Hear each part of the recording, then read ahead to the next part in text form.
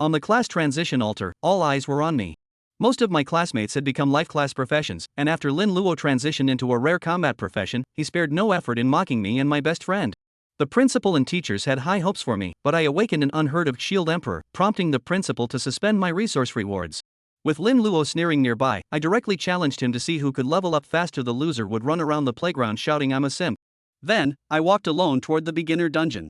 In the Divine Dragon Empire, Hadong Province, Hachuan City, the atmosphere in front of Hachuan High School's class transition altar was tense and oppressive. Several array masters were setting up formations, with cyan energy currents swirling visibly around them. Roughly 1,000 third-year students watched the altar nervously, but I wasn't too worried after all. My cheat ability would awaken after the transition. A virtual interface, visible only to me, appeared before my eyes. The prompt for the beginner mission came into view: successfully transition into a profession, with the reward being an SSS rank unique hidden skill. This filled me with anticipation. Having transmigrated into this parallel world 18 years ago, I was already well versed in its rules. A century ago, the game world merged with reality, monsters invaded, and civilization collapsed. But humanity also embarked on a path of evolution, transitioning into professions, hunting monsters for experience, and growing stronger. Principal Su Shan stood beside the altar, channeling his mana as he announced loudly, "Students, steady your emotions. Now, in order by class, step forward for your awakening." With a flash of white light, he reappeared among the faculty. The teachers also looked tense. After all, the quality of the students' transitions directly affected their own interests. Class 3-1, Chen Bo. Chen Bo took a deep breath and slowly ascended the altar. A soft glow enveloped him, dissipating after 5 seconds. He staggered out, dazed, having transitioned into a life class profession chef. His friends quickly comforted him. "Chen Bo, it's fine. Being a chef isn't bad, at least you'll earn money easily and never go hungry." Yeah, becoming a combat profession isn't that simple. Even in previous years, auxiliary professions made up less than 20%. One by one, students stepped forward, most transitioning into life class professions. Only about 30% became combat or auxiliary professions. Some rejoiced, while others despaired. Luo Fei. Luo Fei grinned and clapped my shoulder confidently. "Wait till I become a mage, I'll carry you through leveling." I smirked. "Heh, with that build of yours, you'd be lucky to transition into a tank." Luo Fei was tall and muscular. When the glow faded, Luo Fei had transitioned into a life class profession merchant.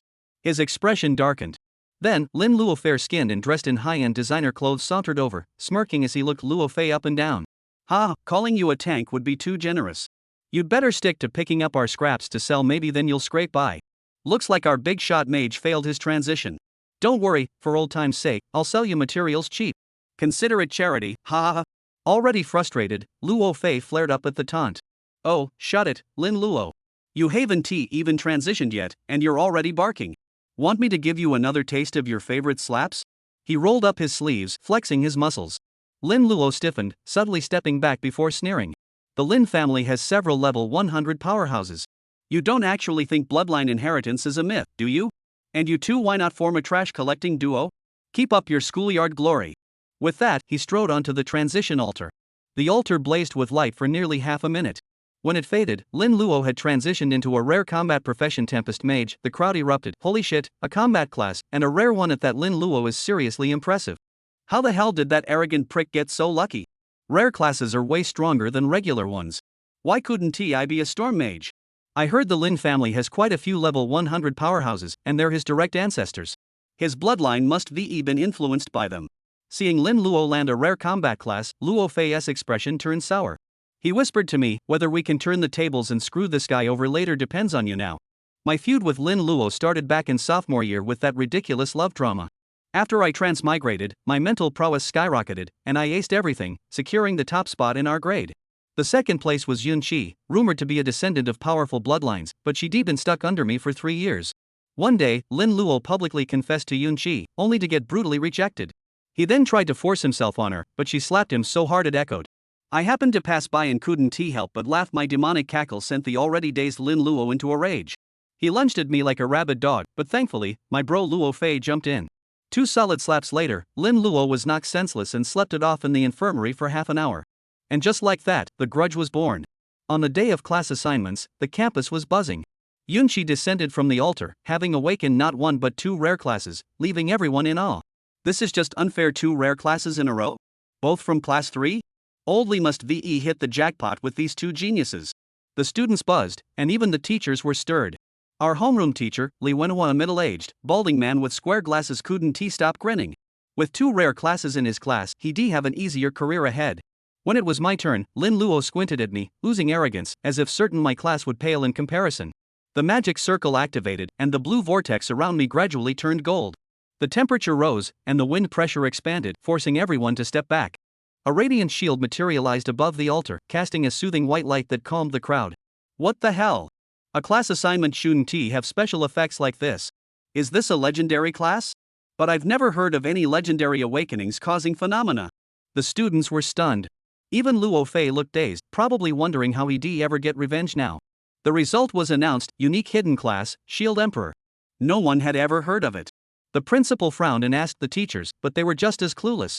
Li Wenhua had high hopes for me, but the school leadership had other plans. Principal Su Shan pulled Li Wenhua aside. About the resources, we promised that student hold off for now. Li Wenhua hesitated. Principal, that's not right. I already discussed it with him. But Su Shan was firm. Teacher Li, you know how long it's been since our school produced a candidate for the top academy. If that unique hidden class were offensive, I wouldn't say this. But a tank?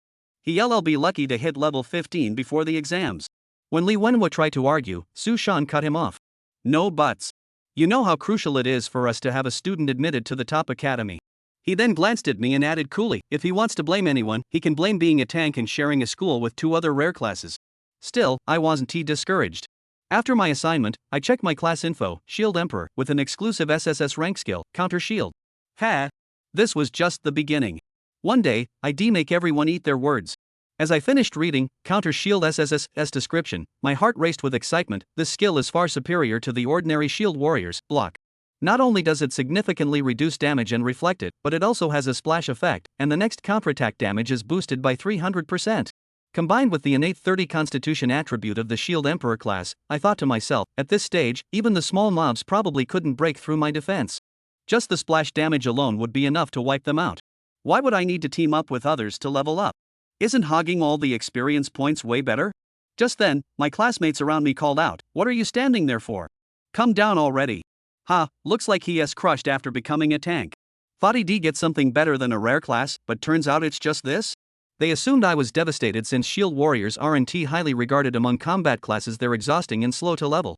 When I returned to the class, Lin Luo, that jerk, sidled up to me with a smug grin. I told you you'd keep up your streak. Wasn't I right? Clearly, he was mocking me. Then, Yunqi walked over. She had become a rare class, the Frost Mage, and actually extended a party invitation to me. After the class transition, let us tackle a dungeon together. I'll handle the DPS. She seemed curious about my Shield Emperor class, thinking that partying up for dungeons would grant extra EXP bonuses, and our offense-defense combo would be more efficient. But I outright refused. Sorry, I'm planning to solo the dungeon. I knew full well that the shield counter skill was too eye-catching, better to keep it under wraps. Lin Luo scoffed. Why bother dragging this deadweight along, Junqi? With our rare classes, clearing a dungeon will be a breeze. We'll hit at least level 3 today. The guy was practically oozing envy. Yunqi looked at me, puzzled. Solo? A shield warrior soloing? Even if it's a hidden class with optimized starting skills, your leveling efficiency won't be that high, right? I shook my head and refused again, then turned to Lin Luo with a taunt. Oh, Lin, the great young master, calling me deadweight? Did getting a rare class inflate your ego?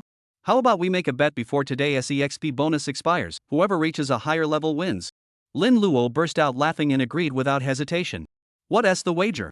With your measly assets, there's nothing I'd want from you. If I lose, you can name any condition, even call you daddy. But if I win... I smirked and glanced at Yunqi. Then you run 3 laps around the field shouting I'm a simp. How's that? Lin Luo's scalp prickled at the thought, but he gritted his teeth and spat, screw it, you're on. After the class transition, we headed to the dungeon area behind the school. There were 3 beginner dungeons, and without joining a party, I walked straight to the dark thicket teleportation array. Once inside the interdimensional space, I received the starter gear, Novice Wooden Shield, and Novice Iron Sword. Eager to test my skills, I heard eerie screeches as 3 green-skinned goblins charged at me. They were scrawny, wielding bone axes, and looked downright vicious. My eyes gleamed, their HP bars probably couldn't even scratch my defense. Timing it perfectly, as the goblins swung their axes, I raised my shield and activated shield counter. Boom! The shield didn't budge, but the 3 goblins shrieked as damage numbers popped above their heads. At the same time, energy surged within me like a volcanic eruption. I swung my iron sword, slicing across the lead gobliness chest. Green blood sprayed, and its scream amplified tenfold. A terrifying damage number appeared despite being at full health. A single strike left it with only a sliver of HP.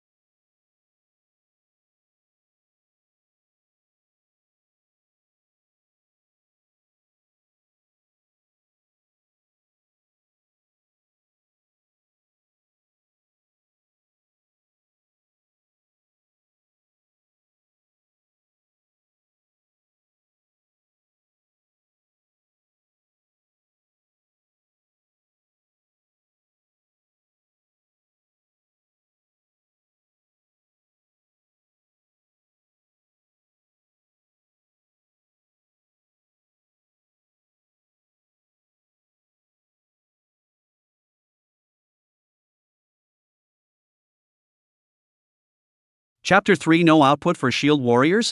Shield Rise Counterattack SSS, after successfully defending against an enemy attack, reduce the damage taken by 90%, immunize against attacks with strength and spirit power lower than your physical attributes, rebound 20% of the opponent's damage, and splash hostile beings within 5 meters around you for 10% damage. Also, your next counterattack damage is increased by 300%. Cooldown, zeros. The skill introduction was long, but Suwon quickly understood the meaning. An ordinary shield warrior's block reduced the damage received by up to 60%, with a single skill efficacy and a lack of output means. Even after the Shield Emperor's career upgrade, the damage reduction was only raised to 70%. The most important thing is that the early shield battle lacks a means of survival, and if you want to upgrade, you must form a team with healing skills. Otherwise, the blocking is good, without the output and assistance of teammates, sooner or later to fall in front of the monster. With this, Shield Battle Counterattack, coupled with the innate attribute of 30 physique of the Shield Emperor profession, the small monsters at this stage probably won't even be able to break my defense. As long as I don't stop blocking, I'll be able to dunk the little monsters to death with splash damage alone. Suwon laughed wildly inwardly. With SSS rank skills in the opening round, who cares if you're this mage and that warrior? All of you flash to the side. As for upgrading, do you still need to team up with others? Doesn't it smell good to have the experience all to yourself? Suwon, what are you waiting for? Come down. Probably turned into a meat shield mentality fried, thought it was more powerful than the rare profession of the legendary profession. The result is this? The surrounding students saw Suwon standing on the altar and hesitating. They thought they were struck. Shield Warrior has a lower status in the main combat class professions, doing the most tiring work, taking the most poisonous hits, and upgrading not as fast as those mages. Although after 100 levels, Shield Battle because of professional characteristics, the status will be greatly improved, but the presence of a few people can successfully grow to 100 levels? Suwon, I told you that you would continue your previous scenery. I wasn't wrong. After Suwon returned to the class, Lin Luo came up again. His expression was very beat up. Previously made such a big commotion, also thought Suwon awakened a legendary profession. Now look, this is not pure meat bag, beaten goods. How to compare with him? Suwon, when the transfer is over, let's go to the copy together. I'll do the output. At this time, Yunqi, who was the second person to be transferred to a rare profession, suddenly walked over and issued an invitation to Suwon to form a group. She didn't look down on meat shields like Lin Luo did. Instead, she was curious about Suwon's Shield Emperor transfer. Listening to the name, it was different from an ordinary MT, and was probably not much worse than her, Ice Warlock. Moreover, there will be an additional experience bonus for teaming up for a copy, increasing the experience gain by 50% for each additional person. Although the overall experience gain in the group state is distributed according to the contribution, but two people attacking and defending each other, the efficiency is definitely higher than one person by himself. Sorry, I'm going to open a single copy. Suwon smiled faintly and rejected Yunqi's good intentions. Although the extra 50% experience was very tempting, he was more afraid of trouble. Shield Rise Counterattack, this skill was something that a person could tell was wrong. Even among the 100-level powerhouses, he hadn't heard of anyone possessing SSS rank skills, and as a novice, he should try to hide it as much as possible without exposing it. Junqi group this oil bottle. Why, we two rare profession together, a copy is not easy? We're guaranteed to level up to 3 today. Lin Luo disdainfully skimmed his lips. His face looked awesome and coaxing, but in fact, his inner heart was sour as hell. He was a beaten MT who could get Yunqi's invitation. Why? Is it because he's better looking than him? Or better than his family business? Ignoring Lin Luo beside her, Junqi looked at Suwon in doubt. Single opening?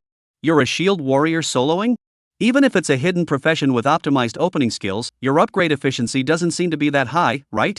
She thought Suwon was being prideful. After all, transferring to a new profession meant Waterloo, and she didn't know how many of them had appeared over the years. Mage into a meat shield, is a person's mind have to blow up? I appreciate your kindness, Yunqi, you'd better find your little sister to go down with you. Suwon shook his head, refusing once again, while looking at Lin Luo, the corner of his mouth raised in an arc. Grand Duke Lin, calling me a procrastinator? Is it the confidence given to you by switching to a rare profession? Why don't we compare whose level is higher before the experience reward disappears today? Lin Luo sniffed and laughed, agreeing to Suwon's proposal without even thinking. What's the bet? With your little worth, I don't have anything to look at. If you lose, the conditions are up to you. Call your father anything. But if I win? Suwon's mouth turned up while glancing at Yunqi, who had already left. How about you run 3 laps of the playground and yell that I'm a licking dog? This ing. Lin Luo sniffed a bit of scalp, although in his opinion, a rare class main combat profession of his own was definitely faster than a meat shield upgrade. But this bet? Suwon revealed a meaningful smile and urged, hurry up, bet or not? Plants, bet. The transfer quickly ended. Without surprising Suwon, the main combat class and auxiliary class occupations accounted for about 30%, and the rest were all life class occupations. Su-Wen and the others were led by the teacher to the copy area at the very back of the school. There were a total of 3 newbie copies: Dark Forest, Ice Ruins, Adventurer Graveyard, corresponding to 1, 5, 6, 10, 11, 15 recommended level. You don't have to be stuck with a level restriction to actually enter. As long as you pass the current copy, the next copy will be unlocked automatically. Su-Wen did not form a group and walked alone towards the Dark Forest teleportation array. A slight sense of dizziness came. Su-Wen opened his eyes again, had already arrived in the interdimensional space. There was also an additional wooden round shield in his hand, as well as a wooden sword. Novice wooden shield. LV1 and above can use it. Weapon dual wielding professions can use it. Durability 1000. Defense 50. Novice iron sword. Can be used by LV1 or above. Melee class professions can use it. Durability 1000. Damage 50. This is the novice equipment gifted by the Blue Star will to each student after their transfer according to the characteristics of their profession. After getting the equipment, Su-Wen couldn't wait to test the power of the SSS rank skills. Ow ow ow. Only a few strange howls were heard. It was 3 green-skinned kobolds, and the tallest one was not even close to Su-Wen's waist. The kobolds had dark green skin, pointed mouths and cheeks, holding axes made of unknown bones in their hands, and were charging towards Su-Wen with a fierce face. Goblin normal LV1. Blood 500. Good timing. Su-Wen's eyes glowed, although he didn't know the specific attributes of the goblin, but looking at the blood bar, it was estimated that he couldn't break his own defense. Seeing the opportunity, at the moment the kobold flung his axe, Su-Wen raised his shield and launched shield counterattack. Bang! A dull sound came from Su-Wen's shield. The 3 attacking kobolds on the opposite side didn't move at all. Instead, they yelled and screamed strangely. 10, 5, 5. 3 damage alerts instead emerged from the kobold's head. At the same time, Su-Wen felt a raging energy coming from within his body, like a volcano about to erupt. Swish! The iron sword resounded with a long whistle, slashing through the chest of the foremost kobold. Green blood splattered, and the screams instantly became more than 10 times louder. 402. A terrifying damage surfaced. The originally full-blooded goblin, with only 1 sword, was beaten by Su-Wen with only 1 layer of blood skin left. Chapter 4 Crazy Counterattack. SSS grade skill, terrifying as hell. Seeing that the goblin that was hit by his skill only had blood skin left, Su-Wen sucked in a breath of cold air. He had thought about SSS level skills being perverted, but he was a shield warrior and almost solved a small monster with 1 sword? Who would believe this? I'm afraid this isn't even more terrifying than the legendary profession. Swish! 117. Su-Wen came back to his senses and hurriedly killed the bloodied goblin, and a wonderful voice rang in his ears at the same time. Successfully killed kobold normal, experience plus 10. Experience increased by 2%. Kill 49 more kobolds to upgrade. Utilizing the same method, Su-Wen smoothly solved the second goblin. When utilizing Shield Rise Counterattack to attack the last one, a number even more terrifying than the previous one actually popped up on the little monster's head. 803. Super damage poured down, and the kobold didn't even let out a scream as it instantly fell to the ground. Successfully killed kobold normal, experience plus 10. Successfully killed kobold's normal, experience plus 10. Its weakness damage? Seeing this, Su-Wen's eyes glowed. Attacks on weak points such as the monster's head, eyes, heart, and lower body would create double damage.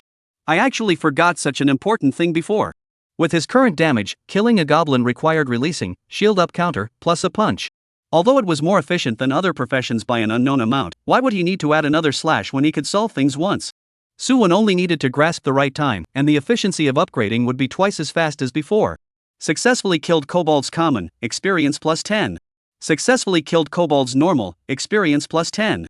Successfully killed kobold's normal, experience plus 10. In just a moment's time, Su-Wen had already gained 240 experience. It was only halfway to being upgraded. These goblins' attributes were really inferior to Su-Wen's, and their attacks couldn't even break the defense when they hit the shield. They were directly taken away in a wave of shield counterattack plus weakness damage. This little novice copy is just like playing. Without realizing it, Su-Wen arrived at the deepest part of the dark dense forest. A boss that was twice the size of a normal goblin stood in the center, surrounded by 4 minions. But unlike the other minions, this goblin boss was actually a shield warrior just like Su-Wen. Left hand shield, right hand sword. The other 4 were carrying arrow pouches and holding a wooden bow, and were vigilantly scanning their surroundings. Goblin Leader Elite LV3. Blood, 6000. Goblin Archer Normal LV2. Blood, 1200. It's actually a LV3 elite monster, and there are 4 long-range archers. If other newbies were to open the land alone, the odds are that they would have to mail it if they encountered this lineup. This world's monsters were divided into 5 major levels: Ordinary, Elite, Head Boss, Lord Boss, and World Boss. The elevation of the template means that monster attributes will be increased in all directions. Higher attacks, stronger defenses, as well as traits such as blood return per second and derived skills will appear. But with loss comes gain. Don't look at Su Wen's high efficiency in killing monsters, his experience grew non-stop, and in just a moment he was about to ascend to LV2. However, you have to know that the experience required for character upgrades grows exponentially. The experience gained from killing monsters, on the other hand, is a constant value that grows extremely slowly. Each level adds 5 more points of experience. What kind of concept is that? Without taking into account the experience rewards that appeared for cross-level kills. Killing LV10 monsters will only reward the character with 60 experience points, which is equivalent to 6 LV1 kobolds. Even if it was a level 100 monster, the most basic experience reward would only be 505 points of pathetic experience. Therefore, when people were in the process of upgrading, they tended to pick elite and leader bosses as their opponents when their own attributes and equipment allowed them to do so. Because the experience reward is high enough. 5x experience bonus for elite monsters. 10x experience bonus for head bosses. As for the higher lord bosses as well as the world bosses, it was a nightmare for the weak and a paradise for the strong. The rewards are so rich that they are hard to describe. So the strength of the monster template also determines the upgrade rate of humans to a certain extent. After observing for a while and realizing that there were no other monsters, Su Wen decisively held his shield and rushed towards the goblin archer as fast as he could. It was common sense to kill the small monsters first when fighting a boss. Otherwise, under the interference of small monster attacks, the entire boss battle down, the difficulty is definitely higher than a level. Goblin archer naturally also found Su Wen, strange cry, and did not and Su Wen imagined immediately counterattack. Instead, they all hid behind the boss, ready to utilize the full advantages of long-range professions. These kobold archers actually have brains. Su Wen cursed, but he could only aim at the boss. The goblin boss roared out, and a powerful slash went straight at Su Wen's face. Shield counterattack. Su Wen raised his shield and moved his arm down just a few points to block the seemingly vicious strike. There was no injury. Instead, 5 blood-red numbers floated above the opposite side's head, splash damage from a counterattack. 22. 11 11 11 11 10. As a courtesy, eat my sword too. Su Wen quickly counterattacked, but was fended off by the goblin boss raising his shield. The difference was that the boss defense was not as perverse as Su Wen's. 112. Over 100 points of damage, although it wasn't high, it was still within Su Wen's range of acceptance. This was, after all, the final boss of the dark dense forest.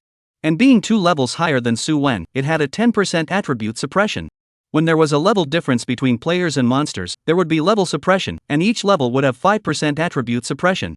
When the player's level is low, it is reflected as a weakening of attributes, and when it is higher than the monster's level, it is reflected as an increase in attributes, which does not include fluctuations in blood or mana values.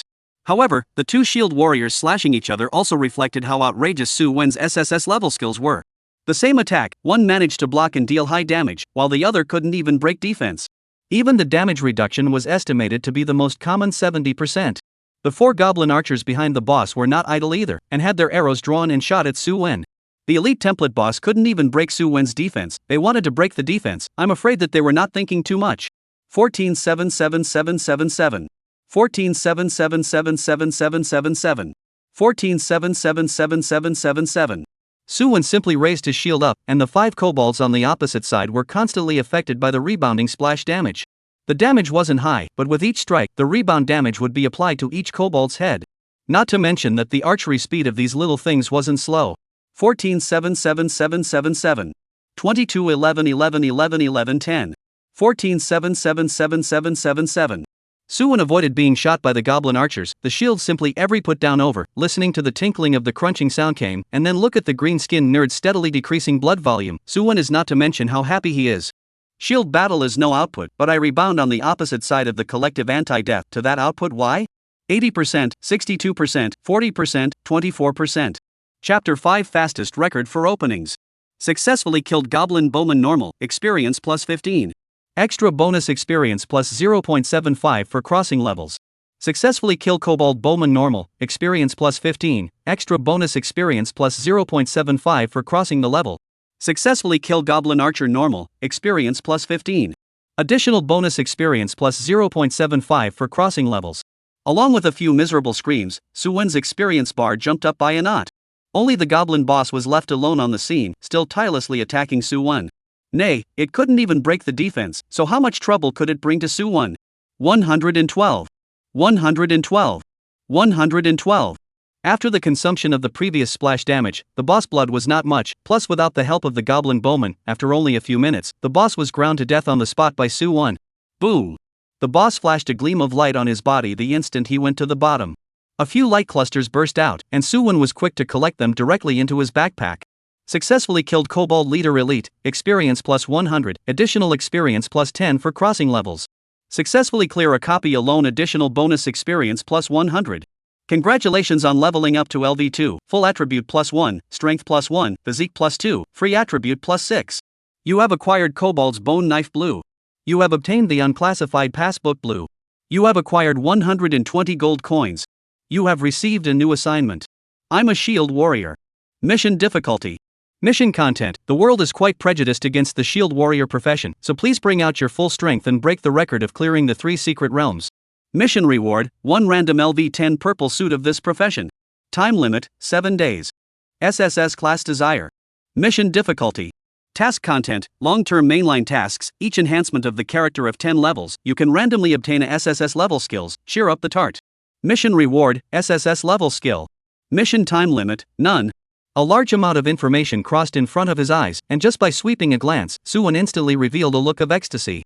An SSS rank skill was so heaven-defying, and there was actually a reward after ascending to level 10? Looking at the quest description, there would be a total of 10 more SSS rank skill rewards after he rose to level 100. It seems like we still have to make upgrading a top priority.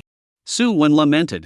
In fact, even without the system rewards, he was prepared to upgrade as fast as he could and attack the highest school in the Divine Dragon Empire. After previous research, it was found that within 7 days after transferring, people were unable to trade the vast majority of props related to professionals. This included equipment, props, special function potions, skill scrolls, and a host of other items. That's why the higher echelons of the Human Education Department decided to set the time of the entrance exam as the morning of the 7th day after the transfer. Once the policy was enacted, it greatly guaranteed the candidates a fair chance to compete. Otherwise, the direct descendant of a 100-level expert, holding a huge amount of resources, the early upgrade is simply faster than sitting on a rocket. What do you take to play with others? Within the Divine Dragon Empire, in previous years, the requirement for the main battle class professions was to ascend to LV13 at least within 7 days. LV13 was the minimum entry qualification for each university. Generally speaking, only LV14 stabilizes entry into second-rate academies for further study, and LV15 corresponds to first-rate academies. Su-1's goal, on the other hand, was the highest academy in the Divine Dragon Empire, where the entry threshold alone had already reached a terrifying LV16, selecting the top 10,000 applicants as academy students. Most of the graduating students within it had already stepped into the ranks of 100-level powerhouses and conquered the stars. The terrifying strength of the Supreme Academy could be imagined. Just as Su-1 was organizing his harvest, the outside school had long been in a frenzy. Teachers who had already failed to exit the replica or were serving as logistics on the sidelines were all attracted by the huge stone monument in front of the replica's teleportation array. The stone monument shone with a halo of light, and a name appeared out of nowhere at the highest point of the monument, ruthlessly suppressing everyone above it. Dark Forest record of openings. First place, Su-1 7 minutes and 36 seconds. Second place, Chi Hong Kwashayan 9 minutes 24 seconds. Sixth place, Hidewi Nightwing 9 minutes 48 seconds. 10th place, Leiba Nangong 10:03. The copy record was refreshed? I remember the previous record. It was set by Senior Chi Hong and Sister Guashayan 5 years ago. I didn't expect it to be broken today. Is the point being broken? Look at the time. Look at the people. Look at the profession. Aha. Su-1 is a meat shield. Seeing this record, the brains of everyone present all went into a state of downtime. Open up a desert? Single brush? Breaking records? What's all this? Are you sure you're not blind? Who was in first place? It was the unlucky Su-1 who had switched to Shield Warrior. How could he, a meat shield, have succeeded in opening the land all by himself, and even ING advanced the record by 2 minutes? Is it possible that the world has developed into something I don't recognize? Old Lee. Go and see. Su-1 broke the record for opening a dark dense forest copy. A teacher shouted excitedly towards Li Wenhua. Don't ING shout, I'm not blind, haha. After scanning around and realizing that Headmaster Sushan was not there, Li Wenhua let out a loud laugh as his words came out of his mouth. Who would have thought that an unappreciated meat shield could actually break the record of openings held for nearly 5 years? Hidden professions aren't as strong as rare professions? Give the old man a climb. Thinking of the snobbish face of the previous principal, and then looking at the name on the high-hanging stone tablet, Li Wenhua's heart was a burst of relief. No, I have to find the principal to get those resources back. How can you break a record and not have a reward? Even if it's a farce, I have to gouge some resources out of his hands. Immediately, Li Wenhua picked up his cell phone and called the principal. Suwon, who was still in the copy, naturally didn't know what was happening outside. He was thinking about how to add points after upgrading and how to plan his future career development. Suwon, like most people, guessed that his awakened profession was more inclined to the spirit class, which was the spiritual power attribute. Who had thought that he would actually become a shield emperor? The good thing is that the profession isn't bad, except that it needs a new set of additions. Now that everyone is in the opening period, my only advantage is in the SSS rank skill of Shield Rise Counterattack. In the future, if I want to take care of both the efficiency and range aspects of solo brushing, I'll need to continue expanding my physique attribute advantage and add some strength at most.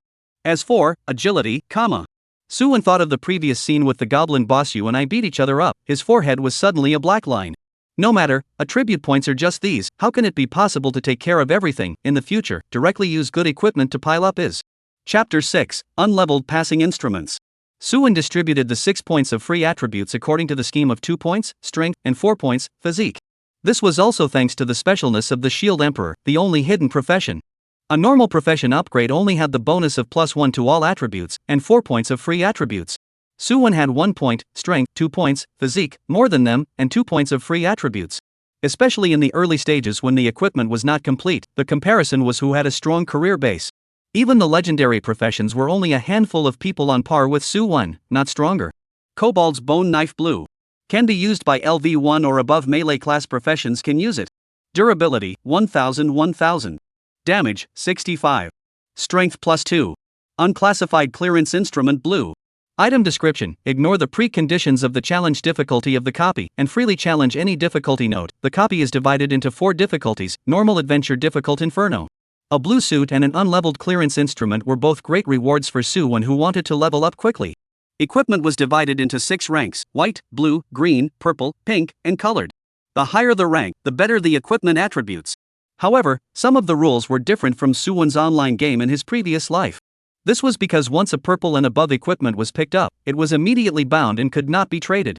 This also leads to the fact that most of the ones circulating on the market are equipment adjuncts, such as sheepskin jade, emerald, and other inlaid gems. There are also strengthening gems such as Tian tilting stone, and so on. So the use level of equipment is also a step every 10 levels, LV1, LV10, LV20, and so on. The word attributes, on the other hand, increase by 1 every 20 levels. Suwon's newly exploded bone blade provided an additional 2 points of strength, which was considered a good attribute for newbies. Name, Suwon. Profession, Shield Emperor only. Rank, 213 1000. Blood, 740. Mana, 192. Power, 26. Psychic power, 16. Physical strength, 37. Agility, 11. Physical damage, 195. Spell damage, 145. Speed, 22. Defense, 235. Skill, Shield Up Counterattack SSSLV1. Rage, 0-100. Not bad, some boosts in all areas, and the damage dealt by Shield Rise Counterattack can be increased quite a bit. Suwon was quite satisfied. With this attribute brushing goblins again, the efficiency could be much faster. Unfortunately, the replica secret worlds all had a cooldown limit. Newbie replicas like the Dark Secret Forest, which were specially prepared for students, had a cooldown time of half an hour at the earliest. The cooldown time for high-level copies is even longer, and I've even heard that the cooldown time for the copies that 100-level powerhouses break into is calculated on a monthly basis. The next step is to try to challenge the Ice Ruins, and I don't know if I'll be able to clear it. As at LV5 LV10 challenge copy, even if it was a normal level opening, the monsters would cause a large amount of attribute suppression to Suwon. If it wasn't for the leveling up plus the burst equipment, Suwon wouldn't have dared to be so inflated. Most importantly, the Dark Forest was on cooldown, so he had nothing to do. Entering the Ice Ruins, a cold wind hit Suwon and he subconsciously shivered. Unlike the normal climate of the dark dense forest, this place was surrounded by snowy mountains and was unusually cold. Even underneath his feet, there was a natural debuff like ice plus snow, and if he wasn't careful, he would slip and fall. Suwon carefully pushed forward and looked around vigilantly, but there were no monsters that appeared. The teacher in school had highlighted the 3 major novice copies in the school, of which he naturally knew about the monsters within the Ice Ruins. The monster was a snow fox with snow-white fur. They hid under the snow and ice, ready to give the alien students a surprise. Every year, there were students who were sneak attacked by snow foxes and failed the challenge. But no to no, Suwon stared wide-eyed, froze, and did not find the surrounding half of the difference. This damn and open-eyed blindness is not much difference. Whoosh! Right at this moment, several white shadows suddenly sprang out of the snow and attacked towards Su Wen. Su Wen was prepared for this, and at the first moment, he put his shield up in front of his body. 25 12 13 12. 24 12 11 12. 22 12 11 11. Su Wen was attacked but didn't break his defense, but looking at the rebound damage also made his scalp numb. To realize that this was only 20% rebound damage, and 10% splash damage. If there was no shield rise counterattack damage immunity, if any other shield warfare profession came over, even with a 70% damage reduction, it was estimated that they would be directly beaten into a crippled blood. Although it had something to do with the low level versus the cross level challenge, it was still terrifying. Su Wen raised his spirits, not daring to let the monster in front of him attack even a little bit. Snow Fox normal LV5. Blood, 1938-2000. With a total of 2,000 points of life, it would probably take quite a bit of time to just bounce back as well as splash damage. Su Wen saw the right moment and slashed towards the nearest Snow Fox. The newly acquired ancient sword cut through the cold wind and accurately hit the Snow Fox's head. 794. Even after triggering the weakness attack, Su Wen only knocked out 1/3 of the Snow Fox's blood with this hit. Bang! Bang! Bang! The Snow Fox was very sensitive and struck very quickly. Su Wen could only passively defend and sporadically strike back a little. Good thing the Snow Fox damage is not enough to break through Su Wen defense, so stalemate for them is also just a chronic death. But Su Wen also dare not be careless. Foxes, this kind of creature intelligence is very high. See, the front battlefield is powerless. There are 2 Snow Foxes to carry out flanking harassment. Su Wen retreated while fighting, constantly moving his feet, trying to maintain a linear occupation in his favor. This allowed for proper counterattacks. Finally, after nearly 5 minutes of fierce battle, Su Wen finally managed to kill the 4 Snow Foxes. Successfully killed Snow Fox's normal, experience plus 30. Additional bonus experience plus 4.5 for crossing levels. Successfully kill Snow Fox normal, experience plus 30, extra bonus experience plus 4.5 for crossing the level. Successfully kill Snow Fox common, experience plus 30. Extra bonus experience plus 4.5 for crossing the level. You have gained 14 gold coins. This efficiency is a pain in the ass. The time is almost enough to catch up with killing the boss of the dark dense forest. Su Wen sipped his teeth and looked at the 14 gold coins that popped out, falling into deep self-doubt. He thought that with his SSS rank skills he could kill everyone within the ice and snow ruins, but who would have thought that just 4 Snow Foxes would beat him to the point where he was almost powerless to fight back? Although a large part of the factor was caused by the lack of equipment. Still, Su Wen decided to change his mindset. It was still the goblins that were good bullies. Upgrading, when efficiency is the priority. Chapter 7 Facing Hell Difficulty. After a few more waves of Snow Fox sneak attacks, Su Wen barely managed to fend them off, but he still didn't see the boss figure. He sighed. Sure enough, the snowy mountain ruins was more than a step stronger than the dark dense forest. It was not something he could deal with right now. Although he was confident that with shield up counterattack, he could push all the way across to the boss without any injuries. However, having this amount of time was enough for him to brush the dark forest several times. Fortunately, it wasn't a total loss. These Snow Foxes contributed a total of 483 experience points and 34 gold coins to Su Wen. Only half of the experience was missing from LV3. Unfortunately, I'm going to go play with my good friend Goblin. Wait for me next time. Su Wen waved his hand towards the depths of the snowy mountains, turned around and appeared in front of the copy teleportation array as a white light. Su Wen counted the time. Half an hour had just passed a while ago, and decisively exited from within the snowy mountain secret realm, stepping into the first novice copy, dark secret forest. You have selected Inferno difficulty. Gold drops have increased by 200%, and monster level attributes have all been increased. Note, unknown changes have occurred to the Goblin Leader Elite. Once again coming to the dark dense forest, Su Wen directly chose the highest hell difficulty to start.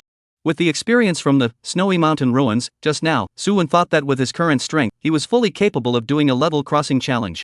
Especially monsters like goblins that were melee, slow to react, and not as intelligent as Snow Foxes. The Snow Fox can pull a few back and forth with Su Wen, all taking advantage of the speed advantage as well as higher than normal animal IQ, actually know how to siege. This makes the previous in front of the kobolds show off Su Wen directly out of fire, had to come back to honestly brush kobolds. Even if the Snow Foxes are fine, you green-skinned dwarves dare to provoke me? Looking at the 6 kobolds that were rapidly rushing towards him, Su Wen confidently raised his shield in his hand, and his right hand, which was tightly holding the bone knife, was also stupidly moving. Goblin normal LV5. Blood, 2200-2200. As the same level 5 monster, this green-skinned dwarf actually had 200 more chi blood than the Snow Fox. Is it possible that it's the size difference? Su Wen didn't think much about it because the nearest goblin had already swung its weapon at him. 28 14 13 14 13 15. 27 13 12 14 14 13. 26 13 12 12 12 13. Bang! Bang! Bang! 6 consecutive muffled sounds came. The wooden shield in Su Wen's hand kept on trembling, but fortunately all of them were resisted and did not break through his defense limit. The rebound damage in the sky was pleasing to his eyes. Swish! 796. 798. 797. After the defense, what responded to them was Su Wen's exploding damage. Although Su Wen couldn't do a counterattack in between the goblin's attacks right now, but better than that, he still had a chance to return the favor once after the opposite side finished a set. 3 slashes for a green-skinned dwarf.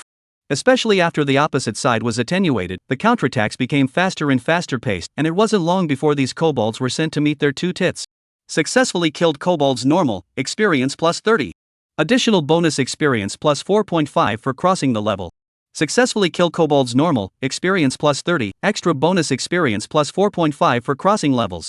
Successfully kill kobolds normal, experience plus 30. Extra bonus experience plus 4.5 for crossing levels. You have gained 25 gold coins. A full 207 experience points had risen in one round, which caused a feeling that leveling was nothing more than that to rise in Su Wen's heart. Unfortunately, the time for pleasant brushing was always short-lived. This time, he challenged the Hell difficulty copy, and the cooldown time still had to be x4 on top of the normal difficulty, greatly slowing down his upgrade efficiency. But there was no way around it. All transmutants were not allowed to go to the wilderness to practice before level 10. This was not a rule set up to protect newcomers like Su Wen, but it was already the case after the world changed, and every area in the outside world had a corresponding entry level. As for the safest wilderness outside the city, the minimum level restriction was LV10. So it's still necessary to upgrade as soon as possible, otherwise I don't know how much I'll be dragged down if I keep waiting for the copies to refresh at school. After determining his goal, Su Wen didn't delay, taking the novice wooden shield and advancing all the way to the depths of the copy. Inferno difficulty was honestly just like that. Compared to normal difficulty, there were just more monsters and their attributes were a little higher than monsters of the same level. Other than that, there was nothing particularly outstanding. All the way across, Su Wen directly rose to LV3 within the copy. Continuing to distribute the points according to 2 points of strength and 4 points of physique, the attributes were considered to have increased by a small margin. At the same time, the monster's attribute suppression on him was reduced by 5%. However, the efficiency of brushing the monsters hadn't changed much, and it still only took 3 slashes to deal with these green-skinned dwarves. Arriving in front of the boss again, Su Wen's face was grave as he realized that there was something wrong with the opponent's attributes, as if some kind of unknown change had occurred. It didn't match the information at all. Goblin Leader Boss LV7. Blood 30,000. The elite level evolved into the head boss. Only at this level could it truly be called a boss. The back of the Goblin Leader flashed with a bright red glow, a characteristic shared by leader bosses. Realizing that someone was probing, the Goblin Leader let out a roar and advanced rapidly towards Su Wen at a speed that exceeded the racial limit. Su Wen was startled, and just when he wanted to withdraw his steps and take up a defensive position, he found that his body couldn't help but run towards the Goblin Leader. Alert, you are affected by the Goblin Leader taunt skill, abnormal status, 3s. It's not even if the boss evolves, actually has the Shield Warrior's divine skill taunt. This time Su Wen wanted to escape but it was difficult. 3s was enough for the Goblin Leader to rush in front of him and give him a hard hit. Sure enough, a blade slashed down with great force. Even if blocked by Su Wen with his shield, his body was shaken, and for the first time, he was hit by a monster for damage. 23. 46. Seeing this damage, Su Wen only felt his scalp go numb. Break defense not to mention, in the Shield Rise counterattack, 90% of the huge amount of damage, but also can cause 23 points of damage. This is if the front to receive a knife. Other brittle skin occupations are expected to be cut directly into the residual blood. Swish. 154. This counterattack was successfully blocked by the Goblin Leader with his shield raised, which Su Wen had expected, as his opponent had already revealed this move on normal difficulty. But this damage makes Su Wen scared. 150 damage, hit a 30,000 blood kobold. This let him take the head hit. It was probably just a matter of scratching his head, and the other party would have already hacked him into a pile of meat cakes against his shield. Even if death within the copy could be revived, who would want to experience the taste of death? Just as Su Wen was about to exit the copy, he only heard a breaking sound coming from the dense forest. Shoo! Shoo! Shoo! 14, 16, 15, 17, 16, 15, 14, 16. Is that a green dwarf archer? Su Wen's eyes lit up. He suddenly had a bold idea. If it was feasible, he might be able to completely kill the Goblin Leader before the last drop of blood. Chapter 8, Hand Tearing the Chieftain Level Boss. With the current boss damage, Su Wen could probably withstand less than 40 more attacks. This was still the result of the increase in chi and blood brought about by the upgrade, otherwise LV2 encountered the boss and was afraid that he would not be beaten out of the sky. The Goblin Archer can't break my defense, but successfully resisting it triggers the Shield Up counterattack effect, which equates to more output opportunities. And a round of damage splash can also counter 100 or so of the boss's blood. The only thing you have to pay attention to is, except for taunt or other undodgeable attacks, try not to fight the boss as hard as possible and keep your blood within a safe range. As his thoughts flashed by, Suwon avoided several more boss attacks and blocked some of the arrows with his shield, splashing damage onto the boss. Although it was a bit scratchy, it at least allowed Suwon to see a chance for a novice transmogrifier to solo the leader boss. If this was spread out, it would probably cause quite a shock. 16, 14, 15, 16, 16, 15. 154, 156. After battling for more than half an hour, Suwon managed to knock out half of the boss's blood, but his own status also slipped by about a third. Even though he had dodged the opponent's attacks as much as possible, once taunt was out, no matter where he dodged, he would have to eat a boss slash. Every time his body involuntarily leaned towards the boss, Suwon was envious in his heart. The role of taunt was not only to control monsters, but also to unlock the shield warfare core energy, rage. Most of the utility skills of Shield Warrior are linked to rage, which has a much greater impact on Shield Warrior than mana. It's a pity that Suwon has only been transferred for less than a day, without much substance, and now he can only watch with eyes wide open. As Suwon continued to position himself, utilizing the Goblin Bowman card skill passive from time to time, this tug of war with the boss also finally came to an end. 14263, 12502, 8895, 6620. The boss's blood continued to fall, but a pressure surged within Suwon. Generally speaking, when a boss is seriously injured, that is, when its blood is less than 20%, it will enter the second stage, which is also commonly known as stampede. This stage of the boss feel the loss of life, will become unusually irritable, attribute enhancement, accelerated attack speed, the most important reason will also be reduced. Conventional countermeasures will no longer be able to have a counter effect. With the exception of higher level lord bosses that would automatically recover their blood and return to normal, the rest of them all held the attitude of burning with the professionals and went completely crazy. 6405, 6228, 5984.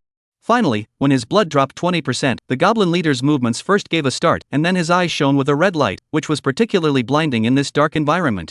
At the same time, the entire body was like a machine, the 7 orifices emitted boiling steam outwards, and the red light behind him began to flash rapidly. A dangerous aura instantly filled the entire battlefield. Seeing this, Suwon inwardly subconsciously pulled away and prepared to deal with the next battle. Boom! A huge sound came. With his right foot on the ground, within a 5-meter radius with the kobold as the center, the ground crumbled, spreading rapidly in all directions. This was generally the Yi war trample that only a minotaur would use. In addition to being stunned, the attacked target will also deal additional damage. Similar to this kind of damage that could not be defended against, Suwon did not even have a chance to block, and he would be stunned if he was hit. If he was exposed head on to the goblin leader, he would probably be lifted out of the copy by the opposite side like a chopping block. Suwon was taken aback. It was good that he was still cautious, otherwise this little life would be completely explained here. However, without waiting for Suwon to take a breath, the goblin leader rushed up again. The speed was even greater than before, and his short legs were full of explosive power, rushing to Suwon's front in just a few steps. Ah! At the same time as it raised its sword, it suddenly bellowed out, using taunt to pull Suwon in front of itself, and swiftly slashed its sword down. 34. 68. Bouncing. Nima. That damage. Increase it by almost half. Suwon's scalp was a bit numb, and just when he wanted to subconsciously counterattack, he saw that the other party's attacks actually hadn't stopped yet, slashing at him one after another, and the means of attacking in the previous state was completely different. To be suffered. Where did Suwon have the heart to counterattack now? His feet retreated and his body tilted, narrowly avoiding it. It was good that the control effect of taunt only ended after the opponent's first attack, otherwise these 3 slashes would have made his already barren blood even more embarrassing. Taking advantage of the end of the opponent's attack, Suwon attempted to counterattack, slashing his sword lightly, and a damage that woke him up actually floated over the boss's head. 825. Weakness damage. Boss actually didn't flash? Where's the shield that's been nauseating him for half a day? Seeing the boss with red eyes that looked like it wanted to chop Suwon into pieces, Suwon instantly reacted that this was the aftermath of the storming state. It only wanted to explode its own maximum output and finish off the enemy as fast as possible. The already ugly cerebellum also shriveled up in the storming state. Where did it care about defense? This was great news for Suwon. He had always relied on finding opportunities to utilize weakness damage to hit output, and as a result, this green-skinned dwarf shield 1, less weakness damage, and shield damage reduction, the damage couldn't even be described as scraping. Now the boss only wanted to blast with him, but it gave Suwon not a small opportunity. 16, 14, 15, 16. 823. Utilizing the Goblin Archer trigger skill, Suwon gave the boss another hard hit. With these 2 blows, the boss's blood plummeted, leaving only 4,000 out. Suwon just had to stabilize and would soon be able to take down the boss completely. Suwon stabilized his own battle rhythm, at present without more than 70% certainty will not be shot at all, in order to dodge the main. Even if he takes a hard hit from the other side, he is not willing to take the risk, because as long as there is a time when he fails to defend himself, the remaining blood will be hit hard, thus flying out of the copy. The cautious character quickly brought Suwon rewards. 4234, 3318, 2482, 1512, 688. 826. Weakness damage. As the final blow falls, the kobold's arms holding up his weapon stiffened in mid-air, the flickering red light behind his back that represented the leader boss faded out, and his body tumbled helplessly towards the ground, splattering a cloud of smoke. Ah! Ah! Ah! As the boss fell, the goblin archers who were always hidden within the dense forest let out miserable howls until they were silent. At the same time, countless messages surfaced from Suwon's eyes. Successfully killed goblin leader head boss, experience plus 800, additional bonus experience plus 160 for crossing levels. Successfully kill kobold bowman normal, experience plus 35. Additional bonus experience plus 5.25. Successfully kill kobold bowman normal, experience plus 35. Additional bonus experience plus 5.25 for crossing levels. Successful solo passage held difficulty copy extra bonus experience plus 800. You have obtained Kobold's War Shield Green. You have acquired the occupational skill book Taunt A. You have gained the achievement Hell level? No stress.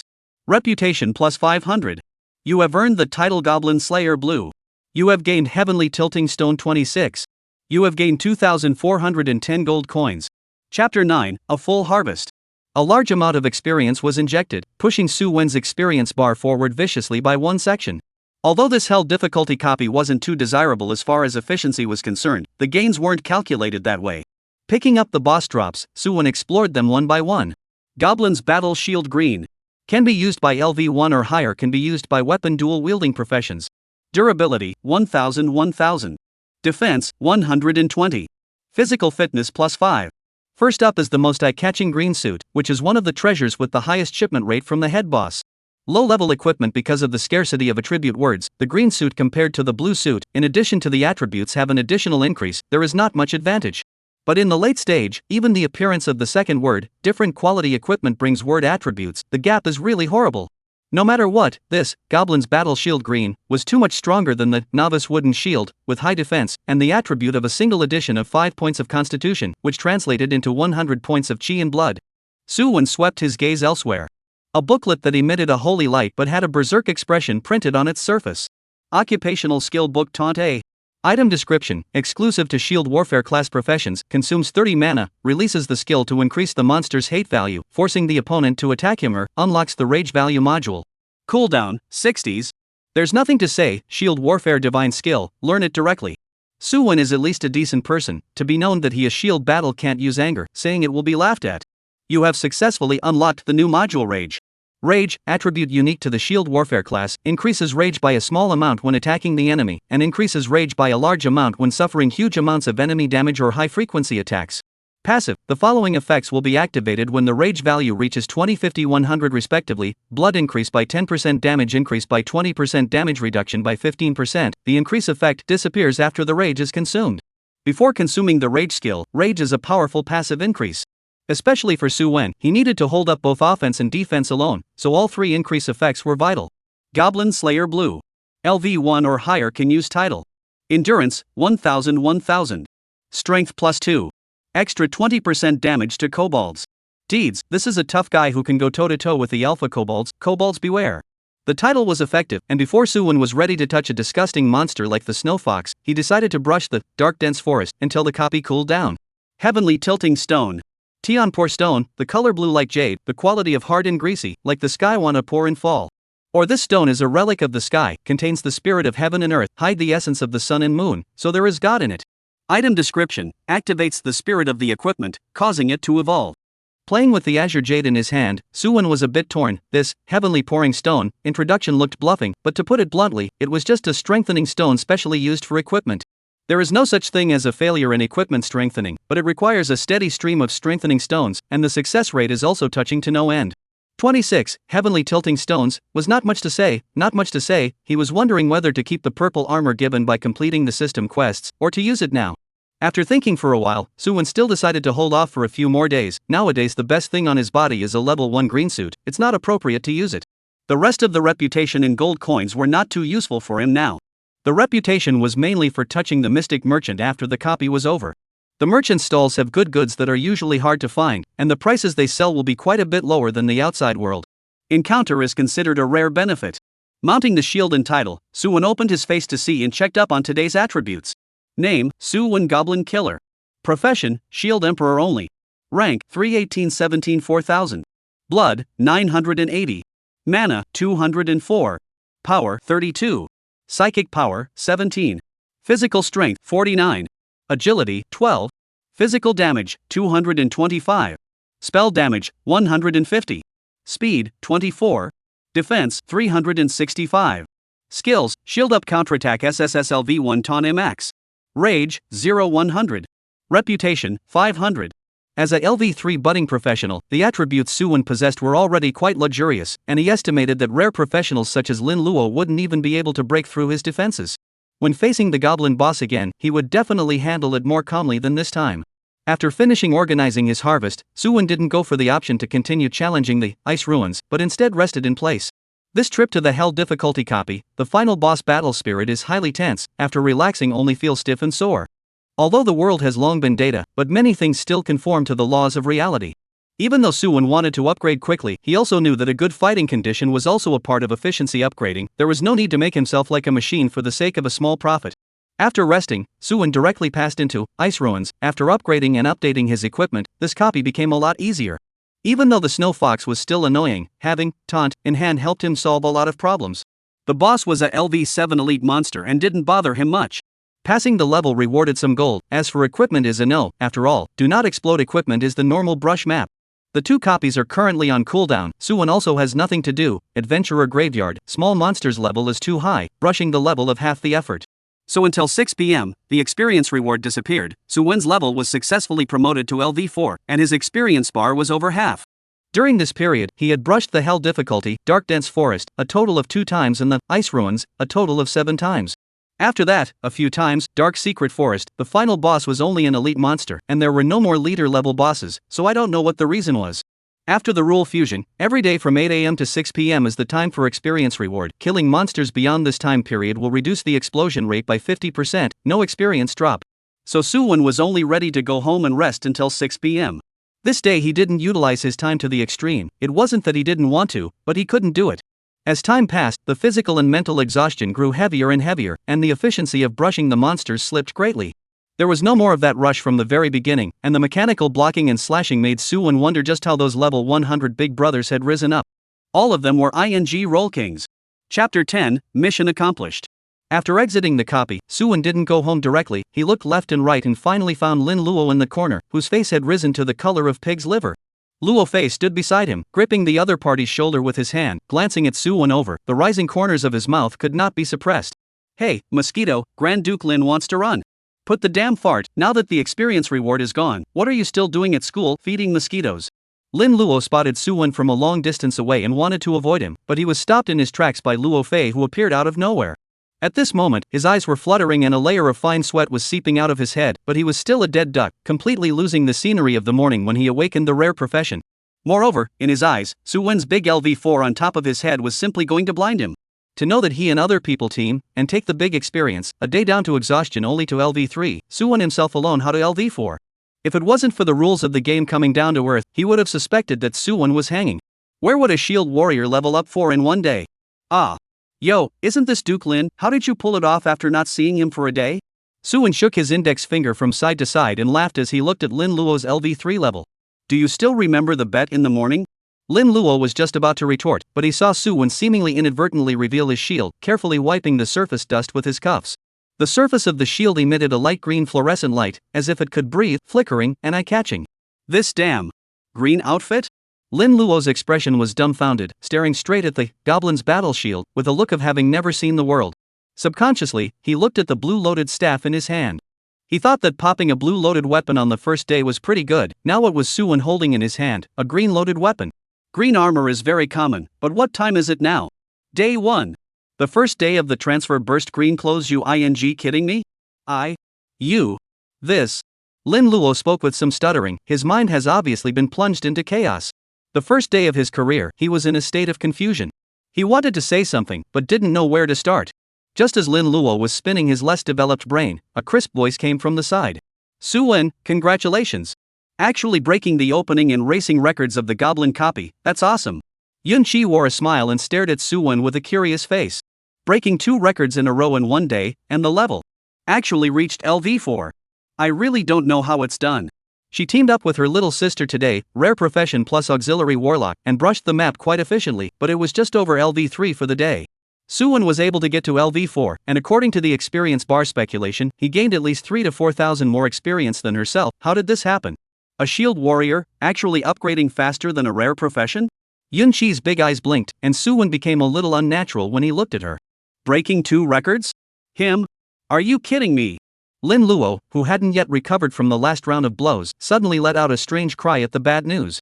Fiercely twisting his head to look at the stone tablet in front of the copy, the word Su-wen was printed in the first place, declaring that this was the fastest opening as well as clearance record of the copy in recent years. And on the side of the clearance record, the default is the highest difficulty of the replica. Even if it was other geniuses, if they wanted to clear the hell difficulty goblin, the earliest they could do it would be tomorrow, right? Lin Luo's entire body was flushed silly at this moment. He, like Su-wen, was thinking about quick upgrades, and didn't even come out of his copy for the rest of the day, resting and eating inside. Before that, he didn't even know that Su-wen had already broken the school's copy record. It's just luck. Su-wen waved his hand, then swept his gaze between Lin Luo and Yun-chi, and said in a teasing tone, Grand Duke Lin, the bet. SH. What bet? Lin Luo subconsciously said. He then remembered that there appeared to be another protagonist of the bet next to him, and hurriedly changed his call. Remember, you're talking about 2,000 heavenly tilting stones, right? I'll trade with you again when I lift my privileges after the entrance exam. With that, he pushed away Luo Fei's still unloosened hand and ran towards the school gate in a hurry. What's wrong with him? Yun-chi looked at the departing Lin Luo in confusion, always feeling that there was something strange just now, but she couldn't tell. Nothing, just lost a bet. Really? Yun-chi didn't have the heart to look deeper and then asked.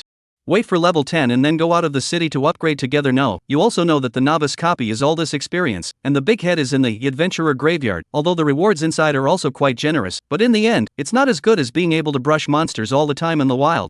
After knowing that Su-wen had broken 2 major records in a row, Yun-chi thought of pulling the other party to level up together. The wilderness, in particular, was the most crucial part of impacting a renowned academy. It was also the critical period for the 7-day upgrade. If it wasn't for the fact that she had already teamed up with her little sister in school, she would have said anything to pull Su-wen down with her. With the other party's LV4 strength, it was enough to take her to challenge the goblins of hell difficulty.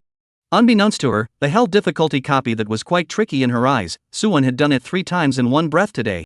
Let's talk about it when the time comes. With my current experience, going out of the city will probably be quite a bit faster than you. Su-wen casually perfunctory. Su-wen didn't have the idea of forming a group right now, and what he said wasn't wrong. There was a 1-level difference on the first day of the transfer, and it would only get worse down the road. The possibility of forming a team would only get smaller and smaller. After saying that, Su-wen waved his hand and called Luo Fei to leave the school gate together. On his side, just as his front foot left, the class teacher Li Wenhua ran over and looked around, realizing that the rightful owner was not here. Where's Su-wen? Wasn't he just so? Li Wenhua asked towards Yun-chi. Gone, with that guy Luo Fei. Su-wen returns home and enjoys having the house all to himself. His parents both fell in a battle against the star monster, leaving behind Su-wen, who was only 8 years old.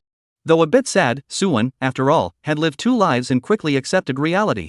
Since then, he knew that this world was not as safe as it seemed. Earth was just the backyard, the stars were the battleground, and if there were no accidents, the vast majority of 100-level powerhouses would spend the rest of their lives there.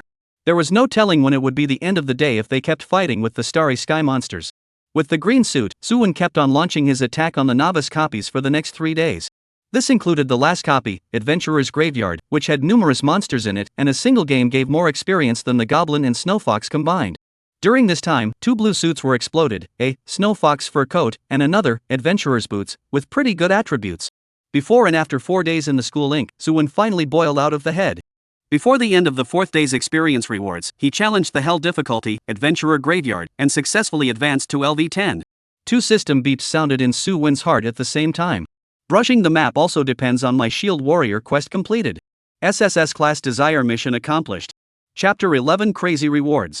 Brushing the map also depends on my Shield Warrior quest completion. You've obtained a random LV10 purple item box for your profession. SSS Class Desire Mission accomplished. You have obtained the exclusive SSS rank skill Blood and Chi Like a Dragon passive.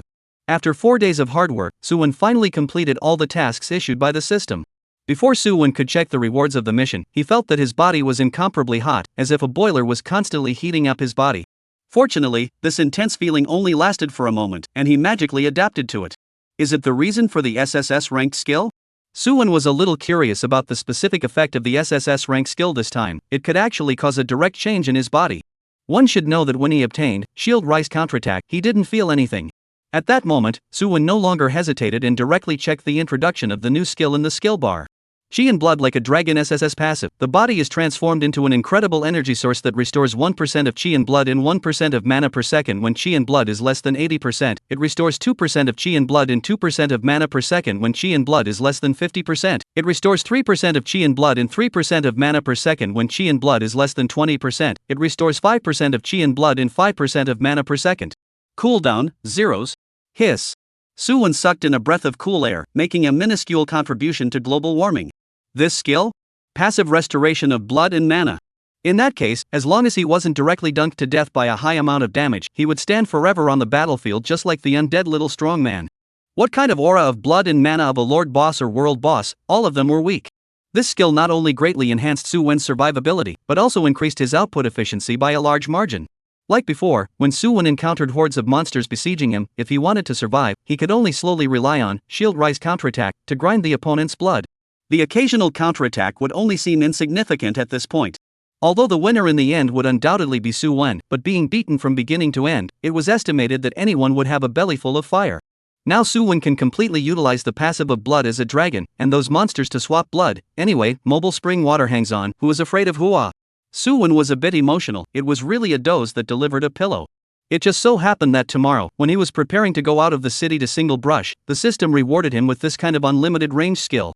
This was especially important for Suwon's overall strength. Suwon rushed back home from school. There were too many things to prepare for tonight, so he had to plan it out properly. The first thing was the LV10 purple suit. Suwon wouldn't dare to take this out at school. In case it was discovered, it would definitely cause an earthquake. Previously, the matter of him exploding the green suit had already spread in the school, and there were still people talking about it until today. Suwon's initial idea was to develop obscenely and sprint to the highest school. Although his plan was disrupted and he didn't keep a low profile, he didn't want to attract more attention from others. He took out the mission rewards. It was a square gift box, palm-sized, just big enough to hold up with one hand. It was shrouded in purple light, and if you looked closely, you could still see countless equipment flashing through the shadows. It was extremely similar to the canisters of a certain Kryptonite online game in the previous life. Suwon took a deep breath and placed his finger on top of the miniature spell formation right above the box, which slowly rose to mid-air and then quickly rotated. Weapon! Weapon! Weapon! Suwon shouted frantically in his heart, his eyes dead set on the box that was about to be opened. Boom! The light of the box was so bright that it stabbed Suwon's eyes, and then only a soft sound came. The box exploded, and the surface fragments turned into air and dissipated into nothingness. A huge axe filled with a heavy feeling was suspended in the air. It was different from the common axes used to cut down trees, chop bones, or other purposes. It was like the special weapon of a certain warrior race in mythology, domineering and fierce, extremely rich in the mysterious flavor of the ancient world. The overall length of the giant axe was about 1 meter and 3, the handle was wrapped with silver dragon carvings, and the axe blade was exaggeratedly scary. The blade was fan-shaped, and the edge was nearly half a meter long. The overall surface of the purple halo flickering slightly. A look at it is known that this is valuable goods. The moment Suwon saw the giant axe, he almost dropped his jaw to the ground in shock. The weapon was out, but it was a billion points off from what he thought. In his impression, when he became a shield emperor, his one-handed weapon would be one of those common lightweight weapons like knives and swords. Anything less than a short sword, dagger, or the like would also work, though it would look a bit out of place. Who would have thought that a giant axe would actually explode? That said, is this a one-handed weapon? Holding the giant axe in his hand, with his current LV10 strength attribute, he easily swung the heavy-looking giant axe. Love Randy's comrade in arms purple bound. As the axe blade passed by, the air cut through a purple aura, and a sharp cracking sound followed. This feeling. Suwon hurriedly checked up the attributes of the giant axe. Love Randy's comrade in arms purple. Can be used by LV10 or above melee class professions can use it. Durability, 1000. Damage, 376. Strength plus 12. Binding, Chi and Blood 206 increase. Mana 117 increase. Ultra high damage and power attribute bonus, and a slight increase in Chi and mana after auto binding. This is simply the ultimate product. I'll ing change the explosion directly. The crazy damage made Su Wen's eyes bulge out. The battle knife in his hand couldn't even do enough damage to be a fraction compared to the Love Randy's comrades. Although there was an equipment level and quality gap, the damage of up to 376 and the 12 points of power enchantment still made him itch. He couldn't wait to just pick up his axe and go outside the city to kill. Without saying a word, Su Wen took out all the heavily tilting stones that he had accumulated over the past few days, totaling 95 of them. This thing could explode from elite monsters, and the probability wasn't low, but 95 pieces was still a bit too little to be honest. Picking up a piece of Heaven's Pouring Stone and attaching it to Arandi's comrade, only to see that Heaven's Pouring Stone suddenly burst open like a balloon, transforming into a cloud of starlight and wrapping up all of Arandi's comrade. A moment later, a message crossed Su Wen's eyes. Equipment remodeling failed, please try again. Plants. What kind of goddamned luck is it to fail a remodel on the first try? Su Wen was nearly gasping for air. The easiest transformation one could actually fail. Should it be so outrageous? There is no such thing as failure in transforming equipment. As long as there is a heavenly tilting stone, it can always be transformed. But the probability is also frighteningly low. Change 1 only requires 3 heavenly tilting stones to pile up the transformation completion level, which means 100% transformation success. For each higher level of remodeling in the future, the amount of heavenly pouring stones needed to fill up the remodeling completion level will be 3 times more. Although successful remodeling doesn't necessarily require a full stack, it's limited to the early stages of remodeling, and it's super dependent on one's character.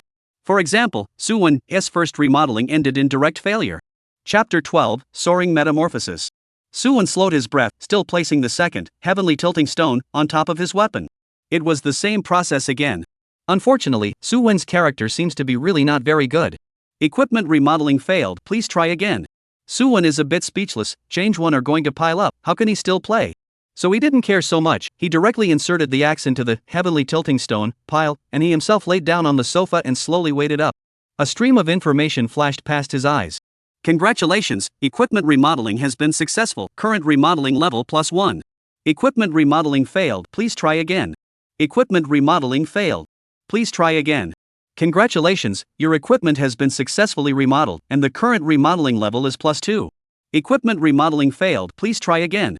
Congratulations, your equipment has been successfully remodeled, and the current remodeling level is +3. Congratulations, your equipment has been successfully remodeled, the current remodeling level is +4. Equipment remodeling failed, please try again. The equipment was successfully changed to 4, which is the guaranteed harvest of 95 heavenly tilting stones, but Su Wen was not happy, which damn well proves that he is a non-celebrity. The bloodline is pure. The good thing was that the increase in attributes after the transformation made Su Wen sigh in relief, at least it was that much of a gain. Love Randy's comrade in arms purple +4 degree of completion, 74.07%. LV 10 or above can be used, melee class professions can use it. Durability, 1000. Damage, 376. Strength +12. Alteration damage 52 increase. Modification of all attributes 2 increase. Binding, blood and chi 206 increase. Mana 117 increase. The attributes had increased quite a bit again, and holding the transformed weapon in his hands, Su Wen checked up on his own panel attributes. Name, Su Wen. Profession, Shield Emperor only. Level, 10,875 81,000. Blood, 2,386. Mana, 441. Power, 76. Psychic power, 27. Physique, 109. Agility, 24. Physical damage, 808. Spell damage, 563. Speed, 68. Defense, 705. Skills, Shield Up Counterattack SSSLV1 Taunta Max Breath and Blood Like a Dragon SSS Max. Rage, 0-100. Reputation, 500. After equipping Randy's comrades, there was a clear qualitative leap in attributes. As a shield warrior, Su Wen's chi and blood was close to 2,400, and the most terrifying thing was that the physical damage actually reached 808, which was even more exaggerated than a professional who specialized in this path. With such attributes, together with the Shield Rise Counterattack and Chi Blood Like a Dragon, 2 major SSS skills, he was confident that he could cut down the group of wild monsters outside the city. But be careful, dying in the wild would be a real death. Unless within half an hour, a priest who has mastered the resurrection technique steps in to help. After the time limit, it's useless for anyone to come. After finishing the weapons remodeling, Su Wen put all the food and water that he had bought beforehand, as well as the supplements that he might use, into the storage space. Afterwards, using a bandage, he wrapped the entirety of the AI Randy's comrade in arms up to prevent the violet light inside from leaking out. After all, a LV-10 rookie waving around with a purple suit was just too inflated. However, Suwon thought about it for a while. It seems like there is no need for this. Within the city he took Goblin's Bone Blade, and that was enough. Waiting until the wilderness and then changing it wasn't too late. And who would go to the LV10 LV20 wilderness outside the city? Even LV20 LV30 are few. After all, only they, the rookies who had just switched, would be practicing in this kind of place, and the average genius who wanted to get out of the city would probably have to do so the morning after tomorrow at the earliest. There was a whole day's difference with Suwon. This was a fear. Early the next morning, Suwon set off from his home and went straight to the west city gate of River Springs, which was closest to him. After the great change of heaven and earth, in order to resist the monsters from attacking the city, the humans had built up the city wall that had been abandoned for many years again. The city wall was very high. Suwon estimated that it was at least 20 meters. The scene around the city gate was very new to Suwon. The prosperity here was no weaker than the city center. The streets were filled with stores run by professionals, such as forging stores, potion stores, and grocery stores. There are also some civic organizations in the area, such as the Berserkers Union, the Shield Warriors Friendship and Mutual Aid Association, and the Medical Relief Center.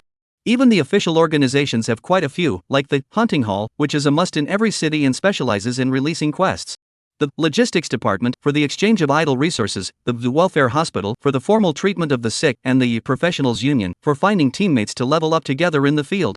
So many are Suwon has not seen. These things within the school also rarely mentioned. After all, this is really not what too important knowledge. The past walk around will understand everything. Come and go mostly combat or auxiliary class professionals, and the level is very high, far from the school kind of baby cradle can be compared. Suwon walked out of the city gates and set off to the left. A large number of LV10 LV20 wild monsters existed around 10 kilometers away from him, which was naturally classified as a newbie leveling area. You've entered the Blighted Forest. The leveling area was large and had many different monster refreshment sites. The first one Suwon entered was the Withered Woods. This place was teeming with highly poisonous cat demons. The miasma they released caused the originally lush forest to gradually die, and the surrounding area was shrouded in poisonous mist, making it one of the most unwanted monsters for newbies to face. So within the next few days, this would be the place with the least number of novices in the wild. The cat demon's unique poison sac is also a rare newbie material that can be sold for a high price. Practicing leveling here is considered to be killing two birds with one stone for Suwon. Strolling within the withered woods, behind the dead trees around, there were scattered, poisonous cat demons, roaming around. These were lion beast cat-bodied monsters that gnawed on the long decayed land, with purple mist emanating from their pores from time to time. Suddenly, a cat demon sniffed its nose and jerked back to look in Suwon's direction, and after screaming, it quickly attacked towards Suwon. The screaming sound attracted the attention of other cat demons. Their gazes were bloodthirsty as they looked towards Suwon. Their nails were like steel knives flashing with cold light. Poisonous cat demon normal LV10. Blood, 4,600 4,600. The LV10 poisonous cat demon had a full 4,600 points of chi blood. An ordinary professional might feel a headache, but to Suwon, who had already cleared the hell difficulty, Adventurer's Graveyard, it was still a bit insufficient. 24 bounce. With Suwon's current attributes, it was obvious that the cat demon wouldn't deal much real damage to him, and even the rage value, which had risen by a symbolic 1 point. Although he didn't care much about it, Suwon was still pumped up and wanted to see how far his output could reach after updating his equipment. Seize the moment. Phew.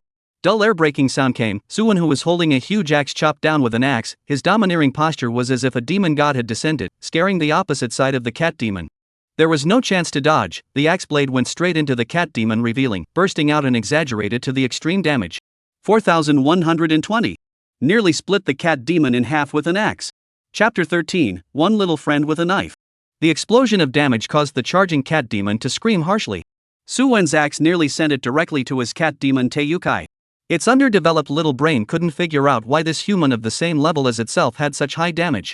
Looking at the costume, was it even a beaten meat shield? But there was an end to life after all, and in the moment it pondered, Suwon hurriedly added another strike, completely splitting him in half. You have gained 11 gold coins. You have acquired the cat demon's poison sac. There wasn't much time to pay attention to the prompts floating in front of his eyes, as his companions, who had been lured by the first cat demon, had already rushed to Suwon's face. There were probably more than 10 of them. Suwon didn't care. He just silently put up his shield and waited for the other party to attack. Where would a cat demon that saw the misery of its companion directly pounce on it? They raised their furry tails up like fireworks exploding, spewing thick purple mist from within.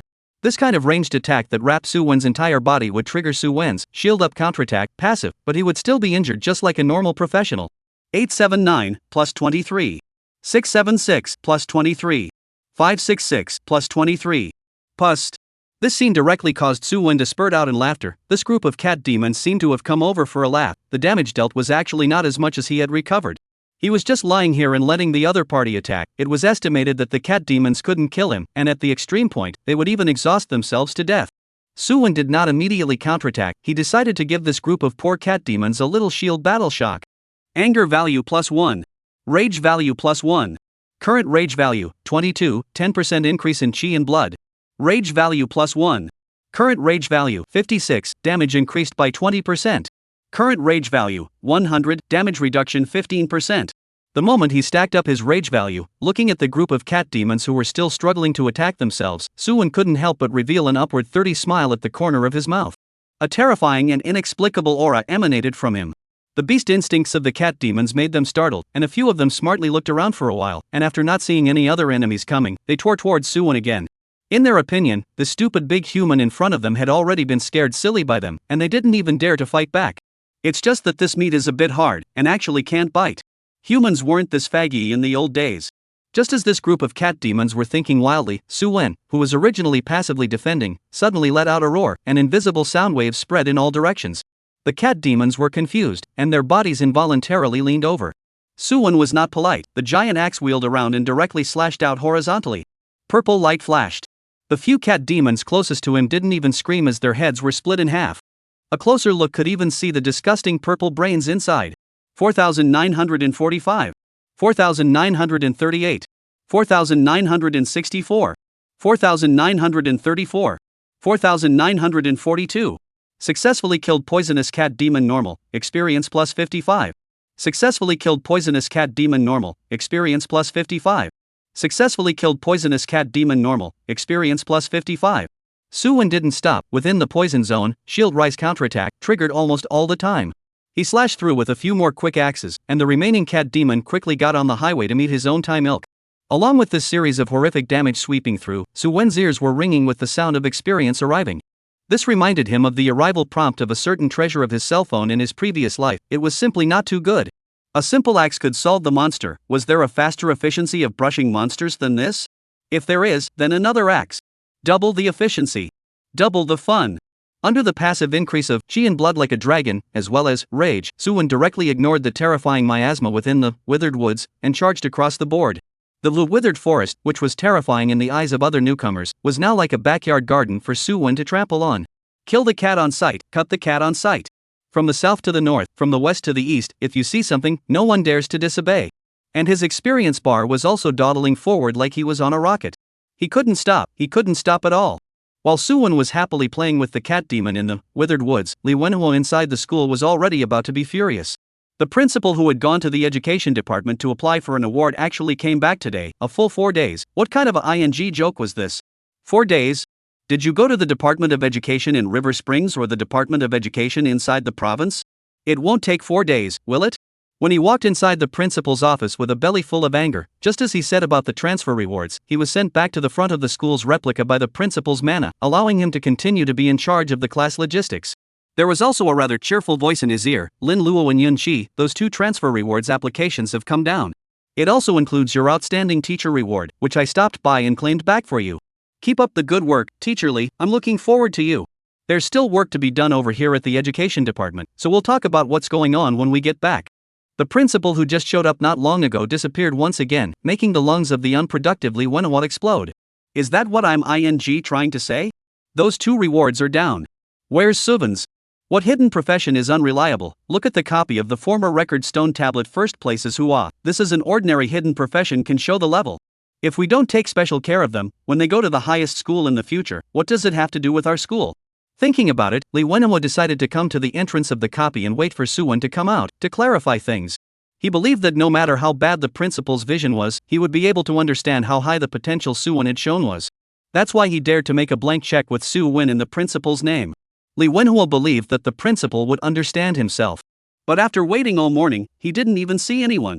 Only after asking Yun Chi and the others did they realize that Suwon had already leveled up to 10 after clearing the hell difficulty, Adventurer Graveyard, yesterday. Which place outside the city should he be practicing leveling right now? Saying that, a touch of envy even spread across their faces. The earliest they could leave the city would be tomorrow, and the slower ones would even have to wait until the day after tomorrow. Suwon was able to enter the city 1 day ahead of them, so a place in the highest academy should be the nail in the coffin for him. Out of the city? Lee Wenhuo was confused in the wind. That fast? What was I doing yesterday? Li Wenhua recalled when Suwon cleared the Hell difficulty, Adventurer Graveyard, and set a new racing record, and at that time, the excited man was frantically sending his principal a private message from his friend. However, the dialogue box kept showing that it was in a special area and could not accept the message for the time being. Waiting for the principal to come back with great difficulty, before his but was even warmed up, he went to that laborious education department again, so I guess he didn't even have time to read the private message. These students, even the friend function is open after the college entrance exam. What kind of broken rules? Chapter 14 Wild Secret World. How was Li Wenhua's side Suwon was not clear. Anyway, he was quite happy now. Running recklessly within the withered forest, actively hunting cat demons. Suwon's speed of clearing monsters was actually faster than the speed of monster refreshment in this place. This had to make Suwon look around for cat demons that might still exist. After only one morning had passed, Suwon had risen to LV12, and with some experience weakening him, he began to head to the next practicing place. Collar of Gold. There is a group of monsters like domestic pigs living there. They have golden hair and act in groups, like a beautiful moving wheat field, so it is known as the Golden Collar. Golden pig meat tender, in the city is quite popular with the people, even not good at fighting life professionals, are willing to take weapons group over to hunt this thing. Suwon had also heard about the situation in this place. He didn't dare to underestimate these living professions, those who dared to come here to risk their lives. Most of their levels were quite a bit higher than these monsters, and their equipment was also okay. They were different from the normal leveling transmuters. They didn't want experience, they just wanted the materials exploded by the monsters to take back to the city and sell them, utilizing the gold coins they earned to side strengthen themselves. Along the way, Suwon had already seen several groups of professionals, most of them had LV17 or above, and he even saw a LV21 leader. It wasn't until he came to the border of the Collar of Gold that Suwon stopped. There were two groups of people in front of them who were arguing around a boulder-stacked altar, and they were looking at each other with grave expressions and unkind faces. Some of them even placed their hands on top of their weapons, ready to engage in a firefight at any time. Nia Lao-san, I repeat, we discovered this place first, don't force us to make a move. A stoic-faced, country-faced strong man chided at the opposite leader. So what if we found it first? The wilderness secret realm is for those who are capable. You actually want to occupy this place. I think you guys are impatient with life. The man named Nia Lao-san laughed coldly. The wild secret realm was rich in resources. If things went well, they could obtain a considerable amount of supplies within it, and even had the possibility of moving further ahead. It was important to realize that they, the living professions, had been switching for 2 years, but their levels were still stuck before LV20. Even though working within the industry related to the transfer could also passively increase their experience value, how could this be compared to the wild mysteries? If they didn't take advantage of this rare opportunity, their lives would probably be like this. Wanting him to give up the secret realm now? Cutting off someone's wealth is like killing their parents. Nia Lao-san is already ready to draw a knife to kill that guy across the street. Even if he will be injured and die, he will still fight. The strong man with a Chinese character face saw Nia Lao-san with a fierce look. His eyes were wrapped in blood, and he looked like a villain who was anxious and ready to kill. Although there was no limit to the number of people in these low-grade secret realms, the place was just that big, and he wasn't willing to just split his harvest in half. Suddenly, a dull footstep came from the side. The country-faced strong man and Nia Lao-san turned their heads at the same time, and realized that Suwon, who was carrying a huge axe and holding a battle shield, appeared within the field of vision. At this moment, Suwon also surveyed this secret altar with a surprised face. Above the altar there was a mysterious rune. The rune was half gray and half white. The white color was gradually eroding the gray color. When the white color was completely filled, that was when the secret realm opened. The secret realm is different from ordinary copies. The requirements for passing inside are different. The danger is not big and the resources are quite abundant. It is a good place that everyone wants to come. Suwon was attracted by the secret realm altar and subconsciously walked towards the front, but was loudly rebuked by the leaders of the two groups at the same time. Where did you come from, kid? Step aside, this is not the place for you to come. The strong man with a country face shouted angrily. Kid, stay away, half a step closer, be careful of the sword, it's not good if it hurts you then. Nia Lao-san sneered at the same time. Two groups of people divided him too little, now add another one, wouldn't the harvest still be cut by a few points? He glanced at the LV12 level on the other party's head, his heart was even more disdainful, a newcomer who had just left the city, even if he was a main combat class, so what? There were so many of them, they could pile up and kill each other. Wild secret realm, those who see it get a share. Suwon opened his mouth and laughed. Most of the secret realm is a rule-based game. The number of people does not conflict with each other. Whether or not someone competes will not affect our respective harvests. What do you big brothers think? Suwon believed that the other party should also know the rules of the secret realm and not put up a sword-like appearance. Moreover, looking at the age and level of the other party, it was estimated that they were all low-ranked living professionals in the city. It's just a secret realm, can't you go in together if you're good and I'm good? Oh, you also said it's the majority of cases. In case it's a super small secret realm inside, directly evolving into a copy, how should this harvest be distributed? Kid, you also don't bother with more words, stay wherever it's cool. The country-faced strong man said in a cold voice. Suwon was extremely young. From the looks of it, he should be a student boy who had just changed jobs, and he should have 2 brushes if he dared to go out of the city alone to practice leveling. The strong man glanced at the huge axe behind the other party, and he had not seen any low-level professional use this exaggerated weapon. It was good that Suwon was holding a battle shield, and it looked like he should be a meat shield or something like that. What's the use of a single low-level shield battle? Isn't it just a beaten-up cargo? Not to mention the main battle class or auxiliary class professions, even their life class professions weren't particularly afraid of shield battles. Suwon frowned at this and didn't say anything more, just retreated to a slightly farther distance and continued to stare at the altar. Even though he was not afraid of the other party, Suwon did not want to think of any conflict. He was afraid that if he could not stop himself, he would completely kill these living professionals.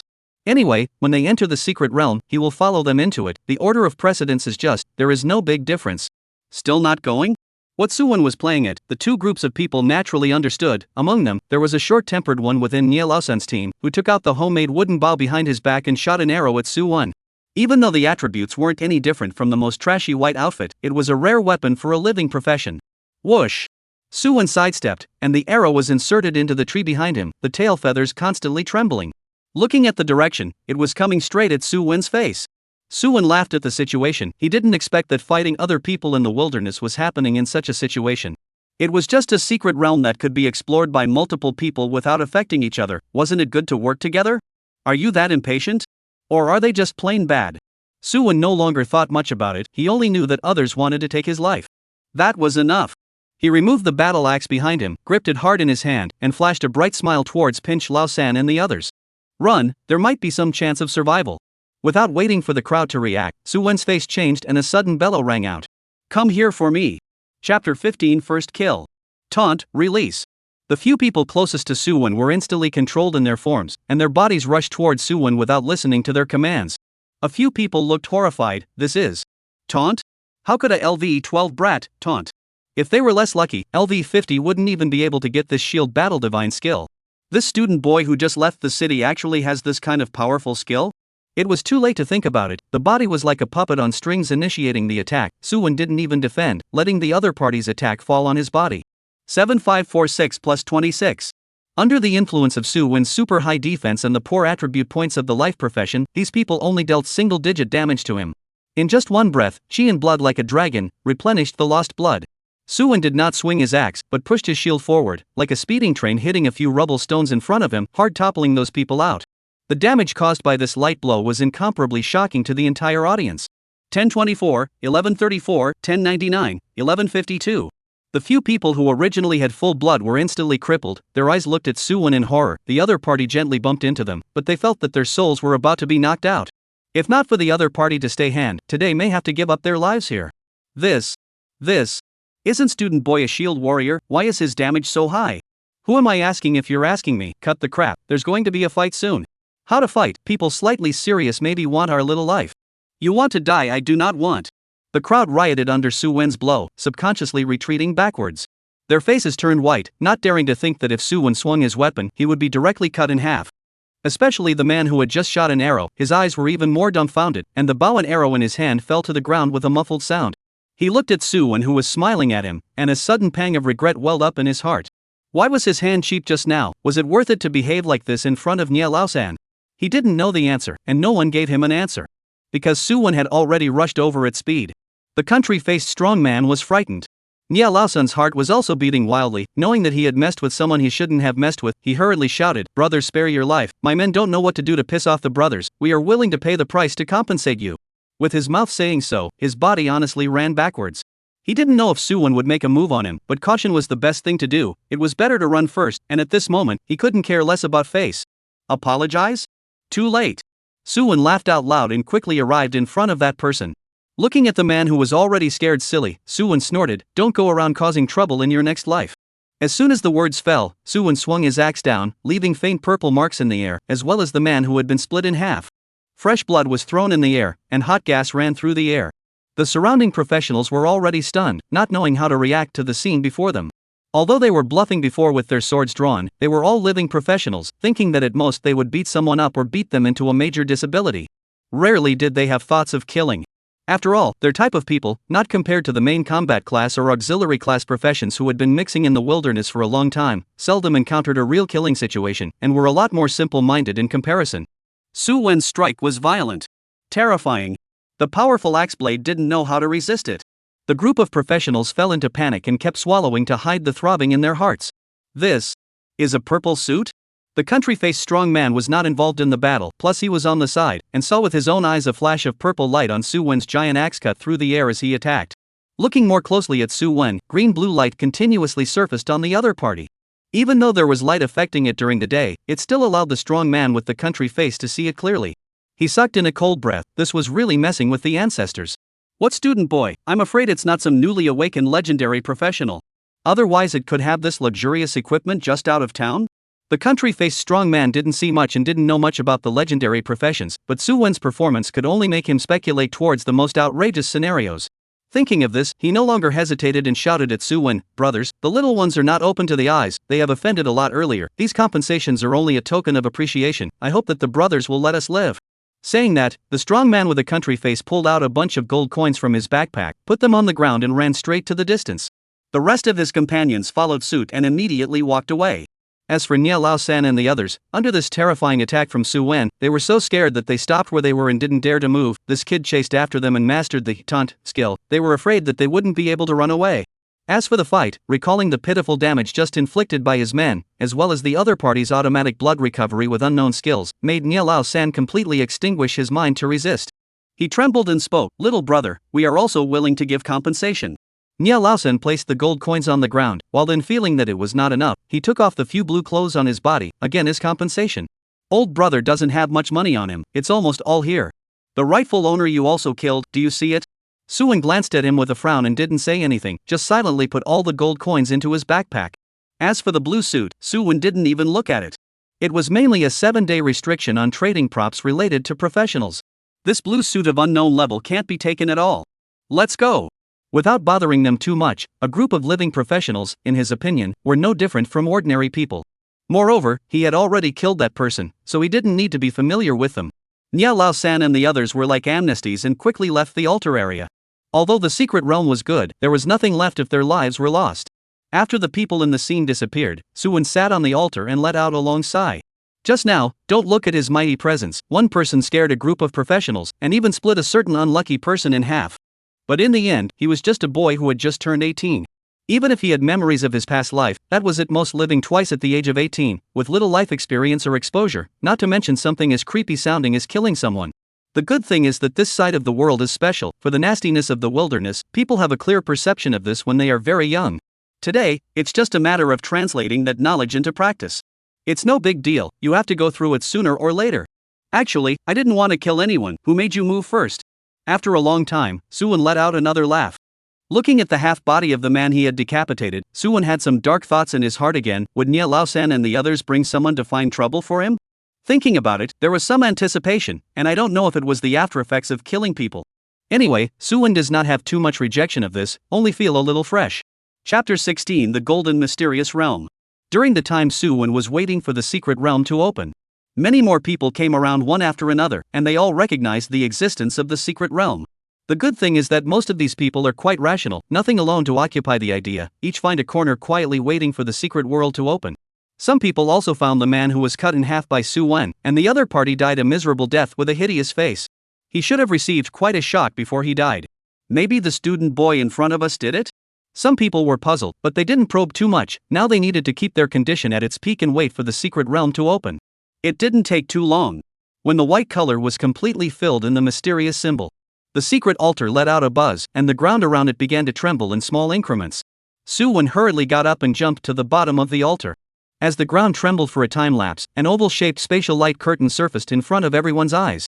That was the passageway into the secret realm. Seeing the entrance appear, a wave of excitement ran through the crowd, and just as they wanted to rush forward, they were stopped from advancing by a LV-23 woman in the crowd. Wait, there are words on the entrance. Once these words came out, the crowd that was still a bit agitated gradually calmed down, and also saw the words floating out on the spatial light screen. Golden Mystery Realm. Type: Cooperative Athletics. Introduction: The farmers of the Golden Territory have been attacked by monsters. Please resist the monsters before the arrival of Imperial reinforcements. Only the team that succeeds in waiting for the reinforcements to support them will be rewarded, and the amount of rewards will depend on the number of times they have resisted them. It's actually a cooperative competitive class. It's good that it's good, or else I'm not really a match for them with one, chef. Hahaha, looking at the situation, it should be a defensive position type. It shouldn't be difficult. Team up, I'm LV18, farmer, any takers? Brother, I'm LV17, blacksmith, together. The atmosphere of the crowd changed instantly after the rules appeared, with casuals forming teams on the spot, yelling hard and selling their few advantages. As for those who came in teams, they all went straight to the entrance of the secret realm. At this time, the mysterious symbol above the secret realm also began to turn into a small hourglass, displaying the word 300 next to it. 299, 298. The countdown begins. Suwon didn't shout loudly like those casual professionals. He directly walked into the entrance of the secret realm and his figure disappeared in place. Detected that the professional team is currently lacking players. Is it automatically matched? Yes. In this kind of cooperative type of secret realm, the spirit of the secret realm would mostly help the scattered people to form a team in order to better cope with the secret realm trial. It was because Suwon knew about this that he dared to break into the secret realm space alone. Time passed. 30 seconds before the official opening of the secret realm, a ball of soft white light coalesced beside Suwon, and as he looked, he saw a beautiful silhouette walk out of the white light. Suwon raised his eyebrows slightly. It was actually the woman who had reminded the crowd before. Her level was a full LV23, nearly double that of Suwon. Among the group of living professionists before, she was also called an expert. The woman's gaze fell on Suwon. She was slightly disappointed. Actually only LV12? How did such a low level dare to leave the city alone? She then noticed that Suwon's costume was very different from other living professions, and was actually a combat class? She carefully sized up Suwon and recalled that the person in front of her appeared to be the boy who sat on the altar earlier. Hello, my name is Yunling, my occupation is logistics administrator. Although I don't have much combat power, but compared to the group of people just now, my basic attributes should be higher than theirs, so I won't drag you down. Yunling looked at Suwon somewhat nervously. This boy with a clean face and wildly styled weapons was her biggest thigh on this trip to the secret realm. Although his level was on the low side, the main combat class professions were much more capable of fighting than their group of life class professions. Her younger sister, who was lucky enough to switch to a main combat class occupation for this year's college entrance exam, came home yesterday with a level of LV8. And according to her, she was already considered a high-level professional among her classmates. A LV8 high-level professional? Then what was this LV12 boy in front of me? A genius? A monster? Suwon, occupation is Shield Emperor. You can also call me MT, just hide behind me when the time comes, no need for you to do anything. Suwon introduced himself to Yunling. Although he didn't think that the two sides would still cross paths after the secret realm, he naturally wouldn't throw his face at people when they were courteous. What's more, the ones who came this time were all living class professionals in the city, and the pressure of competition was not too great, so he would consider it as bringing a moppet. Yunling still wanted to say something. The scene around him violently changed, and the two of them had been teleported within the secret realm. At this moment, a group of farmers were sitting under the old tree at the entrance of the village sighing. A few grandmothers with long yellowed headscarves are quietly wiping tears from their eyes as they look at the mostly spoiled fields in the distance. This group of damned wild boars, they only know how to come and find trouble with our gold collar. The wheat that was ripe right away was actually trampled by them for most of it. Alas, who says it is not, the old family boy for us. Warning was wild boar top to square. Chest. Through a big hole. People. Speaking of this, the old man who opened his mouth also began to choke up. Every year that group of wild boars will come to the gold collar to make trouble. Not only the harvest has been sharply reduced, this year even the people have been killed by them several. If it continues like this, they won't be able to make a living. The old man let out a long sigh, and was just about to say something else when he realized that there were already two young men, walking over from the distance. He saw Suwon holding a battle shield and carrying a huge axe on his back, resembling the rumored Imperial soldiers. Are you guys sent by the Empire to help us? The old man said uncertainly. Old man, I am. Suwon smiled and spoke. The first wave of golden hogs will arrive in 60 seconds, please prepare for the professionals. The conversation just now was the key to triggering the plot. They, the two fake Imperial soldiers, needed to help the peasants of the golden collar get through the crisis in front of them that was enough to threaten the entire village. A square field that only Suwon and Yunling could see was emitting a faint green light outwards. The duo walked up and another hourglass appeared next to it, showing the time of the monster attack. 54, 38, 15, 0. Time to 0. A fat, golden-colored boar appeared in front of the duo, styled exactly like the golden pigs in the outside world. When the golden pig found Su Wen and the two of them, it grunted and snorted, lowered its head, exposed its long tusks, and aimed at the two of them, then quickly rushed over. "Get behind me," Su Wen said. Yunling nodded her head. She also knew that her outburst might just help, and honestly stood 2 paces behind Su Wen, nervously looking at the charging golden pig. Golden pig common poison LV12. Blood 4,800 5,000. So that's it. Chapter 17, aka Su Butcher. Seeing the golden pig yes panel, Su Wen finally understood the hint of the secret realm entrance. Previously, he had thought that each person in the secret realm had a different encounter scenario, which was why there was the word prompt of the number of times to resist. After all, it was reasonable to say that the total number of times a person had successfully fought off a monster attack should be the same. The golden pig was less than 5 steps away from Su Wen, and the 200 number popped up once again above his head in such a short while. Even if the adventurer didn't attack the golden pig, the opponent would die on his own. But what was so difficult about this secret realm?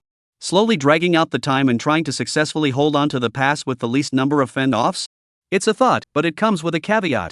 That is that the golden pig's hate is always on you. And the odds are that your opponent will mainly destroy the rice paddies, and once the paddies are damaged too much, then this secret world will end in failure. And directly solve the golden pig. Then it will go directly to the next round, encountering more or higher level golden pigs, and in this vicious circle, the only 2 answers to the professional's fate are death or the destruction of the rice paddies. How to control this balance of progress is the key to the secret passage. Su Wen figured out the secret realm mechanism in an instant, and Yunling in the back changed her expression, obviously figuring out the truth as well. She shouted, "Try to stall the golden pig and don't let the hatred shift, otherwise we won't be able to get through the secret realm this time." Drag? I don't have such bad habits. Looking at the golden pig that was close at hand, Su Wen revealed a hint of an excited smile as he raised his shield and his right hand had already removed his giant axe. Bang! The golden pig crashed heavily on top of Su Wen's shield with a muffled sound. Su Wen did not move at all, while the golden pig was swaying and staggered back 2 steps. It only felt that the shield in front of it was incomparably strong, as if it had hit a huge mountain, and could not advance the slightest bit at all. Taking advantage of this opportunity, Su Wen swung his huge axe. The axe blade flashed with cold light, bringing up a thick air-breaking sound, and ruthlessly chopped on top of the other party's pig's head. 4,424. Weakness damage. Huge damage emerged from the top of the golden pig's head, and before the golden pig could react, the self-imposed poisoning debuff took away another 200 points of its life. The golden pig, which already had a sliver of blood, collapsed on the spot, splattering a cloud of dust, and then disappeared into starlight. Successfully killed the golden pig normal, experience plus 65, group bonus plus 32.5. The second wave of golden hogs will arrive in 60 seconds. Professionals, please get ready. This is over? Yunling in the back had her mouth slightly open, staring blankly at Su Wen, who was holding a huge axe in front of her. She had thought that Su Wen, as a transmigrator who had left the city so early in the current student body, might be very powerful. However, she had also never thought that a LV12 golden pig, who was known for its defense, almost didn't even receive a single blow from Su Wen. To know, people like her who can form a level suppression on the golden pig, dealing with this monster are going to take a lot of effort, and this guy only uses an axe? Yunling was a little struck. Her level was up to LV23, even if it was a life class occupation, the gap shouldn't be this big. Su Wen paid no attention to Yunling, who was falling into self-doubt. A message crossed in front of his eyes. Secret Realm Points plus 10. Secret Realm Points are the credentials for exchanging rare resources in the Secret Realm Mall on the premise of clearing the Secret Realm. There are equipment, skills, precious gems, and more. This is one of the reasons why it is often said that wild secret areas are rich in resources. If I keep refreshing the number of golden pig attacks as fast as I can until the end of the secret realm and gain enough points, theoretically wouldn't I have a chance to buy any resource in the mall guaranteed? Thinking of this, Su Wen's eyes lit up. One should know that he had brushed the hell difficulty copies so many times in school, and only a few equipment were popped out. As a budding professional, it was undoubtedly a distant luxury to want to put on all of his equipment before the college entrance exam. He didn't want much, 2 pieces were enough, and it didn't matter the grade quality or attributes, as long as he could have them. When the time comes, the attributes can be more or less improved, which will also be helpful for the upcoming college entrance exam. Why? As the countdown ended, 2 golden pigs appeared in front of Su Wen. 200. Coming up was a wild drop in blood, and without too much maneuvering, a shield rice counterattack chopped the 2 golden pigs into flying dust. Successfully killed the golden pig normal, experience plus 65, group bonus experience plus 32.5. Successfully killed the golden pig normal, experience plus 65, group bonus experience plus 32.5. The third wave had the same 60-second preparation time. 3 golden pigs appeared, and this time Su Wen used taunt to pull the monsters in front of him for a rage value stack. He wasn't sure when the Imperial reinforcements would arrive, so he could only be careful and stack the buffs first, just in case. This also caused Yunling to look at Suwon with more and more shocked eyes. A shield battle damage fierce like a warrior, not to mention, how come for good reason, the damage has been raised by a large margin. Is this a blessing for himself? And why are you automatically returning blood? You're not a priest. Wave 4. Wave 6. Wave 10. Wave 16. There are more and more golden pigs, and Suwon is getting more and more excited. This is all big experience. You don't have to look for monsters everywhere, and they refresh in a minute after you kill them, so where can the outside world find such a holy place for leveling? Even if he didn't have the secret realm points, he would still be willing to brush here until the end of time. Yunling's level was too high to be rewarded with experience, but the secret realm points kept rising non-stop. Although it was only a minimum level of +2 points, it was accumulated and could probably be exchanged for a blue suit that was barely adequate. When she found out, she was both delighted and apprehensive. She was grateful to have met such a lap teammate. If it wasn't for the fact that the rules of the secret realm were a cooperative competitive class, she guessed that Suwon wouldn't even be able to look at a life class professional like her. Yunling looked at Suwon, who was making a great deal of noise in front of her, and her expression was slightly torn, but in the end, she gritted her teeth and made some sort of determination. At wave 20.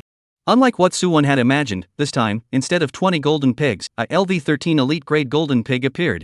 Golden pig elite poison LV13. Blood, 17000, 17200. Oh, there's such a good thing? Although an elite ranked golden pig didn't give as much experience as 20 normal small monsters. But according to this pattern, wouldn't there be a group of elite grade golden pigs behind him waiting to be harvested? Looking at the elite grade golden pig charging towards him, Suwon's eyes were glowing, and his eyes were infatuated as if it wasn't a wild boar with yellow hair in front of him, but a movable rare treasure. Unfortunately, the more precious the treasure, the quicker you have to be resolved. There are still a lot of brothers and sisters behind you waiting for this butcher to pamper them. Chapter 18, Night of Discipline Angus. Facing the attack of an elite-level golden pig. Suwon didn't have the slightest tension, he just raised his shield up and quietly waited for his opponent to trigger the shield rise counterattack passive. With Chi blood like a dragon in hand, the most crucial issue of longevity for solo brushing had been solved. Suwon couldn't think of anyone who could kill himself at this stage. Elite level? The alpha level wasn't even enough, at the very least, it would take a lord level boss to have a chance. Bang! The familiar feeling of impact came, Suwon backhanded an axe, hacking the elite golden pig crying and wailing in pain, scarlet blood soaring outwards. 1735. 1740. 1738. 1 down, 2 down, 3 down. In between the other party's miserable howls, Suwon, as a berserker warrior, frantically attacked the other party's vitals. Not to mention, with his current attack speed, in the case of the monster not counterattacking, the damage dealt was actually not weak. This discovery made Suwon's eyes light up. If the monster damage wasn't high, he could completely try staking out, sporadically triggering shield rise counterattack for a burst, perhaps allowing him to further his brushing efficiency. It didn't take long for the elite golden pig to howl miserably and fall to the ground, then completely dissipate into white light. Successfully killed the golden pig elite, experience plus 350, extra bonus experience plus 17.5 for leveling up, extra bonus experience 175 for teaming up. The 21st wave of golden hogs will arrive in 60 seconds. Professionals, please get ready. The 21st wave was just as Suwon had guessed, and 2 elite golden pigs appeared. Without the slightest surprise, the 2 golden pigs contributed valuable experience to Suwon. The 22nd wave. The 27th wave. The 32nd wave. When Suwon was looking forward to whether or not there was an alpha boss descending in the 40th wave. On the distant hills, a disorganized sound of horses' hooves gradually rang out. Turning his head to look, a team of 10 people appeared within Suwon's line of sight, with mages, priests, warriors, and other professions dominating within. At the forefront was a LV-15 strongman. Punishment Knight Angus. When Angus appeared on the battlefield, the golden pigs that had been refreshed in a steady stream before now looked as if their necks had been snapped, and after being killed by the Imperial reinforcements, they never appeared again. At this moment, all the professionals who were still struggling within the secret territory revealed joyful colors. Passing the barrier? You have successfully held out until the arrival of Imperial reinforcements, and the grateful farmers of the Golden Collar have prepared appropriate gifts for you in the village center. The secret realm shop is now open, the coordinates are located under the old acacia tree on the left side of the village center. And the voice of the spirit of the secret realm made this group of professionals completely drop their taut nerves and cheered loudly. Suwon was a little disappointed that he still hadn't swiped the head-level boss. However, the harvest of this trip is also quite rich, a group of elite-level wild monsters grouped together to send to their deaths, higher than the ordinary wild monsters 5 times the experience gain. In addition to Su Wen's 100% contribution in killing the golden pig, the extra 50% experience of the group was all pocketed by him. Calculating in this way, in just 1 hour, he had pocketed 62,772 experience points, filling up half of the experience bar. It was simply a flying upgrade speed. I might be able to ascend to LV14 today. It's really one step at a time. Suwon is somewhat emotional. There are still 2 days from the college entrance examination. He does not even know with today's speed of impact, to the last day exactly to what height. Would it break the previous grade record? Suwon thought in his heart, and his feet came to the center of the village. The group of Imperial reinforcements were talking to the village chief, and the village should have rejoiced up after beating back the golden pigs, but the atmosphere around them was not quite right. The village chief, the same old man who was talking to Su Wen and the others earlier. His face was sad and his mouth opened a few times, but he didn't say anything. He only looked at the leader, Punishment Knight Angus, with a hint of prayer in his gaze. Old thing, do you think that Imperial reinforcements are receiving support dispatches without compensation? We brothers have traveled for 2 days through the mountains. You don't just want to dismiss us with a few broken bags of money. Angus, who was riding on a warhorse, ignored the village chief's pleading expression and threw the cloth bag filled with gold coins in his hand directly into the village chief's face. The huge force smashed. The village chief staggered and squatted on the ground with a thud. Village chief. Master, are you alright? Village chief. Village chief. The surrounding villagers were startled by the situation. They all looked at the tall Angus in fear. Didn't the reinforcements from the Empire come to protect them? Why is this happening? A few villagers picked up the village chief, whose face was covered in blood, and wanted to pull the other party back to heal his wounds. The village chief pushed away several people with force, hobbled towards Angus, folded his hands, and even knelt down in front of the other party's warhorse with a thud.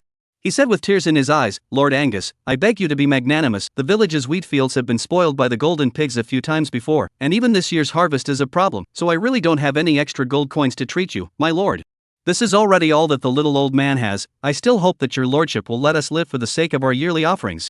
The village chief kept kowtowing to Angus, his face mixed with blood and tears, and his miserable voice made all the professionals who were still stuck in the secret realm look at each other. Despite being in different spaces, what they encountered was the same thing. Is it hard to believe that there is a follow-up? A few people thought in their minds, but after glancing at Team Angus's leveled equipment, they immediately went to the secret realm store to redeem their rewards. The scene in front of them was clearly not right, but due to the limitations of their professions and equipment, they didn't have the chance to continue. If only the main combat class occupation was good. Maybe even participate in the next stage of the secret world. These people lamented in their hearts, but there was nothing too disappointing. The harvest from this secret realm was enough to be worth most of the half year of their hard work. There is still what do not know enough. These life professionists looked back at the village chief who was still on the ground begging bitterly again before turning into white light and detaching from the secret realm. Su Wen, I'm going to leave. The next battle isn't something a life class profession like me can participate in. A trace of apology appeared on Yunling's face. I didn't help you much this time, but instead mixed up a whole bunch of points behind you, so I decided to exchange half of the secret realm points I harvested into rewards for you. Originally, all these points should have belonged to you.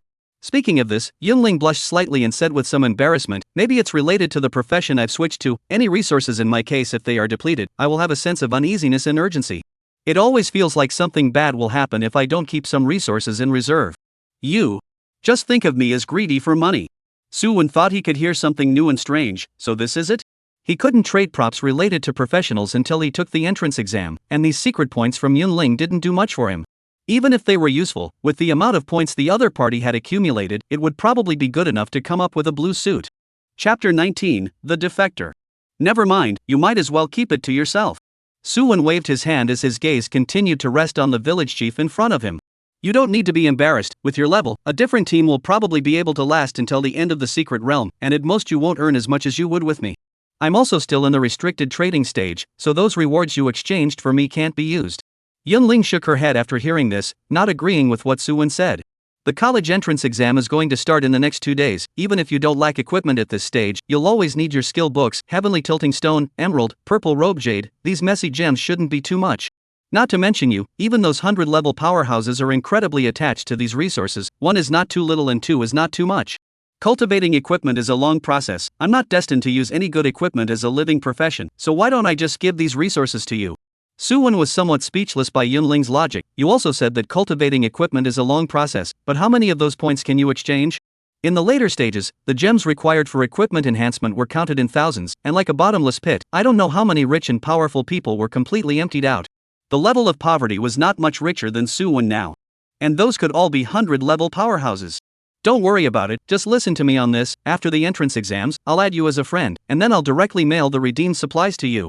After saying that, Yunling didn't wait for Su Wen to reply, and walked to the Secret Realm store on her own, picking and choosing to exchange some resources before also disappearing into a white light. At this time, only Su Wen was left in the entire Secret Realm.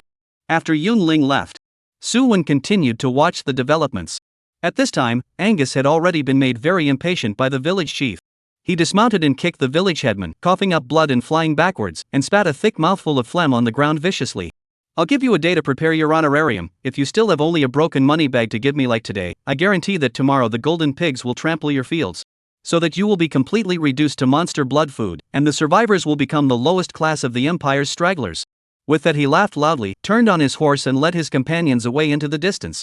Among the team there was a mage in black robes. Before he left, he shook the staff in his hand, his mouth recited some kind of incantation and a spell formation emerged from the ground. The golden pig stepped out from within, panting and snorting, red-eyed, and charging hard towards the village headman's side. And Angus's group had gone completely away without a trace. Golden pig common poison LV12. Blood, 4,800 5,000. It's actually exactly the same as the previous golden pig. Su Wen's eyes flickered as he looked at the direction Angus had left. If he wasn't wrong, the entire secret realm was divided into two stages of tests. The first stage is to resist the golden pig, and secondly, the culprit who caused the current state of the golden collar shows up, and those professionals who choose to continue the challenge may face Angus's 10-member squad directly. That was a fully configured Imperial squad. After Yunling withdrew from the test that was supposed to be given to two people, only Su Wen was now left. Although there was no use for her to stay here. Su Wen utilized Shield Rice Counterattack and cleaved the golden pig in half with one axe, while the voice of the spirit of the secret realm was also heard in his ears. 3 years ago the golden collar was a quiet and peaceful paradise. The villagers relied on the fields left behind by their ancestors and lived here in peace and happiness until a young man covered in blood broke in and managed to break the peace here. Since then, the originally docile golden pig has been trampling through the wheat fields every harvest season, destroying the fruits of the farmer's year of hard work. The villagers were so weak that they had to turn to the Empire, which sent Angus to help them, and every time he came, the golden pigs were terrified and didn't dare to attack. The villagers would treat Angus' team warmly, until one time they didn't offer the so-called honorarium, and then things deteriorated further. You have chosen to help the villagers of the Golden Collar through this difficult time. Defeat the Imperial reinforcements led by Angus and discover the source of the Golden Pig mutation. By striking out to attack the summoned Golden Pig, Su Wen's choice had been defaulted. Fight against Team Angus. This is an elite Imperial squad, with a reasonable distribution of professions among its members, offense and defense, and basically no weaknesses. A solo challenge was almost equivalent to looking for death, but Su Wen still chose to confront it. Because he was strong enough. Su Wen's self-confidence had been thoroughly built up by the two major SSS skills in these 4 short days, and even if he faced a powerful enemy, he wouldn't be cowed before the battle. What's more, with the purple armor in hand, how hard could it be to fight a lowest-level secret realm? After surmising that the black hand behind the golden collar's change was Angus' squad, Su Wen didn't follow the other party's words to see him again in a day. Instead, he followed the hoofprints of the other party's horse and chased after them, breaking all the way into the surrounding woods. This place was overgrown with weeds and trees, making it almost impossible to see the road. If it wasn't for the more obvious traces left behind by Angus, Su Wen was afraid that this pursuit would have come to nothing. After walking for another half a day, Su Wen finally entered a fairly empty area. Many tents were erected here, and at this time, brown men with bandanas tied and round swords on their waists were busy around, chopping wood and cutting down trees, making fires for cooking, and in the distance there were people putting up fences into the earth, looking like they were preparing to build a camp. Suddenly, someone saw Su Wen sneaking around in the distance and immediately yelled, "There are enemies!" The surrounding Han instantly stopped their work in hand, drew out the round swords on their waists, and rushed towards Su Wen. Bandit Common LV12. Blood, 4,500 4,500. So it's a group of bandits. Then your leader Angus should only be a small bandit leader. I really don't know how he dares to impersonate an Imperial squad. Su Wen laughed lightly and split the bandit that rushed to him in half. According to his understanding, the secret territory was just the background overhead in the real world, and the strength could be on par with the outside world. So the Empire here is by no means a small island or something like that, but a kingdom with many strong people, strong enough to conquer the stars. Against this background, Angus actually dared to pretend to be an Imperial reinforcement, afraid that he hadn't lived long enough?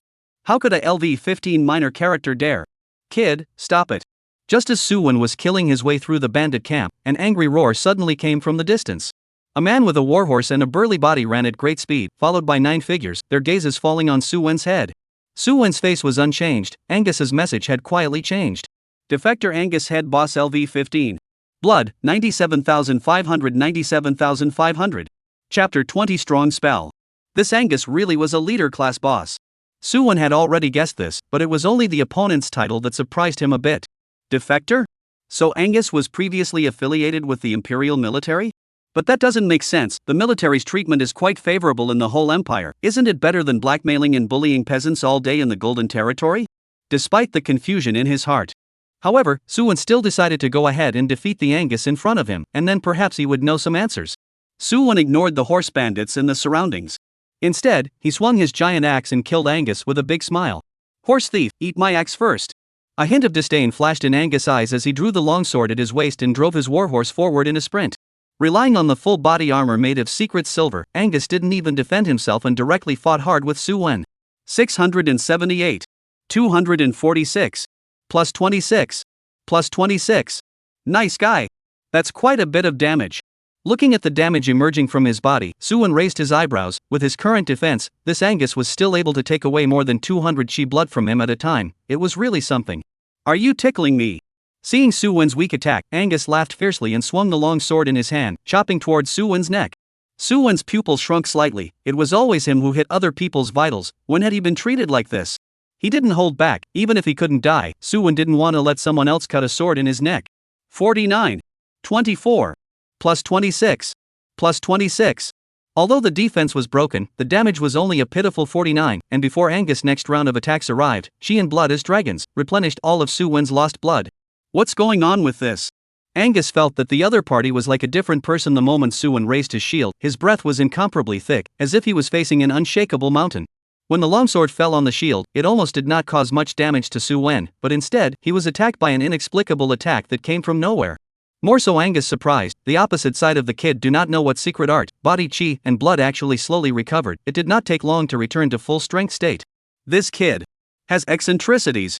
Give it to me. Whoever dares to come here to find trouble, no matter who it is, there's no way they'll walk out of here alive. Angus did not hold his head high, calling out to the neighboring horse bandits, and together with the 9 professionals in the rear, he unleashed all kinds of skills to blast towards Suwon. Arrows. Fireballs. Ice picks. Never before had Suwon experienced so many long-range skills attacking at the same time. However, Suwon didn't panic too much, and from his line of sight, the information of the 9 professionals was clear at a glance. All of them were LV-14 elite-level monsters, and at most, they were a bit harder to deal with than the previous group of golden pigs. At this moment, a brown light pillar fell on Suwon's head. You have been affected by the elementary armor breaking technique. Your defense has been reduced by 10%. Then another skeleton appeared. You are affected by magic marker. Enemy summons prioritize you as a target, and summons damage is increased by 10%. The spell appeared, and the summoner who had previously summoned the golden pig in the village once again released it. One after another, Suwon was dazzled by the skills he saw. He somewhat sighed. The battle power that these professionals played out when they formed a team was really not to be underestimated. Although under his super high defense and the 2 major SSS skills, these attacks couldn't do any damage to him at all. However, if a different person came, he would definitely be beaten into a bloody skin by the other party in the first round of fire. The brittle ones would even be directly accounted for here. Unfortunately, these skills of yours don't work against me at all. After Suwon parried Angus' blow, he smiled broadly and killed towards the 9 professionals, these elite monsters. As long as they were close to him, there was only one ending waiting for them. That was death. Get over here. Suwon let out a roar, and a burst of transparent sound waves swirled around him. The several occupiers closest to him were directly pulled in front of him, and the giant axe slashed down fiercely, sweeping across the chests of his enemies, and several of them immediately let out a miserable howl of pain. 5,433. 5,560. 5,486. This axe scared the souls of several people, not even daring to resist, wanting to quickly escape back to the team and wait for the nurse to add blood. Almost killed by one blow. This is still a shield warrior? I'm afraid it's not some berserker who's good at martial arts playing pig in a poke. Looking at the other party's legs soft, still desperately fleeing the tragic situation, Suwon did not have the slightest pity. Go up as 2 axes to send the other party to the road. Intense blood chi spread, scared the surrounding people have retreated, terrified, and incomparably looked at Suwon who was holding a huge axe. Just now those noble professional adults died like this? These horse bandits were somewhat unable to accept it. Normally high and mighty professionals, at this time in front of Suwon was like a chicken cub, being pinched and rolled and abused recklessly. That relaxed look, as if the one he killed was not a professional with a higher level than him, but some ungrateful ants on the roadside that he had crushed to death inadvertently. 4th brother. 6th sister. 9th brother. Even Angus, who was a leader-level boss, didn't react as Suwon directly decimated his own siblings in 3 strokes. As he watched the other party trying to chase after the remaining few, his eyes glazed over and he roared as he came at Suwon. Quickly dodge. Be careful, don't get close to each other. The remaining few professionals were moving away from Suwon, not daring to fight with the other party head-on at all. The tragic scene just now was still floating in front of the eyes of a few people. Elite-level experts were like ants in front of him, and it was almost difficult to receive even a single move. How could this make them fight? They ran in front and Suwon chased after them. As for Angus, relying on the advantage of his warhorse, he quickly stuck behind Suwon, his long sword slashed down and a piercing sword light struck Suwon's back at an extremely fast speed. 450. Terrifying damage popped up, and Suwon stumbled for a moment from the sudden blow. Fortunately, he reacted quickly and was not knocked down directly. At the same time, plus 52 began to keep popping up above Suwon's head. Chi and blood like a dragon began to return 2% of his blood and mana every second. In just a moment, most of the damage dealt to him by Angus' sword light had been restored. This caused Angus' newly joyful expression to instantly freeze, and then he quickly made 3 consecutive slashes, wanting to cut Suwon down on the spot. That weird Chi and blood recovery secret technique was back. If he didn't kill Suwon instantly, Angus estimated that even if he attacked more, he wouldn't be able to cause substantial damage to that shield battle. 180. 210. 250. Plus 78. Plus 78. Plus 78. That feeling is back. It's even recovering half as fast as before. Angus was completely terrified as he hurriedly yelled, "Everyone, attack this shield warrior, he has the Chi and blood secret art. If we can't instantly decimate him, then we'll be the ones who die later." Chapter 21. The terror of having Chi and blood like a dragon. Angus's loud roar startled the crowd of horse bandits, who looked at each other with a hesitant expression. That shield warrior was too terrifying, and I'm afraid that their group of ordinary horse bandits wouldn't even survive if they got together. But thinking of the shield warrior's ruthless methods, if the big boss and his team can't defeat the other party, what awaits them is only a dead end. If they are going to die, they might as well put up a fight. The horse bandits' hearts crossed, and they rushed up, swinging their round swords and slashing at Suwon. 12. 14. 10. Plus 78. 11. 16. 13. Plus 78. The pitiful damage was like scratching Suwon's itch, unable to even knock out the blood restored by the Chi and blood like a dragon passive every second. Suwon only had to accumulate the shield up counterattack passive once, then swung his huge axe, and without looking at anyone, he directly swept across in all directions. The terrifying damage took away a piece of horse bandits every time. It was practically chopping and slashing. The few occupiers who fled to the distance once again released their skills, and colorful balls of light kept flying towards Suwon. But Suwon, who had already killed madly, could not care too much. Relying on his ultra-high defense and the passive of blood and Chi like a dragon, he carried all the damage down hard, wanting to get rid of these minions quickly.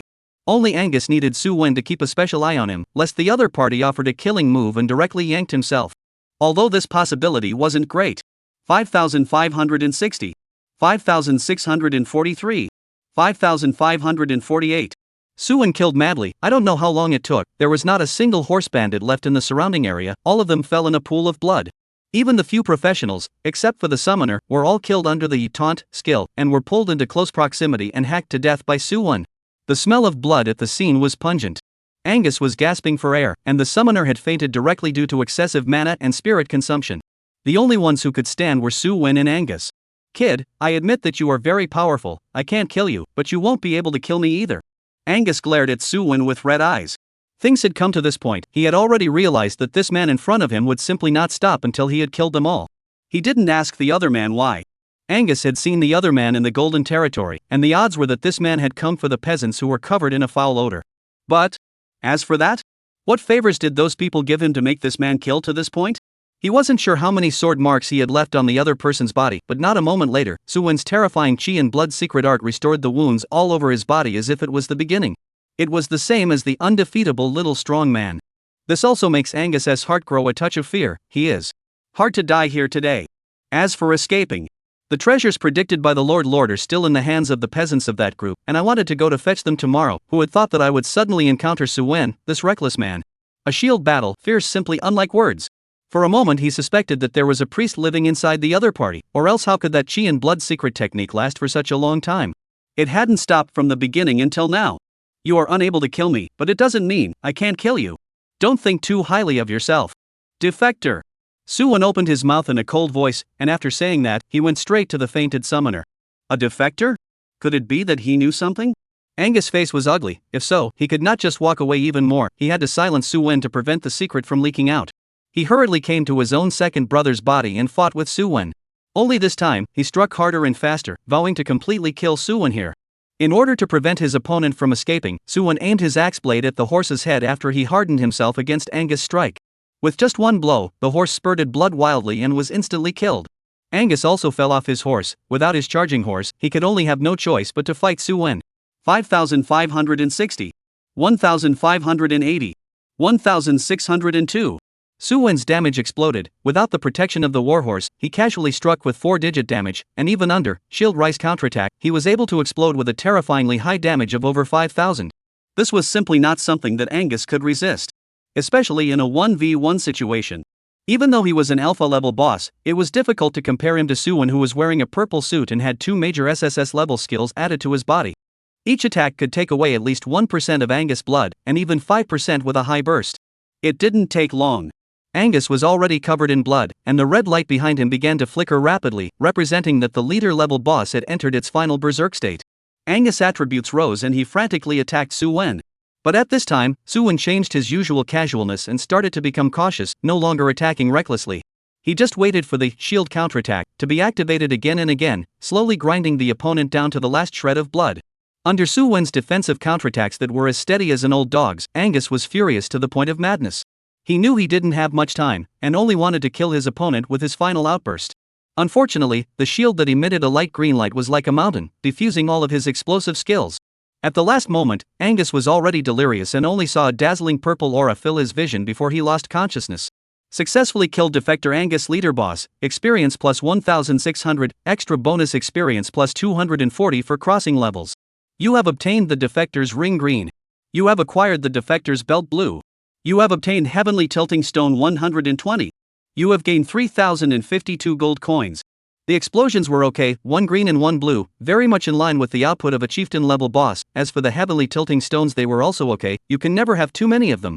Su Wen didn't check the specific attributes of the equipment, but instead walked over to the summoner, lifted him up, and walked towards the village.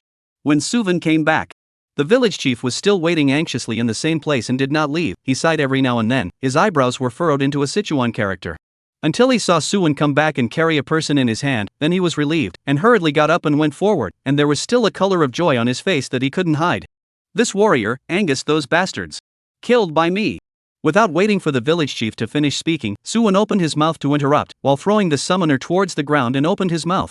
Village chief, the source of the Golden Pig rampage in the previous years is probably caused by this guy. He pointed at the still unconscious summoner. Do you recognize this person? Hearing Su Wen's reply, the village headman was finally relieved, and then he couldn't help but burst into old tears. The villains who had plagued the gold collar had finally been killed, and they were finally saved. After crying for a while, the village chief reacted to the fact that Su Wen was still there. The village chief wiped the corners of his eyes and combed down a little, ignoring the summoner who had fainted to death. He came to Su Wen, solemnly clasped his fists and opened his mouth to thank him. Many thanks to the warrior for his righteousness in saving the villagers of the golden collar from the fire.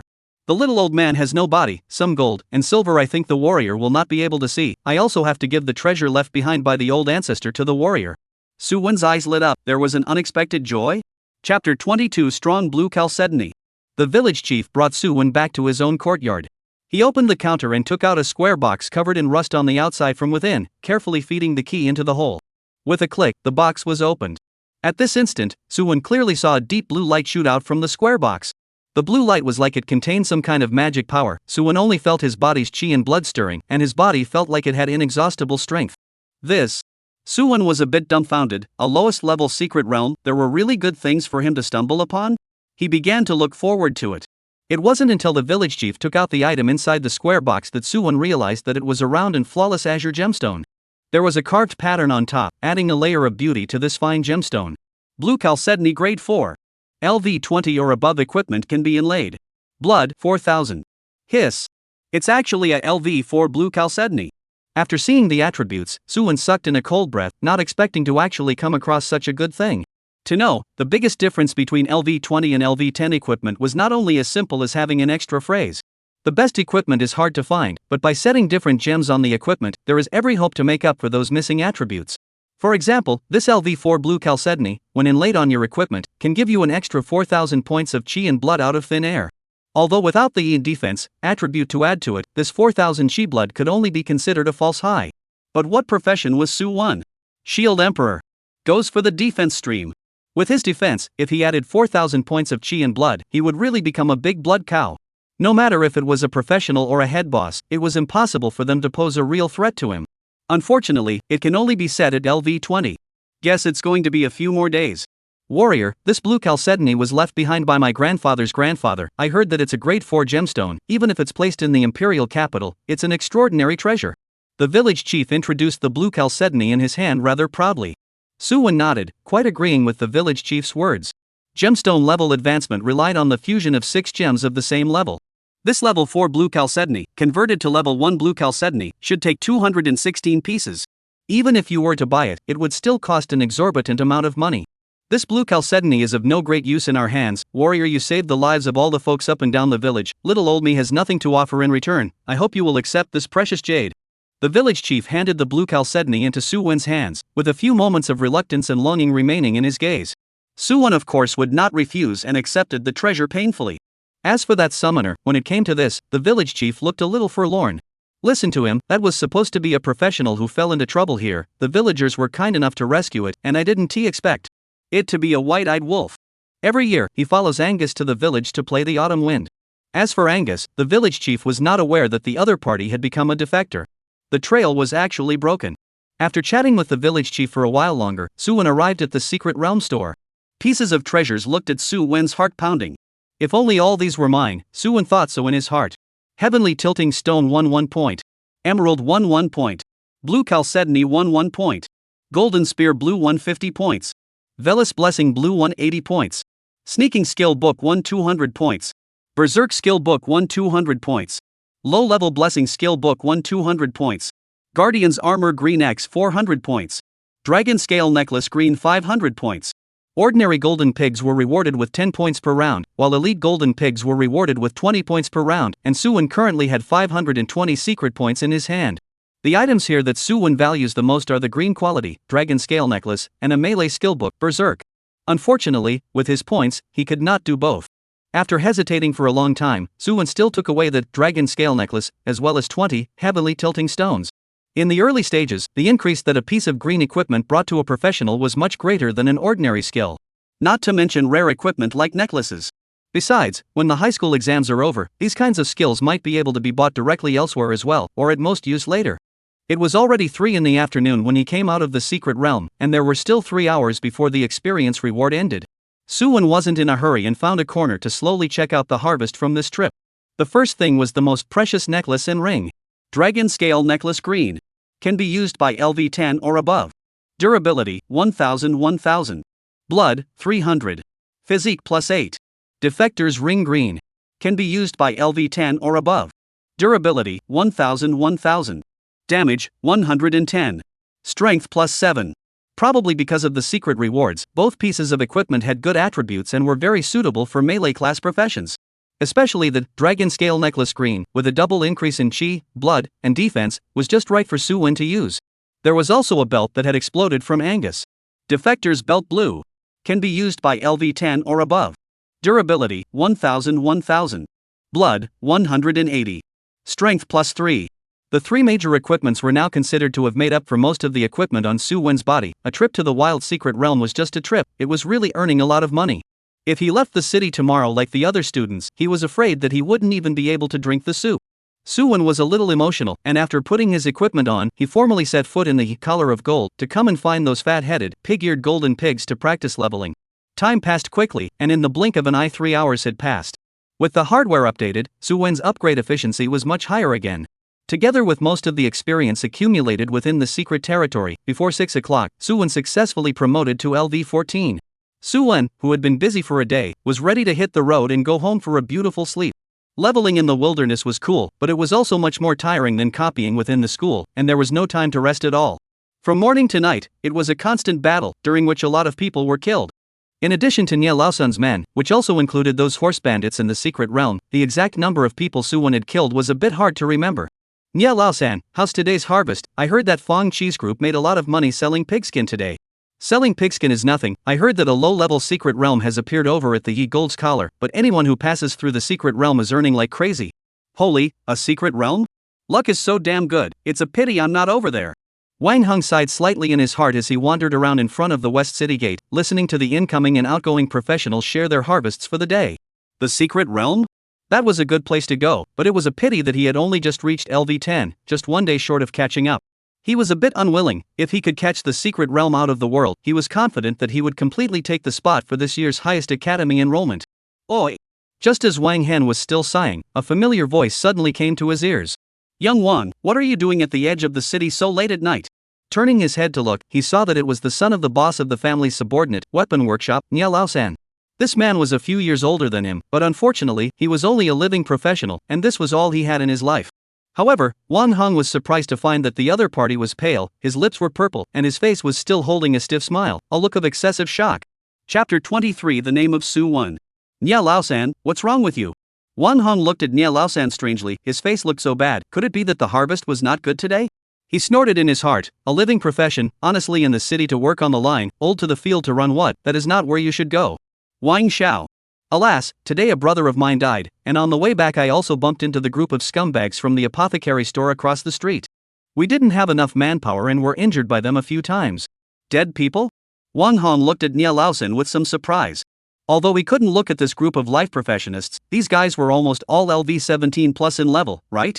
Going to those low-level zones outside the city to brush monsters, just this and still die? You're afraid you didn't grow up eating slop. Seeing Wang Hang's incredulous and slightly disgusted expression, Nia Laosan was indignant in his heart, but he didn't dare to show it. Young Wang, it's not what you think. At that time, we and Fong Chi's group discovered the newly emerged secret realm at the same time, right over the Gold's domain. But then a ruthless man drove us all away, killing my brother in the process. Nia Laosan briefly recounted the afternoon's events, only omitting the reason for the other party's strikes and only talking about the outcome. He also wanted to ask for some burial money for the dead man, so he couldn't be too clear. Secret realm? You met it? So you didn't go in and get scared away like that? Wang Heng's eyes widened, looking at Nia Laosan as if he was looking at a stupid dog. This is too timid, why didn't he see it normally? That person is a main combat class profession, and with one axe, he split my brother in half. I also want to avenge my brother's death, and I also want to go into the secret realm to make a break for it, but it's a pity that we're no match for that guy.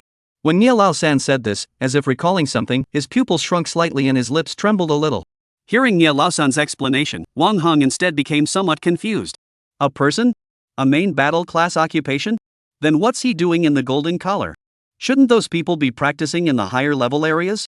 There was no need to covet the harvest of a lowest level secret realm. Hey, young Wang, that's a newcomer, just arrived at LV12, presumably from the same batch as you. That person is carrying a very large axe on his back and holding a shield in his hand. He should be a shield warrior or something like that. The other party's damage is also very high, it can chop people to death in one go. I reckon that person should be a main battle class legendary profession, otherwise it couldn't be this powerful. What?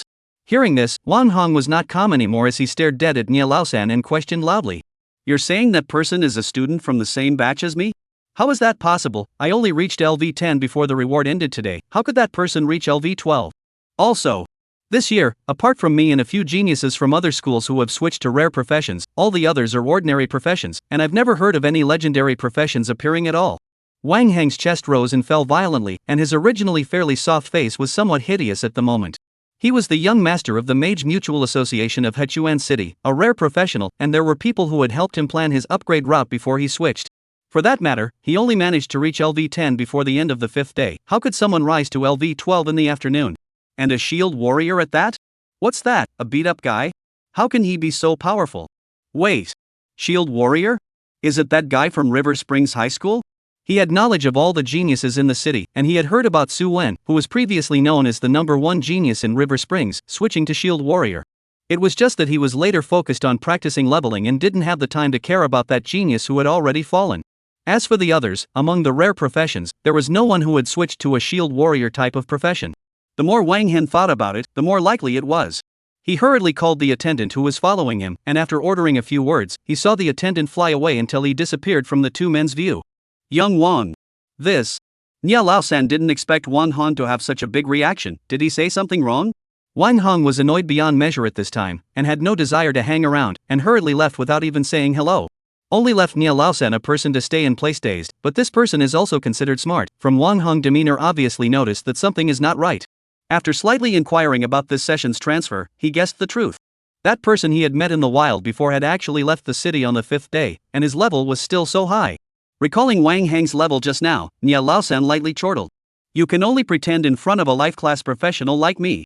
Meanwhile, the Yun family manor. A sharp cry of alarm suddenly rang out from the silent courtyard.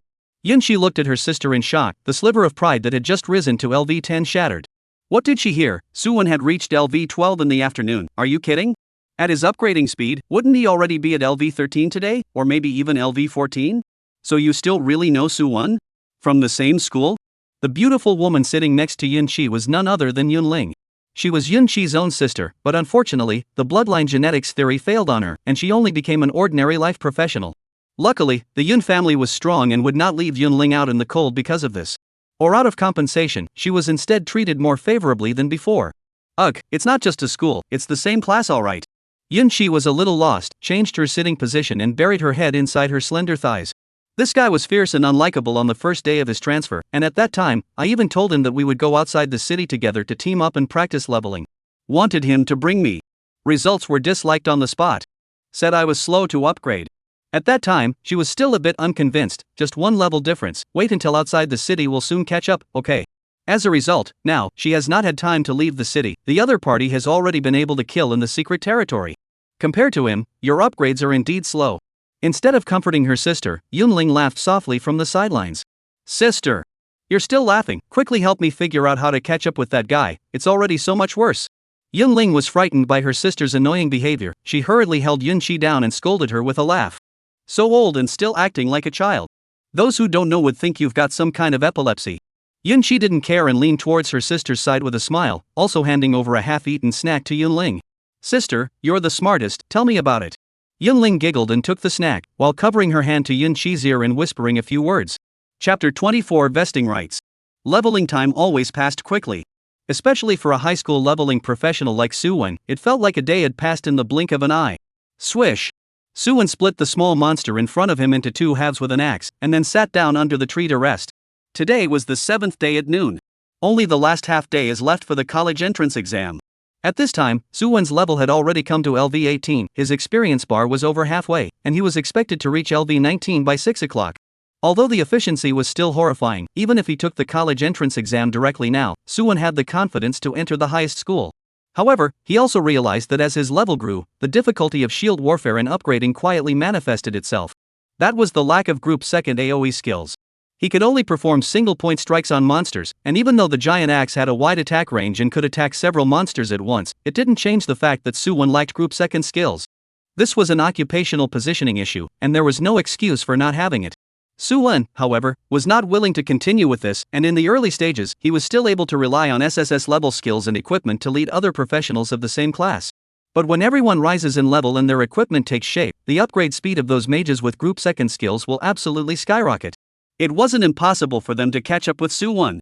Especially those families or union forces would be able to tilt their resources more towards their descendants' children after the college entrance exams were over.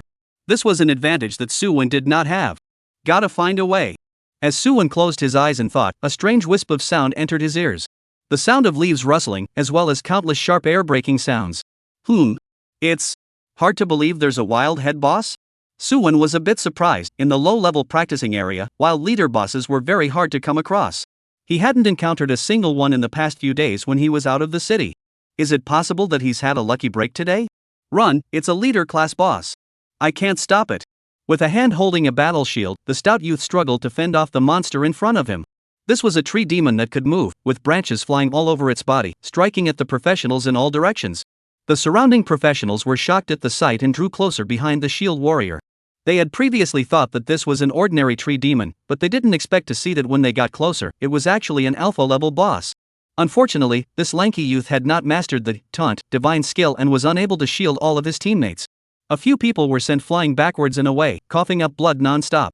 The team's priest's healing spells were still on cooldown, so they couldn't help their teammates at all. Retreat quickly. This tree demon doesn't move fast, hurry and get out of his hate range. Spellcasters put a swamp spell on the boss, priests keep an eye on the bloodied state in time, long-range professions stop attacking and retreat. Wang Hong, who was the captain, yelled and announced retreat. His face looked full of unwillingness. If this boss wasn't a monster like Tree Demon that could attack multiple targets at the same time. With the configuration of their squad, they could definitely kill the boss successfully. Unfortunately, it was not to be. He couldn't help but think of the secret realm he missed a few days ago, and his expression twisted even more. Why? Why is it always one step short? The secret world is like this. Tree Demon boss is like this. If it was any other boss, there was a high probability that a successful kill would result in a green suit. This was definitely the biggest boost for Wang Hong, who was about to take the college entrance exam. Unfortunately, Wang Hong clenched his fists and stared fiercely at the Tree Demon before leading the crowd to evacuate the area. After Wang Hong left, Suwon quickly arrived near the Tree Demon. Scouting carefully, he found the alpha-level boss that had the exact same appearance as the surrounding Tree Demons. It was really cunning. Suwon let out a light laugh, not caring that the opponent was up to LV20 level, and rushed up with his giant axe. As for the previous professional in this place, the probability was that he was beaten away by the Tree Demon. If he couldn't even deal with this kind of boss, Suwon wouldn't put the other party in his mind, so he guessed that it was just a team of living professionals. The giant axe slashed at the Tree Demon, and a painfully hideous expression appeared on the withered tree body. It looked at Suwon resentfully. Exuding a dangerous and bizarre aura, countless branches surrounded by pitch black mist were flung at Suwon, only to have its damage cut to the extreme by a shield-up counter. The Tree Demon's proud attack was ineffective, and he was also hit by Suwon's axe again. His pained and hideous expression let out a miserable howl that spread in all directions. Hiss! At this moment, Wang Hong and the others, who had already left, froze when they heard the miserable howls coming from the distance. That direction! Isn't that where the Tree Demon boss was? Is it possible that someone is fighting? The crowd looked at each other, their eyes were a bit eager to try. They couldn't beat that boss, but it was fine if someone could. Waiting for them to fight until the end, their status is depleted, they would then take the opportunity to strike. By snatching the boss belonging, they might be able to kill the boss completely. As for how to snatch the attribution, a few people had a bad smile on their faces as their gazes fell on Wang Hong, waiting for the other party to make a decision. Wang Heng's mind was full of the head boss at the moment, and he didn't want to think too much about it, directly leading the squad to kill back the same way. He needed a LV10 green suit to boost his battle power and strive to get the Supreme Academy entrance ticket on the afternoon of the last day. Whoever snatched it from him was his enemy. In River Springs, no one could afford the wrath of the Mage Mutual Association. The other side.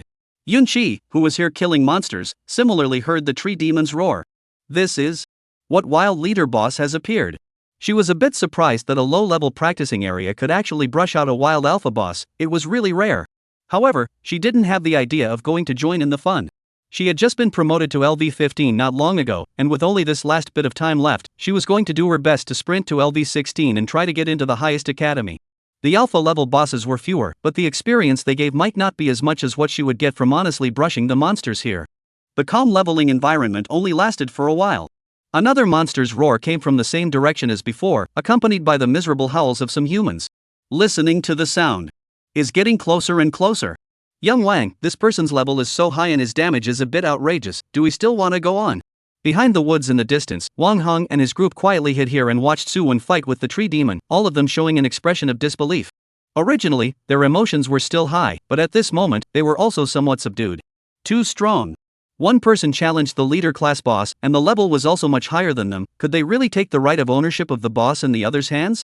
Wang Hong was also incomparably shocked as he looked at the figure fighting the Tree Demon. He recognized the other party. It was none other than Suwon from River Spring High School. That original first genius of River Springs. But how is this possible? Wang Heng's eyes looking at Suwon could not hide his shock. How did this guy upgrade so fast? A shield warrior. How did he get to LV18 before the entrance exam? Chapter 25. I don't care who you are. Although he had heard Nia Laosan talk about Suwon before, when his level had already reached LV12. Despite his inner surprise, Wang Hong still had the confidence to catch up. His profession was Flame Spellcaster, which was known to be strong amongst the rare professions. Moreover, he had obtained a small AoE skill of the mage class inside the novice copy. So Wang Hong was confident that he could catch up with Suwon in a place like the wilderness where monsters were piled up with his status as a lawmaster. They mages could all be experts in upgrading. Earlier, they were just limited by the copy cooldown time. But when he actually stepped outside the city, he realized how ridiculous his earlier speculation was. There were plenty of monsters, and the small AoE skills worked well, but the frequent use of skills left him in a state of mental and mana deficit from time to time. Had to stop and rest. Hadn't noticed anything before with the copy cooldown as a buffer. But when he actually came outside the city, he realized that the truth was not as good as he had imagined. Until the last day, he was still a lot of experience away from advancing to LV16. That was why Wang Hong was so shocked when he saw Su Wen's high LV-18 rank. After the shock, a wave of jealousy also arose in his heart. By what right could he get to LV-18? What makes a fallen genius able to make it this far? Wouldn't it be nice to just fall into the mud and be stuck there forever? I can't believe I'd become stronger than before. Wang Hong didn't understand and didn't want to understand. Jealousy and anger shattered his sanity. He only wanted to kill Su Wen now, take the boss belonging in his hands, and become the true #1 genius of Haichuan City. Up! Why don't you go up? Wang Heng's voice came through gritted teeth. Kill this guy and the boss drops mage equipment or skills that belong to me. Turn around and I'll give you triple compensation and introduce you to the Mage Mutual Aid Society or other unions of the same level. Wang Heng's voice gradually became cold as he stared at Su Wen dead in the face. Even if we can't kill the tree demon, at the very least, we have to that guy to death. The crowd was attracted by Wang Heng's promise, and their original tangled emotions were thrown out of their minds. Even though there were still a few people with a hint of resistance, not wanting to take the risk of dealing with that shield warrior who just looked so powerful. However, under the persuasion of the crowd, they eventually chose to agree. At the command of Wang Heng's voice, all of them rushed out of the woods and their skills were unleashed towards Su Wen. Anyone else? Hearing the cracking sound coming from behind him, Su Wen was able to raise his shield back, blocking the chaotic skills. It didn't even break his defense, causing his heart, which had been raised the moment before, to fall slightly. He twisted around, and only then did he see that it was a group of young-looking professionals. They had the highest level of LV-15 and the lowest was only LV-13. They should be professionals of the same class. But with this much strength, how did he dare to take a shot at him? At this time, Su Wen's blood bar also appeared in front of everyone's eyes with the start of the battle. The students who had originally been stimulated by Wang Hong and were somewhat on top of their game, but at this moment, it was as if they had been poured a basin of cold water, completely sobering them up. Human LV-18. Blood, 3,874 4,146. This. The crowd was a bit stunned and lost their voices at this point. The tree demon boss had clearly entered a berserk state, so why did this person still have so much blood? It doesn't drop blood. That super high chi blood of 4,000 out caused these newcomers who had just left the city, especially that lanky shield warrior, to fall into a trace of confusion in their eyes. The same shield battle, why was it difficult for him to break 2,000 chi blood, but the enemy was more than twice as much as him? Is this a newcomer from the same class as me? Wang Hong was similarly irritated, but at this time it was difficult to ride the tiger. There was no way he could stop there. Biting his yap, he roared out. Quickly use skills to kill him, there are so many of us, he can't possibly be our opponent. If we succeed, we'll double the compensation afterward. Looking at Wang Hong, who was hiding at the back of the crowd, Su Wen sneered and did not immediately pay attention to the other party. He didn't know Wang Hong, nor did he need to. If you dare to rob my boss, then be prepared to pay the price. Su Wen was on fire, completely abandoning his shield and frantically attacking the bloody tree demon boss. He was prepared to pocket the boss first. The boss that had originally fallen into a berserk frenzy, after Su Wen's furious bombardment, didn't last long before completely dying. It turned into a dead tree and stopped moving.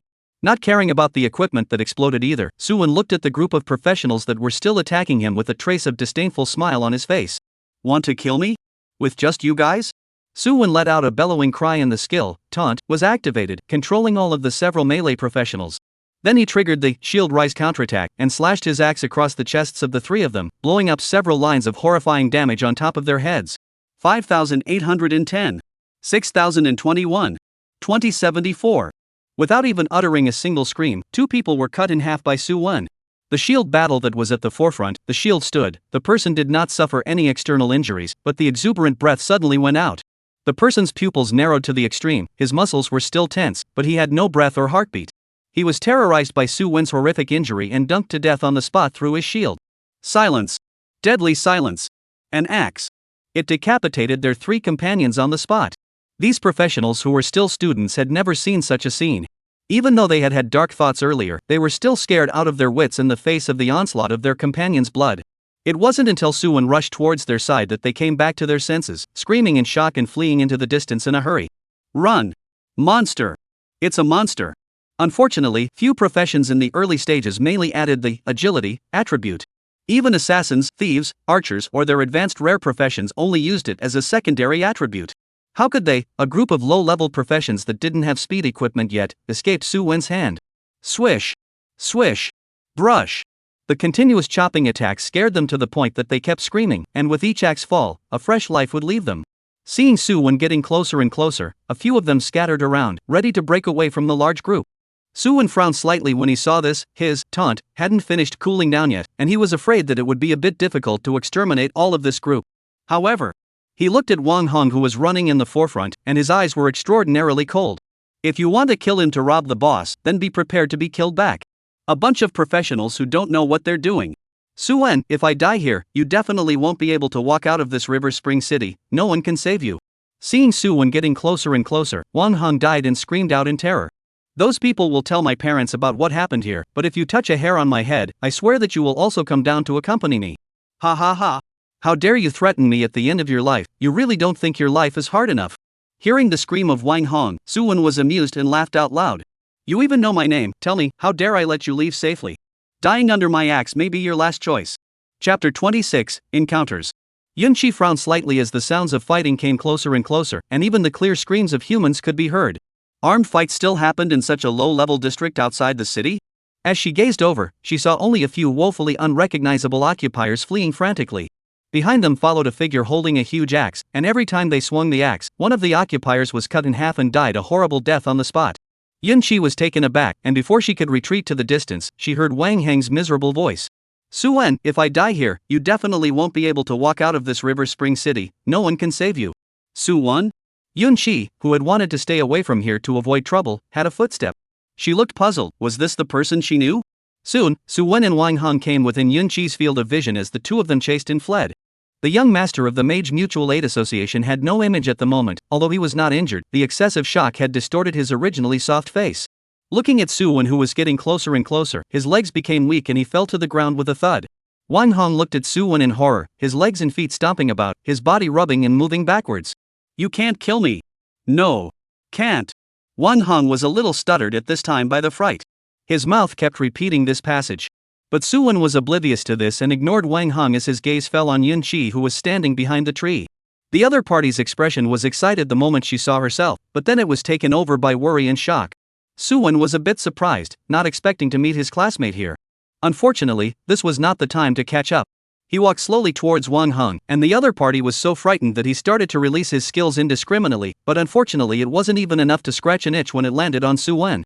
Under the series of attitude changes of Wang Hong begging for mercy, crying, and cursing, Suwon raised his giant axe and heavily chopped above the opponent's head.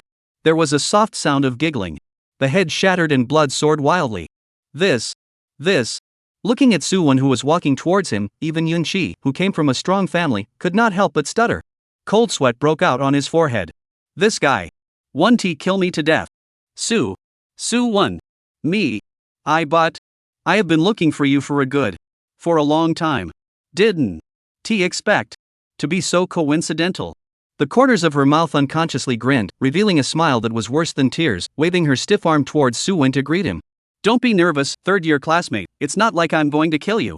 Seeing Yunqi's nervous appearance with a forced smile and involuntary shaking of her calves, Suwon put his huge axe full of intimidation behind his back and opened his mouth with a smile. This guy took advantage of me killing the boss to bring someone to sneak attack me, so I killed him. It's that simple? Perhaps it was the slight trust accumulated from 3 years of classmates. Listening to the other party's explanation, Yunqi let out a long breath, her body relaxing quite a bit. Especially when Suwon withdrew his weapon, she only felt that the air around her was a few points fresher. The impact of that frighteningly huge axe was just too great for her. Killing people was like chopping up chicks. Who wouldn't be confused when they saw it?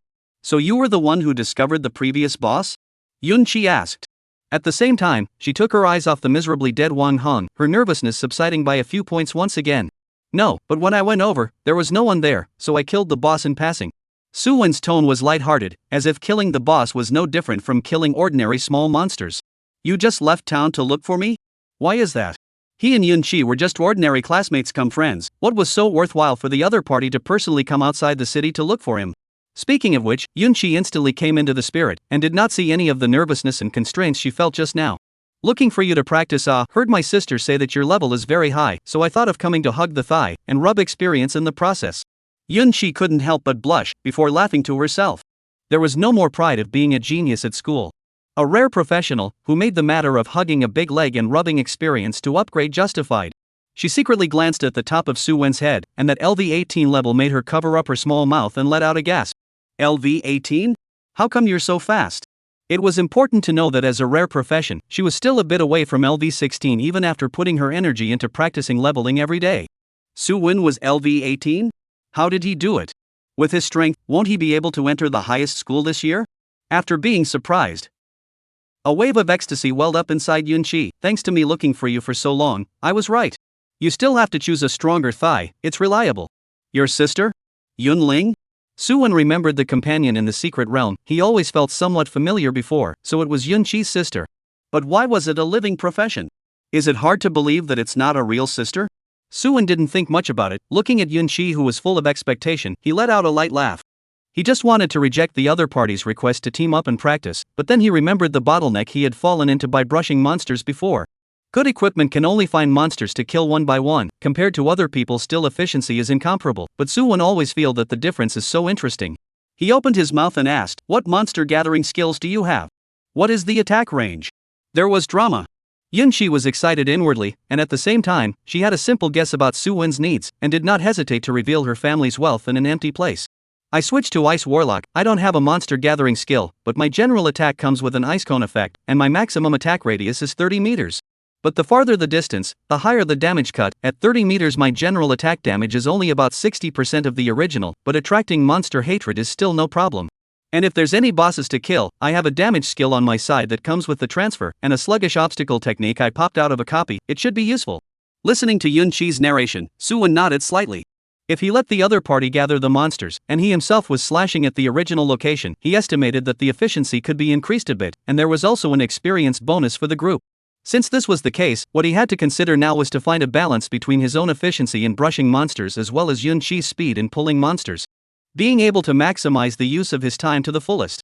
Su Wen sent a group invitation to Yunqi, and the other party immediately agreed without saying a word, smilingly following Su Wen. "Brother, I'll listen to all your commands. I'll never go west if you go east. I promise to fight wherever I point." Su Wen was amused by Yunqi's quirky appearance. This girl, why didn't she realize that she still had the attribute of a two-skinned face before?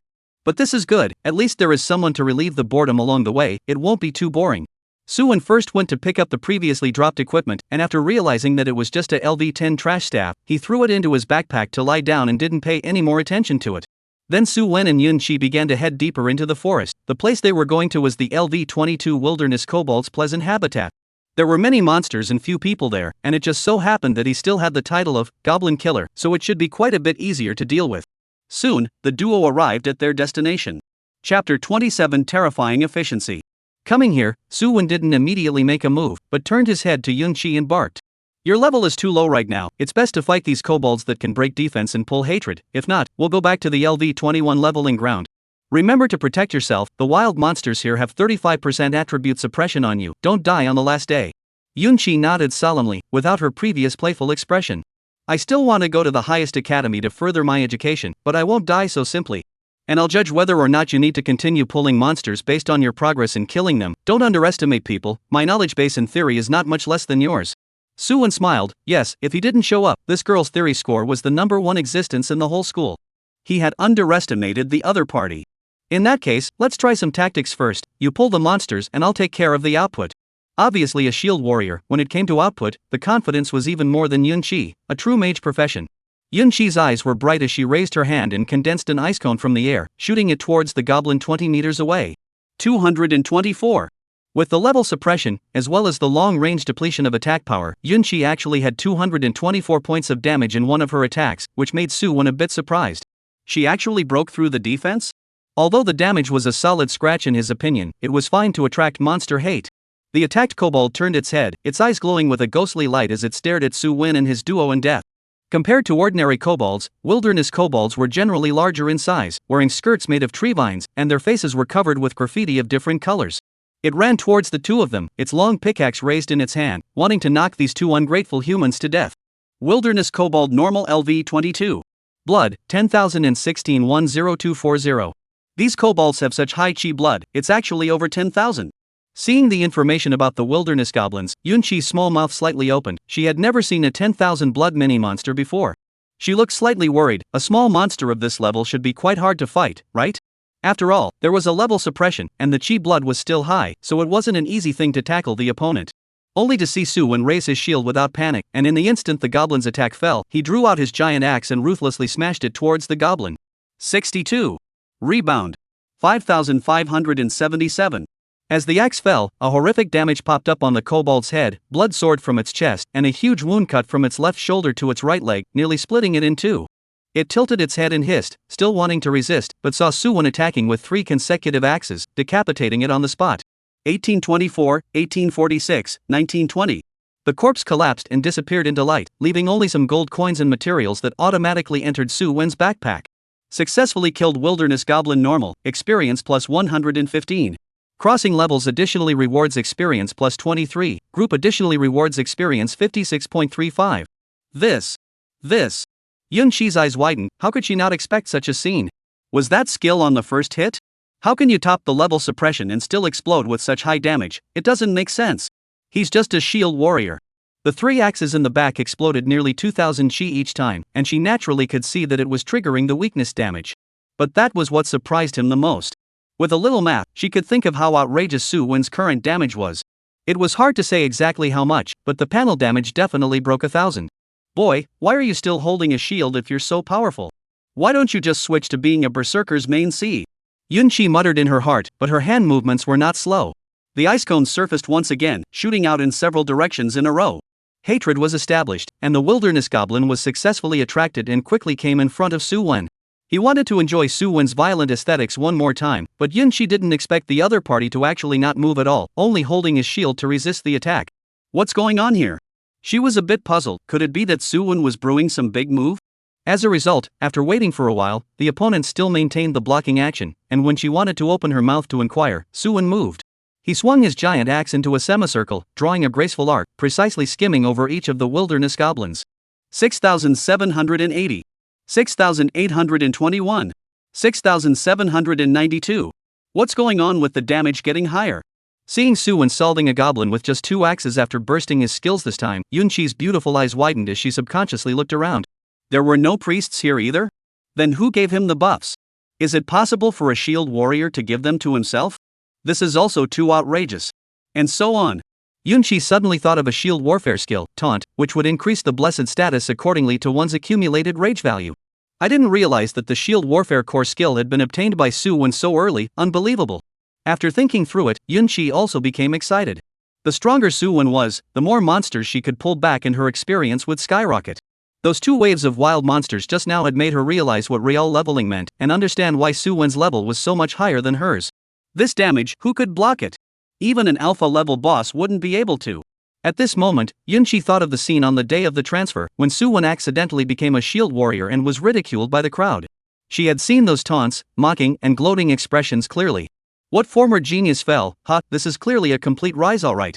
Shield Emperor, definitely stronger than rare professions, can even be compared to the legendary professions.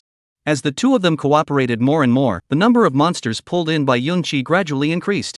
From 3 in the beginning, to 5 in the back. 10. And even 15 now. After being cast, Taunt, by Suwon, all of them shifted their targets and attacked towards Suwon.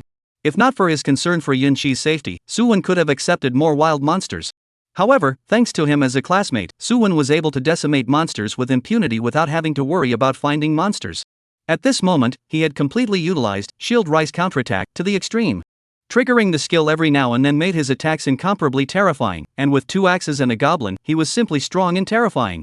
Even Yun-Chi had to continuously attack the monsters in the distance for fear of accidentally bringing that side to a standstill. The efficiency of pulling monsters could not catch up with the efficiency of killing them. Outrageous. She was in pain and happy now. The continuous release of ice picks had put her in a bit of a trance. Even though the universal ice picks did not consume mana, this frequency of finding and pulling monsters still caused her to feel a wave of stress. A jerk like her who only pulled monsters without outputting them would deduct a huge portion of the rewards when the experience settlement was determined. But it was better than practicing alone on her own in misery.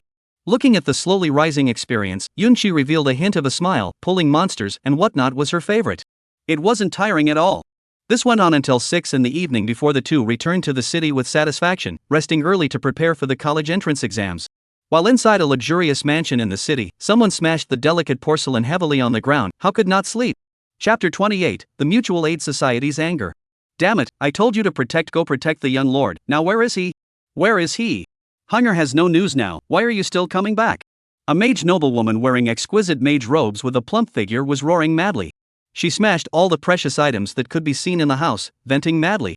Seeing the terrified guards kneeling in front of her, the noblewoman was even more annoyed with this unfavorable waste. She condensed the fireball in her hand and ruthlessly pressed it on the guard's left shoulder, ignoring the other party's heartbreaking pleas until the guard's left arm was completely burned off before stopping. The president of the Mage Mutual Aid Association, also known as Wang Heng's father, who was sitting on the side, frowned slightly at this, but did not stop his lover's behavior. The disappearance of his only son on the last day before the college entrance exam was indeed disturbing. After thinking about it, he opened his mouth to ask the guard, his voice low, "When did you realize that Hunger was missing?" The guard clutched his left shoulder in death, the blazing flames still searing the nerves in his body to this day, causing him a great deal of pain. But in the face of the president's inquiry, he didn't dare to not answer, and could only tremblingly return. Before leaving the city, Wang Xiao met a few of his classmates and friends to team up and practice together, ordering us not to have to follow. But subordinate worried, still secretly followed, until today at noon accidentally found by Wang Xiao, only to send back subordinate, ordered me to prepare some materials and equipment in advance. He said that these wait for the college entrance examination will be used. Subordinate, thinking of the provisional prize time is also almost over, will return first. Did not expect. Saying this, the guard stopped speaking, but the middle-aged man still roughly heard it. He calmed his wife, who was still ready to vent, and said in a low voice, "The most important thing now is to retrieve Hanger. It's not likely that there was a delay and he came back late." Hearing her husband's discouragement, the mage noblewoman took a deep breath, barely suppressing the anger in her heart, and said in a cold voice towards the guards, "Who are those classmates and friends of Hanger, and have they returned?"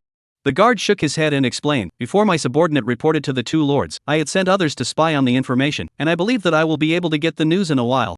This moment was half an hour later. Another escort sent word that of the 8 people traveling with Wang Xiao, only 2 had just returned to the city, and there was no news of the others. Hearing this, the middle-aged man's heart sank violently. There were already a few bad guesses. He quickly asked, "What did those people say? Did they see Hanger?" The mage noblewoman was also staring at the guards with a deadly stare, her fingertips forcefully embedded in her palms, her veins showing. Hear them say that King Yun was in the field. To be killed. What did you say? Early the next morning, Suwon simply ate a breakfast, put his weapon and shield into his space backpack, and went to school early. With the arrival of the college entrance exam, there were obviously more active professionals in the city than usual. Most of them were here to send their children to take the exams. There were also vendors with equipment materials, doing business near the school, wanting to end the college entrance exams and sell the junk equipment they had on hand by hand. Along the way there was a sea of people. Suwon also saw a few classmates, but he didn't have the idea to greet them. In the few years of high school, except for Luo Fei and a few sporadic people, he hadn't made too many friends. Speaking of Luo Fei, Suwon stopped at the entrance of the school, his eyes oddly looking at Luo Fei, who was dressed in black clothes and leather shoes, dressed for sales. Explosive muscles bulged his clothes, and at this moment, he was more like a personal bodyguard than the merchant profession he had switched into. At the entrance of the school, Luo Fei was holding a stack of flyers, loudly explaining to the surrounding students about the new academy colleges that opened this year. How the resources inside were favorable, how the teachers were great, etc. The surrounding students listened in awe, taking the leaflets into their hands and reading them carefully. With each one sent out, the smile at the corner of Luo Fei's mouth would rise by 1 point. Apparently, this behavior fit his occupational trait in a meditative way, allowing him to level up quite a bit faster than an unusual life profession. It was enough to be at the level of LV8. Suwon naturally noticed this as well. He went up and spoke with a smile, "Give me one too." "Okay, brother, look." Before the words fell, Luo Fei reacted. He smiled broadly and patted Suwon's shoulder twice, muttering a few words in his ear in a low voice. Then he quickly finished handing out the flyers and led Suwon into the school. "Why did you kid come so late? Didn't see my brother showing off his power, AI, pity. Suwon froze. He looked at Luo Fei in doubt. Could it be that he missed something? Hey, look, what's this?" Luo Fei took out a small red book from his pocket and handed it over to Suwon, smiling triumphantly. "The acceptance letter from the Hadong Vocational Academy. How about it? Awesome. Isn't it the college entrance exam today?" Suwon was a little surprised, and turned the admission notice over, and above it was really Luo Fei's personal information as well as proof of admission. "But the date is yesterday afternoon? We life professionals are different from you. We came to the school yesterday afternoon to conduct the exam test. Hey, you'll never guess how surprised those students were to see another LV8 merchant inside the exam room. We are based on an interview format. Those below LV3 are not even qualified to participate. The teacher from the Hadong Vocational Academy interviewed us, and seeing that my level was so high, he simply chatted for a couple of minutes before handing out the acceptance letter." Suwon probably understood the situation, but he was still a bit puzzled. Then why is your rank so much higher than theirs? This was one of the more confusing points for Suwon. After all, he wasn't a living profession and didn't have a particularly detailed understanding of how they upgraded. Trade. I switched to being a merchant, but I can increase my experience value for any operation linked to merchant behavior. For example, selling, handing out flyers, and even spending money are all means of upgrading as a merchant. Buying and selling, but wherever they pass through my hands, there will be a corresponding harvest. Suwon dawned. If this was the case, then it did make sense. Although merchant was a life profession, it was a rare existence in it. Luo Fei, as a living profession, was able to be smoothly accepted by the academy. Suwon was happy for him from the bottom of his heart. Even if this academy was just an ordinary second-rate academy in this province. Luo Fei had likewise paid attention to Suwon rank, but although he was surprised, his level of acceptance was clearly stronger than the others. As early as when Suwon was ravaging the school copies, he knew that this brother of his was afraid that he was going to take off completely. Now that he took a look, it was true, and it was even more exaggerated than expected. It was the principal, his old man, who was afraid that he wouldn't be able to sit still. Not to mention the principal, their homeroom teacher couldn't sit still for a long time. Thinking of this, Luo Fei couldn't help but laugh in a low voice. Mosquito, you're afraid you don't know. The homeroom teacher has been looking for you for many days, wandering around the school gate all day long. He's almost mad with anxiety. Chapter 29, the start of the college entrance examination. Looking for me? What does the homeroom teacher want with me? Suwon was a bit puzzled, but looking at Luo Fei's stifled smile, he knew that it shouldn't be a big deal. Otherwise it wouldn't be like this. The two walked inside the class, instantly causing a stir around them. Suwon, why are you LV19? Don't tease me, brother. Daring, is Suwon what you call him? Call brother Su. I thought Yunqi and Lin Luo's levels were high enough, now there's another Suwon. How do you let us ordinary professionals live? There was a lot of wailing within the class, especially those main battle class professions. All of them held their heads with their hands in disbelief, looking like they had seen a ghost. Lin Luo, who had originally been gloating in the class, showing off his successful advancement to LV16, was like a duck that had suddenly been strangled. Not a single sound could be made, and he could only watch Suwon silently pretending. This guy, really? Boy. LV19. How the hell did you get up there? He only managed to get up to LV16 without saying a word, but this guy actually got to LV20 without saying a word. It's really scary. Lin Luo was a bit thankful that he hadn't provoked Suwon since the failed bet on the first day. Otherwise, he was afraid that he would be publicly slapped in the face again today. Lin Luo has remembered that there are a few other high schools and a few second generation, always high in the eyes. If the exam touches Suwon is still so tugging, there will be a good show. At this time, the class teacher Li Wenhua walked in, habitually lifted his glasses, and just when he wanted to speak, he saw Suwon, who was surrounded by the crowd. Suwon? You're back? Come with me. Li Wenhua was inwardly delighted and hurriedly pulled Suwon out of the classroom, handing him a silver card with a fine texture in the other party's dumbfounded expression. Take it, this is the transfer reward that I applied for you before. After today, you will be able to go to the logistics department across the country to collect the resources inside. This is considered to be a little bit of funding from the school for you, and I also hope that you can return to the school for a visit in the future when you've achieved success. Suwon stared at Li Wenhua for a while. He shook his head and did not take the card. The Li Wenhua in his impression would not say these words. Moreover, Li Wenhua had previously revealed to him that given his excellent performance over the past 3 years, he would be given some special rewards on the day of his transfer. But now that the college entrance exam was coming up, this card was afraid that it wasn't provided by the school, and it was feared to be Li Wenhua's private goods.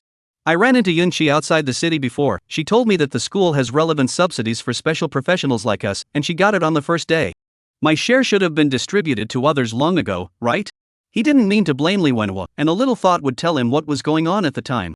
His own accidental switch to shield battle had lowered his potential, and the original reward had been handed out to someone else, which was just a routine operation for an ordinary high school like them. 3 years down the line, Li Wenhua had treated him well, and Suwon didn't want Li Wenhua to pay out of his own pocket to make up for this friendship. Was it necessary to think so much for the school? Being pointed out by Suwon, Li Wenhua somewhat awkwardly scratched his already thinning hair, but still hard raced the card into Suwon's hand. You're right, but there was an accident within the school, and the principal went to the education department for 7 days in a row, saying that he had important matters to deal with. So regarding your news, the principal's side doesn't know about it. Suwon, you don't care too much. After that I will convince the principal to help you get back these resources that are poor. Li Wenhua spoke with a firm resolve, and Suwon also believed that the other party had this ability. But he still smiled and shook his head. Teacher Li, I know that you are also doing this for my good. And all those teachers who used to take care of me, I've always remembered them as well, but these have nothing to do with the school level. Between us, it's a pure teacher-student friendship, but the principal and the others may not be so, and this kind of powerful leadership makes me how dare to present each other's love? Hearing this, Li Wenhua sighed and didn't say anything more. He knew that this kid was holding a grudge. But he did what he had to do, and the rest was waiting for the principal to get a headache on his own. Before the exam, all students were issued a teleportation stone with a miniature one-way teleportation array engraved on it, which was a special prop for entering the examination center. All of the candidates in Hadong province would enter the same examination center. The speeches by teachers and leaders lasted for half an hour. The students were warned about the taboos and various precautions to be taken during the exams. 8 o'clock sharp. All the teleportation stones glowed brightly, and the students disappeared along with streams of light. They then entered a huge square with an ancient style and magnificent atmosphere. The Hadong province was vast in scope, and the candidates added up to more than 100,000. Dense streams of light constantly appeared around the square, and Suwon found so many high-level professionals in the crowd. LV-13s abounded. After all, the ones who came to this square were all main combat class professions, and the auxiliary class professions were in another examination center. LV-15, LV-16 Suwon also found a lot. These are the top geniuses of each high school. He even found a LV-17 youth, who was able to reach this level in such a short period of time, and was estimated to be a rather rare legendary professional. Just don't know where it came from.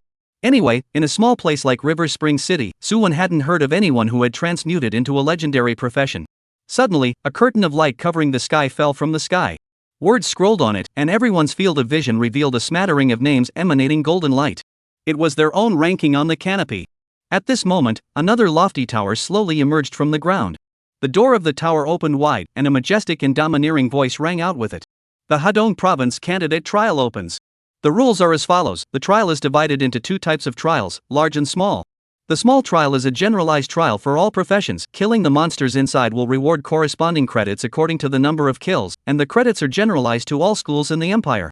This is also one of the main ways to exchange resources for your future. The grand trial is a boss battle, and will arrange for bosses of different levels and ranks to appear, with credit rewards calculated individually based on the time spent killing the boss.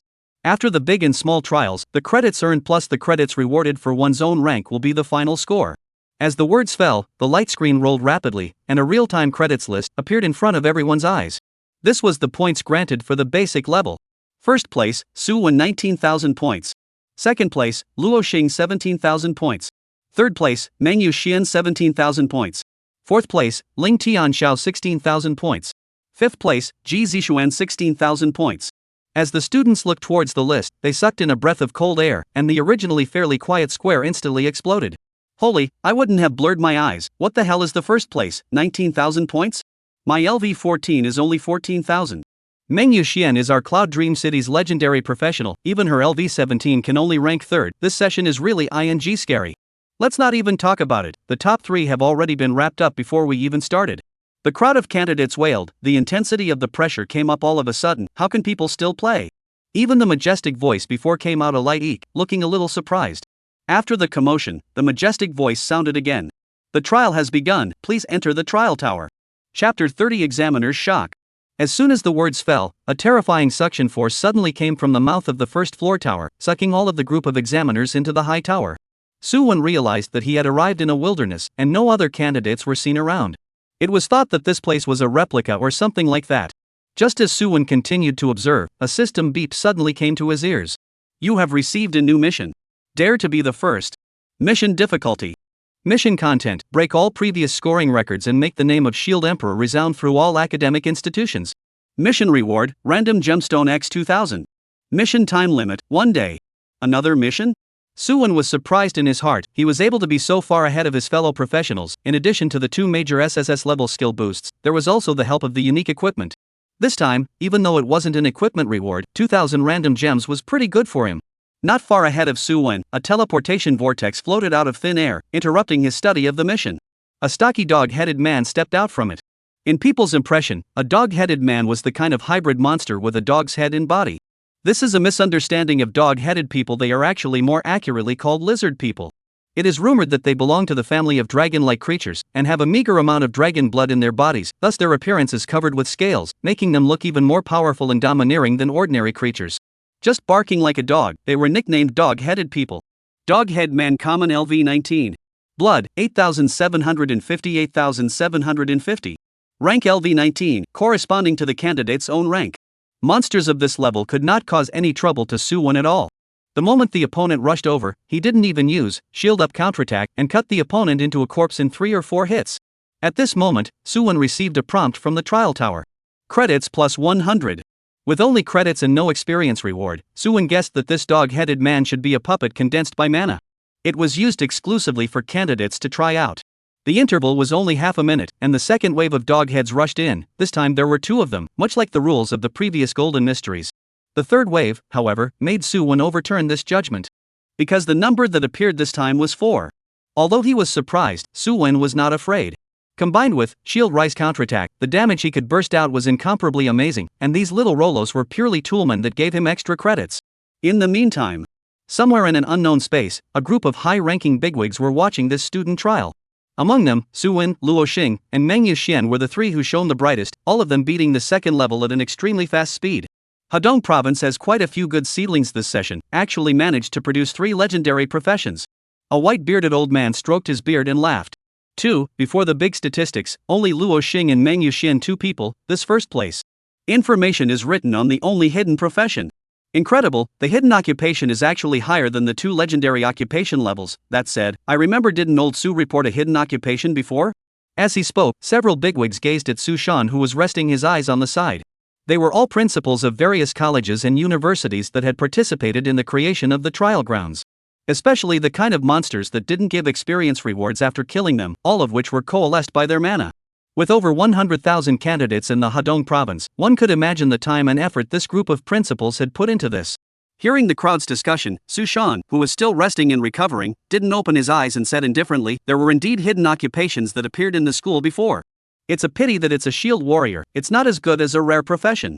Hearing this, the few bigwigs who spoke revealed a hint of an odd expression as someone opened their mouths to ask. What's the name of that hidden profession? Is it Su-won? Ha? How do you old things know that? What the hell are you playing at? Su Shan finally opened his eyes, and only then realized that the atmosphere around him was a little wrong. How all these old things have a face to see a little cute. Expression looking at themselves. Mocking, teasing, and some gloating? What the hell? His brow furrowed in confusion. What's going on? What are they all looking at me for? It was at this moment that the leaderboard suddenly lit up with a golden light that attracted him, a phenomenon only caused by a change in credits at the top of the leaderboard. With just a sweep, Su Shan suddenly froze, and his expression was lost in thought for a moment. First place, Su won 19,300 points. Su won? The name was familiar, but it shouldn't be the one he recognized. After all, in his impression, the Shield Warrior's pre-upgrading was incredibly difficult, and it couldn't have anything to do with the current first place in the trial. Maybe it's just the same name. Suddenly, a shriek came. Look, this Su Win's damage is so high, it actually exploded to 6,000. Boy, this is not a shield battle, it's clearly an output monster. A middle-aged principal exclaimed exaggeratedly, and with a somewhat comical expression, he attracted all the gazes of the crowd. Seeing this, another principal was first surprised for a moment, and then puzzled. This kind of explosive skill, if you use it now, what will you fight with later? After all, for a shield warrior, the cooldown of such a high damage skill shouldn't be short. The middle-aged principal from earlier waved his hand. They're all pre-existing skills, and a longer cooldown to the start of the next round should be able to be used. His eyes were filled with curiosity. He hadn't even heard of a shield battle of this intensity. Even those legendary shield battles, I'm afraid that they couldn't compare to this kid's strength at the same level. Su Shan also walked over as he looked at Su-won in front of the screen, his face full of unbelief. How could it be him? The kid he abandoned after the transfer could be so strong? He rubbed his eyes and looked once more. Yes, it was Su-won from his own school. The student that he had high hopes for and turned his hand to abandon. It was actually him. Looking at Su-won's violent output, Su Shan was a bit skeptical. He hadn't been to school for only a week. How come the world outside had changed so much? Also, what are those school leaders doing? Why didn't they inform him of such a big event? He just wanted to question those people, but then he remembered that he was in a space where he could not contact the outside world by conventional means. Luckily though, this was a student from his own school. If he made something of himself in the future, it wouldn't be difficult for him to make a connection with the two sides. Su Shan consoled himself with this. After all, in the end, he did not deliberately target the other party after the transfer. As for the matter of Su Wen's reward being moved away from him, Su Shan didn't care. When the time comes, just find a reason to muddle through. A freshly graduated child, what insights can there be? Thinking of this, Su Shan's originally sad face gradually became red. He began to crazily praise Su Wen and a few other geniuses, saying something about the future hope of Hadong. He quickly mingled with this group of principals. After all, there were so many students underneath these people who had made it to the top of the leaderboards, and one had to slightly look after each other's faces. When this group of people complimented Su Wen, he also had to politely respond to a few sentences, commenting on each school's pride without stinting on words of appreciation. The compliments made this group of principals a little embarrassed. Most of their students were rare professions, which were certainly very good, but being talked about by an old thing like you was practically comparable to a legendary profession. There has to be a limit to business boasting to each other as well. When Su Shan is still pointing out with this group of principals, but do not know, their own bottom pants have been Su Wen stripped bare to see the net. Still think Su Wen do not know anything? Chapter 31. There's a priest living inside this man. Su Wen was not aware that everything he did was being observed by numerous principals. He was just hacking the refreshed dogheads to death over and over again, doing his own thing. It was now at level 8, and the number of dogheads came to a terrifying 128. The densely packed dogheads surrounded Su Wen, crazily waving the weapons in their hands, wanting to tear the human in front of them into pieces. But their efforts were destined to be futile. Even though Su Wen couldn't solve so many dogheads in one go, the damage the other party inflicted on him was equally minimal. At this time, Su Wen also noticed a small weakness of Shield Rise Counterattack, which was that it would be a bit of a struggle to deal with the siege. Luckily, Chi and Blood like a dragon made up for this weakness, allowing his Chi and Blood to not be drained by the small monsters. Ordinary small monsters trying to kill the current Su Wen was simply a pipe dream. Only a dozen or so of the group of dog heads that were still besieging could deal damage to Su Wen. All the others were stuck in the form of their companions and could not go any further. It could be said that whether it was the 8th wave or the 80th wave, it was all the same to Su Wen. Dealing with them was just a matter of time. However, those principals who were watching Su Wen's battle all had an expression of seeing a rare species at this time. Doesn't this Su Wen's Chi blood recovery skill have a cooldown? Why is it still going on? It hasn't broken at all from the 6th wave until now. It's probably a very powerful passive skill. Hee, where is this skill? I think it's a priest living inside this kid. It's the same as the little strong man that can't be beaten. The small trials are not difficult for him at all. Don't rush, maybe there are other restrictions on the skill. Let's take a look first. That said, Principal Su is so lucky to run into a good seedling like Su Wen. The crowd lamented, and the topic was again led to Su Shan by a certain principal. Su Shan had his hands behind his back at this time, smilingly saying, good luck, good luck. Other than Su Wen, other heavenly prides performed equally well, just like the two of them, Luo Xing and Meng Yuxian. Hearing Su Shan's bull, the principals secretly poo-pooed it inwardly. Just great? You can say that about two legendary professions? However, in comparison to Su Wen, Luo Xing and Meng Yuxian were indeed quite inferior. The two of them had already killed the 6th wave, but their appearance was really a bit wretched. Lockstar's profession is similar to that of a formation master, and the skills he uses have the attribute of trapping and killing the enemy, and his own general attack is a long-range attack, which can greatly enhance his ability to save his life. However, Luo Xing is not Su Wen, his skills have a cooldown limit. Facing the collective siege of 32 dogheads, he could only release his skills to control some of them, and slowly kite the rest to wait for the right moment. There were several times when he was almost caught up by the dogheads, and Luo Xing was so scared that he hurriedly fled, not even caring about consuming the doghead's blood. As for Meng Yuxian, she had similarly reached the 6th level and was in a frantic physical fight with the dog-headed people. Meng Yuxian's profession is a big contrast to her name. It is the legendary profession, Bloodthirsty Blade Runner. Gaining the bloodthirsty effect by constantly attacking dog-headed men can improve both bloodsuck and attack abilities. That's why she was able to hold out until now as a melee. It was just that at the moment, she was slightly in a sorry state, a change from her usual elegance, with her hair disheveled and her face pale. Especially under the bloodlust effect, Meng Yuxian's eyes were glowing red, and she looked like a hungry wolf that wanted to eat someone. Although the two legendary professionals were very strong compared to their fellow professionals, it didn't look like there was much hope of breaking through the 7th level. And at this time, Su Wen had already broken through to the 9th level of the trial. Facing 256 dog-headed men, Su Wen remained unperturbed, and after being surrounded, he just kept swinging his giant axe until all of his opponents were dead. Seeing this, that middle-aged principal who was very optimistic about Su Wen before suddenly let out a cry of alarm. Guys, how many levels of trials did we set up before? This kid wouldn't want to give it all a pass. The crowd froze at these words and looked at Su Wen, who had already broken through to the 10th level, silently thinking that there was really this possibility. The small trial has a total of 10 levels. This is still the year of predecessor in order to make up the whole set up this number.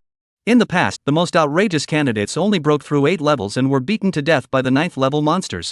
But looking at Su Wen's state, the 10th level doesn't seem to be very difficult for him, right? It seems like a real heavenly pride is about to appear. At this moment, an old voice rang out. The principals were startled at the sound and looked towards the source of the voice, only to see an old crone with a wrinkled face and yellowish skin walking over with a rattan cane. Seeing the visitor, the crowd sucked in a breath of cold air, not expecting a small trial to actually startle such a big shot. This old crone was the deputy director of the enrollment office of the highest academy, a genuine 100-level big shot with strong strength. It was said to have slaughtered a group of monster clans that had reproduced for more than 100 years, which was terrifying at the end.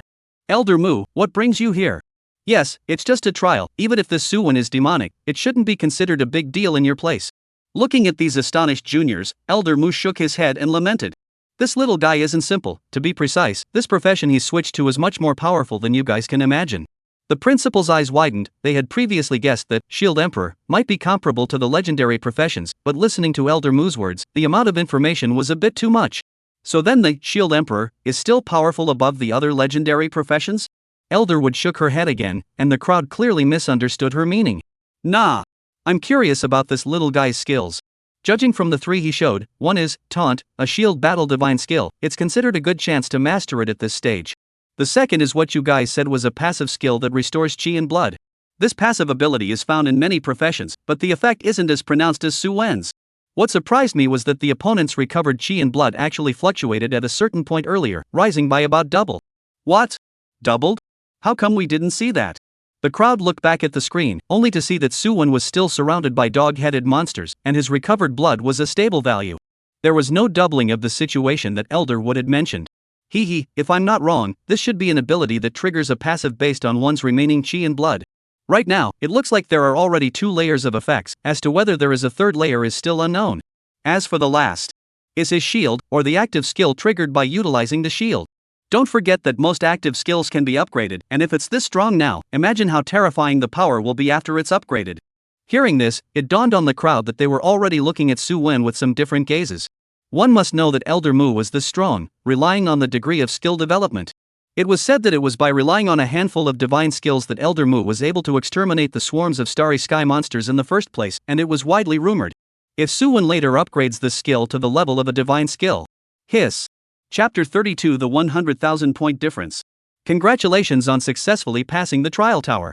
When Su Wen killed the last dog-headed man on the 10th level, a prompt from the trial tower suddenly came in his ears. Su Wen placed his giant axe behind him and sighed somewhat depressedly. If these dogheads were real creatures, then he might have promoted to LV20 on this and gained his 3rd SSS skill. At that time, the battle power would further skyrocket. Now he could only watch with dry eyes, with no benefits. Su Wen was quite depressed, and after teleporting out, he completely lacked the pleasant mood of clearing the trial tower. After all, a trial of this difficulty was really nothing to him. When Su Wen appeared in the square, he found that there was still a small half of candidates who had not finished the trial, and the rankings on the light screen kept changing. The competition was quite fierce. However, a closer look would reveal that the credits of these people were rising slowly. It's like squeezing toothpaste, squeeze a little out a little. Su Wen could also guess the reason. Not everyone was like himself, having the strength and courage to collide head-on with hordes of dog heads. Most of the candidates who are still challenging now are kite-type professions that can be long distance, so there is no shame in slowly grinding and screwing up one a minute for a few more credits. Just with the passage of time, the dog heads they faced stacked up exponentially, and finally reached a critical mass that they could resist. Many candidates ended their challenges and returned to the square. Among them was Meng Yuxian, the only 2 legendary professions in the current Hadong province. At this time, although he had already quit the battle state, but Meng Yuxian's eyes were still flooded with blood, and he had not yet completely woken up from the previous siege. After a moment, she gently shook her head before distinguishing the difference between the trial and reality. Recalling everything in the trial, she slightly hooked the corner of her mouth, revealing a nice-looking arc. With the bloodlust, skill to fight with battle, I fought hard to reach the 8th level this time, and I should be the top existence among all the candidates. It wasn't that Meng Yuxian was conceited. Rather, the legendary profession had granted her enough strength to allow her to dare to make the highest evaluation of herself. She also surpassed the predictions of many principals by beating the 7th level. Although the process was a bit tough, as far as the results were concerned, Meng Yuxian was very satisfied with her play this time. Only by personally experiencing the hardship and despair of being surrounded by a sea of monsters would she understand what exactly it meant for her to break through to the 8th level. Meng Yuxian's gaze fell above the canopy, trying to find herself high above the first throne. She wanted to hear the crowd's unbelievable exclamations, cries, and wanted to see the incredulous expressions on their faces. It would make her feel physically and mentally happy, and would whisk away the exhaustion of the trial.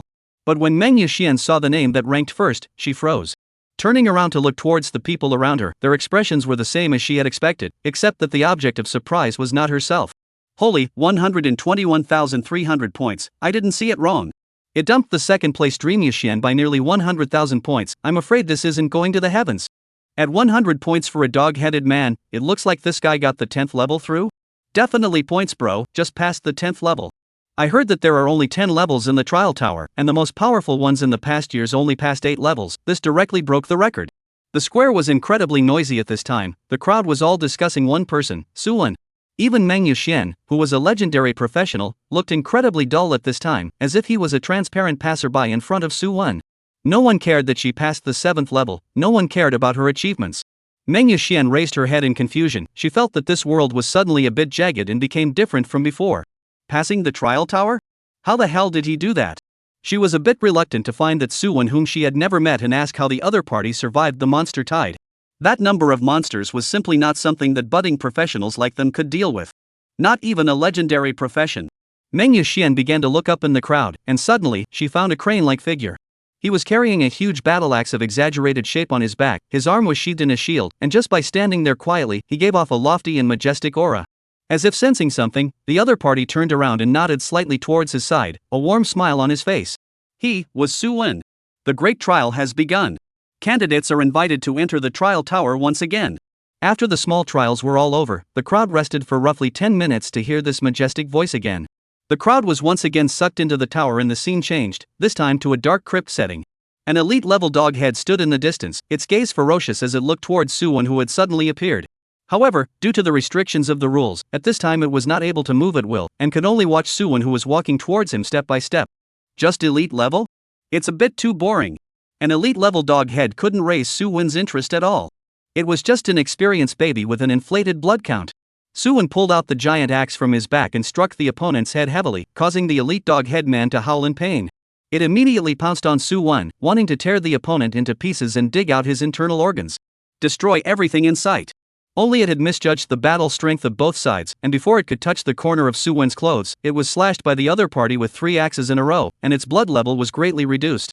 A few moments later, the one who was chopped into pieces became that elite dog-headed man.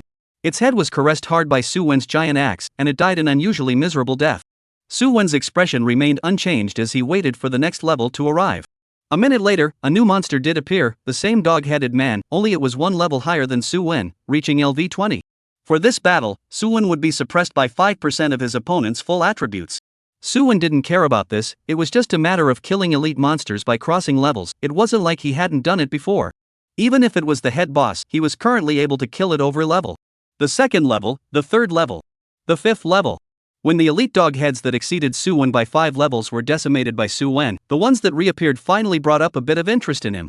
Dog head man Bobby head boss LV19. Blood, 126,000. The 6th level is the head boss. According to the previous rules of elite monster appearances, is it hard to believe that the Great Trial also has 10 levels? Su Wen pondered, but his hand movements were not slow, flinging his giant axe towards the dog-headed man to kill him. Sure enough, this Su Wen is a pervert. The elite monsters can't even break through his skill defense, and I'm guessing that these leader-level bosses won't be able to stop him either. It hasn't started yet, what are you in a hurry for? Look, the dog headman isn't breaking the defense. Oh, and then was a mouthful of blood back to full right. I think it's better to just let him pass. This kid is purely a monster that breaks the balance. With him around, it's not even the other candidates' turn to fight for first place. What do you say, Elder Mu? Chapter 33, Fighting Through Again. With the strength that this little guy has shown, I guess it's hard for a head-level boss to cause any trouble for him. Elder Mu quite agreed with the views of the people present. After all, at the end of the day, the chieftain level was just a small boss. It was just a challenge for this group of candidates who had just switched not long ago. The size was considered a challenge, but this didn't include Su Wen as well as those 2 legendary professionals. Their strength was simply not on the same level as the other candidates. Elder Mu looked at Su Wen on the screen, curious about how many more levels the other party could break through. There weren't many juniors that made her look up to her over the years. She wanted to see if Su Wen would still be able to exert the same courageous strength as before after encountering the boss's level suppression. Su Wen was not aware that at this moment, a real big brother of the academy was paying attention to himself. The vortex fluctuated, and a dog-headed boss that was 1 level higher than himself walked out from it. A 5% attribute suppression appeared instantly. However, this couldn't cause any trouble to Su Wen. Just by pressing on with his defense and counterattacking, he killed a chieftain class boss once again. Su Wen didn't have any sense of accomplishment at this time. Even though he had gained a considerable amount of credits, he still felt that the trial was too boring for him. His strength had long surpassed normal candidates by a large margin, and his presence here was similar to warming up from an event. There was no challenge at all. Most importantly, there was no experience. Far less enjoyable than leveling in the wild. But the other candidates didn't think so, and they could barely defend themselves in front of the elite monsters. By the 5th level, even ordinary main battle class professions were able to grind monsters full of them to death by virtue of their own equipment or professional characteristics. It lasted even longer than the previous small trials, and more points were gained. However, when the leader class boss appeared, a large number of candidates were kicked out of the trial tower at the same time, as they were simply no match for the leader class boss. The difficulty level was instantly raised a notch. This also led to many candidates' ranking changes and the leaderboards remaining small even after killing all the elite monsters. This is because everyone can beat them. However, whenever one person was able to defeat a dog head boss of the same rank, the other person's credit ranking would instantly increase and distance themselves from the other candidates. But how many people could do this? Wang Heng's group of people were beaten by a tree demon boss yesterday and fled frantically. Knowing that Wang Heng was a rare profession, even he was no match for the tree demon, who of these candidates thought they were stronger than him? Even if the level suppression was severe at that time, it was also a side note to show how powerful the suppression of the candidates by the leader level boss was at this stage. So if you wanted to pass the 6th level, rare occupation was the bottom line. At this time, within the 7th level, Luo Xing pinched his hand with one hand and released his formation skill to trap the boss. His body retreated backward while he kept shaking his staff, and one after another, the starbursts bombarded the boss. 421. 408. 426. This damage, it's going to be a damn long fight. Watching his poo attacks land on the boss without a splash, Lockstar spat for a while. Compared to his 6-digit blood, his damage was a bit scrappy. It was a good thing that the legendary profession granted him a lot of upgraded attributes, and in terms of consuming and pulling, he was quite a bit stronger than other candidates of the same profession. So much so that now, even if Luo Xing couldn't solve the boss for a while, he was confident that the winner in the end would definitely be himself. And the truth was just as he had predicted. It was difficult for the boss to deal too much effective damage under Luo Xing's too powerful control skills. After his blood dropped below 20% and entered a berserk state, the boss was barely able to knock out half of Luo Xing's blood. After successfully clearing the level, Luo Xing sat on his butt on the ground and breathed a long sigh of relief. This trial is really simmering. Fortunately, it's not that kind of siege type test, or else I'd be one step behind that crazy woman again. In the small trial, he regretfully stopped at the 7th level due to his skills and career mechanism.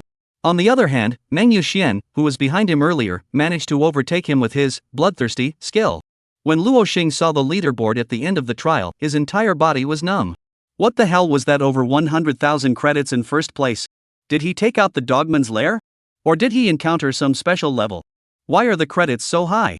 If it was just this, then it would be fine. After all, they were originally number 1, and with an initial level as high as LV19, they were a really big guy. But you dream Rainxian Run actually can also run my head. What is this? Thinking of this, Luo Xing is a burst of fire, and then he smile. This time to see you, bloodthirsty. How to start? It is hard not to have to stand with the boss jerk. It'll be fun if we get hacked to death by the dog head boss on the 6th level.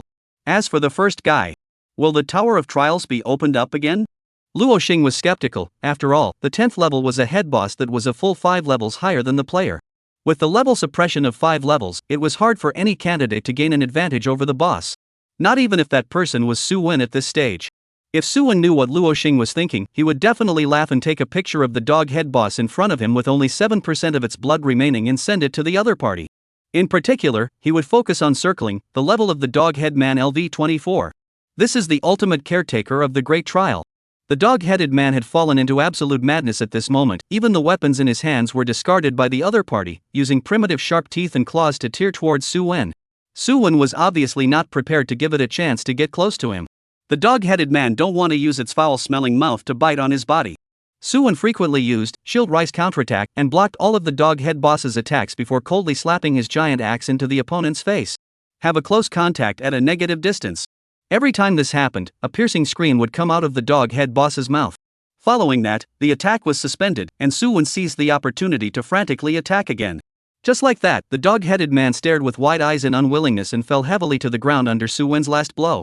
Congratulations on successfully clearing the trial tower. A white light wrapped Su Wen and moved him out of the place of trial. In just the blink of an eye, Su Wen felt that he had arrived at another place, but this place did not have the hustle and bustle of the trial square. Instead, it was somewhat calm. Su Wen opened his eyes, but he jerked back a step and frowned at the old crone that suddenly appeared. The strength was so strong. To be able to teleport him here, he should be mastering a space-type skill, conservatively estimated to be above LV60. However, Su Wen wasn't too worried. This was after all the place where the Imperial Hedong Province's college entrance examination trials took place. Countless hidden bigwigs were closely watching everything that happened here. This person was able to silently move him over from the trial tower without alerting those bigwigs, so it was probably someone from the Imperial officials.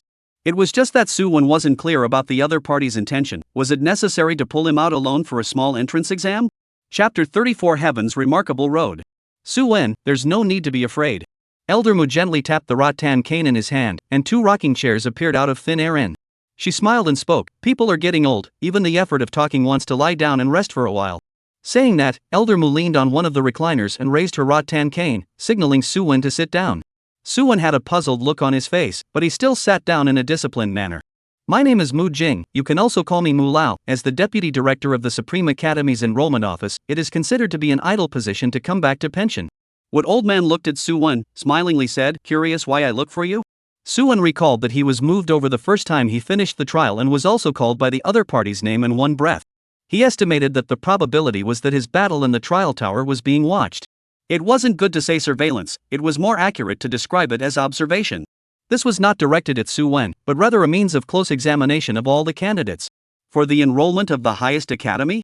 Su-wen was puzzled, but in his heart, he was a bit surprised that this old crone, who looked like she was about to die, was the deputy director of the enrollment office of the highest academy? And personally looking for him after the trial, isn't it a bit too big of a card? Not really. A kind smile appeared on Elder Mu's wrinkled face. I mainly want to talk about your future career plans, and want to know your views on the stars. Career planning? Stars? Su-wen's expression was a bit puzzled, he didn't quite understand what exactly the other party meant by that. Career planning? I'm a shield warrior, isn't the path to take in the future just to raise my level and get my equipment skills right? It's not wrong for you to have this kind of thinking, it's even a universally correct answer. But there are always people in the world who are different from ordinary people, like you, like Meng Yuxian and Luo Xing who took the exam with you. Even most of the rare professionals are. Your starting point is undoubtedly too much higher than that of ordinary professionals, and in this case, you still want to follow a common and unusual path just like ordinary professionals? Su-wen was still puzzled. No matter what kind of profession, the ultimate pursuit is not the full level cap, excellent equipment, and all kinds of perverted skills? One level is like this, and 100 levels are like this. Compared to ordinary professionals, all we have is some extra attribute points for upgrading, and then the ability to comprehend the special skills of our profession at a certain level. Other than that, we don't have much of an advantage, even for legendary professions. Just like now. Su-wen brought his weapon in front of him, a common rare profession. Take this weapon of mine to break into the trial, and the results won't necessarily be worse than the 2 legendary professions. In the end, a good profession is just a small boost on the way to becoming stronger. Hearing Su-wen's remarks, Elder Mu was slightly surprised. Most of the young people who had just switched jobs were still immersed in the good and bad of their careers and their development prospects. There were very few young people who looked at it as thoroughly as Su-wen did. Even the students in the academy were like this, enjoying in the joy of switching to a rare profession. They also always treated those common professions with a superior mentality. Occupationalism. That's a good point, you seem to know quite a bit about this. Elder Mu nodded his head in approval before asking, since you also said that the power of a professional lies in the generalized 3 major facets of equipment, skill, and level. Let's take this trial as an example. You relied on this handle purple equipment as well as a few skills to sweep through the land of trials. Your advantage over others lies in equipment and skills, doesn't it? The LV-19 you're so proud of doesn't do anything right? After all, the trial monsters are of the same level as you, so you don't have any advantage at this point. Hearing Elder Mu talk about his skills, Su-wen's heart snapped, but his face remained unchanged as he returned. Indeed, I was just lucky and took advantage of a few points. Elderwood shook her rocking chair, her body swaying slightly as she laughed once again. If this is the case for low grades, what will happen for high grades, and what will happen for full grades? Have you ever thought about this question? Other people have accumulated an unknown number of years at level 100, compare equipment with them? Comparing skill strength? Which one of them can you beat the others? Even if it's a living profession, assuming that he has accumulated decades at the 100 level stage, how much weaker would that person be? That's true for humans, what about monsters? The higher the level, the higher the intelligence of the monsters. They're not a string of codes, but truly terrifying forces with the power to overthrow Blue Star. This is still just the star monsters around Blue Star. As for the more distant, who knows if there are any more? Su-wen froze at his words. What Elder Mu said was indeed a direction he hadn't considered. Previously, he thought that by ascending to full level at the fastest speed, he could rely on the system to obtain the most powerful power. Now, after Elderwood said this, it really seemed to make some sense. However, as he pondered over what Elder Mu said, Su-wen was a little confused again. According to what you said, those who arrive at full level first must be the most powerful, and those who come later will hardly have a chance to surpass them, isn't that right? With a shake of the wood elder's rattan staff, a cup of fragrant tea appeared in front of him. She took it and gently sipped it, following which she said, "So, doesn't this bring us to our original topic? Which way do you, want to go?"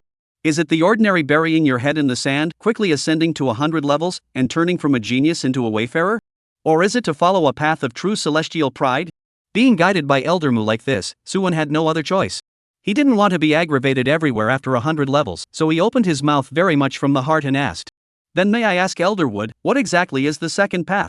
Suwon stood up, slightly bending towards the old crone in front of him, raising his hands and clasping his fists, performing a salute that he thought was appropriate. The Heaven's Remarkable Road is summarized in 4 words, accumulating the underlying strength. And this underpinnings is a massive amount of experience. Enough experience to burst everything. Hearing this, Suwon was a little confused again, and he felt his scalp itch a little. It shouldn't be the reason that he didn't wash his hair for today's exam, but that he was going to grow a brain. Why is it that you don't understand when you listen? If the need for experience is so great, then why don't you quickly rise to level 100? After all, level 100 monsters have the most base experience. Shouldn't the experience that can be gained from killing equal monsters be the most? Elderwood looked like she had known Suwon would ask this, as she patiently explained, intelligence. As I told you before, the higher the level, the higher the monster intelligence will be. They won't wait for you to kill them. And some of them will also find a backer for themselves, so what are you going to do when you are under the shelter of a powerful monster? Not to mention killing each other, it's not even particularly easy to find some monsters that have fallen alone, otherwise why would I need to ask you? So a high level may not be the best time to accumulate experience. It's by accumulating reserves, putting experience into skill upgrades, and then honing your equipment to the current best that you can gain experience with maximum efficiency. Don't think it's a waste of time to realize that most of the current 100-level powerhouses are doing exactly what I'm talking about right now. It's just that they're too high-leveled and don't get experience as easily as you guys do. Until now I rarely hear of new divine techniques being born. With this explanation, do you understand why you were told to take the Heaven's Pride path? Chapter 35, Acceptance on the Spot. Hearing this, Suwon finally understood what the Heaven's Remarkable Road in Old Mu's words really was. Because of the rank restriction, newly promoted 100 levels powerhouses could hardly match the veteran powerhouses in terms of strength due to their shallow heritage. This included those monsters with long lifespans. This also led to the fact that even if a genius promoted to the 100th level, he would face the embarrassing situation of not being able to advance for a long period of time. No experience to upgrade their skills, no best equipment to arm themselves with, and all the other limitations. Only now did Suwon realize that advancing to level 100 wasn't as glamorous as he thought it would be. Elder Mu, what should I do if I want to take this Heaven's Pride road? Suwon asked. After all, after killing a monster, the experience is automatically filled into the experience slot, and there is no way to use it to upgrade skills. Suwon's choice did not surprise Elder Mu. As a matter of fact, most of the students of the highest academy were proud of their hearts. The worst of those who entered there were rare professions, so who would be convinced by anyone other than their absolute strength to crush them? That's why when they learn about the intelligence of the Heaven's Pride Road, most of them will choose this path to prove themselves. Use the Qiankuan lock. Elderwood pulled out a capsule-shaped piece of equipment, only the size of a fist, but with a lavender halo emanating around it. This is the Qiankuan lock I used before, and due to rule restrictions, I can't give it to you to check the properties on your own. There is an infinitely large experience pool within the Qiankuan lock, and after equipping it, you can absorb 90% of your own experience gained each time and deposit it into it. As for the remaining 10%, it is used for one's daily upgrades. 90% experience? Suwon froze at his words. If only 10% experience was supplied, then how else could they upgrade? Wouldn't they have to stay put for the rest of their lives, being caught up and quickly overtaken by those normal students? Right. As for why it's 90%, if you want to metamorphose a skill into a divine skill, the total amount of experience required is roughly about 9 times the amount needed to level up from 1 to 100, maybe a little less, but 90% is enough. Elder Mu looked at Suwon, who had an incredulous look on his face, and asked in return, what? Feeling that the upgrade is too slow? Or the experience required is too much? Suwon nodded his head. Nearly 9 times the experience gap. Who could withstand this? As for divine skills, he had only learned about some of them in the information, and they were the product of skills that had metamorphosed to the extreme. More specific ones were not clear. Even if you don't count divine skills, normal upgrades aren't supposed to be fast. If you put more experience into the Qiankuan lock, how long will it take to level up to 100? If everyone has divine skills, how can they be worthy of the word God? Speaking of this, a faint aura of pride rose from Elder Mu, who was the divine skill controller, one of the highest-end combatants recognized by mankind. She was very clear about the difference between divine techniques and non-divine techniques. It could rigidly divide the same 100-level powerhouse into 2 species, one heavenly and one earthly. It's as simple as that. As for taking time? Who would take such a bumpy and winding road if they weren't a super genius? Wouldn't it be good to advance to the 100th level early and become a so-called strong person? The specifics of this, when you come to the Supreme Academy you will naturally know. Don't worry, compared to this price, what you get will far exceed what you pay 10 times 100 times. The third day after the end of the trial is the official opening time of the Supreme Academy. Don't be late then. After saying that, without seeing any movement from Elder Mu, Suwon was already teleported back to the trial square. Beside him, a youth with a dull face was looking up at the sky with a look of being overly struck. LV-17. Well, the level is not low, it is probably that legendary professional, Lock Star. But this has nothing to do with Suwon. The rankings on the light screen had basically been finalized, and just waiting for the candidates who hadn't finished their trials yet to come out, this session of the college entrance examination would be completely over. Suwon only waited for a while before the trial tower emitted a burst of white light and slowly entered the ground, disappearing. That majestic voice from earlier sounded once again. The trial is over, candidates may use the teleportation stones to return to their respective schools. The enrollment teacher will contact you through the proof of the trial, and I wish all candidates a prosperous path and early ascension. As the words fell, the light curtain in the sky shattered like a mirror, turning into countless thin papers that flew into the hands of the candidates. Accompanying them was a teleportation stone identical to the one they came with. Suwon curiously looked at the golden thin paper, and countless information about the trial flooded into his mind in an unknown way. A moment later, a flash of realization flashed across Suwon's face. This turned out to be the paper version of the leaderboard, which was also a proof of one's trial performance. Only on the leaderboard, Suwon was at the top of the list. The difference in credits between this term's candidates was extremely exaggerated and horrifying, and a single Mengyu Xian, who ranked third in the list, had credits that far exceeded those of the previous top candidates. First place, Suwon 506,300 points. Second place, Luo Xing 244,800 points. Third place, Mengyu Xian 186,500 points. Fourth place, Kong Haoming 124,000 points. Fifth place, Li Zihan 123,800 points. 32nd place, Yunqi 74,560 points. 44th place, Lin Lo 72,600 points. Taking the exam with this group of perverts of theirs, I'm really convinced that the credits are not even a fraction of a person's worth, and this is still a cockamamie school. That's right, especially this Suwon, 500,000 credits? I'm afraid it's not that the great trial also gave a pass. Where are the easy ones in this session? Even some rare professions were able to succeed in soloing the leader boss at this stage. How can people still live?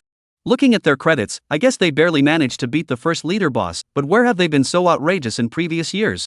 Hey, I'm going to go far with this credits.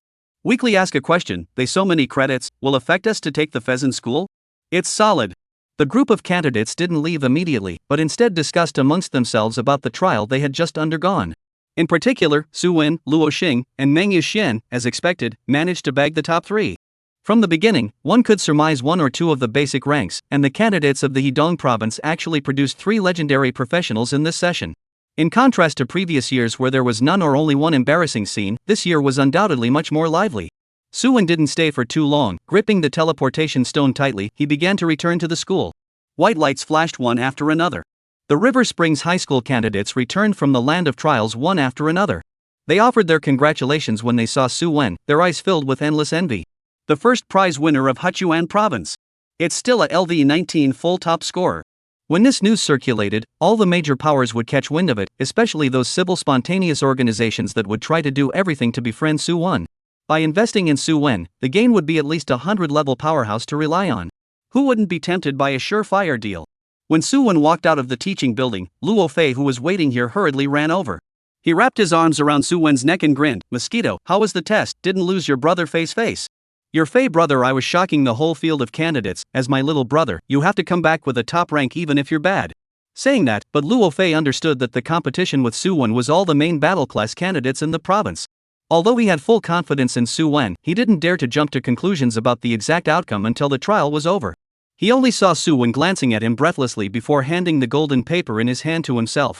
Luo Fei took a look, and the original credit ranking had somehow turned into an admission notice. Divine Martial Academy Admission Notice for Higher Education. Chapter 36 Rejection. Divine Martial Academy? Isn't this the highest school in our Divine Dragon Empire, Kana Mosquito? Seeing the few big words on top of the gold paper, Luo Fei excitedly shouted strangely, causing the surrounding students to look sideways. When they saw Suwon next to him, each of them skimmed their heads again, pretending that nothing had happened. If the provincial scholar couldn't get into the highest school, wouldn't the trial be a joke? Luo Fei didn't notice the reactions of the people around him and continued to browse through all the contents inside the notice. When Luo Fei found the credit ranking attached inside, he then stared wide-eyed, his mouth wide open, half unable to speak. I said that the top ranker was just joking. Hey, how did you even get a top ranker back? Luo Fei is still a bit unbelievable. His good brother actually gave him a big ticket. Brother, Xiao Luo, I just spoke a little too loudly. Please also be generous and don't talk to the little one. Su Wen gave Luo Fei a slap on the back and scolded with a smile. You're burying me here, aren't you? Luo Fei scratched his head and just laughed dryly a few times. Su Wen didn't have the heart to take back the acceptance letter and put it into his backpack and turned to ask, when will school start at your place? Half a month later, the school didn't urge us to arrive early. What about you, Mosquito? Su Wen put up 3 fingers and gestured, 3 days. There's a teacher inside the academy who told me. So I'm going to make a trip home now, think about what else to bring on the way, and then I'm going to leave for Tiandu. The Divine Martial Academy was located in the heavenly capital, which was the core of the Divine Dragon Empire. It is a metropolis that combines economy, politics, and culture. Countless people traveled to and from Tiandu every day, so he had to book a ticket to there as soon as possible. Lest he can't grab a ticket. Although the world was forced to fuse the rules of the game, Blue Star's past technology did not go backwards. After years of development, it was even a bit more developed than Su Wen's previous life. So fast? Luo Fei was a little surprised, and then rubbed his chin up with his hand and nodded with a feigned nod. After all, it's the highest academy, it's normal for the requirements to be stricter. In that case, Mosquito, you'd better prepare first. When I get there, I'm not familiar with the place, so I'll inevitably have a bunch of things to do. Su Wen nodded his head, quite recognizing what Luo Fei said. Just as the two of them were chatting, a figure with a red face walked towards them and stopped in front of them. Seeing the visitor, Su Wen slightly froze and took the lead to say, "Good day, Principal." Luo Fei did the same. Looking at the springy principal, he inwardly laughed a little. Would it be a little late to come now? He knew the principal's intention. It was nothing more than seeing Su Wen was about to soar and wanted to come early to get close. But while others weren't clear, how did he, Luo Fei, not know about Su Wen's rewards being deducted by the other party after he was transformed into a shield warrior? And now you want to come and make up for the relationship? Luo Fei shook his head and snorted, waving his hand at Su Wen and preparing to leave first. It was just the right time to leave space for the two to talk alone, saving the principal from being whisked away later and not being able to hold his face. I didn't expect that my River Spring High School could actually produce a top student in the college entrance exams. Good, no thanks to you, Su Wen. Su Shan patted Su Wen's shoulder, revealing an elder-like and amiable expression. The last time a student who gave us such a face was 5 years ago, but the best results stopped at the top 100. Not to mention you, even Yun Qi and Lin Luo can't compare. Su Wen humbly laughed, while not moving to move the principal's hand on his shoulder. It's all because the school taught me well, I just did what I had to do. The two sides had met before, but they weren't exactly familiar. However, his feelings towards Su Shan had never been too favorable, especially since he had moved away the rewards that belonged to him, which had lowered Su Wen's impression of this person. As for the original reward, I heard that the Education Bureau is still unified to the outstanding students issued, and the school half-a-penny relationship is not. Su Shan smiled a few times and looked at Su Wen with an appreciative face. This kid's speech was really good. Look at this, not being arrogant and not forgetting the cultivation of the school after taking the provincial top prize. This is the real genius of their River Springs High School. Don't be so modest. If someone else achieved what you did, I guess his tail is going to be up in the air. In order to celebrate Su Wen's outstanding achievements, I will only represent the school to award you the Outstanding Alumni Bursary. It contains some of the consumables used in the preliminary upgrades, including recovery potions, slot gems, and other items. Su Shan waved his big hand and sent an exquisite scroll in front of Su Wen. This is the storage scroll. All the rewards for the bursary just mentioned are inside. Don't worry, this is only one phase of the rewards. In the years to come when you're in the academy, we'll all subsidize you in the name of the school. How's that? Not bad. Seo-sun said and laughed again, but soon his smile froze a little on his face. Because not only did Su Wen not take the spatial scroll, instead, he gently pushed it forward and handed it back to himself. Thank you for the principal's kindness, I appreciate it. There was a senior during the trial before, who has already promised to prepare a bursary for me at the Divine Martial Academy. It's better to leave these for other outstanding alumni, or schoolmates to use. Su Wen revealed a kind smile and did not half reject Su Shan's embarrassment. He walked past Su Shan and said with a slight apology, I'm sorry, Headmaster, there are still things to pack at home, and I'm going to report to the Divine Martial Academy soon. I hope you'll forgive me. With that, he did not care about the ugly expression on the principal's face, and quickly left the school. Looking at Su Wen's departing back, Su Shan's brows were furrowed, and his previous expression of joy and happiness all disappeared. Divine Martial Academy? Can't it be that it's Elder Mu? Is there any other teacher from the highest academy besides her? During the trial? Or did this kid discover something? If it was the former, it wouldn't be wrong for Su Shan to give up his old face and give the scroll away. After all, who would say anything about subsidizing an outstanding graduate? But if the latter? Su Shan's heart suddenly flashed a trace of regret, if not for his sudden change of heart in the beginning. Would this scroll have been sent out today? Perhaps he, Sushan, would be able to have one more student disciple of a 100-level powerhouse in the future. Unfortunately. Alas. Suwon, who had already arrived home, didn't know about the principal's inner activities, which were of little relevance to him. A snobbish principal was just that. If he coveted these resources given by the other party, Suwon would definitely not be able to avoid trouble from the other party in the future. Suwon laid down on the sofa, relaxing his body properly. 7 consecutive days of high-intensity upgrading had really worn him out. If he could, he really wanted to directly sleep for 3 days and 3 nights without waking up. But the system's prompt broke Suwon's fantasy. Dare to be the first in the world mission completed. You have obtained Gold Jade X 2000. Holy, it's actually 2000 Gold Jade? The moment he saw the reward, Suwon was so excited that he directly jumped up from the sofa. So many gemstones could actually produce the lamb's wool jade that he currently needed the most? It's a stroke of luck. Chapter 37, Invitation. The sheep's fat jade was similar to the blue chalcedony Suwon had previously obtained. They were both gems that could be set on equipment and could greatly increase one's battle power. Especially for students like Suwon who were prepared to walk the path of heaven's pride, the increase brought by the gems would undoubtedly last longer than normal. Suwon picked up a sheep's fat jade. Its appearance was light yellow in color, its texture was delicate, and there was a sense of grease running across his fingertips when he played with it. Sheep Jade Grade 1. Available for LV20 or above equipment. Damage, 10. There were only 10 points of damage attached to a level 1 goat jade, so Suwon didn't care. If gemstone-type props wanted to be useful, only by constantly synthesizing them upwards would they have a powerful effect comparable to that of transformation equipment. Now that 2000 jades are in hand, just wait for Suwon to level up to 20, and then find a suitable equipment to start inlaying. Putting the rewards away, Suwon didn't rush out of the city to upgrade, but returned straight to his bedroom to rest up. The college entrance exam was over, and he also needed to release and relax his tense nerves. At the same time, River Springs High School this year out of a college entrance examination provincial students finally spread. Under the arrangement of the school leaders, eye-catching banners were hung in all corners of the school. Congratulations to Suwon of our school for winning the top prize in this year's Hadong Province College Entrance Examination. Warmly celebrate our school's 3 heavenly prides to enter the Divine Martial Arts Academy. Scholarly High School, welcome all new parents to enroll in the school. Not just banners. The official website of the school, the official website of the Department of Education, and even the official of River Springs City all came down in person to warmly celebrate the birth of the top student. For a while, most of the people who were concerned about the current college entrance examination knew that their own family had produced a college entrance examination scholar. Breaking the record of the previous years, he succeeded in reaching the top with a perfect score. All the major powers caught wind of this and sent people to pull in, wanting to bring in a potential new star for their own powers. Huang Yiming, as the deacon of the Mage Mutual Aid Association, personally came to River Springs High School, ready to visit the school leaders as well as Suwon himself. There were also a few more social elites with majestic breaths and high ranks around. They were making the same intentions as Huang Yiming. One of them couldn't help but snort when he saw Huang Yiming arrive. Is there no one left in your Mage Mutual Association? The meat that was delivered to your doorstep can be let go by you. Your president is really big-hearted, and actually still dares to let you come over. Huang Yiming couldn't help but have a trace of embarrassment flash across his face when he heard this. A few months ago, a well-endowed mage had wanted to join the Mutual Aid Society, but was cut off halfway by another family, making him a not-so-small joke among his peers lately. That incident was originally a minor incident, but I didn't expect it to be brought up for mockery at this time. Huang Yiming was depressed inwardly, but he didn't want to waste his words with them and make useless arguments. After waiting for a few moments, he finally managed to meet the school leaders. This person had a big belly, a bald and shaven head, and was no different from most middle-aged men. However, Huang Yiming knew that this leader had been helped by the old president, and the Mutual Aid Society had some connections. With Suwon's hotness nowadays, there are definitely not a few people who come to him. He, Huang Yiming, wasn't a big shot and didn't have any advantage over others. So he could only borrow the old president's relationship to find the school leaders, hoping to find out Suwon's whereabouts from here.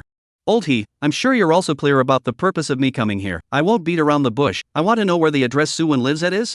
Huang Yiming opened the door and explained his intention. Old he sat on the reclining chair and inhaled a cigarette unhurriedly. He looked at Huang Yiming and laughed lightly. Old Huang, as you know, as the leader of Hachuan High School, I won't freely disclose the privacy of my students. If this matter spreads out, not only will it have an impact on the school's reputation, but also on my personal future. There will be no small amount of trouble. Huang Yiming was a bit helpless and pulled out the pre-prepared envelope from his pocket. Placing it on the table, he pushed it forward. I know, I heard that a new restaurant has opened over in the East City, which has dishes made from special experience props. Old he has the time for you to go and taste some. The middle-aged leader placed his hand on the envelope, feeling the shape and thickness inside. His face couldn't help but smile more. Good to say, I've long wanted to taste it, but unfortunately, as you know, the school's little salary is really not enough, shy.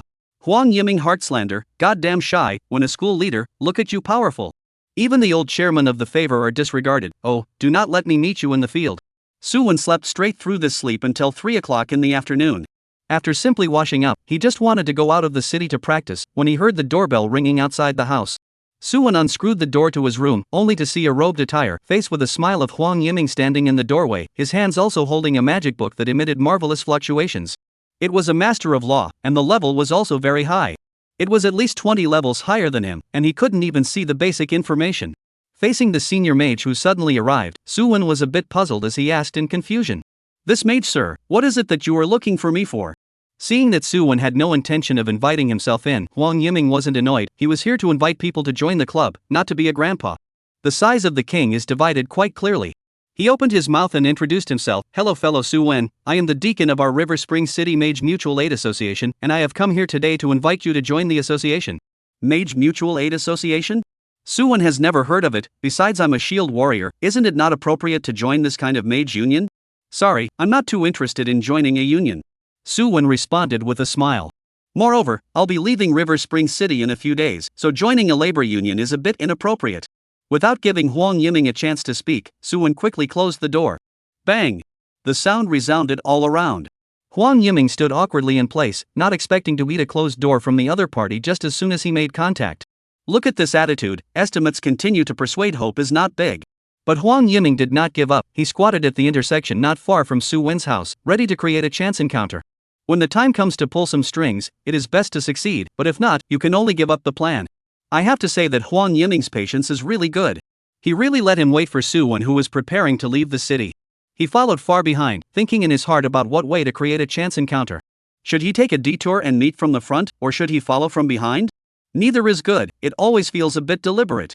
Between thoughts, Suwon in front of him had already arrived at the west side of the city gate, and it looked like he was going out of the city to upgrade.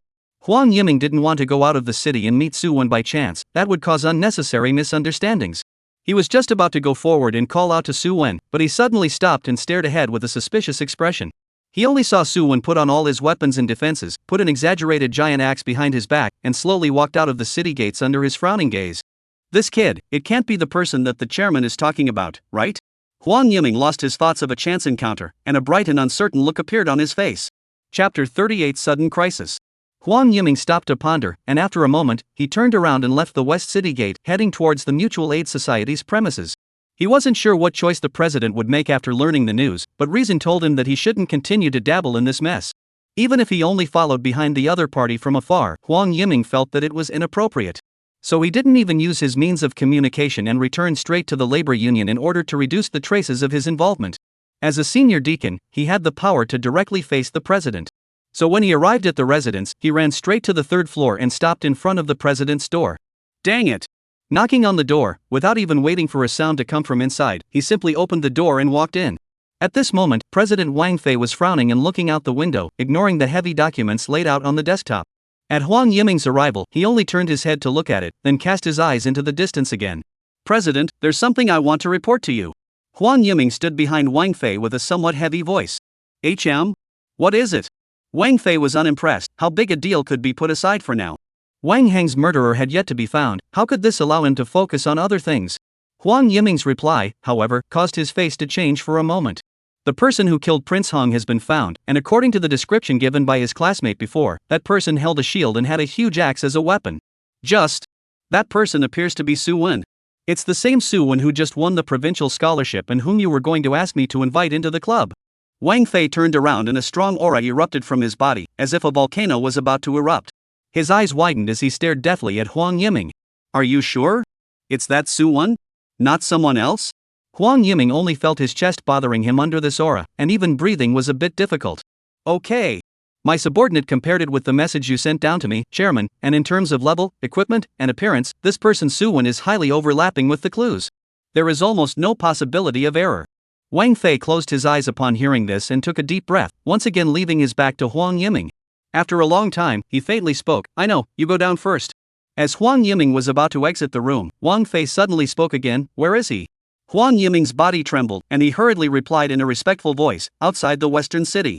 Outside the city, Su Wen, who was originally happily leveling and was only 10% experience away from being promoted to LV20, was disturbed by a system prompt. He frowned as he looked at the message coming from above. Mutual Aid Society's Malice. Mission difficulty. Mission content, urgent mission. The president of the Mutual Aid Society has found out the real reason for the death of his own son and has decided to strike at you immediately. Please survive the upcoming attack successfully. Mission reward, 1 purple suit of any part of the specified LV20. Mutual Aid Society? Su Wen's impression of this union was limited to Huang Yiming.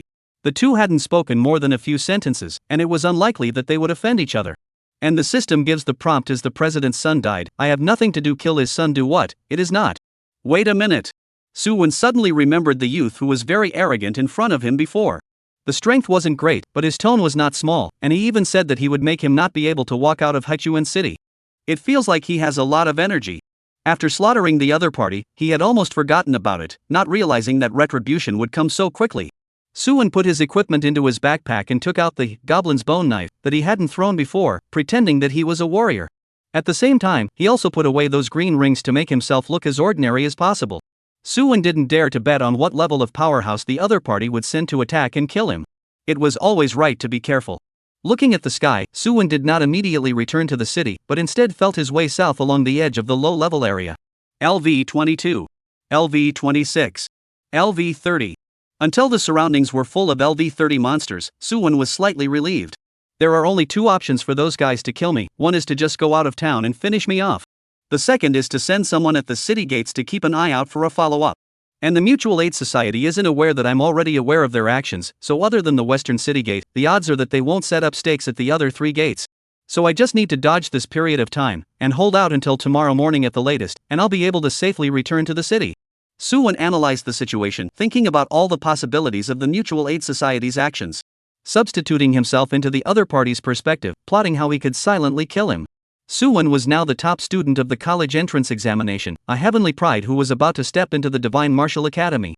If it was discovered that someone had secretly beheaded him, it would definitely cause a tsunami of shock. The officials would spare no effort to find out the murderer. In this case, the other side is expected to secretly hire professionals to avoid leaving too many suspicious traces. At the same time, in order to ensure that Su Wen can be killed, the level of the person coming will not be too low if it is a main battle class profession, at least in LV-30 or above. Thinking about it, Su Wen's heartbeat accelerated a little. After all, in his 2 lives, it was the first time that he had been thought of in this way, which he really had never encountered before. In case there was a LV-40 plus big brother, he definitely didn't have the slightest chance of surviving. Or discover him in advance before he escaped back to River Springs. No, can't just sit around and wait for death. Su Wen once again put his equipment on and walked along the sideline towards the south while looking at the LV-30 wild monsters. If he advanced to LV-20 and gained an SSS rank skill once again, even if he was caught up, he could increase his chances of escaping by a hair. Seeing a group of ground dragon beasts that weren't too big in size, Su Wen gritted his teeth and rushed up with a ruthless heart. Who cares about level suppression, just do it and be done with it. Ye Fei is a killer. Back then, he switched to the main combat class profession, assassin. I thought it was the beginning of stepping on the peak of life, but I didn't expect to be greeted by a nightmare. At the beginning of the transfer, there was only a normal, stabbed, not even a shadow sneak, which made it exceptionally difficult for him to upgrade in the early stages. After all, the direction of the assassin's development determined that he did not possess the Blood Bowl attribute. And with the most important, shadow sneak, missing, he couldn't really sneak into the darkness and deliver a fatal blow to the enemy. Yi Hui could only bitterly fight those monsters head-on. There wasn't even a chance for a sneak attack to trigger a skill. A brittle skin and monster melee, and no means of recovery. You can imagine how miserable he was at that time. As a main combat class occupation, he didn't even get into a second-rate academy. It had to be said that Yi Hui back then lived as if he was a joke. It wasn't until half a year ago that he accidentally obtained shadow stalking and truly became a professional assassin. Backed by the Shadow Alliance. Living a hard life by taking some not-so-difficult tasks. Until today, he found a very simple quest in the quest bar. Kill a LV-19 rookie. Although Yi Hui didn't think he was that powerful, the LV-34 was still inwardly incredibly confident against this kind of rookie. It wasn't until he saw the target introduction that Yi Hui became cautious, carefully lining up the places where Su Wen might appear. We're going to run away after this one, alas. Still a bit reluctant to part with this place. Looking at the surrounding monsters and the professionals that came and went from time to time, Yi Hui revealed a bitter smile. If there was a choice, who would want to do this kind of work that was dirtier than a sewer? Unfortunately, fate is not on my side and I can only be forced to accept it. I'm sorry Su-wen, I also had to finish you off completely. Who made you mess with the wrong person? Chapter 39, Attack and Kill. As a professional assassin. Yi Hui dared to take this kind of assassination order. In addition to the confidence that came from level crushing, there was also a handful of small props for chasing people and finding things. According to the intelligence, he went straight to all the LV-17 LV-25 practicing grounds after exiting the West City Gate. The target level was approaching LV-20, and if he wanted to level up, there weren't many places to choose from outside the West City. And with the sparse activity of people in such low-level areas, he was confident that he would find and kill Su-wen before the sun set. Coming to the nearest jungle swamp, Yi Hui took out a worm with 2 rushing whiskers on its head from within his backpack. This was the Chi Sense worm. This milky white worm was a very rare item even in the assassin circle. It can recognize the scent of all creatures below the user's LV-10, recording and displaying it in the form of data in front of the user's eyes. Sort of an alternative creature tracker after the rule fusion, the effect is very powerful. Yi Hui placed it in his hand and watched as the 2 sky-charging whiskers of the Sense Chi insect continued to shake, flashing trace amounts of red light from time to time. In about 5 minutes or so, the Chi Sense insect finished collecting the high-level life breath from the area Yi Hui had explored in the jungle swamp. Immediately, a virtual screen that only Yi Hui himself could see appeared in front of his field of vision. There were data bars of various colors on it.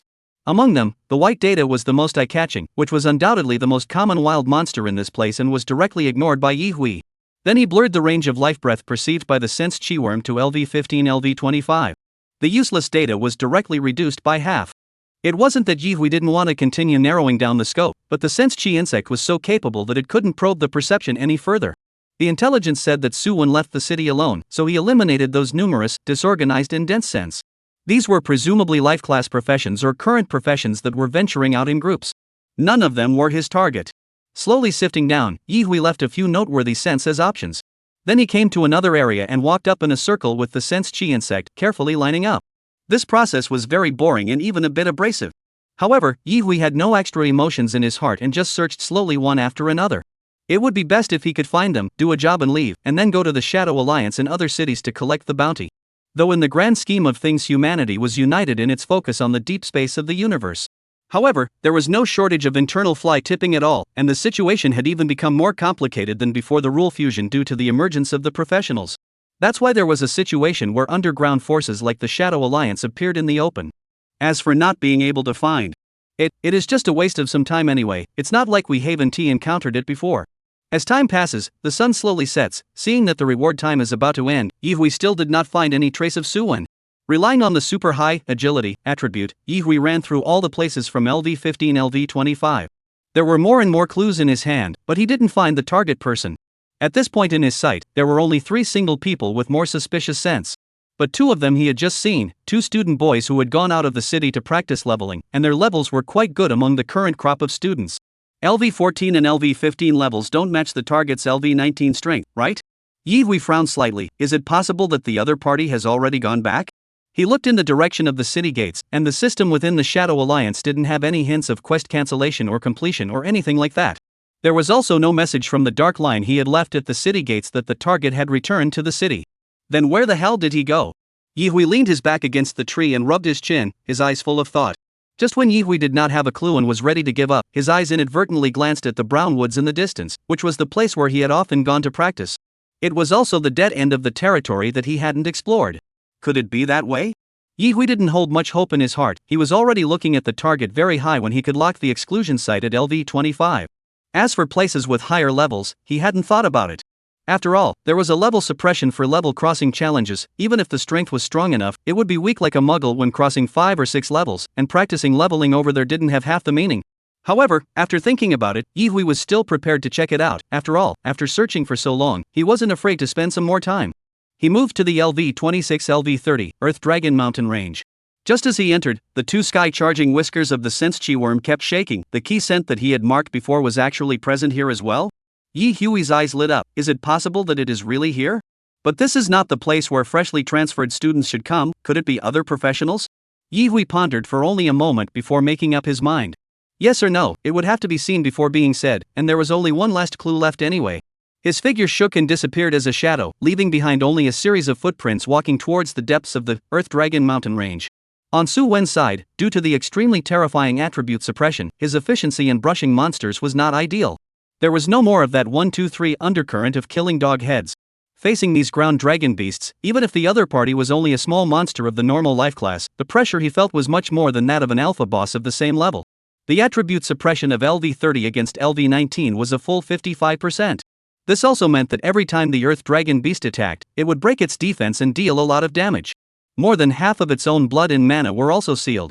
In such a situation, Suwon could only pull 3 or 5 Earth Dragon Beasts to attack at a time to ensure that he could advance to LV20 in the shortest possible time. This was still the result of relying on the 2 major SSS ranked skills. Although the Earth Dragon Beasts gave a lot of experience, in comparison, the efficiency was still far less than the wilderness goblins that he had killed earlier. 96%, 97%, 98%, 99%. Just when Suwon was less than 100 experience points short of upgrading. Behind him, the air ripples vibrated and a pitch-black dagger suddenly appeared, stabbing towards the back of Suwon's head. Suwon's heart alarm bells rang loudly. The clear killing intent at the back of his head made him feel like falling into an ice cave. It was too late to think about it. He twisted his body violently and leaned his shield in front of him. 248. 124. Bouncing. Seeing that there was such horrific damage after the damage reduction, Suwon's heart was jerked by the shock and he hastily retreated backward. Only to see a black-clothed figure emerge from where he had previously stood. The opposite party wore a scarf and held a black dagger in the reverse of his hand, and a look of surprise passed through his eyes as he looked at him. Actually able to block my attack? Worthy of being the top student of our Hadong province's college entrance exam, it really isn't simple. Yihui looked at Suwon with a smile, but in his heart, he was incomparably shocked. In the case of his first sneak attack, the other party not only blocked his attack, and the damage dealt was only 200 out. What kind of monster was this? You know, he was a LV34 assassin. Even if there was no such thing as level suppression between humans, that was no reason for Suwon to be able to block him. Luckily, the target had been found, and now it was just a matter of striking out a few more times to attack. Kid, I'm not sure where you got the information that you actually wanted to make a detour alone to enter the city through the south gate. I have to say you're very smart. You almost fooled me as well. Unfortunately, the heavens did not favor you as a genius. Any last words? Chapter 40, The Real Effects of Counter-Injury. Suwon didn't say anything, only looking at the other party with a cautious gaze. With his opponent striking first, he could clearly see his opponent's level as well as his chi and blood. LV34. Crispy professions actually have over 6,500 chi blood. Very strong. This was Suwon's first impression. But it was good that it wasn't a professional who had previously guessed LV40 or above. Then there's a fight, even though he's on the receiving end. Nothing you want to say? Yihui spoke faintly. His figure flickered and disappeared within Suwon's line of sight. Relying on the trait of shadow sneak, he was able to gain the ability to be invisible for a short period of time. There was also a certain effect added in case the environment was dim. However, Yihui's level was not too high to eliminate the movement under his feet, and the moment he tried to sneak attack Suwon, he was detected by the other party in advance and stood his shield in front of him. 275. 137.5. Rebound. 280. 140. Bouncing. 290. 145. Yihui's dagger flashed with black light and swung 3 times at a very fast speed, instantly knocking almost 1/4 of Suwon's blood down. Luckily, Suwon had already saved up his anger when he fought the Earth Dragon Beast earlier. The chi and blood increased by 10%. Damage increased by 20%. Damage reduction 15%. Under the stacking of the 3 major buffs, Suwon's total chi blood reached a level like 42-46 that made his peers look up to him. In addition to the 90% damage immunity of Shield Rise Counterattack, the damage Yihui dealt to him would continue to be reduced by 15%. Even though Suwon was forced to keep retreating, he was inwardly relieved. Although this assassin's damage was terrifying, I was afraid that it would be equally difficult to kill him instantly. This was because a light green light began to emanate from his body, as if surrounded by patches of fireflies, incomparably dreamy. Plus 84. Plus 84. Plus 84. The second stage of chi and blood like a dragon is activated. During the time Suwon was backing up, he had already recovered over 400 plus chi and blood. Yihui's face was incredibly ugly when he saw this. Damn, this guy actually had the passive skill of recovering chi and blood. He didn't see Suwon taking a potion, so these green fluorescent lights were recovery-type skills that he himself had mastered. If they couldn't kill each other at a very fast speed, both sides would be in a stalemate, unable to tell the winner from the loser. Not to mention taking the opponent's head to collect the bounty. Thinking of this, Yihui let out a low roar. He no longer hid his figure and quickly rushed towards Suwon. At the same time, as his feet stepped on the ground, a blue light shadow suddenly appeared, accompanying the other party's footsteps. His speed grew faster and faster, and in the blink of an eye, he delivered the weapon in front of Suwon. Bang! Bang! Bang! Yi Hui frantically danced his dagger, and a ring-like symbol of 8 equal points appeared on Su Wen's head, and with every attack, the halo would fill up one frame. When 8 attacks were gathered, the ring-shaped symbol would explode, dealing great damage to the target. Compared to a rookie like Su Wen, LV34 Yi Hui undoubtedly had more skills under his control. In just a few moments of exchanging hands, the other party had displayed at least 4 skills. Moreover, Yi Hui's agility was super high, giving Su Wen no chance to fight back at all. He was afraid that if he put down his shield, he would be killed by his opponent's super high striking speed in a single blow. At this moment, Su Wen could only grit his teeth and hold on. His only advantage right now was his passive ability to recover chi and blood and his super high physique attribute. He could only compete with the other party for endurance now, and then look for an opportunity to defeat the other party or escape towards the city. Hopefully this guy didn't pass the message to the Mutual Aid Society. Su Wen silently prayed in his heart. 276. 280. 265. 247. 138. 140. 132.5. 123.5. Plus 84. Plus 84. Plus 84. At the same time Yi Hui attacked Su Wen realized that the rebound damage, which was not insignificant at first, actually caused quite a lot of damage to his opponent. Humans were not like monsters, especially with a brittle body like the other party. Even though Yi Hui was already as high as LV34, his chi and blood was at best comparable to a wild monster around LV16. The anti-injury effect of Shield Rise Counterattack could not be seen against wild monsters. But targeting a brittle skin like Yi Hui, the effect instantly exploded. Especially since Su Wen also had the chi and blood like a dragon passive on him, which constantly restored his chi and blood. Under this, Yi Hui realized that he had attacked half the time and actually received more than 1,500 rebound damage. It was equivalent to killing the enemy by 1,000 and damaging himself by 12. If this continued, before the people were killed, Yi Hui, might have to go first. Yi Hui stopped his attack and at the same time jumped back a step, took out a bottle of red liquid from his backpack and tilted his head and poured it down. Plus 40, plus 40, plus 40. A rudimentary recovery potion. Su Wen ignored his opponent. The potion recovery effect would be interrupted by injuries during battle. If Yi Hui continued to attack Su Wen and received rebound damage, then his bottle of recovery potion would be considered a waste.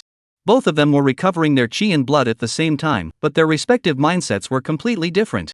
Su Wen changed from the cautiousness at the beginning to a lot more relaxed, while Yi Hui, on the other hand, was looking at Su Wen with a face full of gravity. This kid, a bit tricky. Like a hedgehog. Taking advantage of the time that Yi Hui held off his attack, Su Wen landed his gaze on the earth dragon beast that had been chasing him. Earlier, due to Yi Hui's sudden attack, he interrupted his promotion path. Now well. He. Su Wen, who had been holding back for half a day, shouted, and with one axe, he shattered the head of this bloodless earth dragon beast and his body went limp to the bottom. 2,839. The terrifying damage caused Yi Hui's pupils not far away to shrink.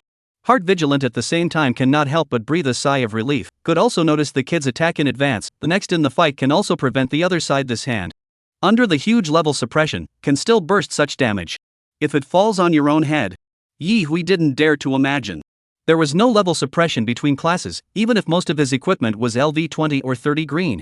But if he received this axe, Yi Hui would be seriously injured without dying. Suddenly, his complexion froze. Su Wen actually lit up a white light on his body after he killed this earth dragon beast.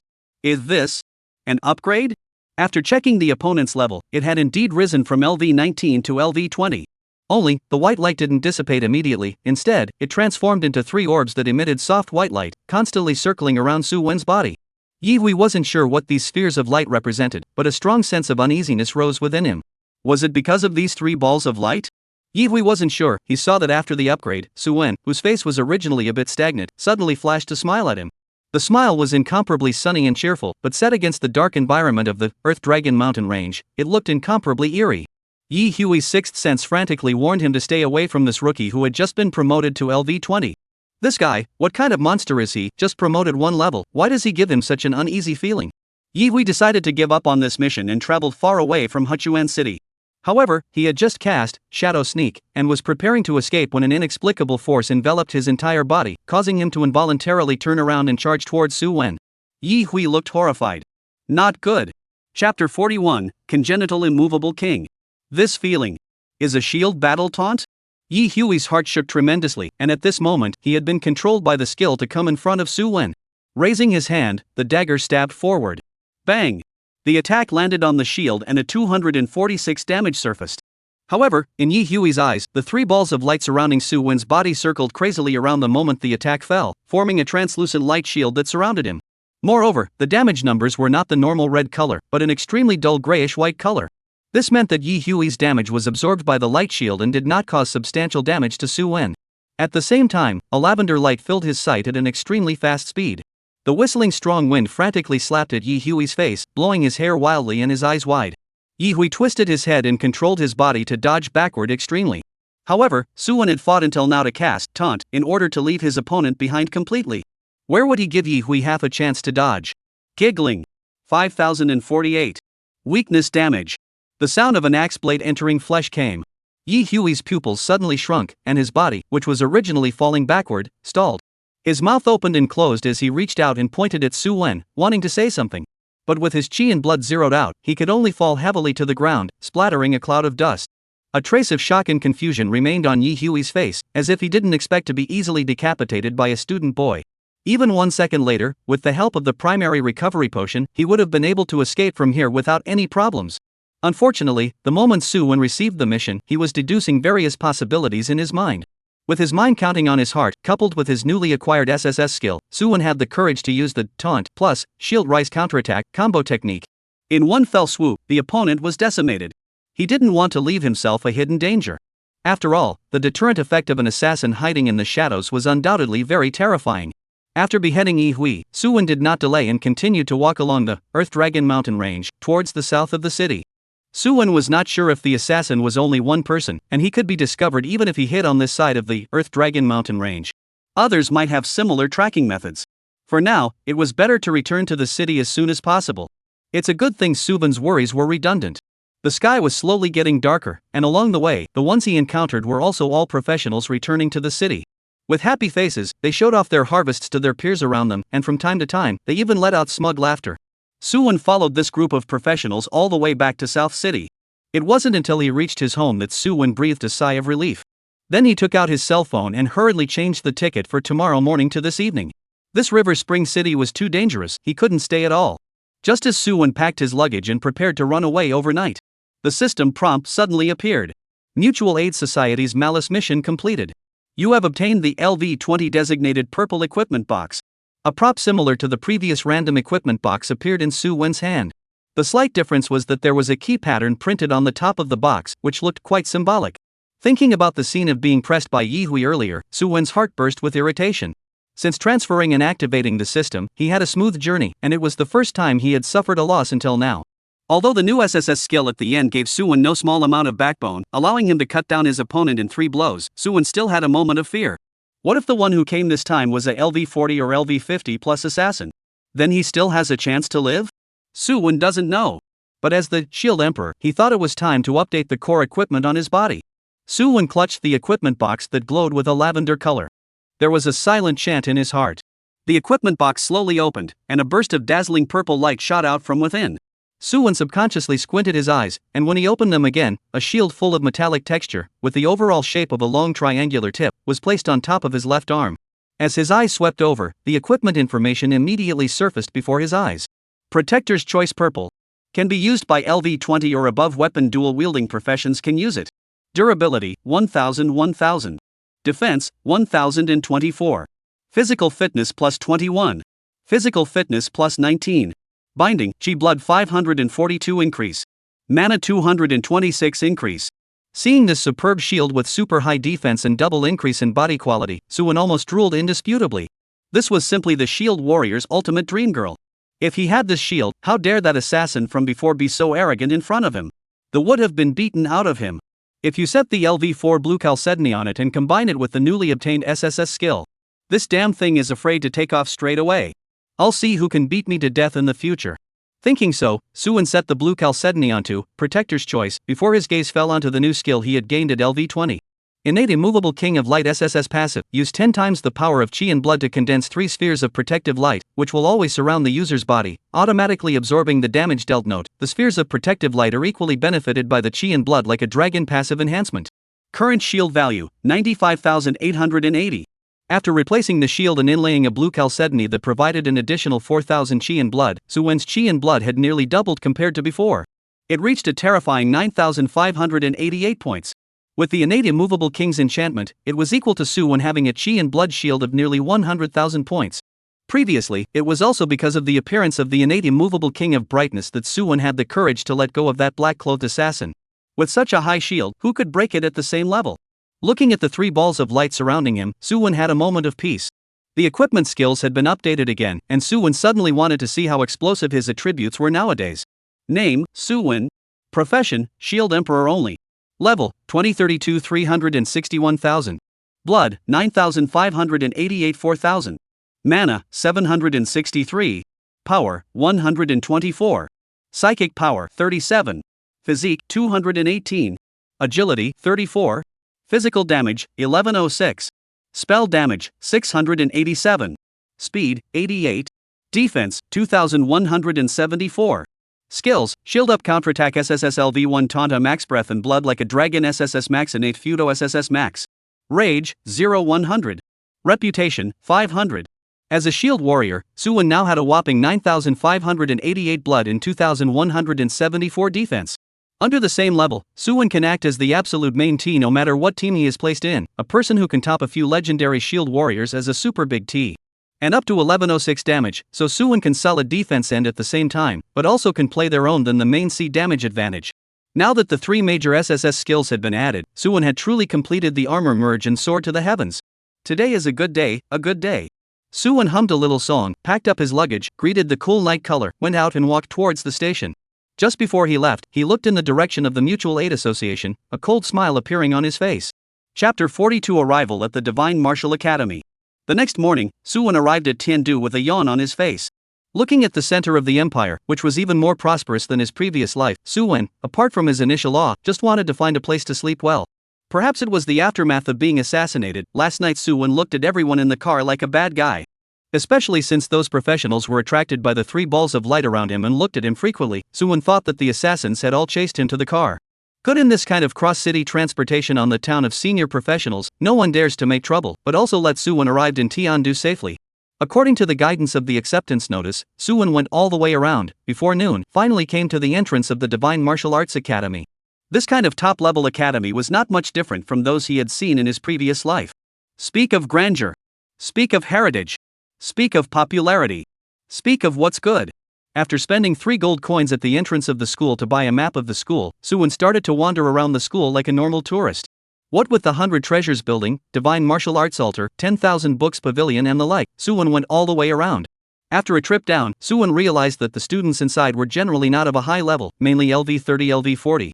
Compared to the geniuses around LV 50 and other academies, it seemed to be quite a bit worse, and it lost the prestige of the highest academy. If Suwon did not know about the Heaven's Pride path, he might be like the others, thinking that the Supreme Academy was in vain. With so few high-grade students, how could they dare to hold the word Divine Martial on their heads? However, after Elder Mu's narration, it was clear to Suwon that most of these senior students were utilizing the Qian Kuan lock to store their experiences. In order to advance to the 100th level in the future, to achieve a bend in the road against the veteran 100th level powerhouses, striving to master the divine techniques in the shortest possible time. Wandering around again, Suwon arrived at the entrance of the Academic Affairs building, ready to apply for enrollment in advance. Just looking at the building in front of him that was as high as 20 floors, Suwon was filled with question marks. Is this sure it's not a teaching building? Even if it's a dormitory building, I'll admit it, but what the hell is a teaching building? A place that handles school chores, does it need so many people? Suwon didn't understand, but was greatly shocked. It was really a big city, it was just grand. Arriving at the registration desk, Suwon realized that there were a few people like himself, who were equally prepared to report early. 3 men and 2 women, talking and laughing, looked like they were from the same place. Just as Suwon was boredly queuing behind a few people, a familiar voice suddenly rang out from inside the door. Suwon, come in. Suwon raised his eyebrows and crossed over a few young men and women with surprised faces and pushed the door into the registration office. His gaze fell on the figure behind the desk. Elder Wood? What, surprised to see me? Mujin put down the documents in his hands and asked rhetorically with a smile. Well, sort of, aren't you from the enrollment office? Why are you here? I have nothing to do, so I thought I'd come over and string a few doors. But don't worry, I can't guarantee anything else, but I'm still very familiar with your enrollment process. Elder Mu tapped a few times on the computer, and the printer at the back rattled, then a white sheet of paper with densely printed words was pushed out from it. Handing it to Suwon, Mujin said, fill it out, the school registration is going to use it. Suwon found a pen from the surrounding desks and carefully read up the content on it. It was no different from filling out normal information. Age, gender, rank, whatever. There is also the choice of dormitory rooms, with both 4-person and 2-person options. Only a portion of the rent needed to be paid every year, which was not a matter of concern to Suwon, and he decisively ticked the box on the double dormitory. Secondly, there were also questions like whether you need daily necessities and whether you have requirements for your roommate. Just after simply filling it out, Suwon handed the registration form to the wooden old man. Mujin looked at it, then shouted towards the outside, "Xiao Xin, come over and take him to the boys' dormitory area, a double dormitory, you arrange it." Not long after, a pretty young girl with a ponytail walked in. "Alright Elder Mu, I'll bring my schoolmate over right now." Saying that, this girl, who was called Xiao Xin by Elder Mu, waved her hand towards Suwon, signaling the other party to come over with her. The two left the registration office and went straight to the boys' dormitory area. "Schoolboy, I remember don't all freshmen have 3 days of vacation after the college entrance exam, why are you thinking of coming over early?" "Oh yes, my name is Lu Xin, I'm your junior's sister." Mentioning this, Suwon was all depressed, now that there was no pressure to rush levels, who wouldn't want to rest for a few more days? But that laborious mutual aid society has already started to send assassins to chase after him. If he doesn't run again, he probably won't have a chance. It was simply a handful for someone else, a big civil guild, to deal with a professional like him who was only LV20. "Hello senior sister, I'm Suwon. I heard that the atmosphere of the academy is good, so I thought I'd come over early to see the place and familiarize myself with the surroundings." Suwon snorted and pulled a random excuse. The two of them walked in the direction of the dormitory, chatting idly along the way. During his conversation with senior sister Lu Xin, Suwon accidentally discovered that there were still quite a few new students who had come to the academy in advance. Especially around the freshman dormitory area, 3 or 2 piles of people, both male and female, were whispering about something. Lu Xian looked at Suwon, who was a little surprised, smiled and explained, "These are the freshmen who are going to walk the Tianjiao Road, coming over to search for teammates in advance." The annual enrollment quota of the academy is said to be 10,000, but it is rarely reached. In previous years there were 8,000 or 9,000 are considered good. In this case, excluding those students who are normally upgraded, there won't be too many students left who take the Heaven's Pride Road, and if they still want to form a reasonably configured squad, it's very necessary to come over in advance. After all, within the academy, it's still the main combat class occupations that make up the majority, and those auxiliary occupations, they can all be sought after. At the end of every year, there are some unlucky people who can't find auxiliary teammates, so they have to get together with a few main combat class professions and barely get by. Speaking of this, Lu Xian couldn't help but mention it again. Don't think that more output is a good thing. You can't see the problem in a short period of time, but the time taken to walk the Heaven's Pride Road won't be short, and with this kind of monstrous team configuration, it won't take long for the team to roll over in a copy or a secret realm, and no matter if it's safe or efficient, it won't be as good as a normal squad. If it's possible, I still suggest that you also take a look ahead of time, if you can, so that you can make good relations with some auxiliary professions. It will still be quite helpful to you in the future. Suwon nodded his head, deeply impressed with what Lu Xian said. Although he thought that he was a solo jack of all trades, after Yin Shi's grouping that day, he also understood the importance of having a good teammate. Besides, the academy was full of geniuses, the lowest was a rare profession, and the stronger ones were legendary professions. If you can pull a few legendary auxiliary professions. Suwon's eyes lit up and felt that this matter was quite something. Just then, a message suddenly popped up from the panel that had already unlocked most of its functions. Add me as a friend? Chapter 43 Jiho. After the college entrance exams ended, Suwon added a few friends and teachers who were on good terms as friends. Li Wenhua, Luo Fei, Yun Qi, and so on, even including Yun Ling, who had a teaming experience. But looking at the panel displaying Lin Luo LV16 Hurricane Mage's information, Suwon felt a little surprised. He wasn't on too good terms with this guy. What was he doing adding himself at this time? Despite his inner doubts, Suwon chose to agree on the basis that he attended the Divine Martial Academy and was a high school alumnus. The other party seemed to have been waiting for his response, and as soon as the friend was passed, Lin Luo sent an email. Clicking it open, it turned out to be the 2,000 pieces of heavenly tilting stones from the previous bet. Suwon suddenly realized that he had almost forgotten about it, and didn't expect that guy Lin Luo actually didn't renege on his debt. Choosing to take the email in, the panel suddenly popped up an address and a series of keys. This meant that the heavenly pouring stone had been registered with the logistics department and realized resource transportation. It is estimated that it will arrive at the heavenly capital within a few days. This reminded Suwon of the courier industry in his previous life. The two were similar, the only difference was that the mail service didn't have all that messy information that needed to be filled out. Just move your hand to send an email to the recipient, and the logistics department would quickly complete the delivery based on the user's location and email permissions. But Lin Luo, this guy is really not simple. 2,000 pieces of heavenly tilting stones, said to give, put on the market, these are less than 200,000 gold coins. Suwon sighed in his heart, worthy of being a Lin family with a 100-level powerhouse. Lin Luo, a student who just graduated from high school, was able to take out so many resources. Other students whose families had deep pockets, after the college entrance exams were over, their strength was estimated to usher in an unprecedented explosion. Suwon could even imagine the scene of those students full of green clothes when school started in a few days. After all, green clothes were the highest grade equipment that could be traded on the market. Families with slightly better conditions will have a set for their children.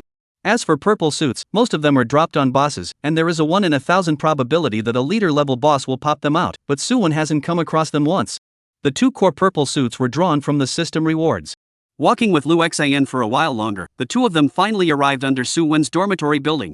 After adding each other's friends, Liu Xian urged Suwon to pay attention to a few more things at the beginning of the school year, and after waving her hand, she turned around and left in the dormitory with a meaningful expression on her face. Suwon's dormitory is 504, sitting in the north and facing the south. It is a 2-room, 1 ballroom flat. The space is extremely large, the visual estimate is close to 200 square feet. For Suwon, using this kind of house as a dormitory was still a bit strange and extravagant. Worthy of being the Divine Martial Academy, even the dormitory buildings were built so well. This instantly put Suwon in a better mood, with a feeling of being inexplicably respected. "Hey brother, you're here?"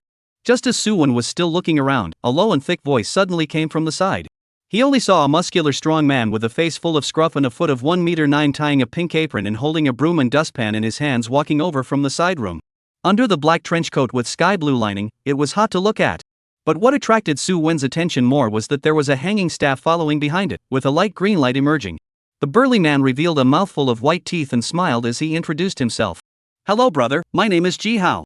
From the western neighboring province, I just arrived in the morning. I thought I came early enough, but I didn't think you weren't slow either, brother." Although this outfit caused Suwon strong sensory discomfort, he still immediately responded. "I'm Suwon, from Hodong province.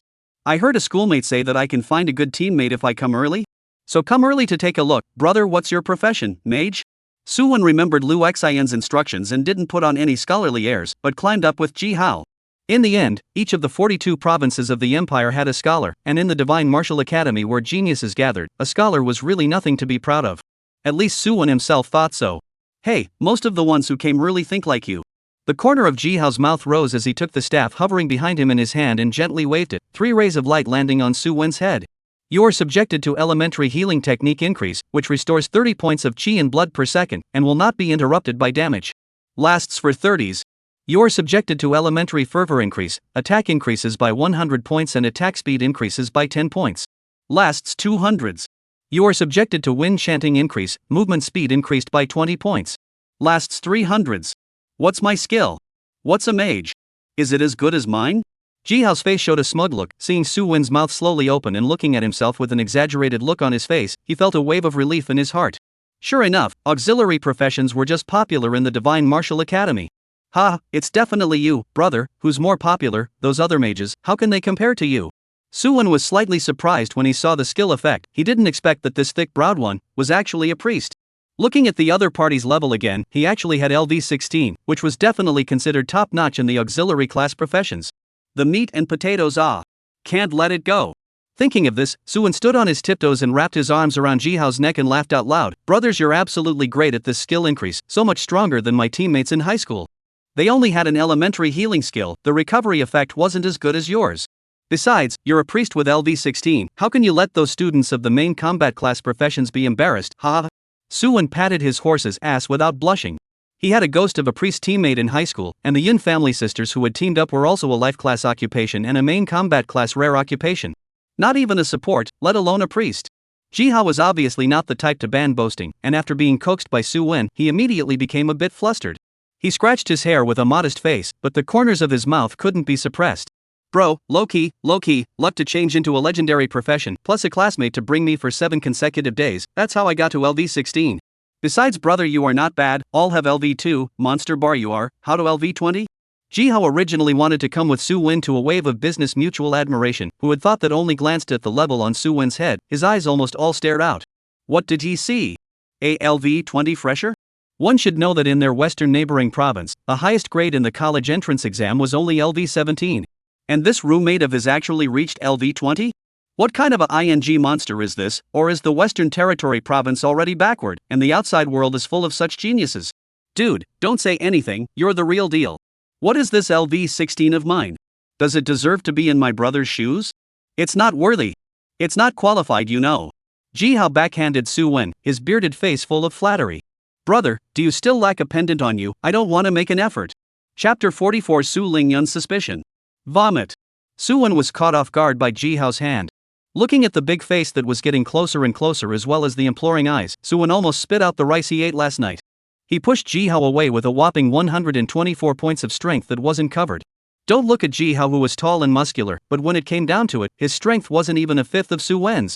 Looking at Su Wen, who was holding the wall and dry heaving for a while, Jihao was also full of embarrassment. I met a real big shot in the cold, and I accidentally lost my grip. I just want to hug someone's leg. Jihao scratched his head and laughed dryly. That. Brother, I didn't do it on purpose, didn't hold back. As you know, we milkmaids, oh no, milk daddies, like to assist those powerful professionals. As soon as I first saw you, I knew that you're the stuff, brother.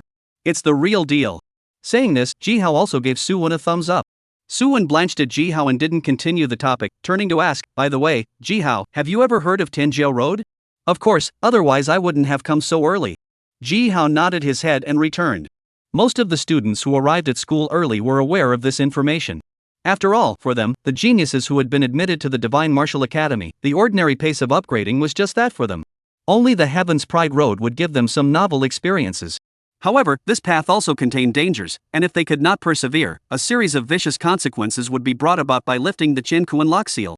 Before the Divine Martial Academy has a senior, because he could not endure the boring boredom of leveling, do not want to have been in the low level of mixing yo, even privately will be Qiankuan lock unlocked. Under the infusion of huge experience, that senior's level soared from LV34 all the way to LV68 before coming to a halt. The level had risen, but the embarrassing thing was that the equipment skills still belonged to the LV34 category. It simply couldn't fight wild monsters of the same level. And there would be no gain from killing monsters lower than one's LV5, so much so that the man didn't even have a decent piece of equipment. The end result was predictable. They say that auxiliary class professions are popular, but in fact, our difficulties are not a little less than yours. Not being able to find good teammates is a big trouble. Jihao sighed and spoke of the sorrows of the auxiliary professions. Anyone wants to grab them, but you're not sure what the other person's character is really like. They're all geniuses, who's serving who? I've heard that in previous years, so many squads were formed in a very haphazard manner, didn't understand each other, and ended up falling apart. At that time, the other squads had already been formed and wouldn't admit new teammates at will, so they became loose ends that no one wanted. You say, with the Qiankuan lock tied up, what way out is left for a casualty? Hearing Jihao suddenly talk about this, Su Wen frowned. This was really a problem. If the formation of a team was based solely on whether the occupation was good or bad, and the level was high or low, there wouldn't have been so many squads falling out before. Then we still have to be more cautious about recruiting in the future. Jihao, the two of us were assigned to a dormitory, and odds are we'll be assigned to the same class as well. Take your time to get along. I don't think the two of us should have any problems getting along. And based on past experience, it makes the most sense for a squad to have 4-6 teammates. Is there anyone trustworthy besides you and me right now? Originally, Su Wen was just asking casually, but he didn't expect Jihao to really know. There is. Remember when I just told you that my rank was brought all the way up here? At that time, in our city alone, there were 2 legendary level professions, and the guy I knew wasn't even in the same high school as me. Still, he heard that I transferred into a legendary assist, and only then did he transfer to another school to find me to upgrade together. That guy has a good personality and is reliable, I just don't know if he's here yet. Saying that, Jihao directly made a buddy call to the other party. Beep beep beep. After ringing for a while, the phone was picked up, and a clear and pleasant voice came from the other end. Jihao? Calling for something? Jihao said with a big grin. What? You can't call if there's nothing wrong. Ha? Ahem. There's business. That have you reported to the academy yet? No, why, my afternoon car, anyway close, not in a hurry. Hearing that the other party did not come to the schoolhouse, Jihao urged, come quickly, I found a lap. These words were said in a small, quiet voice as he covered his mouth. His eyes also glanced towards Su Wen's side, fearing that the other party would hear it. What thighs? Is it hard to be more powerful than this young lady? The voice on the phone seemed calm. As a LV17 legendary professional, Su Lingyun was confident that not many people her age were stronger than her. Even if there were, the strength was limited.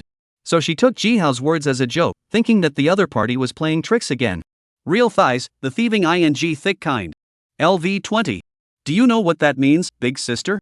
Jihao desperately suppressed his inner excitement and told the other party Su Wen's rank. He knew that that competitive girl would definitely be stimulated when she heard this news. Bang! Sure enough, there was a crisp slamming of the table from over there. Immediately afterward, the originally pleasant sound suddenly became shrill. What did you say, LV20? Jihao, if you were seeking my happiness, then congratulations on your success. LV20 cohort, how do you expect me to believe that? Jihao knew that the other party would react like this. He almost didn't gouge his eyes out when he saw it with his own eyes. The rank was too exaggerated. But the facts were in front of him. I had to believe. Didn't lie to you. Come on over here, we're talking about forming a fixed team. Fast hands have. Not, just hurry up and come. Su Lingyun heard Jihao being so eager, and it was clear that what the other party said was most likely true. But the more so, the more skeptical she became. LV20, how did this happen? To know that the two legendary professions she and Jihao teamed up with were only one LV16 and one LV17 at the entrance exam. This was already the highest level that could be achieved in previous sessions. It was hard to believe that the other party was four legendary professions teaming up to brush the monsters?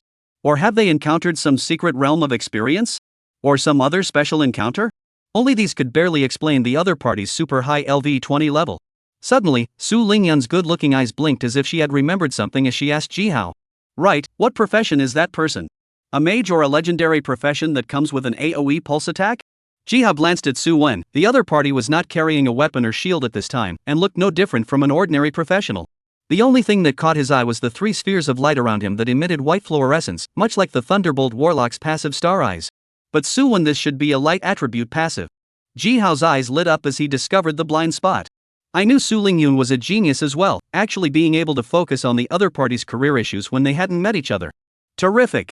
He whispered to Su Lingyun, it's a mage. Light-oriented. Chapter 45, Advanced Preparation. Su Wen didn't have the habit of eavesdropping on others. So it was not clear that Jihao had misunderstood him so much. Hearing Jihao say that the other party would only come in the afternoon, Su Wen slightly nodded his head, and after chatting briefly with this future roommate for a couple more minutes, he went back to the room that belonged to him to rest. Nearly a day and a night without closing his eyes. Su Wen collapsed and fell asleep, and in a short while, light snoring sounded in the room. As for Jihao on the other side, the entire person was still in a state of high exuberance. He swept his apron aside and excitedly ran out of the dormitory. Before entering the academy, Jihao thought about finding a teammate with similar strength, as long as he didn't get into any trouble. Even if the upgrade is slower, it doesn't matter. His request was as simple as that. But how could Jihao not be thrilled when the sky-splitting riches suddenly hit his head, and a freshman who was probably the highest-ranked freshman of the year suddenly became a teammate, and also a major in the main battle class? What secret realm? What resources? Is there a more cost-effective lap than this? Although the auxiliary profession is very popular in the Divine Martial Academy, Jihao has a number in his heart. Auxiliary is auxiliary, and hugging the thigh is what they must learn. Gotta find the thickest one and hug it. Following each other all the way to pretend and fly, this is the right way to open the auxiliary.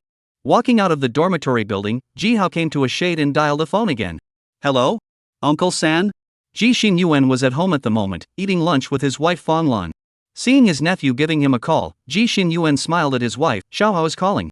I remember they start school the day after tomorrow, right?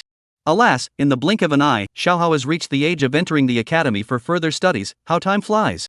Fanglan first lamented, then raised his chin, signaling the other party to hurry up and put the call through. It's been a long time since I've seen my good great-nephew, it's strange to miss him. Hello? Third uncle, can you get the enrollment information of this freshman class on your side? A rough voice came from inside the phone. You brat, you didn't even greet me and came up here to make a call? Ji Xinyuan laughed and scolded. Xiaohao, when will you come to the house to sit down? Auntie's side has prepared a lot of supplies for you, all for your future upgrades. Fanglan similarly laughed out softly. Third auntie is also here. Wait for a few days, my nephew has encountered a big event here, I have to let third uncle help me. You just came to the academy, what big deal can you have? Speak up, let me hear how big your matter is. Ji Xinyuan, as the counselor for the freshmen of the Divine Martial Academy, certainly had the information, but if Jihao couldn't say 4, 5, 6, he wouldn't give that to the other party. After all, these seemingly insignificant information might cause certain unnecessary trouble if it were to be circulated. Egu, my good third uncle. You still don't trust me, where would I have any bad intentions? Ji Xinyuan laughed coldly, this kid is not in shape, who knows what he wants to do? Say it, without giving me a reason you won't be able to get even a single word out of me today. Facing the resolute Ji Xinyuan, Jihao sighed and had no choice but to tell his plan. Uncle San, let me tell you, do you know who my roommate who just came here is? Su Wen. The one from Hadong province. I drop a good boy, actually have LV20, almost put you big nephew's eyes to see blind, encounter such a thick thigh, you say I must not hurry to embrace? We were discussing the matter of teammates. This is not to find Uncle Sam. You borrowed the information to see who are suitable for those students as teammates. Hearing Ji Hao's explanation, Ji Xinjian nodded his head, sort of recognizing the other party's statement. As a new student counselor, he had a detailed understanding of each student. In particular, there was a genius in Hedong province who had broken the trial record with a perfect score, and this had caused quite a stir in the education world. I just didn't expect that my nephew would actually be in the same dormitory as that genius. What luck! Ji Xinyuan sent him the information and instructed, just take a look at these yourself, don't spread it out, okay? I know. Third uncle, you've done me a great favor. I'll treat you to 2 fruit plates at Red Romance in a few days, don't be polite to me ow. Do. An ice-cold gaze was instantly projected over, and Ji Xinyuan, who was still leisurely leaning back in his chair, was startled into a jolt and hurriedly sat up straight. Wife is not like this, listen to my explanation. Explain? Explain what a fruit plate is. No, this. Even your closest nephew doesn't believe in you, deserves it. Hanging up the phone, Ji Hao hemmed and hawed. Immediately, he took the information that Ji Xinyuan had sent him and began to quickly browse through it. There were a total of 9,348 new students in this class, a few hundred more than in previous years. There are 104 legendary professions, and the rest are all rare professions, with the lowest level of the main combat class being LV16. Ji Hao placed his eyes on the freshmen of the legendary professions. These people are strong and talented, and are the first to form a team. Ding Minghui, Sword of Calamity, legendary class occupation, level LV16. No, the main battle class legendary occupation is actually only LV16, it's simply disgraceful. Changsun Jiayue, Holy Priest, legendary profession, level LV15. No, dragging her in isn't stealing my job. Si Shulan, Forest Bow, legendary class occupation, level LV17. You're bumping up against Su Wen, both are long-range outputs, even worse. Ji Hao commented on this group of legendary professionals for a while, but when he flipped to the end, he didn't fall in love with a single one here. This was embarrassing. It wasn't that he was overly discerning, but the squad wasn't even a prototype at the moment, and he didn't actually know what he wanted. However, after looking at it for half a day, Ji Hao did have a rough idea of these geniuses. Including a few rare professions that were also outstanding, he also paid some attention to them. This time, more than 3 hours passed. It wasn't until he heard the sound of a yawn that Ji Hao came back to his senses and realized that it was actually almost 4 in the afternoon. Friends private chat crazy shaking, Ji Hao opened a look, a conspicuous 99+ placed in the top layer. Sender, Su Lingyun. How could I forget about her? Ji Hao slapped his head and hurriedly called the other party back. The phone was answered, and a roar filled with anger came out. Ji Hao. You better give me an explanation. Su Lingyun's originally pleasant voice was now ruined, frightening Ji Hao so much that he almost hung up the phone directly. This lady arrived at 2 o'clock, where are you? I've called you more than 100 times and you didn't even answer, what do you want to do? That LV20 mage, you can't really be lying to me. Chapter 46, Preparing for the next book. Ji Hao, if you dare to lie to me, there will definitely be consequences for you. Ji Hao laughed dryly and hurriedly explained, how dare I lie to you, Sister Rhyme, there was something really wrong just now. The thighs are resting in the house, they just woke up now, don't worry, we'll go find you later. After saying that, Ji Hao hurriedly hung up the phone and let out a long breath. At this time, Su Wen's voice came from outside. Ji Hao, has the person you mentioned arrived yet? If not, let's go to the next book first and see if we can brush off the Qiankuan lock before school starts.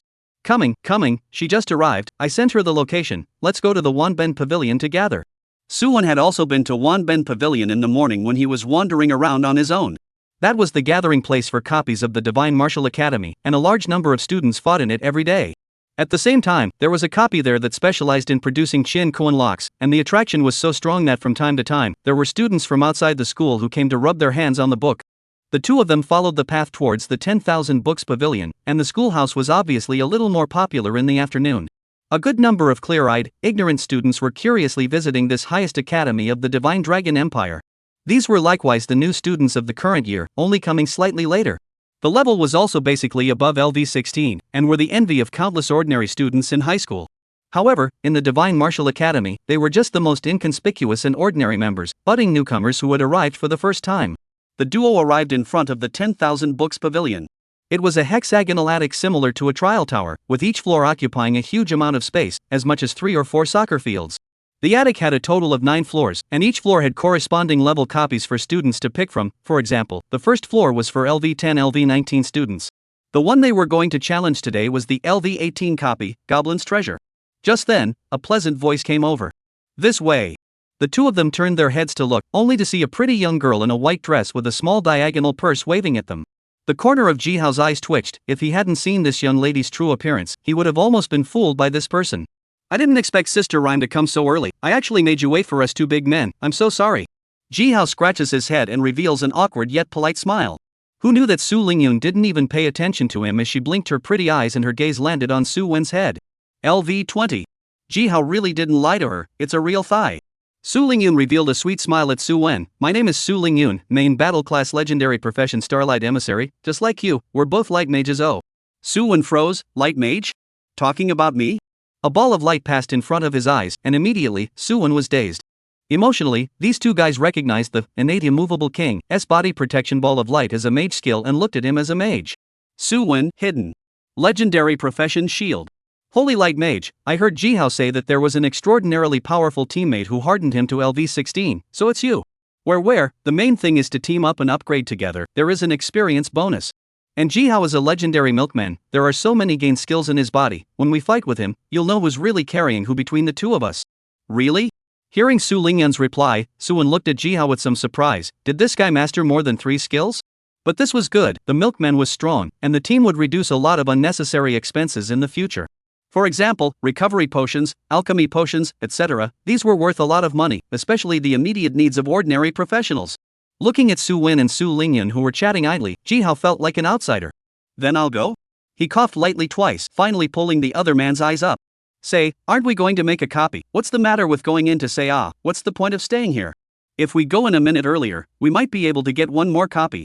And some people have tallied that inside Goblin's treasure, the boss drops are more than 10 times that of the same leveled leader boss outside. Especially the Qiankuan lock, the burst rate is a full 10%. What are you waiting for? Facing Jihao's urging, Su Wen gave the other party a surprised look. Anyway, going on the path of heaven's pride, it's normal not to level up for 10 days and half a month. Then is there a big difference between brushing more or less? Or do you feel like we'll get a stroke of luck and swipe it all at once? Su Lingyun similarly nodded. That's right, even if you upgrade now, won't you still have to lock experience when you reach LV20? That said, but aren't we getting together just to examine and grind with each other in order to form a squad in the future? If there's any problem, it'll be clear in the next copy, so there's no need to talk about it in such detail outside. Su Wen felt that the other party had a few points of crooked reasoning and nodded, while looking at Su Lingyun. Since you all agreed, let's go in. Saying that, she took the first step to the Goblin's treasure copy and took the initiative to send out a group invitation to Su Wen and his duo. Without much hesitation, they directly agreed. At once, a temporary 3-person squad took shape. The next step is the first battle of the squad. The result depends on how the people in the copy play. Just when a few people communicate. An impatient voice suddenly came to mind behind them. Go away, can you get out of the way here? What's a group of newcomers doing here? Why don't you go to LV15's fantasy amusement park? It's more suitable for rookies like you. Su Wen turned his head, only to see a long-haired youth following behind him, and next to him were 2 classmates, looking like they were also in a small group. Just this class.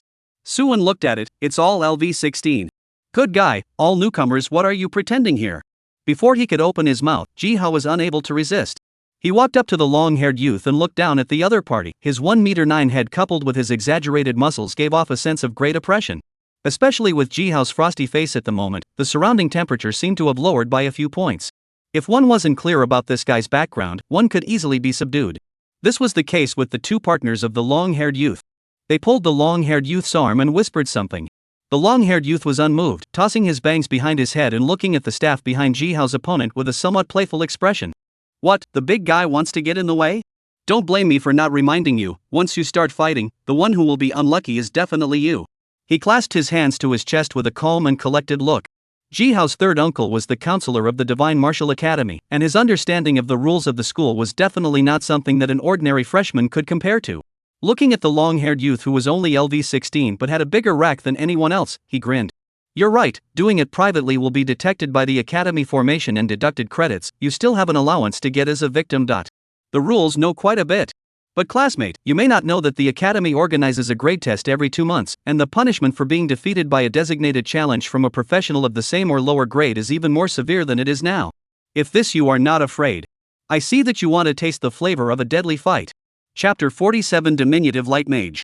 The long-haired youth's face changed at his words, and it was clear that he wasn't some outright newcomer. He only wanted to take advantage of the start of the freshman year to earn some credits by utilizing the rules of the academy, and he didn't want to be threatened with a deathmatch at all. Deathmatch, as the name suggests, professionals fight for their lives and seek to kill their enemies handily on the deathmatch stage.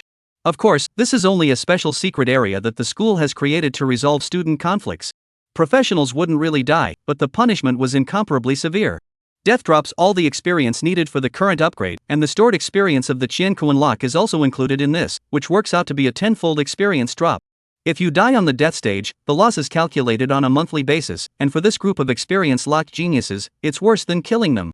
The long-haired youth was threatened by Jihao in this manner, and his bottom line weakened. With a cold snort, he let his peer duo past the side and similarly entered the Goblin's treasure copy. Che, I thought it was some powerful character. Jihao returned to the group and pooh-poohed it with a disdainful face. It's just a disgusting guy who bullies pure newcomers, let's leave him alone. Su Lingyan spoke out to comfort him.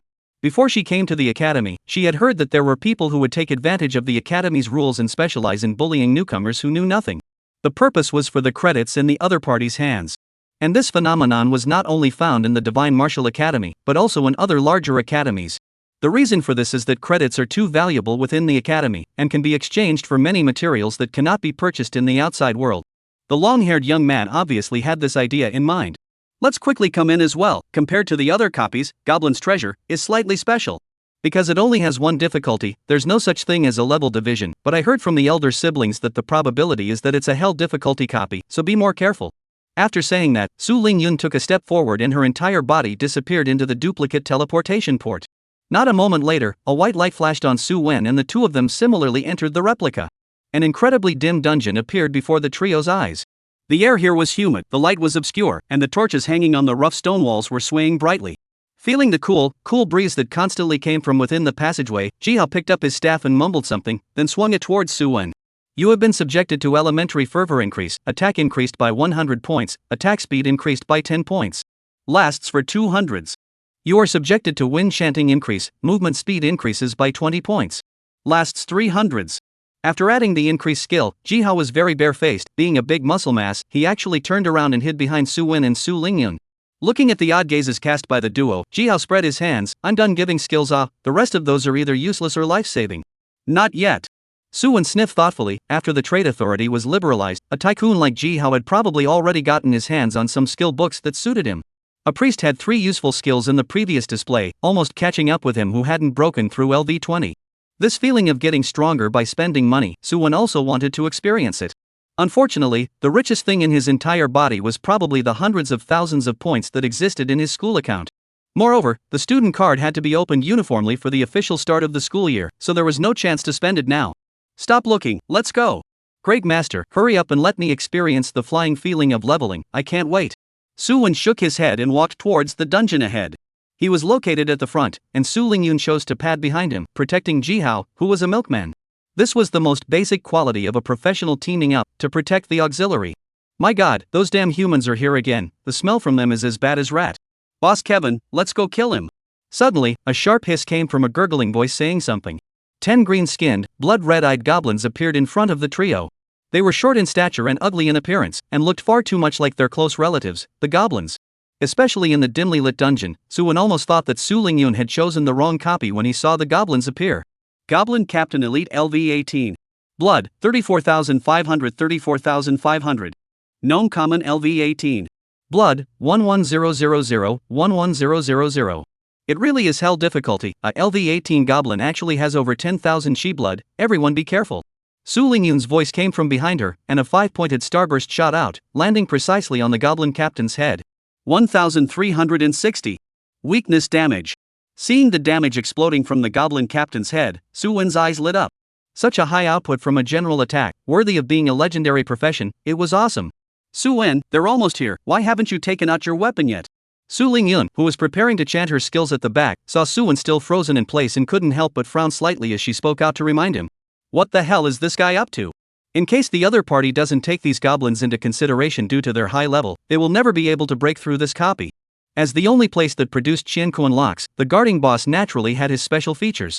As long as a little attention is not paid, it is easy to usher in the group destruction.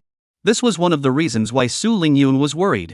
Just as she finished chanting the spell and wanted to unleash a ranged AoE out, she saw Su Wen, in no hurry, take out an incomparably exaggeratedly shaped giant axe from within his backpack. Her head had a momentary lapse of concentration, and even the skill she was about to release was cut off as a result. Wasn't this person a light mage? Why had he suddenly pulled out such a thing? Not only was Su Lingyun surprised, even Ji Hao had a beeped expression on his face. Bro, you lied to me? Where's the promised mage? Why are you a warrior now? Without waiting for them to come back to their senses, they saw another flash of purple light on Su Wen's left arm. The long triangular, protector's choice, appeared out of nowhere, causing Ji Hao's eyes to almost glaze over. Mud Horse. A shield warrior? This session's top-ranked Thai was actually a shield battle that was even more difficult to upgrade than him, so what was unfolding? As the goblin rushed a few meters in front of him, Su Wen's chest quivered and a loud growl escaped his mouth. The goblins that originally wanted to attack the back row suddenly shifted their direction and their weapons smashed towards Su Wen. The shield gently blocked, Su Wen's body rotated, swung the huge axe into a semicircle, and slashed out violently. 6,512. 6,648. 6,720. 6,580. Densely packed damage surfaced, and the original goblin whose chi and blood were still incredibly healthy was instantly greatly crippled, with its chi and blood dropping below 1/3. Crap. Crap. This lady definitely got up fierce, this damn light mage, Ji Hao. Your whole family is light mages. Two incomparably shocked screams and roars overrode the gnome's cries of pain and wails, resounding throughout the entire underground city. Chapter 48, Rampage. Looking at Su Wen, who was wielding a huge axe in front of him, Ji Hao only felt as if 10,000 grass mud horses were running through his heart. The gap between this and what he had imagined was also too big. He had thought that Su Wen was a mage, and like him, he belonged to a brittle profession that was protected. Who would have thought that this person would suddenly get hard? Su Wen's shield in his hand seemed to be set up, and he didn't bring any blocking at all, and the battle axe chopped down, and the ordinary goblin who was already greatly crippled couldn't block a few moves at all. Swish swish swish. 9 ordinary goblins died on the spot. Successfully killed goblins common, experience plus 95. Monster level lower than professional LV2, experience 19, group bonus experience 46.55. Successfully kill goblins normal, experience plus 95. Monster level is lower than professional LV2, experience 19, group bonus experience 46.55.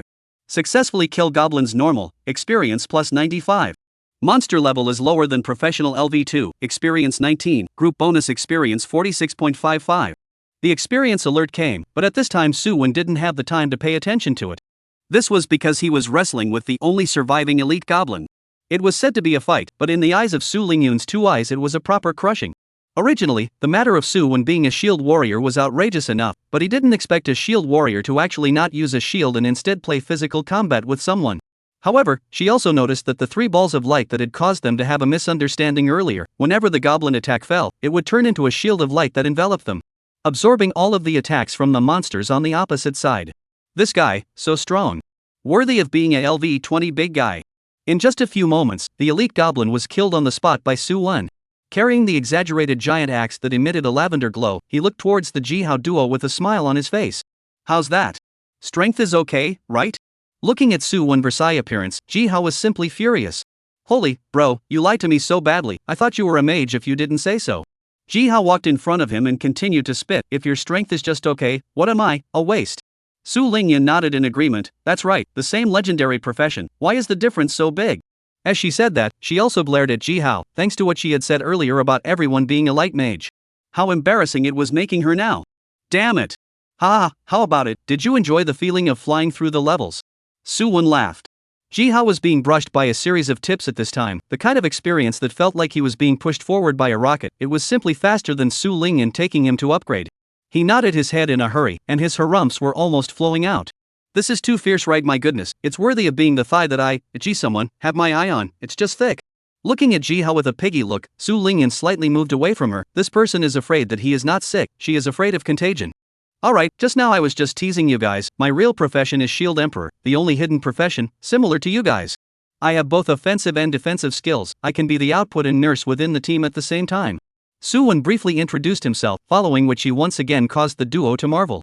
Alas, so you don't become a combination of me and Sister Rhyme, one person as 2 people, too damn devastating. Go to the side, who is a combination with you, shameless. The scolded Ji Hao apparently didn't care and continued to mutter, it was originally, but if our team is officially formed, the next members will have to go focus more on the second auxiliary profession. After all, what Milkman is best at is recovery, and those true blessing experts are much more powerful than me. When the other side assists you, that's when it really takes off. To Ji Hao's words, Su Wen rightly assumed that the other party was likewise in Versailles. How many people want to be a baby daddy and still cannot be?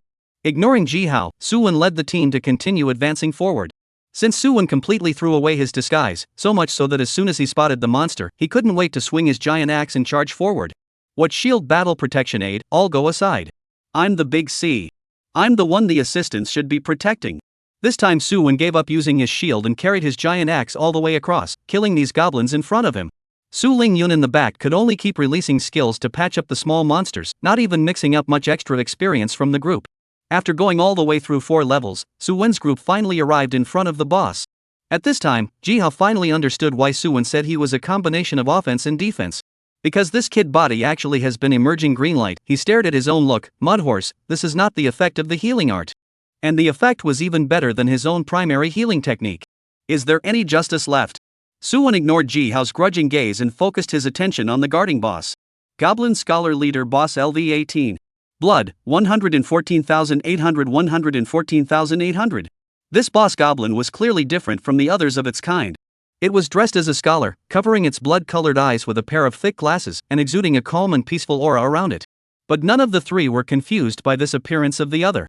Su Lingyun chanted a spell, and with a wave of her staff in her hand, a circular starburst formation appeared from underneath the boss's feet. Starlight continuously shot out from within, attacking the goblin scholar. 400. 423. 410. 460. The goblin scholar's chi and blood continued to drop, and at this point, it finally couldn't put on the kind of air that only an old scholar could have just now. If it pretended any longer, the person would almost be gone. The goblin scholar roared in anger and charged directly towards Su Lingyun at the very back, but unfortunately, Suwon was in front of him, so how could he give it such an opportunity? He also let out a roar, and the goblin scholar changed its charging path, aiming its spearhead at Suwon. It held a short shotgun, a mechanical weapon that had been eliminated an unknown number of years ago, but at this moment, in the hands of the goblin scholar, it was as if it was possessed. It didn't change bullets, but continuously attacked Suwon for nearly 10 seconds. But, innate immovable king, as Suwon's biggest life-preserving card, could not be broken by an alpha boss? In addition to the chi and blood like a dragon, constantly restoring the shield value, the effect of the 2 stacked together was simply heaven-defying. Su Lingyun released another spell formation at this moment, and the yellow starlight flashed, successfully controlling the goblin scholars who were still shooting. This is more convenient for Suwon to continue to attack. Under the super high damage, the boss did not take a moment for the blood volume to fall below 20%, officially entered the Berserk state. Even this kind of scholar-type monster, under the influence of the Berserk state, will unconsciously lose their sanity, madly attacking Suwon. Brother One, Sister Rhyme, hurry up and cheer, I counted the time, maybe we can just break the record. Come on, charge, I want to get credits on the school record list. Let's do it together. Chapter 49 Breaking into the record list. As Jihao's excited shouts resounded through the underground city, Suwon and the goblin scholars' battle also entered the final stage. Originally, if Suwon had come alone to fight alone, although the ending would not have changed, perhaps he could also do what Jihao said to break the record on the list. But after walking down the entire copy, Suwon realized that with Jihao and Su Lingyun joining him, he was much more comfortable fighting than before. Just like right now. The goblin scholar, who had already fallen into a berserk state and had his entire attributes greatly increased, had wanted to release a high-powered skill to attack Suwon. However, when the other party was chanting a spell, the spell casting was interrupted by a circular starburst formation that suddenly appeared. When the starburst array shot out the starlight spell, the bright light emitted from it also had the good luck to cause a blinding effect on the goblin scholar. This made the boss that had originally fallen into a frenzy seem like a muggle in front of Suwon. There was no deterrent power to speak of.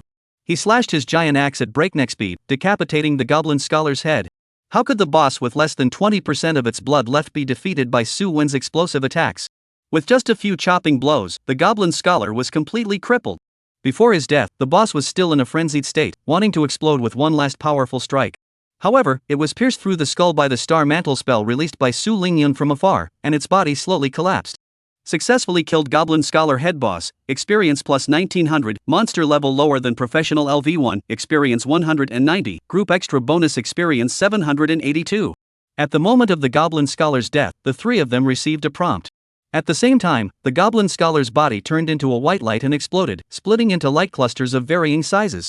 The light clusters varied in color, with the most being white, followed by blue, and the rarest being green. It was different from Suwon's solo brush. The output of a group copy needs to be distributed by the squad in private negotiation, and will not be rigidly distributed directly to individual backpacks according to the team's contribution. This situation has both advantages and disadvantages. First of all, the distribution is uneven, because of the interests of the chicken skin which led to the dissolution of the team is not uncommon. As a result, a more serious problem has evolved, which is that there are very few groups in the wilderness. Especially in wild teams, no one is sure if teammates will go out of their way to backstab others for the sake of high-quality equipment props. Once this kind of thing happens, it is often the rhythm of the real extermination of the team. So much so that many people have a hard time trusting other players besides their regular teammates, and uniformly stay away from Nomoto. But the benefit is equally there, that is, it does not stiffen personal gains. This is especially true of familiar teammates. If the Genku Unlock could be popped out this time, even if Suwin's contribution wasn't the greatest, and even if he was still a bit mixed up, as long as his level reached LV20 and he could use it first, this rare prop would most likely belong to him. Unfortunately, this copy did not explode any good things, scattered gold, gems and blue suit, but also LV10 and Suwin's body equipment overlap parts. Naturally, there was no reason to want them. As for the other two, looking at the faint green light emanating from their bodies, Suwin knew that they were wearing all green clothing.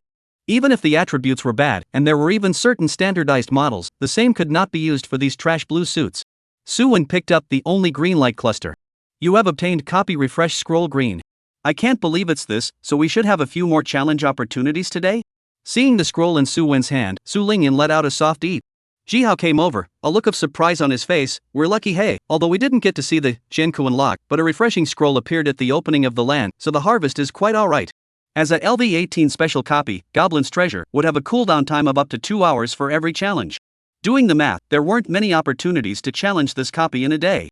For those students who hadn't worn the Genku Unlock yet, coming over every day to brush the book had become their daily task. And in order to lock the experience as soon as possible and build up a thick layer of experience, this kind of green props that can refresh 3 copies naturally became a bestseller among the students. The market price is 230,000 gold coins guaranteed. Not bad, not bad. A few more times today, maybe we can really pop out Genku Unlock. Suwin was equally satisfied with this harvest. After distributing the loot, several people entered the copy again without stopping, not caring about resting at all. At this time, on the first floor of the originally quiet 10,000 books pavilion, a sharp cry of alarm attracted the eyes of all the students mingling here. In front of the record tablet next to Goblin's Treasure, a pretty-looking young girl covered her mouth and looked at the golden light that suddenly appeared on the record tablet in surprise. Goblin's Treasure Pass Record. First place, Shinji Team 6 people 12 minutes, 36 seconds. Second place, Shadow Team 6 members 13 minutes, 4 seconds. Sixth place, Suwon Jihao Su Lingyun 14 minutes 21 seconds. Someone has broken into the record list. There are actually only 3 people. Which senior sister came to join in the fun with nothing to do? The girls were surprised to see the record of the ranking change. Especially when most of the challengers were 6-member squads, to be able to break into the list with 3 people showed how strong the opponent was.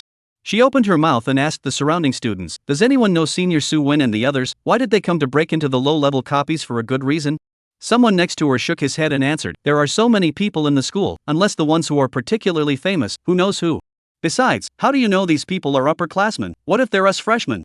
As soon as these words came out, countless idiot-like eyes fell on the person who opened his mouth. This was a skinny youth. At this moment, he only felt his body's sweaty hairs trembling, and had a feeling of panic at the bottom of his heart. He muttered in a low voice, what's wrong? I'm just talking about my guesses too. Brother, if this were any other copy there is still a possibility of what you said. The Wanben Pavilion will record the scent of the students who come, and all those whose level exceeds the current range of the pavilion's level are not authorized to challenge the copy. So much so that all other copy achievements are created by professionals of the same rank, but Goblin's Treasure is different. He can receive up to LV35 or lower breaths, so the ones who can make it to the list now must not be freshmen. It should be some elder sister who suddenly wants to take the path of heavenly pride, coming over to brush the Genku Unlock. No big surprise. The slim youth was disliked and put out, but he still didn't quite believe it because he did see 2 teams of 3 enter the copy earlier. He also heard some of it when the 2 sides were quarreling, so that's why he speculated on the possibility that Suwin's few people were freshmen. Just as he was worried and had a confused face, a sudden gasp rang out from the surroundings, including the freshman who disliked him, who was equally filled with shock as he looked at the pass record. Broken! The record has been broken again. My god, this time it's directly improved by more than a minute, only 3 seconds slower than the first. Horrible. It's a pity that it's still 3 seconds short, otherwise it would have directly reached the top. Chapter 50. This person came out faster than me. Goblin's Treasure Passing Record. First place, Shinji Team 6 people 12 minutes, 36 seconds. Second place, Suwon Jihao Su Ling in 12 minutes 39 seconds. Seeing the Suwon trio, who were in 6th just a moment ago, suddenly break into 2nd. The crowd of onlookers only felt a little dreamy. When did the record list break so easily? Or is it that the difficulty of the copy has been adjusted and it has become easier than before? Thinking about this, quite a few freshmen were eager to go and meet those goblins again. Maybe with a bit of luck, they managed to pass the level as well? These people who were watching outside were all newcomers who had just finished challenging the copies and were chatting and farting around. Someone exclaimed, "That was awesome, I guess I can take the first place once more. I don't know if it's our academy's seniors and sisters. I'm not sure if it's me, but it's probably a bit difficult to set the list first." Don't look at the difference of only 3 seconds, but at this point, every 1 second has a big difference. First place isn't so easy to get. So what, as long as people are still in the academy, their names are hanging on the list, and they have credits to collect every day, aren't they much better than us? The originally quiet atmosphere on the first floor of the Wanben Pavilion quickly became lively due to Su Wen's few people. Even the seniors who had just come here and were preparing to go to the higher levels came over and asked each other if they had heard of Su Wen. These 3 guys are fierce. They almost blew up the Divine Machine Squad. A senior with a round figure and a staff in his hand lamented a little. "You said it was almost, so it wasn't unbroken. What do you know, almost a little bit that there is hope. After all, the first reward credits are not second place, cannot be compared. When they give Shuetianjiu burst, I absolutely buy 2 bundles of fireworks released. Ha ha ha." The companion looked at the round-bodied mage with a bemused expression. "Just because Shuetianjiu rejected you from joining the squad back then, you hold a grudge until now, and you're still setting off fireworks? If that woman knew, she would definitely whack you on the spot." Su Wen was not aware of the shock in the outside world caused by them. At this moment, he was cleaving a goblin to death and preparing to head to the final boss, the goblin scholar. "Ji Hao, counting the time yet?" "Yes."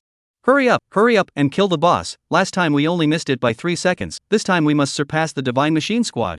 Ji Hao was looking over the panel information, constantly comparing it to the advancement speed of the last copy. "Su Wen, faster, we're about 5 seconds ahead now, we must maintain our advantage until the end of the copy so that we can hope to top the first place."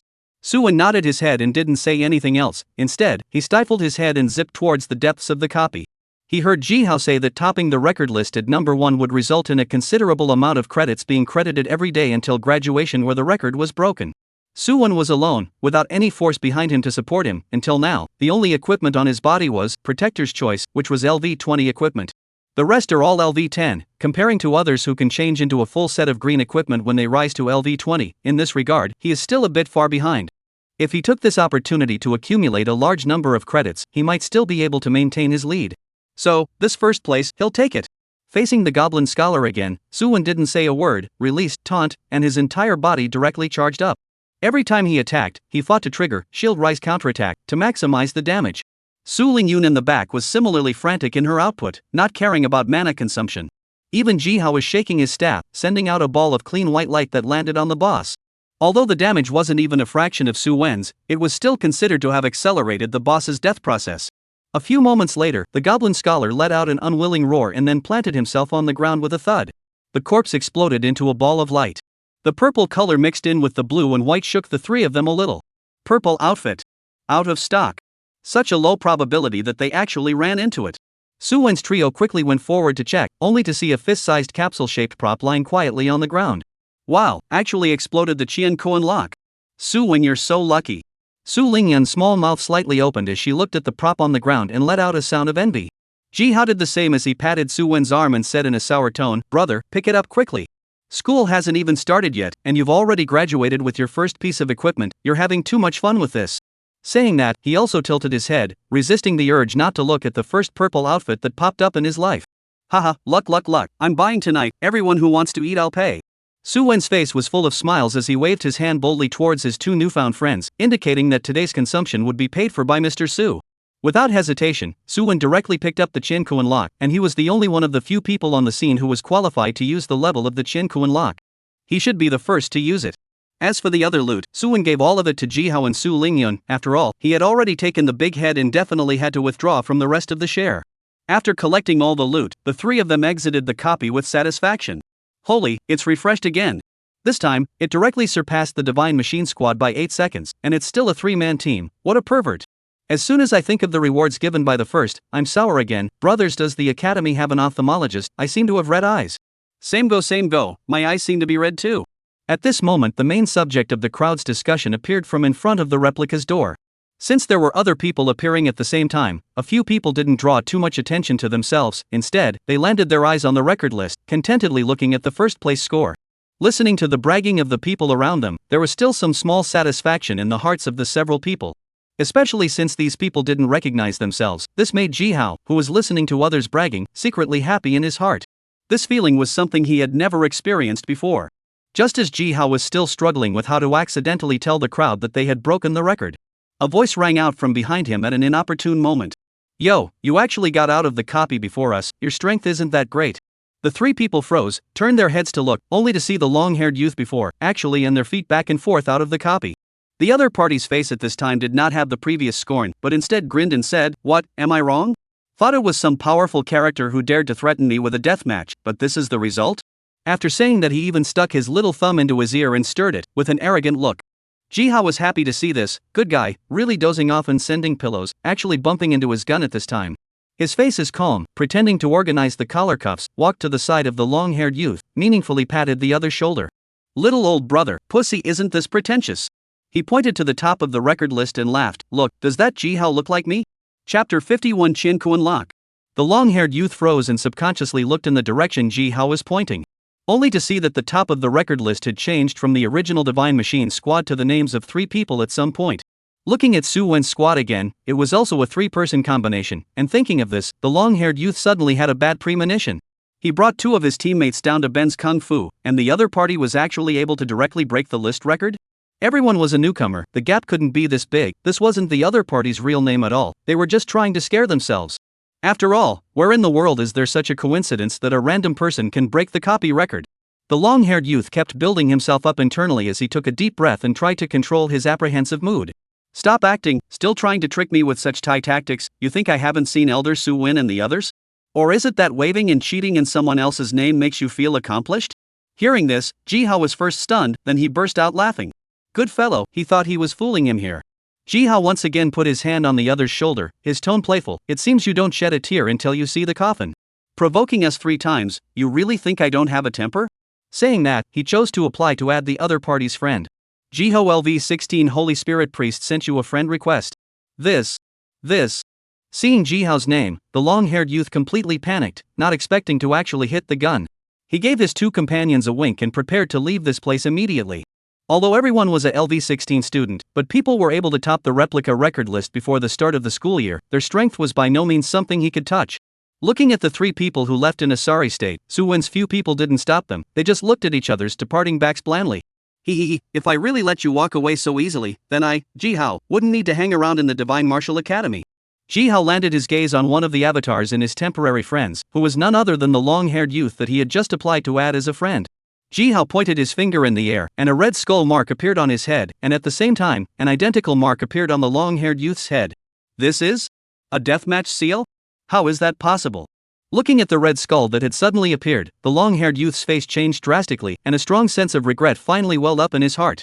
Once the deathmatch seal was formed, it meant that a month after the start of the school year, the other party would stand on the deathmatch stage with him during the grade examination. Once he died, he would lose an incomparable amount of experience.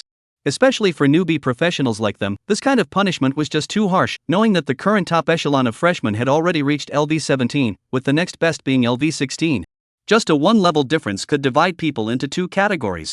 One was called a heavenly pride and the other was just a genius. And in the Divine Martial Academy, the one thing that was least lacking was geniuses. If he lost to his opponent in the ensuing deathmatch, the long-haired youth would definitely instantly fall to the bottom of the current freshman class. "Jihao, why did you start a deathmatch? You're a priest, be careful not to get counter-killed by your opponent." Su Wen looked at Jihao with some surprise. Is it hard to believe that this kid still has some cards? Letting him, an auxiliary profession, actually dare to take the initiative to issue a deathmatch. "Hey, don't worry, I have my own plan. I still have the confidence to win against an ordinary student, so you guys will just watch when the time comes." Jihao had a smug look on his face, as if the long-haired youth posed no threat to him at all. The truth was also true, as a strong second generation, Jihao had been bestowed with a number of life-preserving props by his elders. These were different from equipment, used once for less, but the power would definitely exceed the current level limit. It's simply not something an ordinary student can resist. Seeing how confident Jihao was, Su Wen didn't say much. Looking at the sky that was gradually darkening, Su Wen did not choose to continue challenging other copies. Instead, he proposed to go to the academy restaurant to have a small meal, as a celebration for the Qiankuan lock that was popped out this time. Jihao 2 people have no reason to refuse, the 3 people in a decoration is quite gorgeous restaurant seating, opened the team's first reunion. "Old quarter, you guys have produced a few incredible seedlings this term. breaking the academy's duplicate record before the school even started. The youngsters nowadays are truly monsters. Listening to the sour tone on the other end of the phone, Ji Xingyuan was in a soothing mood, but still smiled and comforted. Old Autumn, one must learn to be contented. I remember that a number of heavenly prides have appeared among your disciples. Why are you still thinking about my people? Alas, also Shui Tianjiao, those people make do. The other. Don't talk about it. Actually being crushed underneath by a freshman who hasn't even formally enrolled yet, they don't mind the shame. Ji Xin Yuan did not take Old Autumn's words seriously. The other party had not watched Su Wen's video in the Tower of Trials, so naturally he was not clear about what kind of strength this LV-20 little guy possessed. Not to mention Shui Tianjiao, even the more perverted ones, at the same level, were probably not Su Wen's opponent. When Su Wen's few people topped the record list, he received a message from the spirit of formation of the academy. Without seeing it, he was shocked. A few newcomer little guys actually managed to break the record left by Shui Tianjiao. It was really remarkable. So, he called the school's head of logistics department Qiu Yongyuan, specially came to apply for the highest level of support rewards. Old Autumn, how about what I said before? It shouldn't be difficult for Su Wen and the others to apply for a super specification support reward. Who would have thought that the Autumn Yongyuan on the other end of the phone shook his head and denied. Strength-wise a few people are unquestionable, especially that Su Wen. He's definitely qualified to apply for the super specification support rewards. The other two little guys, the next level is estimated to be fine, but according to the process, Su Wen's enrollment is less than a year. The assessment period is too short. It's estimated that the application will be hard to actually come down. Ji Xingyuan sighed at his words. It was true, the one-year inspection period was a hurdle that could not be crossed. At one time, the highest academy did not have these rules, but in previous years, there had been instances of sponsored individuals defecting from the academy, or even defecting from the human race. It caused great damage to the Divine Dragon Empire at the time. Since then, the academy had a so-called inspection period for newcomers, with the purpose of screening the students' hearts and selecting geniuses who were loyal to the empire and to the human race. Alright then, I won't talk to you then, Old Autumn. We'll get together when we have time. After saying that, Ji Xingyuan hung up the phone and gazed at the night scene outside the window, not knowing what he was thinking. On the other side, Su Wen's trio returned directly to the dormitory to rest after dinner. There was absolutely no desire to experience the nightlife of the academy. When things were all finished, Su Wen then had the chance to check up on the newly obtained purple armor. Qiankuan Lock Purple. Special props. LV-20 or above can be used. Status, not opened. Current experience pool, 0. Chapter 52, the official opening of school. Unlike the equipment that was normally worn, although the Qiankuan lock was the same as a purple outfit, it did not increase attributes such as qi, blood, mana, etc. after it was bound. Su Wen opened the Qiankuan lock and suddenly felt an inexplicable force linking him closely to the other party. The status also changed from unopened to activated. However, what surprised him was that the activated Qiankuan lock actually had an additional hidden skill. Qiankuan Lock A utilizes Qi Mist to conceal itself so that professionals not higher than your LV-10 cannot see your level information, causing professionals below your level to subconsciously ignore probing your level. Cooldown, zeros. Seeing the skill introduction, Su Wen was a bit dazed. No wonder when he first came to the academy, some professions could not see the level at all.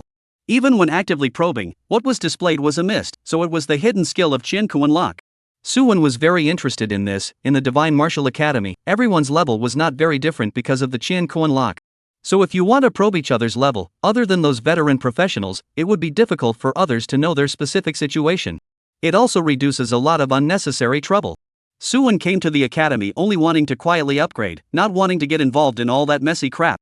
He decisively opened the Qiankuan, so that the mists enveloped his level, so that within the group of new students, there would not be too many ungrateful people to provoke themselves. Time passes. The next day Su Wen 3 people once again furiously brushed the Goblin's Treasure copy. In addition to some garbage blue suit, all kinds of gems, the other harvest is very few. Moreover, since Su Wen's level had already reached LV-20, he had no right to challenge the other copies on the first floor of the 10,000 books pavilion. He could only rely on the duo of Ji Hao and Su Lingyun to go through it alone. Fortunately, the two of them, as legendary professions, were not slow in their efficiency in brushing the books, and accumulated a level up each. Ji Hao came to LV-17, while Su Lingyun reached LV-18. Su Wen's upgrading efficiency after activating the Qiankuan lock was simply incredibly slow, especially the ordinary copies. Except for the occasional burst of equipment, the experience efficiency was far from catching up with the wild. The level is still at LV-20, and I'm afraid that in the future, upgrading will be done on a weekly basis. In the evening of that day, the three of them respectively received the news from the Academy's class division, Su Wen and Su Lingyun in Class 1, Ji Hao in Class 4. This year's freshmen were lined up in a total of 93 large classes, with 100 people in each class, and 48 people in Class 93. The current stage of the academy does not divide classes according to the so-called main combat or auxiliary class occupations. The purpose is to disorganize the occupations of students in each class so that they can better find suitable teammates. Seeing that he was actually assigned to class 4, Jihao's old face crumpled and he kept crying in the small group that the three of them had created. Gored 6 brothers 3. To a flying kick, Jihao, brothers I cool actually not divided into a class. I will lead the charge, Suwen, do not panic, you are in the 4th class to identify teammates, not much of a problem. Mediocre light mage, Su Lingyun. Come with a flying kick, Jihao, can this be found?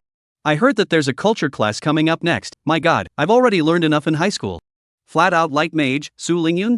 A flying kick, Jihao, my third uncle is the counselor for the entire first year class of our academy, so of course I know about it. A flying kick, Jihao, and he is also the teacher of the first class, you two seek your own good fortune. On the official opening day of school, Su Wen and Jihao came to the teaching building together. Due to the Tianjiao Road, the Divine Martial Academy was different from most of the other academies, and there were a total of 10 grades established. Almost every grade had 8 or 9,000 people, and with the others, the total number of people was more than 100,000. So the teaching buildings for students to attend classes were also divided into 10 blocks, each 25 stories high. Suwen thought that he had come to an ultra-luxurious apartment when he saw the teaching building for the first time, only that this apartment occupied 1 billion points larger. When Suwen came to class 1, he found that Su Lingyun had already found a front row chair to sit down, and also thoughtfully left a seat for him as well.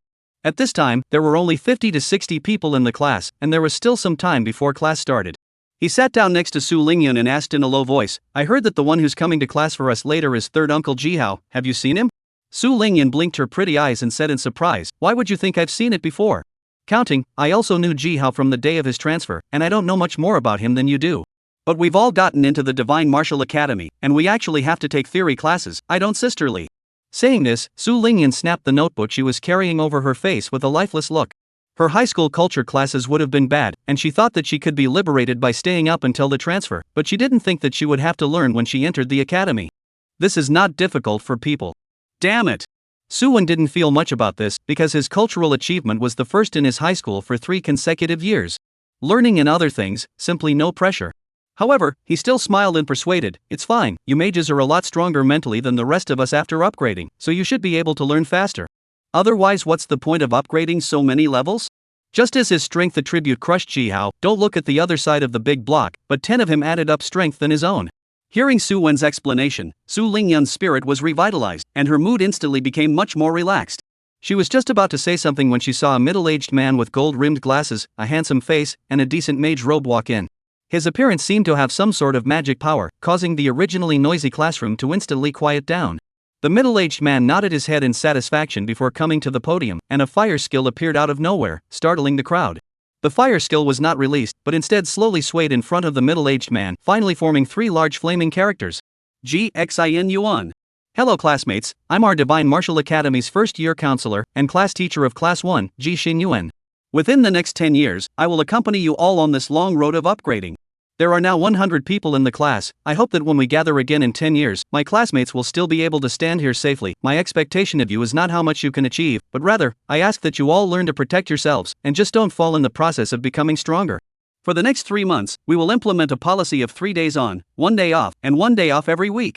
That is to say, students will have to attend culture classes for 3 consecutive days before they can spare a day to go to the wilderness or a copy for upgrading. Do you all understand? Xin Yuan scanned the students below and spoke with a smile. Any students have objections or don't understand? As if waiting for him to say this, a scar-faced, black-bearded, overly mature-looking student raised his hand up. It was only after Xin Yuan nodded at him that this person brought up the common confusion of all new students. Teacher, we've all become professionals, why do we still need to learn all this theoretical knowledge? Chapter 53, The 5 Great Lessons of the Academy. This student asks a good question.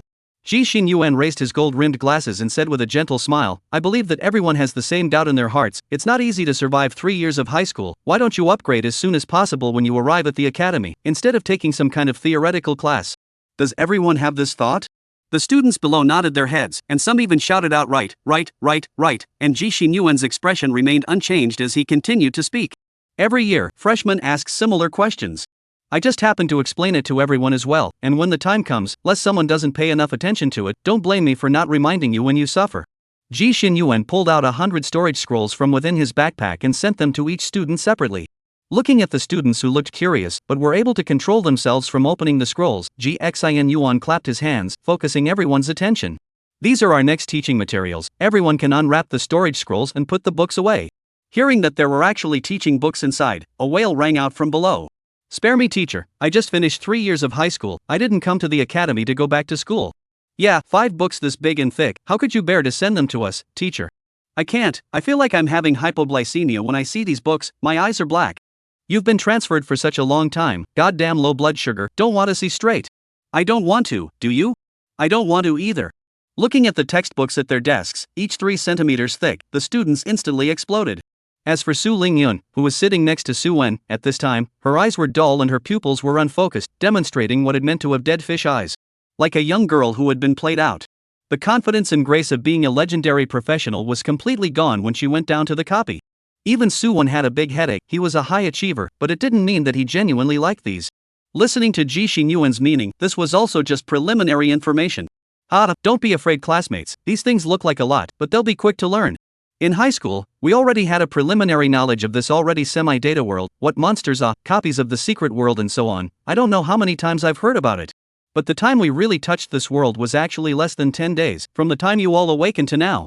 The only thing you guys know about is also going down copies, exploding equipment, practicing in the wild, and the luckier students might go on a trip to the secret realm. Even after coming to the academy, we heard about the Heaven's Pride path, but we only thought about how to upgrade to become stronger. What I'm trying to say is that the students have the right idea, but if we become reckless people with only muscles, then what's the point of our teaching? Wouldn't it be better to simply throw you all out into the wilderness to fend for yourselves? Speaking of this, Xin Yuan's elegant temperament instantly disappeared, and his expression became grave.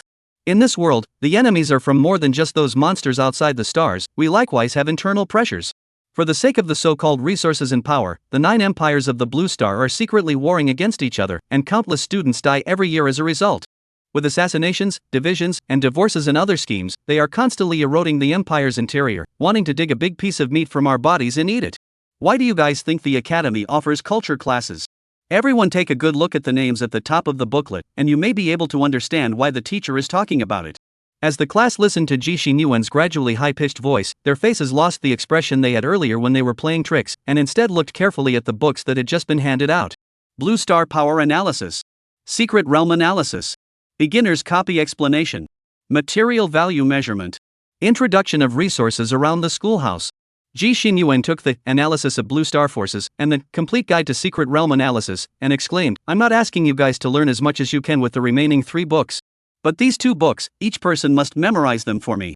He pointed to the book, Blue Star Power Analysis, and explained, this not only contains the current pattern of the 9 empires, but other large and small powers are also labeled, no matter if it's a family or a labor union, an official or a civilian, or a lone warrior, most of the introductions are in there. Why did I tell you guys to look at this one carefully? Because the Divine Martial Academy, as the highest academy of the Divine Dragon Empire, holds countless resources. But some of them are just shared large replicas or secret realms. The entrances are all over the world. For example, the second level of the 10,000 Books Pavilion has several large replicas that can connect to other Imperial academies. They should have worked together to pass the copies to get the rewards, but I don't know when, but the geniuses who went and turned on each other in order to enjoy more benefits. Especially between students from different empires, due to various reasons such as culture, language, geography, history, and so on, tragic battles often erupt until one side is completely dead. And it's not just other empires, even big civil organizations will have many of these large secret realm entrances in their hands. So, what's recorded inside this book is how the official or civil forces of each country can teach you to more accurately discern the identity of the other party, thus maximizing the advantage of intelligence. This can greatly reduce our mortality rate, trust me. After saying that, Xin Yuan pointed at the Secret Realm Analysis book again and admonished. This one, on the other hand, is most of the information on the current exploration of the secret realm. Don't think that the secret realm is the same as the copies, it's all a treasure trove for all of you to take as much as you want. In fact, according to the Empire's strongest explorers over the years, the secret realm is also a real world, like a mirror, 2 sides of the same body. We can go over here from the secret realm to harvest resources. It seems like we don't have to care about any Imperial law constraints at all, but if we can go in, can they come out? Listening to Xin Yuan's words, many of the students got goosebumps. It was hard to imagine just how much turmoil would be caused by the Empire within the secret realm descending into reality. Especially Su Wen, who had realistically experienced the complete secret realm once. Helping the villagers of the Golden Collar to solve the beast plague, and at the same time beheading Angus, who had betrayed the Imperial military. If the person behind it found out that Angus was dead and thus found the golden collar, he wondered if those poor villagers would be able to withstand the other party's wrath. Even though they were not in the same world, but Suwon was still very grateful for the LV4 blue chalcedony that the village chief gifted to him, which was a real treasure. To tell you the truth, this has happened before and has been trending more and more frequently in recent years. For example, the year before last, it was reported that the town of Shuijing had a sudden flood, the town of Linshan was hit by a 100-year typhoon, and in recent years, monsters rioted and attacked the city.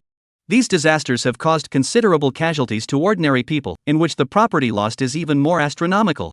After investigation, it was found that the damage was caused by strong people from the secret realm side descending and releasing powerful skills. According to official speculations, one day, the channel between our real world and the secret world will be completely opened, and war will inevitably break out between the two sides. Students, this is a major event comparable to the datatization of the Blue Star's rules. We must pay attention to this. Chapter 54, Missing a Billion. After Ji Xinyuan finished speaking, no student answered him. The atmosphere in the classroom was a bit heavy, and many of them frowned as they flipped through the two large books, Analysis of the Blue Star's Forces, and The Complete Book of Secret Realm Analysis. It was just that the more they read, the more a kind of anxiety would arise in their hearts. It always felt like their generation would experience a big event. What with the empire fights, the war between reality and the secret realm, it was originally something very distant to them. But after hearing Ji Xinyuan say this, the students felt that these were very close to them again. After all, as geniuses who had killed their way out of the entire empire, being able to break through to LV16 before the college entrance exams already showed how extraordinary they were. It also meant that the things they would be exposed to in the future would definitely be different from ordinary people. Just like Suwon, for example, when he heard that there was a large-scale copy on the second floor of the 10,000 books pavilion, and that he would encounter geniuses from other powers or empires, he suddenly had a bad premonition in his heart. It wouldn't really be necessary to fight with that group of people, right? Suwon couldn't mention how exciting it felt when he killed Wang Hong and was tracked down by the Mutual Aid Association. But with a different assassin of a higher rank, Suwon might have mailed it on the spot. Looking back now, there was still some faint afterthought. That Jedi turnaround was pure luck. The opponent was not high-leveled and did not have too many good skills or equipment. Compared to him, a hanging wall with 3 SSS rank skills, it was actually quite a bit worse. However, within a large copy, it wasn't the same as the kind of small fights that he had before. A random death was a genius, and in case the information was communicated by the escapee as before, wouldn't he have to live a life of fear and trepidation again? Even if he was unharmed in the academy, Suwon always had a time to go out of the city into practicing. If an assassin came out of nowhere, even if Suwon wasn't afraid, Su Lingyun and Ji Hao's teammates would definitely be implicated. They might die in the wilderness as a result. No way. Recently, I have to see if there are any masking props for sale in the academy, preferably the kind that you can't recognize yourself even if you stand in front of your enemies. This kind of precious props can't be bought with gold coins and can only be exchanged with credits. Thinking of this, Suwon began to look forward to it. The schoolhouse to send himself to the credits actually accumulated to how much. Do not let him disappoint it is. After finishing the 2 big books, Blue Star Power Analysis and Secret Realm Analysis book, Ji Xinyuan pointed to the remaining 3 books. You'd better understand these as well, you'll definitely need them in the future. I don't want to hear one day that my students were sold and still counted the money for others. Students should be clear that props will only show their specific information when they are in your hands, but only if you have to get or recognize the object first. After all, such things as resources, other than monsters bursting out or individuals owning them, many times don't have obvious characteristics. For example, if people determine whether an item is good or bad, they will first look at the halo it emits, and we will obviously know what level it is. But in the wild, if you were resting under a tree and an apple hit you on the head, and the apple was so dull that it didn't even compare to a white item, would you pick him up or even eat him? No way. After all, no one would be idle enough to pick up a normal apple and eat it. Except me. Ji Xinyuan clasped his hands to his chest, his gaze falling above the cloudless sky outside the window, his eyes showing some memories. The students were a little curious by what Ji Xinyuan said. Is it possible that this apple is not as ordinary as it looks? After a moment, Ji Xinyuan spoke faintly. I had thought that it was some sort of mutated apple from memory, possessing the ability to permanently enhance specified attributes. At that time, I was so excited that I ate it without even thinking about it, and as a result, I was poisoned. The effect of LV-65's intense poison tormented me in the wild for a full 7 days until I returned to Tendu to receive professional treatment, which allowed me to recover as before. Puff. I thought it was a chance to come, but I didn't expect to eat a poison apple. Mr. G, how eager are you? You didn't even read the prop instructions before you ate it. A lot of people couldn't help but laugh out softly. Su Lingyun did the same, but she really couldn't control it, and actually let out a strange sound of geese and geese. Suwon looked at Su Lingyun, who was trying to hold back her laughter, her eyes curving into a crescent moon, and a question mark slowly popped up on his head. Did he hear some strange sound? Noticing Su Wen's somewhat strange gaze, Su Lingyun coughed violently for a few moments, then straightened up and flipped through her textbook with a serious expression. It was as if it wasn't her who had just goose-stepped. With the transformation of the classroom atmosphere, Ji Xinyuan's heart is also quietly relieved. The first time when the counselor let him come to this kind of mission arduous class, he is also very panicked could not. But it seems to be quite successful. At least not a single student in the class was distracted during the entire lesson. He took out a storage scroll and pulled out a school card from it, distributing it to the corresponding students. Alright, this is the end of my lesson, and I'm just giving you a generalized introduction of the significance of the cultural lessons we conduct. There will be a professional teacher coming over to teach next, so students remember to be polite. Your credits from the college entrance exam all exist inside this school card. With it, you can travel throughout the entire Divine Martial Academy. Don't lose it easily, replacing one can cost a lot of money. After distributing the school cards, Ji Xinyuan announced the end of class and left the classroom straight away. As he walked out the door, he twisted half of his body back again, the smile on his face still warm. One last thing, is there any student who wants to be the class president? Let's run for the class on the third day after the culture class is over, ha. Class president grants extra credits every month. After saying that, he really left this time, leaving Su Wen and their group of excited freshmen behind. Holy, there are credits, this shall not be swung on, there is no hanging big vote for me. Hey, don't we have human rights? Put. Brother, you really dare to say what's your name? I will definitely vote for you then. Unlike what Su Wen thought, the freshmen in class 1 didn't have the kind that were particularly arrogant and felt that they were bullish just because they got into the Divine Martial Academy. Instead, there were more self-centered sand sculptures. Su Wen lay down on the table and picked up the school card that had just been issued, and the information on it surfaced. Su Wen, 87th student. Remaining credits, 508,300. Among them, he had gained 506,300 credits from the entrance exam, and the extra 2,000 was presumably a copy of the Goblin's Treasure, the reward for being number 1 on the record list. 1,000 credits credited every day without doing anything, this is too comfortable. Alas, if I hadn't risen to LV20 and broken all those records on the first floor of the 10,000 books pavilion, I'd probably be able to get a lot more credits. Blundering. Looking at Su Wen, who was lying on the table sighing, Su Lingyun was a bit curious. Was this guy stimulated by something? Su Wen, what's wrong with you? Where are you uncomfortable? Su Wen turned his head, looking at Su Lingyun with a saddened face, his right hand tightly covering the location of his heart, and his mouth breathing in large gulps of air. My heart hurts so much that I can't breathe, it feels like I'm missing out on $1 billion. What? Chapter 55, The Class President Election. What 100 million? Don't ask, you don't understand. Su Lingyun was at a loss. How can I understand if you don't tell me? This person is really something. Su Wen still had a lifeless look at this point, his eyes staring vacantly at the school card. Su Lingyun had a flash of inspiration and similarly picked up the school card, looking at the numbers inside with a puzzled expression. It couldn't be that this guy Su Wen had failed the college entrance exams and gained too few credits? But it wasn't right. She knew how strong this guy was, even though the grade of all the candidates' trial targets in the college entrance exam was the same as my own. But it wasn't so bad that Su Wen would fold. What's wrong, Su Wen? Not enough credits in there? She said tentatively. No, haven't you noticed the change in credits? The top of the record list, you get an extra 1,000 credits per day. Unfortunately, my level exceeds the upper limit. I can't go to play those first-tier copies, otherwise I. Ugh. Hearing Su Wen's explanation, Su Lingyun stared blankly before counting her gains. How come there's only 800 on my side? Even if we are on the same team, is it hard to believe that the rewards will be divided into different grades according to contribution? That guy Ji Hao is estimated to be 800 as well, and if he's a pure mixer, he's estimated to be only 600 or lower. After saying that, Su Lingyun had an obvious fake smile on her face. Besides, there aren't many copies of the first tier, they're all overused, and even if they reach the top, they don't have much gold in them. The credits don't give much. As for the heart, someone was goose-stepping. This guy is so high in rank, does he still want to take up all the good things? He's a beautiful man. Su Wen raised his left eyelid and stared at Su Lingyun with one eye. What are you laughing at? What's in it for you if I don't get credits? Just because I'm on the list doesn't mean you're on the list, and just because I have credits to earn doesn't mean you have credits to earn. You don't understand such simple reasoning. It seems that the mage's spiritual power attribute didn't help you strengthen your brain too much. This semester you're going to fail your culture class. Su Lingyun was choked into silence by Su Wen for a while. She suddenly felt that what the other party said made so much sense. Why do I feel like I've lost $100 million as well? The rest of the time was taught by the professional teachers of the school, except for one lesson after the opening of the class by Ji Xinyuan. According to the weights, Blue Star Power Analysis is 2 hours in the morning, and then a secondary subject, which is the 3 books that don't have to be memorized by rote. Secret Realm Analysis book, 2 hours in the afternoon, plus 2 subs. The day passed quickly, and there wasn't much time to go around to the subs. Back to the dormitory, Jihao and Suwon spit. Brother, you do not know. Our class teacher said bidding to choose class president, there is a guy that I can pretend. Feeling that he took a top grade, bull like what, grade below him or not, can make me sick bad. Suwon asked rhetorically, who is the first prize winner in your province? Su Lingyun. Jihao nodded, right. Although we had 4 main battle class legendary professions this time, that woman still came out on top and became our province's top scholar. Then you let her help you come out on top. Why are you talking to me? I'm not from your hometown. Jihao heard directly, dumbfounded. Not buddy, I mean this? I'm just looking at him pretending. It's not like I'm looking for someone to beat him up. Besides, he's at least a top student, he's very strong, okay?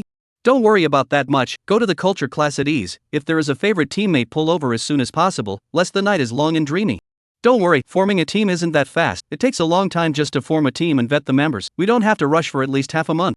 It better be like you said. 3 days passed by in a flash, and after experiencing the crazy crush of knowledge from the outside world, not to mention Su Lingyun, a school slag, even Suwon was exhausted. These things were something that really needed to be memorized by heart, as they were closely linked to one's little life. When the teacher who taught material value measurement left, Ji Xinyuan, who hadn't seen him for 3 days, once again appeared in front of everyone. Classmates, after 3 days of studying, I think we should all get to know each other a bit. Let's use the time after class to select the class president. Is there any student who volunteers to be this class president? Let's say in advance that while the class president enjoys the benefits, he or she should also fulfill the corresponding obligations, including but not limited to checking attendance every day, recording everyone's upgrades, as well as checking everyone's state of mind on a daily basis and various other issues. How about it? Anyone want to come? Before the words left his mouth, so many hands were already raised below. Teacher, don't listen to his nonsense. The opening day of school he also said who big choose who, deserve to choose me. Girls are more suitable for this position, right? Class president not only to be strong, the most important thing is to be careful to care for every student. Who's like you boys, you're all confused and unreliable every day. You. Put. Fart. The classroom was in chaos. Suwon looked at this scene with some dumbfounded eyes. A class president, as far as? Su Lingyun was equally puzzled. Shouldn't this be a hard labor post that is hard and tiring, with not many credits to show for it? Who knew that with Ji Xinyuan's next sentence, the classroom was like cold water added to a frying pan, instantly boiling. 5,000 credits per month. Exam. My college entrance exam only gives less than 80,000 points, this 5,000 per month, the school is really generous. Brothers, vote for me, when the time comes I'll give a talent show. Believe it or not, I'm LV17, I'm definitely qualified to be the class president of class 1. Well, even Suwon couldn't help but be moved for 0.1 seconds when he heard the reward of up to 5,000 credits per month. Unfortunately, he now had 1,000 credits coming in every day while lying down. Wasn't that better than this? Even Su Lingyun, who only had 800, was somewhat unable to look at these rewards. This kind of hard labor for class leaders is actually a welfare post prepared for students whose families are not very well off.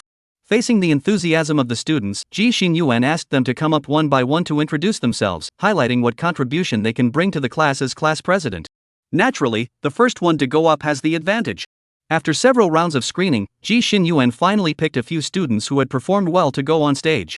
Let everyone vote individually.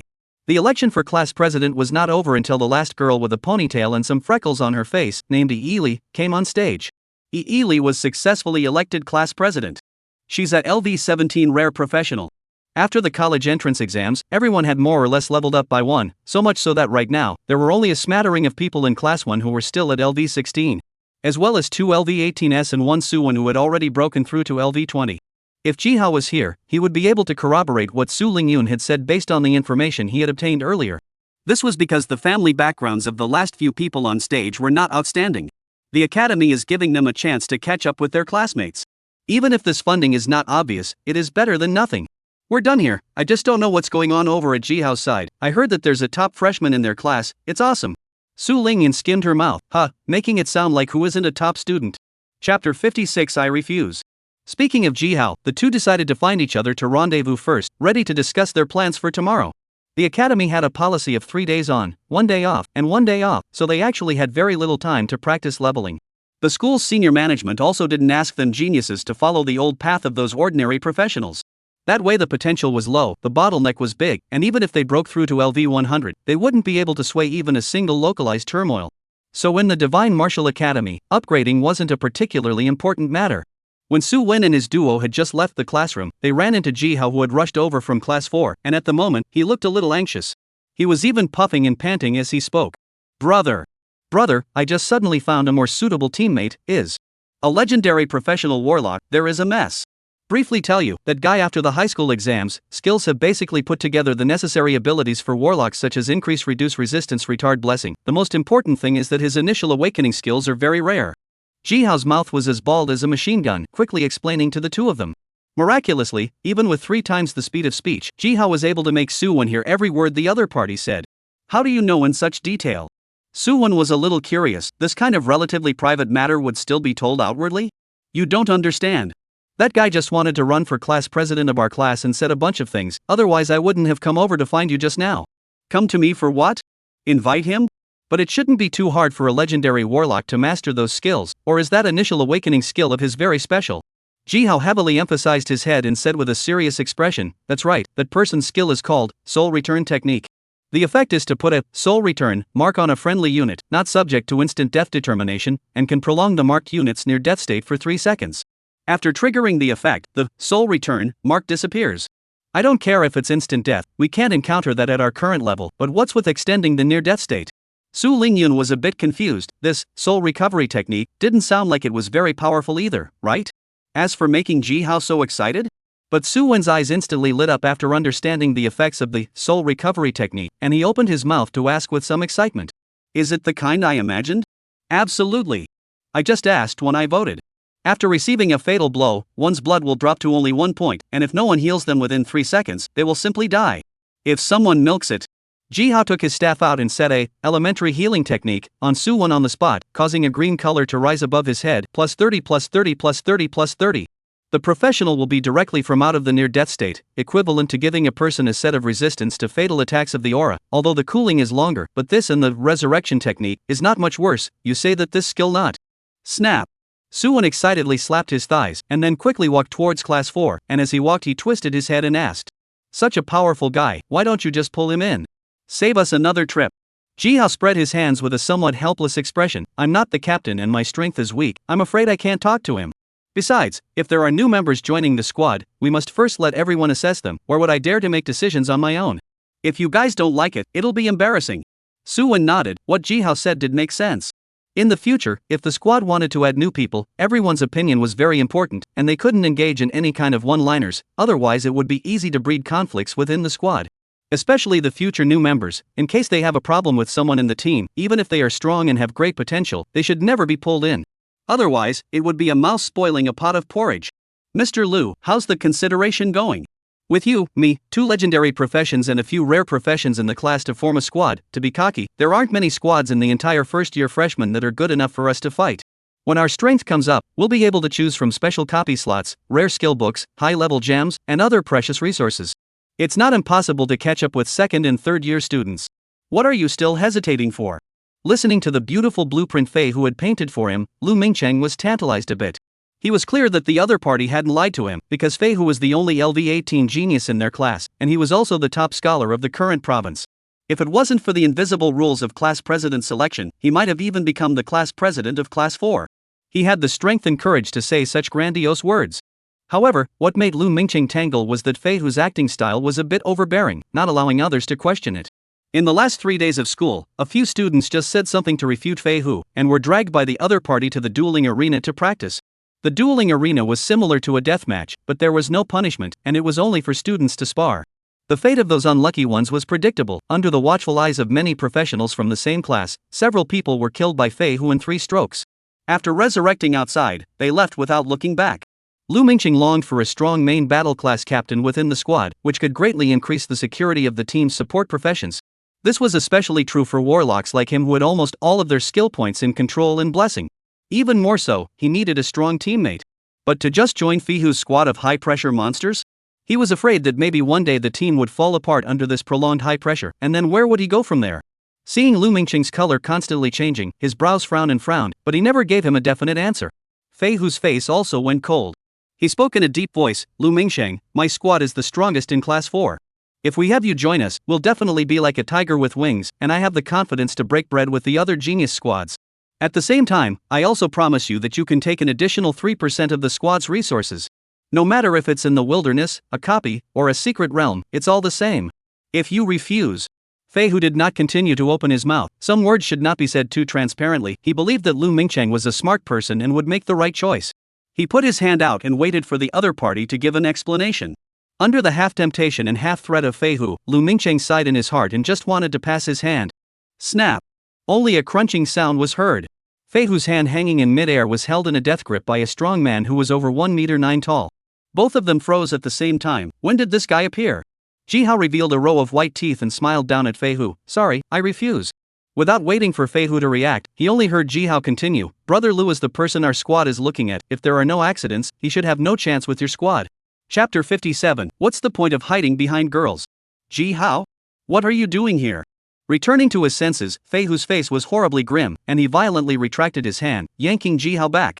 Ji Hao wasn't the least bit annoyed, nor did he have the stupid idea of competing with a legendary main combat class profession like Fei Hu's to compete for power. He wasn't stupid enough to go that far. Instead, he stood in the middle of Fei Hu and Lu Mingcheng, not moving a muscle. The attitude was very clear. I said, Brother Lu, our squad wants it. While there's plenty of time, you should pick some other outstanding students to join the squad as soon as possible. After saying that, Ji Hao turned around, wrapped his arms around Lu Mingcheng's neck, and pulled the other towards the door while laughing. Fei Hu couldn't help but be infuriated by this scene. Ji Hao's near-ignorant attitude made him furious. Usually he was the one looking for trouble from others. When did even the auxiliary professions dare to move on his head? Even if this was the Divine Martial Academy and Ji Hao was a legendary profession, that wouldn't do. Stop right there! Fei Hu bellowed, startling some of the students who remained within the class. The crowd looked over, only to see Fei Hu walking quickly to Ji Hao, his eyes cold as he looked straight at the other party. Who do you think you are? How dare you come to intercept the person I have my eye on? Who gave you the guts? Fei Hu's earlier attitude wasn't like this after learning that Ji Hao was a legendary profession priest. 2 days ago, he had been all kinds of inviting and pulling at Ji Hao, promising all sorts of conditions, in order for the squad to have a legendary nurse, ensuring safety while also greatly reducing expenses. But how could Ji Hao look at this person who has a face all day and is more capable of pretending than himself? It was Fei Hu that he had spat with Su Wen earlier. Thus Fei Hu's pull towards Ji Hao naturally ended in failure. Now Ji Hao dares to snatch away Fei Hu's favorite teammate in front of the whole class. How can he stand this kind of aggression? Fei Hu, this is the third and last time I'm telling you. Brother Lu, our squad wants it. Ji Hao looked down at Fei Hu, whose face was flushed red as if he was about to explode in the next second, and he spoke faintly. Got gas? Hold it back for me. As the words fell, a suppressed gasp sounded around them, and many students looked at Ji Hao in disbelief.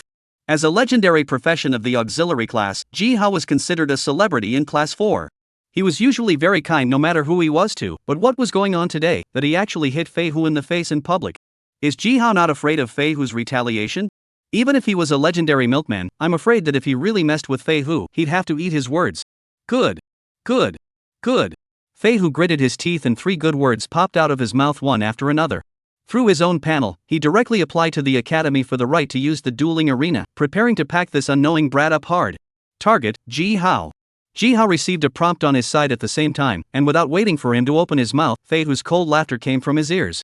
Since you dare to snatch someone from me, do you have the guts to go to the dueling arena and practice with me?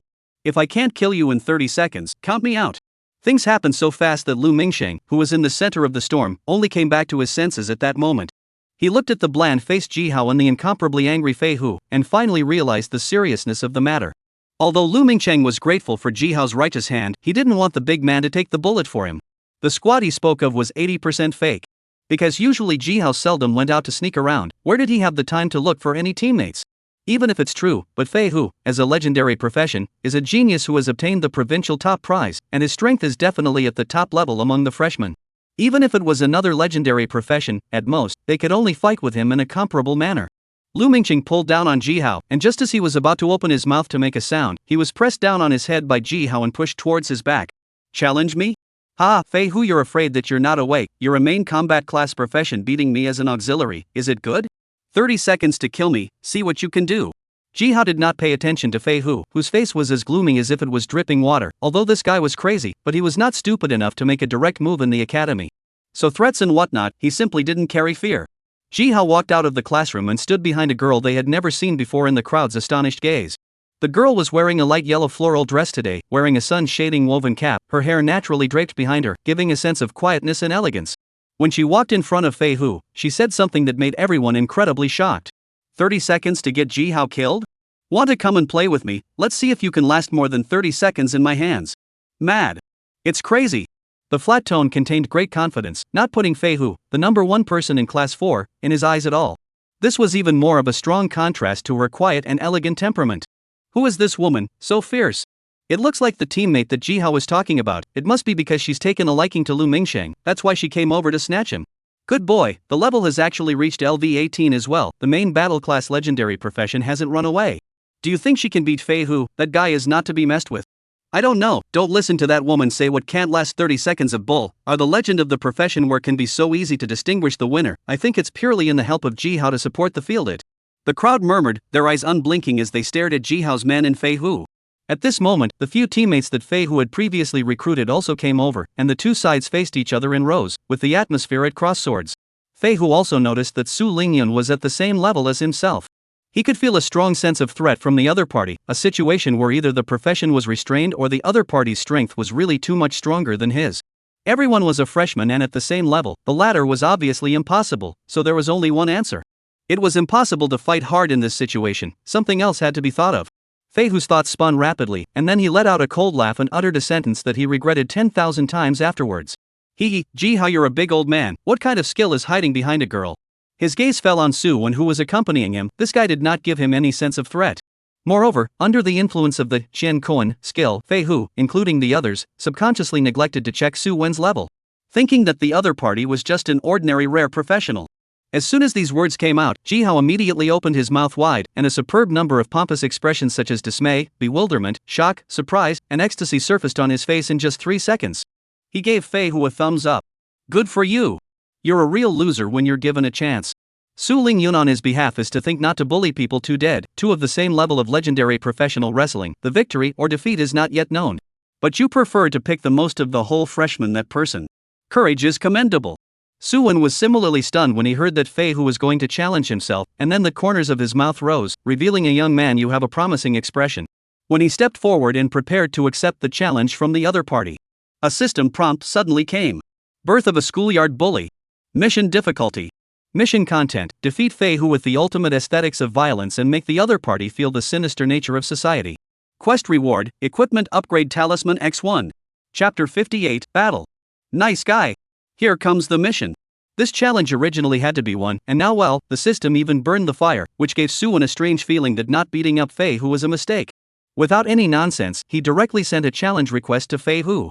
The other party chose to agree without hesitation. In the presence of the surrounding students, the two sides traveled together to the gladiatorial arena closest to the school building. There were even good people who spread the news of this battle, and many new students came to watch. Even those old students in the second and third years had come over to watch the fun. At this time, inside some high-level office, a tall figure with long blonde wavy hair and wearing casual clothes was quietly looking at the surging crowd below. Hey, don't you care, this is the outstanding pride of your class, it won't end well if you get hit too hard.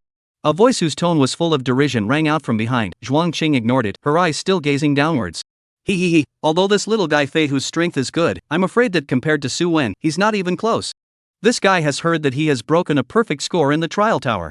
Everyone guess how long Fei Hu can last under Su Wen? I'll offer 5,000 credits, who's going to make a small bet with me? Old he, you're not being fair, what's there to bet on this kind of unsuspecting battle, besides 5,000 credits is too petty. I'll offer 10,000 in bet for 1 minute. Me too, 10,000, 50 seconds. Fei Hu is at least a legendary professional, don't look down on people, I'll offer 10,000, 45 seconds. Listening to the voices coming from the back and the topic getting more and more outrageous, black lines surfaced on Zhuang Qing's forehead. Why is the genius of our class so looked down upon? Zhuang Qing turned to look at this group of unorthodox colleagues. She took a deep breath and spoke in a cold voice. You guys don't go too far. I recognize that Su Wen is strong, but Fei Hu isn't bad either. It's only a 2-level difference, it's not so big that he can't fight. Besides, let's just say how long that kid in your class can last. He's your student, you should have some faith in him. Defeat is just a matter of time, there's nothing to dwell on. Zhuang Qing's chest continued to rise and fall as she was choked, and after a full 3 seconds of slowing down, she coldly grunted, 1 minute. I'm sure Fei Hu isn't so bad that he can't even last 1 minute. Zhuang Qing's beautiful eyes glared at Lao He, who was the first to open the market, until she stared until the other party's body was covered in goosebumps, then she said in a single word. Me. Press. 30,000.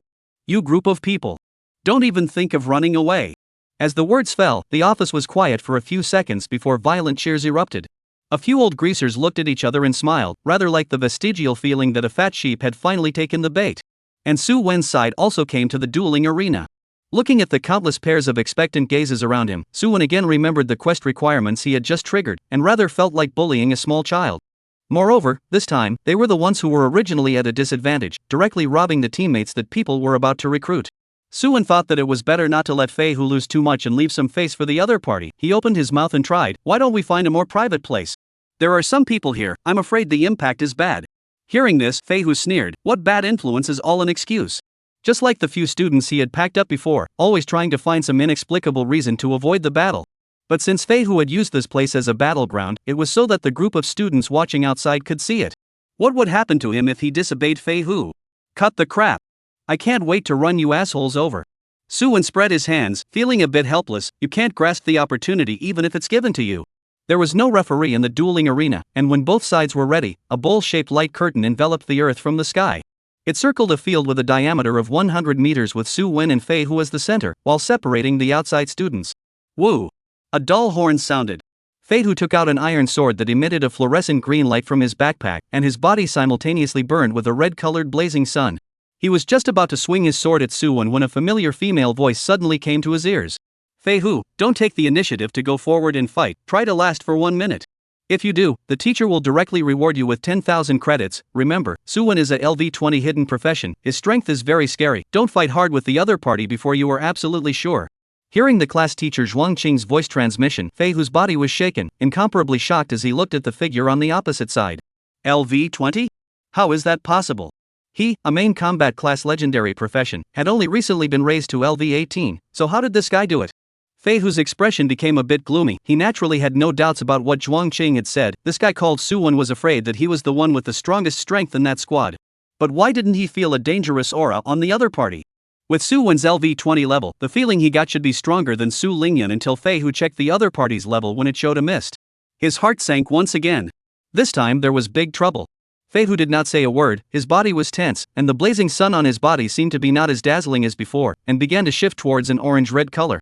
He gripped his sword and surrounded Su Wen, his eyes staring at his opponent. He wanted to bring out his best condition to meet this opponent. Looking at Fei Hu, who seemed like a different person since the start of the battle, Su Wen was confused. What happened to this guy? Not only him, even the other onlooker students are also confused. Why not on you a swordsman not close to wait for what? Only a few teachers who were secretly observing in the high-level office detected the clues. One of them laughed and cursed at Zhuang Qing, "You little ninny, actually using these off-site tricks." Otherwise, with Fei Hu's temperament, he would have rushed up and fought Su Wen long ago. Now it's good, Fei Hu just keeps circling around, and he can drag it out even after a minute. That's right, this time it counts as a streaming game, no more betting, no more betting. Right, the Zhuang girl cheats, really don't put us old comrades in our eyes. Zhuang Qing laughed lightly. I just told Fei Hu to be careful of Su Wen, this is also called cheating? Besides, you guys opened the betting board, this time I pressed so much, is it a bit too late for you guys to call it quits now? After saying that, Zhuang Qing continued to cast her gaze downwards. Looking at Fei Hu, who had become incomparably cautious and listened to her words completely, Zhuang Qing nodded with satisfaction. The child is teachable. Not a reckless man with a head full of muscles. Zhuang Qing wanted to see this time, with Fei Hu stalling for such a long time, how else Su Wen could defeat him within 1 minute of the opening round. Not even if the opponent passed the trial tower with a full score and leveled up to LV20. Chapter 59, The World Senate. At this moment, on the dueling arena, the two maintained this bizarre standoff for half a minute. Some of the older students couldn't help but shout loudly, telling Fei Hu to go up and finish off Su Wen. Don't be such a wimp. Fei Hu ignored the outside interference and just wanted to finish Zhuang Qing's explanation first. At the same time to see if he could find the other side broken within this time. But Su Wen's patience was obviously not as good as his. Pulling out his long triangular-shaped shield, Su Wen took a step towards Fei Hu. A kind smile appeared on his face. Classmate, come on, I can let you attack 3 moves first. Don't continue to wear yourself out. When Fei Hu saw that Su Wen was actually a shield warrior, he was first stunned and then became even more vigilant. With this kind of meat shield profession rising to LV20, Su Wen's level of danger was raised another level in Fei Hu's mind. Facing Su Wen, who was constantly approaching him, Fei Hu could only follow and retreat, thinking that after 1 minute, he would fight Su Wen again for real. Unfortunately, Su Wen didn't give Fei Hu a chance. He raised his shield and accelerated, charging towards Fei Hu. All the attention of all the professionals watching the battle was attracted. Although he didn't know what that guy Fei Hu was up to, Su Wen being able to take the lead still satisfied everyone's enthusiasm for watching this battle. The two major melee battles were only passionate and interesting to watch if they had to fight each other physically. However, a scene that made people fall into a state of shock appeared. Fei Hu, who was a legendary professional, actually ran in the same way. No, what the hell? You damn challenged someone else to a dueling arena and you're actually playing this with me? Brothers, I kind of can't understand. Fei Hu, what is this doing? The beginning to now, even fight a little bit or not dare. You this also challenge a hairline Hey! Fei Hu, you run what? Go back and do it with him, you are still not a man. At this point, even Ji Hao and the others were a bit confused. What is this situation? Although the heart is puzzled, but Ji Hao's mouth is not idle, the loud voice over the crowd waves directly into the dueling arena. Fei Hu, aren't you the top student of the college entrance exam? Isn't your LV18 rank the self-proclaimed number 1 in class 4? Didn't you want to duel with me? Fei Hu, do you only use your strength to oppress the weak and bully the ordinary students in your class? As Ji Hao's roars continued to reach Fei Hu's ears, Fei Hu's face became extremely unsightly, and he couldn't wait to go down there and tear Ji Hao's stinking mouth off. There were also those older students from the upper grades, and the way they were pointing at him was disgusting to look at. The trash talk was affecting Fei Hu crazily, which caused the blood in his body to surge, and his eyes flushed red, wanting to release all his strength to fight with the guys chasing him behind him. But not now, it would have to wait a little longer. Fei Hu tried his best to suppress the anger in his heart while calculating the passage of time. It's almost time. Soon.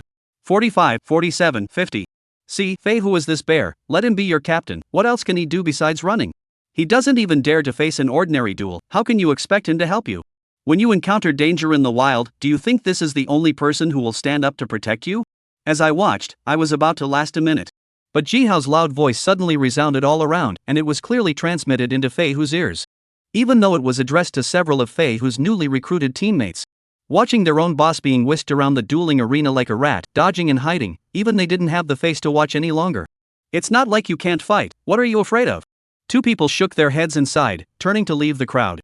This scene happened to be seen by Fei Hu, and the anger in his heart could no longer be suppressed. He let out a long whistle up to the sky, his body's blazing sun burned extremely brightly, as if he was a warrior reborn from the fire, finally launching his first charge at Su Wen. Perhaps it was also the last time. At this point there are only a few final seconds left before the 1-minute mark. The group of teachers who were watching the battle from the upper levels all sighed in disappointment.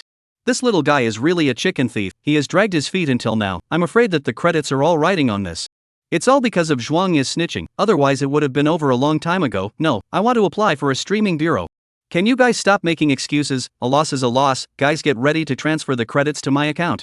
Zhuang Qing put a smile on her face and extended her hand out, the meaning was self-evident. Want money? Suddenly, a nationalist phrase resounded throughout the room, shifting all eyes. Immediately afterward, the smile on Zhuang Qing's face froze, as if she had entered a petrified state. The rest of the teachers were no better. Because they realized that at this moment, only Su Wen was actually left in the dueling arena. Where is Fei Hu?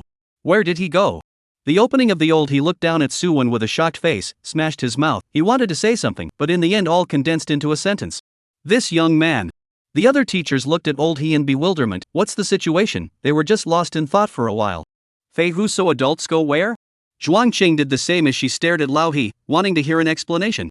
Go back in time a few seconds. When Fei Hu, whose anger was as fierce as a volcano erupting due to his teammates' departure, turned back and charged at Su Wen in big strides. The onlooker students instantly boiled, all staring at the two sides with unblinking eyes. Only to see the distance between the two sides quickly close, Fei Hu's body blazing sun as if it had life, winding to the long sword in his hand, converging into a fire dragon, ruthlessly toward Su Wen chopped. Su Wen's expression was unchanged, he just put his shield forward, and the innate immovable king's body protection light ball then enveloped him. When this sounding strike chopped into the shield, Fei Hu only felt a powerful and inexplicable force coming at him. Immediately, he received a wave of damage backlash. What made Fei Hu feel even more appalled was that his strike actually didn't cause any damage to Su Wen, as if even the other party's defense hadn't broken through. How was this possible? He was a legendary profession, blazing sun swordsman, his attacks were incomparably powerful, why would this happen? Not waiting for him to think too much, Su Wen's right hand suddenly produced an exaggeratedly shaped giant axe. The giant axe chopped out a whistling air-breaking sound with purple light, chopping towards Fei Hu with an unstoppable momentum. Fei Hu's pupils suddenly shrunk, the blazing sun on his body recondensed, wanting to dodge this strike that brought him endless oppression. Unfortunately, Su Wen just let out a soft shout and pulled Fei Hu over. The giant axe carrying purple light clashed with the fear-filled Fei Hu. Swish! 5,490. A damage that far exceeded Fei Hu's life cap popped up. Then Fei Hu directly turned into white light and exploded into thin air, and was teleported outside the dueling arena. At this moment, he had not yet regained his senses from the battle just now, leaving in his mind only the overbearing and unparalleled axe-light that seemed to be able to chop everything into pieces. The scene was silent, no one let out a cry, they all stared blankly at the figure carrying a huge axe on his shoulder on the dueling field. Only one blow. The legendary professional who was the top student of the college entrance exam and whose level was as high as LV18 was then cut down on the spot. Chapter 60, Newcomers joining the team. Who here can tell me what the hell is going on? Fei Hu was killed in one hit? What a joke. That's the legendary profession, Blazing Sun Swordsman. It's even been chopped down by a single axe by that unnamed kid. This. Still not famous? His name is Su Wen. After today, it's estimated that the entire first-year students will experience an earthquake. Scary guy. The crowd was quiet at first, and then they were greeted with the most frenzied shouts from the beginning of the duel until now. Shock, excitement, disbelief. Everyone stared with wide eyes, some even held their heads in their hands, their gazes constantly moving back and forth between Su Wen and Fei Hu. Fei Hu, who they had pinned high hopes on earlier, actually didn't even receive a single blow from the other party. That explosive damage wasn't like what a freshman should have either. Even the faces of those veteran students watching the battle were incomparably grave, looking scornfully at the two major purple suits in Su Wen's hands. Yes. So many people on the scene had already seen that Su Wen was a shield warrior, but his equipment was just too good, and at the freshman stage, he actually had purple clothes to wear. And still 2 pieces of core equipment. I'm afraid this is going to be a combination of the strongest spear and the strongest shield. An old student exclaimed. Even if it didn't break defense, it can't even take a shield warrior's attack? I don't understand. Oh, easy for you to say, if you have the guts to go up and try, let's see if you can win. The disliked second-year veteran laughed dryly. What a joke, he was just a mage, being smashed by that horrific damage. When the time comes, he must not go directly to meet the king of hell.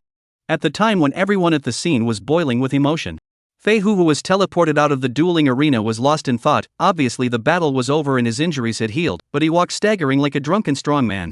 He was assisted by his 2 remaining teammates and stumbled out of the dueling arena. Fei Hu took one last look at the figure in the center of the dueling arena and stared for several seconds, still sighing helplessly. There are people outside of people. There are heavens beyond the heavens. In fact, Su Wen also noticed the change in Fei Hu. He was a little embarrassed. It would not really beat the child autistic. He walked out of the dueling arena and returned to the squad. Ji Hao came up and directly wrapped his arms around Su Wen's neck, wailing in excitement. "Too gripping, brother. You can really help us face, actually cut that guy over in one go.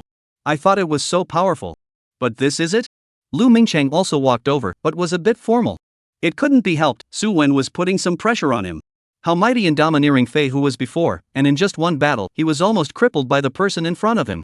This kind of strength was simply what he dreamed of seeing. Even though Su Wen's occupation looked a bit strange, appearing to be a shield warrior. But what did it matter? The only thing that made Lu Mingxing a little worried was whether Su Wen could agree to him joining the squad. Don't look at him as a legendary level warlock, but with so many new students, it wasn't like there weren't any that shared the same occupational characteristics as him, so there wasn't much that was irreplaceable. Especially with Su Wen's strength, the difference between rare and legendary professions shouldn't be too big for him. Lu Mingxing thought silently. After leaving the dueling arena, Su Wen and the others arrived at the store where they had gathered the other day. Aroma House. Inside, the dishes and flavors were very good, and after taking his seat, Su Wen then sized up the legendary warlock in front of him. Lu Mingcheng had a thin figure and pale face, his body was shrouded within a robe, and he also wore a bright red sorcerer's hat. The sorcerer's hat was ugly, destroying Lu Mingxing's still small handsome image, but it was the head equipment of the mage class. After chatting for a while, Su Wen probably understood Lu Mingxing a bit. This guy was a LV17 legendary profession, strange artist, a warlock classification, specializing in obstacle and gain skills, and was considered a team master controller. Lu Mingcheng doesn't have the kind of perverted binding and striking ability of a formation artist, but plays a very poncy game. What with curses, transit, prophecies, and psychics all being in the realm of his future skills. It's a true jack of all trades profession. After getting to know each other, Su Wen formally extended an invitation to Lu Mingcheng. He got up and extended his right hand with a gentle face. "Welcome to the squad. In the next few years or even a dozen years, I hope we can keep going as teammates." Lu Mingcheng hurriedly got up and clutched Su Wen's right hand with both hands and shook it up and down. His face had an uncontrollable excitement. "Great, I have always wanted to find a squad with a strong strength and a good atmosphere. I thought there was no chance. I did not expect it to be in this way and everyone met." Lu Mingcheng finished picking up the beer on the table, tons and tons is 3 bottles down. "If you do not mind me, Lu Mingcheng, old Lu, I will certainly accompany you all together, from now until the deep space battlefield, from the sunrise to dusk." "Ah, brother Lu, you said it so well, come on, let's drink." Ji Hao similarly picked up a beer, clinked glasses with Lu Mingcheng and tilted his head back to smother it. Su Wen and Su Lingyun, who saw this, had a smile on their faces. The atmosphere of the gathering was incomparably cordial, pushing cups and exchanging drinks, all indescribable teenage spirit. Until they left the Scent House, a few people were a little drunk, and the road couldn't even walk straight. Su Wen stopped a few people, sitting around a flower bed, blowing the evening breeze, looking at the stars in the sky. He suddenly opened his mouth. Originally, at that moment after class, Ling Yun and I were going to look for old Ji to discuss something with you, to see what to do in the end with a day off tomorrow. But old Lu suddenly joined the squad, which saved me a lot of effort. Ji Hao's face was a wine red, and he said with a big tongue, "Why brother, you say, tomorrow you have to do something. Something." Lu Mingqing similarly looked over, but just the action of twisting his head, his body was uncontrollably planted on the ground. This scene caused several people to burst out laughing, and Ji Hao even laughed so hard that even tears flowed out of his eyes. I said, "Old Lu, are you as excited as this? Wait for me to film it for you, ha ha ha ha." Lu Mingqiang was slightly sobered up by the fall. He ignored Ji Hao's threat and instead asked Su Wen, "Brother Su, is the squad having some kind of mission tomorrow?" Su Wen waved his hand and laughed, "Mission not so much. According to my previous plan, I had planned to bring the two of them, Ji Hao and Ling Yun, to brush the Shin Kuan Lock in the school. But brushing the book for a long time won't do me any good. I can't bring my own leveling advantage into play. It just so happens that you're here, with 3 legendary professions teaming up. Sweeping the first tier of copies of the 10,000 books pavilion shouldn't be a problem. This morning I heard that there was a 7th grade teacher who moved a large copy of the teleportation portal from outside, and the challenge level isn't too high.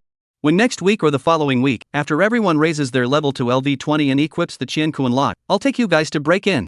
Chapter 61, Upgrading Equipment. A large copy? Can we make it? I've heard that they're all for older students. Can we rob them? A trace of worry flashed across Su Lingyun's face. It's fine, word has spread over at the Wanben Pavilion. The challenge level is only LV20 LV25, it won't be too difficult. It's kind of an easier large copy, but since it's a new book, the copy information hasn't been passed out yet, but with our strength, it shouldn't be too much of a problem. Su Wen returned a look that reassured her and opened his mouth to explain. This matter is only tentative, the specifics, wait until then. It's still early, there's no rush. After speaking to a few more people about the news of that large replica, a few people returned to their respective dormitories. Especially Lu Mingqing. This kid, walk a step twisted 2 steps, feet are almost not their own, can only let Su Wen and Ji Hao help send back. The next day, Su Wen slept until 9 o'clock before getting up. After simply washing up and eating breakfast, Su Wen laid into the sofa and laid out his recent major gains on the coffee table. Su Wen went to the logistics department on the night of the first day of school and took the 2,000 pieces of heavenly tilting stones sent by Lin Luo back to the school. Together with his own recent harvest, it totaled to 2,456 pieces, which included those exchanged in the secret realm store. The second one was the 2,000 pieces of goat jade that were rewarded in the Dare to be the First quest, so he would synthesize them all later and set them into his equipment. The third is the quest reward that was suddenly released yesterday. Su Wen looked at the quest panel, and a line of hints appeared with it. Birth of a School Bully mission completed. You have obtained the Equipment Upgrade Talisman 1. An ancient yellowish rune appeared in Su Wen's palm. It was covered with dense lines, as if it was some kind of ritual branding for sacrifices or prayers, emitting a mysterious aura that calmed the mind. This was Su Wen's most valuable prop at the moment. Equipment Upgrade Charm Green. Special props. LV1 and above can be used. Effect: you can spend equipment upgrade charms to upgrade your equipment. Each piece of equipment can only be used once, and the amount consumed is only affected by the equipment level. According to Su Wen's observation last night, the effect of this equipment upgrade talisman is very counterintuitive. Don't look at the green quality, but for him, the value is no less than purple equipment. This was because it could raise the level of any equipment to the next grade, from LV10, LV20, LV20, LV30, and so on. However, the amount of equipment upgrade talisman consumed varies for different levels. For example, from LV10, LV20 only required 1, while LV20, LV30 required 2. As for how many were required for higher level equipment, Su Wen was not sure. Because in his hand there were only LV1 to LV20 equipment. And LV1 equipment is not even in the category of prop use, and no one is going to strengthen LV1 rags. Su Wen took out the weapon and placed it flat on the ground, and then followed the instructions and carefully placed the prop on top of the giant axe. Buzz. The equipment upgrade talisman turned into a ball of yellow light, enveloping the entire body of the giant axe and emitting a substantial wave of light yellow light outwards. This startled Su Wen, and he hurriedly pulled the living room curtain shut, looking at the metamorphosing weapon with a face full of amazement. After about 5 minutes or so, the light mass dispersed, revealing a battle axe that was even more hideous and terrifying than the original. Now the battle axe was 1.55 meters long, 20 centimeters longer than before, with entwined silver dragon carvings, and the dragon's eyes began to emit a blood-colored mist outward. Seeing the shape of the battle axe, Suwon's eyes lit up, and hurriedly took it in his hands and danced, bringing up bursts of air-breaking sound.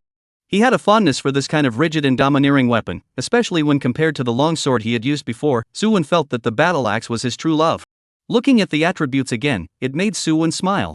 Love Randy's comrade in arms purple plus 4 degree of completion, 74.07%. LV 20 or above can be used. Melee class professions can use it. Durability, 1000. Damage, 1188. Strength plus 24. Strength plus 22. Alteration damage 82 increase. Modification of all attributes 4 increase. Bound, blood 524 increase. Mana 207 increase. With a little bit of math, Suwon realized that the base damage had directly exploded by 3.16 times, which had been mentioned in a theory book he had read. The increase in attributes of weapons of the same quality and adjacent level was roughly between 2.2 to 3.24 times, and the measurement was provided by 10,000 growable equipment. So this battle axe was also considered a step up, almost reaching the limit of the effect of the equipment upgrade talisman. And the other attributes were also increased to varying degrees. Suwon took the lamb's fat jade in his hands again and began the long road of synthesizing it. Congratulations, gemstone synthesis was successful. You have obtained goat jade level 2x1. Congratulations, gemstone synthesis is successful. You have gained jade grade 2-1. Congratulations, gemstone synthesis is successful. You have gained goat jade grade 3 by 1. Congratulations, gemstone synthesis is successful. You have gained goat jade grade 4 by 1.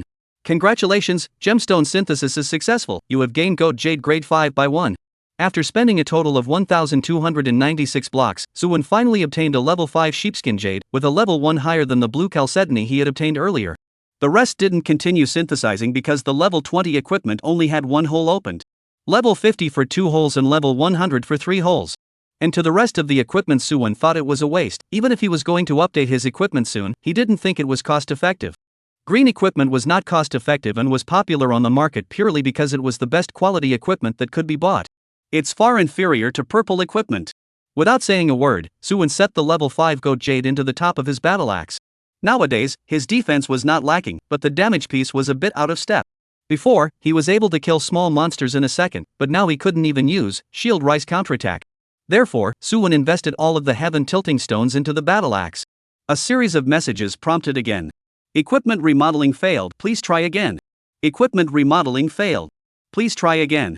Congratulations, your equipment has been successfully remodeled. The current remodeling level is plus 5. Equipment remodeling failed, please try again. Equipment remodeling failed. Please try again. Congratulations, your equipment has been successfully remodeled. The current remodeling level is plus 6. Equipment remodeling failed, please try again. The heavenly tipping stone was consumed, but Suwon's weapon ended up staying at plus 6. The material was still a bit low. However, looking at the freshly baked giant axe, Suwon heard a burst of comfort. This is the man should use the weapon well. Love Randy's comrade in arms purple plus 6 completion, 66.75%. LV 20 or above can be used. Melee class professions can use it. Durability, 1000. Damage, 1188. Strength plus 24. Strength plus 22. Gemstone, Lamb's Jade level 5. Physical damage 104 increased. Alteration damage 131 increase. Modification of all attributes 6 increase. Bound, blood 524 increase. Mana 207 increase. Chapter 62, The Aesthetics of Violence. Suwon ran his hand across the surface of the battle axe, moving gently like caressing his lover. Despite his 2 lifetimes, Suwon was an unapologetic single dog. But that didn't affect his love for the new upgraded weapons. The equipment update simply made Suwon as excited as a shot of adrenaline. Looking at the balance in his school card, he took out his cell phone and began to stroll around the Jubilee, which specializes in selling equipment within the school building. Suwon's stay at the stage of LV20 to LV29 would not be too short, so he needed to update his equipment a bit. Not to say how good it was, at least a full-body green outfit should be arranged. He wouldn't be arrogant enough to think that he could run amok amongst the freshmen by relying on just 2 purple suits. Fei Hu's strength was strong, but it wasn't really possible to say how powerful he was. Because of the LV20 stage, many students with wealthy families were raising gold coins in preparation for a major update of their entire body equipment. There are even those who really don't need to spend a lot of money, and are able to have their bodies covered in gems at LV20. Although they are only low-grade gems, the increase they bring is not to be underestimated. Therefore, Suwon should also prepare properly. However, after shopping for half a day, Suwon realized that there were almost no green clothes with better attributes on the market. They were all of the most trashy kind. So many of them were anti-attribute phrases, like strength, intelligence, appearing on top of the breastplate at the same time. There are also helmets that combine intelligence, and clothes that combine intelligence, agility. It's simply not even for human use. I don't know if there really wasn't a single one of the extreme equipment, or if it was bought by other students, but Suwon didn't realize it anyway. In the end, he could only pick a few equipment that he could still look at, find his school card, place the order, make the payment, and spend a total of 45,980 credits. Incidentally, he bought 2 general skill books for warrior-type professions, Sword Shichop and Triple Strike. These 2 were all common skills on the market. The other skills that can be mastered at this stage are either single bursts, and in terms of damage, they can't compare to Shield Rise Counterattack. Either it's a rare skill or an all-profession general skill, one that can't be bought. This kind of best-selling goods once sold, as long as the price is not too outrageous, all will be instantly snatched away. It is not Suwon's turn to pick up. This reminds Suwon of a very famous sentence from his previous life.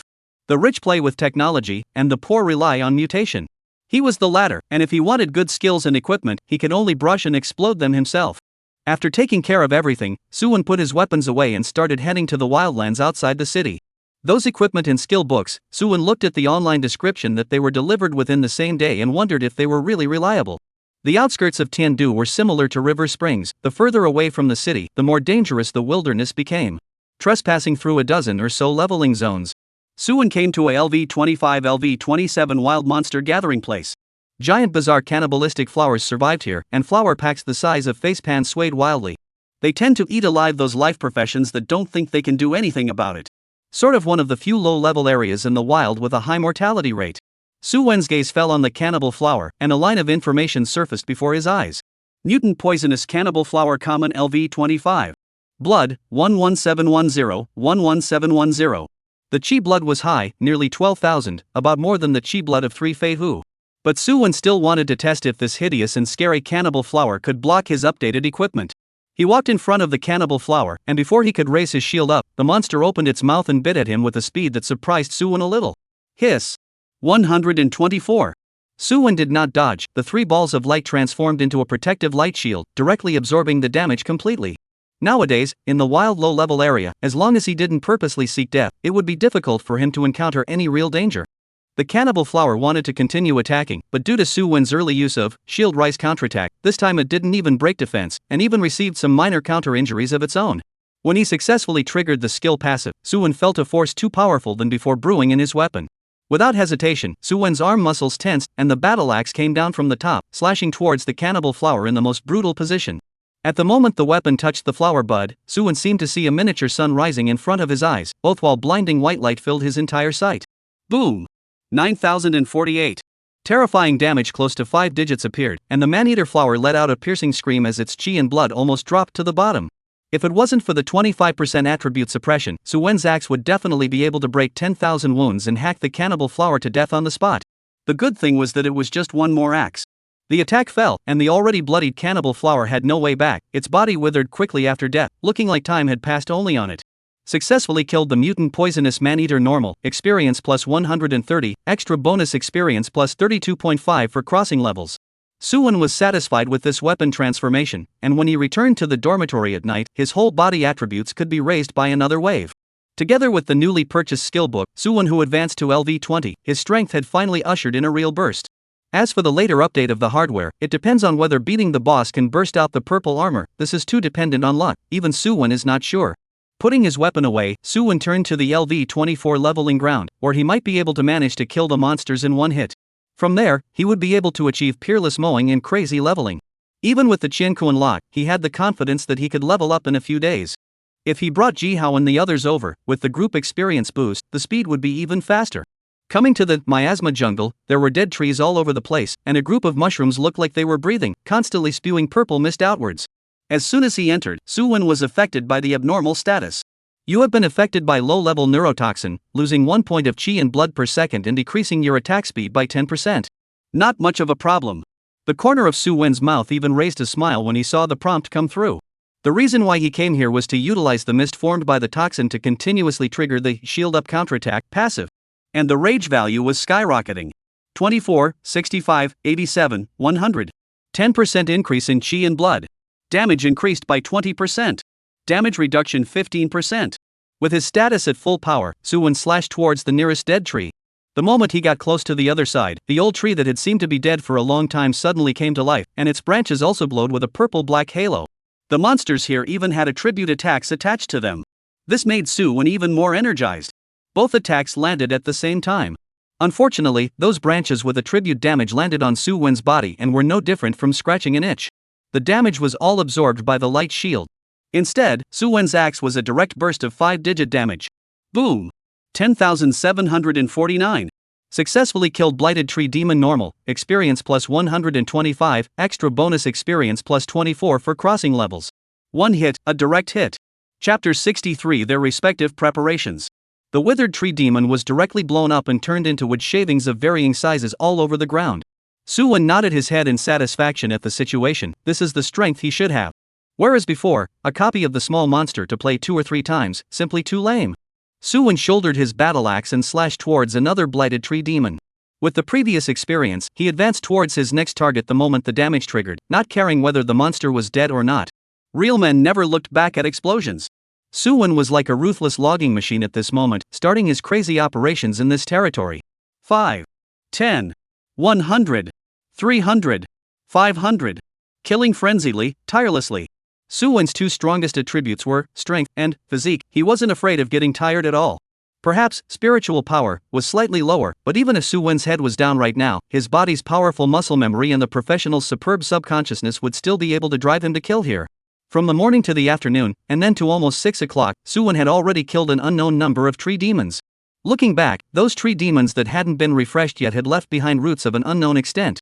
Looking at the time, Su-Wen decided to return at 6 o'clock sharp without delaying a bit. At this time within the secret territory of the academy. The 3 of them, Jihao, were besieging the goblin scholar.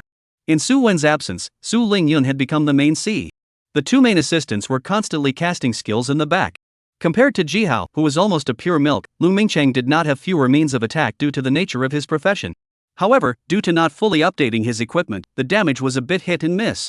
It was good that Su Lingyun, who had a few major buffs, was fierce enough to have a 1500 plus output with a single casual hit. Although it wasn't as perverse as Su-Wen, due to the existence of the copy cooldown, the efficiency wasn't much worse. It was just one less fight.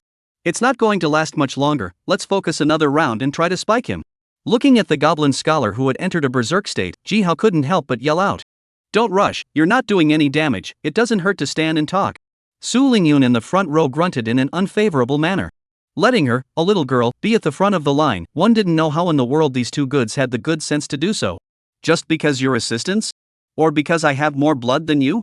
Su Lingyun hadn't felt that there was anything wrong with facing wild monsters or bosses straight on when she was solo brushing before, but in all things, she was afraid of comparisons. When Su-Wen was around, she was able to hide at the back and output without worrying about anyone being able to harm her. Now, she, a brittle mage, not only had to take care of 2 big old men, but she also had to keep walking to deal with the already frenzied goblin scholar. It was too difficult. Listening to the hip-hop sounds of the 2 chatting and farting behind her, Su Lingyun became angrier and angrier as she thought about it, her skills and attacks articulating more and more smoothly, the damage pouring down hard on the boss. 16%, 11%, 6%, 3%, 1%. When there was only a sliver of blood left in the boss, Su Lingyun purposely used the move's single most damaging skill to wrap things up. 2,750.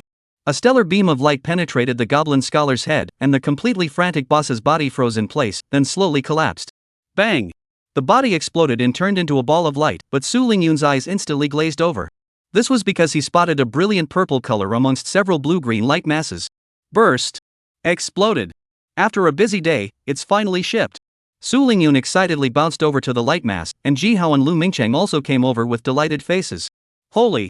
It's really the Zhenkuan Lock, Sister Rhyme, you've graduated this time. Jihao said with some envy. Congratulations to Sister Rhyme for bursting out of the purple armor, hee. Lu Mingcheng also didn't expect to witness the birth of a purple suit when he joined the squad on the 2nd day. To Zhenkuan Lock, in this copy of 1/10 of the explosion rate, although called the largest shipment of garbage purple. But at least it is also associated with purple is not. After how explodes, it'll be my turn, no rush. Lu Mingcheng, despite being envious as well, kept reassuring himself in his mind. Hee, I'm a higher level than you guys, so I'll use this one first, is everyone okay with that? Su Lingyun's eyes curved into a crescent moon as she smiled and asked her 2 teammates.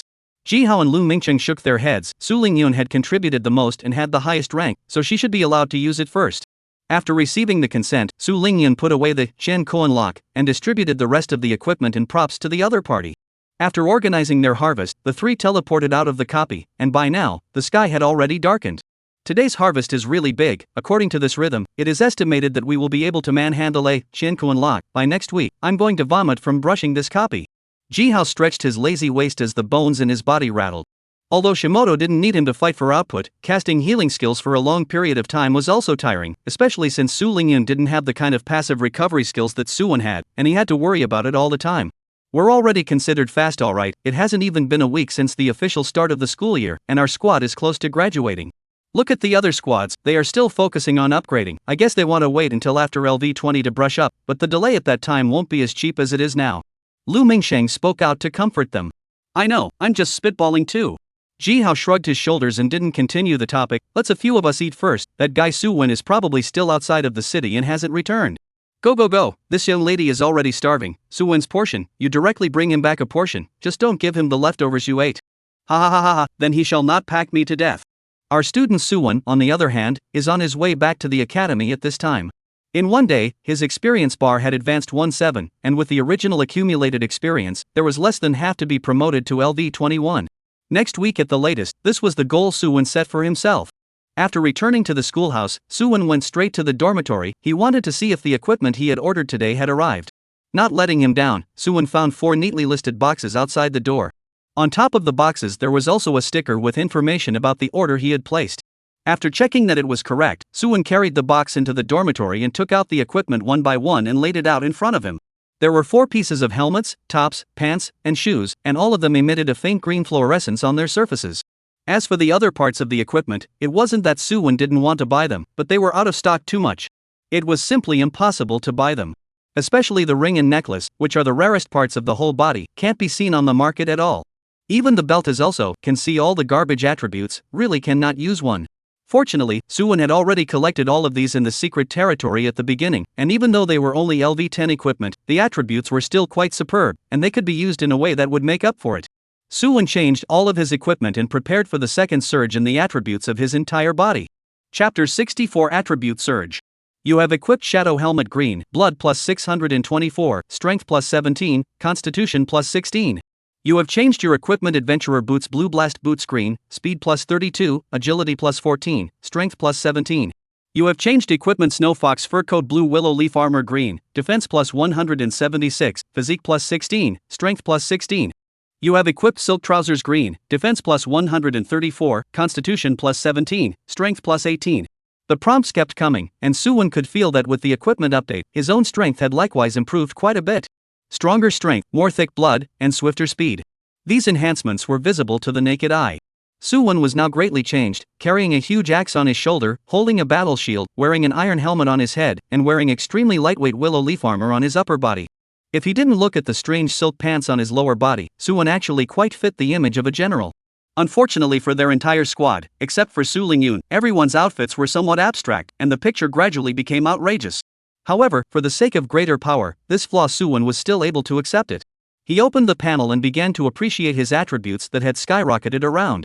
Name, Suwon. Profession, Shield Emperor only. Level, 2214,000 and 2361,000. Blood, 11,950. Mana, 901. Power, 212. Psychic power, 41. Physical strength, 289. Agility, 52. Physical damage, 2,541. Spell damage, 1,579. Speed, 156. Defense, 2,839. Skills, Shield Up Counterattack SSSLV1 Taunta Max Breath and Blood Like a Dragon SSS Max Innate Feudo SSS Max. Rage, 0-100. Reputation, 500. The all-important double damage physical damage and spell damage has risen dramatically, and the physique and strength attributes are also way ahead. Suwon was very happy when he looked at it, but when he noticed the broken 10,000 chi blood and triple-digit mana, he felt a pang of despondency. Although Suwon was a shield warrior with a pure bloodline, responsible for protecting his teammates and damage absorption, he didn't want to develop into a muscle bar with incomplete intelligence. Thinking of a certain image that might appear in the future, Suwon couldn't help but shiver. However, it couldn't be helped, the equipment he bought back all focused on the 2 attributes of defense and chi and blood. Very few of them were in the area of spiritual power. This also caused Su Wen's current attributes to look a bit odd. Picking up the 2 skill scrolls that were packed inside a certain box, after briefly inspecting them, Su Wen directly chose to learn them. You have mastered skill, Sword Chi Chop. You have mastered the skill, Triple Strike. Sword Chi Chop B, consume 40 mana, use your weapon to chop a glow attack forward. The glow can be propelled forward extremely fast for a distance of 5 meters, dealing 180% spell damage. Cooldown, 12s. Triple Strike B, consume 35 mana, swing the weapon to quickly slash 3 times in a row, dealing 120%, 150%, 180% damage respectively, and if you consume 30 points of rage it will boost the damage by an additional 20%. Cooldown, 15s. These 2 skills were not considered strong, but they made up for Su Wen's weakness of having few attack skills. Especially the Sword Chi Slash, which allowed a melee profession to do a long-distance strike that still dealt spell damage. The effect was very rare. It was considered a very cost-effective skill, and most of the melee professions in the academy would buy a copy to learn it. Anyway, it's just a staple, and it's not expensive. Just as Su Wen was about to go to the Gathering Treasure store to see if there were any new rare skills for sale, a light sound suddenly came from the doorway. Only to see Ji Hao walking in with a bag. Seeing Su Wen, who had updated his equipment, a hint of surprise appeared on his face. Placing the meal in front of Su Wen, Ji Hao laughed. Thought you couldn't see the garbage green outfit on the market, but I didn't realize that you secretly changed it yourself while we were down at the copy. Who sneaked it? My equipment just arrived okay. Su Wen pointed to the side and said, don't you see that the box that was shipped over is still over here? Speaking of which, how's your harvest today? Mentioning this, Ji Hao was a bit energized. Sister Rhyme has already exploded a Qiankuan lock today. The 2 of us are probably close. We'll be able to arrange it next week at the latest. Hearing Su Lingyun's graduation, Su Wen was a bit surprised, not expecting to be so lucky today. If that's the case, perhaps we'll soon be able to enter that new large-scale copy. There's only you and Lu Mingxing missing now, and with a little bit of luck we should be able to come out after 2 days of dead-end weekends. Let's go to the wilderness to upgrade at that time. I've found a good place over there. Ji Hao smiled and nodded. These 2 days old brush copy is actually not much fun, upgrading slow. His face black also did not burst what can be used equipment, might as well go to the wilderness to practice leveling it. Old Lu after joining the team is still adapting? Su Wen suddenly asked again. Old Lu? You can rest assured, that guy just looks shy. After joining the team and we talk happily, and we do not have the slightest sense of incompatibility. Su Wen looked at Ji Hao with a disbelieving face. I think it's because he's chatting with you. Lingyun isn't that chatty. The unjustly accused Ji Hao just wanted to retort a few words, but he saw that Su Wen had already gotten up to pick up the meal and brought it back to his bedroom. At the same time there was a voice floating in. Living room trash for me, please. Time passes day by day. The new students also gradually adapted to the rhythm of life in the academy. Classes, books, practicing. Every day was hectic, with very little rest time to myself. Ji Hao and Lu Mingqing's luck wasn't too good, only one, Qiankuan lock, was swiped out over the weekend. It wasn't until Thursday of the second week, the first rest day, that the equipment was popped out before the end of the bonus event. At this point, the entire squad had reached the achievement of 1 Qiankuan lock for each hand. After these days of fighting, the crowd had similarly increased in level. First was Su Wen, who had been frantically chopping down trees in the wilderness, reaching LV 21. Su Lingyun was dragging 2, and with the group experience bonus, her level came to LV 19. On the other hand, Ji Hao and Lu Mingqiang were only LV 18, still a bit away from LV 19. But this wasn't a big deal to Su Wen at all. On the weekend of the second week, instead of going to the 10,000 Books Pavilion, several people went to the wilderness with Su Wen and started a 2-day crazy journey. Additional experience plus 200% for a group of 4, distributed according to contribution. Even though the 2 auxiliaries couldn't get much extra experience, they enjoyed the experience feeds brought by Su Wen and Su Lingyun killing monsters. Lu Mingqiang, who was teaming up with Su Wen for the first time, had his mouth wide open the entire time, looking at Su Wen, who was killing small monsters like chopping up a melon and cutting up a vegetable, his eyes full of shock. Chapter 65 The Ruins of the Ancient City. No, brother, have you always been this fierce? Why does it feel like this upgrade is like riding a rocket? It's not difficult at all. Lu Mingqiang, who had just put a gain halo on Su Wen and Su Lingyun, let out a sigh from the depths of his soul. Ji Hao was holding his staff, and his recovery skill was always going over Su Lingyun's head. He patted Lu Mingqiang on the shoulder and smiled. Old Lu, don't look like you haven't seen anything. This guy Su Wen is not normally powerful. With him, even with another set of Qiankuan locks, that group of guys from the academy won't be able to catch up with us. Looking at the wild monsters that were hacked up by Su Wen just as soon as he got close and the experience slots that kept jumping forward, Lu Mingqiang still felt a trance. When did upgrading become so easy? Is it hard to believe that LV20 equipment is so effective? Lu Mingqiang blamed the reason on top of Su Wen's updated equipment. After all, when he fought Fei Hu some time ago, the damage wasn't as exaggerated as this. When Su Wen heard the conversation between the two, he just laughed silently and didn't explain anything more. They were now challenging the LV-27 Dread Demon Ape, a type of wild monster that came with the Heavy Strike skill. After updating his entire body's equipment, Suwon, who had 2 major support boosts, set his sights on this kind of remote place where new students wouldn't even come. With the aura and other skill increases, along with the passive effect of rage, even if he faced a wild monster that was 6 levels higher than him, Suwon was able to kill it with a single blow. Su Lingyun, on the other hand, was building a stone platform behind the team. Standing on it, she continuously released skills in all directions, attracting monsters to come. Wave after wave, with the huge reward for leveling up, Jihao and Lu Mingshang, in less than a day, leveled up to LV-19. The level was not even remotely close to that of any of the main battle class legendary professionals within the academy. This gave the duo even more motivation to upgrade. In between skill cooldowns, they also took the initiative to help Suwon pull monsters, greatly increasing the efficiency of brushing monsters. Until noon the next day, Su Lingyun's trios had all risen to LV-20. It was only after turning the Qianquan lock on that they felt a hint of difficulty in upgrading. Suwon himself, on the other hand, ate almost as much experience as the 3 combined. Because of the extra experience of the group, he contributes more than 80%. This amounted to an extra 160% experience, a rather exaggerated increase. A Dread Demon Ape with a base experience of 140, the actual experience Suwon gained after killing it was 582. This horrifying efficiency also allowed Suwon to push his LV-21 experience bar forward by 3-4, and as long as he brushed it for another half a day, he was confident that he would directly promote to LV-22. However, Suwon did not choose to do so. Instead, he had the 3 of them change the LV-20 equipment that they had prepared in advance and return to the academy. On the second floor of the Wanben Pavilion, several people came to an empty corner. Here was the entrance to that large copy that the 7th grade teacher had moved in. Previously, I had thought that after the passage of time, the information about this replica would be circulated among the students. However, it was never expected that the replica challenge level would restrict those students who wanted to join in the fun. The upperclassmen were too high in level, while the freshmen were all still hovering below LV-20, which made Suwon's squad the first to challenge the copy. After entering the replica, unlike the usual direct teleportation to the inside of the copy, Suwon's 4 came to a waiting space. Here, besides them, there were many other occupiers who came in through different entrances. There were all 3 colors of skin races. Based on skin color, people gradually formed 3 large circles. Within them, smaller circles were formed. What surprised Suwon was that he actually didn't see many Divine Dragon Empire professionals, most of them were Sakura Empire professionals. Although the 2 looked alike, they ultimately belonged to 2 different empires. And both are clearly hostile forces in the dark. The eyes of those people looking at the Divine Dragon Empire's professionals were not very friendly, and when they whispered to each other, certain trashy words could still be clearly heard. There are actually so many LV-20 plus students here? Looking at the increasing number of people coming in, Su Lingyun revealed a hint of doubt. The Divine Martial Academy was the only 4 of them who met the challenge conditions, and even if the other academies didn't take the Heaven's Pride path, after ascending to LV-20, they wouldn't all crowd here, right? Suwon shook his head, covered his mouth and whispered, "It's not all students, some of them don't look too young, they are probably professionals from some small forces. Don't worry, those who come in at this time of the year, other than the students of the ordinary academies, are those professionals from the unorthodox forces, there's nothing to be afraid of." Jihao took his staff out and similarly nodded his head in agreement. Suwon is right. The other academies don't have as many cultural classes as we do and have more time to upgrade. It's been more than 20 days since the transfer and it's not surprising that we can reach LV-20.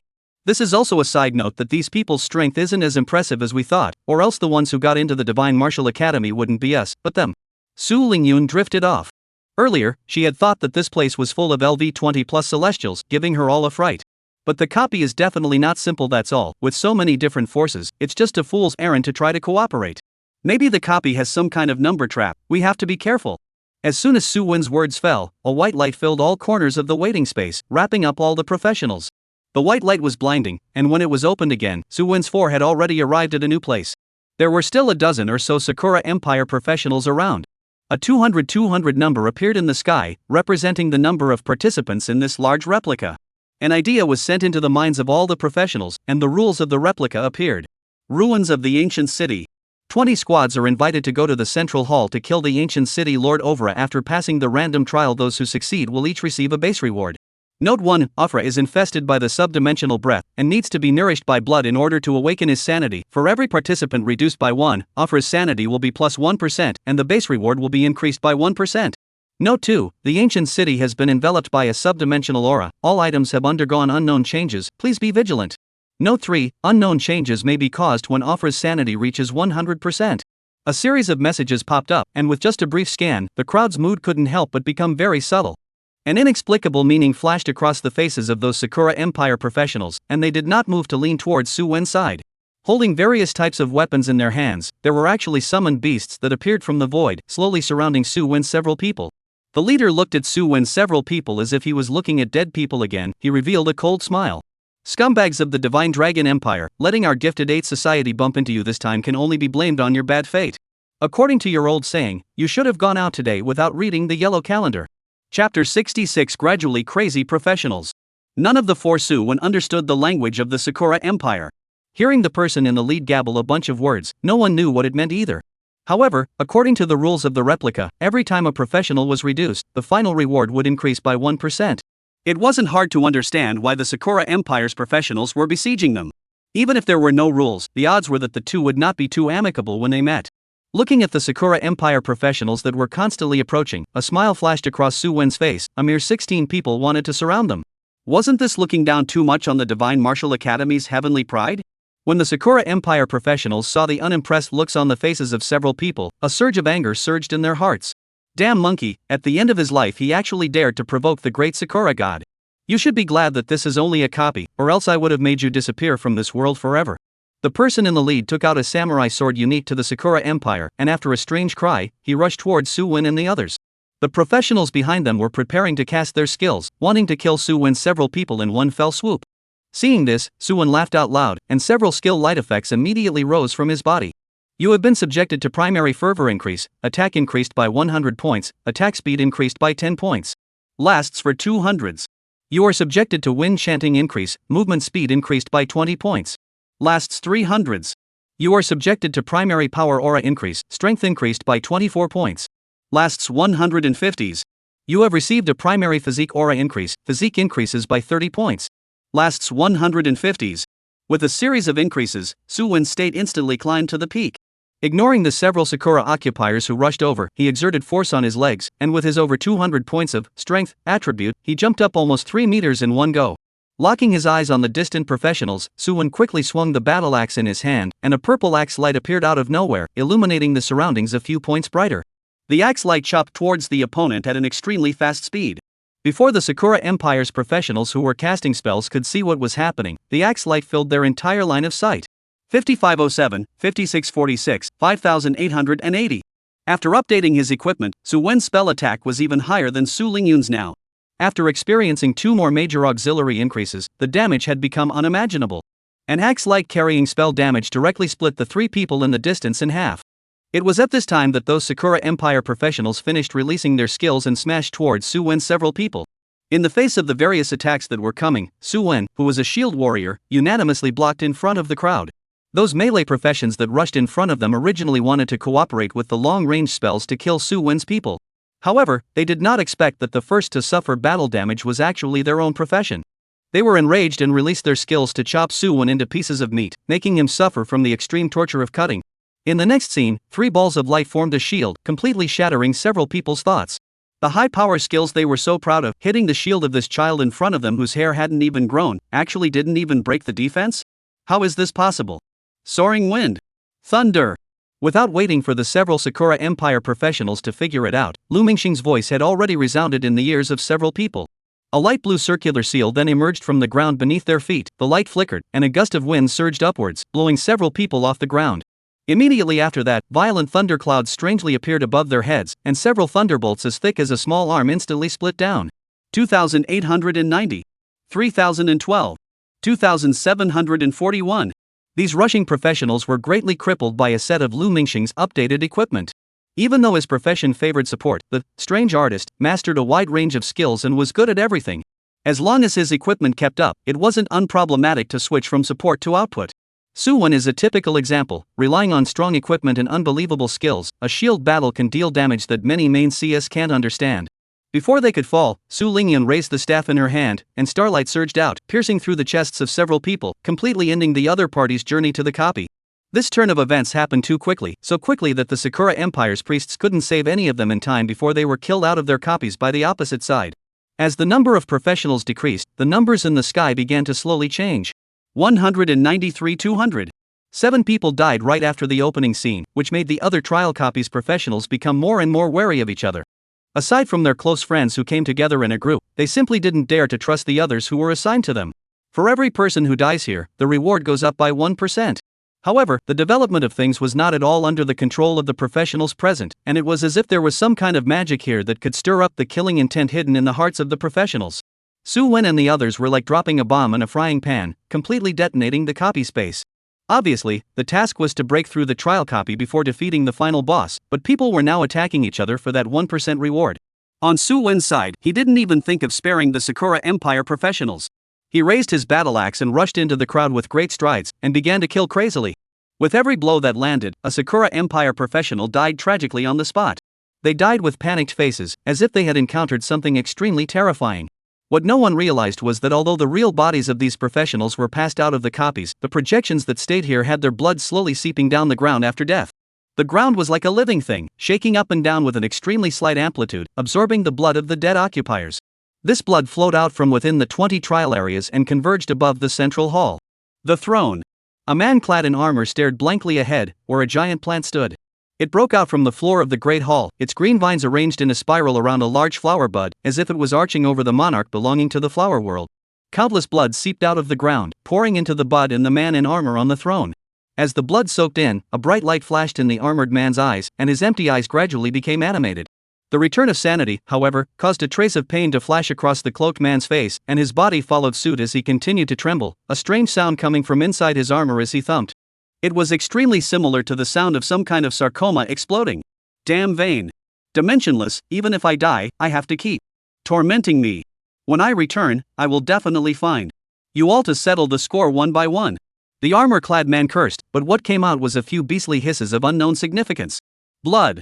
I need more blood. The god's court flower is just about to bloom, and the time for me to get out of my trap is almost here. Wait a little longer for those stupid professionals to come over. Chapter 67, A Weird Copy. After killing the last person from the Sakura Empire, Suwon put his battle axe behind his back, and only then did he have the time to survey the copy of the trial that his squad was in. Only by passing through this embedded copy would it be possible to enter the center hall and find the final boss. Suwon looked around and realized that several people were actually in a rocky cave, surrounded by night pearls set on the stone wall. Ji Hao curiously placed his hand on the night pearl, exerting force, and then exerting force. It didn't break, and the dream of getting rich was shattered. Su Lingyun gave Ji Hao a blank stare when she saw this, and her tone was somewhat helpless as she wrapped her hands around her. This is obviously a guide marker for the copy. Where can I let you withhold it for your own use? This is not the way to gather wool. Ji Hao was not embarrassed by what he heard, and continued to do what he was doing, almost passing in front of every night pearl to try and find out. The crowd followed Ji Hao's footsteps as he fumbled with the night pearls and began to explore the rocky mine. There were obvious signs of artificial excavation here. But strangely enough, after walking for nearly 5 minutes, the few people still hadn't encountered even a single enemy. However, the surrounding stone walls had begun to tighten up, and with every step forward, the mine would become tighter and tighter. All the way forward, the mine had turned into the size of an ordinary cave, and 3 forks in the road appeared ahead. After carefully observing for a while, Suwon didn't find anything unusual. Which side do we go? Su Lingyun asked. Lu Mingqing similarly looked at Su Wen, wanting to hear the other party's opinion. Whatever. If we were in the wilderness, I would never be this adventurous. Choosing directions haphazardly is irresponsible for everyone's lives. But this is a replica. No matter which way we go, there must be corresponding rules waiting for us, and the end result is to lean towards the most correct one. So, just go wherever you want. After saying that, Suwon shouldered his battle axe and stepped into the right-hand passage. Su Lingyun's several people followed his footsteps. Just as they walked, a trace of gravity appeared on Su Wen's face as the passageway almost replicated the way they came. As their footsteps went deeper, the stone wall gradually narrowed, and after a long time, the few people came to a familiar fork in the road. Seeing this, a trace of confusion flashed across Su Wen's face. Is it hard to believe that we'll be back to where we were? Impossible. I've already marked the way we came, and it's certain that this is a brand new passage. Then what's the situation now? Where's the promised trial? Why are you still letting us play with a maze? The crowd was all a bit puzzled. But Suwon took the hole in the center when he faced this fork in the road. The stone wall was still inlaid with night pearls, and following the guide, the group once again returned to the fork in the road. This time to the left. As the crowd thought, the left side was no different from the other several passages, and after half a day's walk it still returned to the same place. It was as if there was some kind of magic here, constantly beckoning to the 4 of them. What is this? Jihao cursed and unleashed his light illumination technique in all directions, trying to find out what was wrong. This time, the copy was significantly different from the usual ones. In addition to the mechanisms that violated the norm, at the moment there was not even a way to the central hall. It was as if the four of them were stuck in a maze, constantly cycling through this place. At the third loop, Su Lingyun, whose patience wasn't too good, finally couldn't hold back. She stopped and looked at the several people who were preparing to walk the fourth loop, helplessly saying, "Let's just look carefully for useful information. It's not a solution to go on like this." Jihao spread his hands. "How can we find it? We don't seem to have missed anything after 3 laps. Although the copy won't let us even find our way, the current situation is really that we're stuck here. Not to mention the exit, the place where we first descended is gone." Lu Mingqing interjected at this time, "If you ask me, there's no use in rushing. You guys see that the number of surviving copies has been dropping. If someone walks up to the boss, given the strength of this replica, the boss strength definitely qualifies as terrifying. It's just a matter of going early and dying early. What's the rush?" After walking around 3 times, Su Wen's mindset didn't change much. Looking at Su Lingyun, who was tormented by the copy and filled with resentment, he smiled and comforted. "Old Lu is right, the final boss is not that good. We just need to arrive before the boss dies and it's not too late. Remember the apple-eating story our homeroom teacher told us?" Su Lingyun's eyes lit up. She knew what Su Wen wanted to say. According to what Ji Xinyuan had told her, the method of recognizing the information of an item, other than automatically viewing it outside of the hold, the other was to establish a connection with the item. As for how to establish, that is touch. There's probably no better way to break the ice within this copy of the cycle. Listening to the duo playing dumb riddles there, Jihao and Lu Mingqiang all wore the puzzled face of a subway grandpa looking at his cell phone. What poison apple? How come I don't know? Based on the principle of asking questions if you don't know, Jihao was the first to issue a question. Su Lingyun covered her mouth and laughed softly. "Your third uncle was in the wild before and mistook a poisonous apple for a heavenly treasure. Didn't he tell you about it? I'll go, there's still this?" Jihao pulled out his cell phone and wanted to call Ji Xinyuan to ask about the situation, but remembered that this was a replica, and regular communication devices wouldn't work at all. Lu Mingqiang was also amused after hearing this, but his hands were not slow, and he had already started feeling around the neighborhood. The crowd started from the fork in the road, all the way groping forward. The progress is slow, but also really let them find some clues. Especially on Jihao's side, the clues were the most numerous. Because from the time he came in until now, he had been dealing with those night pearls. While inspecting the night pearl as usual, Jihao's body jerked, and his eyes were thick with surprise and surprise. His palm exerted force, and the night pearl that was originally motionless was now effortlessly held in the center of his hand. "Brothers, look what I found. There's a big treasure." Su and several people came over and looked at the night pearl in Jihao's hand, not realizing that it was any different from the others.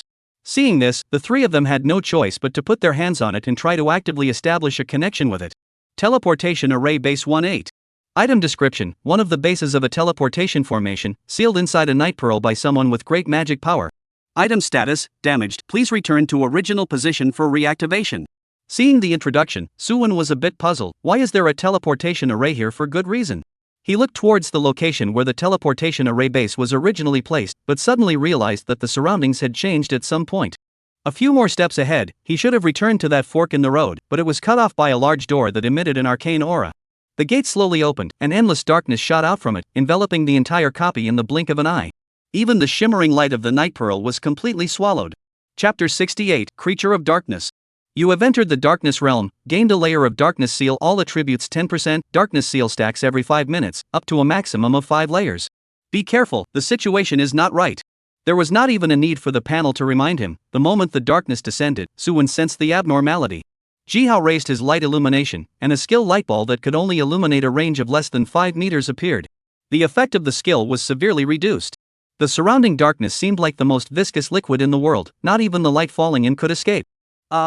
An eerie low roar came from one, and Su and several people were solemn as they looked at the location of the gate that had appeared earlier. Bang! Bang! Bang! Heavy, powerful, rhythmic stomping sounds echoed throughout the replica. A cold and crazy to the extreme terrifying idea came from inside the door, which enveloped Su and several people. Scenes of mountains of corpses and seas of blood surfaced from their minds as countless living beings died in despair under the shroud of darkness. A coldness rose from the tailbone to the sky. Suwon was like an enemy. From the time of his transfer until now, he hadn't encountered such a terrifying opponent. Just the spiritual power that was unconsciously emitted could affect him. One could imagine just how terrifying the opponent's strength was. Suwon, are you sure this is a copy of the LV25 range challenge? I'm not well read, don't lie to me. Looking at the light illumination techniques that were bright and dark, Jihao gulped, his expression a little stunned. In order to better walk down the path of a professional, he had listened well to every cultural class that the academy had held over the past half-month. Within LV30, there was already very little information that he didn't understand. Whether it was equipment appreciation, material analysis, or intelligence gathering for copies or secret worlds, he had done well. However, Jihao was not at this level and had never heard of a field with such a large cage, so something must have gone wrong somewhere. I'm not sure, I felt something was wrong when I first entered the replica. As far as I know, the rules of large replicas are based on cooperative competition. Although there is competition, overall it still favors cooperation between multiple parties, so that the final boss can be defeated. But this time, we are allowed to kill each other and fight to the death for the pitiful reward boost, not to mention whether we can get the final prize or not. This copy mechanism doesn't feel very reasonable to me. Suwon spoke in a deep voice. He slipped the purple armored battle shield over his arm, ready to meet this monster that stepped out of the dark portal at any time. As the sound approached, a massive silhouette came into view. Two ethereal flames floated in mid-air, and when several people took a closer look, this was not a flame, it was clearly the eyes of this huge monster. Under the illumination spell, the monster finally appeared in front of everyone's eyes. It was a hideous giant dog with a shoulder height of 3 meters, a body length of 7 meters, and a body covered in sarcomas. There was an unknown placenta growing at the bottom of the sarcoma, breathing in and out as if it was alive. The giant dog's tongue swung down, saliva flowed down, and the strong acidity corroded the ground into a pothole. What creeped a few people out the most were the eyes that they had previously thought were blue flames. This actually consisted of a worm that emitted blue fluorescence. This scene caused several people intense psychological discomfort. Hellhound Head Boss Darkness Erosion LV28. Blood 324,000. LV28, this kind of attribute, how can it be an alpha level boss? I believe you if you said it was a lord boss. A drop of cold sweat appeared on Jihao's forehead, and a faint fluorescent light lit up on his staff as he began to silently add status to Su Wen and Su Lingyun. Even Lu Mingcheng did the same. A light green transparent ghost marker flashed from his staff before landing straight on Su Lingyun's head. It was none other than his innate skill, Soul Return Technique. It allows teammates to prolong their near-death time. This was also the first time he had performed this kind of life-saving tactic since he had joined the team. The Hellhound's gaze landed on Su Wen. Several people, a powerful pressure spread throughout the entire field. The attribute suppression from the high level made the several people feel a little breathless. Together with the dark domain effect, the feeling was even worse. The blue maggot sways its body. The Hellhound let out a terrifying roar as a materialized, wide-ranging wave of sound rushed towards Su Wen. His complexion changed and his shield was raised, while he pulled several people behind him, preparing to defend against this attack. However, Su Wen moved a step too slow, or rather the speed of the Hellhound's skill was too fast.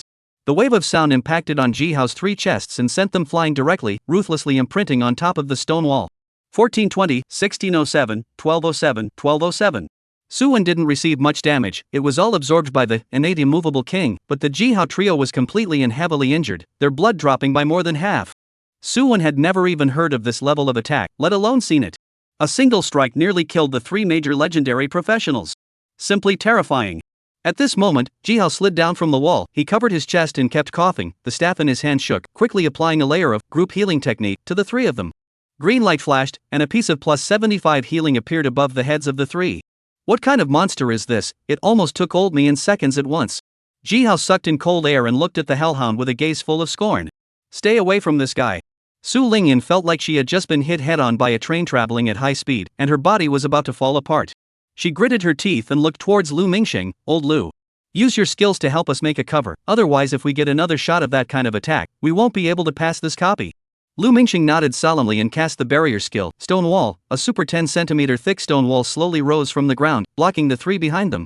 Su Wen in the front saw this scene and couldn't help but breathe a sigh of relief. Just be safe.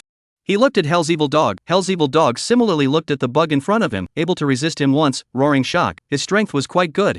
However, this time it wouldn't be able to keep its hands off.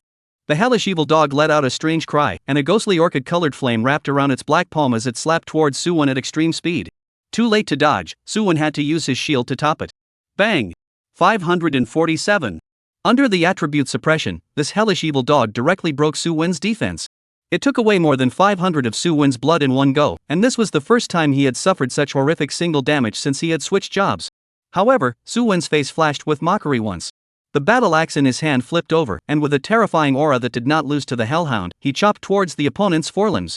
7,175. The moment the attack fell, a flash of purple light emanated from the surface of the battle axe, and Su Wen utilized the brief stiffness of the Hellhound strike to slash 3 times in a row once again. 2,682. 3,380. 4,120. That wasn't all. As the axe light flashed, Suwon ruthlessly imprinted the last active damage skill he could muster on the Hellhound's forelimbs. 2,638. In a short moment, Suwon, against the terrifying level suppression, inflicted a terrifying output of over 20,000 chi blood on the Hellhound. Chapter 69 Terrifying Attack. The Hell's evil dog let out a miserable wail. Obviously, it wasn't doing well under Suwon's set of combos. The Hellhound's body flashed with black light, and the surrounding field boiled as the thick darkness further compressed the range of the illumination technique, narrowing the field of view of Suwon's few people to the extreme. Phew! At this moment, Su Lingyun sent out a dazzling starlight that cut through the darkness and imprinted itself on the head of the hellish evil dog.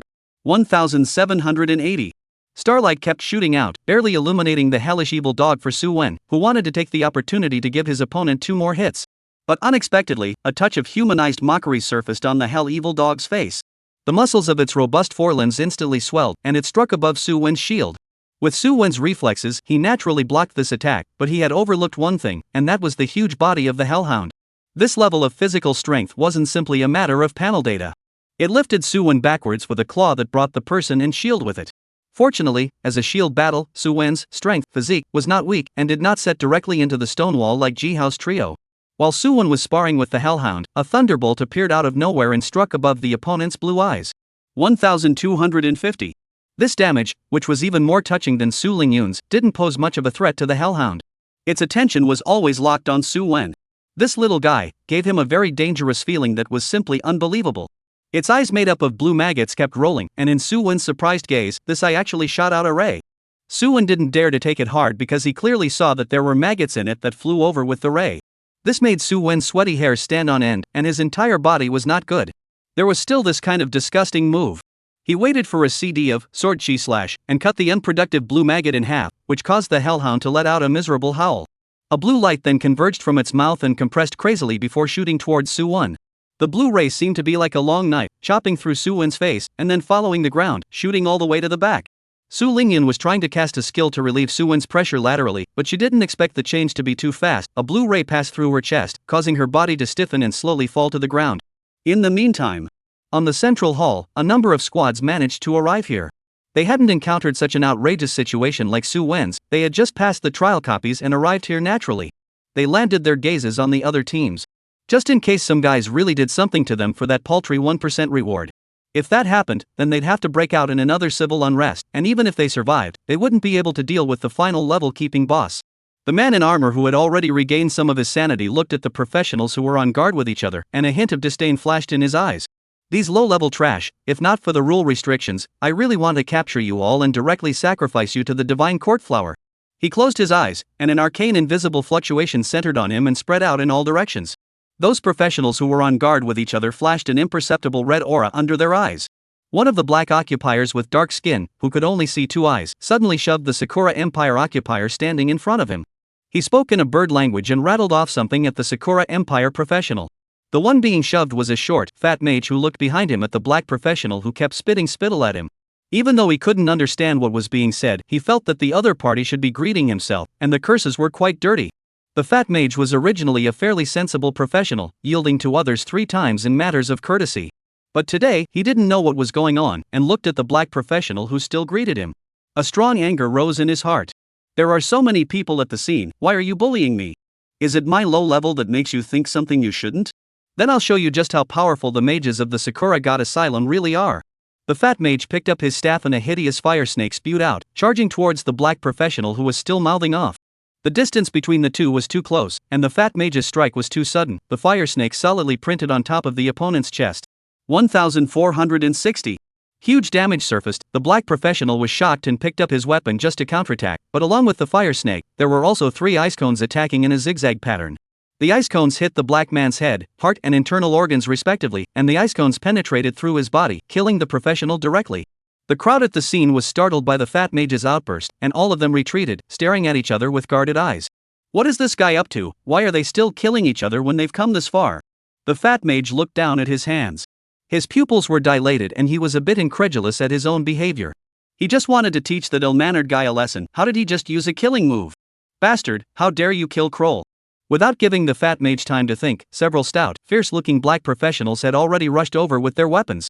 A hint of bloodlust and madness flashed under their eyes, wanting to kill the fat mage and send him out of the copy so that they could avenge their own brothers. The fat mage's side wasn't alone either, and after freezing for 2 seconds, there were also Sakura Empire professionals rushing over. The big battle was imminent, and the surrounding professionals once again retreated, fearing that they would be mistakenly injured by any ungrateful professional. But it was not to be. Both mages threw their skills forward for no money. Inevitably, the others around them were mistakenly injured. As the battle escalated miserably, this battle, which was originally just a cursing battle between two people, gradually evolved into a collective melee. Stop. Something's not right here. There's an aura effect affecting us. It's a copy trap. If we keep fighting, none of us will pass the copy. Someone exited the battle circle, roaring at the top of their lungs, but no one answered. If they didn't notice the abnormality of the copy and looked at the panel status, perhaps they were also with these people, killing each other for the so-called 1% reward, a reason that ghosts don't believe. Unfortunately, the crowd was in a frenzy and the number of survivors was decreasing. 147, 124, 108. The blood gathered into a small river, and instead of being transported through the ground, it flowed directly to the divine courtflower in the center of the great hall.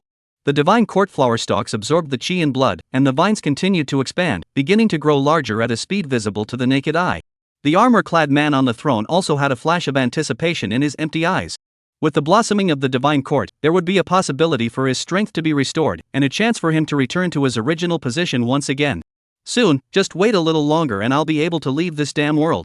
When all these losers die and end up becoming part of the divine courtflower's sustenance, my strength might even be able to go further. Chapter 70, Returning to the Soul. At this time, Su Wen sighed. When the hellish evil dog pierced Su Lingyan's chest, several people's faces all flashed with a trace of horror, not daring to look in the girl's direction with disbelief. Su Lingyan looked down at the bowl-sized hole in her chest, first feeling that the world was quiet, followed by a constant buzzing in her ears as countless fragments of memories echoed in her mind. At this moment, she felt like she had truly died. The cold wind brought by the darkness passed through Su Lingyan's chest, which allowed her to clearly notice the passing of vitality within her body.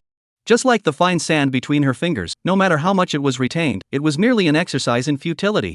Looking at Su Lingyan, whose chi and blood had fallen to the bottom, Su Wen yelled at Jihao and the two of them, "What are you waiting for? Add blood."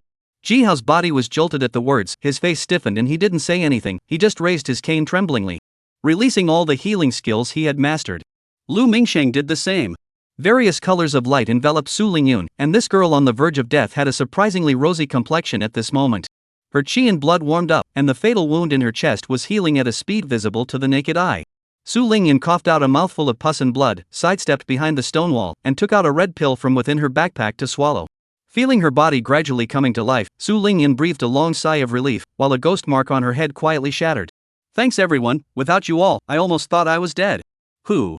Want to thank the old Lu soul return technique, is real, hard to snatch you back from the hands of the god of death. Su Lingyan cast a grateful look toward Lu Mingsheng. She understood that if it wasn't for the soul return technique skill, she had just been directly obliterated by the hellhound. Although it wasn't a real death, that horrible feeling of suffocation was so fresh in Su Lingyan's mind that she didn't want to experience it a second time.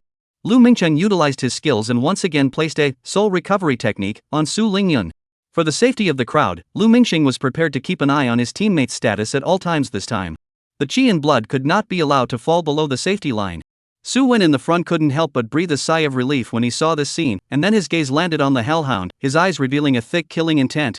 If he hadn't been careless earlier and hadn't used taunt in the first place, how could this ugly monster have beaten Su Lingyan to the brink of death? The opponent's force was clearly abnormal, but Su Wen didn't want to pay too much attention to it. He dragged his battle axe and took a big stride towards the hell evil dog. A low growl came out of his mouth. "Die for me."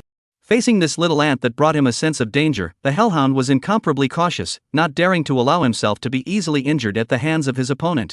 Looking at the hellhound who wanted to dodge, Su Wen sneered and his battle axe chased after his opponent. 2,973. 3,012. 3,010. The damage wasn't high, but Su Wen had an immense advantage over other outputs. That was not being afraid to die. Or can't die at all. Super 5-digit chi blood under the innate immovable king enchantment, the shield value alone exceeded 100,000.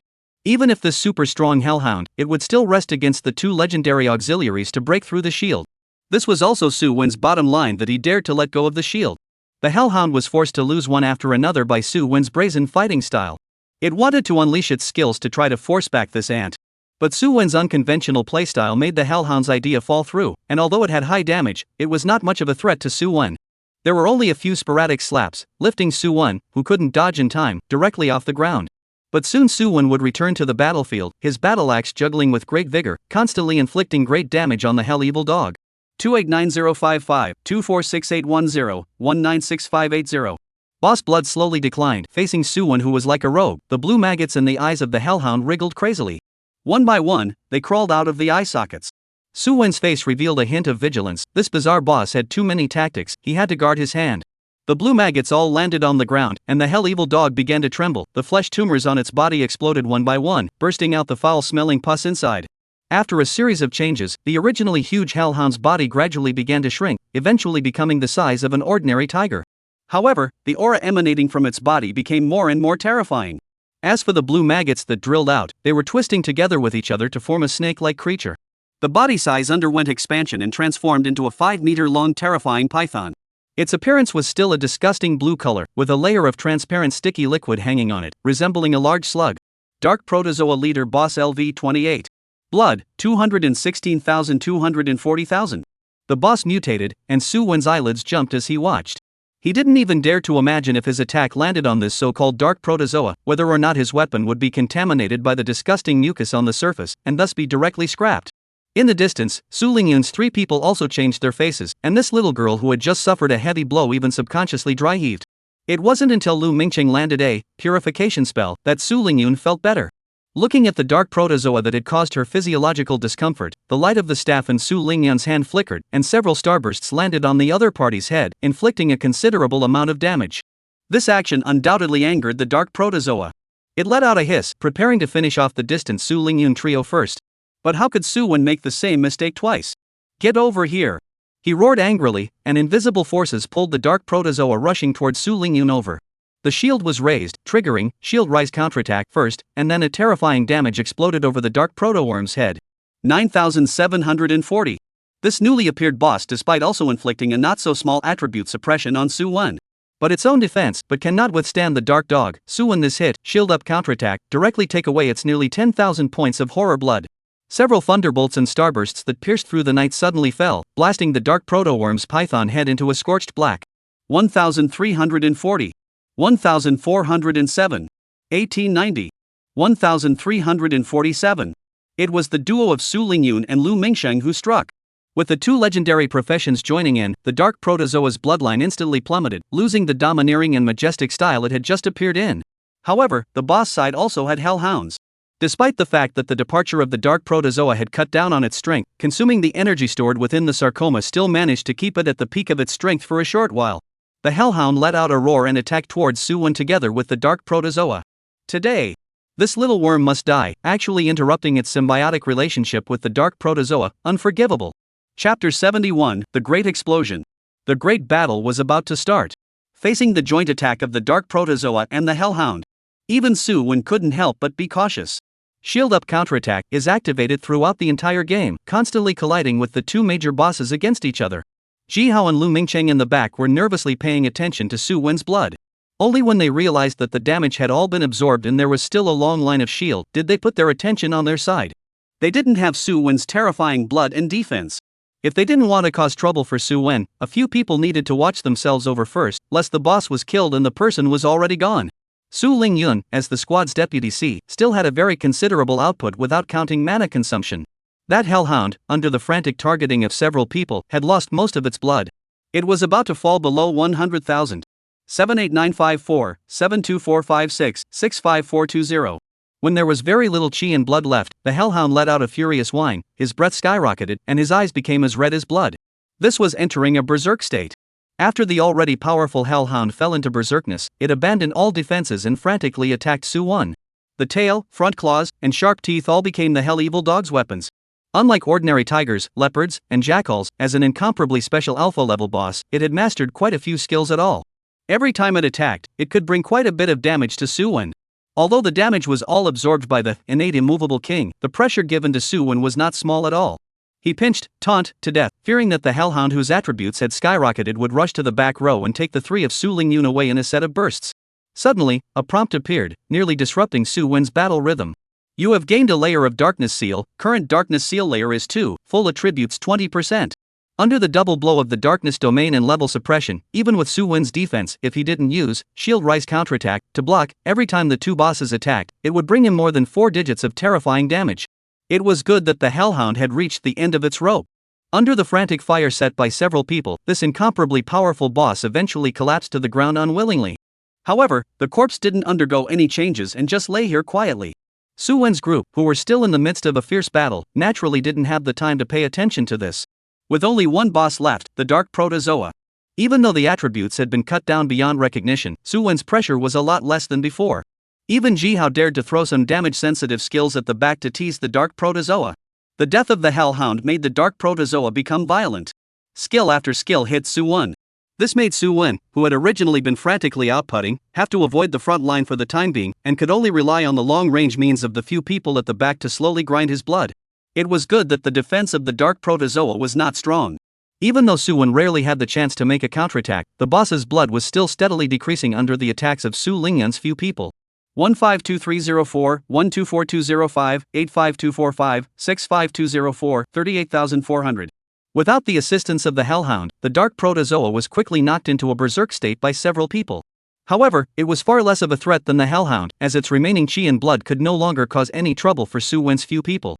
Facing the crazy counterattack of the Dark Protozoa, Su Wen didn't dodge this time, but chose to blast the boss head-on. Now that taunt was in his hand, he was confident that he could keep this monster firmly chained to his side. The battle axe slashed at the head of the Dark Protozoa at breakneck speed, and soaring winds, thunder, starbursts, and insignificant balls of light emitting shimmering light arrived one after another, along with the wild bombardment of various skills. With a mournful cry, this bizarre boss that originally lived in the eyes of the Hellhounds finally collapsed to the ground. In the crowd's hopeful gazes, the two boss bodies turned into points of light before exploding into countless balls of light with a bang. White, blue, green. Among them there are even 2 purple light flashes. This caused Su Wen's few people to instantly heat up their eyes. As the boss died, the dark domain dissipated. Several people came before the light mass and looked at each other, and finally all grinned. This damn boss finally died, should not say, large copy boss is fierce. This trial level is so difficult, I can't imagine how perverted the final boss will be. Jihao shook his head inside lightly, but his gaze kept falling on top of a certain purple light mass, his eyes not blinking. I do feel that we should enter the wrong copy. Where is there a trial boss whose level exceeds the copy limit? Lu Mingsheng gave an opposing opinion. You've understood it wrong. The fact that the boss exceeds the level cap doesn't mean that a professional of this level can't cope with it. At most it's a bit troublesome. Besides, if we really want to enter the wrong copy, how can we get in with our LV20 level? Su Lingyun retorted, but just like Jihao, her eyes were dead set on a certain purple light mass. When Su Wen saw this appearance of the several people, the corner of his mouth hooked into a smile. He could understand how attractive a purple suit was to them. Not to mention that one of the 2 purple light clusters was also in the shape of a mace, which made the 3 mage-type professions of the squad all itching to get the purple suit directly into their pockets. But a few people know that once the purple suit is collected, it will be bound to itself, and it is best not to touch it without authorization before it is assigned. Because this involved the core interests of all the squads, no one could break it. This mace is useless to me. Do you 3 roll points or just bid for it? Su Wen's idiotic proposal was met with a big blank stare from Su Lingyun. She covered her forehead and said in a slightly helpless tone, "Come on, Su Wen, why did you move the wild team routine here? We're a fixed squad, okay?" Jihao nodded his head in agreement. That's right, what other auctions are there? How foreign this is. Let's discuss it. It's not like we can only explode a purple woo. This time it's not our turn to prioritize next time. It's not. Lu Mingcheng didn't say anything, but obviously agreed with Jihao's statement. After some discussion between the 3 of them, the team's vice C Su Lingyun ended up mastering the purple martial. Su Lingyun happily placed her hand on the purple light ball, and after checking the weapon's attributes, she couldn't help but let out a gasp of surprise, attracting the attention of Su Wen's trio. "Sister Rhyme, how are the properties of the equipment? Send it out for a look, don't hide the good stuff." "That's right, even if we can't get it, we still have to let us feast our eyes on it." Looking at the curious gazes coming from her teammates, Su Lingyun smiled and posted the equipment properties on the squad chat public screen. Darkness Blessing Purple. Can be used by LV20 or above mage class professions can use it. Durability, 1000. Damage, 928. Spiritual power plus 20. Spiritual strength plus 22. Binding, Chi blood 489 increase. Mana 202 increase. Chapter 72, Afra. Wow. A high damage plus double spirit power staff. With this, now Rhyme-san, you've finally become the squad's second thigh. Hee hee, wasn't my sister Rhyme before? I see that you kid has a scheming heart, how bold. Looking at the bickering Jihao and Lu Mingsheng, Su Lingyun hid her mouth and laughed lightly. She played with the ebony staff, her eyes unable to hide her delight. I didn't expect that a chance trip to a duplicate would actually explode a purple martial that suited her. With the darkness blessing, her output would see a wave of explosive growth. If she faced the Hellhounds and Dark Protozoa again, she was confident that she could cooperate with Su Wen and resolve the battle at a faster speed. Stop bolting. There are still a lot of things here, if you guys don't want them I'll take them all out. Hearing Su Wen's threat, Ji Hao tilted his neck and grunted with a crooked mouth, for the sake of you contributing the most, I'll let you pick first. The words were very angry, but Ji Hao's eyes were still staring unblinkingly at the last purple light cluster. He knew that he had no chance of getting a purple suit with his own contribution, but one should always have something to look forward to, right? So maybe the next time he exploded his staff it would be his turn? Right, brother Su will pick one first, and we'll split the rest. Su Wen knew what these two goods meant and didn't squirm, directly holding a purple light ball in his hands. You have obtained the Dark Blue Eyes Purple. Dark Blue Eyes Purple. Can be used by LV 20 or above. Durability, 1000. Damage, 354. Strength plus 22. Agility plus 19. Binding, blood 522 increase. Mana 211 increase. A purple ring with a double increase in high damage and force sensitivity. In Su Wen's cognizance, this definitely counted as an extreme product. When there was time after that, he would give the ring a goat jade to maximize the damage attribute. Su Wen, who got the new purple suit, was in a great mood. He didn't expect that the squad could actually harvest two purple suits at once. The luck was simply heaven-defying. The remaining items had no trading restrictions, and Ji Hao crouched down and kept picking at the light clusters among them. Thinking that there were no good items left, Ji Hao's eyes glazed over and picked up a book and laughed. This scene watched Lu Mingqing painfully. Skill books, actually skill books. The two of them had extremely similar occupations. Just because Ji Hao could learn it, it meant he could learn it too. As soon as this person's lewd shrimp head expression came out, Lu Mingqing knew that the shipment had been made. He sighed with some pity. The dog was so lucky to have this happen to him. The difference between the two in this copy contribution is not very big, so the belonging of this book is by definition still have to go through some discussion before. But Lu Mingqing didn't have the habit of taking away people's beauty. He could only endure the pain and let Ji Hao have the skill book. The harvested Ji Hao immediately returned the gift, and a green light ball in the shape of the great returning Dan exploded on Lu Mingqing's head, and green fluorescent light sprinkled on his body like a warm sun. A hot current rose from the bottom of his heart, which felt like returning to his mother's embrace. Plus 2104. Holy, such a high chi recovery. Looking at Ji Hao, who had more than one round of milk, Lu Mingqing's tears of envy were about to flow out of his mouth. With this level of single recovery skill, calling Ji Hao a big milk was not even the slightest bit excessive. Why do I have to give it away with a cheap mouth? Why don't I roll a bit to spell out my character? Lu Mingqing in the heart silently fan his mouth, left and right. People are almost beaten silly. Ha ha, there aren't many. Ji Hao scratched his head and laughed, his expression modest, but the words that came out were quite Versailles. Darkness Redemption calculates the amount of chi and blood recovery based on my damage, and if I update my equipment later, the skill effect will go up another level. Most importantly, Dark Redemption has two forms. The one that was cast just now was Redemption, a single healing skill. As for Darkness, it's a single damage skill. The two forms' cooldowns don't interfere with each other, so it can be used as two independent skills. For Ji Hao obtaining Darkness Redemption, Su Wen raised his hands and feet in approval. It wasn't against Lu Mingqing, but this guy was going to be in a deathmatch with someone else after a while, and for a priest to go and fight with a main combat class, it made one's head spin just thinking about it. Although Ji Hao definitely had quite a few cards in his hand, Dark Salvation was definitely enough as a regular self-defense skill, and the effect was very good. Seeing that Ji Hao's strength had risen greatly, Lu Mingqing, with a hopeful gaze, kept rummaging around within the remaining props that had been popped out, trying to go against the grain and find a suitable equipment or skill for himself. Unfortunately, the luck had already been divided among the three Su Wen. The rest was all garbage. Lu Mingqing can only see this silent tears, garbage into his own backpack. All sorted out. Su Wen led the crowd onward, and the original gate that emitted a dark aura had long since changed its appearance. An ordinary one-way teleportation array was erected in front of it. It was thought that this was one of the passages to the central hall. At this time, within the central hall, the teams of professionals had long been in disarray, turning on each other.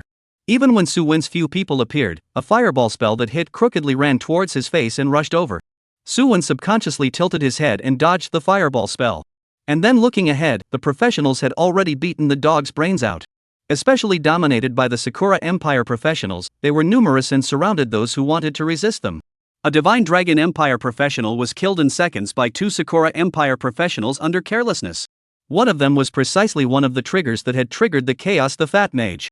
Su Lingyun looked ahead with a face of disbelief. The boss is right on top of the throne, you guys don't fight even if you don't. You actually have to kill each other to make the boss return to its senses and thus increase the difficulty. What kind of brain circuit is this? She tried to gather starlight and shoot it at the boss on top of the throne. The next instant, the armored man who was originally sitting still spread his palms, and a transparent hexagonal light screen appeared to block the attack. As the man in armor released his skills, it was as if the crowd that was originally fighting each other came to their senses. A series of messages surfaced, and only then did the crowd look up at the throne in horror. The boss was actually able to affect hundreds of them without a sound. What a terrifying ability.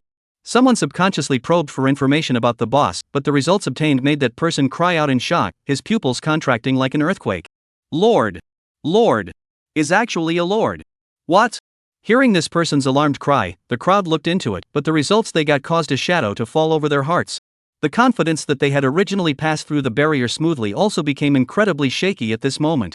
Even Suwon was frowning when he saw the boss information, once again wondering if he had entered the wrong copy.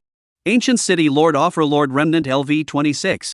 Blood, 1,048,000 1,048,000. Chapter 73 Jumping God's Boss. Holy. It's actually a Lord boss. I see that this copy doesn't want us to have a good time. After checking the basic information of the boss, Jihao's desire to spit was bursting at the seams. They had just fought for half a day over at the trial boss, and they hadn't even taken a breath, and then they came over here to face a boss that was even more terrifying than the Hellhound? This blood is in the 7 digits, is it really for them to fight? It's not a real lord, it's a half-crippled guy. Lu Mingqing's face was grave. This boss, even before it struck out at the professionals, he had already felt the terrifying aura emanating from the other party. And have you guys noticed, the surviving professionals have almost fallen below 100, if we let the boss return to its senses, maybe the word disabled on its panel will have to be removed as well. Whether or not the boss will evolve into a true lord level, we're not sure, and we couldn't care less about the other occupiers.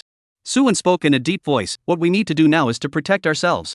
With our own safety as the first element, old Lu Yu pay more attention. Soul return technique must be given in time for the teammates to set. Don't worry about me. Lu Mingqing nodded his head, his gaze falling on the boss, staring at his opponent's every move. Offer sighed with some regret as he saw the crowd break away from the effects of the skill. He stood up from his throne and scanned the tense professionals below, a hint of disdain appearing at the corner of his mouth. Just this group of stinking fish and shrimp, how dare they face the great Afra? Afra summoned up mana around her body, and a special skill with the ability to confuse the enemy's mind came out of her mouth. Gentlemen, why fight and kill? Come to my command. How about being knights under my 78th Expeditionary Army? I will grant you untold riches, secret treasures, and strength 100 times more powerful than what you have now. Afra opened his arms wide, and at this moment, it seemed as if it was not the guarding boss of the replica, but a passionate and incomparable orator. With your lives, offer me your highest respect. Come, be knights who belong to my valor and fearlessness. I shall remember you all forever. As the words fell, a hint of madness all flashed in the eyes of many of the professionals present.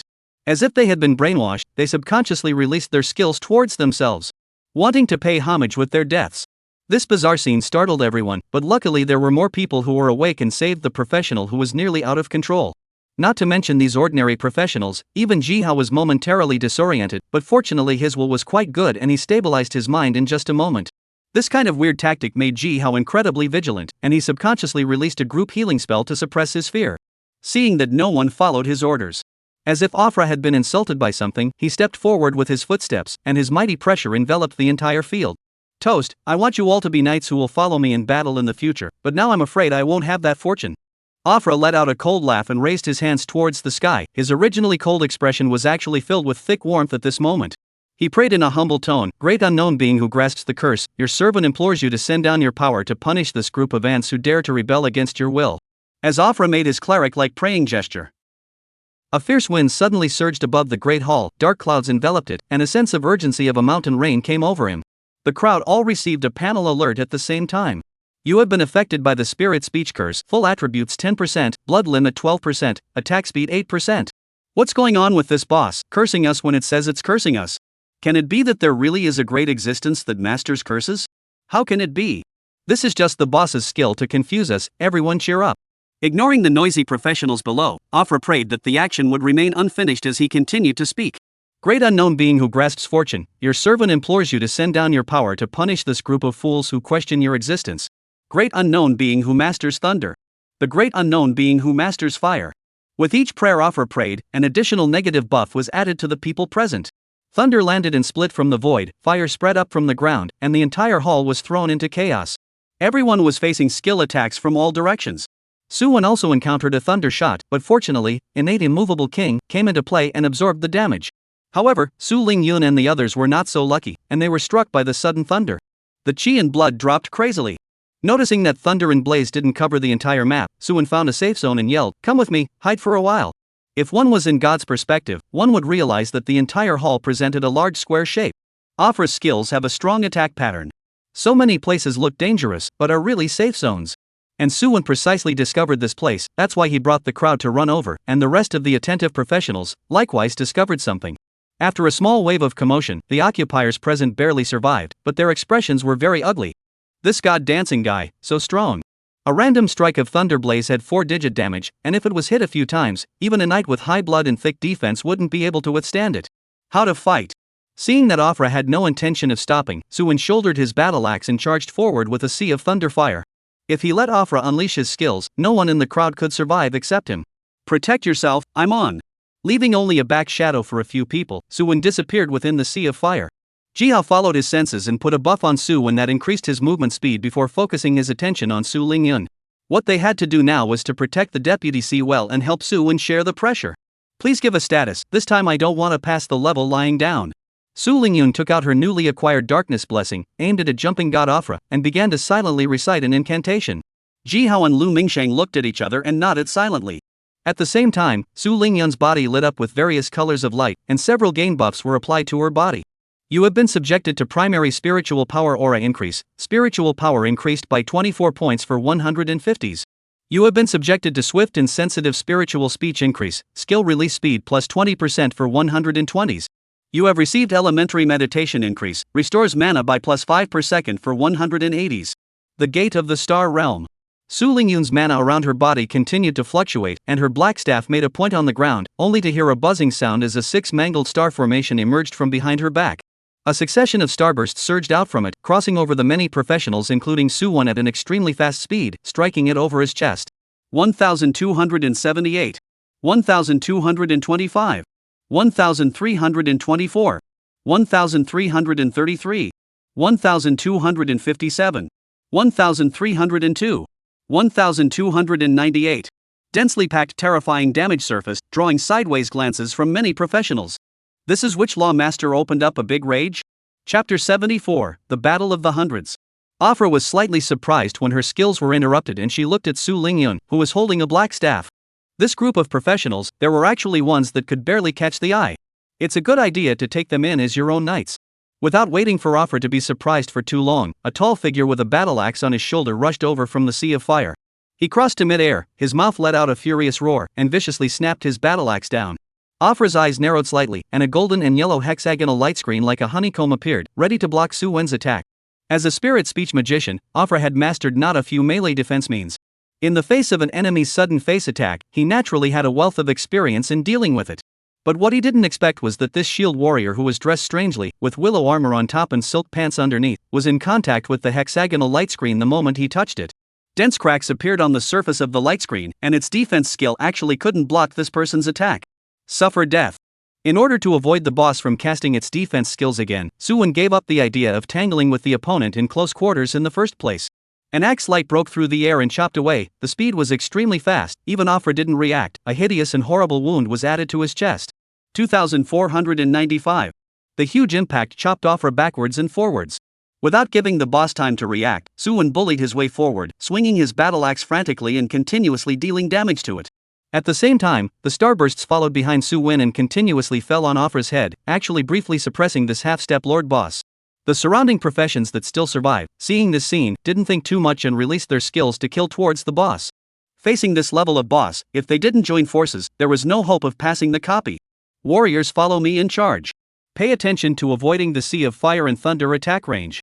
Mage's long-range output, release the big move first. If you don't use it at this time, you won't have a chance later. Brothers and sisters who can restore chi and blood, watch over us a little, please. A roughly built man raised his long sword and shouted out to the surrounding professionals. His words were like magic, reawakening the fighting spirit of some of the professionals who had seen the boss's heaven-defying strength and were thus somewhat demoralized. You are affected by Horn of War. Blood recovery speed plus 5, damage plus 50, lasts for 90s. With Han's shout, these professionals picked up their weapons and let out angry shouts from their mouths as they rushed towards the depths of the sea of fire with Han. The long-range professionals, mages, rangers, and warlocks, on the other hand, aimed their weapons at Afra in the center of the hall and flung their skills wildly. That Hanyu was right, if you didn't use a powerful skill at this point, you really didn't have a chance. The difference between a large replica and a normal replica is that after breaking into the final level to meet the boss, even if you die, as long as your other teammates pass the level, you will be rewarded with the most basic experience and gold. Although the boss burst out of the big head and they have no chance, but it is better than nothing. Su-won, who was in a fierce battle with Afra, didn't expect it either. This group of ordinary professionals dared to be so crazy and charge forward even in the face of a half-step lord boss like Afra. Countless skills carrying dazzling light were the first to appear, ruthlessly imprinting on Afra, who was suppressed by Su-won.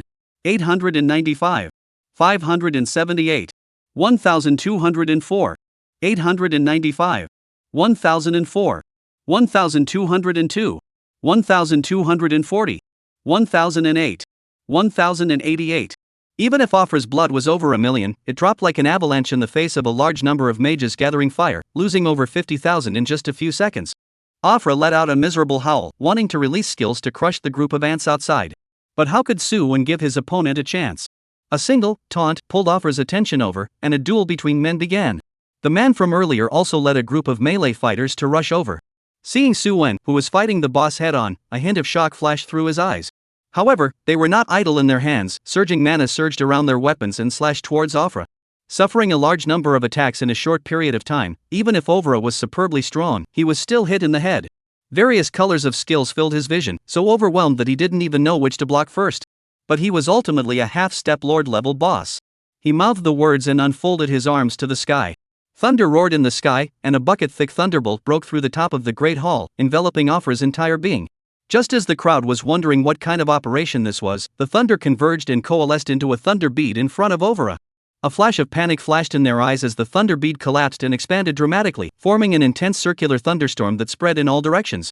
The thunder light was like a powerful soaring wind, sweeping through the crowd as it lifted them directly off the ground. Many professions with unhealthy chi and blood only had time to let out a miserable scream before they were burned into black ash by the thunder light, which drifted away within the great hall. After the change occurred, the healing skills of many priests then followed. Although they were unable to revive the dead professionals, they did help those present recover a lot of their blood, causing them to slowly approach the safety line. After seeing the boss's terrifying skills and damage, these professionals, who were originally a bit fearful, completely let themselves go at this moment. They knew that once they slowed down their attack and couldn't dunk the boss to death with a large amount of damage in the first place, they would be the ones to die. Brothers, don't stop, keep charging. Charge! Let the boss see how powerful we are. The Hanyu, who appeared to be carrying the Legion Inspiration skill, shouted once again, pointing his longsword at Afra and letting out a terrifying roar. Man-bear! The Hanyu's body expanded extremely quickly, turning into a giant bear nearly 3 meters tall, growing a dense coat of fur, and the long sword in his hand then grew larger, wrapped in flames, dragging the ground and exploding into a shower of sparks as he charged towards the boss. Continue to suppress the boss, there's no way we can pass the copy without the group of mages behind us. Don't give him time to breathe, brothers, charge. Him. Looking at the unfamiliar professionals who were charging to their deaths one by one, a trace of complexity flashed across Su-won's face.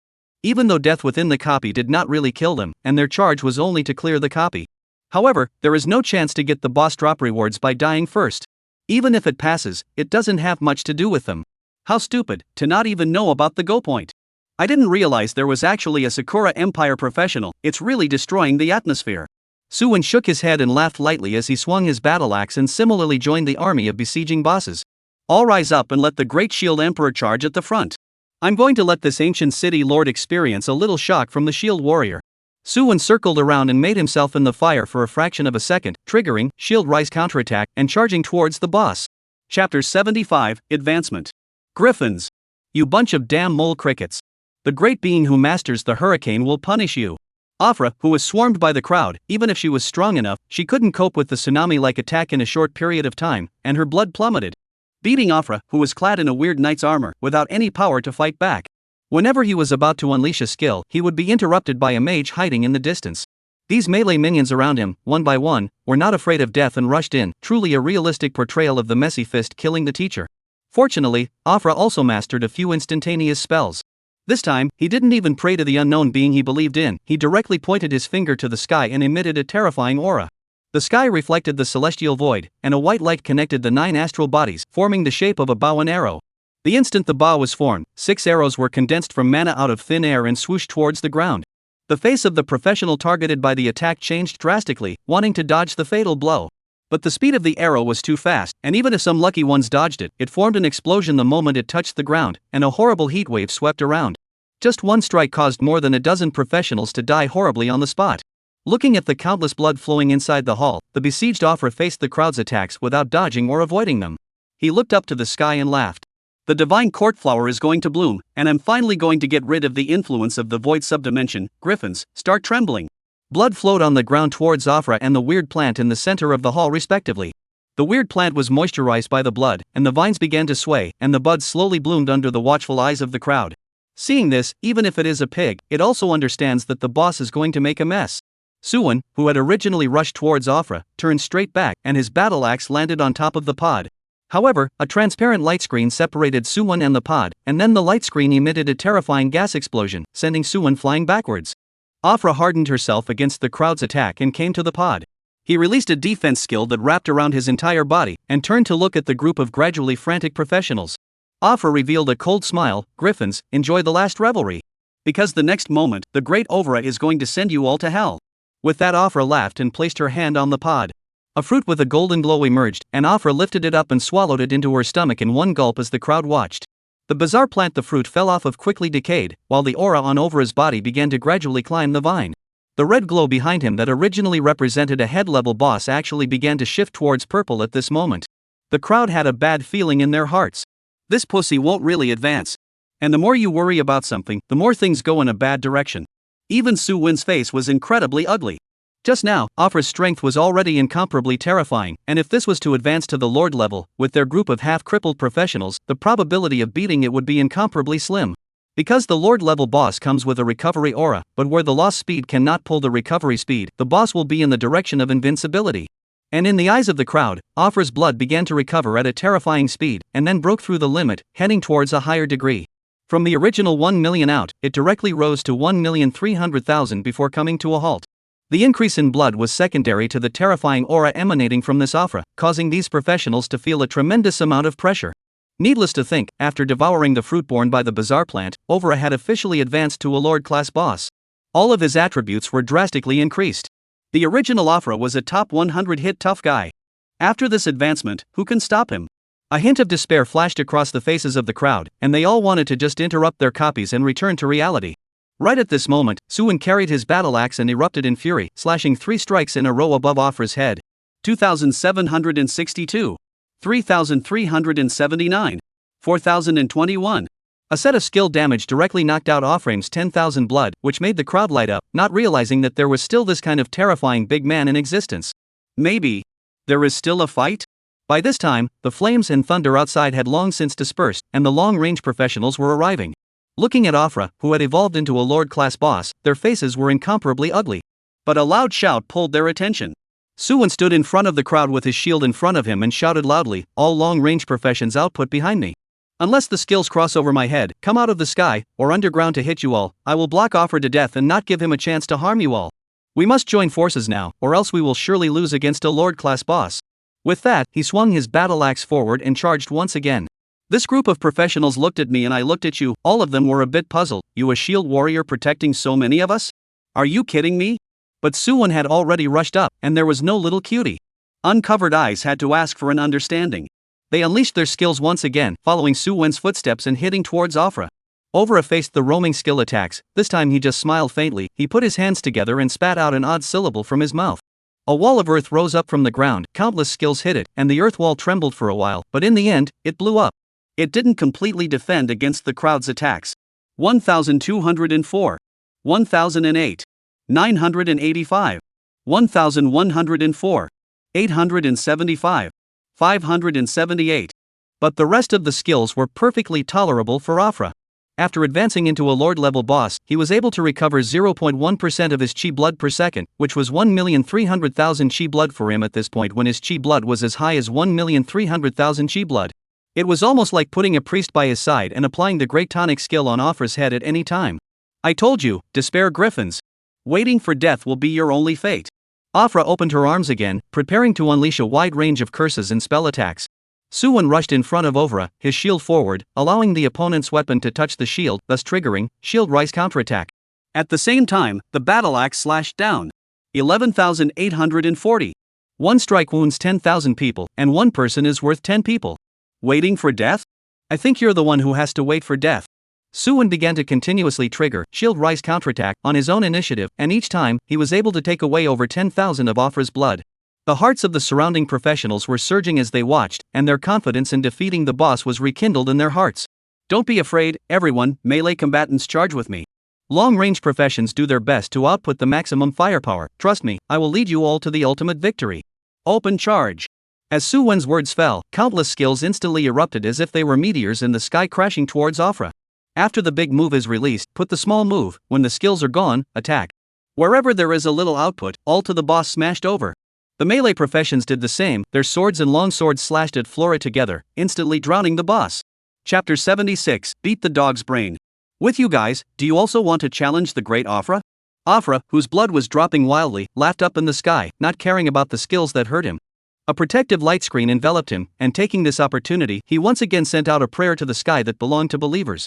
Great unknown being who masters ice and snow, your servant begs you to send down your power and freeze these ignorant ants into ice sculptures to become your playthings. Great unknown being who masters the flame of heaven. The great unknown being who mastered the stars. As Afra unleashed one of her skills, the entire copy world began to tremble violently. The earth crumbled, and the sky looked like it was plunged into some otherworldly space, rendered into a dark, bloody color. The snow formed hailstones and ice cones that crashed down, piercing through the top of the great hall and coming towards the crowd of professionals. The fire in the sky was like a meteor fire rain, dropping and falling, seemingly to burn the small copy world to the ground. There were also roars coming from the distance, as celestial fragments cut through the air, bringing up a trailing flame that indiscriminately covered towards the great hall. The huge change set off the entire copy world, and also completely ignited the emotions of all the professionals. They understood that there wasn't much time left, and if they waited for those large-scale natural disaster attacks to land, the possibility of passing the copy would be infinitely close to zero. The Hanyu who had transformed into a human bear was holding a long sword that had transformed into flames, with the tip of the sword pointing towards Afra. With a low and infectious voice, he cast, War Horn, once again, brothers, please charge with me once more. Even if we die, we can't let this ghost boss feel good, we have to bite off a layer of his flesh. After saying that, the human bear rushed towards Afra with a flaming sword in hand. A heavy slash at the opponent's shoulder crackled with sparks, barely stopping the opponent from continuing to cast spells. 1870. Suwon next to him glanced at the human bear with some surprise. This old brother's damage can be beating Afra is almost breaking 2,000. Although not as high as his casual damage, but in the ordinary professionals, the strength is definitely considered to be the best. Brother, let me help you. Suwon was not willing to lag behind, and similarly raised his battle axe to chop at Afra, along with countless weapons and skills. A natural disaster descended, and the crowd all exploded with their final energies. A furious wave of skills fell on Afra's head, beating this terrifyingly powerful Lord-class boss back. However, Afra just looked at the professionals present with a cold smile, without any extra movements on his hands. Because the natural disaster descended. Bang! There was a loud bang from the top of the hall, and the astral fragments were like bulldozers, ruthlessly smashing into the hall, triggering a large heatwave to sweep in all directions.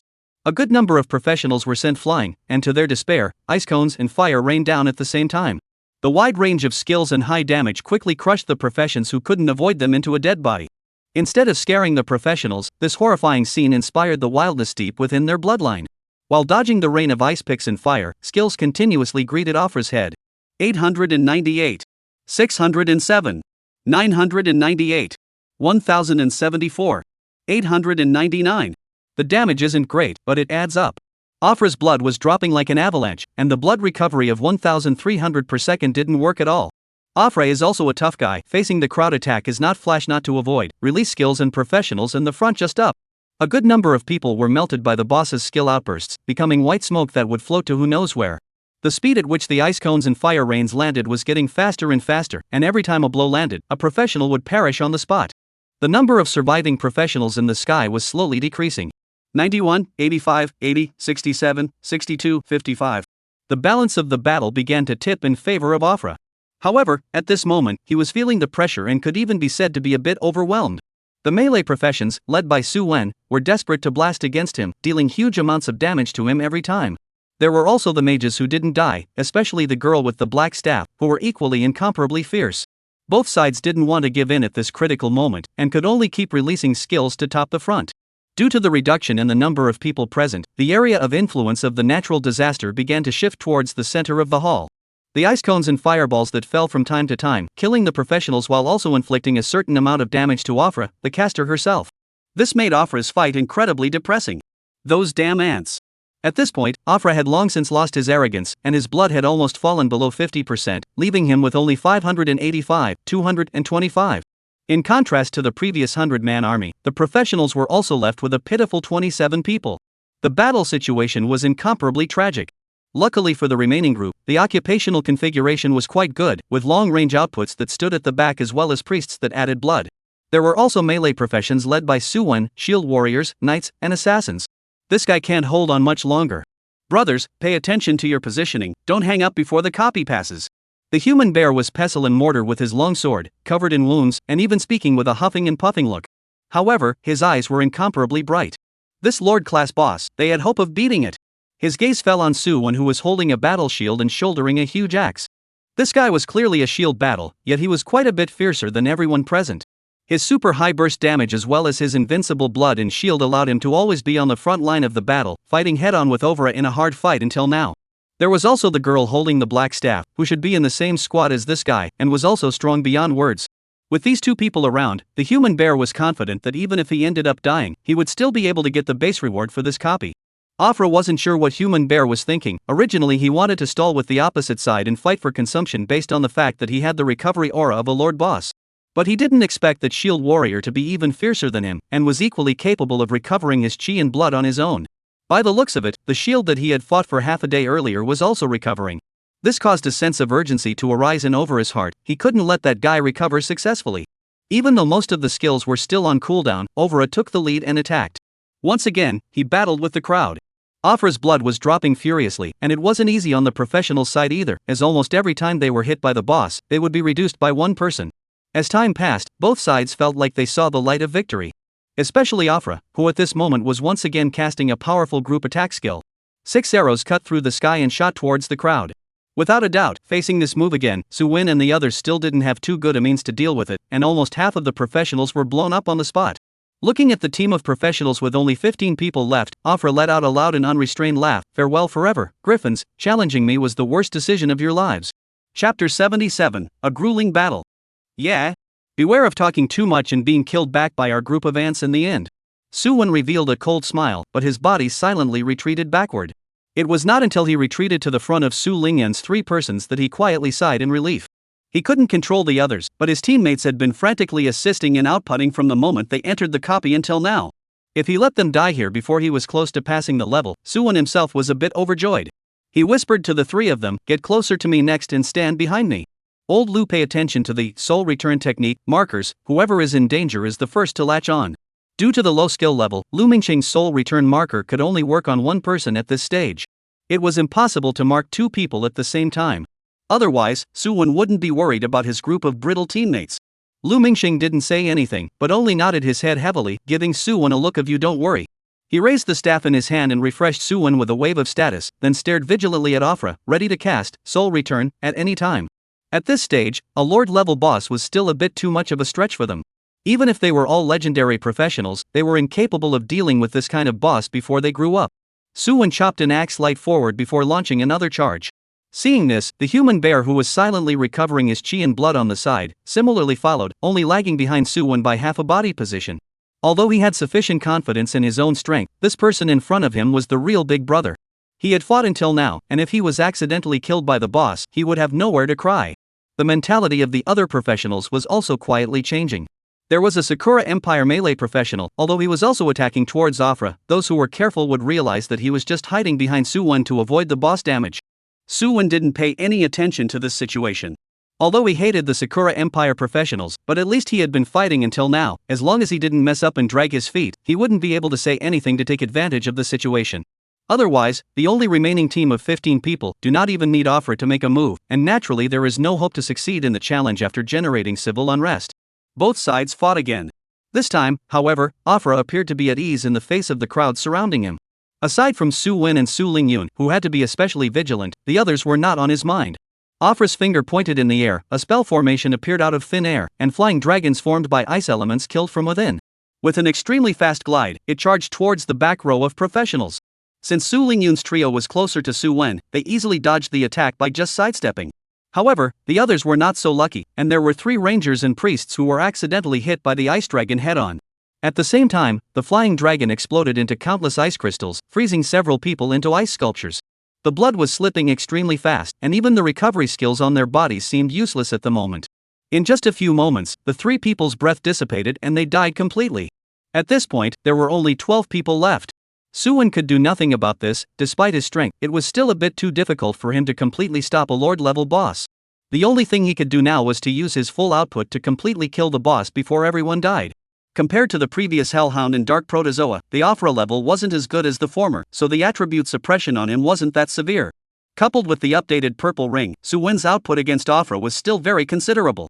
Every time Shield Rise Counterattack exploded, it could take away over 10,000 of the opponent's blood. Facing the no cooldown, high outburst, Shield Strike, even if Aphra was a Lord-level boss, he still couldn't withstand it. His blood was constantly slipping. 557, 385, 478, 958, 389, 980, 320, 274. Seeing that the boss was about to enter a berserk state, not only did Su Wen not stop, his attack instead became even more furious. Even the remaining professions were also frantically outputting, wanting to decapitate Aphra as soon as possible.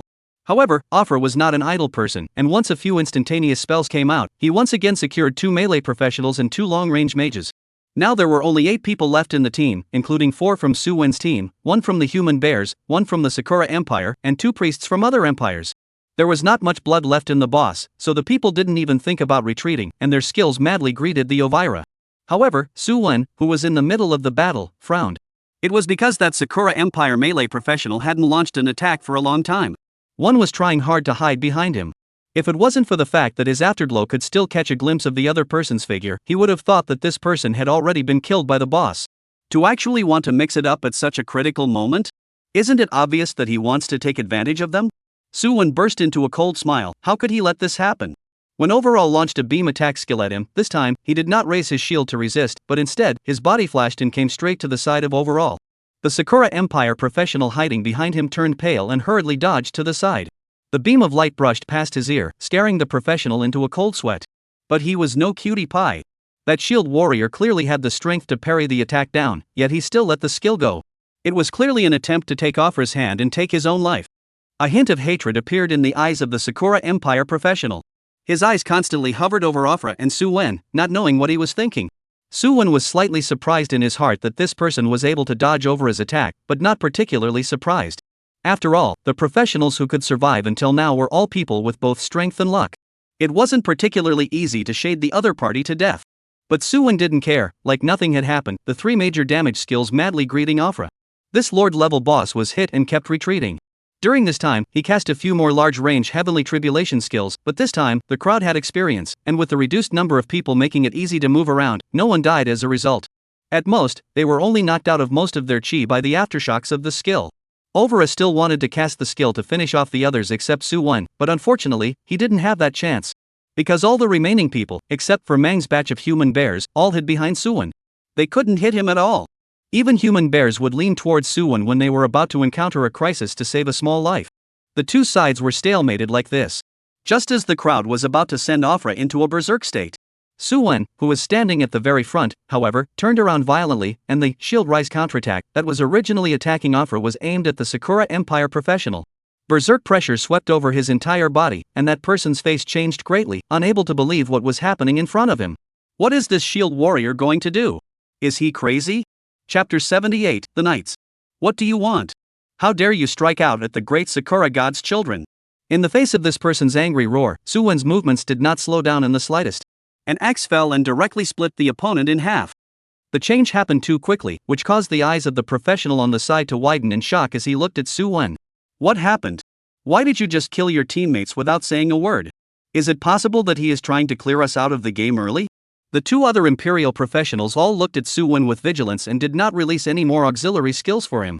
The Human Bear was also a bit surprised by this, but as a front row output, he could understand Su Wen's choice. An output assassin was hiding in the back to survive, not even daring to make a move. Whether you were thinking in terms of the team or the Empire, there wasn't much of a problem with slaughtering that person. The two countries were already in a state of hostility, and with the general environment as it was, why would they need to bring a professional who just wanted to mingle through? Isn't this funding the enemy? In his place, he would have made the same choice as Suwon. Afra looked at the team of professionals who were suddenly in internal strife and was also a bit stunned, not understanding what was happening. Although he was puzzled in his mind, he did not move slowly. Instantaneous skills came out one after another, wanting to finish off Su Lingyan's few people who had revealed their positions. However, Suwon pulled him over with a taunt and was forced to engage in a 1v1 real man battle. After a few more rounds of attacks, Afra's bloodline finally fell below 20% and his body's terrifying aura erupted, forcing the crowd to keep retreating.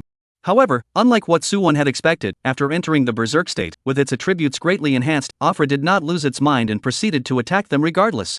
He quickly retreated backward and came to the side of the weird plant that had already withered. Afra looked at Suwon's few people and shook his head, his tone slightly regretful. What a good batch of seedlings. I had wanted to bring you back to the Empire to enjoy untold glory and wealth as knight squires of the expeditionary army under my command. But it seems that you have made a wrong choice, and that is to go against me. Afra's demeanor turned cold as he placed his hand on the bizarre plant and a low, angry roar escaped his throat. Since you are unwilling, let the iron hooves of the Empire crush you completely and turn you into sustenance for the young knights. Glorious purple light flashed in over his hand, imprinting on the bizarre plant. A huge teleportation spell emerged with the bizarre plant as its center, spreading out in all directions. The spell formation enveloped the entire hall, rose vertically into the air, and slowly rotated. A strange world projection surfaced in it, and a dense legion of knights stood at the entrance of the teleportation array, indifferently gazing at Suwon's several people. The icy coldness contained in that gaze was as if they were looking at a few dead people, not putting them in the slightest bit of mind. Such a change caught the people present off guard, and they all looked at Ovra and the group of Knight Legion with incomparable shock. In Suwon's perspective, the group of knights were all elite templates of LV30 or above, and that was what made him feel incredulous. How did a LV26 boss manage to summon so many elite monsters? Listening to the tone of his words, it seemed to come from some kind of Imperial expeditionary force. But nowadays, within the 9 empires of the Blue Star, as far as he knew, there was no unit named after an expeditionary force. What on earth was going on here? Suwon's brain was frantically running, but for a moment, he couldn't figure out what was going on, so he could only grip his weapon tightly and vigilantly look at the already incomparably flailing Afra. While Suwon's few people were still breaking in the copies, the outside world was slowly darkening. At this time, Situjia was resting in the schoolhouse. He was holding an ancient book in his hand, lying on a rocking chair and leisurely flipping through it, his mouth constantly chanting something. Alas, it's the day to send the little ones to practice again, so sad, where to send them this time? As a certain class teacher of the 7th grade, his main teaching task this semester was to take the students in his class to different dangerous places to experience. Upgrading also carries different tasks on his body. But it was this trial site selection that caused Situjia to have a hard time. He clasped the ancient book to his face and prepared to let his brain empty for a while. But at that moment, he got up violently, his sharp gaze resembling a falcon as he looked in the direction of the 10,000 Books Pavilion. At the same time, there were several other terrifying auras rising from within the academy. It was deadlocked on the 10,000 Books Pavilion. There is the entrance to the copy I got back? Feeling the emergence of an otherworldly aura that was clearly incompatible with the Divine Dragon Empire, Situjia's face was filled with gravity as he flew towards the 10,000 Books Pavilion. His speed was extremely fast, and in just a few moments, he arrived on the second floor of the 10,000 Books Pavilion. At this time, several teachers had already arrived, all of them looking at the newly appeared large replica entrance in disbelief.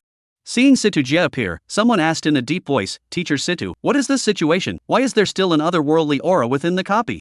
You wouldn't have brought it back without even checking the copy, right? If there are still some undead guys left in there, do you know what that would do to us?" Facing the serious inquiry from the teachers present, a trace of apology flashed across Situjia's face. He walked to the entrance of the replica and with a wave of his hand, mana stirred out, directly projecting the situation within the replica.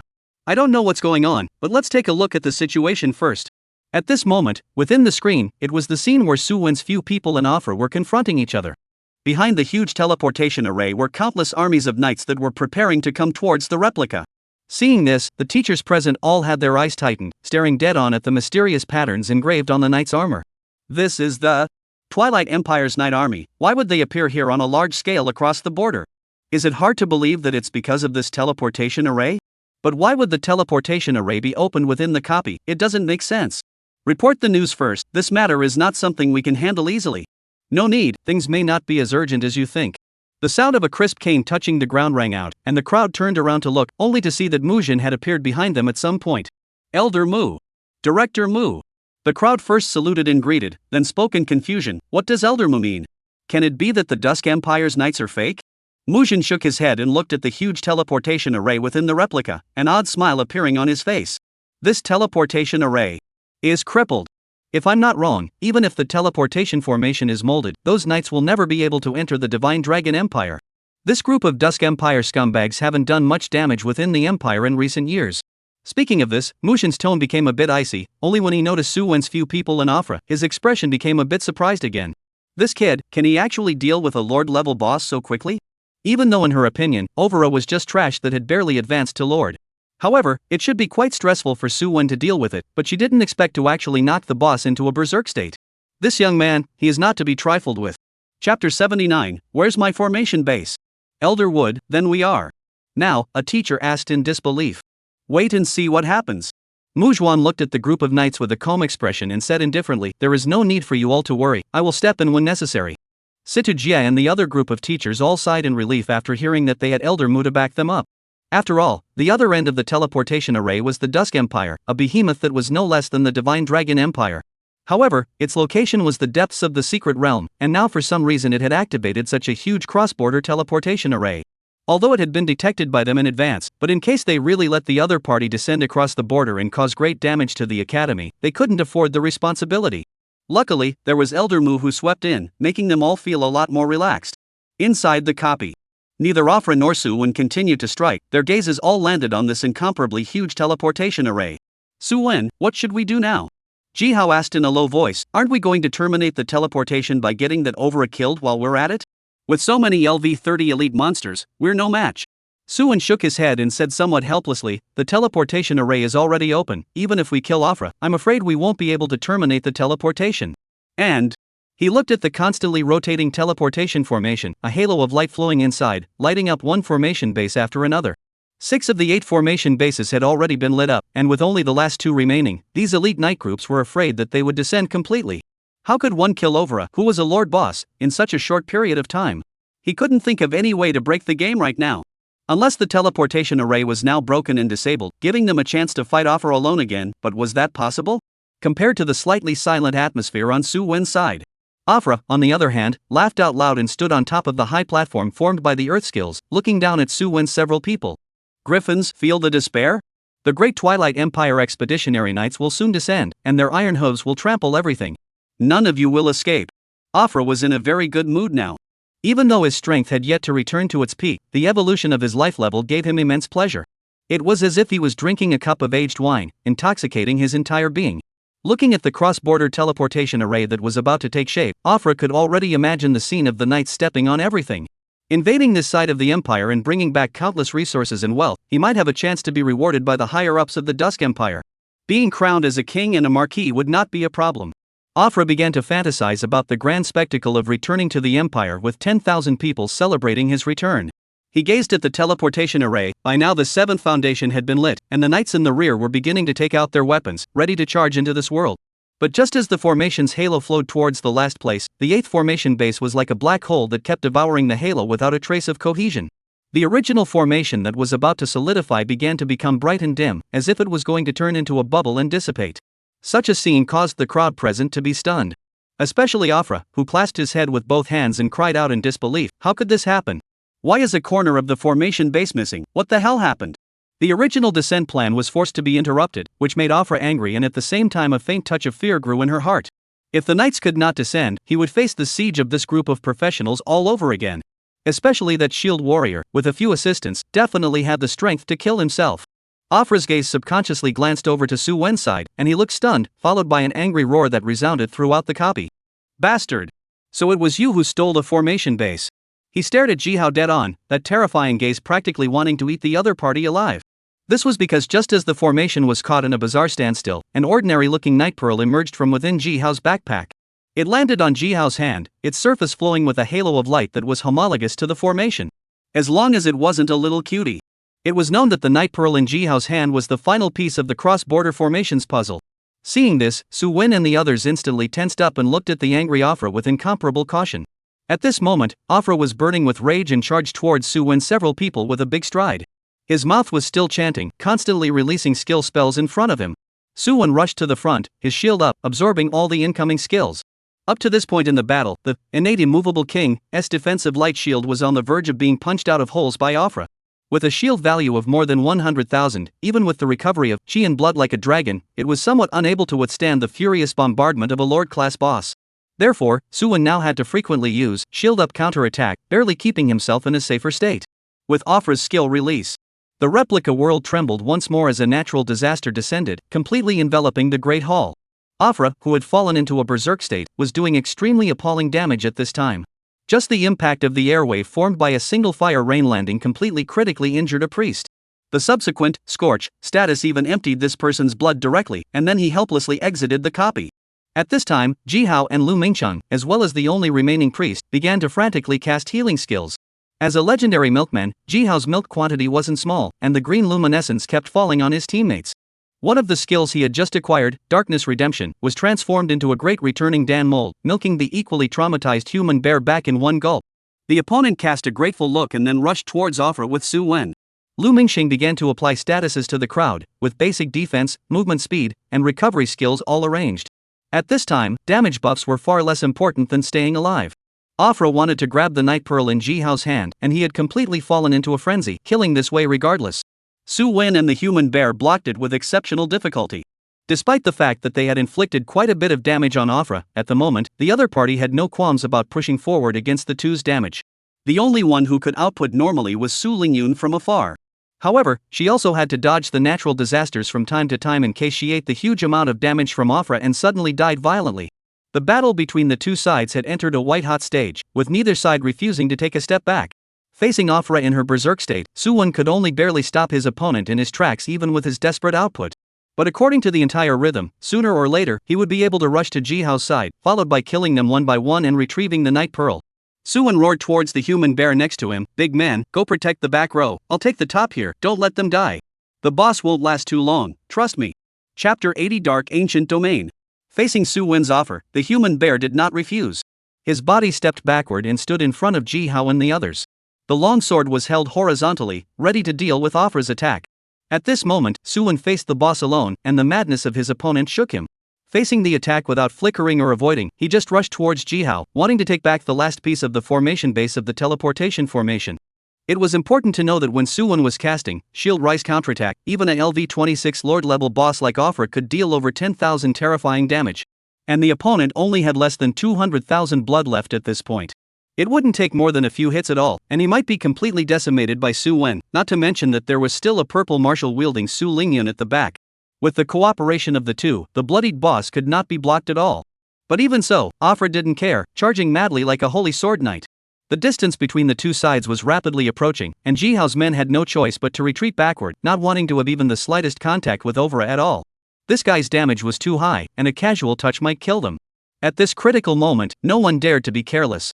They would rather not use their skills and give up Su Lingyun's output at this end, but also ensure their own safety. Suwon unleashed his skills in turn, and large swaths of damage exploded on Afra's head. 185, 850, 145, 250, 98, 050. As his chi blood fell below 100,000, Afra finally stopped his forward momentum. He looked at Su Wen, who was always on top of him, and a self-deprecating smile appeared on his face. "Luckily, I thought that with the evolution occurring at the life level, it would be easy to deal with you little bugs. I didn't expect that the strength of this world would be so extraordinary, just a group of little guys that I met by chance could force me to this point." Facing Afra's self-deprecation, Su Wen's few people didn't reply, but only silently drew the distance between them closer. It was surprising that they wanted to actively hunt a Lord-level boss. "If I ask you all again, if you are willing to be my night attendant and enjoy the honor and wealth that you will not encounter for 100 lifetimes, what will your answer be?" Afra asked seriously. But what responded to him was a flash of lavender axe light. The blow landed, chopping the hexagonal light screen that had coalesced in front of Afra, and proceeded to land on his shoulder. Looking at the axe mark on his left shoulder, Afra laughed with an incomparably open and evil smile. "Ha ha ha, how dare you reject the great Afra? Today, even if you die, I will let you see the true strength of the Imperial 78th Expeditionary Army Captain." A strong purple halo surged from Afra's body, causing Su Wen's few people to be incomparably nervous. This Lord-level boss, it wouldn't be about to release any big moves, right? Afra dashed to the cross-border teleportation formation, and his gaze fell on top of the 7 halo-filled formation foundations. At that moment, he waved his right hand in the air, and the formation base closest to him dimmed. 1, 2. Until all 7 bases were silent, he turned around and said in an indifferent tone. I was wondering before why you guys had the aura of the Dark Ancient Realm on you, so it turns out that you stole the formation base that I suppressed in it. You rats, since you like to take it, I'll give you one more gift before I say goodbye. As the words fell, the cross-border teleportation array disappeared like a bubble.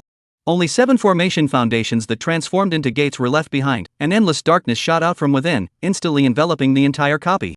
Seeing this scene, Su Wen's several faces changed drastically, their minds recalling the horror of the 2 previous mutant bosses. If the other party was allowed to unleash the monsters inside the door, even if they were given 2 more lives, they would not be able to pass the copy. Su Wen picked up his battle axe and quickly rushed towards Afra's location. Several skill halos of different colors cut through the dark night, illuminating the way forward. Su Wen arrived in front of Afra and his battle axe slashed down. As the damage emerged from the opponent's body, Su Wen realized that the originally young-looking Afra looked incredibly old at the moment. His skin and bone body couldn't help but make people suspect that he was the Lord-level boss that had just unleashed the heavenly tribulation and had broken apart a 100-man troop of professionals? Ancient City Lord Afra Lord LV 26. Blood, 4,856 1,300,000. The information feedback told Su Wen that Afra, who only had blood skin left, was as good as fake. It was only after invoking the Gate of Darkness that his chi and blood plummeted, turning him into this ghostly demeanor now. Afra, who received a decapitation blow, sprayed out a mouthful of blood and collapsed helplessly on the ground. He looked at the dark sky, but a smile appeared on his face. Pitiful Griffin, even if you steal the formation base, so what, you think it's you who will be victorious? Back then, in order to seal the 8-dimensional rifts in the Dark Ancient Realm leading to the Empire, I led an expeditionary force to fight and suppress those monsters one by one. You think the formation base in your hand is the key to defeating me? Little did you know that this was the beginning of your demise. He looked at Su Wen and revealed an incomparably mocking smile, as if he was the victor of this battle. As if responding to Afra's words, the surrounding darkness rioted. In front of the 7 gates of darkness, a spatial passage slowly emerged, and the darkness continued to pour inward. And behind the passageway, a tall building loomed up, the streets flowed endlessly, and countless pedestrians strolled through the city. There were even some extremely famous city landmarks. Su Wen's face changed greatly when he saw this. The passageway was connecting to the very cities within the Divine Dragon Empire. Afra wanted to lure those dark monsters behind the door to the interior of the city? Su Wen ignored Afra as his battle axe slashed towards the dark door, but the attack landed above but only splashed some sparks. It didn't cause any damage at all. Seeing Su Wen's eager appearance, Afra mockingly laughed. At what level do you think I sealed these dimensional cracks? And what kind of sealing materials were used? If it wasn't for the fact that my strength hadn't returned to its full strength, do you think you guys alone could have defeated me? To actually try to destroy the passageway is simply ridiculous. Afra laughed madly, tears streaming out of her eyes. The end of his death was already doomed, but seeing Su Wen, who was trying to destroy the Dark Gate but couldn't do anything about it, Afra's mood was bursting with relief. He still wanted to taunt a couple of words, but he saw that the originally dark and incomparable copy world suddenly lit up with a fierce green light. Afra was like an old duck that had been strangled, looking dully at the source of the green light. A seed that had appeared out of nowhere. It fell from the sky and took root beneath the great hall, crazily drawing on the surrounding darkness as energy, and grew from a seed into a large tree as far as the eye could see. The branches of the tree swayed, emitting a soft light, dispersing the surrounding darkness. What's going on? This is the Dark Ancient Realm's dark source quality. It was removed so easily. Who exactly was the one who struck? Chapter 81 Human Bear. No one paid attention to Afra's shock. Because at this moment, everyone's eyes were focused on the ancient tree with a pale breath. It grew at an extremely fast speed, growing enough to cover the entire replica. The breeze spread the green light emanating from the leaves over every corner. The originally pitch-black copy world reared up with light, and even the darkness that had penetrated the Divine Dragon Empire was wiped out by the green light following the traces. Seeing that the final backhand was easily erased, Afra's heart was as if it was dead, and he lay frozen in place. He knew that he had lost. Lost and couldn't see the slightest hope of turning the game around. The mysterious powerhouse who had struck out, with just one move, had completely sealed the passageway of the Dark Ancient Realm that had caused him to almost perish. He couldn't imagine what kind of strength this was. Did the general have the means to resist his opponent? Afra wasn't sure. He no longer wanted to think about it too much and closed his eyes quietly, waiting for death to come. After the ancient tree cleared the darkness, it re-emerged as a seed the size of a soybean, and left the copy world by following a certain mysterious rift. Looking at the replica world that had recovered its original appearance, but had fallen into disrepair, Su Wen knew that everything was over. A mysterious powerhouse had struck in the present world, directly suppressing the dark passage through the copy world. He walked up to Afra, raised his battle axe, and without a word of nonsense, heavily smashed it on the other's head. Put! The head exploded. Afra's entire body exploded into a ball of light. Successfully killed ancient city lord Lord. Experience plus 135,000, extra bonus experience plus 33,750 for leveling up, extra bonus experience plus 189,000 for teaming up, extra bonus experience plus 261,900 194% for copying rules. You have earned the achievement I equals lord level, get it? Reputation plus 2,400. A wonderful prompting sound also came from the ears of the crowd, and Su Wen's body even lit up with a white light. The huge amount of experience directly pushed him to LV22. The large replica gains were horrifying as hell. Although Su Wen knew that this time was expected to be an exception, it was undeniable that the earnings of this kind of replica that was attended by a super large number of people was truly outrageous. The basic experience alone was enough to keep people happy for a while. And the big part of the reward has to depend on the boss drop. The light mass transformed by Afra looked incomparably hot to the eyes of the people present, and they all wanted to take it for themselves. The three of them, Jihao, came to Su Wen's side and patted his shoulder with a smile. Su Wen, it's still you can even dislike a lord-level boss, how perverted. Lu Mingcheng nodded in agreement. His own captain was indeed fierce beyond words. Even Su Lingyun, who was in control of the purple martial arts within the team, was still a step behind Su Wen based on output alone, not to mention his best defense. Frontal and lord-level boss from the beginning to the end, hard to kill each other alive, he could not think of anyone else among the freshmen who had this kind of strength. It was estimated that 1/5 of them didn't even have it. The man bear and the priest came over as well, big smiles on their faces.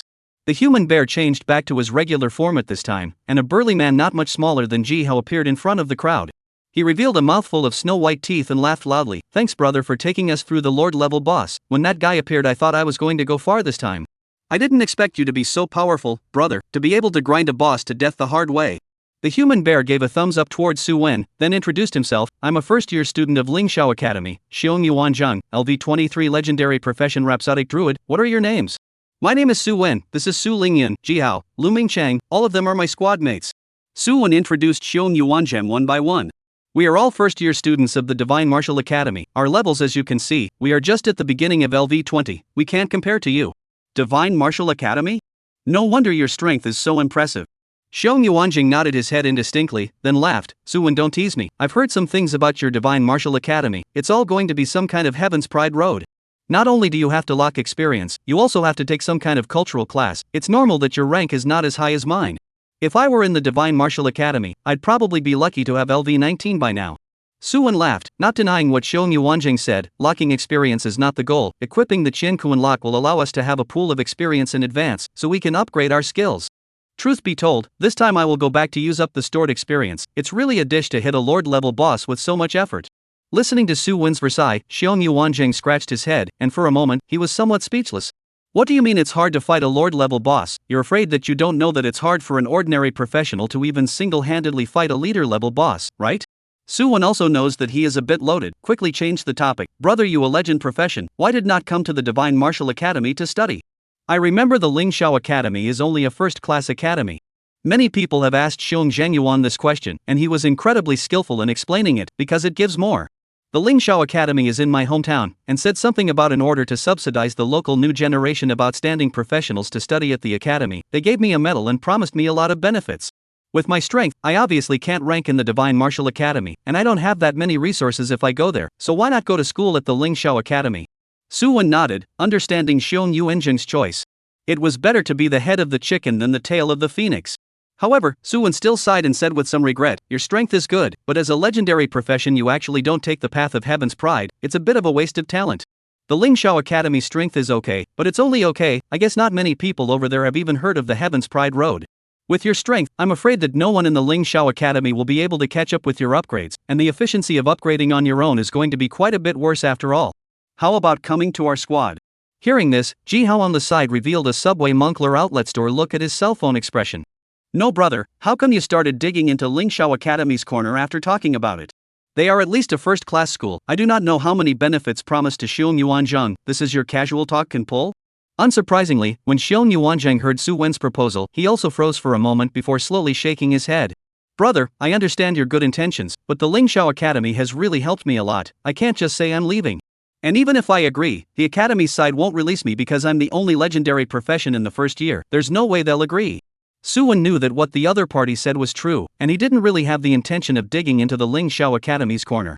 He pointed at Ji Hao and the others. What I mean is to join the squad and come to the Divine Martial Academy to level up and down with us. Nominally, you're just on loan, but in actuality, you're still a member of the Ling Shao Academy. How about this, with your strength? I reckon that no matter if it's the Divine Martial Academy or the Ling Shao Academy, they won't refuse this offer. Chapter 82. Hearing Su Wen's proposal, Xiong Yuanjing stroked his chin in contemplation.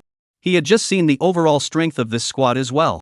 Regardless of whether it was Su Wen, who had gone head-to-head with the boss the entire time, or Su Lingyun, the mages and auxiliaries, they were all very strong. Even though it didn't look that powerful from the level. But the truth was the opposite. Several people were the top group of professionals in the same profession. Moreover, listening to Su Wen, they were ready to go back and start raising their skill levels.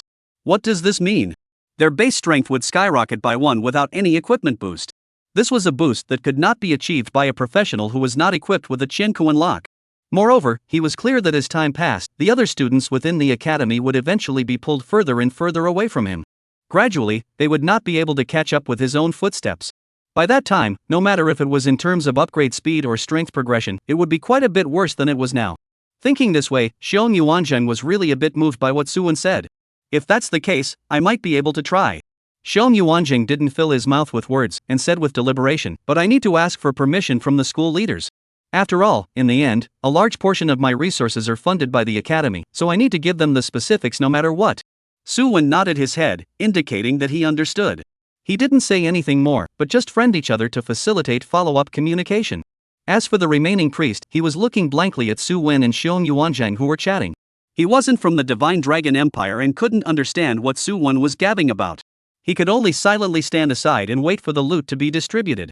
On Su Wen's side, after he and Xiong Yuanzhang had reached a preliminary agreement, he then turned around and came in front of the light mass. Due to the special rules of the replica, only 6 of Su Wen's 200 people survived, and the reward was directly increased by 194%. Afra wasn't considered stingy, and even though it didn't pop out the legendary pink equipment, it gave quite a few purple clothes. It was mixed with all sorts of high-grade gems, skill books, and other precious resources. After a little discussion, Su Wen first divided the gold coins, with the squad taking the lion's share, and the remainder divided between Xiong Yuanjing and that priest. The gems were mostly grade 2 and 3, but there were also 6 grade 4 gems. 2 of them increased physical damage, goat jade, and 1 increased spell damage, purple robe jade. The remaining 2 were emerald, that increased speed, and a red agate, that increased defense. They were both grade 4 gems, but their value was undoubtedly higher for the goat jade and purple robe jade. Su Wen distributed the 2 pieces of emerald to Xiong Yuanzhang and the priest profession, while the rest was divided among the squad members. After getting these, Su Wen dropped his gaze on the skill book.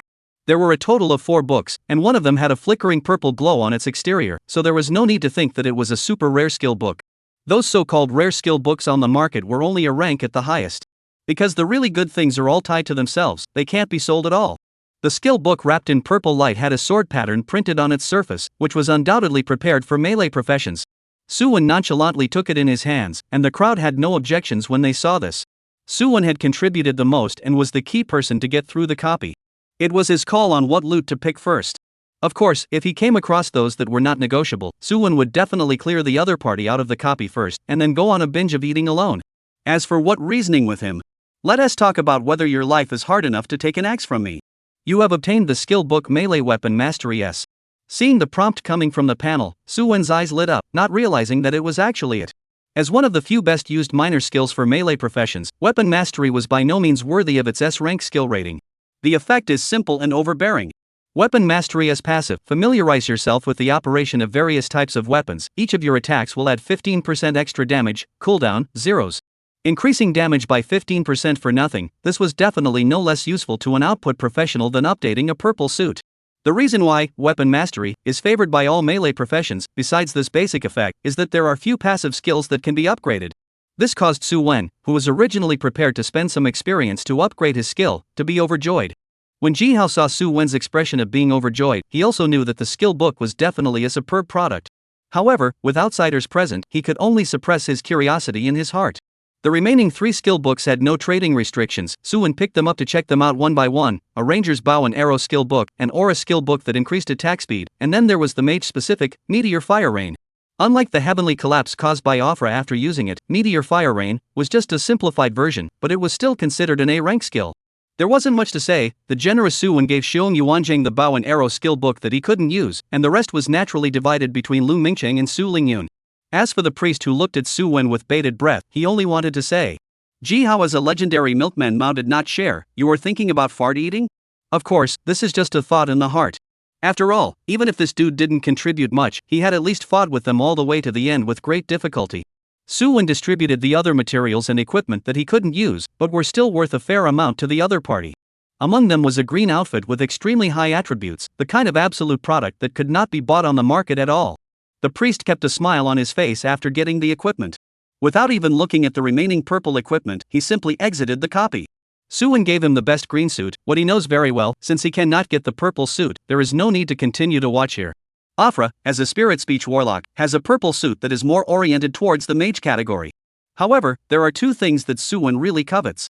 That was the knight's armor that Ovra had been wearing, which was divided into two sets of upper and lower armor. As for why a warlock wears armor, that would be a question of how Ovra became the head of the expeditionary army. You have acquired the expeditionary knight's armor purple.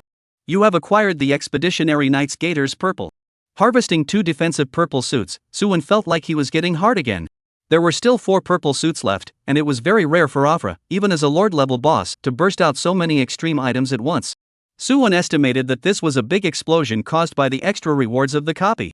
The remaining 4 were an intelligence necklace adorned with blue gemstones, an ancient book covered in mysterious writing, a dark blue magic cloak, and a gold belt. This belt, which was needed for melee combat, was distributed to Xiong Yuanzhang. The ancient book was a manual of spiritual words that highly matched Lu Mingchang. As for the remaining 2 purple suits, Su Lingyun and Ji Hao discussed the 2 of them. Su Lingyun, who had the worst life-preserving ability, took the magic cloak, while Ji Hao harvested the rarer intelligence necklace. After the loot was all divided up, Su Wen and Xiong Yuanjing chatted for a few moments before exiting the copy. Chapter 83 Elder Mu's Worry. It was already dark when they returned to the 10,000 Books Pavilion. Su Wen's few people had just exited the copy when they saw a group of teachers whose grades were shrouded in mist gathering here. The person in the lead was none other than Elder Mu. Thinking of the sky-high ancient tree within the previous copy, Su Wen's heart instantly became clear.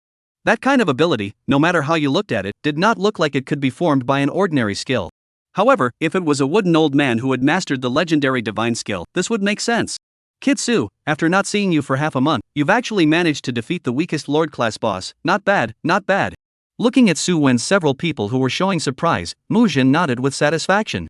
Hee, it's fortunate that Elder Mu stepped in at the end, or else he would have let that boss have his way, and I still don't know how much trouble he would have caused. Speaking of this, Su Wen was a bit puzzled again. Elderwood, do you know what's going on with our copy this time? That Afra isn't like a normal boss at all, it actually has the 2 means of cross-border teleportation and the dark ancient domain. If he had managed to release these 2 tricks in their entirety, we might have gotten out long ago. Let me explain this. At this moment, a well-mannered middle-aged handsome man walked over. This person was none other than Situ Jia. This large replica is something I encountered in a dangerous place outside the heavens. I thought it was an ordinary level 100 replica, but the aura it gave me was incomparably weak. In the end, after I detected it, I found that it was a low-level copy formed after a dying powerhouse was transformed by the rules of the world. But what I didn't expect was that that person had such a means. Not only was he able to fake his death and resurrect, but he also nearly activated a cross-border teleportation array. Speaking of this, even Situ Jia, who was a 100-level powerhouse, was quite frightened. Although that group of knights were not strong, or even weak to him. But the significance contained therein was not something that could be made clear by the level of rank. Su Wen's few people listened to Situ Jia's explanation and understood that the other party was the 7th grade teacher who took back the entrance to the large replica. However, according to the principle that large replicas had multiple entrances, what he had taken back in the first place was estimated to be only replica fragments. Other entrances were scattered all over the world, discovered and brought back by other powerful people. Regarding the cross-border teleportation array, Situ Jia only mentioned it and explained too much. Even Elder Mu only briefly mentioned the origins of that group of knights. They were an expeditionary knight group called the Dusk Empire. As for why they were summoned and teleported by Afra, that would be a reference to the Dark Ancient Realm. Speaking of this, Elder Mu cautioned Su Wen, the Dark Ancient Domain is one of the more powerful forces amongst the known extraterrestrial civilizations we found. It is shrouded in eerie darkness, and all the monsters have mutated. From the small monsters to the bosses, their strength has risen to a higher level. In recent years, a number of naturally occurring spatial passages have been discovered with the other side, causing a lot of damage to the current world. I estimate that the other side sealed the spatial passage to the Dusk Empire inside the formation, which is why the cross-border formation is connected to the Dark Ancient Realm. And this time the Darkness Gate appeared in the present world. Even though I've eliminated the remaining traces of darkness, I'm still worried that a new passageway will appear recently. Listening to Muzhuan's explanation, Suwon felt a wave of headache. He just wanted to clear a copy. How did he cause so much trouble? Seeing Suwon's bitter face, Muzhuan laughed. These are still far away from you guys, at least it doesn't matter now. As for the spatial channel formed from the dark ancient domain, it's actually not that scary, and it could still be a chance for you professionals. As for what the chance was, Muzhuan didn't say and Suwon didn't ask. He would naturally know when it really came to that. After bidding farewell to Muzhuan and other teachers, the four talents returned to the dormitory respectively. There were too many harvests this time, and Suwon had to organize them properly before he could do so. Since Suwon had harvested 3 purple suits from this trip down, he had to spend a lot of credits to start collecting low-grade gems. Among them, naturally, the main physical damage, Goat Jade, was the main one. As for the 2 obtained from the previous copies, they weren't enough to inlay his 3 purple suits. After waiting for a day, Suwon received an express delivery from the academy, a most ordinary storage scroll. However, it contained a large amount of low-grade gems. After combining the gems to level 4, Suwon then took out the purple armor and ring and began to set them one by one. Why Suwon only synthesized the gemstones to level 4? Naturally, level 4 is the most cost-effective. The main fight is to spend a small amount of money to do big things. The process is very fast. After all, the inlay does not have much failure to speak of. The equipment was fresh out of the oven. Looking at the attribute interface, Suwon nodded with satisfaction. Expeditionary Knight Armor Purple. Can be used by LV 20 or above. Durability, 1000. Defense, 264. Physique plus 24. Physical fitness plus 24. Gemstone, Lamb's Jade level 4. Physical damage 58 increased. Binding, Air Blood 522 increase. Mana 214 increase. Expeditionary Knight's Legs Purple. Can be used by LV 20 or above. Durability, 1000. Defense, 178. Physical fitness plus 23. Physical fitness plus 22. Gemstone, Lamb's Jade level 4. Physical damage 58 increased. Binding, Blood 502 increase. Mana 198 increase.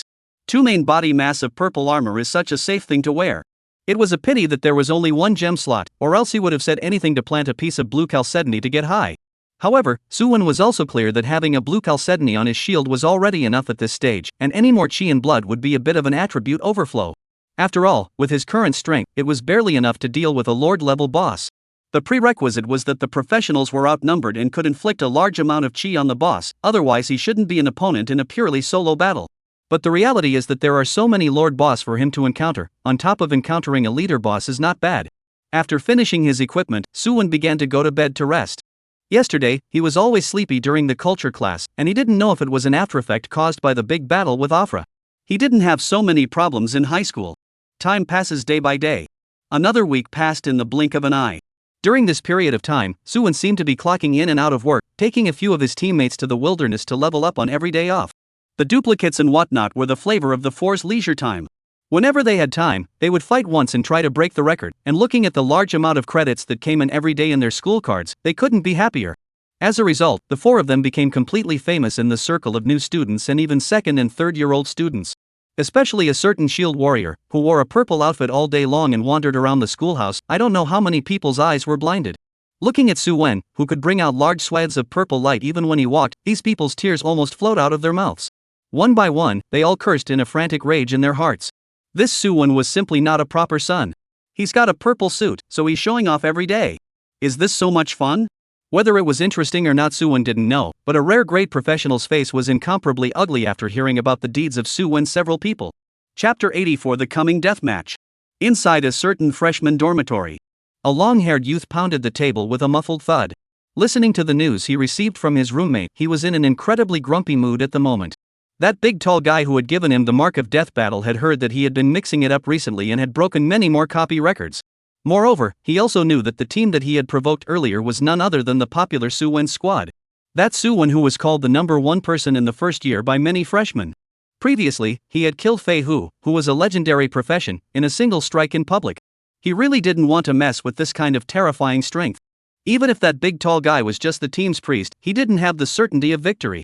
This was because a deathmatch wasn't like a normal duel in the ring, where props could be used without restriction. As long as the current level range can be used in the deathmatch, 100% restoration of the field scene. That's why the long-haired youth was worried in his mind whether that legendary priest would come up and pull out a bunch of props to smash him to death. Thinking of the incomparably terrifying experience penalty after death, the long-haired youth felt a pang of flesh pain. After binding the Qiankuan lock, who knew just how much effort it took for him to upgrade? No way. The long-haired youth pounded the tabletop again and jerked to his feet.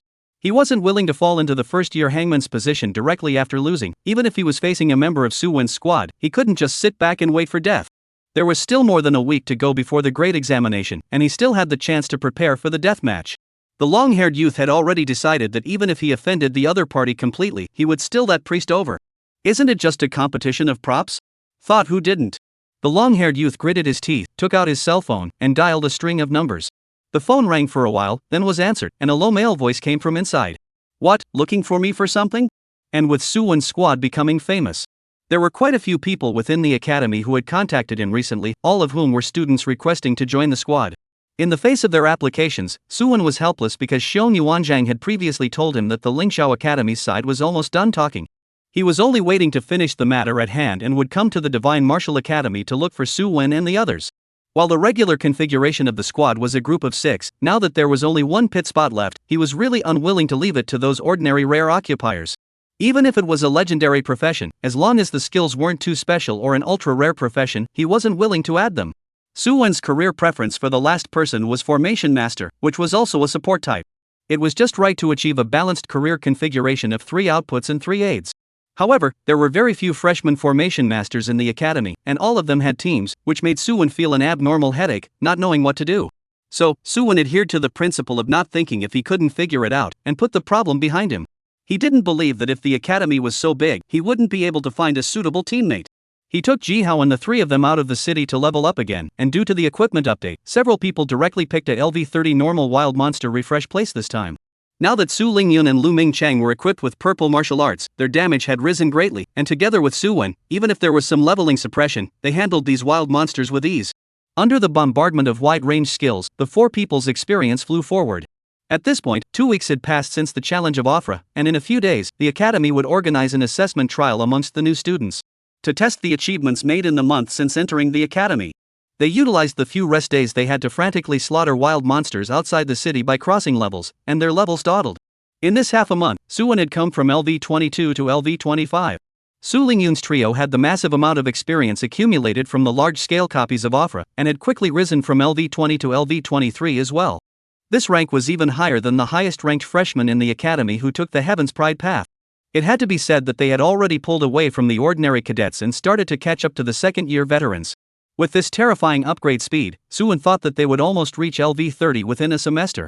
Moreover, after killing monsters during this period of time, several people had already stored a large amount of experience within their Qiankuan locks, which was enough to slightly upgrade the skills under their control. Su Wen sat under a large tree, his back against the trunk, looking at Ji how several people took out his Qiankuan lock. Tell me, everyone, how do we upgrade to maximize the effect of our skills? Compared to them, Su Wen had mostly full passive skills on him, and there were only 2 that were worth upgrading. Jihao rubbed his chin, his eyes glanced at Lu Mingcheng, and opened his mouth to laugh. I'm naturally focusing on Dark Salvation and a few healing skills right now. The experience required to upgrade skills in the early stages isn't much, so I should still be able to carry it off. Rather, it's old Lu, you have to light up the soul return technique. First, you're making me feel a bit insecure with this one soul return marker. Lu Mingcheng nodded his head, feeling that what Jihao said was very reasonable, that I'll upgrade the soul return technique. First, I don't feel that upgrading is necessary for the other skills, it's a bit of a waste of experience. Sister Rhyme, what about you? Lu Mingcheng shifted the topic to Su Lingyun. He remembered that this one mastered quite a few powerful skills as well. It was expected that it would be difficult to make a choice. As expected, Su Lingyun closed her eyes tightly, a painfully tangled look on her face. She really liked the Meteor Fire Rain, given by Afra, as a rare skill that was popped out. This kind of wide-range fire rain was really a great tool for brushing monsters and upgrading. However, she also had her own, Star Mango Formation, and Starlight Impact, 2 skills that were not bad in terms of power. One could deal damage in multiple consecutive segments, while the other was a single burst, and she didn't want to give up either one. Lingyun, I advise you to better choose less. Su Wen naturally knew what the other party was struggling with. The experience stored inside the Qiankuan lock is actually only enough for us to raise a certain skill to the divine skill level. In the early stages, when we have less experience to upgrade, we can still achieve a balanced development, but in the later stages, if we still can't determine the prototype of a divine skill, you'll be tired when the time comes. Su Lingyun covered her face with both hands in pain. She naturally knew what Su Wen meant. I feel that the few skills I've mastered so far are pretty good, but if you want me to invest all my future experience into it, I don't feel like it's quite worth it again. At the very least, obtaining an ultra-rare skill will qualify you to be a divine skill prototype. I'm still too greedy, no matter how good or bad it is, I want everything, Su Lingyun felt like she was going crazy. Why was she having trouble choosing at this time? What should we do? Waiting online, really urgent. Seeing Su Lingyun, who had already put on a pain mask, Suwon was just about to scoff twice when he saw the panel suddenly pop up with a message. It wasn't just him, the same was true for the three of them. Ji Hao. Opening it up, it was actually a message from the Academic Affairs Office of the Academy. All first-year students, hello, the school will be held on October 1st, the first trial assessment, please be located in the day at 8 a.m., punctually in front of the collection of Wanben Pavilion, late counted by the results of the null and void, will be automatically deducted from the school card within the 20% credit, hope that all students to bear in mind Divine Martial Arts Academic Affairs Office. Chapter 85 Skill Upgrade. Wow, the legendary monthly exam A. Goddamn monthly exams, before the exams excel at most to give you a certificate, this trial I heard will give a lot of good things it. How do you know? How do you not know? Ji Hao and Lu Mingsheng were bickering on one side, while Suwon carefully read up on the contents of the notice above. There was an attachment in it. Clicking on it, it turned out to be the same as what Ji Hao had said, that those who excelled in the trial had a substantial reward. The top 10 were all starting with grade 4 gems. The top 3 academies were even generously rewarded with level 5 gems, but unfortunately they were only auxiliary gems. There were no Goat Jade and Purple Robe Jade, the two major wound-enhancing gems. After all, level 5 was already worth more than level 4, not to mention the two great warps among them. Suwon could understand this. This kind of small trial that was held every month was simply a good day for the academy to open its vaults and give out benefits to the students. As long as the results are ranked in the top 70%, there will be corresponding rewards, more or less just. Looking at the two who were still bickering, Suwon rubbed his eyebrows and said in a helpless tone, "Stop bickering, hurry up and upgrade the skills on hand first. With this bickering effort, we might have killed dozens of wild monsters." Ji Hao spread his hands and looked at Lu Mingcheng and laughed. "It can't be helped, our squad accidentally mixed in a stubborn bastard who always talks back to me." Lu Mingcheng was immediately unhappy when he heard this, and was just about to retort when he saw Ji Hao's large hand reaching over.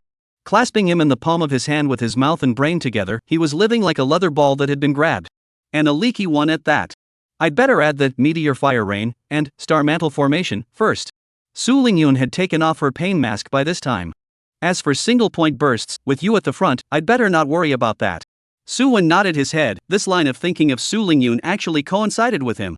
As a legendary mage with group damage skills, it was most suitable to develop in that direction of the Heavenly Tribulation taboo. Like Afra, a random skill down the line could up a large group of people. It was so much more enjoyable to brush up on monsters in the wild like this. This made Suwon sometimes have to lament that mages were really the world's favorites, and the benefits were all taken up by them. Explosive, group injury, horrible upgrade speed and higher social status, there was not a single thing that was not a mage's. The good thing is that he is not bad, with his own efforts external power hanging, hard to play the Shield Emperor into a multi-professional combined outrageous existence. Suwon's gaze fell on the Shield Up Counterattack and Weapon Mastery in his hands. The Qianquan lock in his hand began to tremble slightly, and the sea of light transformed by the experience pool within was churning. A line of hints appeared before his eyes. Do you want to change Shield Up Counterattack LV1 LV2, consume additional experience, 5,750? Suwon did not hesitate and chose, yes. He now had 19 million out of his stored experience. This amount of consumption was just a sprinkle to him. Congratulations on your skill Shield Rise Counterattack, successfully promoted to LV2, damage reduction plus 1%, rebound damage plus 5%, splash damage plus 5%, counterattack damage plus 20%. Even though it was only promoted by one level, in Suwon's opinion, the effective Shield Rise Counterattack was no less than a sea change. This initial SSS skill, which already had a damage reduction of up to 90%, was now increased by 1%. Suwon mourned for his opponent for 2 seconds. Because this upgrade was just the beginning, Shield Rise Counterattack was still far from his final form. Continuing to invest in his experience, Suwon's prompts kept flashing before his eyes. Congratulations on your skill Shield Rise Counterattack, successfully promoted to LV3. Congratulations, your skill Shield Up Counterattack has been upgraded to LV4. Congratulations, your skill Shield Up Counterattack has been upgraded to LV5. Congratulations, your skill Shield Up Counterattack has been upgraded to LV6. As the skill level increased, Suwon could clearly feel as if the shield in his hand had undergone some kind of special change. As long as he lifted it up, Suwon could hide behind the shield with peace of mind and save his dog's life. He knew that this was the effect of the Shield Rise Counterattack, feeding back to the shield. Even if he was holding a piece of scrap iron, as long as the material could carry it, it would still be able to utilize the immense power of an SSS rank skill. Just when Suwon was unable to stop himself from enjoying the pleasure brought about by the skill metamorphosis, He subconsciously continued to click on upgrade, but his fantasy was shattered by a cold prompt. Your reserve experience is insufficient to support skill leveling. This caused Su Wen to be startled and hurriedly checked up on his remaining experience. When he realized that he still had 14 million left in his inventory, he quietly sighed in relief and at the same time became curious about the LV7 upgrade requirements. 10 million levels of reserve experience wasn't enough. How much would it cost to advance? Individual, 10, 100. Million, 10 million. 17,968,750. When Su Wen counted to 10 million, he had become somewhat silent. Upgrading skills consumed experience that increased exponentially. It was only LV7 to this horrifying extent. He didn't even dare to think about how many monsters he would have to kill in the future to fill this big hole. Luckily, the upgrades required in the early stages were still acceptable, so Su Wen set his sights on weapon proficiency. Congratulations on your skill weapon mastery, successfully upgraded to LV2. Congratulations on your skill weapon mastery, successfully promoted to LV3. Congratulations on your skill weapon mastery, successfully promoted to LV6. When the two major skills were all upgraded to LV6, Su Wen looked at the stored experience that had shrunk by most of the time, and his heart ached so much that he simply couldn't breathe. Fortunately, the explosive skill effects allowed Su Wen to catch his breath and could only console himself that good steel should be used on the blade.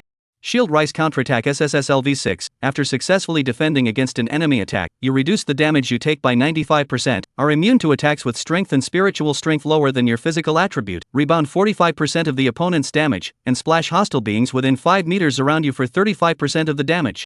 Also, your next counterattack damage is increased by 400%. Cooldown, zeros. Weapon Mastery as passive LV6. Familiarize yourself with all types of weapon manipulation, and each of your attacks will increase your damage by an additional 65%. Cooldown, zeros. The enhancement that the two major skill metamorphoses brought to Su Wen was no less than updating a few green suits on his body to purple suits. This special effect of Chinko Unlock that could upgrade skills in advance made Su Wen deeply marvel at the power of this special equipment. The students who took the path of Heaven's Pride, seemed to be upgrading slower than the others, but the benefits they enjoyed by upgrading their skills in advance were something that those people could never compare to. Even the speed of upgrading might not really be too much worse in Su Wen's opinion. He waved his shield and battle axe in his hand and began to look forward to the trial test in 3 days somewhat. Who can receive an axe from me? Chapter 86, The Academy Trial. 3 days passed quickly. During this period, Su Wen's few people were honestly attending classes at the academy, but they didn't have many opportunities to test their newly upgraded skills on the professionals. It was worth mentioning that Xiong Yuanjing happened to rush over on the day of the schoolhouse trial. Looking at the magnificent Divine Martial Academy, a touch of emotion surfaced on Xiong Yuanjing's face. Worthy of being the strongest academy in the empire. The aura alone gave off an uncomplicated feeling. Walking in, following the map guide, Xiong Yuanjing arrived in front of the 10,000 books pavilion. At this time, the place was overcrowded, and a group of professional trainees kept wandering around, looking for their class location. The patches of dazzling green light were on the verge of making Xiong Yuanjing's eyes glaze over. How damn magnificent, the Divine Martial Academy actually has a set of green clothes per capita. It was important to know that the Ling Shao Academy was at least a first-class academy, but it wasn't so outrageous as to allow every student to be equipped with a green suit.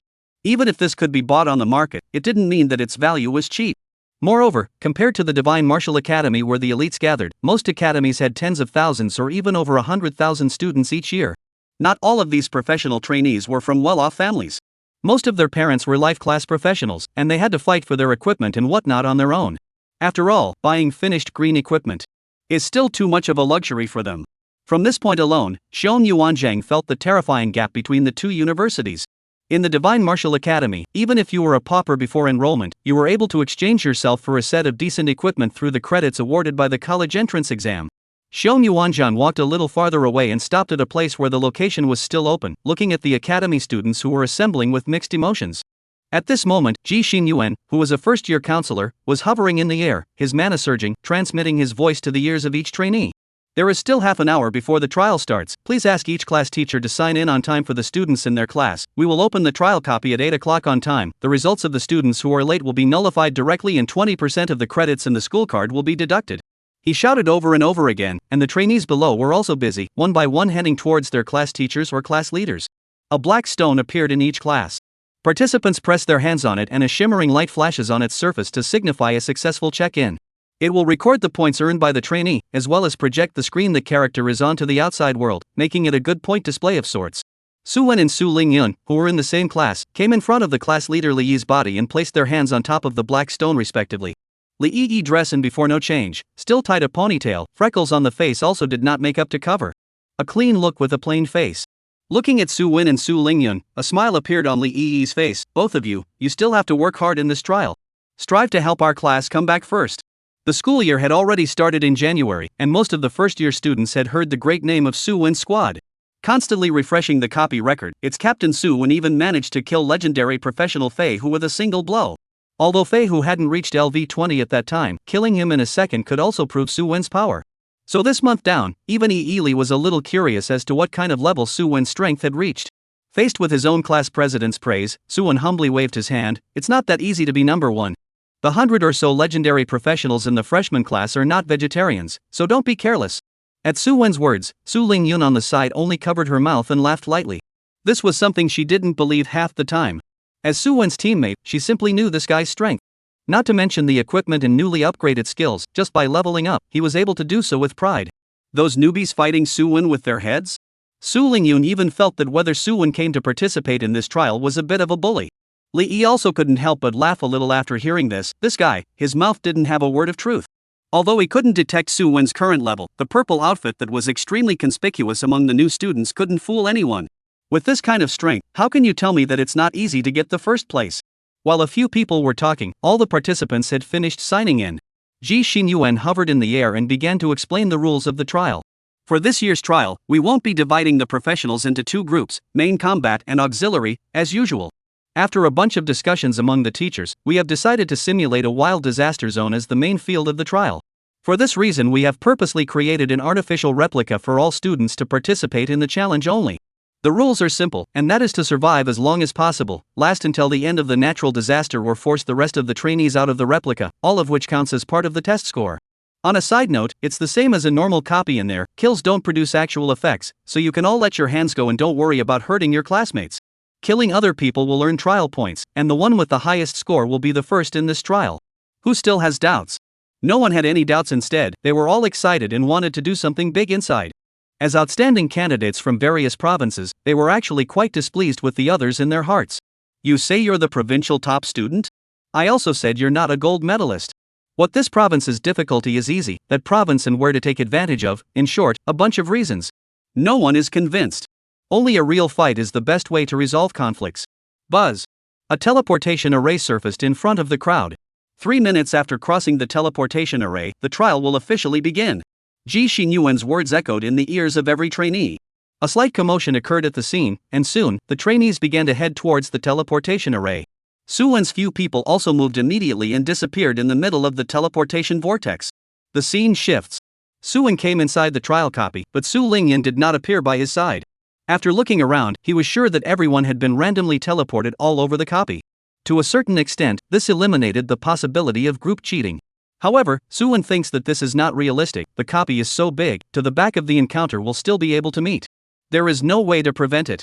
Just as Su Win was thinking about how to find his teammates, only to hear a bell ringing from nowhere, followed by the entire copy world starting to shake violently. The earth trembled continuously, shaking Su Win to the point where he almost couldn't stand up. Ka! Ka! A crack emerged from the ground, and fiery lava erupted from it, scurrying upwards more than 10 meters. Immediately afterward, boulders wrapped in flames streaked through the sky. It shot straight towards the direction where Su Win was.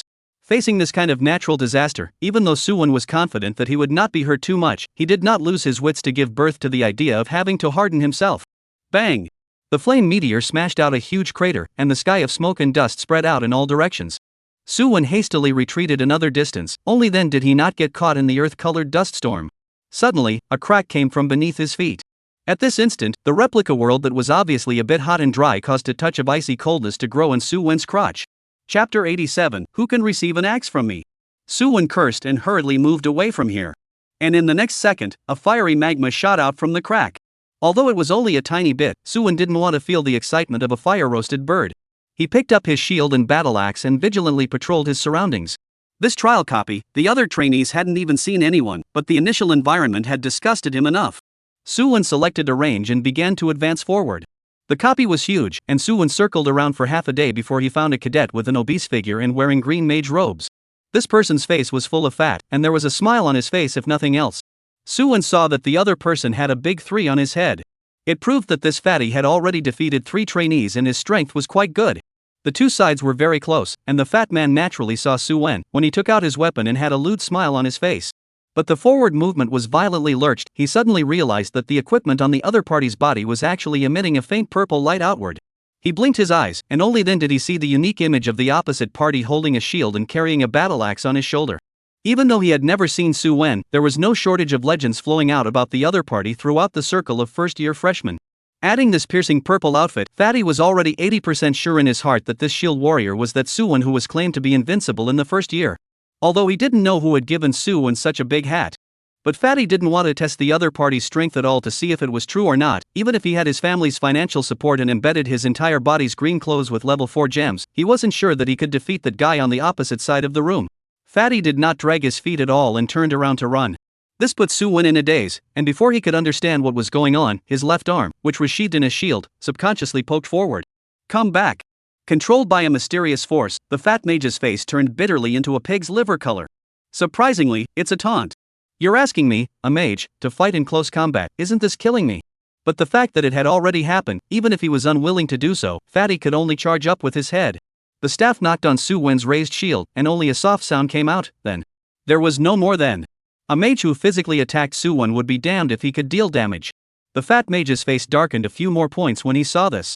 However, seeing that Su Wen had no intention of counterattacking, he was just about to raise his staff and release his escape skill to slip away. Instead, he saw a smile on the other party's face that he couldn't understand. The giant axe was raised and landed on the fat man on the eve of his successful mage skill. The fat mage had 2 level 4 blue chalcedony inlays on his body, adding an additional 8,000 points of chi and blood. As a mage, even though his body plate was brittle, with his full body equipment and gems, he had almost 10,000 points of chi blood in total. Even if he was facing Su Wen, the fat mage was confident that he could successfully escape under the opponent with his trenchless equipment. But the moment the giant axe came into contact with him, the fat man's face changed drastically, his mouth opened, and he didn't even have time to say a word before he was cleaved in half by Su Wen's furious axe. 34,867. 34,000 explosion damage appeared on a professional. Even if it was just a mage with no defense, it made Su Wen feel a surge of satisfaction with his current strength. Above his head, a large number 4 slowly surfaced. It was a bit bigger and brighter than the fat man's 3. Much like having a big light bulb over your head. In the meantime, outside the 10,000 books pavilion, the fat mage appeared wrapped in a white light. He flopped down and crouched on the ground, the fat on his face trembling, and a fine cold sweat emerged on his forehead. Even the mage robe he wore had a tendency to be soaked through. The fat mage gasped for air, recalling the scene he had just witnessed, only to feel incomparably terrified. The moment the giant axe landed on his body, the terrifying damage crazily tore through his flesh. So much so that he didn't even know if the extreme pain was caused by the decapitation of his body, or if it was because of the 30,000 plus explosion damage. What a nasty animal. I'm afraid I wouldn't have to have my entire body inlaid with grade 4 blue chalcedony in order to resist an opponent's strike.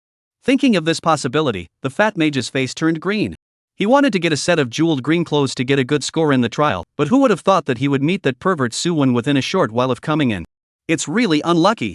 Fatty was practically frantic with depression, and piercing jeers rang out at that moment. Ha, Fatty, you can't do it either. You can only bully us civilian professionals. Why did you pull it the moment you saw Su Wen? Can't even catch a single blow. Tisk. Seeing that it was the 3 professionals he had eliminated earlier who were taunting him, Fatty hurriedly stood up and cursed at a few people. What do you guys know?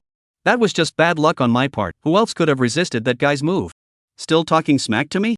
What's the matter? Didn't you get beaten enough? Come on, let's go to the ring and practice 2 moves with me? The 3 people are not moved. The leader of a youth also rushed to the 2 classmates, scowling. He's in a hurry. He's in a hurry. I told you, this fat ass is only a bully. Showing off your broken jewels all day long, how about that? It's still not someone else who beat it out of you. After saying that, this person even pouted and shook his head up with a disdainful look. Fatty was enraged and stood in front of this person, clamoring to get into the ring with the other party for PK.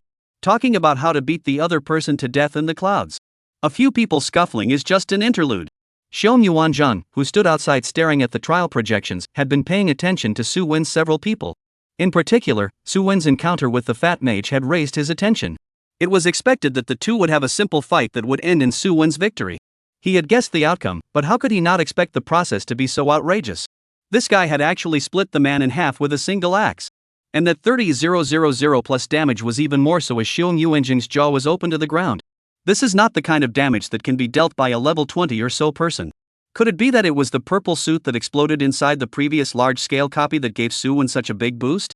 Xiong Yuanzhang remembered that when he fought Offra before, Su Wen's damage was also very perverse, and he still had over 10,000 outputs against the level suppression. But at that time, he was by no means outrageous to the extent that he is now. An electric light flashed through Xiong Yuanzhang's mind. He suddenly remembered Su Wen's earlier comment about upgrading his skills. Is it hard to believe that this is the effect of upgrading? Xiong Yuanzhang's brows furrowed as he did not have a Qianku unlock, and as per normal, extra experience would only be generated when he reached level 100. It was then that it was the time for normal professionals to upgrade their skills. So he wasn't sure why Su Wen had become so powerful at one time. The huge gap was like a cat scratch constantly irritating Xiong Yuanzhang, who desperately wanted to find out the truth of the matter.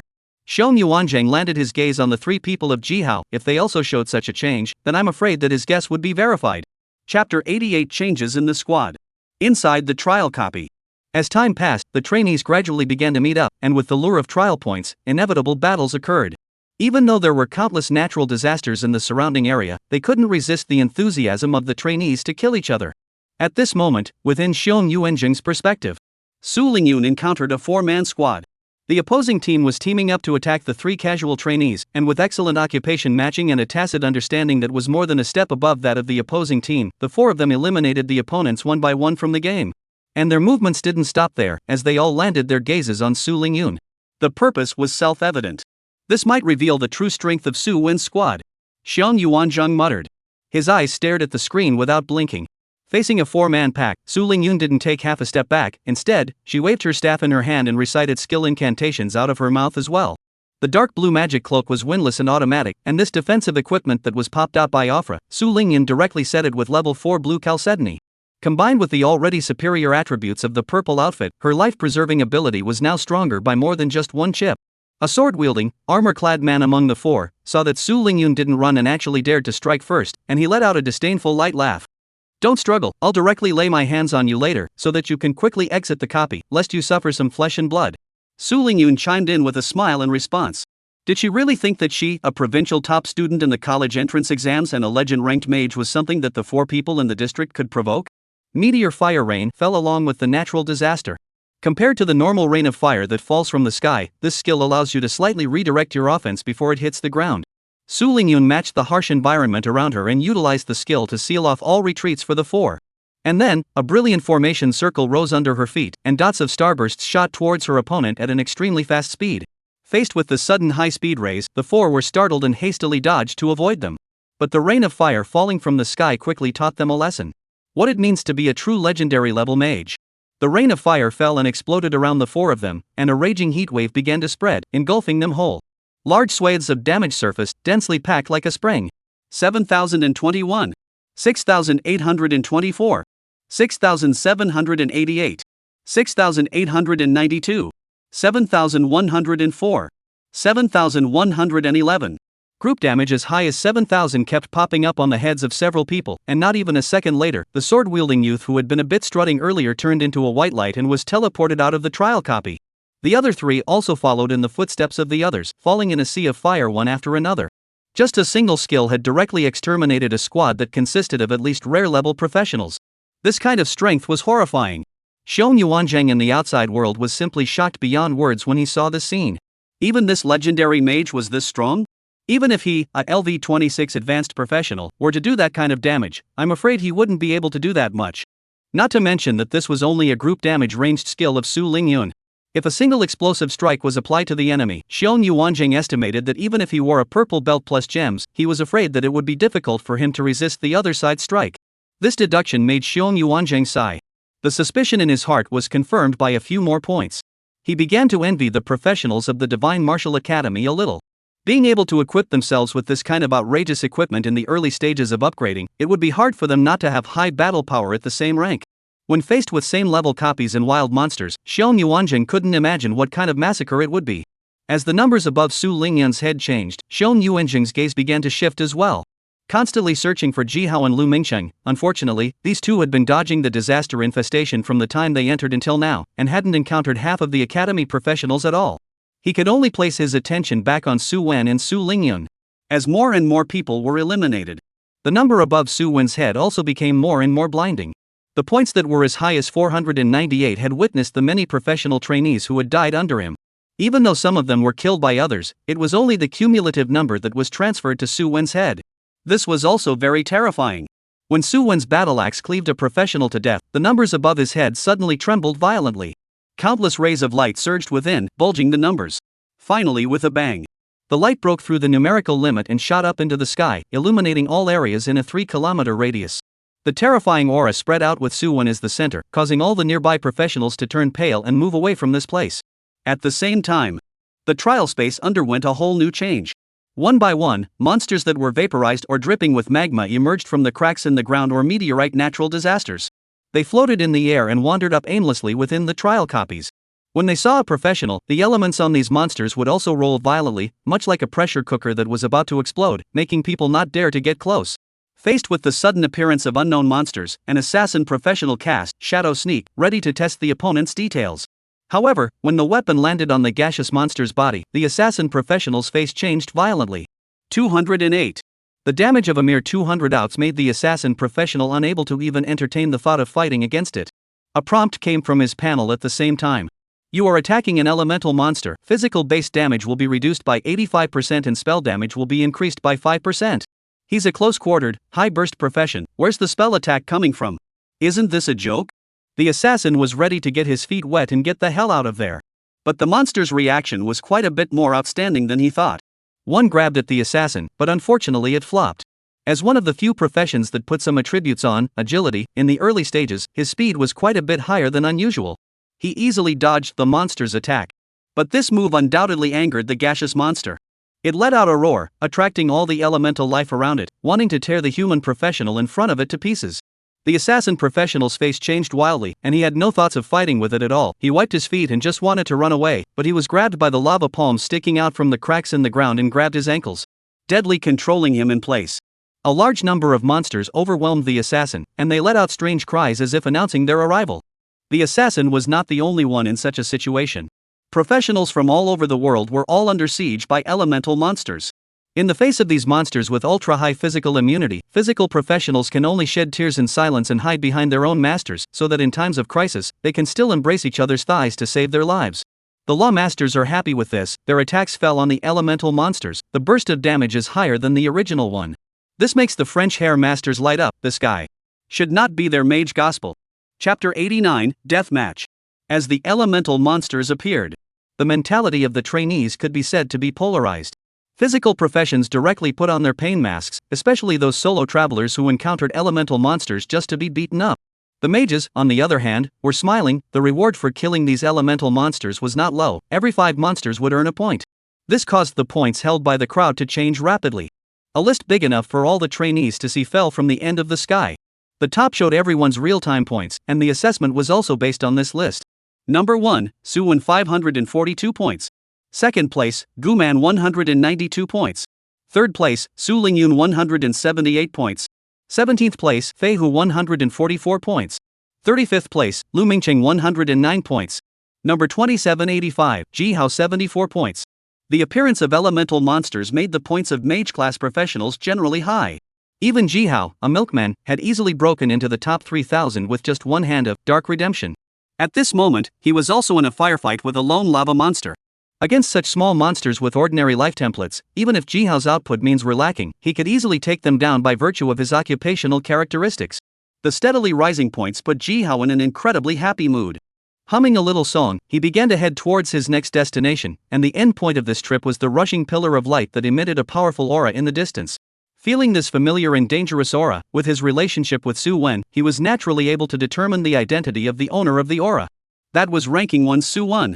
Looking at the guy with a whopping 542 points on the leaderboard, Ji Hao could only rush over to hug that guy's thighs as soon as possible, in addition to lamenting a word of livestock. If he was a priest wandering around in such a dangerous place, there might be some passing trainee who looked at Ji Hao and gave him a yang. As he advanced all the way, Ji Hao stood on a shattered hillside, and could already see Su Wen in the distance, holding his weapon, cleaving out axe light, and crushing that group of elemental monsters one by one like killing chickens. Ji Hao's mouth revealed his large white teeth, gave himself a movement buff, and quickly descended the hill towards Su Wen's side. He was happy as he ran, already able to think of the scene of the two of them crunching and killing each other within the trial copy. What lava monsters and gasified monsters, all of them were points in their hands. At this level of trial, Ji Hao's aim is to find Su Wen and then kill him wherever he goes, pushing him all the way across. Just as Ji Hao was immersed in this wonderful fantasy, a silhouette that appeared at the bottom of the mountain was what caused him to violently stop in his tracks. The opposite party saw Ji Hao and was similarly stunned for a moment, but he reacted quickly, picking up his weapon to output a burst at Ji Hao. Just then, a red skull mark appeared on both of their heads at the same time. With both sides as the center, the red skull transformed into a bloody cage with a radius of tens of meters, trapping them within. The sudden change caused Ji Hao to be startled, and also caused the man to subconsciously pause in his attack, looking vigilantly at the blood-colored cage that enveloped the four directions. The deadly fighting seal has triggered the activation condition. Both sides must defeat each other within 10 minutes to exit the fight. The loser will lose the experience required for the current upgrade, as well as 9 times the stored experience. Note, if no winner is determined at the end of the time, both sides will be sentenced to a loss and will be punished by a deathmatch. The appearance of the deathmatch cage undoubtedly indicated the identity of both sides. Ji Hao looked at the long-haired youth at the bottom of the mountain, his eyes slightly mesmerized. To be honest, activating a deathmatch within a trial copy was something he never expected. Generally speaking, the deathmatch would be arranged after the trial, but the deathmatch seal activating on its own accord forced him to deal with the challenge ahead of time. But it was good. Looking at his opponent's level, which was even lower than his own, Ji Hao's face was filled with confidence. He looked down at the long-haired youth, a faint sense of arrogance radiating from his body. It seems that the heavens are all in or on my side, and you are. Afraid that you won't be able to go far on the road to the trial this time. Facing Ji Hao's mockery, the long-haired youth similarly smiled coldly. Ji Hao, you don't really think I'm afraid of you? Without Su Wen, how can you, a priest, even a legendary profession, be my opponent? Before, you actually dared to take the initiative to issue a deathmatch to me. I'll let you taste the taste of defeat today. The long-haired youth withdrew his weapon and took out a handful of colorful colored fruits and threw them directly at Ji Hao. This guy had actually taken out the consumable props first just in case, preparing to get Ji Hao killed in the first place. Seeing the colored fruits flying in, Ji Hao was also taken aback. He pulled out a simple array disc from his backpack and hurriedly smashed it at the colored fruit. The array disc transformed into a large net of light curtains in the air, wrapping the colored fruits together. At this time, the surface of the colored fruits revealed cracks, and there was constantly golden light bursting out from within, a terrifying aura spreading out. Bang! Only a loud boom was heard as the colored fruits exploded violently, directly blowing the large net transformed by the array plate into smithereens. Smoke and dust rose in all directions, completely wrapping up Ji Hao's figure. Deathmatch cage appearance. Naturally, it couldn't be hidden from the teachers watching the battle outside or the students who had already been eliminated. As the two professionals started to fight fiercely, the crowd was all confused. A trial? How could a deadly fight suddenly appear out of the blue? It's only been a month since the start of the school year. What conflict needs to be resolved by a fight? Looking at the protagonists, both sides, one of whom was Ji Hao, Xiong Yuanjing frowned slightly and stared at the trial screen with some concern. How could Ji Hao, a priest, cope against a main combat class occupation? Despite not being able to understand what the people around him were talking about in terms of a deathmatch, he understood that the odds were that it wasn't something good. Failure was expected to result in severe punishment. Watching both sides frantically projecting props without any limitations, he knew that Ji Hao was afraid that he had met his match. With his own occupational disadvantage and the other party holding damage props, how was this going to be countered? As for the other side, Ji Xinyuan came to class 4 class teacher Zhuang Qing's side and asked in a low voice, "What's going on here? How did a priest like Ji Hao get into a deadly fight with other students?" Zhuang Qing was dressed in a sportswear outfit with big waves draped over the back of her head. She also shook her head in confusion. "I'm not sure, I haven't heard of any conflicts between him and anyone on weekdays.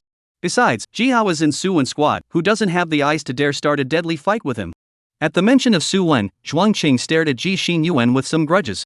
The last time Fei Hu and Su Wen dueled, but let her become a colleague's laughingstock, behind the back of the saying that she is ahead of money to send a fat sheep. So much so that after that period of time, there were always people looking for her to play some bets.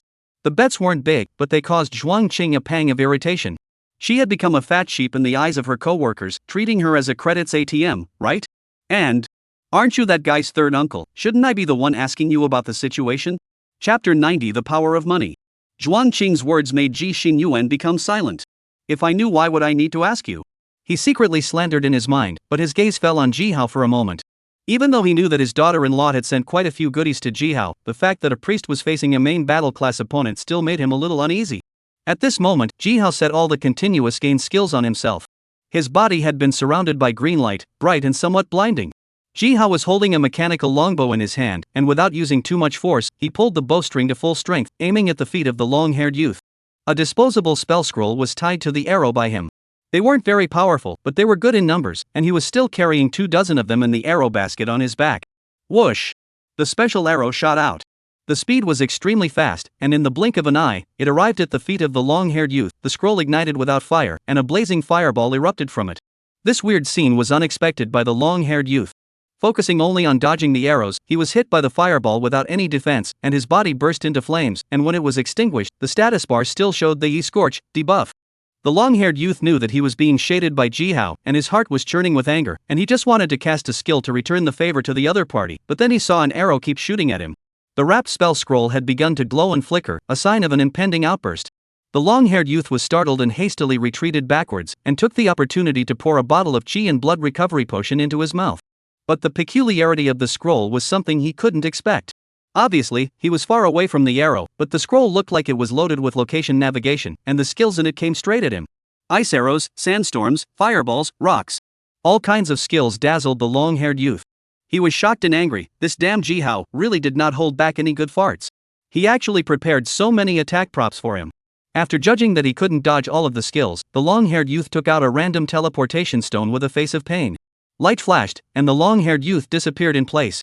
In the next second, the raining arrow shot by Jihao blew up where the other party was previously. The long-haired youth's figure emerged and luckily teleported to less than 5 meters beside Jihao. A look of ecstasy spread across his face as he waved his staff, and an instantaneous lightning strike directly shot over. With such a short distance plus Jihao's less sensitive stance, he naturally couldn't dodge the instantaneous spell's attack. 1870. With one strike, it was as if Jihao's chi and blood had been hacked away with a knife. Luckily, he was deeply influenced by Su Wen and had a level 4 blue chalcedony planted on his equipment. So much so that his chi and blood were currently in a healthy state. He retrieved his bow and arrow back into his backpack and tore open another spell scroll. Instantly, with him at the center, waves of terrifying fire spread rapidly in all directions, pushing the long-haired youth who was still trying to attack viciously into the distance. 2410. A not-so-low damage popped up on the long-haired youth's head, causing his face to change drastically. He wasn't as wealthy as Jihao, who was able to set level 4 gems on his equipment right now. So much so that when this wall of fire hit, the long-haired youth's blood was instantly cut in half, and it also put him in a complete crisis. Perhaps the next scroll to hit would be able to kill him. That would end the deathmatch and kick him out of the copy in the process. Thinking of the terrible consequences of failure, the long-haired youth's face couldn't help but pale a few points, and with a cruel heart, he took out a few primary random teleportation scrolls and began tearing them apart one by one.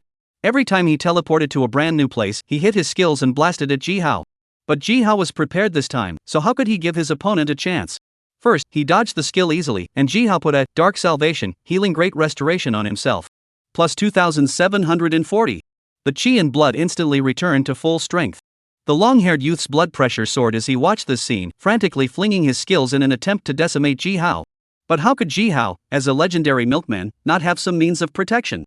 He used the terrain to his advantage to constantly position himself, dodging those single skills one by one, and only for those ranged skills would he utilize the scroll to knock them out one for one. Seeing the poor results, the long-haired youth could only tear open the teleportation scroll once again, looking forward to being as close to Jihao as possible. Once, twice, 3 times. The long-haired youth always hovered about 10 meters away from Jihao. This distance was very awkward, to say that it was far, and the skills he released Jihao resisted very hard, with a high chance of hitting. But to say close, Jihao vigilance pulled full, these skills on the mastery of the recovery ability of the priest, simply not painful. If he didn't use a powerful skill to dunk him to death, as time went on, the only one who would fail would be himself. The long-haired youth clenched his teeth and tore off the last rolled queen in his hand, and this time he had the luck of the gods and actually teleported to Jihao's back. The distance between the two was also less than 3 meters. It belonged to the level where the opposite side couldn't even dodge a random skill.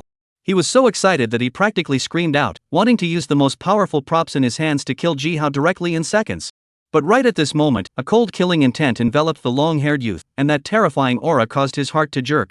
Turning his head to look, the dazzling pillar of light had already arrived outside the deathmatch cage during the exchange of blows between the two. At this moment, Suwon was carrying a battle axe on his shoulder and was looking at the long-haired youth with a playful face. Both sides did not speak, but it brought an unspeakable pressure to the long-haired youth. It was as if he was not facing a student professional, but an incomparably raging lord-class boss. Jihao also realized that the other party had probably teleported behind him the moment the long-haired youth disappeared. The faint sense of danger coming from his undershirt was also hinting at the general body position of his opponent. Without turning back, the staff in his hand flashed with extreme black light. Dark Redemption, turned into pitch black thunder and shot in the direction of the sense of danger coming from behind him. At the same time, Jihao tore open a defense scroll extremely quickly, and 6 icicles rose from the ground, forming a circle of positive hexagonal defensive ice walls. The ice wall expanded outward for 3 layers, with new icicles appearing on each layer. The 2 major skills erupted at the same time, waking up the long-haired youth who was affected by Suwon in time. He stared at what was happening in front of him with wide eyes and eyes wide open. There was no time to react at such a close distance, and in the next second, the long-haired youth was run through by thunder. At the same time, a wall of ice rose under his feet, directly smashing half of his body. 2,140. 3,458. Over 5,500 damage landed on a severely injured mage was like a heavy-duty truck hitting an old lady. It couldn't be resisted at all. The long-haired youth was enveloped in white light and had teleported to the outside world in front of the 10,000 books pavilion. His face was full of panic at this moment, and he touched his chest and right half of his body, realizing that he was intact before he breathed a sigh of relief. However, when the long-haired youth checked his own experience, an icy prompt made his face become incomparably ugly. Chapter 91. You have failed in a deathmatch, losing 400,000 experience points as well as 3,600,000 points of reserve experience. Your level has fallen, and you are currently at LV20. A dim glow enveloped the long-haired youth, and the upgrade brought attribute points that disappeared from his body out of nowhere. The long-haired youth, who was already feeling a bit weak after his death, was affected by the flow of attributes, and his face turned red. Breathing was even more incomparably rapid, and the rapid beating of his heart emitted an unbearable wail. He stared dead on at Suwon in the trial screen. If it wasn't for this guy, he definitely had the chance to cut down Jihao. At that time, even if he would have been beheaded by Suwon, who was waiting outside, he wouldn't have lost such a terrifying amount of experience. He shook his fist hard and opened the 10,000 books pavilion in the midst of many gazes, only leaving behind a sullen back. A coldly handsome young man clad in armor and sitting down straddling a warhorse stared at the other party's departing figure, then placed his eyes on Jihao and Suwon, a cold smile appearing at the corner of his mouth. Pulling the reins of his warhorse, he left this place without looking back. He didn't want to watch this farce any longer. This Jihao, winning is a bit of an advantage. A teacher noticed the details of the battle and lamented with a smile. Winning is winning. If this was in the wild, that little guy would probably have hung up long ago. Being able to win is the key, regardless of what method he used. Someone retorted, clearly not recognizing the point of view of the previous one. If it wasn't for Suwon's aura forcing him to do so, that kid would have been able to unleash his skills in whatever he said, and it's not certain who would have lost or won by then. Someone snorted disdainfully, there's no such thing as a reason. Opening a deathmatch cage within a trial copy is already rare, and being mentally affected by Suwon through a pillar of integral light, rather than Suwon affecting the deathmatch, I think it's more that guy's bad luck. It's unlucky that he crashed into Suwon's side, it's a hell if he can win. This explanation drew a lot of laughter from the teachers, and even the onlooker students also pointed out the fight just now. Lamenting the intense deadly fight between the two sides, they also envied Jihao's power. As a legendary priest, it wasn't easy to be able to fight with a main battle class profession and narrowly win a move in the end. Shou Yuanzheng also couldn't help but clap his hands, happy for Jihao's victory, and at the same time confirming that the strength of Suwon's squad had undergone a sea change. If it was the team's main sea damage that had increased dramatically, it could still be explained by replacing equipment, adding gems, and other reasons. But Jihao, as a milkman, just sent out the last strike. The damage actually broke 2,000. And he also noticed that the weapon in the opponent's hand hadn't changed. In other words, without a change of weapons, even an auxiliary profession like Jihao could barely fight against a main battle class profession. I'm afraid that this is the skill upgrade Suwon was talking about. The boost it brought to a professional could never be compared to 1 or 2 purple suits. This thing, I have to get it as soon as possible as well. Otherwise, with this LV26 rank, I'm afraid I won't be able to beat the ordinary students of the Divine Martial Academy. The ordinary students in Shou Yuanzheng's mouth naturally referred to the professionals who had bound the Qiankuan lock and had undergone skill upgrades. With his current strength, joining Suwon's squad as a deputy C, he was afraid that he would be a bit of a drag. Shou Yuanzheng shook his head and sighed. If he hadn't seen it with his own eyes, who would have thought that a professional who was only at the beginning of LV20 could be so powerful? These are all things that he could not recognize in the Lingxiao Academy. At this moment, Xiong Yuan was making up his mind completely. When Su Wen and the others came out, he asked a few people to tell him the conditions for obtaining the Qian Kuan lock.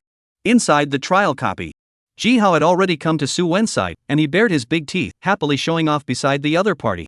How's it, was I handsome just now? A set of moves directly killed the opponent in seconds. That guy with the foul mouth, losing so much experience won't hurt him to death. Su Wen scratched his ears speechlessly. He really couldn't be interested in these two rookies pecking each other. Even the blood-colored cage that had just appeared, he could think of the key to it with a little thought.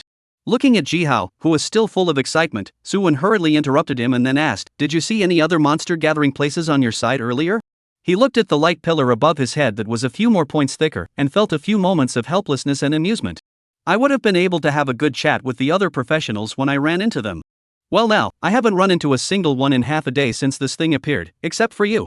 Hearing Suwon spit, Jihao only felt that the other party was pretending. What a half day of not being able to touch anyone. "Do you know what it's been like for me all this time?" He squinted down at Suwon without saying anything, his chin raised in a certain direction. The meaning was self-evident. Suwon didn't care about Jihao's weirdness, shouldered his battle axe, and walked towards the direction indicated. Along the way, elemental monsters kept coming. Suwon was like a gopher, one axe at a time, no pressure to speak of. The points steadily rose, but unfortunately, the two of them didn't even run into a single professional. But anyone who wasn't stupid in the head would deliberately avoid Suwon and look for other trainees or monsters to hunt. There was no need to be an iron-headed waif to die. While the two of them were leisurely loitering in the trial copies, another trainee who had broken through 500 points finally appeared. Immediately after that, as if there was some chain reaction, 6 more trainees with enough points to form a pillar of light appeared one after another. Looking at the leaderboard, Suwon realized that Su Lingyun, who was ranked 3rd earlier, had already rushed to 2nd. The light pillar that appeared at the very beginning was probably where Su Lingyun's direction was. Sensing that familiar aura, Suwon and Jihao slowly drew closer to each other. And the other party also seemed to have sensed something and similarly walked towards the two. 5 minutes later, the small group of 3 assembled. And the first word Su Lingyun said when she opened her mouth made Suwon probably have some understanding of those trainees who had made a collective breakthrough earlier. "I found the leader-level boss, inside a group of gaseous monsters." Su Lingyun spoke of what she had seen and heard. "Next to a huge earth crack, I, together with other nearby professionals, discovered a group of elemental monsters that were gathering. They have 10 chieftain-class boss leaders, and I estimate that after waiting for some time, these monsters will launch an attack towards us.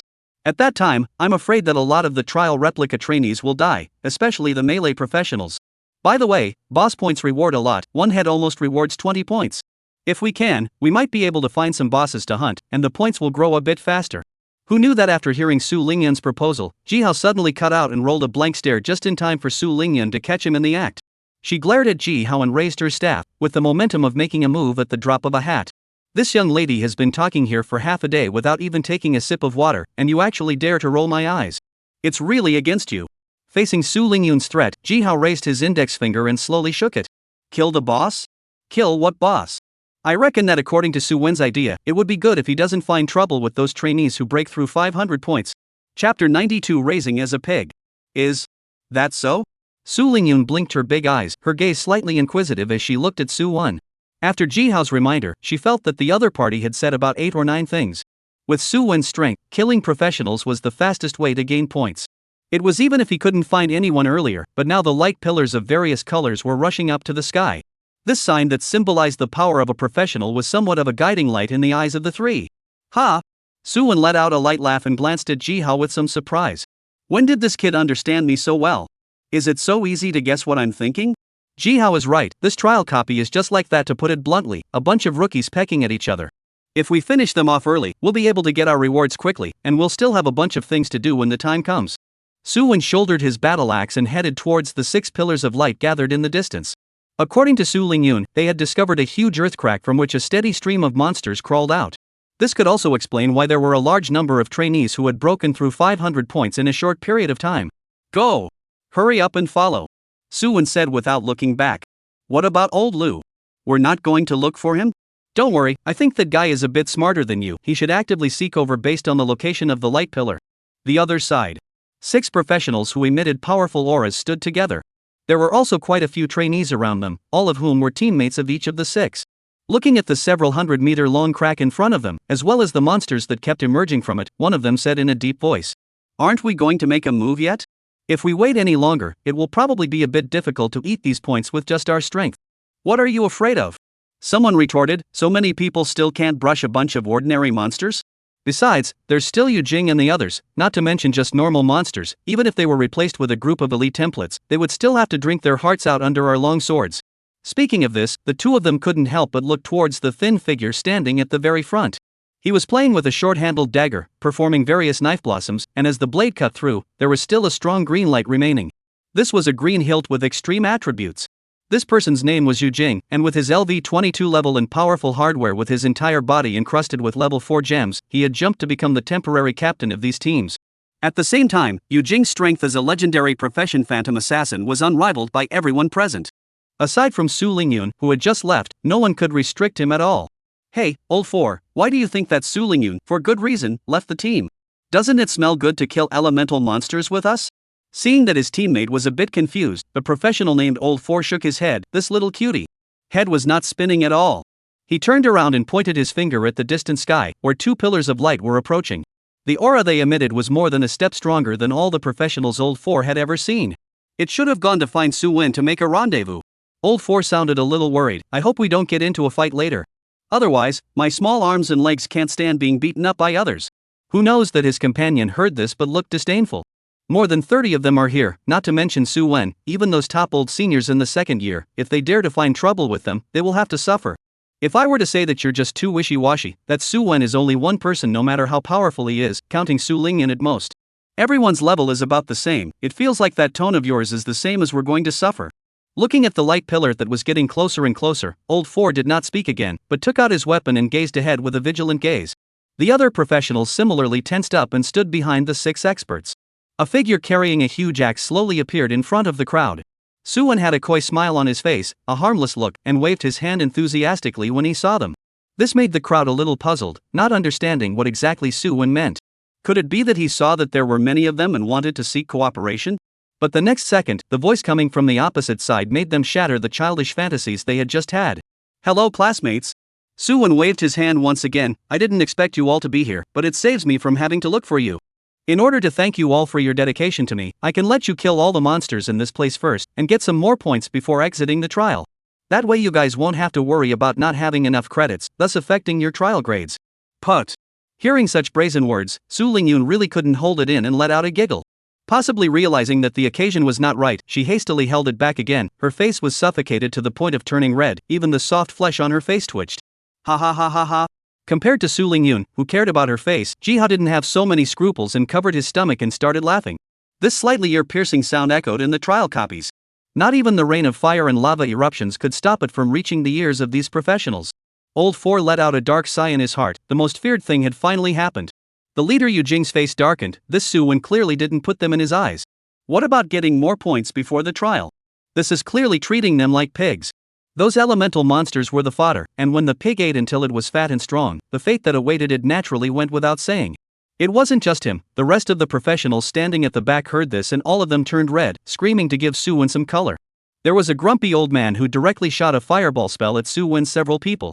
Unfortunately, the distance between the two sides was too far, and the fireball spell dissipated in the air in the middle of its journey. Fire rains and meteors from the trial copies fell from the sky, and molten lava continued to erupt, scorching every professional. The heatwave pummeled their faces, causing the occupiers, whose emotions had already been provoked by Su Wen, to become even more manic. With the first person striking, they very silently began to attack. The melee charged forward, and the support hurriedly applied status to their teammates. Due to the long distance between the two sides, even those long-range professions were running forward, coming to a suitable distance to start launching their skills. But how could Su Lingyun, who was also a long-range mage, sit back and watch this happen? She gripped her staff and released Meteor Fire Rain, one step ahead of her opponent. Due to the fact that the effect of her skill was similar to the trial copy Heavenly Tribulation, almost no one noticed the strange change originating from the sky. By the time those mages stopped and found a suitable position, Meteor Fire Rain had long since locked onto their location, and the skill landed on the ground causing a violent explosion. The dense fire attribute particles spread out, resonating with the molten magma in the cracks in the ground, further evolving into a wider range attack skill. 8,210, 7,504, 8,541, 8,223, 7,890. 7 or 8 unlucky people were smashed by the rain of fire. Their fragile body plates could not withstand such horrific damage, and they all turned into white light and disappeared in the midst of the trial copies. Chapter 93, 8,000 Object Injuries? After these people died, all the points accumulated on their bodies piled up on Su Lingyun's head. The leaderboards shifted. Su Lingyun is in first place with a whopping 867 points. Just one move of Meteor Fire Rain had reduced the opponent to nearly 1-5. Such a turn of events caused Yu Jing and the others to turn pale, and their eyes towards Su Lingyun became a little more alert and wary. This person had such a deep city. When they had killed the monsters here earlier, they hadn't realized that Su Lingyun had cast such a terrifying skill. That skill damage of up to slice 8,000 seemed to cast a haze over their heads. Even if the melee defense was a bit stronger, I'm afraid that they would have to lose quite a bit of blood to take this move. Quickly, everyone charged forward and directly used their skills to dunk them to death. Yu Jing yelled out. The same goes for the mage professions, wait until you're close to the opponent before releasing your skills. After saying that, Yu Jing entered a stealthy state and lurked over to Su Lingyun's side. According to his thoughts, if they were to blast each other from afar, their remaining mages might not be able to match Su Lingyun alone.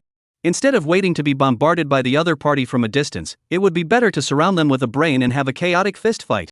Even though Su Wen's strength was rumored to be very mysterious. However, facing a group of their talented professionals, I'm afraid that with just his own strength, he would be a bit inadequate. Outside, the images of the two groups of Su Wen and Yu Jing battling each other had been zoomed in to the point where they could make everyone notice. Watching the 8 professionals with over 500 points mixing and fighting together. Many of the observing trainees were trembling with excitement, as if they were the ones fighting among them. This was supposed to be the first big battle between the top professionals among the first-year cadets since the beginning of the school year. Looking at such a disparate ratio of numbers, many people were sweating for Su Wen's few people. How could they win against a team of over 30 professionals? But in the next second, a cry of alarm sounded. They clasped their heads in their hands, looking incredulously at the somewhat delicate and thin Su Lingyun. This mage actually used only one skill to kill nearly 10 professionals on the opposite side? The leaderboards changed rapidly. Su Lingyun instantly rose from second to first. It was only then that people realized that this mage from Su Wen's squad was actually in the second position on the scoreboard before. This kind of strength was almost unrivaled by the entire first-year students. That horrifying damage was even more numbing to the human scalp, and the name was secretly memorized in his heart. Olji, 2 freaks came out of your class at once, TSK. A teacher was also paying attention to the battle. Seeing Su Lingyun disrupt the opponent's layout with a single shot of skill, he couldn't help but smack his lips and feel some envy in his heart.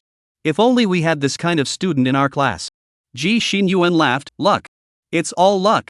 These little guys previously heard that they brushed a Lord class boss in a large copy and exploded a few purple suits, and that's how they raised their strength to this level now. In the past, they would never have been able to do such an exaggerated job. It was fine if Ji Xinyuan didn't say it, but the moment he did, it made the other teacher's eyes glaze over. A Lord class boss? Good lord, a bunch of level 20-odd baby dolls actually managed to beat a Lord class boss. It's really something. When I was first enrolled in school, not to mention Lord level bosses, even the leader level, I had a hard time fighting them. The teachers were a bit emotional. They could beat a Lord class boss at this stage, and they were afraid that it wouldn't be too difficult to deal with these equally talented professionals. Earlier, they had also said that Su Wen's few people might be in trouble. But now, it seemed that if people dared to be so arrogant as to treat Yu Jing and the others like pigs, they naturally had a corresponding backbone. At this time in the picture, the melee professional had already appeared in front of Su Wen, but the target of the attack was Su Lingyun behind him. This mage was too much of a threat. Allowing it to output freely on the field, it might not take long to kill them one by one with its horrific damage. However, these professionals only saw Su Lingyun's power, but subconsciously overlooked the fact that Su Wen was the true leader of this squad. The one who had gained the most fame within the academy was also Su Wen, crossing him over to attack Su Lingyun. If he let this kind of stupidity happen, Su Wen would simply stop being a shield emperor and simply change careers. Su Wen had a smile on the corner of his mouth, and in the face of the crowd surrounding him, he just gently opened his hand and spat out 2 syllables from his mouth. Come here. The group of professionals' faces changed, and they only felt as if their bodies were cuffed by an invisible shackle, and their weapons chopped uncontrollably towards Su Wen's side. Despite the surprise in their hearts, they were still not too worried. So what if they cast taunt? With so many people, one person can slash you to death with a single blow. Bang! Buzz! As the attack landed on Su Wen, he only saw the other party thrust the shield on his arm forward. The 3 balls of light surrounding his body also quickly transformed into a light shield, wrapping his entire body. The densely packed attacks were resisted and absorbed by the innate immovable king, emitting a crisp ringing sound like weapons hitting steel. I told you to go kill elemental monsters to save points, but you didn't listen. Su Wen swung his giant axe and spun his body up 180 degrees, successfully letting the axe blade slice through the chest of each professional.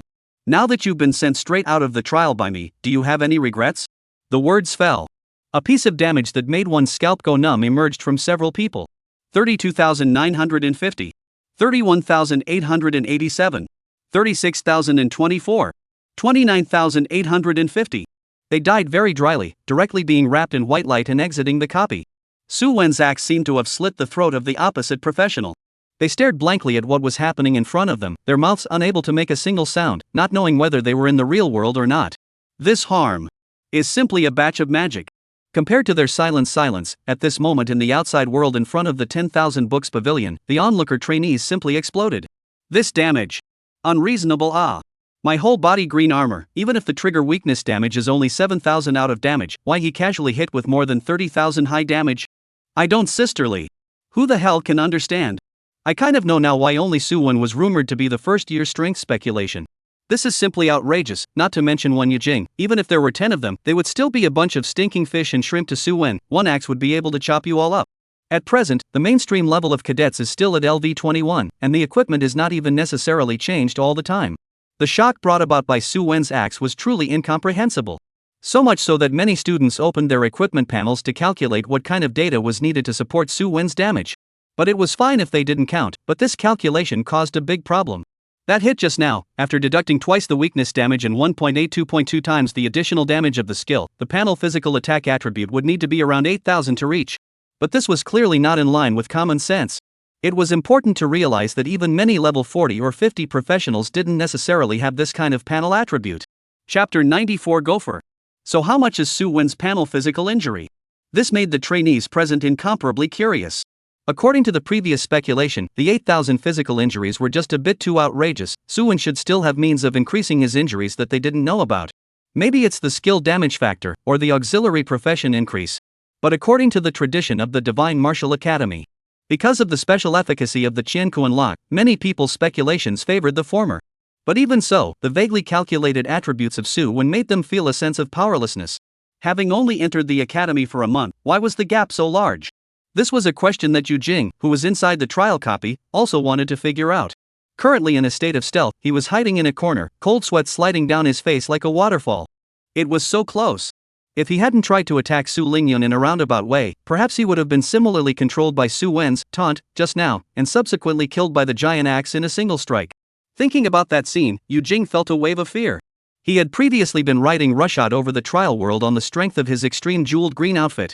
But he didn't expect that facing Su Wen, who was rumored to be invincible in the first year, he was like a boiled soft-footed shrimp that could only hide in the corner and tremble. The difference in strength was so terrifying. There was no qualification for a hard encounter at all. Yu Jing made up his mind, even if he didn't want to lose face, he couldn't let his teammates who were following him go up one by one to die. This was just a trial copy, there was no need to fight so hard.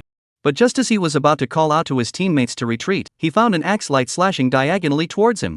Yu Jing was shocked and hastily prepared to escape.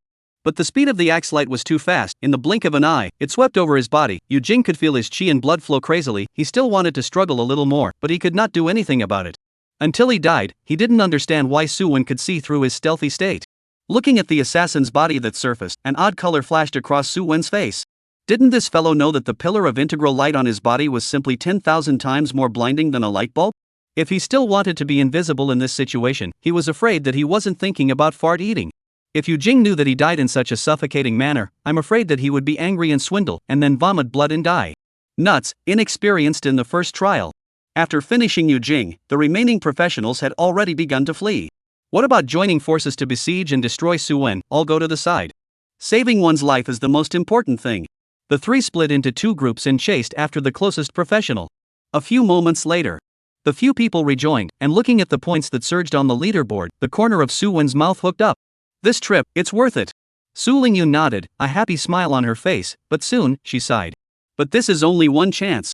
Now that we have these two light bulbs over our heads, I'm afraid we won't be able to meet any other professionals back there. Hearing Su Lingyun's worries, Ji Hao, the asshole, was sparing. Then let's wait until the trial ends or until the next 500-point cadet appears. Unless they're all stuck at this stage of 499, avoiding us and not advancing any further, but I reckon that's not very realistic. Su Wen was also clear about the dilemma he was currently facing, which was that there was no one to kill. Although elemental monsters could also raise points, there was no experience to be gained from killing those monsters. Moreover, the point thing, as long as he was guaranteed to sit at the top of the leaderboard until the end of the trial, it would be enough. Now this situation, really and Ji Hao said no difference, have to slowly wait for the end of the trial. But things are not as they should be. Although the trial copy was large, it always had its own boundaries. At this time, near the border, a large area of fire rain fell, covering the ground with a layer of orange-red coat. Countless surviving professionals fled, trying to find a safe place to stay until the end. But when designing the replica, the school teacher had already considered this kind of situation and naturally had the corresponding means to deal with it.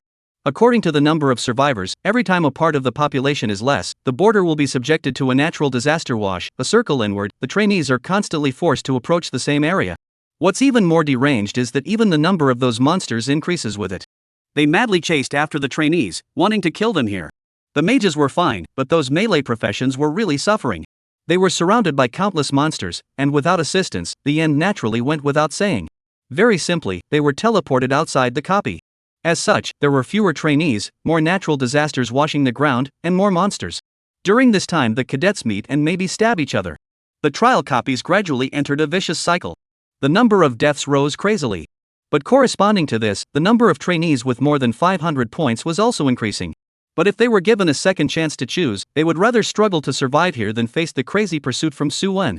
Wherever the light pillars lit up, Su-wen would chase them. With the acceleration skill cast by Ji-hao, the distance between the two sides was quickly closed. What awaited the other party was a brutal beating. Whenever the opposite party showed an expression of wanting to curse, Su-wen would feel a strong sense of satisfaction from the bottom of his heart. This kind of trial was simply a little game to delight his mind and body to him. Now it was the very classic whack-a-mole. Su-wen went east and west, constantly clearing out those strong people who had more than 500 points. As the range of the light pillar grew larger and larger, every time he moved in a certain direction, it brought about a strong chain reaction. The surrounding professionals frantically fled to the side. Through the leaderboards they could see that it was Su-wen himself who was rampaging through the trial copies at this time. So much so that every time they moved away from Su-wen's trajectory, they would inevitably encounter other professionals. A dragon fight officially began. The trial copies became more and more chaotic. With less than 1,000 people left, Lu Mingxing finally returned to Su-wen's side. At this time, he was bending over and panting, his forehead was covered in a layer of fine sweat, and his eyes were incomparably grudging as he looked at Su-wen. Su-wen had a jolt, goosebumps rose all over him, and he retreated backward without any trace. "I say, old Lu, why are you here now? This trial is almost over." Hearing Su-wen say this, Lu Mingxing's breathing became more and more rapid, and his eyes were filled with blood. "Do you think I don't want to come earlier? After you. Every time I try to catch up to you, you run out a long way. Every time. Do you know how I ran this leg down?" Facing Lu Mingxing's questioning, Su-wen awkwardly scratched his head. "Good fellow. So you've been eating out of our asses for half the day?" Earlier he had wondered if Lu Mingxing was hiding in some nook or cranny. After all, his points on the list hadn't moved for a long time. Even Su-wen had the bad taste to think that there wouldn't be any warrior who had yanked Lu Mingxing in passing. He had to know that he had to reward the other party with a thumbs up, and then talk to the other party about the life principles of a professional. He hadn't thought that in the end, it was Su-wen who had screwed him over. Su-wen coughed dryly and changed the topic in a raw manner. "Now that everyone is here, later on we will follow the direction of the light pillar and start clearing out those professionals." Chapter 95, Pushing Invincible Across. The crowd nodded in agreement. It began to make its way to the site of the nearest pillar of light. As Su-wen and his group moved, all the surviving occupiers began to frantically flee. Due to the shrinking space of the trial copies, the remaining area was now able to see the movement of all the occupiers with more than 500 points. The most conspicuous ones were still the two rushing beams of light in the center of the replica. Just by looking at them from afar, one could feel an aura of terror coming over them. Without a doubt, the two light pillar owners were none other than Su-wen and Su Lingyun, the top two in the rankings. At this moment, they began to work on clearing the trial copies. The first ones to be unlucky were the trainees who had developed to this point and whose points had actively or forcibly exceeded 500. Facing Su-wen, they were no different from other professionals. It was all a bunch of stinky fish and shrimp. With the expert assistance of Lu Mingxing, a warlock, several people were moving much faster than before. A few moments later, they caught up to the team of professionals who were still escaping. At this time, seeing Su-wen several people arrive, the face of the trainee with more than 500 points turned green. "What bad luck!" He sighed, then said to his surrounding teammates, "You guys run first and find a place to stay." Learning from this lesson, it's better to get stuck below 500 points as a last resort, so the other side can't spot you. His teammates were not as pessimistic as he was, all of them had smiles on their faces. "What a good captain we have." Even on his deathbed he was thinking about how to protect us. "But don't worry, we won't go up to Su-wen to seek revenge, this will also allow you to walk in peace. Have a good trip." They waved their hands and fled far away in all directions in a swarm. Seeing this, the captain's already ugly face was now blacker than a pot of charcoal excessively. Even his surroundings seemed to be shrouded in dark clouds as the air pressure gradually lowered. "Su-wen, I am 70.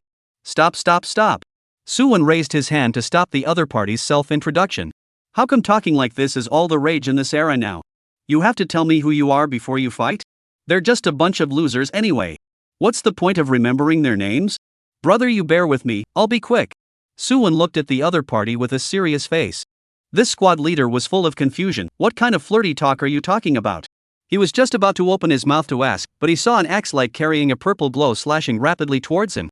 The captain's heart was alarmed, and he subconsciously dodged to the right. The axe light passed against his collar, frightening him to the point that his face turned pale. Even if he was not clear about the specific power contained in the axe light. However, the strong threatening aura emanating from it still made his hair stand on end. It was as if he was being stared at by some kind of terrifying creature.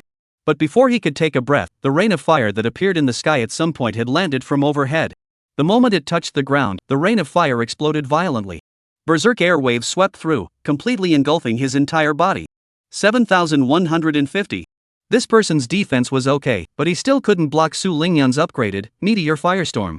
Without even lasting a second, he was passed out of the copy by white light. And this person's death officially started Su Wen's squad's sinful life in the trial copies. Due to the continuous shrinking of the safe place, Su Wen and his team had no trouble clearing out the trainees with more than 500 remaining points from the copy. And these remaining professionals. As Su Wen's map-wide sweep unfolded, they began to let out heart-rending howls of misery. One axe at a time, who the hell can stand it? The four fought from east to west, pushing from south to north. The trial copies were almost a meter shallow from their plowing, and all the surviving professionals were trembling in fear. Hiding in a hidden corner, they didn't dare to move. Because the safety range at this moment was enough for Su Wen to observe them with his naked eyes. As long as they could stay alive, they would be able to gain a considerable amount of profit based on the survival points reward alone. Su Wen was unable to find them, but it didn't mean that the local natives, the elemental monsters, couldn't find them. Another miserable scream rang out. Su Wen cooperated with these elemental monsters and cleared them out of the copy one by one. The number of professionals continued to decrease. 72, 54, 27, 12, 9. When the number of survivors was lower than 10, the sound of the grand bell rang again, and everyone was enveloped in white light and teleported out of the copy world together. The scene changed. Su Wen realized that the few people were back in front of the 10,000 books pavilion. However, unlike earlier, both the trainees and teachers present, whether they were trainees or teachers, all glanced in their direction intentionally or unintentionally. Su Wen's gaze looked away, and certain trainees hastily shifted their eyes when they saw this, fearing that Su Wen would stare at them. That terrifying scene of the previous copy, they wouldn't dare to experience it again in the current world. It would really kill them. Su Wen, but it's really you. Xiong Yuanzhang came from the distance and patted his shoulder with a somewhat emotional tone. Where is this a trial? It's clearly your personal show, isn't it? Killing everywhere you go. TSK. Can be really awesome. Since Xiong Yuanzhang had decided to join the squad, he was pulled into the Gourd Six Brothers group by Su Wen. After such a long time of online communication, there was no rustiness or awkwardness when they met. He whispered to the three, "You guys don't know, these teachers out there are about to blow up.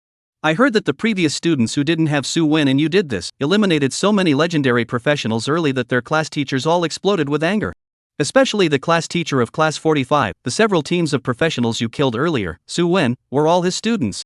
This time, you were directly massacred out of the game. I reckon you're going to be out of luck, Su Wen." Hearing Xiong Yuanzhang's words, the corner of Su Wen's mouth twitched. The end of the month trial was just a trial. It wasn't so bad to hold a grudge, right? He subconsciously scanned over to the teacher's team. However, he noticed that a bald man was staring at him, and when Su Wen looked back, the man's eyes widened once again. It was alive like a monster that wanted to eat people. His mouth opened and closed without making a sound. But a layer of fine sweat dipped out behind Su Wen, as if he had read the other party's lips. "You kid, don't leave after school." Su Wen was a little embarrassed and didn't know what to say back, so he could only scratch his head and dryly laugh there. Luckily, Ji Xin Yuan spoke out and saved his life. "The trial is over. The final scores of all trainees will be calculated according to the points earned as well as the time of survival together. The top 10 of the trial are now announced, and the rest of the trainees can check the official website of the Academy for the results or details of this trial. First place, Su Wen. Second place, Su Lingyun. Third place, Li Tong. Eighth place, Fei Tiger. 10th place, Xia Zizhen." As the top 10 list was announced, many trainees wailed. They were all the first to be liquidated by Su Wen's over 500 points powerhouses. Because they were too conspicuous and were targeted by Su Wen, their super high points were not of any use at all. It was not as good as the ordinary professionals who survived to the back. "It's all about that guy." The crowd looked over, but they saw Su Wen scratching his head and giggling, as if he was an imbecile who hadn't grown up. Losing to this kind of person added to the depression in their hearts. Unwilling, really unwilling.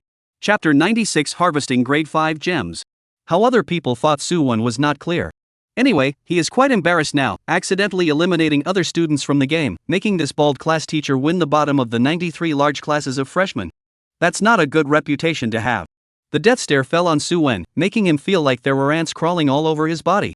The top 10 in points were invited in front of Ji Xin-yuan. What Su-won didn't expect was that the trial rewards were actually prepared long ago. After Ji Xin-yuan asked the crowd for their opinions, a brightly colored high-grade gemstone appeared in their hands. Since there is no goat jade or purple robe jade, Su-won had no choice but to set his eyes on the remaining 4, and again, given the specificity of his profession, he eliminated the yellow dragon stone that increased evasion and the emerald green that increased speed. Among the blue chalcedony and the red agate that increased defense, he chose the blue chalcedony that helped him the most. There was no other reason for this. The higher the chi and blood limit, together with the innate immovable king, the stronger his ability to save his life would be. It's just that nowadays there is a lack of a purple suit with a suitable inlay, and this grade 5 gemstone can only eat dust in Su-won's backpack for the time being. After the awards were over, Su-won realized that the bald homeroom teacher was no longer paying attention to himself, and he quietly sighed with relief in his heart. And then he heard Ji Xin-yuan speak again. Only the top 10 rewards will be given out on site today. For the rest of the students, please keep an eye on the trial information on the Academy's official website, and the prizes will be delivered to your dormitories tomorrow at the latest. I declare the first trial examination officially over. As the words fell, most of the trainees present had happy smiles on their faces. This was because the top 70% of the results would have corresponding rewards. This was not so much a trial test as it was a charity meeting held by the Academy. It was easy to get a lot of rewards, the value of which was not too high, but it could also alleviate the credit expenditure situation of many students, letting them get their blood back for the time being. The trial is over. Su-won brought Xiong Yuanzhang, who was new to the team, to the Scent building. A few people booked a fairly spacious private room this time and started chatting with laughter. Xiong Yuanzhang, in particular, was not at all nervous or rushed as a newcomer to the team. In the face of his teammates' teasing, he even retaliated defiantly. "Xiongde, are you thinking about this?" Ji Hao said vaguely as he ate the delicious food in front of him. Xiongde was the nickname he gave the other party, inspired by a certain children's animation from 100 years ago. After equipping the Qiankuan lock, upgrading won't be as fast as it was before you. Xiong Yuanzhang was certainly aware of this, but he was more eager for its special effect of being able to upgrade his skills earlier. Compared to the two, he could naturally tell which was better or worse.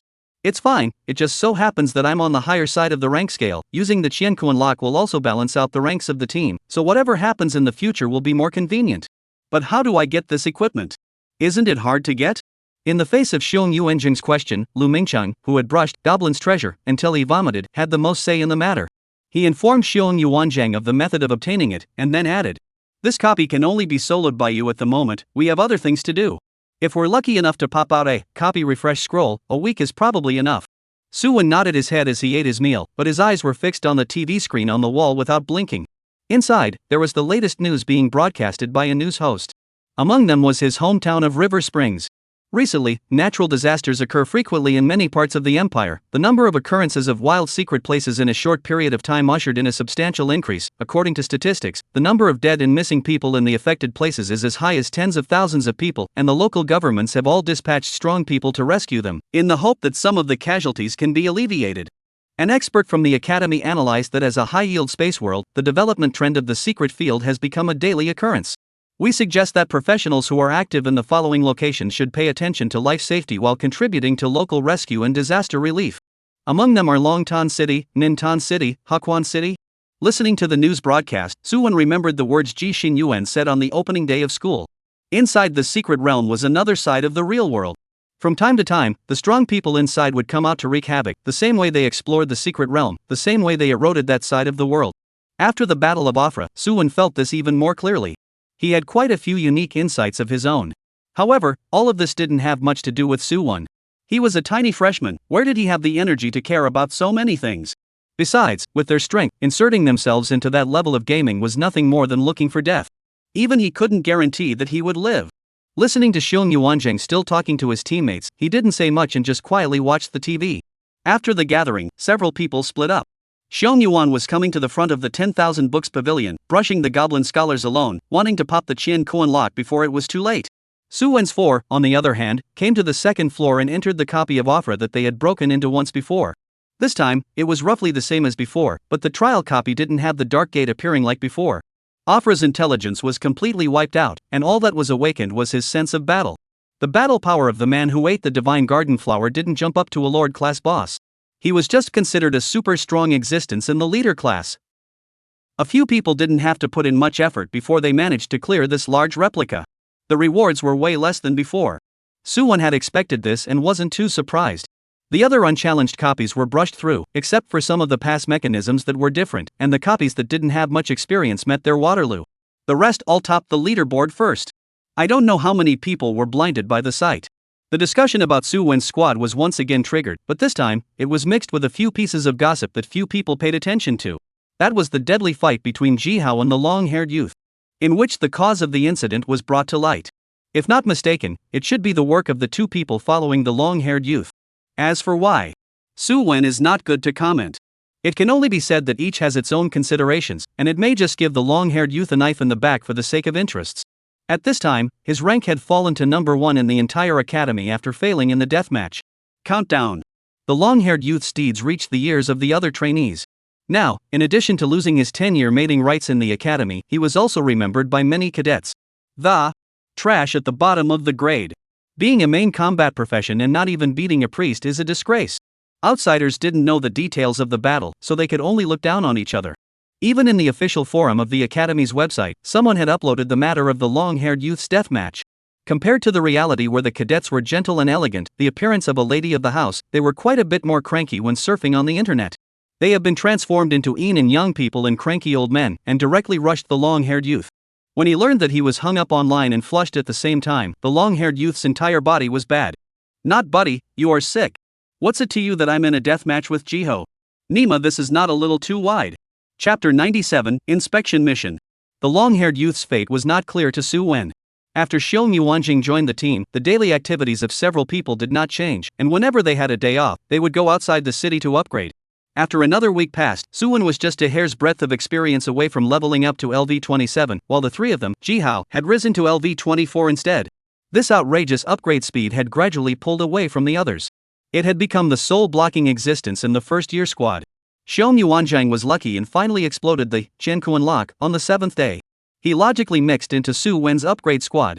After 3 days of cultural lessons, Suwon, as usual, was ready to take his teammates to let off steam outside the city, striking that LV30 that was close at hand. But a message suddenly spread within the academy. A large number of tasks with generous rewards were separated from the Tendu, hunting hall, and hung in the task center system of many academies at the same time. Suwon had already had an understanding of the hunting hall back when he first left the city. As an official subordinate organization of the empire, the role played by the hunting hall was extremely important. It was the lubricant for the professionals to cooperate with each other. Every day, a large number of tasks are released for professionals to choose from, and many of them are team combat tasks. For example, going to some crisis-ridden replica to collect rare props, or a processing factory releasing hunting orders for wild monsters. However, these are usually geared towards social professionals, that is, professionals who have not gone to school or have graduated. They have a large base and a lot of time on their hands, and are the perfect people to accomplish these chores. Today, the hunting hall had a dramatic increase in tasks and had no choice but to send them out to other cooperative forces. Among them was the Divine Martial Academy. Suwon had heard from the passing students that the newly released mission rewards were extremely generous, and that there were precious and incomparable cultivation fruits to exchange for qualifications. This matter of rewarding purchase qualifications was not unfamiliar to Suwon. The Divine Martial Academy, as the #1 academy in the empire, had seen countless strong people come out of it, so it naturally had a rich heritage. And the cultivation fruit is a very precious upgrade prop. Its function was very simple and overbearing. It could make a professional gain an additional 10% experience after a battle. The effect lasts for 5 hours. The cultivation fruit is a bestseller among senior cadets and can be treated as a general equivalent. It is 1,000 credits apiece and has a price. Because of this, Suwon was about to walk out of the gate of the academy, and his footsteps twisted hard into the task center. There were spatial formations arranged inside, and a large number of tasks flowed past their eyes like a waterfall of information. Miraculously, Suwon didn't even read what was written on it, but he memorized the information and understood what the mission requirements and rewards were. The academy is really generous, 10 cultivation fruit redemption qualifications said to give. I heard that this thing many seniors are rushing to collect it, giving one more than the other. Sifting through the newly released tasks, Jihao couldn't help but lament out loud. Because of the replica bully list, he actually had quite a few credits in his hand, with a large amount coming in every day. However, Jihao knew in his heart that they were just an extremely special handful of people. It was only with Su Wen, a pervert, leading the group that they had the substantial wallets they had today. Like other students, spending 1,000 credits to buy a cultivation fruit was too extravagant. So valuable? Shou Yuanzhang was a little surprised, but it was just an extra 10% experience for 5 hours. Was it so exaggerated? He came to the Divine Martial Academy for nearly 10 days, and has a certain understanding of the prices here. An ordinary green suit was only a few thousand credits, and the cultivation fruit, as a consumable, was actually sold at such a high price that it was simply incomprehensible. One step faster than the next. You think it's a joke? Su Wen smiled and explained, don't underestimate this 10% experience. When we professionals upgrade, the time is measured in years. If we can always maintain this pace during this period, the time saved, especially like us with Qiankuan locks. Interested, you can do the math yourself. Su Wen said, his hand reached out and brought over a list of tasks. Secret Realm Inspection. Suitable level, LV20 LV35. Task content, investigate the situation of the descent of the secret realm around the disaster place. If the secret realm is found, the professional is required to explore the intensity of the secret realm and form a simple report. Task reward, 10-100 cultivation fruit purchase qualification. This newly appeared inspection quest was assigned from the hunting hall side. Due to the simultaneous outbreak of a large number of natural disasters, the local government had attached great importance to it and had issued this mega inspection mission to the hunting hall. Most of the secret realms descended outside of the city, and how large was the range outside of the city? Just by looking at the densely packed leveling grounds, one could guess a thing or two. Dividing the scope of inspection according to the monster type, a city sent out about several hundred similar quests, just in different locations. Su Wen picked half a day and finally landed his eyes on a place called Donghai City. There were more occurrences of non-natural disasters over there, and the landscape was vast, so there was enough time for their group of student boys to explore. The difficulty of the mission was not high, and even if they couldn't complete it, there was still a minimum purchase qualification reward. It's a completely costless business. Taking the list of tasks in East Sea City in his hands, Su Wen posted his school card upwards. The list, which originally emitted fluorescence on its surface and resembled a magic prop, quickly transformed into an ordinary storage scroll appearance. At the same time, the information of this quest was also temporarily deleted. Unless Su Wen's squad failed in their actions or exceeded a certain time limit, this quest would not appear before the eyes of any other professionals. This avoided vicious competition between trainees. Jihao brought his head over and just glanced a few times before losing interest. In his opinion, these quests were more or less the same, and whether or not he could find the secret realm depended on luck. How many days are we going this time? I don't see that it's clearly stated above. Su Lingyun asked. The rest day is just 2 days, will it be a little less than enough time? Su Wen smiled and shook his head, pointing at Jihao. Teacher Ji is his third uncle, we'll take a vacation, there's no delay. Being able to practice more in the wilderness, isn't it better than being bored in the academy day after day listening to cultural lessons? The crowd glanced at each other and unanimously laughed, even Shou Yuanzhang did the same. He was the one who had come to the academy in the capacity of advanced training, and all arrangements must be made on this side. What with the horrible 4-day-a-week culture classes, he had simply never heard of them on their side. However, there are many advantages, that is, it can help most of the trainees to carry out a thorough literacy so that they will not go to the field with 2 eyes in the dark and do not know anything. When Su Wen left the task center, ready to go to Donghai City, the system suddenly popped up a message. Clicking to take a look, it actually came with the same quest. The truth about disaster. Mission difficulty.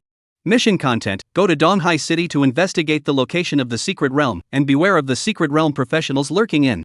Mission reward, heavily tilting stone X 2000. Chapter 98, Traveling to East Sea City. Su Wen roughly scanned the system quests and his heart rippled. It was different from an inspection task with a skeptical nature like hunting hall. The hints given by the system were already quite obvious that this large-scale descent of the secret realm was perhaps caused by human intervention. They utilized certain methods to make the Blue Star site actively descend into the secret realm, allowing the two to form a spatial passage. Especially the last sentence of the mission content. A professional from the secret realm? Su Wen's eyes narrowed, not knowing what he was thinking. Get on the train to East Ocean City. Su and several people ordered 5 business tickets, which were not too far away. The location here was very spacious, and the front and back rows were aligned so that they could form a ring-shaped semi-confined space. Su Wen called a few people over and began to make a deployment for this inspection mission. Xiongde, in the Lingxiao Academy's culture class, did they tell you the reason for the formation of the secret realm? Or anything about other aspects? Shou Yuanzhang froze, not sure why Su Wen suddenly asked about this. After thinking for a while, he shook his head. No, we only talk about some basics, the secret realm. But no one has said too much to us. What? Is it hard that there are other things I don't know? Suwon nodded his head and his expression became serious, urging up everyone present. There are huge empires at the same level as us in the depths of the secret realm, and their power is very terrifying. The last time there was a sudden change in the large-scale copy, in which the boss, Afra, was someone from the Dusk Empire, wanting to cross the border with the help of a teleportation array. I think you should still have an impression.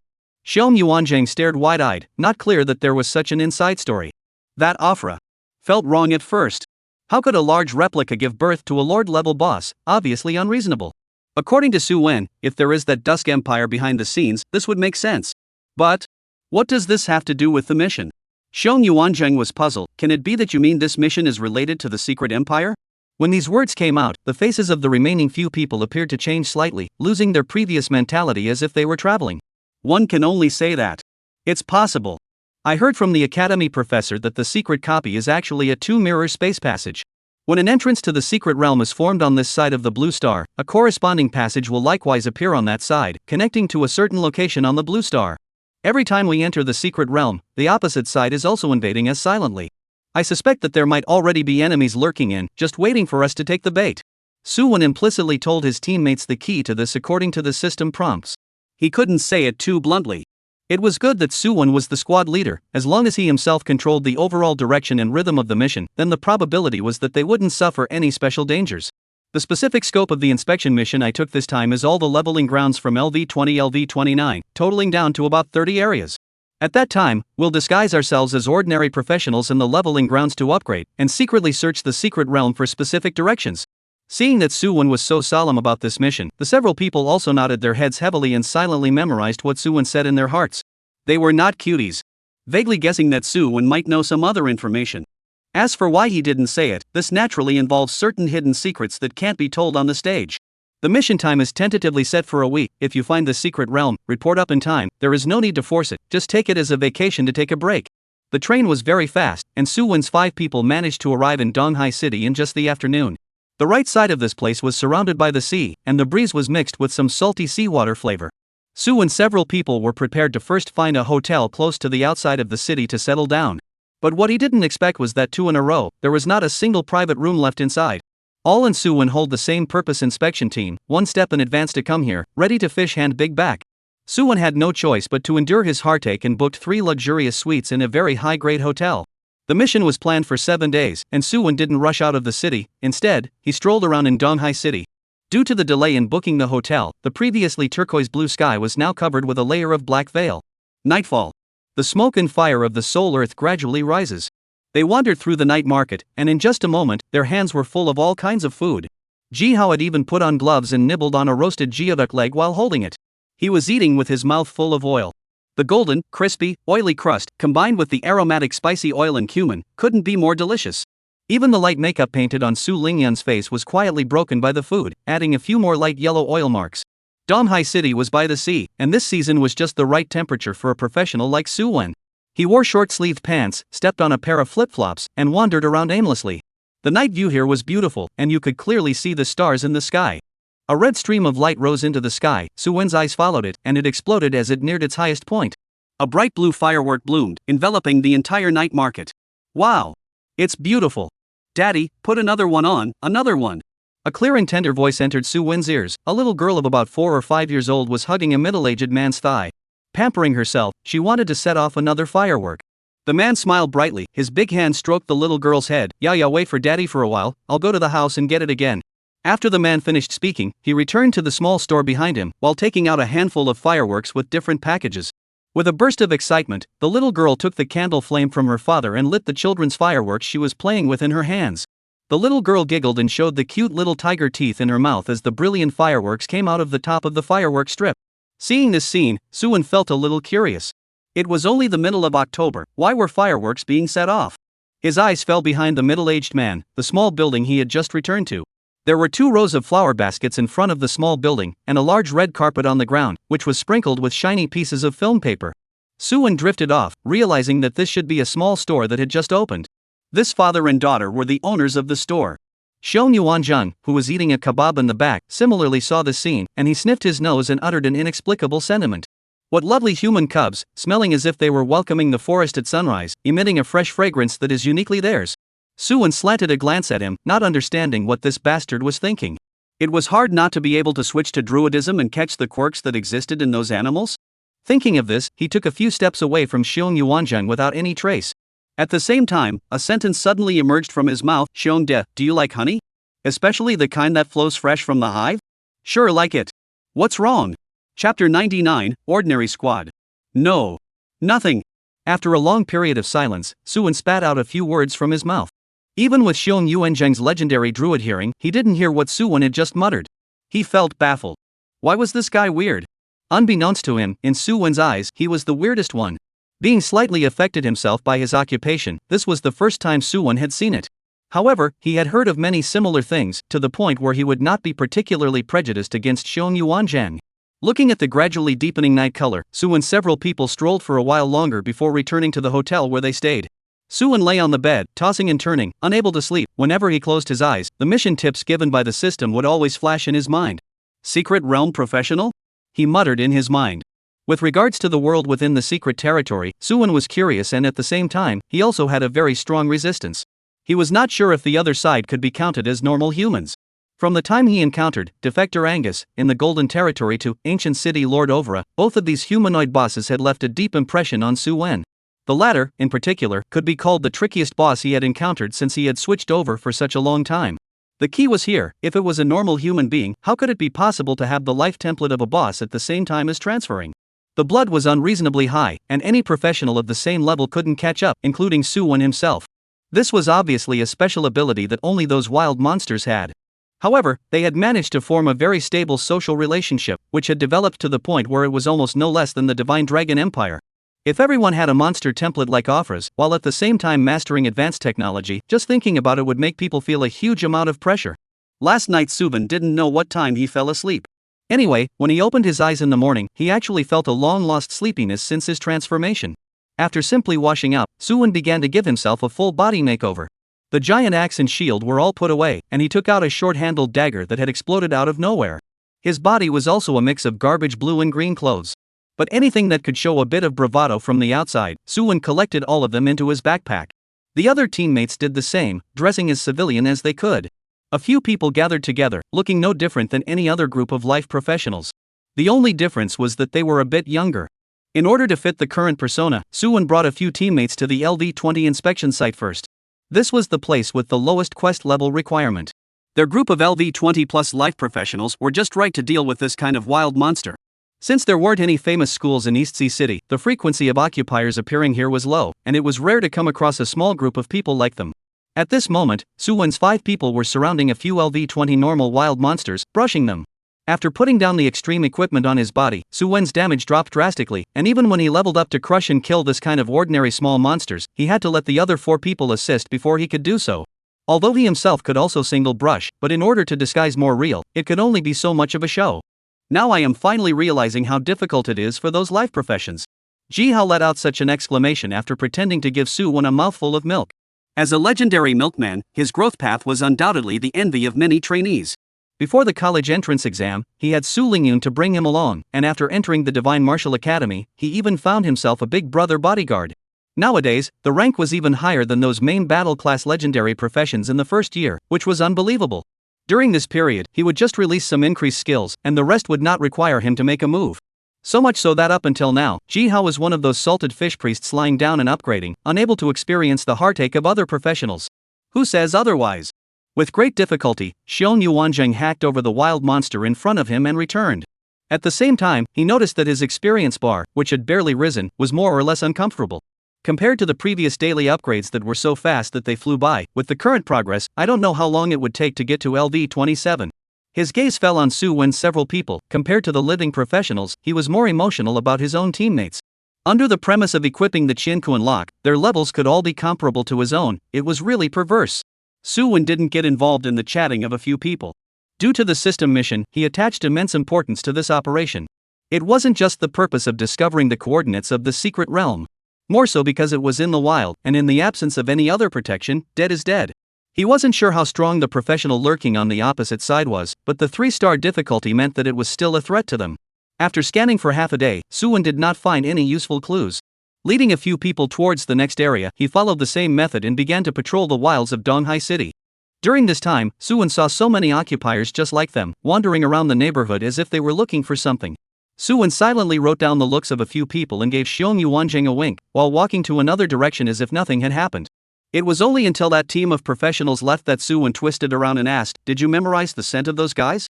"I've memorized it. The next time I see them, I won't be able to recognize them." Xiong Yuanjing was incomparably confident, but still said one more sentence, "Unless they're wearing perfume or something like that. Otherwise there's no way there can be a mistake." Suwon nodded his head. He didn't see that group of people as professionals in the secret realm. The distance between the two sides was too far for Suwon to view effective information, and with his naked eyes, he could probably guess that the other side was some kind of occupier squad. The purpose was the same as theirs. They all came for the cultivation fruit exchange qualification. Of course this was only Suwon's guess and not accurate, otherwise he wouldn't have let Xiong Yuanjing memorize their scent in advance. This matter also gave Suwon a wake-up call. He wasn't sure if the panel he was looking at above his head would change when the professionals within the secret territory lurked over. But just in case, Suwon had Xiong Yuanjing memorize every team of occupiers he came across. Until the end of the day's walk, Suwon's few people didn't find any useful information, so they had to return to the hotel first and make plans for tomorrow. But for 3 days in a row, as the level of the area continued to rise, more and more professionals appeared in the neighborhood, and Suwon's inspection mission began to fall into a bottleneck. While searching for the secret realm, he also needed to be wary of the group of occupiers. When he hadn't discovered a way to recognize them, all the professionals he encountered were treated as enemies. When he left the city on the 4th day, one of the 6-member occupier squads almost fought with Suwon's men because of this. It wasn't until a passing LV-42 middle-aged man appeared that the outbreak of this conflict was barely stopped. Both sides parted on bad terms and left separately, not forgetting to glare at each other on their way out. Suwon recalled the scene and his eyes couldn't help but narrow up. Chapter 100 Clue Break. On the morning of the 4th day, a few people were on their daily patrol when they stumbled upon a field leader-level boss. But before they could get closer, a team of professionals rushed over first. Suwon didn't have any nonsense, and directly went up to pull the monster's hatred to his team's side. Even the boss belongs to the right, the same was secretly power Su Lingyun grasp in hand. Seeing that they couldn't kill the monster, the opposing team attacked Suwon's men. The change happened too quickly, and Suwon didn't expect that for the sake of a leader-level boss, those people would dare to kill ruthlessly in the field. Due to the equipment problem, Suwon and a few people fought hard. Seeing that the opposite side couldn't take Suwon, he even pulled out an attack scroll in a heartless manner, vowing to kill Suwon here. Suwon was also beaten out of the real fire, just wanted to take out the purple martial arts to cut those bastards. That LV-42 uncle had already appeared at his side. With his high strength, he easily controlled the fight between the two sides. When the group of occupier squads left cursing, Suwon's few people were not in the mood to fight another ordinary leader-level boss. It was only Xiong Yuanjing's words that made Suwon instantly alert. "Suwon, there's something wrong with the odor on those guys. They give me a very disgusting feeling, like arsonists preparing to destroy the forest. The druid's special psychic sense is giving me spiritual hints." Xiong Yuanjing's expression was serious, sniffing his nose from time to time, his eyes staring dead on in the direction the group had left. Suwon did not doubt Xiong Yuanjing. This guy was the first human he had seen who was affected by his profession itself. Born with 5 sharp senses, he was able to detect details that ordinary people could not notice. But the panel I probed earlier showed that the other party was no different from other professionals, right down to the same strength. Suwon pondered, could it be that there was something else that was overlooked? Su Lingyun suddenly spoke up at this time. "Suwon, didn't you say that you had entered the secret realm earlier? Then didn't you bring back anything from it, so that Xiongde could compare it carefully? Wouldn't that be nice?" Suwon's eyes lit up and he gave a thumbs up towards Su Lingyun. He had previously fallen into a misunderstanding in his thinking, and had not developed this peculiar ability of Xiong Yuanjing perfectly enough. For a moment, he hadn't really thought of this idea. Suwon took out his shield and took out the level 5 blue chalcedony rewarded by the academy trial from within his backpack. Placing it in Xiong Yuanjing's hands, he explained, "Previously, within the secret world, I had obtained a piece of grade 4 blue jade chalcedony, which I had already set inside my shield. Compare it with the gems obtained in the current world and see if there are any new clues." Although the purple outfit could not be traded, it was still fine for outsiders to touch it. It was just that they could not see the equipment panel as well as could not utilize the additional attributes that came with the equipment. Hold in the hand and 1:1 simulation toy. Xiong Yuanjing took the 2 items and placed them in front of his nose and sniffed them carefully for half a day, his brows furrowed. After comparing them, he gave a not so good news. The residual scent on the shield after the gemstone was set and with the passage of time is just too thin. But the shield has the same aura that I don't like, and the only thing I'm not sure of now is whether the 2 are of the same origin. Suwon sniffed and took out the dragon scale necklace again. This was the extremely high-quality green item that he had exchanged within the secret realm store back then, and he didn't expect that it could still serve this purpose now. The instant the dragon scale necklace appeared, Xiong Yuanzheng's expression became ugly to the naked eye. He took a deep breath, and with the anticipation of the crowd of onlookers, he determined the true identity of the group of professionals. Although people say that the secret realm and the present world are two sides of the same coin, but this belongs to the legend after all, and in my opinion, the two worlds should be fundamentally different. Just like the scent of the world that is tainted with it, this side of the blue star has a peculiar flavor on the outermost layer of whatever it is. Previously, I attributed this flavor to the geographical aspect, but now after comparing the items produced by the secret realm, I finally understand that it's a scent unique to each world. After hearing Xiong Yuanjing's explanation, several people came to a sudden realization and determined that the previous group was precisely the professionals that ran out of the secret realm. Su Wen guessed correctly that natural disasters were occurring frequently all over the place, and at the same time, a secret realm was found to have descended. Then there was a high probability that this matter was caused by human factors. There's no time to lose. After a brief discussion, Su Wen's few people decided to go after the group of secret realm professionals. Xiong Yuanzhang led the way forward, rolling through several leveling zones along the way, but never found any trace of the other party. In the vicinity of a LV-28 swamp area, the clues were even cut off directly. This place was covered with swamp poisonous gas, and the smell was incomparably mixed, so Xiong Yuanzhang could not get any useful information at all. Unable to do anything about it, Su Wen's few people could only rush in. However, under the carpet search, there was still no trace of the other party, and the same was true even for leaving this place. Xiong Yuanzhang sighed helplessly, the trail is broken here. I don't know if it's because this place has eliminated their aura, or for other reasons. In any case, the people were not found. Xiong Yuanzhang's mood was a little complicated. His first mission to join the squad ended in failure. It appeared as if he was an imbecile with a high rank and wasted abilities. Su and several people would naturally not have this kind of view. After all, the mission itself carried a great deal of uncertainty, and no one would blame Xiong Yuanzhang for it. He patted the other party's shoulder and comforted him with a smile. It's alright, the monk can't run away from the temple. We now know that there are enemies lurking in. Even if there's no subsequent discovery, this mission is estimated to earn a lot of rewards. Su Wen was naturally talking about the number of rewards for the cultivation fruit purchase qualification. The base was 10, but they had found major clues this time, and the reward was estimated to be less. Even though he knew that Su Wen was comforting himself and picking up the good words, he was still in a much better mood. Just as Su Wen had said, the mission was inherently full of uncertainty. No one could guarantee that they would be able to complete each mission successfully. Let's stop here for today. If we don't have any other clues after exploring these practicing areas, maybe we can change our thoughts slightly. Su Wen's words caught everyone's attention, and he laughed. We're not the only squad doing inspection missions. We can probably go to the local hunting hall and try our luck.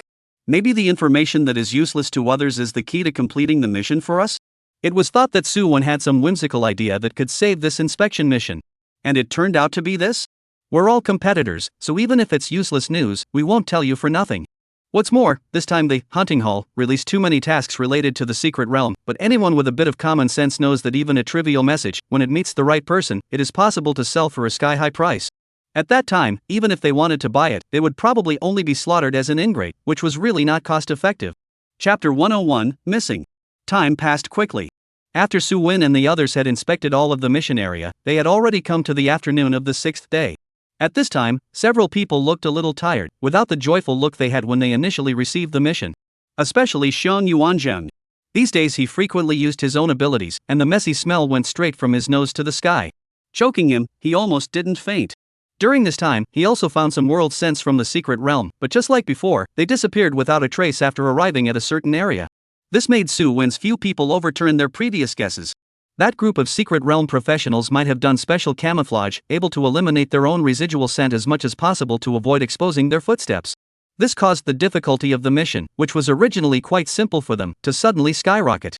So much so that after mapping out the 30 or so areas, not to mention the occupants inside the secret realm, they didn't even see the shadow of the secret realm. The only thing worth being happy about was that after these few days of mapping and upgrading, Su Wen had finally risen to LV-27. It was one step closer to LV-30. At the same time, it also caused a faint sadness to arise in Su Wen. Upgrading too quickly might not be a good thing. He hadn't even gotten his LV-20 purple outfit together yet, so where was he going to find his LV-30 equipment? But it was Su Wen's fault for this. Because before there was simply no pervert who upgraded faster than him, most of the trainees, after equipping the Qiankuan lock, would have to stay up for about 3 months at least at the LV-20-LV-30 stage. After the end of the cultural course speed may be slightly faster, but also not Su Wen this kind of in the beginning of the school period, less than 2 months to touch the LV-30 existence. In such a short period of time, not to mention the best equipment, it would be good to have something to use. Returning from the wilderness to East Sea City, Suwon followed his previous plan and prepared to take his chances at the local hunting hall. Everyone didn't hold much expectation for this, thinking that it was just the last task process before leaving. When a few people walked into the hunting hall, there were still as many professionals coming and going as usual. The huge flow of people was comparable to a station. Countless tasks appeared in the minds of the crowd in extremely subtle forms through the effects of special formations. Here there are many professionals who are wandering in the sky, gazing straight ahead somewhere. In the eyes of outsiders it seems to be similar to eating fungus poisoning and seeing a small person. Hands in mid-air drawing, no headphones, mouth and do not know what is chanting. These people were actually establishing contact with the mission hall in their minds, inquiring about the quests that suited them. After circling around, as expected, there is no discussion here of the recent hit inspection quests. Apparently they also knew that the reward for this mission was quite a lot and didn't want to divulge the information they had. Is there really no news? Su Lingyun sighed, her mood somewhat withered. After nearly a week of intense patrols, even for a legendary profession like her, her legs felt a little out of control at the moment. Her feet were numb when she walked. Unexpected. Lu Mingcheng was still somewhat spirited, looking here and there, looking like he had never seen the world before. This mission has sent out hundreds of missions to just one city. If it's really that easy to complete, it's still our turn? Although, alas, Su Lingyan still wanted to say something, but when the words reached her mouth, she could only sigh helplessly in the end. At this moment, several red urgent tasks suddenly appeared in front of everyone's eyes. Manhunt. Suitability level, none. Mission, search for the missing yo-yo. If you have any clues to provide or find a real person, please contact Master Chen of Heji Bun Shop on Manhwa Street in Southeast City. Photo and details attached. Mission reward, 200,000 gold coins. Not only Su Wen's few people, even the other professionals received the quest prompt at the same time, and a light eep escaped their mouths. Just as Su Wen was about to check the specific quest details in passing. Originally slightly quiet, hunting hall, a wail came violently, followed by the sound of heart-rending sobs. This startled Su Wen, who was checking the quest, and his body subconsciously shivered. What's the situation? He inclined his head to look, only to see a man and a woman sitting on the ground in the distance crying loudly. What was said in their mouths Su Wen didn't quite hear. He gestured towards his teammates and took a step forward.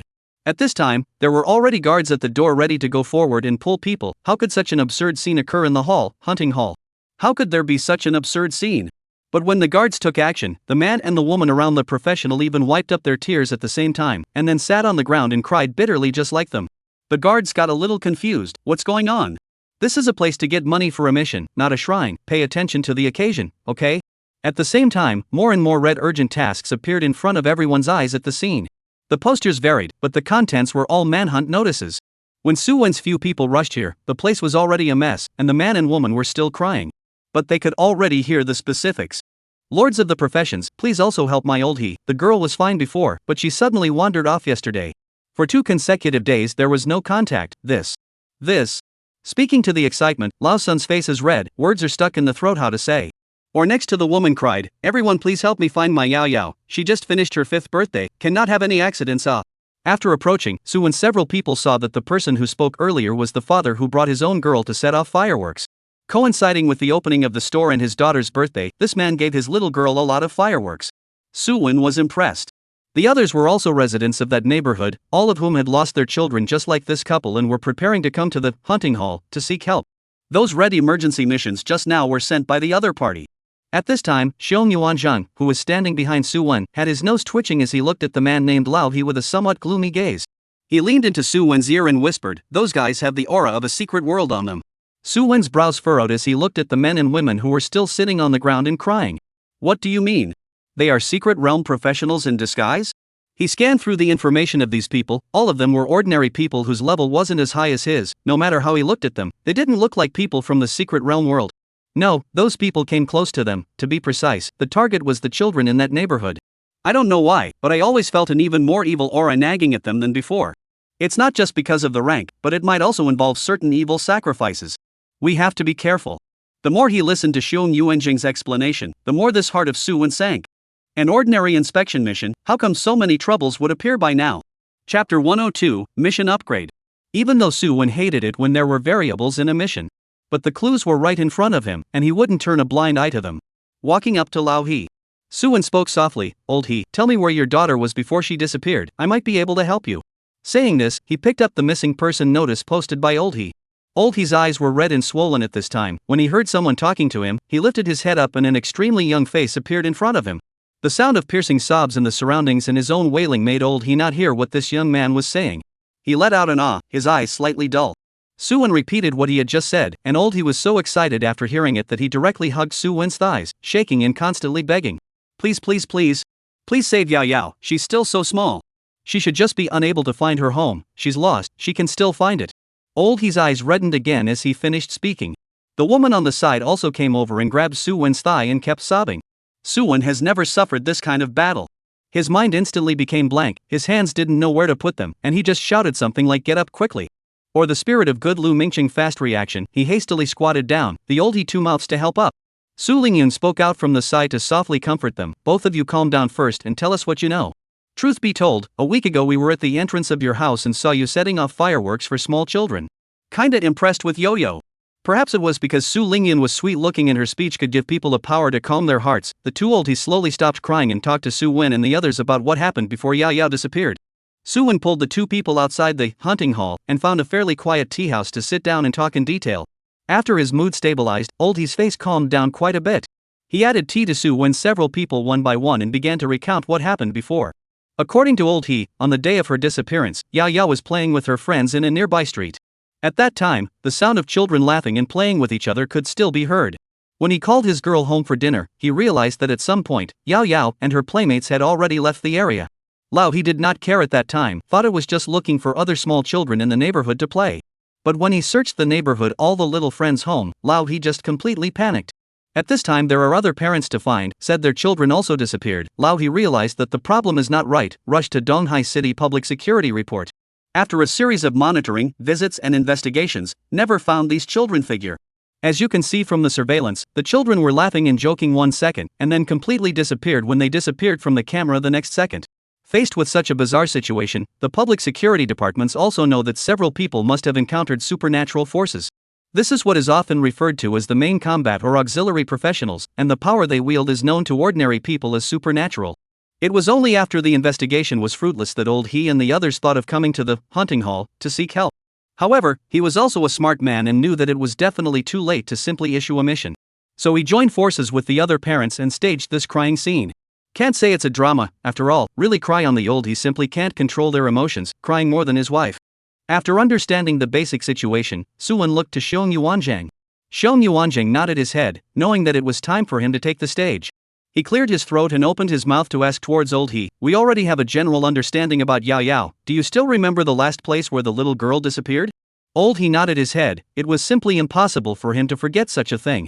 He drove a small car and drove the crowd to an abandoned park full of weeds and spoke, before the video disappeared, this is where Yao Yao came with her friends. A police comrade had already helped us check it out earlier, but didn't find any useful clues. Originally, they had already given feedback to the leaders on this matter, and a high-level professional would come over soon, but I can't wait. With every second of delay, the possibility of Yao Yao being in danger will be 1 point greater. Suwon understood this kind of mentality of Old He and could only comfort the other party not to be anxious first. Xiong Yuanzhang was already sniffing his nose all over the ground at this time, heading in a certain direction. The night he had just arrived in Donghai City, he had a close contact with the little girl named Yao Yao. The full vigor that seemed to emanate from the forest in the early morning hours was still fresh in his mind. But now, this freshness was wrapped in a stench that gave him a strong wave of disgust.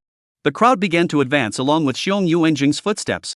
The stench seemed like a bright light in the dark night guiding the crowd. Although the stench began to gradually dissipate as time and distance lengthened, the freshness that belonged uniquely to Yao Yao's body left a route in space that only Xiong Yuanzhang himself could perceive. Noticing that the distance was too far, he told Lao He to drive the car and started to pursue it by walking and stopping. Driving the Old He from time to time look at Xiong Yuanzhang, waiting for the other party's next instructions, looking at the other party's expression is more and more serious, the Old He also cannot help but nervous. Little brother, how is it, can we find Yao Yao? Xiong Yuanjing nodded, and then said to Su Wen, I reckon we need backup, the stench odor there is too strong. I suspect that the situation over there is very complicated, perhaps where Yao Yao is the other party's descending secret realm. After saying that, he then signaled towards Old He, take this road in the suburbs and keep heading forward. The car began to drive towards the suburbs. Su Wen similarly started to report at the Divine Martial Academy's mission center. A reply quickly came from there. A spin-off quest about the inspection mission was formed, and the reward had changed from the original 10-100 to the current 100-1000. An investigation mission was also sent up to other nearby Divine Martial Academy students. Soon, a friend request popped up. Shui Tianjiao LV46 Holy Shining Knight sent you a friend request. After seeing the name of the person who had come, Suwen could not help but have an odd expression on his face. If he remembered correctly, this Shui Tianjiao was the Academy's claimed first genius in recent years. However, the embarrassing thing was that the records of copies she could leave behind in the first 2 levels were all broken by Su Wen's few people. Even the other ones that didn't make the list were broken by Su Wen. So much so that the nickname Shui Laoer gradually spread inside the academy, which was obviously not so nice for a girl. Su Wen could only pray that this Shui Tianjiao was more communicative, otherwise this mission was really a bit difficult. He chose to agree to Shui Tianjiao's friend request. Not a moment later, a message popped over from the opposite side. Send me a location, I'm heading back from outside the city now, so wait for me to come back before you act on anything. Apparently, Su Wen's reported message had cranked up the difficulty of the mission by a few levels. It might have gone out of the realm of what they could handle. Chapter 103 A Stronghold. Su Wen looked at Xiong Yuanzhang and asked, about how far away can we get? Feeling the aura of Yao Yao's body getting closer and closer. Xiong Yuanzhang pondered for a moment, it's estimated to be less than 10 minutes away. Su Wen nodded his head and pointed somewhere ahead. There's a supply station up ahead. Lao He, you guys get off here and leave finding Yao Yao to us first. There might be danger ahead, it's not safe for you guys to follow. Su Wen added. Old, he was a sensible person. Although he was anxious to death in his heart, now he could only cooperate with Su Wen and strive to find Yao Yao as early as possible. After putting down the 2 old he's, Su and several people continued to move forward, until an abandoned factory appeared in the field of vision. Xiong Yuanjing slowed down the speed of the car. He sniffed his nose and said in an incomparably certain tone, it's inside that factory. Not only is there Yao Yao, there's also a large amount of secret realm aura hidden inside. Su Wen changed his whole body equipment and solemnly said, this is not a copy, everyone must be vigilant. Old Lu, how many levels have you raised your soul return technique to? Lu Mingsheng raised his finger and gestured a 6. Everyone doesn't need to worry, there are now 6 soul return markers. As long as the healing keeps up, it's still not that easy for everyone to die. These words undoubtedly gave everyone a tranquilizer, and they all breathed a sigh of relief. After all, the next thing to face might be the secret world's professionals. No one could predict what the exact situation would be, and even Su Wen cautiously chose to report the situation upwards. When there was still a distance from the factory, Xiong Yuanjing parked the car and several people advanced on foot. Su Wen was discussing the details of the battle with a few people while replying to Shui Tianjiao's side. Where have you gotten to? Su Wen typed a reply, in front of the other side's lair, come on. Positioning distance is still 20 minutes away. Wait for me. Su Wen wanted to urge the other party to increase his speed a bit, but after thinking about it, he deleted the edited words one by one. In the end, he only said, as soon as possible. Inside the abandoned factory, a dozen or so strange people dressed like savages with grease-colored faces were surrounding a small altar in the center, constantly kowtowing and kneeling. Dozens of children were hanging from the altar. Their mouths were taped shut, and no matter how much they cried, all that came out was a low whimper. Transparent void fire burned on the altar, constantly searing the children's bodies. But strangely enough, their bodies did not suffer any injuries, but their skin, which should have been full of collagen, gradually loosened up. It looked incomparably old.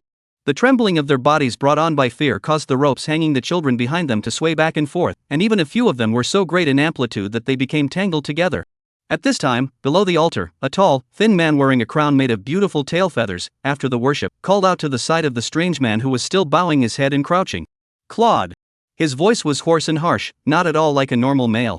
Still at your service, Lord Priest. Claude returned respectfully. I sensed the scent of rats, you seem to have brought back something unclean. Claude's body shuddered and his head lowered almost to the ground. It was my fault. He apologized to this priest, please give me some time, I'll go and clean them up. It will be done before the sacrifice is completed, please don't worry. The priest nodded and didn't say anything more, while Claude's body gradually became transparent and disappeared. After Claude left, the priest once again knelt down towards the altar. The rest of the group followed suit, following the priest's movements and constantly bowing. With each kowtow, the transparent flames burning above the altar became more vigorous, and the yuan qi on the children's bodies was rapidly dissipating. What do you say, do we really have to wait for that Shui Tianjiao? Jihao raised his eyebrows, his gaze looking towards Su Wen. In his thoughts, even if they met a high-level professional, with their squad's strength, it was not certain who would lose or win. Especially when Su Wen was at the front, and the 5 of them had already hung their soul recovery marks in advance, he was not weak at all. Waiting a little longer won't do us any harm. Su Wen returned without any good humor. This guy, what's the hurry at such a critical juncture? And I always have a bad feeling, like I'm being watched, goosebumps. Although the sense of crisis wasn't strong, Su Wen still felt a wave of uneasiness. He kept observing his surroundings, alert for any wind and grass. What Suwon didn't notice was that behind him, Xiong Yuanjing's eyes were tightly closed at this time, and an inch of hair actually began to grow on his surface. His nose sniffed and moved, his eyebrows tightened. Obviously the surroundings were quiet, but he had a creepy feeling. Even the human bear form was stimulated to actively activate, but Xiong Yuanjing still didn't realize where the crisis was coming from. Suddenly, a strong and pungent stench hit his face. This time, not only Xiong Yuanjing, even Suwon also sensed the crisis coming. A man with dark skin, dressed like a savage, held a dagger and his figure emerged from behind Xiong Yuanjing. Cold ons flashed, stabbing towards Xiong Yuanjing's undershirt at an extremely fast speed. A strong sense of crisis should be in crazy warning. Xiong Yuanjing's entire person completely turned into a human bear form, his body swelled, and even his attributes were raised by more than one level. However, the tip of the dagger surrounded the rich green light, still ruthlessly inserted in Xiong Yuanjing's body. Due to the sudden change in size, the dagger that was originally stabbed at the undershirt only ended up sticking into Xiong Yuanjing's thigh, which was considered a blessing amongst misfortunes. 4,750. Even if the human bear form had thick skin and flesh, this sudden strike startled the people present. Suwon even turned back violently, only to see that the strange man actually wanted to swing his weapon to finish off Xiong Yuanjing, who had lost half of his chi and blood, with a single blow. He hurriedly used taunt and let out a low roar from his mouth. The battle axe was raised high, and in the face of the opponent's astonished expression, it landed hard on the center of his chest. 25,871. 25,000 outgoing damage landed on this person, which caused Suwon's pupils to shrink, and he hurriedly checked up on the opponent's attributes. Savage Tribe Clawed Head Boss LV32. Blood, 148,353 164,000. Luckily, it's just a normal leader class boss. Suwon quietly breathed a sigh of relief in his heart, but at the same time, he also felt a bit of fear towards this savage-dressed Claude. It wasn't that he was afraid of the other party, even though this guy's level wasn't low, but in terms of strength, it was obvious that he wasn't as outrageous as the few bosses he had encountered before. But this hand let everyone did not find sneak attack, directly let Xiong Yuanjing suffered heavy. If not, the human bear form defense is quite good. Change a common profession, I am afraid that already Daniil. Feeling the severe pain coming from the leg, Xiong Yuanjing angrily shouted out, from the waist pulled out a long sword, above the burning intense flame, fiercely forward to split. 2,904. 210. 201. 321. Xiong Yuanjing's output wasn't really high due to his lack of purple weapons and the level suppression on both sides. However, with the special effect of the flame longsword, he still managed to hang a layer of Scorch status on Claude. With you being a LV32 normal boss, how did you dare to take a shot at us? Chapter 104 Engage. The remaining few people were equally not slow to react. The two assistants, Jihao and Lu Mingcheng, took the lead in applying their healing skills to Xiong Yuanjing, and his originally greatly crippled chi blood was restored to a healthy state in no time. Su Lingyan released the Star Mango formation, and a constant stream of starlight leapt out from the aperture under her feet, blasting at all parts of Claude's body. 4,505. 4,210. 3,870. 4,150. A large amount of damage was dealt at the same time, sending Claude's brain, who had been interested in tackling a few rats, into a blank. He, a warrior of the savage tribe, against these rats whose strength was clearly not as strong as his own, could actually be so suppressed? A trace of anger flashed in Claude's eyes, wanting to crush these rats one by one and make them into sacrificial sustenance. Perhaps the Lord Godmaster can even grant us more power. Thinking like this, Claude hurriedly got out of the range of the Star Main formation, attack and prepared to enter the sneaking state once again to slaughter that stupid bear just now with a single blow. But how could the squad members who had already reacted let Claude have his way? A frantic beating came, causing the blood of Claude, who hadn't yet entered the dive, to drop wildly. It directly fell below 20% and entered a berserk state. Suwon even dared to confront Afra head-on, let alone this kind of ordinary boss with a higher level. In conjunction with his teammates' skill bombardment, Suwon only managed to beat the Claude who had fallen into a frenzy to the brink of death with a single, shield-up counterattack. His bones were broken by the heavy blow Suwon had just dealt, and he lay on the ground unable to move. Only those scarlet eyes were still staring at Suwon in death. Priest. Lord. Will not put. Before the words were finished, Suwon stomped on the other party's head, and the terrifying force directly caused Claude, who had very little chi and blood left, to die on the spot, and the whole person turned into a piece of light mass and scattered on the ground. After briefly scanning and realizing that they were all green clothes, Suwon didn't care. He just dropped his gaze within the abandoned factory in front of him. That sickening aura had already begun to spread rapidly to the surroundings without having to deliberately feel it. He vaguely heard the sound of children screaming and crying in terror inside. Even though the sound was very dull, as if someone was muffling their mouths, it still caused Suwon's heart to rise up into his throat for a moment. At this moment, Suwon no longer cared if Shui Tianjiao could arrive in time. He quickly ran towards the front while greeting his teammates. Quickly follow, we don't have time. The crowd was not little cute. Seeing Su-win with a nervous look, they hurriedly chased after him. But heaven forbid, just when Su-win arrived at the factory gate, a group of weird people dressed the same way as Claude rushed out. They had different weapons, but without exception, they were all leader-level bosses, but their level was only around LV28, only slightly weaker than Claude. However, this level was no longer able to effectively form a level suppression for Su-win. His strength was completely maximized. The teammate assist aura appeared above his head at the same time, and Su-win only felt that his own battle power had risen a notch out of nowhere.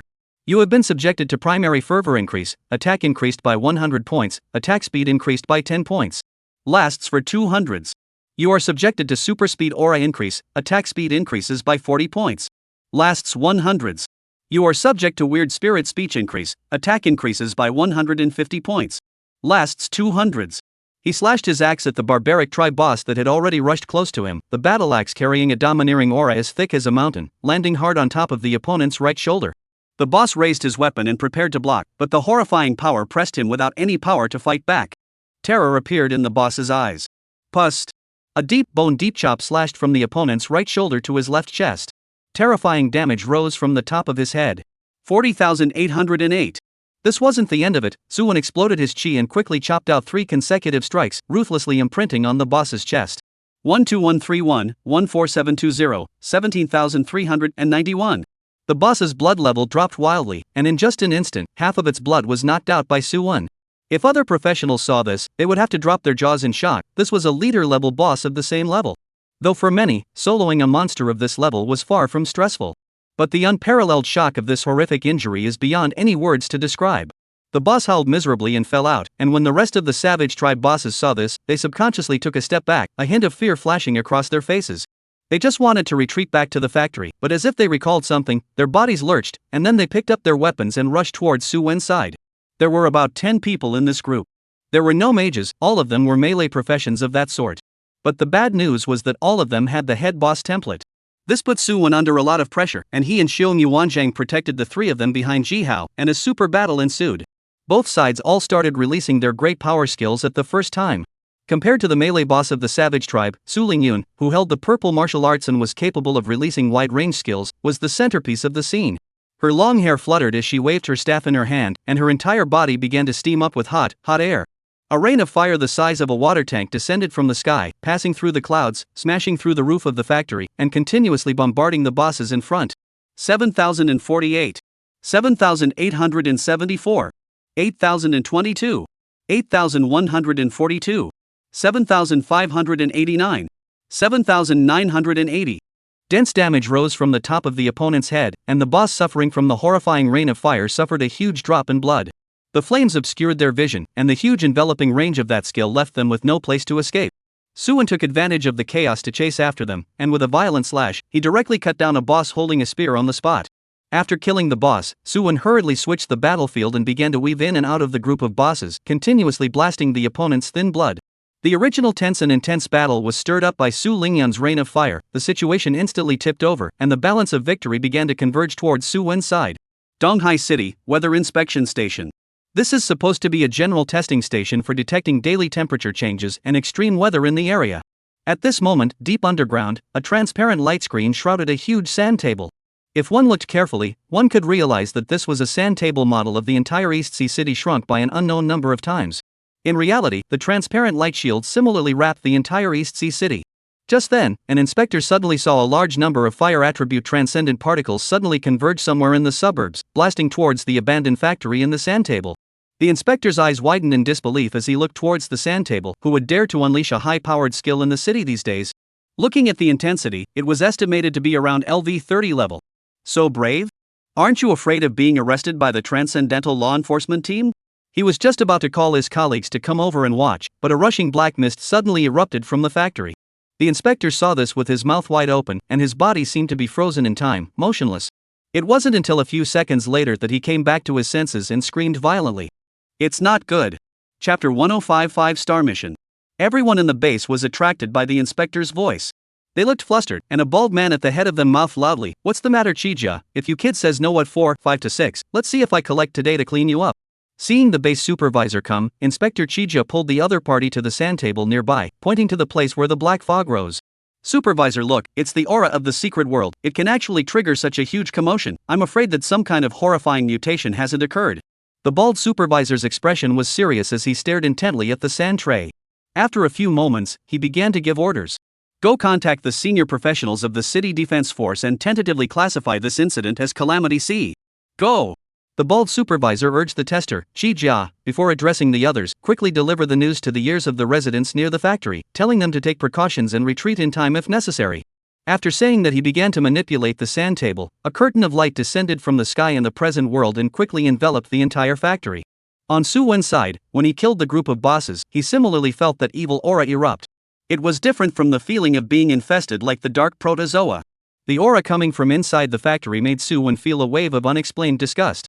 He heard a low whimpering sound coming from inside and hurriedly ran forward. And at that moment, a curtain of light descended from the sky, enveloping the entirety of the factory. Su Wen crashed into the light curtain and was viciously bounced back. At this point, the sacrifice had reached its final step. The priest burned the transparent flame to its maximum, and the life breath of the hanging children had dropped to the freezing point, yet it was still one step away from completion.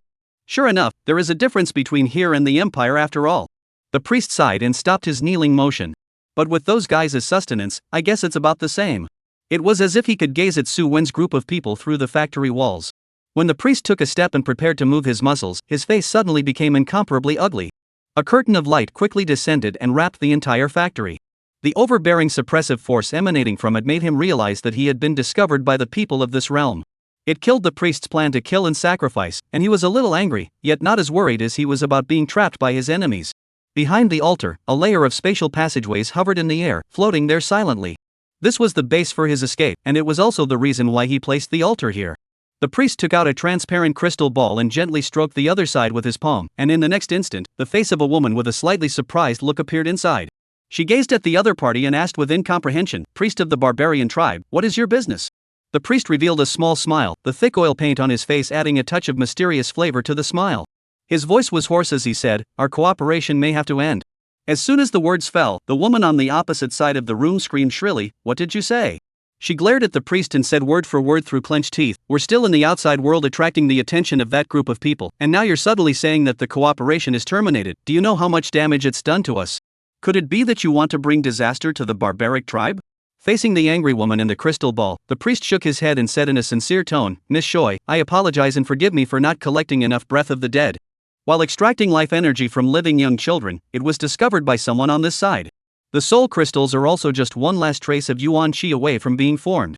He raised the crystal ball high above his head, allowing that huge light shield outside to be presented to Zhuang Yi's eyes. "I'm trapped by them. There are only two options now. One is that I will directly withdraw to the Dusk Empire and return to my barbaric tribe, but I'm afraid that the soul crystals that have been sacrificed for so long will never have the chance to take shape again." He paused and added, "Unless we kill again and cause mass deaths." The priest knew that this was not realistic, for while they were coming over, their own hometown should be suffering the same silent destruction and invasion. Every time the secret realm opened, both sides suffered varying degrees of destruction. Zhuang Yi simply couldn't accept the ending of spending such a large price without gaining anything. Especially since the soul crystallization was still a hair short of being successfully condensed, he was even more unwilling to give up on it. Her voice became incomparably shrill with anger as she shouted towards the priest, "What about the second one?" A faintly imperceptible and eerie smile appeared on the priest's face, and through the gap in the door wall, he mapped Su Wen's several figures within the crystal ball. "I know you're close to me, come over and kill them, let me drain their life essence, and the soul crystals might be able to condense completely." As the words fell, Zhuang Yi on the opposite side calmed down, and there was a silence within the crystal ball. Only after a long time did Zhuang Yi spit out a word in an icy tone. "Okay. Somewhere in the city." Zhuang Yi's chest rose and fell, his expression unusually cold as he stared at the crystal ball. "This damn guy, how dare he use me?" How could she not see the priest's purpose? But unfortunately, the soul crystal was something she desperately needed, and it was just what she wanted. Knowing that it was a young plot, she also had to go over to the factory site to behead Su Wen's several people. Even if it might end in death. Right now, behind her, there were nearly 15 professionals who were no different from normal humans. If someone probed their information, the odds were that the results they would get would be incomparably normal. Bang! Zhuang Yi crushed the crystal ball hard and turned to his subordinates. "Each of them will send the information from their previous probes back to the Empire. This time, we have a new mission." In the moment of ritual exposure, the multiple forces had made a quick choice.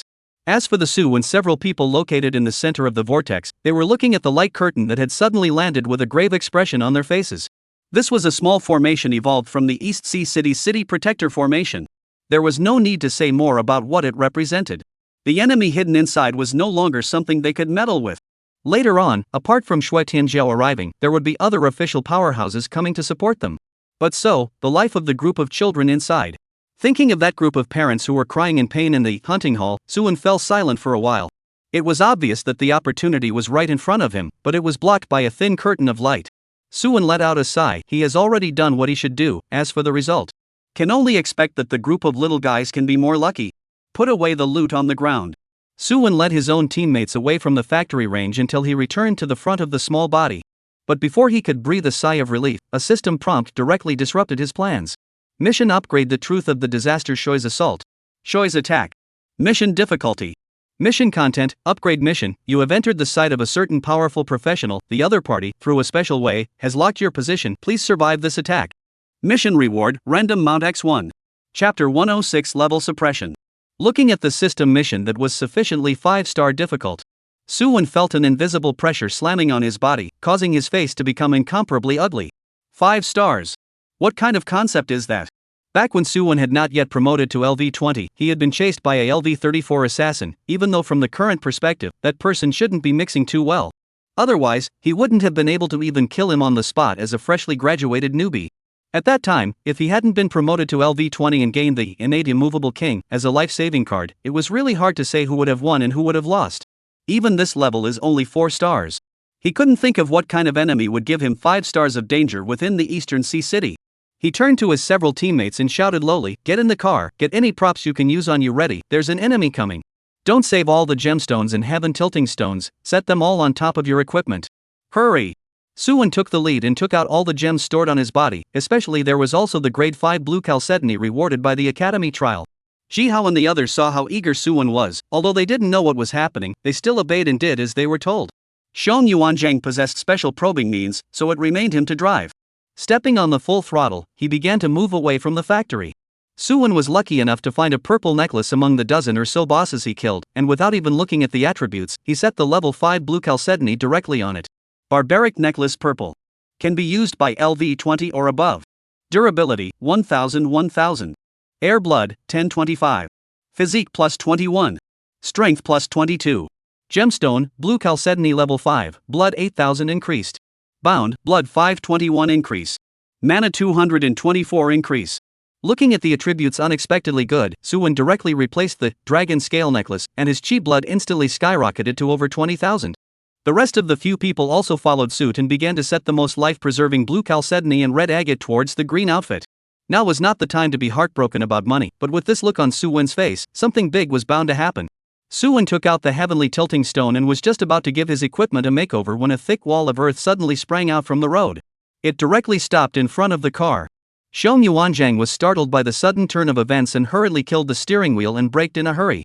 But the distance between the two sides is too close. The already fast car simply couldn't make too many changes and crashed straight into it. Bang! The front end of the car was directly smashed into pieces, and Shang Yuanzhang and Suwon in the front row dropped thousands of chi blood on the spot. The 3 people in the back row were also hit lightly, and their already fragile bodies almost didn't catch their breath.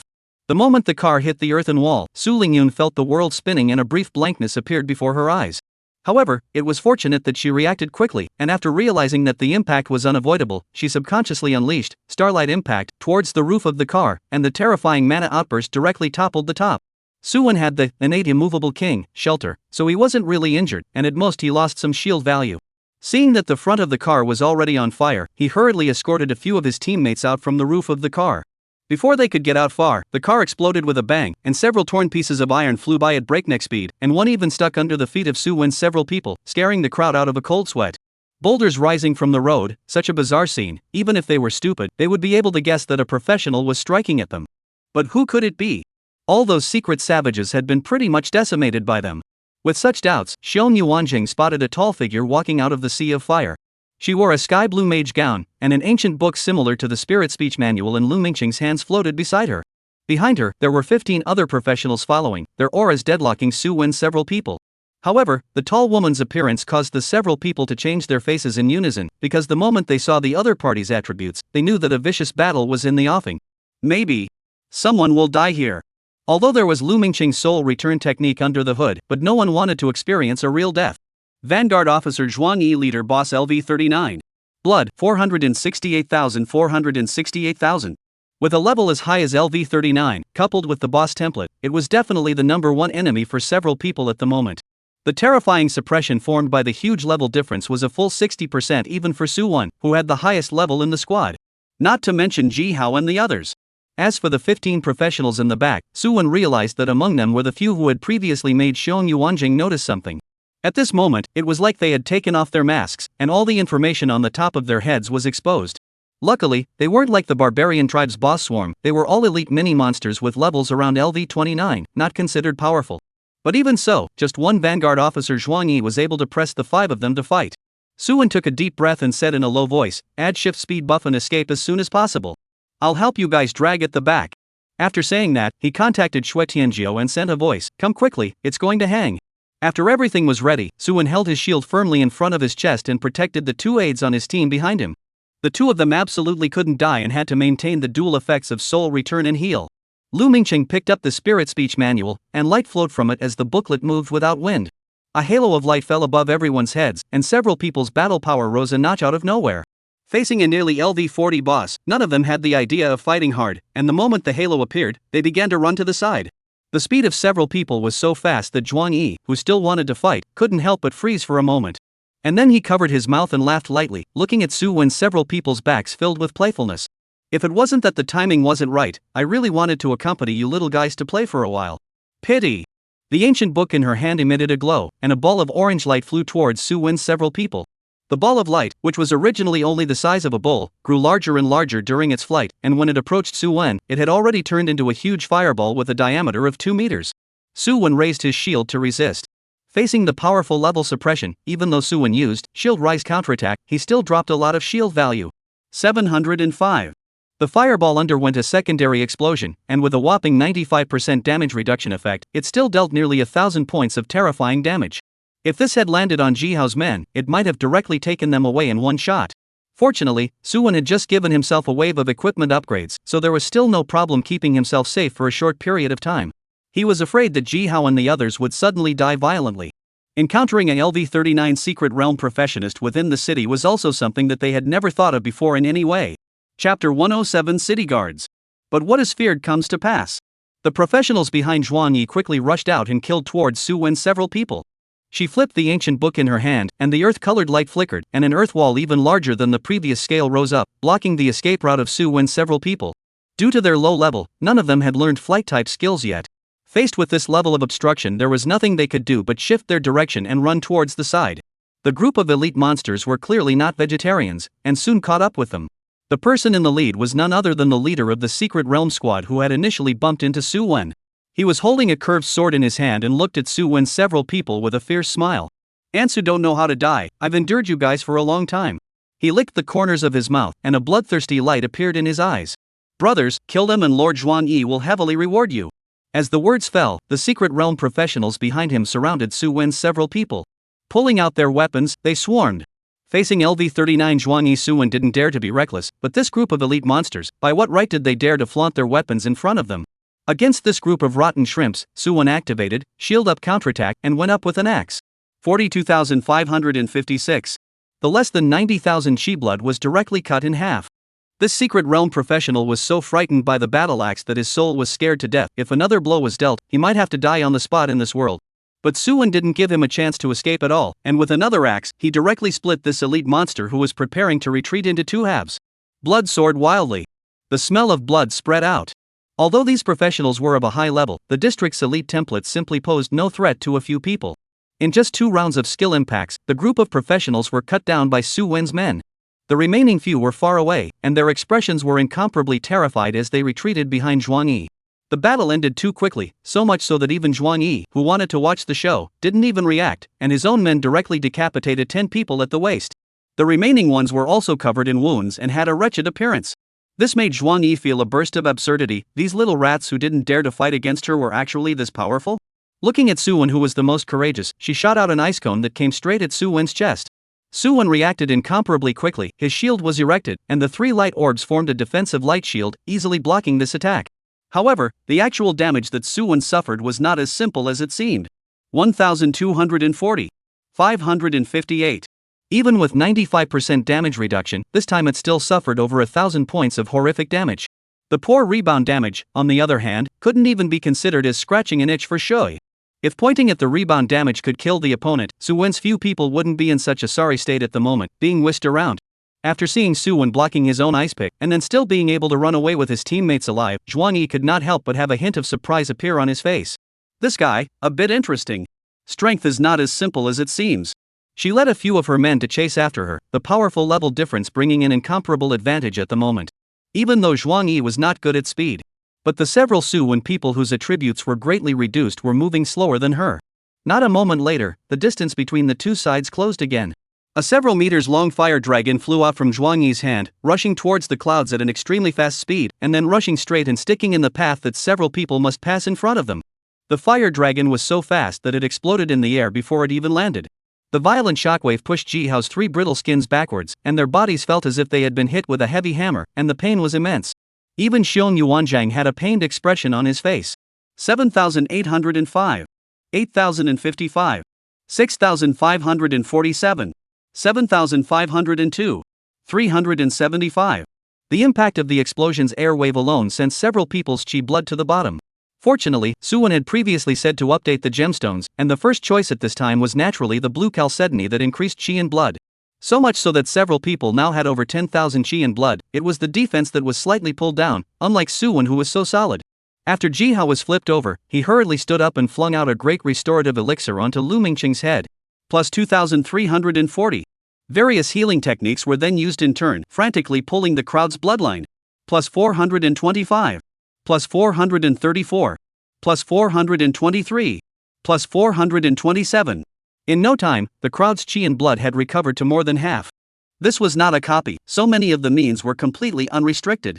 Like Jihao and Lu Mingqiang, recovery skills with CDs were not as useful as the small pills of chi and blood that came with them in such an emergency. At least it would add a means of recovery. Suwon himself had the blood and chi like a dragon boost, and the shield value recovered as before in no time. He was not afraid of Zhuang Yi alone. Even if he couldn't beat him, he at least had a chance to save his life. But no one expected that he could actually encounter a secret realm professional of such a high rank in the outskirts of the city. This caught Suwon off guard. Even now, he could only barely resist the opponent's attack and play a handful of turtle flow tactics. This level of boss is simply not something that their squad can handle, and if they are not careful, they will be annihilated.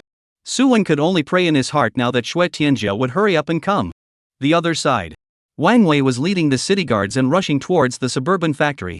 They were traveling on flying mounts tamed by professionals, eagle-headed and lion-bodied monsters that looked like the legendary griffins. With their wings spread out, they could fly far away with a gentle movement. Feeling the special fluctuations coming from below, Wang Wei swept his gaze across and found the two teams of Suwon and Zhuang Yi who were fighting. Instead of fighting, it would be more appropriate to say that it was a one-sided crushing. He scanned Zhuang Yi's basic information and was slightly relieved after realizing that it was only a LV39 leader level boss.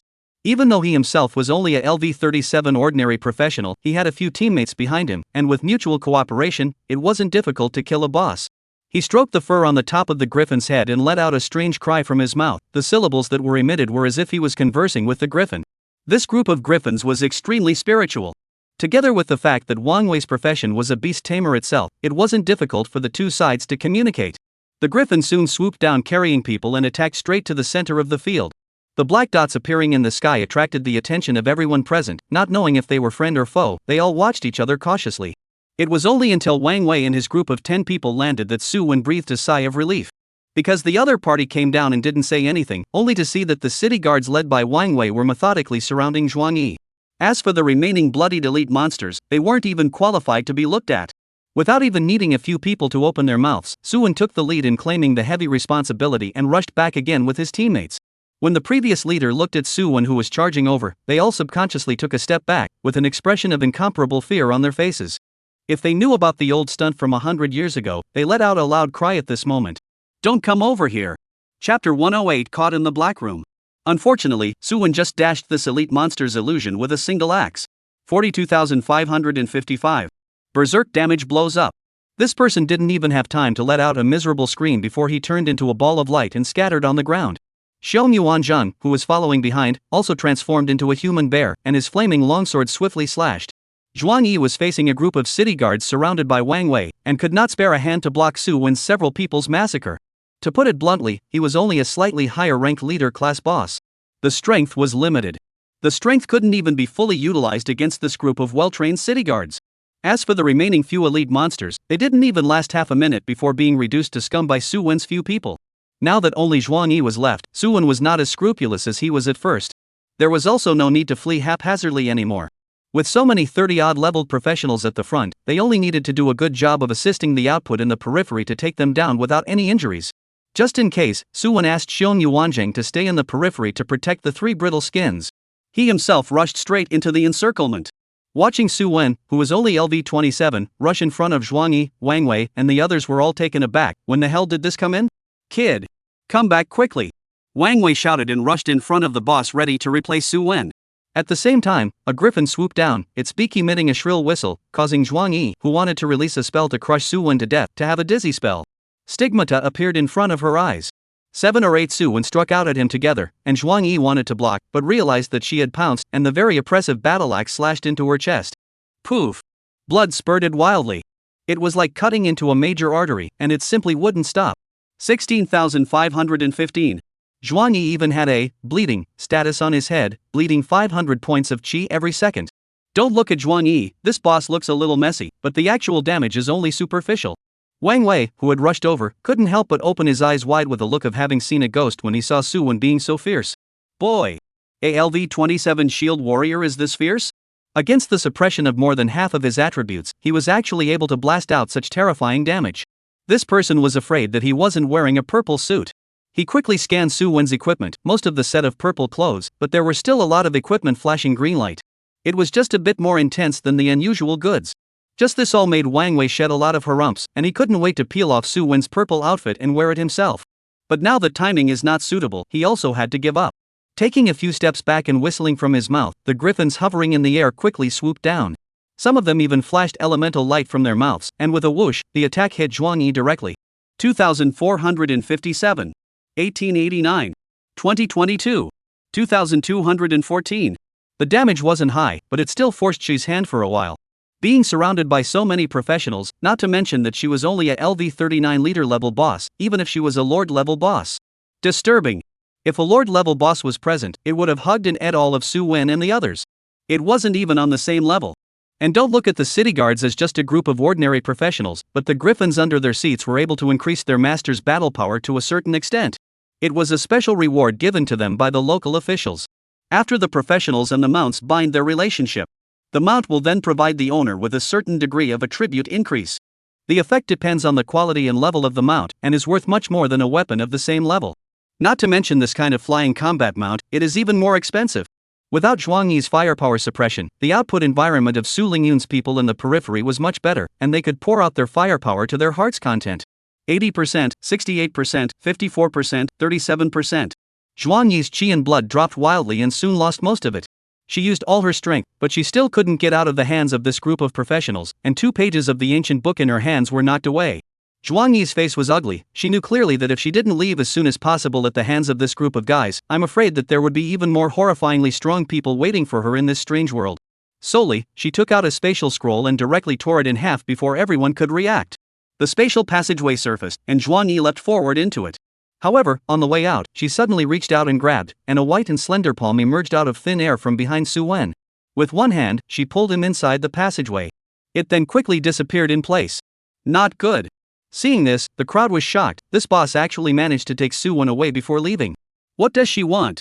Ji Hao and the others were even more unsightly. Their connection with Su Wen was fading at this point. Even Xiong Yuanzhang was frowning as the spatial passage blocked his perception. He was also not sure where Su Wen had been taken. But at this time, Xiong Yuanjing turned back violently and looked in the direction of the abandoned factory. His face showed surprise while he also sighed in relief. Inside the factory. Using a spatial scroll, Zhuang Yi passed through the light curtain shield and appeared directly next to the altar. Su Wen also stumbled and fell out of the passageway. Being forcibly pulled into the teleportation channel by a boss was really the first time he had encountered it. He gripped his weapon tightly and subconsciously observed his surroundings. Instead, he saw burning transparent flames that were scorching a group of pale-faced children. The whimpering that could still be vaguely heard from the outside had now become an old age-like gasp. Suwon stared at the scene in front of him with wide eyes, unbelievably. What had happened? Why did it turn out like this? Suwon didn't know, but it was as if his heart was blocked by something, even his breathing became ragged. He could not see these things. Not to mention a group of children who were supposed to be laughing and playing were being hung in the air as if they were pigs and roasted constantly with bizarre flames. His eyes fell upon a savage wearing a beautiful tail-feathered tiara. A red light flickered behind it, symbolizing the status of its head boss. Unlike the previous boss, this one was also a leader-level boss, but it actually gave Suwon a sense of threat if nothing else. He hurriedly checked its attributes and the result he got made his heart sink. The level was even higher than Zhuangyi. Savage Tribe High Priest Head Boss LV41. Blood 486, 200 486, 200. Facing two super high-leveled leader class bosses in a not-so-spacious confined factory, Suwon expressed a lot of pressure. But as things stood, there was no choice but to fight the two bosses once with his back to the water. He shouted angrily, and the light of his axe slashed out at an extremely fast speed, killing the Wildman priest. But what Suwon didn't expect was that the other party had already laid down a killing blow when they saw him for the first time. The priest invoked the transparent flames on the altar, which suddenly erupted from the ground the moment Suwon slashed the light of the axe, enveloping Suwon's entire body. 12,647. Chapter 109 Arrival of Shui Tianjiao. The terrifying damage of over 10,000 appeared on Suwon for the first time. Although the damage was absorbed down by the innate immovable king, such a frightening scene still made Suwon's heart tremble. Because transparent flame was a ranged skill, it was enough to bypass the defense mechanism of shield rising counterattack, thus hitting all the damage on him. The priest raised his palm upwards, and the transparent flame struck again. Even though Suwon had dodged to the side as much as he could, with his pitiful speed attribute, he was still burned all over. 12,445. In just a few moments of work, Suwon's shield value dropped by nearly 30,000. Now Suwon sort of knew where this 5-star quest difficulty actually came from. The source was actually here. Plus 2,200. Plus 2,200. Plus 2,200. It was a good thing that, chi in blood like a dragon, was constantly recovering Suwon's shield value. Although it was not high, he was confident that if the priest boss only had this flame attack, it would still be very difficult to break his innate immovable king. But Suwon forgot about the boss Zhuangyi who brought him in at this moment. The ancient book in his hand surged, majestic elemental particles converged in it, and a remnant of a sea wave surfaced in the air. As Zhuangyi cast the spell, the sea wave became more and more solid, until it finally swooped out of the void completely. The violent waves swept through the entire abandoned factory. In just an instant, the seawater drowned Suwon and then crashed into the surrounding walls. Only a bang was heard. The factory walls turned into countless debris, and the building rapidly collapsed as the bottom support disappeared. The entire abandoned factory was directly shattered by Zhuangyi's own strength. At this time, the outer transparent light shield was still emitting soft light, maintaining the destruction inside the formation. But the tremendous commotion could not be hidden from anyone at all. Not to mention that Xiong Yuanzhang had long since rushed over with his men based on the scent lock. As they looked at the incomparably tragic battle scene inside, they couldn't help but pinch a cold sweat for Suwon. Wang Wei's face turned blue and he hurriedly called up the observatory side. "Remove the formation in the city, someone on our side is trapped." His voice was loud, but in the noisy scene, no one could hear exactly what he was saying.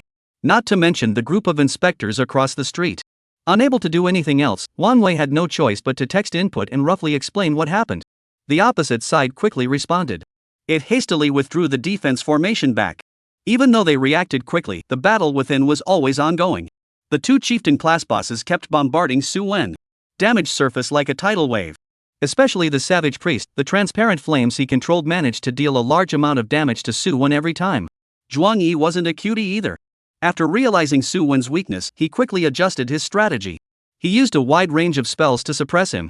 Receiving heavy blows one after another, even Suwon was momentarily dazed.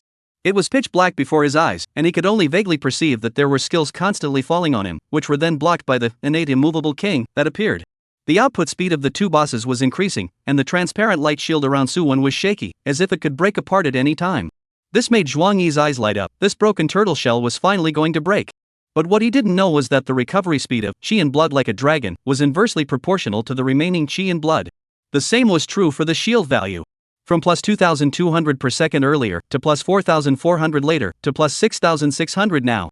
After Suwon took a round of hard frontal bombardment from the two major bosses, the shield value finally stabilized at around 47%. And it rebounded at a terrifying rate of 6,600 shield points per second. At this moment, Zhuangyi and the savage priest used all of their means, and almost all of their strength erupted in the shortest amount of time. But even so, Su Wen was still standing firm over there.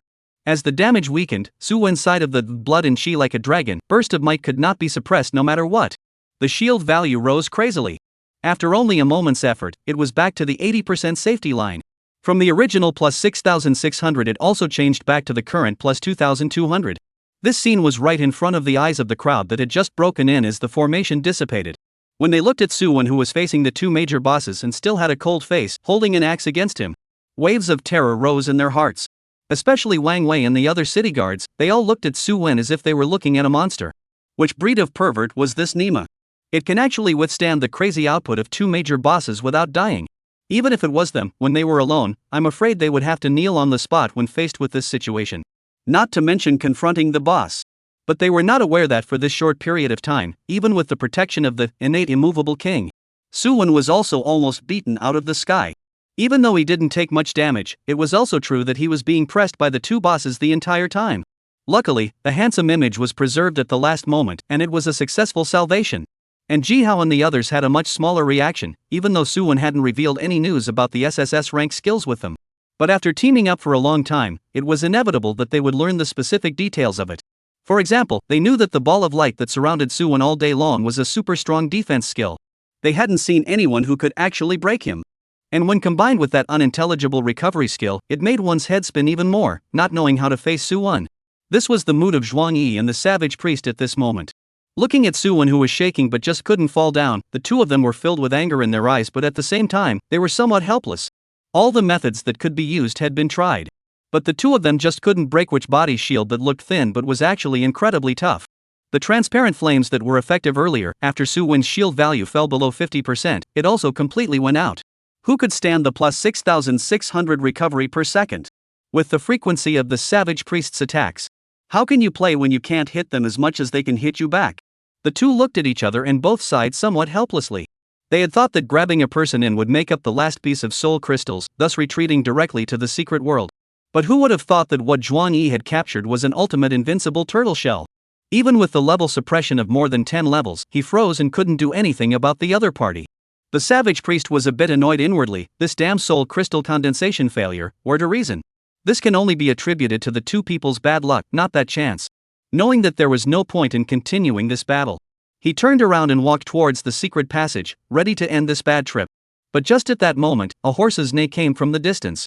6 figures on white biplane warhorses quickly rushed over from far and near. At the head was a female rider. She was clad in silver white thick armor, and her right hand held a 3-meter-long spear, the tip of which swept across the ground, bringing up a whistling wind-breaking sound. Seeing the visitor, Su Wen's face was delighted. The heartfelt Dao Protector expert had finally arrived. Chapter 110: The Tough Shui Tianjiao. Shui Tianjiao's arrival undoubtedly gave the crowd a shot in the arm. That high LV-46 rank gave an incomparably fulfilling sense of security. Su Wen noticed that the lance and armor in Shui Tianjiao's hands were surrounded by a purple halo. She raised the lance high, with a silver dragon shadow emerging from it, and her aura locked onto the two people, the savage priest and Zhuang Yi. An intense sense of crisis caused their hearts to plummet and their sweaty hairs to stand on end. It was as if an ant had met a dragon. The difference in strength was unimaginable. It was a huge gulf in the nature of life. Previously, they had also formed a rank suppression against Su Wen's few people, but now that the two sides had switched their identities, they instantly felt that the god of death was choking their necks. That feeling of randomly dying a violent death urged the two of them to flee from this dangerous woman's field of vision. "Run!" the priest yelled.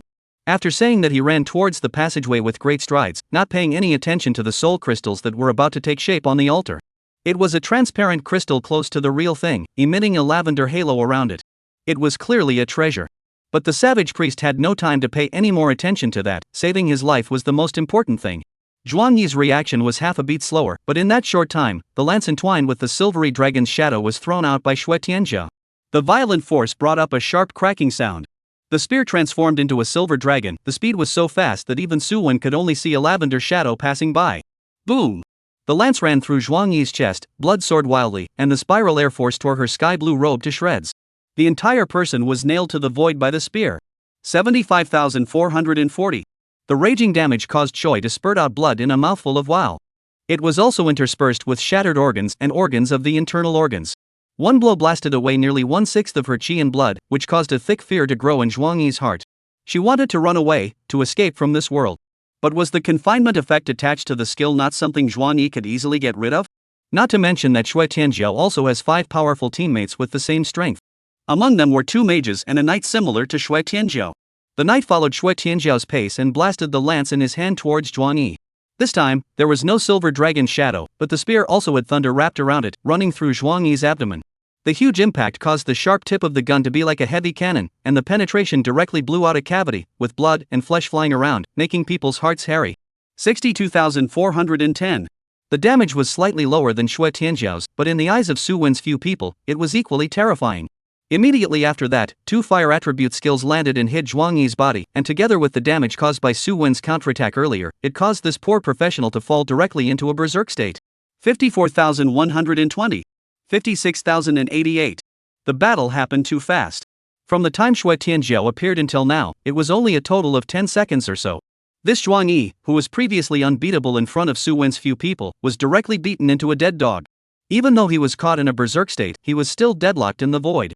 Her eyes were bloodshot, and she let out a shrill, ear-piercing howl as her entire body began to become incomparably maniacal. However, Shui Tianjiao's several people's expressions did not change in the slightest, and just one round of concentrated fire blasted Zhuang Yi into a pile of broken flesh. The mass of light scattered. Due to the huge level difference between the two sides, the equipment that exploded wasn't really good, it was all blue, and there was only one green suit. Shui Tianjiao didn't care about this, their levels were all above LV40, they couldn't even look at them. As for experience, it was even more half-hearted. Her gaze fell on the child hidden above the altar. At this point, they were already dying and their life energy had dried up, leaving only a few imperceptible, ragged breaths. These damned guys. Shui Tianjiao's gaze was filled with coldness as he stepped forward to free them one by one. Several people from Su Wen came over. Seeing the young child who was originally boundless in vigor, he became as old as an old man, emitting an aura of decay on his body. Several people felt a pang of discomfort. A milky white shimmering light emanated from Ji Hao's hand and was gently placed on the child. However, the feedback results caused his face to look incredibly ugly. Give up. Shui Tianjiao opened his mouth. They're not injured, just their life force has almost been drained by those mongrels. A flash of complexity flashed in Ji Hao's eyes as he turned back and asked, "Is there no other way?" Shui Tianjiao shook his head. Unless there is life force to help them restore their vitality, ordinary treatments will have little effect. Wang Wei and the other city guards also rushed over, and when they saw these children, their hearts grew angry while they quietly sighed in relief. He comforted the crowd, "Don't worry, there are often tamed combat mounts within the guard camp. The eggs they lay are sometimes extracted for their life breath as potions, just in case. To be honest, injuries like this aren't actually rare over at the secret realm, so everyone doesn't need to worry too much." Hearing Wang Wei's explanation, all of the crowd's taut nerves relaxed. Picking these children up, Wang Wei began to contact the side of the guard battalion. After a bit of explanation, he smiled towards the crowd and said, "Everyone, please also come with us. This place has been taken over by higher-level professionals, and as the next step involves the secret realm, it's better for us not to get too involved." Wang Wei looked at the secret realm passageway with some regret in his heart. That savage priest, I'm afraid, was the mastermind behind this tragedy. And the soul crystal that was about to take shape on the altar had become a piece of scrap at this point due to the fact that it was out of control and couldn't absorb enough soul breath. The soul breath stored within it all escaped into the air. Su Wen did not care about this. Although the soul crystals were good, they were not useful to him at all, they were rare props after LV40. It was far inferior to the rewards of system quests. And as far as the results of this battle were concerned, the academy side could also exchange for quite a few cultivation fruit exchange qualifications. As for the escaping savage priests, there would be others to chase after them. After all, going through this side of the passage was a reverse invasion, and the danger would be greatly increased. But none of this was what Su Wen wanted to care about right now. Less than half an hour. 10 ambulances arrived. While picking up these children, they also brought back Su Wen's few people. In this sparsely populated suburb, a few people had no car and no mount, so there was no telling how long they would have to walk to get back. After getting on the car, Su Wen saw a nurse injecting a tube of green medicine into these children. When the liquid flowed into the children's bodies, their faces flushed with a speed visible to the naked eye. Even if it still looked a bit paler than normal. But it's better than the old man's dying condition. Su Wen then put down his heart. After passing the news back to old he didn't continue to focus on this. Because the guard battalion had arrived. Several people got off the bus and were invited to a meeting room for tea. The reason for this is, naturally, to ask about the specific details of this battle, or to probe for relevant news about the secret realm professionals. Chapter 111 Mount. When the few people left the guard camp, their faces were all a bit haggard. These guys were like interrogating a prisoner, asking several people the same question back and forth non-stop. This was still under the circumstance that Su Wen and the secret realm professionals did not have any relationship. Otherwise, the process would be even stricter. Fortunately, the interrogating big brother was in a good mood and only asked Su-won 4 times before releasing them. A number of substantial rewards were given to the several people for this act of discovering and indirectly destroying a secret realm professional stronghold. For example, the cultivation fruits that several people had been longing for were rewarded with 100 each. Converted into points as 100,000. This put Su-won in a much better mood, and with these, they would be able to ascend to LV30 as soon as possible. Just as he was fantasizing that he was about to obtain a new SSS talent, a sudden cacophony of noises rang out from outside the camp gate. Looking up, dozens of anxious-looking middle-aged men and women rushed through the gate. The guards didn't stop them and allowed them to rush into the camp hospital. Old He and his family were among them, but compared to the others, he still appeared calm. After all, Su-won had already cleared the previous series of events with him on the phone. To summarize one sentence, that is, the child is out of danger and is currently in a good state of life. It was only when they saw their own Yao Yao lying quietly on the hospital bed that the two of them breathed a sigh of relief. Her face was a bit pale, as if she had a serious illness. However, the two faces were filled with smiles. As long as the child was fine, then they didn't have much to ask for. Su-won followed, and after quietly glancing outside, he silently exited the hospital. This side was currently considered to be at an end. Although there were some twists and turns in the process, it's good that it didn't lead to a major disaster. Ji-hao and the others waited for Su-won at the entrance, and the guard battalion side sent a special car to escort a few people back to the city center. After all, there were a few secret realm professionals who sneaked in this time, so who knows if the escaped savage priest had leaked the news. Anyway, there was no harm in being careful. The good thing is that all the way safely arrived at the station in East China Sea City. A few people bought the night ticket, probably tomorrow early morning arrived in Tiandu. A week of high-intensity task led a few people are physically and mentally exhausted, just on the train, head tilted, will directly sleep. The car did not slow down, a few people back to the dormitory to lie down for another day before gradually restore the spirit. On this day, a few people came to the task center and submitted the inspection task that they had previously accepted. Due to the upgrading of the mission level, the reward had also gone from the previous 0-100 cultivation fruit redemption qualifications to the current 100,000. According to the feedback from the hunting hall in East Sea City, a few people completed the task quite well. So the final reward was also set at 785 redemption qualifications. Counting the previous ones, there were a total of 885 copies in the hands of several people. Due to dominating almost all the lists on the first 2 floors of the 10,000 books pavilion, Su-won undoubtedly had an exaggerated amount of credits in his hands. The nearly 800,000 credits were spent without any hesitation. In the exaggerated eyes of the onlooking students, the few people took a few boxes of cultivation fruits and swaggered out of the place. As for why not put the cultivation fruit into the backpack? This you have to ask why the fishing man always likes to catch a big fish and patrol the street. To the extreme, even if he cruises the streets and stinks up the fish, he still wants everyone to know that he caught a big fish. That was the mindset of several people right now. This scene was captured by the onlookers and transmitted to the official forum above. A newly released post quickly rushed up the hot list and squeezed into the top 10. I'm begging all of you who are good at math to calculate just how many points are needed for a few boxes of cultivation fruits. Shocked. The first-year students actually have such strong financial resources. Calculation of the major copies of the bully list credits gain chicken takes you to understand the real strength of Su-won's squad.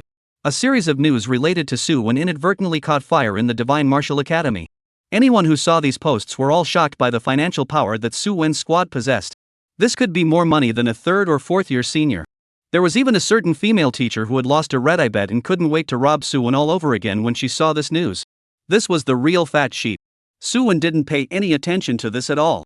Returning to the dormitory, Su-won directly closed the door to his room, throwing the matter of the cultivation fruit aside. What was on his mind now was the purple mount egg that the system gifted him after the quest upgrade. This was the first time he had encountered a quest with such a generous reward. After all, it was reasonable to say that even the most ordinary mounts were not something they could obtain at their level.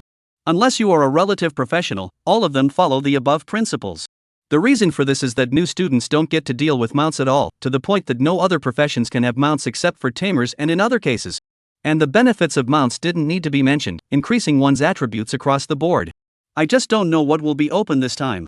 Su-won had some expectations for this and took out the special pet egg rewarded by the system. With a thought, an ostrich-sized egg appeared in Su-won's hand. And then, just like opening the blind box before, the pet egg began to slowly rotate as Su-won opened it silently in his mind. A soft clicking sound echoed in the room. A gray animal the size of a hand topped the eggshell and crawled out of it with difficulty.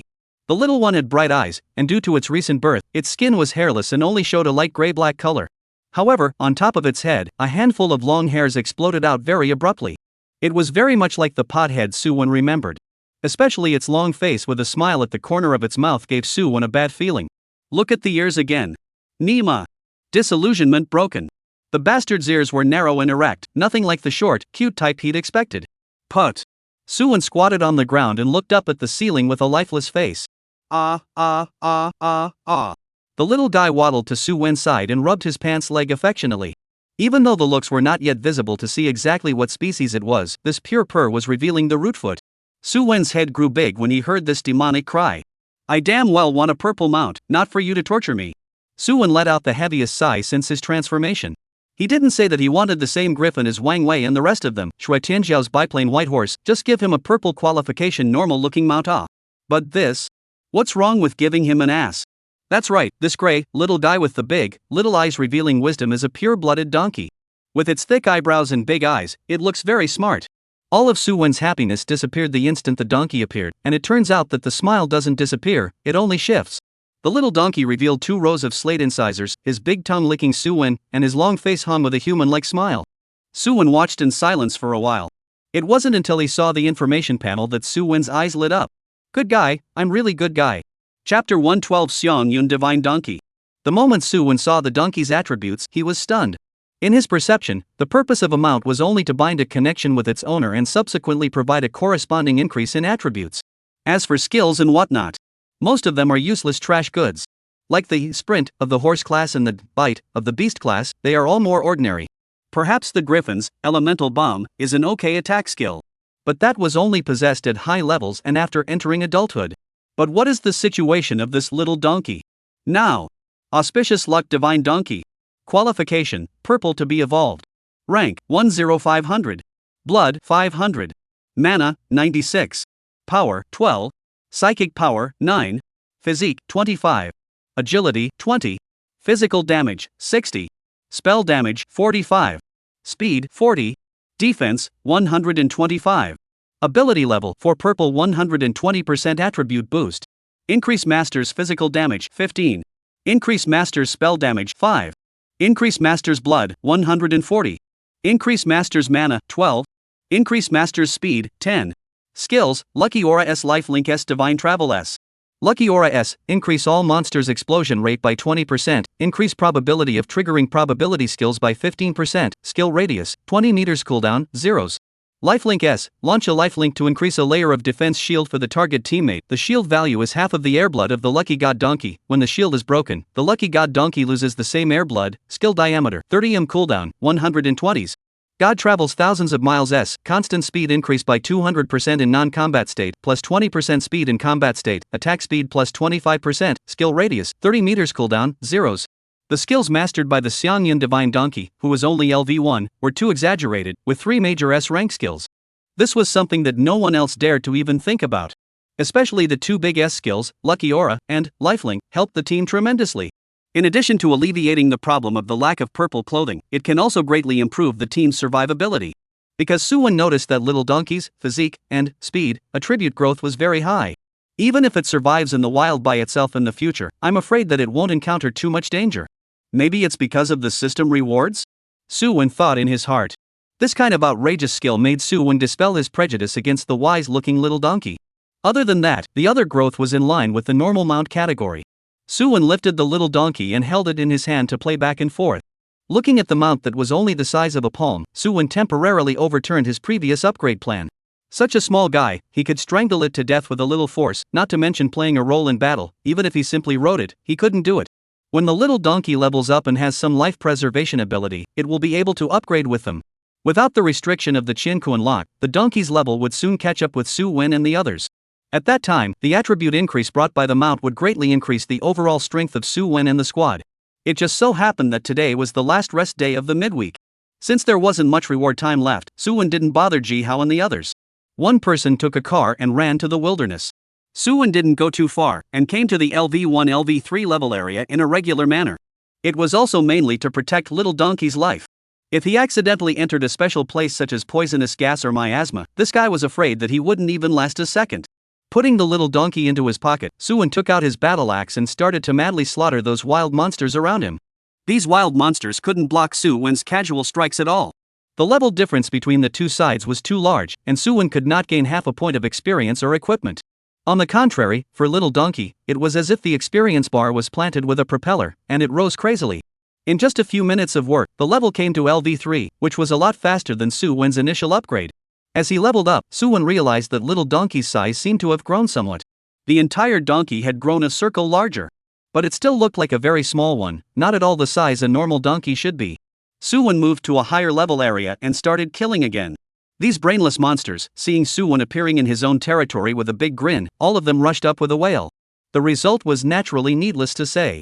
All of them were chopped in half by an axe, spilling blood all over the earth. These guys who were just small minions in Su-Wen's eyes, to Donkey, they were one big experience stand. With the huge experience compensation from killing monsters at a cross level. The little donkey's body constantly flashed with bright light, its level soared, and its size grew larger with the naked eye. It was now no different from a newborn baby donkey. It grew to the position of Su-Wen's calf. It was only the handful of hanging hair on its head and the extremely bored incisors that made it look a bit more comical. Moreover, during this time of killing monsters, Su-Wen also felt the donkey's S-rank skill's toughness. The increase in attack speed and movement speed provided by God traveling 1,000 miles made Su-Wen almost think that he had changed to a purple shoe.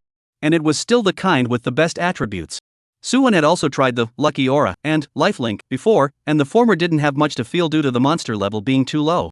However, Lifelink was a bright spot for him, and this skill had a strong ability to keep people alive. Especially with Donkey's high physique growth, it was even more valuable to Lifelink. After half a day, the little donkey had already grown to LV15 at an extremely fast speed. Tilting his head slightly, the little donkey's tongue could lick Su-Wen's palm. The wet and slippery sensation made Su-Wen feel a wave of nausea, and he hurriedly rubbed on the donkey's fur. Only until it was slightly cleaner did he pat the donkey's ass. This little guy was not honest. The little donkey didn't care and flicked its tail as it skipped along behind Su-Wen's butt. Due to its small size, it was unable to activate the riding state, and the speed advantage of the God traveling 1,000 miles in the non-riding state could not be utilized at all. However, compared to before, Su-Wen's speed was also much faster. Returning to the schoolhouse, Su-Wen bought a few boiled corn, ate one for himself, and tied the rest around the little guy's neck.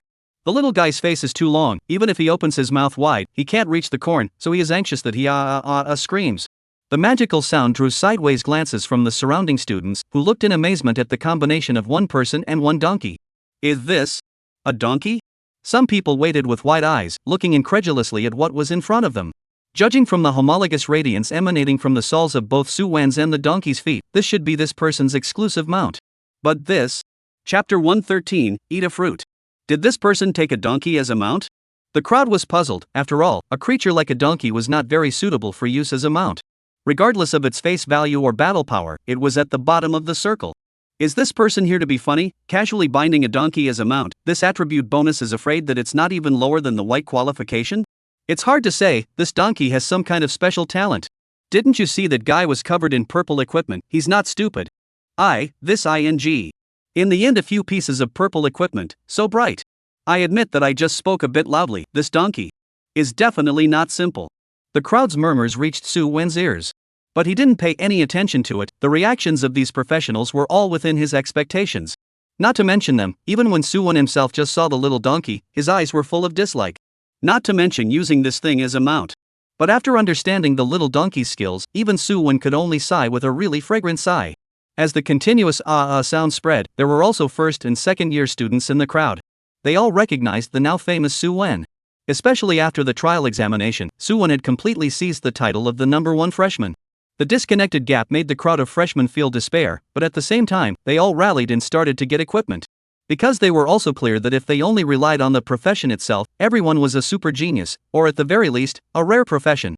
The difference couldn't be any wider than that to that outrageous degree. So the equipment that was the most important to a professional's improvement naturally entered their eyes. Especially after rumors came out of nowhere that Su-Wen had reaped a full harvest in the large replicas, the 10,000 books pavilion had just become a stronghold for the first-year students. Every day, new teams came to challenge it in an attempt to obtain the very best equipment and become rich overnight. But the outrageous thing was that while they were still preoccupied with finding new equipment, Su-Wen turned around and threw himself into the sequence of cultivating mounts.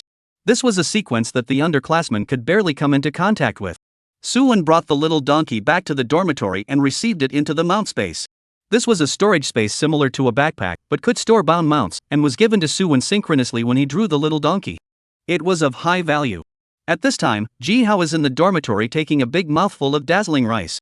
Seeing Suwon come back, he moved the bag full of things on the side to the side. Back? He slurred as he chewed something in his mouth. What were you doing this afternoon? Didn't see you around.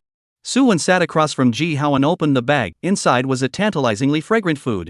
Looking at the lunchbox printed on the Scent House logo, Suwon knew that this bastard went to eat cafeteria again. The Scent House is very famous in the academy. However, due to the expense, and payment is based on credits, which leads to many students looking forward to it, but there are not too many credits on the card, so they cannot be so extravagant as to eat with credits. But Ji Hao was different. He was now very rich in credits, and usually went there to eat after class at noon and at night, which made him recently resound in the freshman group with another nickname. Soft Rice Ho. A tall man of more than 1 meter 9, but he had switched to a professional milkman, and the most outrageous thing was that he mostly played the role of a soft rice eater in Suwon's squad. There was no way around it. The squad members were so strong that it was rarely his turn to take action, and once Ji Hao got really busy, that's what meant that the encounters with the enemies were too strong, and even he, the nursemaid, had to take action. Went for a stroll in the wilderness and found a good thing. I'll show you in a couple days. Suwon had a happy face. The kind of smile that couldn't be concealed at all was obvious to anyone. Ji Hao looked at Suwon curiously. Just this one afternoon, what kind of good stuff could he come up with? Is it hard not to pick up some special treasure?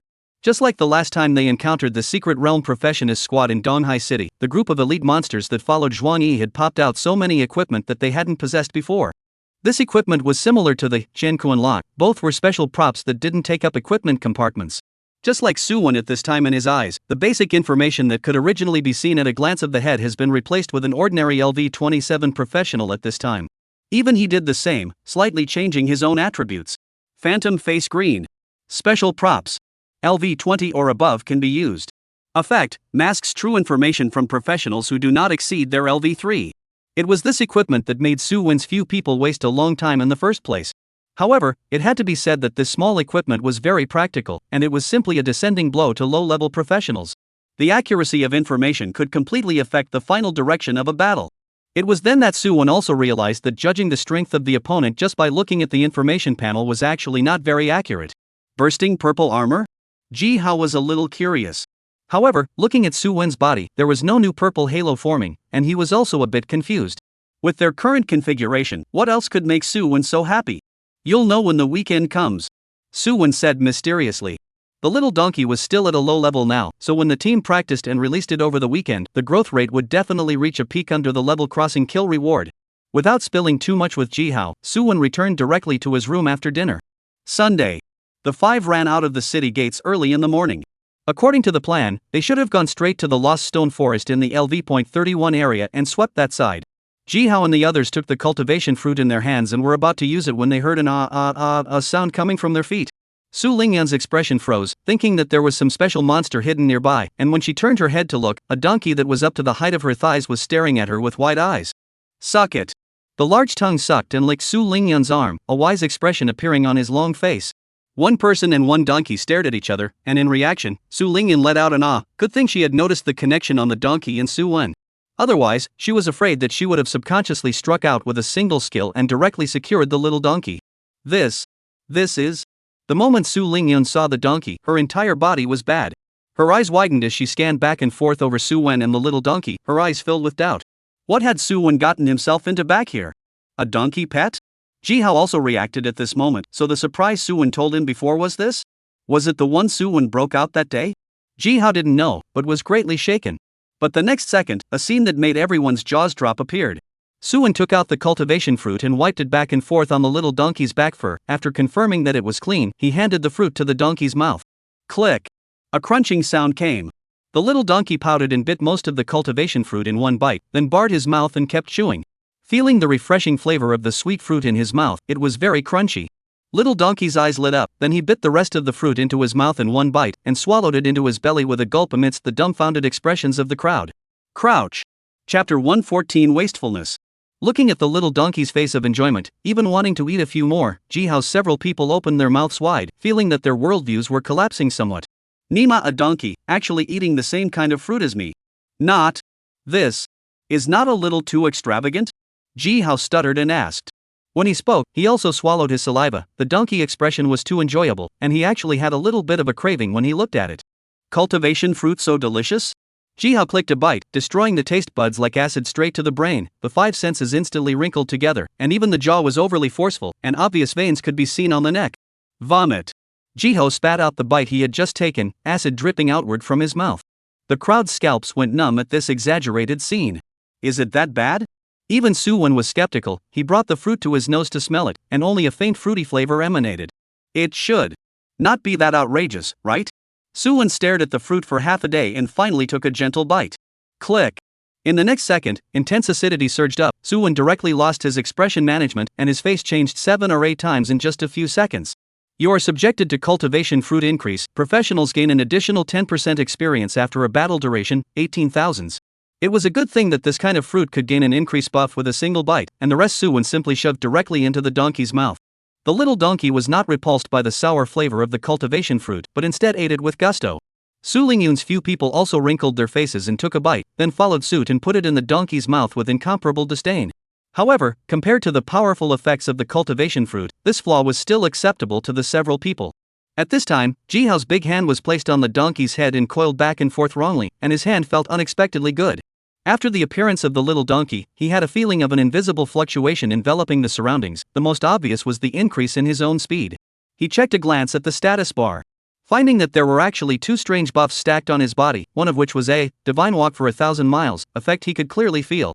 Very practical. But the other one was a slight surprise to him. Holy, a mount with such a perverted skill? Jihao let out a strange cry, drawing Su Lingyun and the others over. Xiong Yuanzhang, as a druid with a very sensitive perception, similarly discovered something strange about himself. Especially the lucky aura, simply unheard of. Is there a skill in the world that can increase the explosive rate of wild monsters? My goodness, Su Wen, you're not a simple donkey. Xiong Yuanzhang scared twice. Su Lingyun and Lu Mingcheng also let out an exclamation of surprise. Although it wasn't clear where Su Wen had gotten the mount from, the skill attributes really smelled too good. I'm going to let the donkey upgrade with us today. Looking at the expressions of the crowd, Suwon revealed a smile at the corner of his mouth. This is surprised?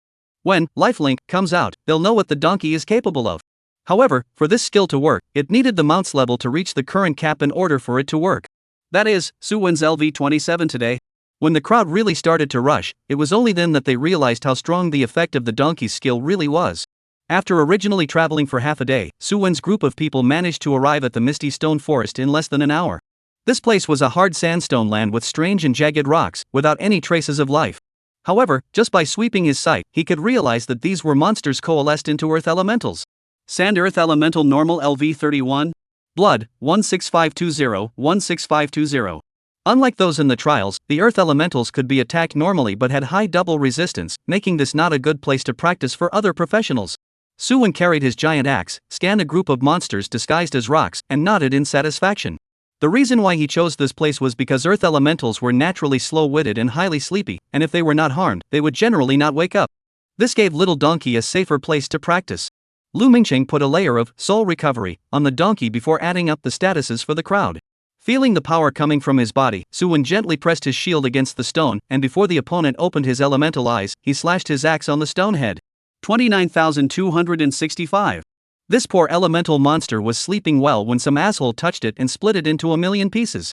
Successfully killed Sand Earth Elemental Normal, experience plus 160, extra bonus experience plus 32 for crossing levels, extra bonus experience plus 400 for teaming up. Information surfaced that a small monster could provide Suwon with 592 experience points. The rewards were very generous. Little Donkey could also enjoy the same experience as Suwon. And with Su Lingyun's few people stepping in, the speed of brushing the monsters almost doubled. A few people split up. Suwon himself fought solo all the way, and the remaining few people were responsible for the small monsters in the other direction. However, the squad as a whole would remain active within a diameter of 40 meters in order to trigger Donkey's lucky aura. And as the elemental monsters plummeted, Suwon was pleasantly surprised to find that these ordinary small monsters could actually sporadically pop out some blue skies and white clouds. As for the green clothes, there was none. After all, this does not belong to the drop category of ordinary small monsters. Suwon's few people pushed their way across, and in no time, there was a pile of rags in their backpacks. However, they were happy to keep killing the stone monsters, and every now and then a piece of equipment popped out. Xiong Yuanzhang was enthusiastic at the moment, and his flaming longsword split the elemental monsters into smithereens, popping out a LV30 blue ring. With a delighted face, he looked at the newly acquired ring in his hand and lamented, "Suwen, your mount skill is really heaven-defying. A blue ring popped out so easily, it looks like we'll have to rely on it for all our future equipment. Saying that, he also touched the little donkey that had grown another round. Although this fellow was a bit strange looking, the abilities it displayed were not comparable to ordinary mounts. Not even the purple qualified mounts he had heard of before. Haha, that's for sure, with the lucky aura enchantment, we'll have our purple equipment in the future. Even the legendary pink equipment we can look forward to. Suwon responded with a smile, a slightly bland tone, but the words he said caused the hearts of the crowd to jump, followed by a look of excitement appearing on their faces. Pink outfit? That was a divine artifact that was out of reach of even many high-level professionals and even 100-level powerhouses. There was no other reason for it, a Lord-class boss of the same level was just too difficult to deal with. Not to mention the extremely low popping rate of the pink suit, which was not something that ordinary professionals could even covet. Not to mention the pink suit, even if a purple suit is dropped I'll wake up at night laughing. Haha, expect first, then realize, with our talent and strength, sooner or later, we will one day follow in the footsteps of those seniors and enter the void to fight for humanity. The arrival of the little donkey added to the team's fun atmosphere and gave the crowd hope for the future. It was a visible road to prosperity. As long as one went along with it, one would naturally become a top-tier powerhouse, relying on the little donkey's skill itself. Jihao lovingly stroked the hair dangling from the little donkey's head and played with it. The donkey didn't care, but instead happily responded with an ah sound, followed by a ray of light that shot toward Jihao, causing a circle of light green light to emerge on both. Jihao was startled by the sudden appearance of the green light, and then reached out to touch the light shield, and then looked at the newly appeared skill introduction on the panel. His mouth gradually opened wide, itching to swallow an apple in one gulp. Is this, Nima, going to be so perverted? Jihao swallowed a mouthful of saliva, his eyes hotly looked at the little donkey. If not for the fact that this goods really do not look in line with his aesthetics, he could not wait to rush up to hold and wildly kiss two mouths. This, lifelink, is simply the gospel of priests like him. With the rest of his life sharing the damage, he was no longer afraid of suddenly being killed by a certain powerful boss in a single move one day. What's going on here? Is this light shield a newly mastered skill? Su Lingyan asked as she turned her head towards Jihao after killing the stone monster in front of her. She thought that this was a newly mastered skill after Little Donkey upgraded. After all, normally, pets would comprehend new skills every so often. This was because they weren't able to go through skill books to learn new abilities like humans. And she also noticed that the little donkey was getting bigger and bigger as time went on. The guy who could only reach her thighs earlier was now almost enough to reach her waist. I don't know, but this skill I feel is even more powerful than Divine Walk for 1,000 miles. It can actually provide me with a shield? Where is this amount? It's simply my living father. Jihao wrapped his arms around the little donkey and let out a Gigi weird laugh. The other few were envious beyond measure. Who wouldn't want a mount with strong skills to protect them? This caused certain thoughts to rise in their hearts. If they had equally strong mounts in the future, then why would they still need to envy soft rice hoe? Looking at the small donkey's appearance like an ordinary domestic donkey, it shouldn't be a particularly rare breed, so he could probably get something similar. If Suwon knew the inner thoughts of a few people, he would have to die laughing here. Good fellow, you want to find the donkey rewarded by the system too? I'm afraid I didn't drink a little too much. Even without looking at the skills, the purple qualification alone was enough for an ordinary professional to work hard for a lifetime. Not to mention that this could be a little donkey that could evolve. Even if he took a piece of pink clothing and exchanged it with Suwon, he would not hesitate to refuse. One day passed quickly. The donkey leveled up by leaps and bounds. Without the restriction of the Qianquan lock and with the aid of the cultivation fruit, the experience it ate from killing monsters over the levels along the way directly allowed it to rise to LV22. The size was also larger than a normal pony, reaching the standard for preliminary riding. Although grown up and not as cute as when he was a child, his clear, stupid eyes and signature hanging hair and slate teeth were what allowed the donkey to still maintain a wise aura that was uniquely his. But even so, Suwon was still not satisfied. After another 3 days of cultural lessons, Suwon's 5 brought the little donkey and once again came to the outside of the city. After a day of dull and boring brushing monsters down, not only did little donkey reach the current level cap LV27, even the rest of the few people had their levels raised accordingly. Xiong Yuanzhang had gone from LV26 LV27, Jihao and a few others had also come to LV25, and only Suwon still lacked some experience to upgrade. But even though his level hadn't changed, Suwon's strength had a sea change under the donkey's attribute addition. Auspicious Luck Divine Donkey. Qualification, Purple to be evolved. Rank, 27,676,676,000. Blood, 10,640. Mana, 1728. Power, 66. Psychic power, 36. Physique, 133. Agility, 101. Physical damage, 660. Spell damage, 360. Speed, 404. Defense, 1330. Ability level for purple 120% attribute boost. Increase physical damage to master, 405. Increase master's spell damage, 135. Increase master's blood, 3780. Increase master's mana, 324. Increase master's speed, 270. Skills, Lucky Aura S Lifelink S Divine Travel S. Such an exaggerated attribute boost made Suwon satisfied beyond satisfaction. Except for the defense attribute, the rest of them were significantly increased, which was a lot greater than the bonus brought by a purple suit. Moreover, Suwon also noticed that there was something not quite right about Little Donkey's attributes. It seemed like the growth coefficient corresponding to its own attributes had changed during the process of getting a little bit bigger in size. This was also the unique evolutionary route of mount-type beings. They had a more obvious and exaggerated increase from leveling up than human professionals. Suwon felt the impact of the additional attributes. Originally, he was just a shield emperor with high offense and thick blood, and very distinctive career characteristics. But now after Little Donkey's increase, even the speed attribute, which had always been a weak point, had soared to number 1 in the entire team. Other attributes also increased significantly. It was like Suwon had been given a new set of equipment. Moreover, nowadays, the little donkey had already reached a physique that could be ridden. Suwon straddled its back and just thought of a certain direction in his mind, and the donkey rushed out on its own. The speed was so fast that Suwon almost didn't open his eyes from the gusty wind. Moreover, he finally knew what the real use of divine walking 1,000 miles was. The ride status was based on the speed of the mount, and then increased the movement speed by 200%, so fast that you couldn't even see the shadow. In particular, Little Donkey's growth style of speed physique was extremely suitable for this skill. Suwon felt that instant just now was faster than many cars running. Just as Suwon was feeling the power of the little donkey, a lost wild monster appeared right in front of him, looking very strong.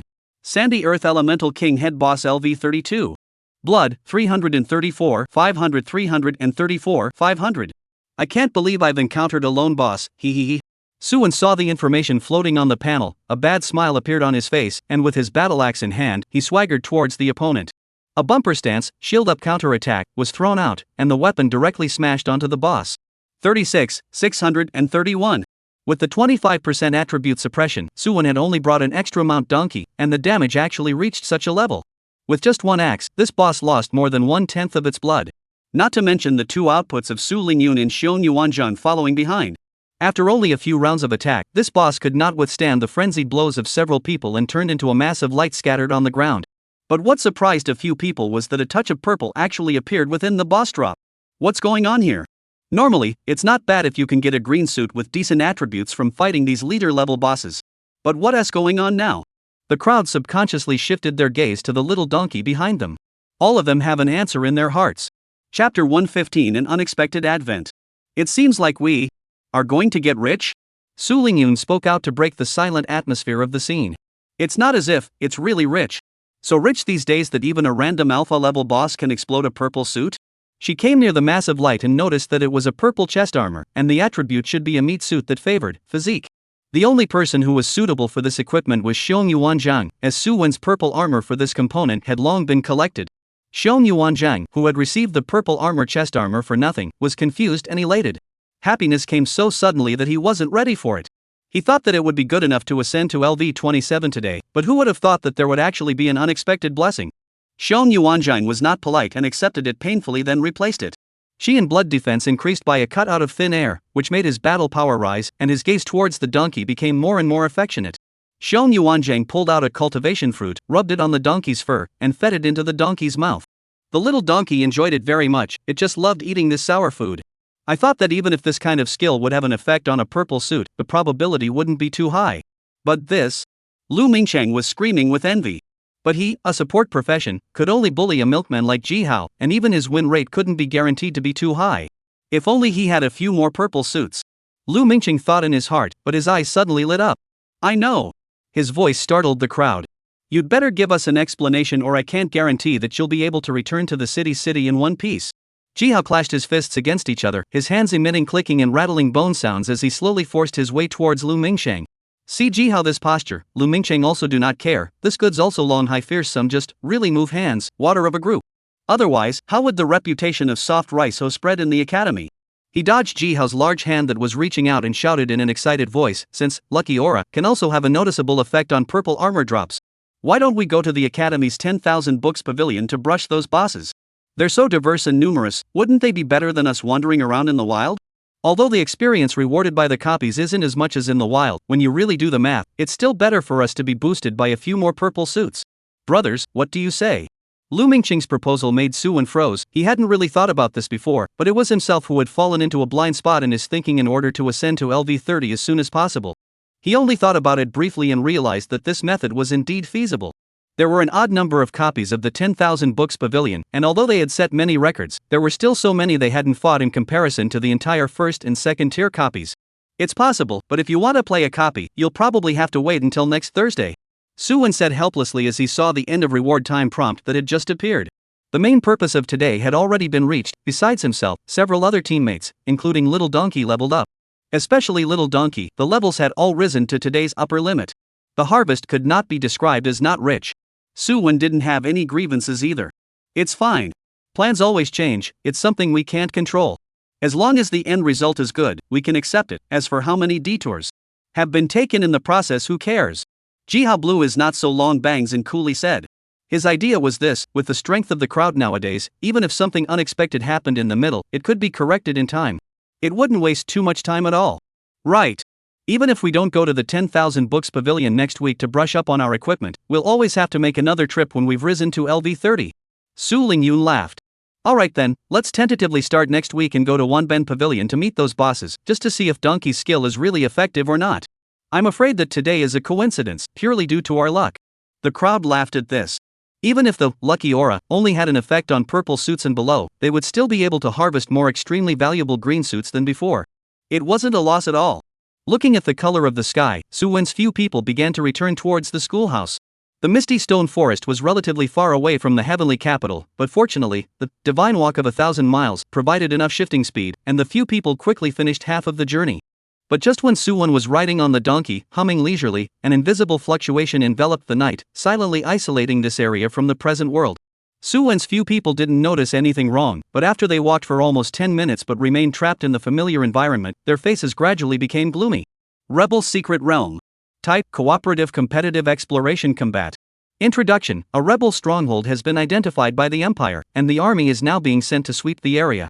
You can choose to help the Imperial army destroy the rebels, or help the rebels escape from the pursuit, and you will be rewarded accordingly. As soon as the Secret Realm introduction came out, so many pillars of light fell from the sky and appeared within this special space. There were about 100 of them. They had soloists, but more of them were teams of LV20 to LV29 professionals. Seeing the Secret Realm hints and the descent of the teams of professionals, Suwen instantly knew that he might have mistakenly entered a secret realm. However, he never realized how his party had gotten in. Suwen recalled the previous Golden Mystery Realm, when it appeared in the wild low-level area, and the light of an entrance to enter almost led to a big fight between the two teams. This time, on the other hand, more than 100 professionals were quietly pulled right over. Following that, the significance of devolving the Secret Realm quest was self-evident. But what surprised him was that his own system had also sent a mission at this time, and looking at the introduction above, it should be even more difficult than the Secret Realm mission. Late clue. Mission difficulty. Mission content: the rat has revealed its tail. The superior of Defector Angus was accidentally discovered by Imperial spies, and secretly tailed to discover the rebel stronghold. Please, within 10 days, successfully eliminate the rebels while completely removing the Imperial reinforcements. Mission reward: LV30 purple title. Destroy both the rebel army and the Imperial reinforcements. This was almost impossible to accomplish in Suwen's opinion, not to mention how the battle power of both sides really was. Just a few people from their squad, even if they had the strength, how could they deal with an enemy that was organized as an army? A round of fire from the other side, maybe you will completely kneel. Even a powerful man like Afra was beaten beyond recognition, let alone a group of professionals like them. Holy, what kind of luck is this? Looking at the secret mission introduction, Jihao exclaimed out in shock. How is it that he was fine just now, and now he's suddenly pulled into breaking into what Ghost Secret Realm? I'm going back to the academy. Brush the boss. I'm not here to waste time with you. Chapter 116, Bad Years. After cursing for a while, Jihao then subsided. It wasn't that he liked those bosses of the 10,000 books pavilion so much, but the encounter in Donghai City some time ago had left a very bad impression on him. In particular, he hated Secret Realm professionals with a passion. One group was playing with ghost sacrifices there, and another group was out in the wild not knowing what to do. At that time, those two big bosses were both very scary to them. The huge level suppression made it impossible for them to return the favor. He didn't like the feeling of being completely crushed. If he had known that the elite squad he met in the wilderness, he should have just stepped in and yanked them, and if that person hadn't blocked them from it, they Thinking of this, Jihao's face changed violently, and he hurriedly rushed a few people to whisper. Holy! There should still be those guys lurking in East Sea City. The few people who said this were stunned. What is all this and what? The topic has gone a bit far, right, big brother? Jihao saw the giddy look on their faces, so he had to patiently say, do you still remember the Secret Realm professional squad that initially encountered us? There was a LV-42 professional at the time, remember? Holy, if it wasn't for the bursting out of the phantom face, I almost thought he was really a good guy. Jihao's brain circuits were a bit clear, actually associating what happened back then at this moment. Although the phantom mask was a good piece of equipment, the range of its abilities could only cover no more than its own LV-3 level. Facing an LV-42 professional, it can't do any covering at all. Suwon also felt a bit headstrong when he heard this, feeling that his head was not working well lately, and there was always a feeling of rust. I can't remember anything, and I can't turn a corner when I encounter things. That's what happened just now, and I didn't realize that I had the same inability to react before. But this thing. Suwon frowned and pondered, and really didn't think of any good way to solve it, and finally could only sigh helplessly and said, that person's level is too high, it's simply not something we can deal with. Now we also have to get in touch with the hunting hall over in East Sea City to see if we can send for an expert to find them out. Having said that, Suwon didn't have much expectation for this. LV-42 invaders could exist, but what about LV-52 and LV-62? Anything is possible. All he could do was upload the news of the phantom surface and see if he could recoup some of his losses. Su Lingyun didn't feel much about this. To put it bluntly, they were just rookies who had just entered the academy for more than a month, so they didn't have the experience to care about those messy things. It would be nice to be able to detect it. So she was in a good frame of mind and didn't make a fuss like Jihao, instead she silently observed everything around her. The number of people in the special space was gradually increasing, and it also made her pressure slowly grow. Would such a large number of professionals going to the secret world directly expose their identities? Would the current world side open up a wider passageway, the kind wide enough for the Imperial army to descend? Su Lingyun took a deep breath. She knew that she was being redundant and worrying. There was a tall man to hold the sky when it collapsed. It wasn't her turn to be in charge of these matters. At this time, nearly 300 professionals had already gathered here.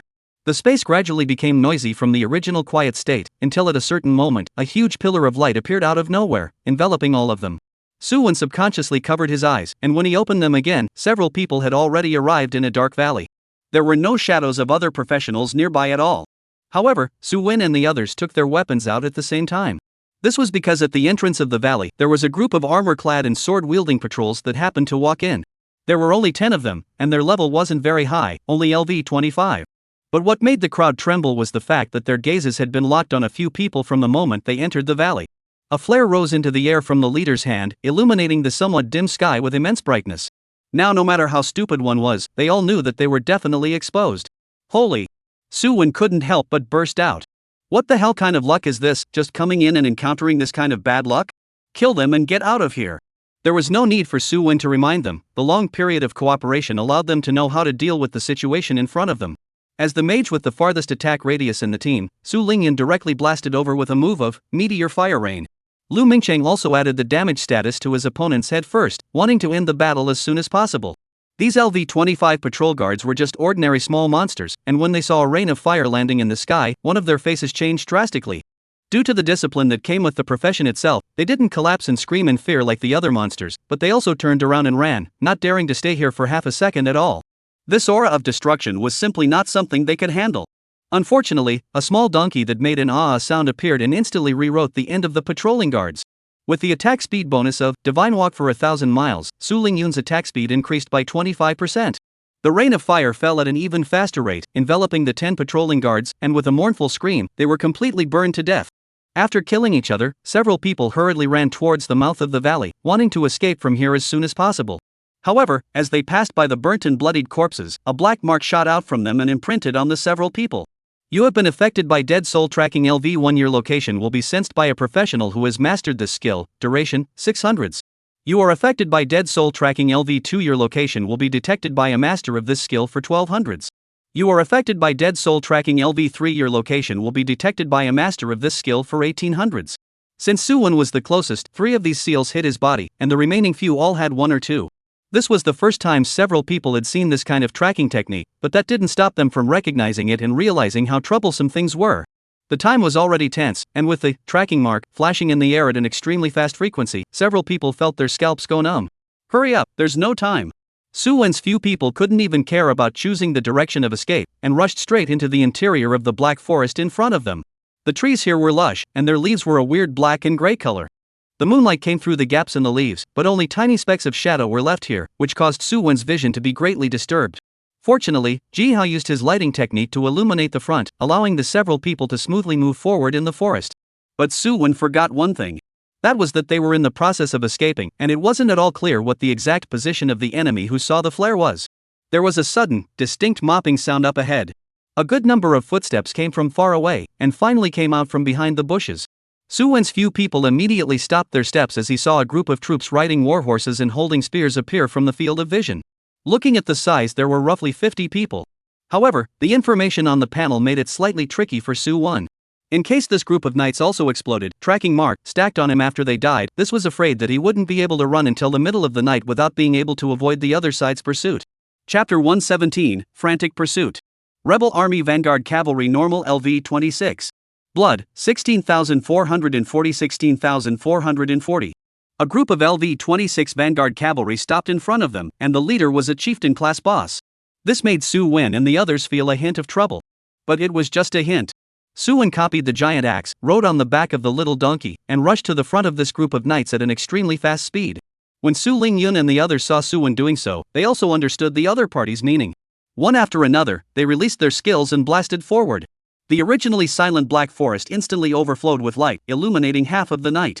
The knights reacted quickly, raising the spears in their hands, forming an array and charging towards Su Wen's several people. However, it was different from any of the previous battles Su Wen and the others had experienced. These ordinary knights, led by the leader boss, collectively charged, forming a light red airflow around them, and huge spear-tip shadows emerged, stabbing at Su Wen. With a huge 50-to-1 difference in numbers, even an invincible monster of the same rank like Su Wen could not stop the opponent's attack. Ka! The spear-tip shadow pointed above Su Wen's shield with a crisp sound. 4,852. Huge damage surfaced above Su Wen's head. Before Su Wen had the chance to strike, he felt a terrifying force coming along the shield, lifting his entire body out. Fortunately, Su Lingyun's meteor fire rain descended in time, and the hot fire elements directly smashed the charging battle formation of the knights. 9,570. 8,570. 8,775. 8,894. Although the opponents had dodged in time, there were still a few unlucky people who were almost smashed into mush and ended up being burned alive by the flames. The gray sky was obscured by a layer of cloudy clouds while loud explosive thunder sounded. Many thunderbolts passed through the black woods that blocked the moon and fell on those knights who barely survived. 6,545.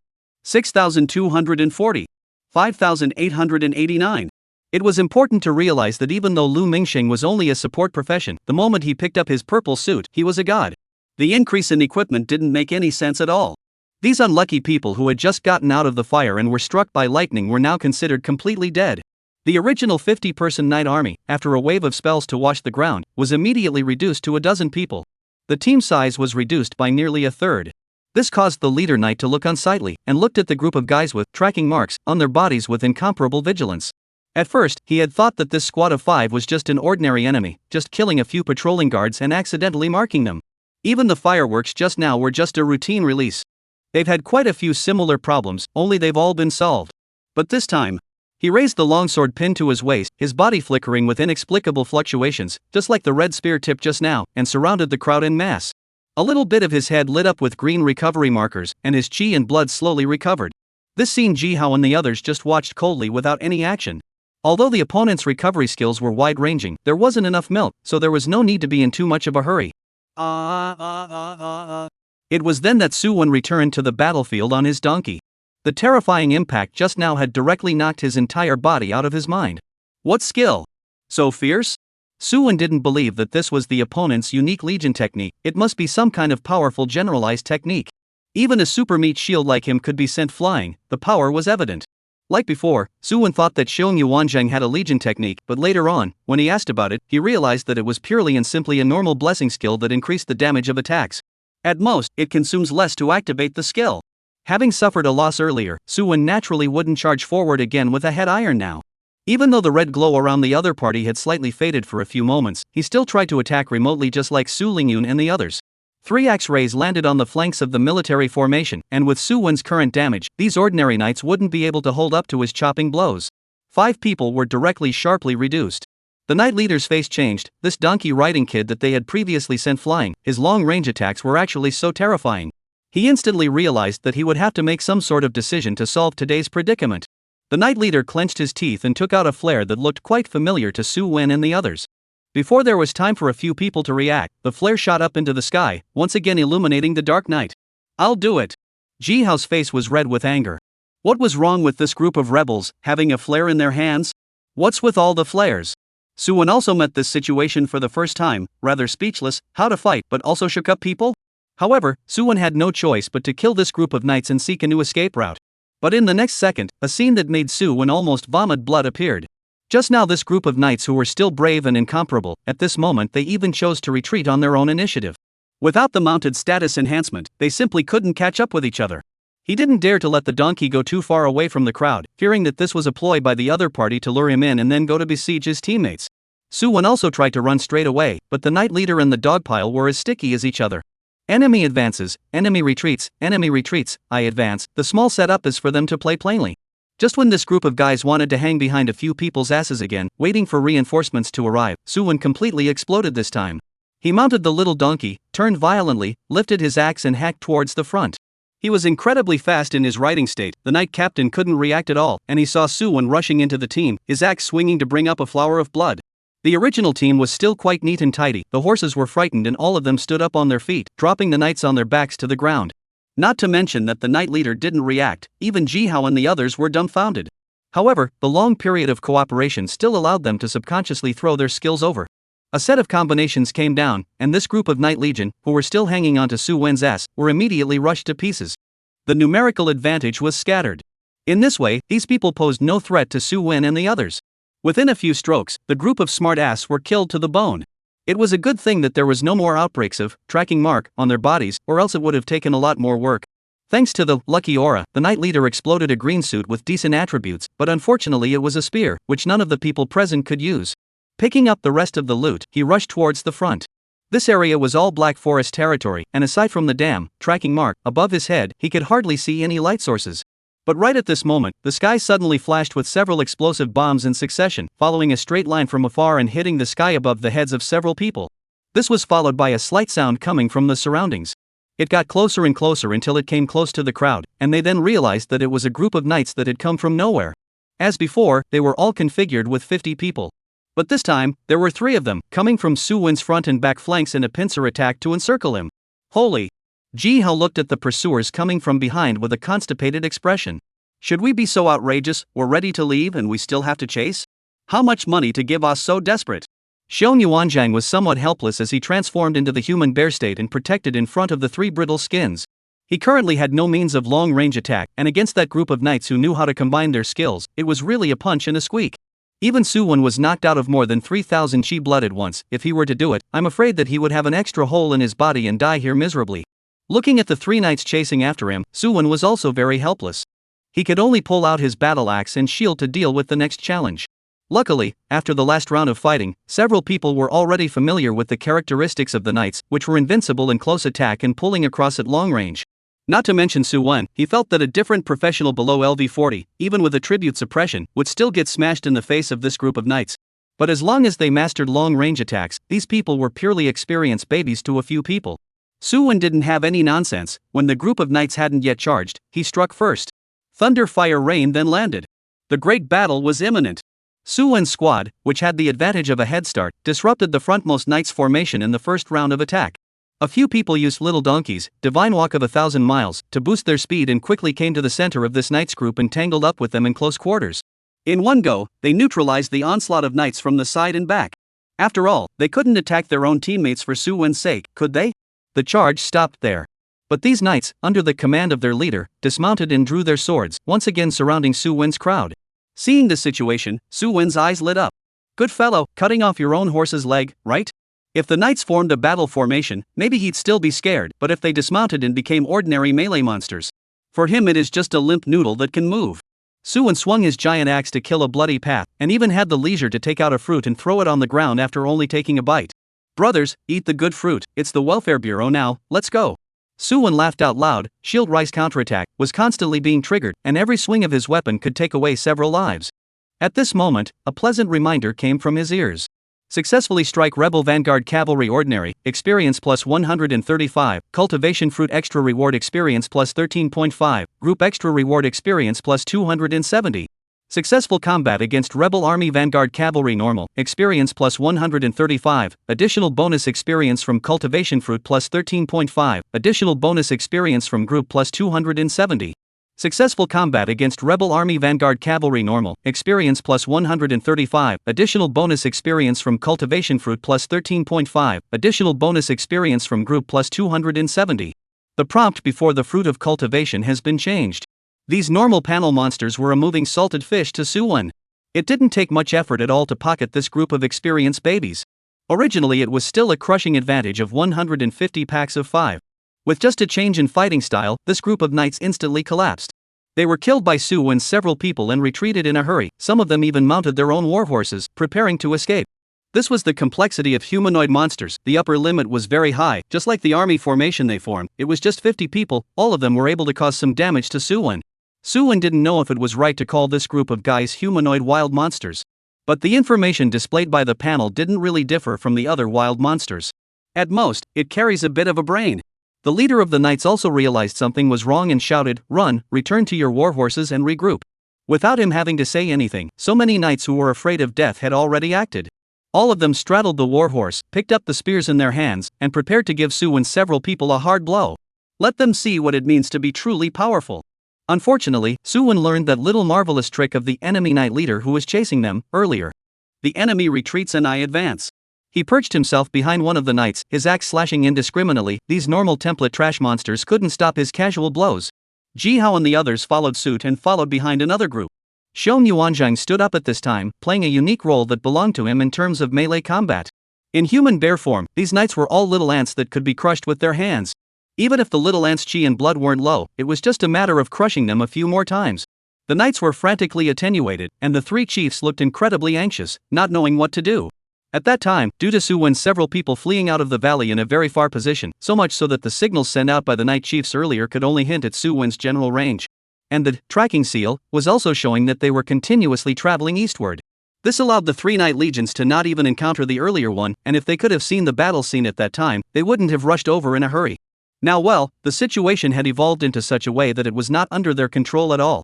So much so, that they too had gone down that predecessor's old path. Retreat. But the idea was good, the ending was dismal. Don't look at the little donkey that looks no different from an ordinary family donkey, but this one is a genuine purple qualification superb mount. And it is especially good at speed. Coupled with the increase of the divine traveling thousands of miles, how can these ordinary warhorses compare to it? In no time at all, these knights who had just started to run away were cut down by Suwon, including those three knight leaders. They were all leader-level bosses, but the treasures they dropped were truly not in line with each other's status. There were only some ordinary green clothes and gold coins, but there were more gems such as the heavenly tilting stone. But because of them, the battle took a little bit of effort, so much so that a few people escaped. These fish did not have flares in their hands, and were unable to send the message out in time. This also made Suwon extinguish his thoughts of pursuing. Returning to the battlefield just now, Suwon found that Jihao and the others were talking around a few pieces of equipment that emitted a green glow. Looking closer, Jihao had already picked up a pair of armor on the ground and directly put it on his body. A miraculous scene appeared, only to see Jihao's face was shrouded by a layer of mist, and after it dissipated, it actually revealed an unfamiliar face. Jihao looked at himself, and then picked up the leg guards on the ground and similarly set them on.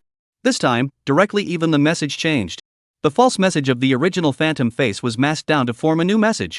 Rebel Army Vanguard Cavalry Zhang Ada Common LV-25. Blood, 15,840 15,840. This is the information of the members of the Just Knights? Suwon's eyes lit up, sweeping away the gloom of being chased before. He carefully surveyed the set of equipment in front of him. If it was utilized well, then the next action would undoubtedly be much easier. Chapter 118 Detachment. I'll go, these leader-level bosses can actually explode this kind of green armor? Looking at Jihao's changes, several people were taken aback and surveyed the remaining green suits.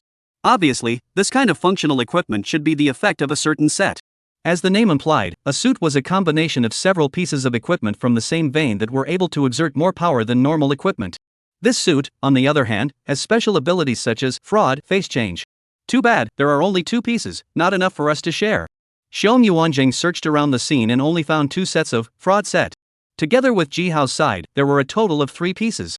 He was a bit sorry and hated to have the squad man with a set so that the danger would be avoided to a greater extent. However, these are all head-level boss drops, can drop out 2 pieces at once is considered a small team of luck against the heavens, how can you ask for more? After storing the loot, several people moved forward again. As time passed, the marks on everyone's bodies began to slowly disappear. The one who was most affected was Su Wen, but the effect only lasted for half an hour. As the marks disappeared, several people changed directions and moved some more, just in case the night came after them again. But looking at this dark environment, I guess no one will have nothing to do to come over to find their trouble. Why don't we all have a good night's rest? But that was destined to be just wishful thinking on Suvan's part. In the distance, a man in a night suit, with only an eye showing on his body, stood on a tree trunk, looking away from the several people who had already started to build a fire. There was doubt in his gaze. Just now, he had clearly seen rebel flares being fired, and there had been sounds of battle coming from before, so how come they were all gone now? Is it possible that it's them? The black-clothed man was a bit startled. The commotion just now was not small, there were at least 2 knights charging at the same time. His speed was not slow, he came running at breakneck speed shortly after the battle started. Looking at the war horses and soldiers' corpses that fell along the way, his heart lifted a little bit. As an Imperial Advance Intelligence officer, his task was to scout and monitor the rebel strongholds' every move. The man in black had come to Black Scale Valley to scout for rebel intelligence through clues, and he hadn't even had time to confirm the specifics of this place before he was attracted by the battle over here. Judging by the flares, there was indeed a hidden rebel garrison nearby. What we need to do now is to further probe for more detailed information and then transmit it back to the Empire's internal intelligence system. The man in black took out a scroll. With his palm imprinted on it, he closed his eyes and brought all that he had seen, heard, and guessed to the forefront of his mind. Lines and lines of text appeared in it out of thin air. When the record was finished, the man in black looked at Su Wen and the others from afar before hiding his body in the darkness. This scroll, on the other hand, was transmitted back to the Imperial Intelligence Service by a special spatial means. 5th Intelligence Group. The news about Su Wen's 5 and the situation of the rebel stronghold was presented in front of a certain tall man. His face was stalwart and he was clad in heavy armor, with a heavy Xian longbow hanging from his back. The entire person unintentionally exuded a terrifying aura that pressed down on the surrounding professions, even their breath seemed to be deprived. This person was the leader of the 5th Intelligence Team, a 100-level expert Pei Yongwang. Looking at the intelligence scroll that had just been transmitted, Pei Yongwang looked calm. Only after a few minutes did he faintly say, "Dispatch a grain officer and a vanguard army to Black Scale Valley to sweep out the rebels. Zhaojia County, I will only give you a week. If the mission fails, there is no need for you to come back." Yes. Below him, 2 rows of people stood, and one of them, a short, fat, strange-looking man, shouted. With that, he turned away from the place and began to prepare all the equipment for the advance crusade. The one ration officer, on the other hand, had been dispatched out long before the order was announced, to carry out the mission alone. Zhao Jiaxian held a blank scroll in his hand, and when his eyes swept over it, the information about the mission inside emerged with it. He arrived at an incomparably bustling military camp and stopped in front of the vanguard army that was uniquely his own. At this time, the soldiers under his hand were still training seriously. With a glance, this group of soldiers with incomparably muscular upper body were still doing the boring and dull basic training. Although the days without battles made them unable to raise their energy, none of them were sneaking around and trying to muddle through with what they were training. A trace of satisfaction flashed across Zhao Jiaxian's face. He stood in front of the crowd, his high voice gathering everyone over as he began to give his latest orders. Assemble. Starting now, get your weapons and props ready. Tomorrow morning we'll head southeast towards the Black Scale Valley. There is a newly discovered rebel camp there. We need to cut off their heads one by one to honor you all. At this time Su Wen sighed. Originally, they had experienced a day of fighting, and when they were about to return to the city, they also encountered a secret descent, and several great battles in a row made them physically and mentally exhausted, and their stomachs had already issued a gurgling protest. Su Wen was holding a piece of bread in his hand, which was the stock of food that he had previously placed inside his backpack. It was meant to be a precautionary measure, but he didn't expect to actually take it out today. Several people gathered around, eating food and discussing their next moves. Jihao took a big bite of his apple and slurred, "Let's go back to that valley tomorrow and take a look. We've just come over here and we've been fighting all the time, we haven't understood anything yet, and now we're running to this hole where we haven't even encountered a single blue star professional. What's this called?" Xiong Yuanjing nodded his head. He had experienced a small secret realm once before, and he still understood some of the rules inside. This secret realm didn't know if it was a vast range of activities or something else, but they didn't see a single professional. Moreover, they were in an extremely passive state from the moment they entered. From the time the patrolling guards discovered them to the end, several people were driven out a long way without even exploring their surroundings. Without the clues of the rebels that they were actively seeking, they wouldn't have been able to finish this type of difficult mission before time ran out. Then let's make a tentative decision tomorrow and return to the valley to inspect it. Suwon nodded his head and turned to say, I'll be fine alone. Fraud said, should be able to help me blend into the valley. I'll check the rest of the information little by little. If danger occurs, I'll come back on a small donkey, don't worry about safety. Su Lingyan hooked up the corners of her mouth as she laughed softly. With your ability to preserve your life, I reckon that only LV40 plus boss kills might have a slight chance. But that's impossible when you think about it. It's not like the secret realm will let us actively die. These monster levels are estimated to be up to LV30 or above. It won't be too much. We're not as resilient as you combined, so instead of worrying about Su Wen's safety, it's better to think about what we should do. Ji Hao took over the conversation and continued. Talking about this, the crowd became a little emotional. This Su Wen's battle power was really a bit exaggerated. Fierce and unlike a human being. Even though they were all desperately trying to catch up, the gap seemed to have the feeling of growing wider and wider. Su Wen just laughed and shook his head at this. He couldn't say that it was the system that was giving him the boot all the way, right? No matter if it was his 3 SSS level core skills, or the battle axe and shield, they were all gifts from the system. This quest completion would also reward a LV30 purple quality random title. This was the only equipment he lacked. Can you do it without paying attention? Moreover, for tomorrow's action, he had already thought about it during the previous battle. There were also more or less guesses about those disappearing Blue Star professionals. Their initial teleportation location could be the end of the line that the other professionals were trying to run towards. It's just a little dangerous. If ordinary people were to encounter those 2 waves of siege, they would definitely die a very painful death, and there would not be the slightest possibility of survival at all. That is, Su Wen's strength was good, otherwise he really couldn't withstand a round of the Knight's Charge. Having encountered such danger just after entering the secret realm, the alert in his heart had been pulled to the highest level for the Black Scale Valley. That might be the stronghold of the rebels. If he thought that he could go on a rampage with just his SSS skills, then when the time came, Su Wen might not even know how he died. After a night's rest, Su Wen returned according to the original path. Walking all the way was not fast, and cautiously came near the outskirts of the Black Scale Valley. There was plenty of light during the day. From the outside, the valley was pitted, with signs of vandalism all around the inner walls. Inside, there was no hint of living things at all, only a huge lake in the center of the valley slightly rippled. Su Wen carefully observed. There was no one seen walking around inside, which caused a trace of doubt to arise in his heart. Was yesterday's Black Scale Valley like this? He asked himself rhetorically in his mind. But as things stood, he could only go forward and take a look. To be on the safe side, Su Wen still decided to go to the upper part of the valley first, in order to prevent himself from having a blind spot in his field of vision in the outer circle. But after ascending to the top, Su Wen's mouth opened and he looked at the Black Scale Valley in front of him with some dumbfounded eyes. Earlier, when he looked positively from the entrance of the valley, he thought that this was a one-way in and out valley. But now that his vision had widened, Su Wen realized that at the end of the valley, there was actually another valley road. Due to the angle of view and position, Su Wen didn't realize where the connection was. He walked along the rock wall above the valley and circled along the peak for half a day before finally seeing some human activity in the Black Scale Valley. War horses, camps, soldiers, and so on were all in his sights. Su Wen even found that the innermost tent exuded an aura that was more powerful than that of an ordinary professional.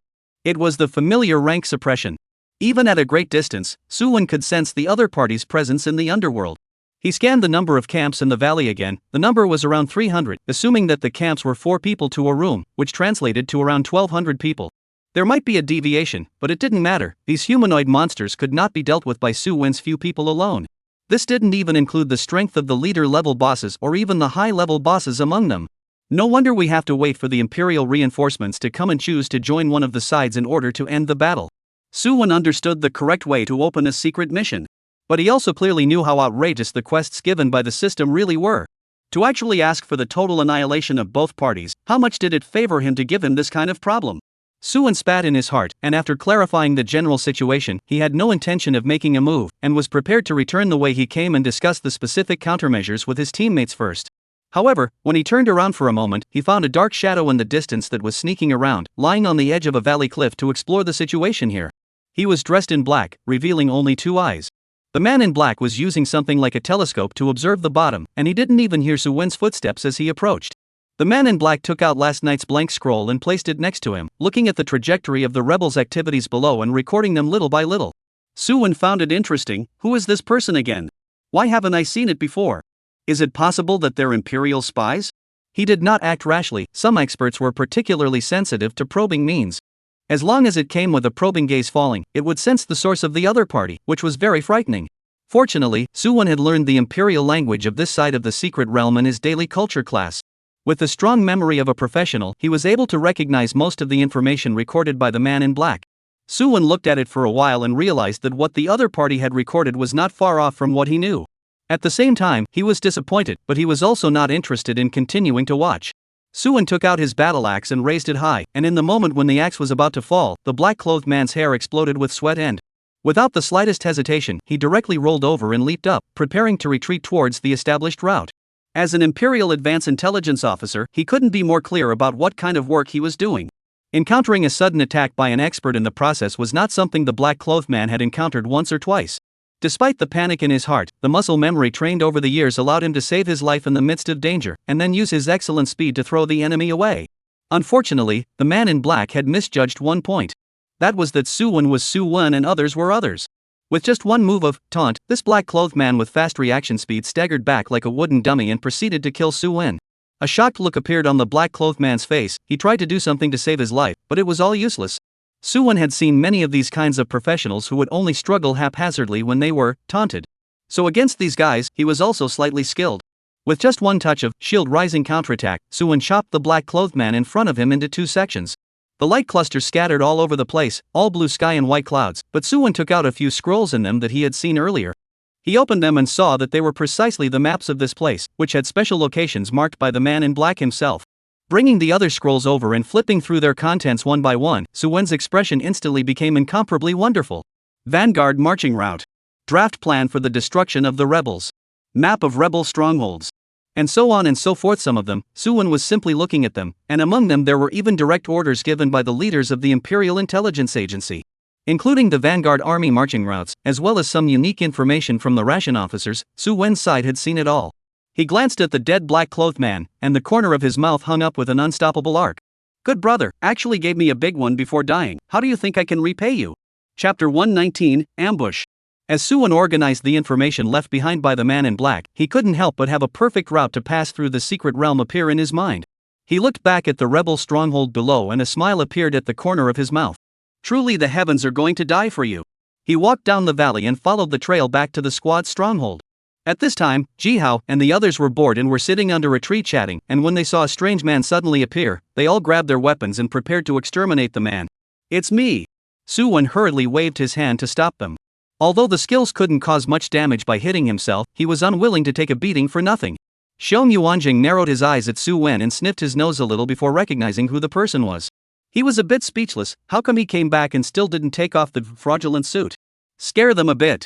Su-won put away his equipment, revealing his original appearance, and briefly told the crowd what had just happened. At the same time, he took out the intelligence scrolls one by one. We won't be able to go over to the rebel stronghold until those professionals or the Imperial army arrive. Su-won pointed at a certain piece of information on the scroll and said, it mentions that the Imperial army is stronger and more numerous. If nothing unexpected happens, the probability is that the rebel stronghold will be destroyed, but we have to factor in the influence of the professionals. I think that with such an obvious gap in strength between the two sides, as long as they aren't cuties, we'll all choose to help the Imperial army to eliminate the rebels, which will make it easiest to complete the secret mission. But, Su-won paused for a moment, pondering the wording in his mind. It was impossible for him to expose the system. It would not be beneficial to everyone. There is a point in the intelligence that the grain officer in charge of the supplies for this battle is already on his way, and it is estimated that he will be able to arrive at the Black Scale Valley in 2 or 3 days at the latest. What we need to do is to intercept the rations officer and snatch all the supplies from him. Think about it, everyone, how does an ordinary secret mission compare to the logistical supplies needed by an army? Even if we can't use them, we can still take them back to offset them into credits, can't we? Looking at Su-won, who was speaking in a clear manner, Lu Mingqing's eyes lit up. Good guy, I like bullying this kind of soft persimmon. Another dish and exploding equipment. Since he wasn't clear about Su-won's system mission, he was excited and then a bit puzzled. You mean you want us to help the rebels attack the Imperial army? Wouldn't that be more difficult? Su Lingyun understood what Su-won was trying to do and opened her mouth to explain. Su-won's intention is to rob the advance's grain officials, so that when the large force comes and realizes that the logistical supplies have not kept up, there are only 2 options waiting for them. One is to give up the fight and directly retreat back to the camp, but this is obviously impossible. How can spending a lot of manpower and material resources end the fight easily? And the rebels aren't little darlings, the strongholds are exposed and will definitely need to be replaced, so this will almost never happen. Su Lingyun looked at Lu Mingqing's seemingly understanding eyes and continued, there's really only one option left for those Imperial troops, and that's to fight hard. Solve the rebel army before the basic rations they brought with them are consumed. Only then will the ultimate goal of this operation be accomplished. Snipers and muscles fight, and the fisherman gains. During the process of the two armies fighting, we can act as we see fit, so that we can also maximize our gains without having to be confined within the framework of the secret mission. Saying this, the people present finally understood.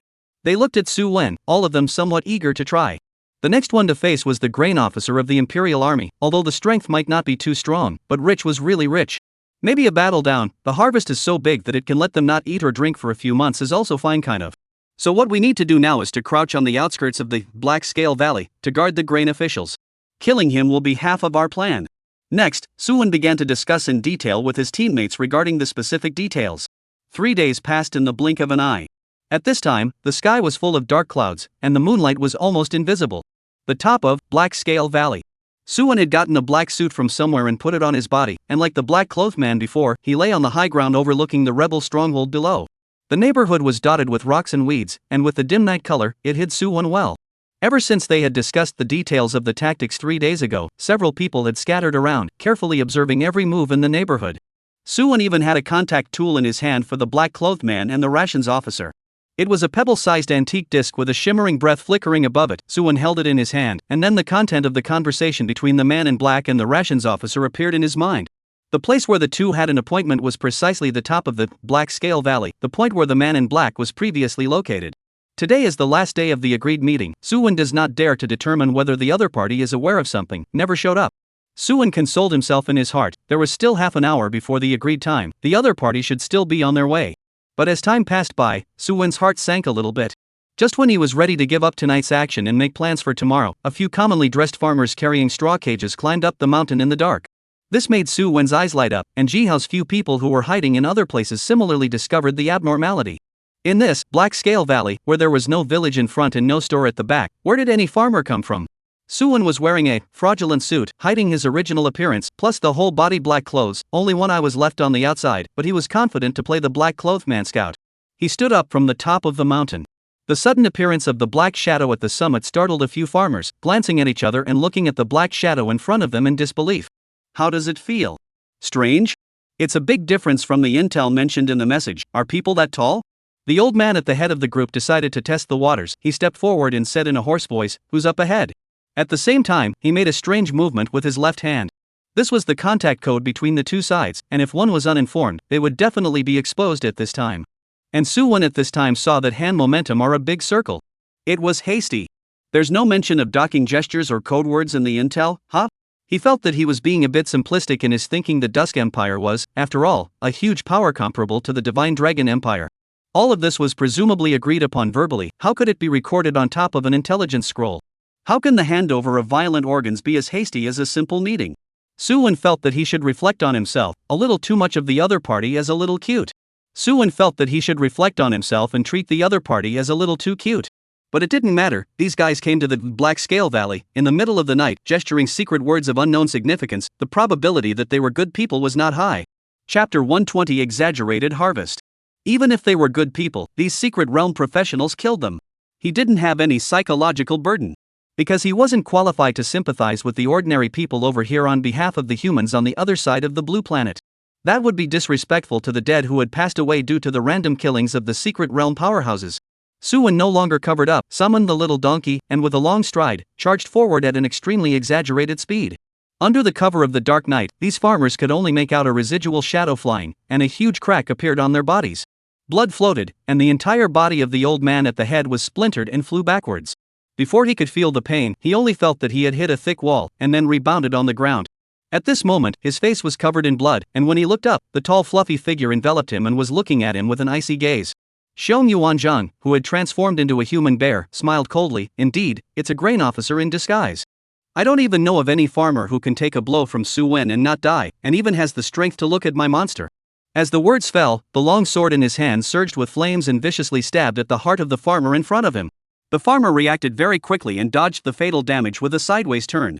However, he was still stabbed through his left arm by Xiong Yuanzhang, and blood sprayed wildly. And in the distance, Su Lingyun also waved her staff, and a magic formation appeared at the bottom of her feet, from which countless starlight erupted, enveloping all four farmers. Jihao just symbolically shot around of darkness, over, and then hit at the back to paddle and feel the fish. Due to the surrounding environment, Su Lingyun was unable to release the meteor fire rain, which had too much obvious movement, in order to prevent alerting the rebels below. So it could only be fought in a different way. However, when the battle started, the information on the 4 farmers' heads that originally displayed LV-12 changed all of a sudden. One was a LV-26 Imperial Grain Officer, and the remaining 3 were all LV-29 Imperial Elite Guards. 4 head-level bosses only. The one that had been hacked away by Su Wen earlier and was currently being ravaged by Xiong Yuanzhang was none other than the Imperial Grain Officer. This leader-level boss of his could be described as incomparably suffocating, not to mention being formed into a level suppression by Xiong Yuanzhang. There is still no power to fight back. The powerful attributes that human bears give to Xiong Yuanzhang are manifested at this moment, completely pressing the boss in the fight. On Su Wen's side, he was chasing after the 3 guards and hacking away at them, and these guys were not defending the rear at all in order to protect the grain officials. This resulted in the 3 unlucky guys dropping a considerable amount of chi at the very beginning of the battle.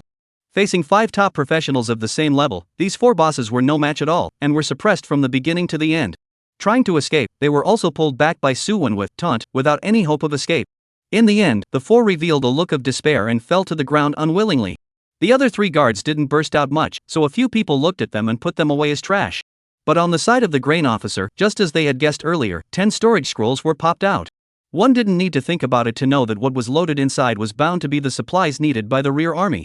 After collecting all the loot, Su and several people returned to the stronghold and opened the storage scrolls one by one.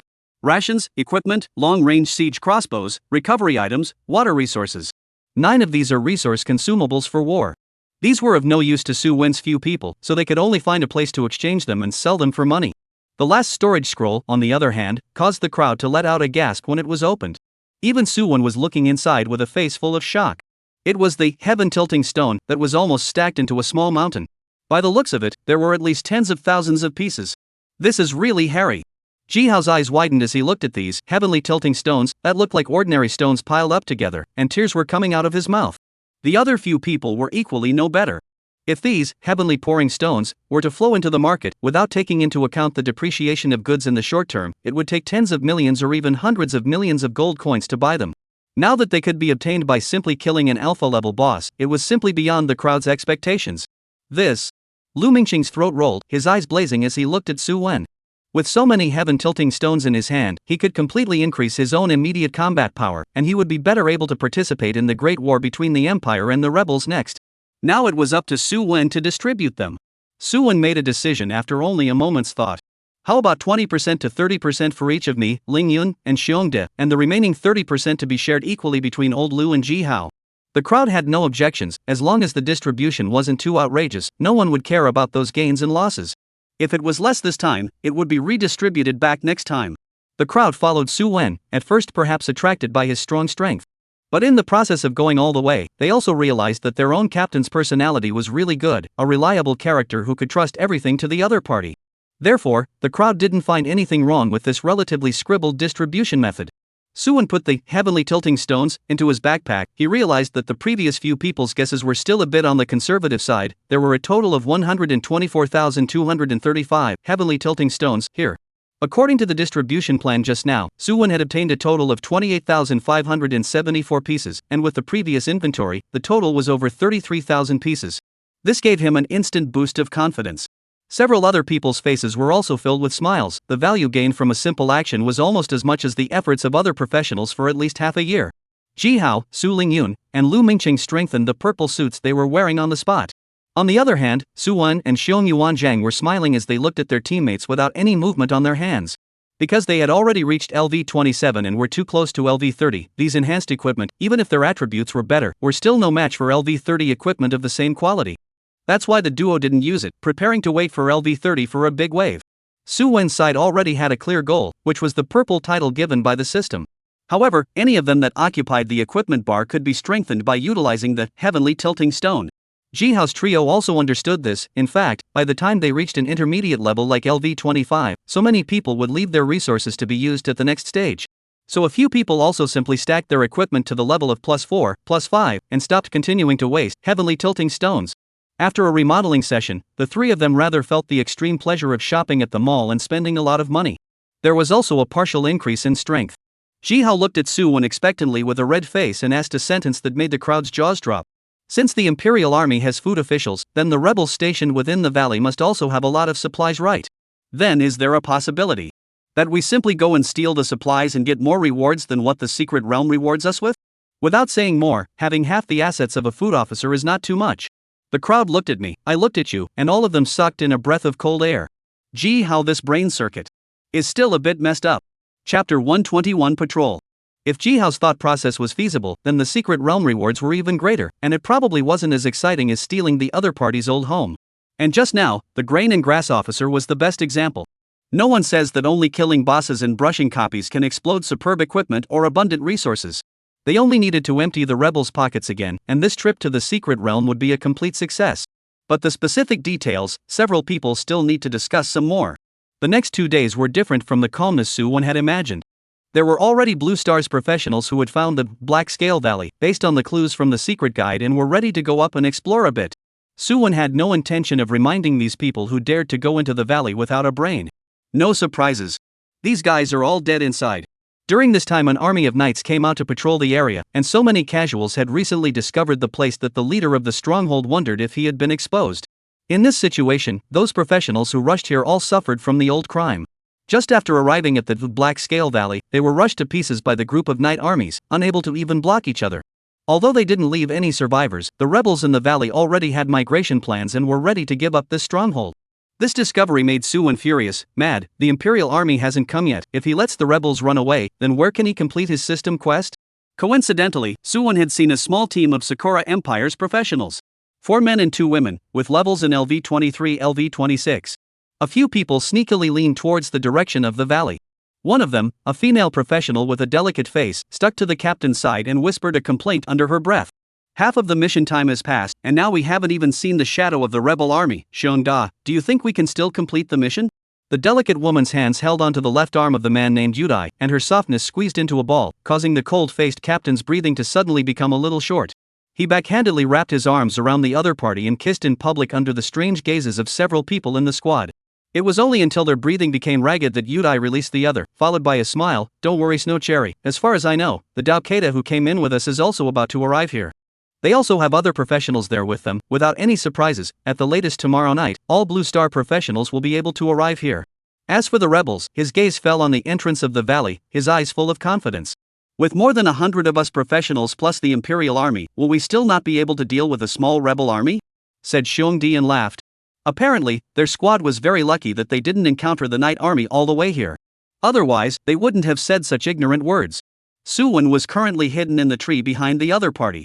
After that battle in Overa, Su-won had returned to the academy to study the language of the Sakura Empire in advance after school. He was afraid that if he encountered it again, he wouldn't know what the other party was gibbering about. I didn't think it would come in handy this time. Even though the distance was a bit far, Su-won still heard it. Tomorrow night? Su-won calculated in his mind whether the rebels would relocate their camp before the group of professionals arrived. If it relocated, how to accurately inform the Imperial military of the news. Although the other party is not a cutie. There must be an expert who specializes in tracking accompanying them. But the rebels have been hiding so well and have not been discovered until now, so naturally they have the appropriate countermeasures. Now Su-won could only take one step at a time, praying that the Imperial army and Blue Star professionals would arrive as soon as possible. Otherwise their plan to fish in troubled waters might be about to fail. However, as he looked at the Sakura Empire's professionals in front of him, a cold smile appeared at the corner of his mouth. With the battle axe raised in his hand, he exerted force on the soles of his feet, and his body leapt into midair, fiercely chopping out an axe light at the opponent. A strong sense of crisis should envelop the hearts of the 6 people. They looked back, only to see a purple light streaking across midair, rapidly flying towards them. Even without actually making contact, their sixth sense was frantically signaling alarm. Run away. It's going to die. You're going to die. You're going to die. Yudai, being the captain and the strongest, was the first to react in the crisis response. As soon as he pushed away Yukizakura, who was snuggling in his arms, he quickly rolled backward and hid next to a large tree. Snow Sakura's face showed horror, and she could only watch the attack fall while she could do nothing. 9240, 8988, 9114, 8987, 8845. Even though the sword chi slash dealt spell damage, it wasn't something these ordinary professionals could resist. One could tell just by looking at the chi and blood that there weren't 2 LV4 blue chalcedony in their entire body. Facing a pervert like Su-won who could easily deal 5-digit damage, all he could do was wait for death in place. Poof. Poof. Poof. The purple axe light sliced through, as if a flaming sword was scalding tofu, directly melting the 5 people at the waist. The entire person turned into white light and disappeared into thin air. This scene caused the Captain Xiongde, who had managed to escape a fate, to have a huge change in color, and did not even dare to say a harsh word as he hurriedly got up to escape. But he didn't have wings on his back, and to Su Wen, who already had a mount at this stage, the slowness wasn't any different from a turtle. Su Wen united as a human donkey, transforming into a shadow of light and directly swept past Xiongde, who was running for his life. Bang!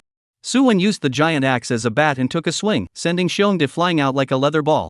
The terrifying impact caused Xiongda's eyes to bulge out, feeling like a missile had exploded in his back, and his entire body directly blasted onto an old tree. Ka-ching! The tree waste was smashed out of a deep pit, and Xiongde also fell to the ground like a dead dog, before not a single breath came out. Similarly, he turned into white light and disappeared inside the secret realm. Seeing that the Sakura Empire's professional squad all died back home, Su Wen finally exhaled turbid air in his heart, and his body relaxed a lot. Daring to spread dog food in front of me, really damned. Thinking back to the disgusting scene he just saw, Su Wen grunted. He hid in the vicinity for a while longer, and after realizing that no one had noticed the movement here, he then straddled the donkey and started inspecting the 4 directions of the territory. He wanted to prevent these professionals from going after the rebels when their heads got hot. Otherwise, even if the rebels were slow, they would still be able to notice that something was wrong. In case they really shifted their stronghold, Su Wen wouldn't even have a place to cry at that time, so he had to organize this group of professionals. When the Imperial army and the rebels fought, they would strike together. This would not only benefit Su Wen's own plans, but would also help these professionals complete their secret missions. A win-win situation. But things did not go as smoothly as Su Wen imagined. I thought that I would be able to move these guys with love and reasoning. But who would have thought that he encountered some of the Sky Boss? The Earth is the oldest too, my oldest 3 guys. They didn't want to listen to Su Wen's nonsense. One person will control their entire squad? How is that possible? Chapter 122: The Arrival of the Army. Against this kind of person, Su Wen had always preferred to convince people with virtue. Directly suppressing by force. If you don't listen to me, I'll kill you back in the present world. There's no need for so much trouble. The result of this is that the number of professionals has decreased drastically, and in the end, Su Wen only took in less than 70 of them. Many of these had seen the scene of Su Wen's crazy slaughter here, and did not dare to resist, fearing that they would end up being kicked out of the secret realm. After all, it wasn't easy to come here. No one was willing to go back empty-handed. After Su Wen spoke to them about the pros and cons of the matter, the professionals then calmed down and began to gather together, waiting for the Imperial army to arrive. Another day passed. The rebel patrols had increased significantly, but the frequency of encounters with professionals had decreased by more than 1 notch. This put their hearts at ease a little. It might have just been an accident before, perhaps? When these knights finished their patrol mission around the territory and were about to return to the valley, they heard a slight sound of horse hooves in the distance. A look of doubt surfaced on their faces. It was hard to believe that some knights had run to patrol the periphery. Without waiting for them to react, they heard even denser and thicker hoofbeats resounding through the woods. Upon closer inspection, a banner fluttered, the unique Imperial symbol above it glittering with light, emitting a mysterious power that raised the spirit of war in all directions. The patrolling knight's face paled when he saw this, and without saying a word, he directly galloped his horse towards the valley. All the way back to the chief's tent, to report the situation to the tall, strong man sitting on the main seat. "Not good, chief, the Imperial Empire military has found us, just outside the valley." The knight's tone was panicked, and his speech was a bit stuttering. "My men estimate that the Empire has sent at least 1,500 troops to surround us, chief. How can this be?" "What? The Empire has come here? Why would it be so fast? The little bugs that appeared in the past 2 days, even if there are scouts present inside, why would the army come so fast?" "Impossible, there must be something we don't know in here, go check again." As the knight's words fell, an uproar erupted in the tent. Many civil officials and military generals all boiled over, letting out panicked and angry roars. However, there were also some whose faces were calm, only frowning as they looked towards the stronghold leader on top of the main seat. The chief was likewise somewhat helpless, not expecting the military to find this place so quickly. Having thought that he could still drag it out for a few days, it seemed unlikely. But he didn't panic too much. If they were unprepared and unprotected, they would have been gone long before the occupiers came over on a mass inspection. It was just that what he didn't expect was that the Imperial army would come so coincidentally. It was just a day away. The chief stroked a huge scale that lay in front of the pedestal table. Its overall diamond shape and slightly twisted contours made it look more aesthetically pleasing than an unusual scale. It was imprinted with arcane and complex patterns, and when brushed by the palm of the hand, a faint fluorescent light could be illuminated, as if it was a living scale. While the higher-ups of the stronghold below were still arguing, the chief stood up, took the scale in his hands, and took the lead to walk out of the tent. Seeing this, the crowd stopped arguing and followed. The chief did not stop until he came to a calm, deep lake. It was the same round lake as the mouth of the valley, and the only difference was that red blood could be faintly seen circulating in the water. There are also some unknown monsters left behind, the remains of corpses.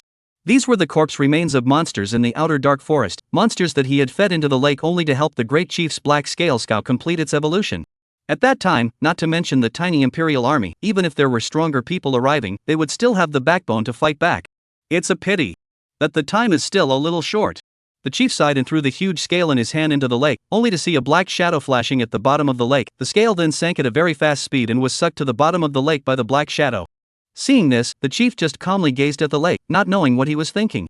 It was only when there were obvious shouts coming from outside the valley that he turned back and gave orders to the top brass of the stronghold. Order all soldiers to come out with me to fight. If you want to live, make sure the battlefield is located at the lake at the mouth of the valley. Is that clear? And on the side of the Imperial army. It had arrived near the Black Scale Valley at noon, but due to the delay in contacting the rations officer, it had put its speed on hold. The rations officer was presumed to have suffered some misfortune. The options left to them were the same as what Su Lingyun had predicted earlier. The only way to complete this purging mission was to completely wipe out this group of rebels in one fell swoop. Zhao Jiaxian, the leader of the vanguard army, looked at the rebel soldiers that had already gathered at the mouth of the valley, and a hint of disdain flashed across his face. The vanguard army he brought with him had a full complement of soldiers, totaling more than 2,000 people. What can those soldiers across the street do against him? Zhao Jiaxian took out a longbow from behind his back, took out the special bow and arrow, and with the surge of mana, it actually began to have a dense fire element attached to it. Whoosh! The bow and arrow cut through the sky and directly pierced into the crowd of rebels, and then with a boom, an explosion sounded, blowing the surrounding group of soldiers all flying backwards and spilling blood wildly. Charge! As the leader, Zhao Jiaxian took the lead in charging forward with his horse, and his LV-38 rank allowed him to emit a terrifying wave of aura all over his body, pressurizing the rebel soldiers into not daring to come forward. At the back, knights, warriors, mages, archers, and one other type of professional released their skills. The valley that was still quiet suddenly exploded with sound. Both sides of the people quickly stirred together, hacking and slashing noises rose and fell, and the scene was immediately incomparably chaotic. Su Wen and the others, who were hidden in the dark, saw that the war had already started, so they greeted the people and marched towards the valley. He shouted, "This time, we'll cooperate with the Imperial army and clear out the rebels, make sure we take them down quickly. I'll say one more thing, this time, we'll take this action as a squad group, we won't force each other to cooperate, if we can give a hand, we'll give a hand, if we can't help, we'll count it as our own bad luck. That's it. Charge!" Su Wen's side of the man also began to advance towards the center of the battlefield. However, he played a clever trick, which was to put the Yu-Fraud suit on his body during the charge and directly stealthily detach himself from the crowd. Rendezvous with Ji Hao's 4. They had gotten a taste of sweetness from the grain officials once, so naturally they wanted to make another profit. A few men broke away from the battle and climbed to the top from the far side of the valley, heading for the rebel stronghold.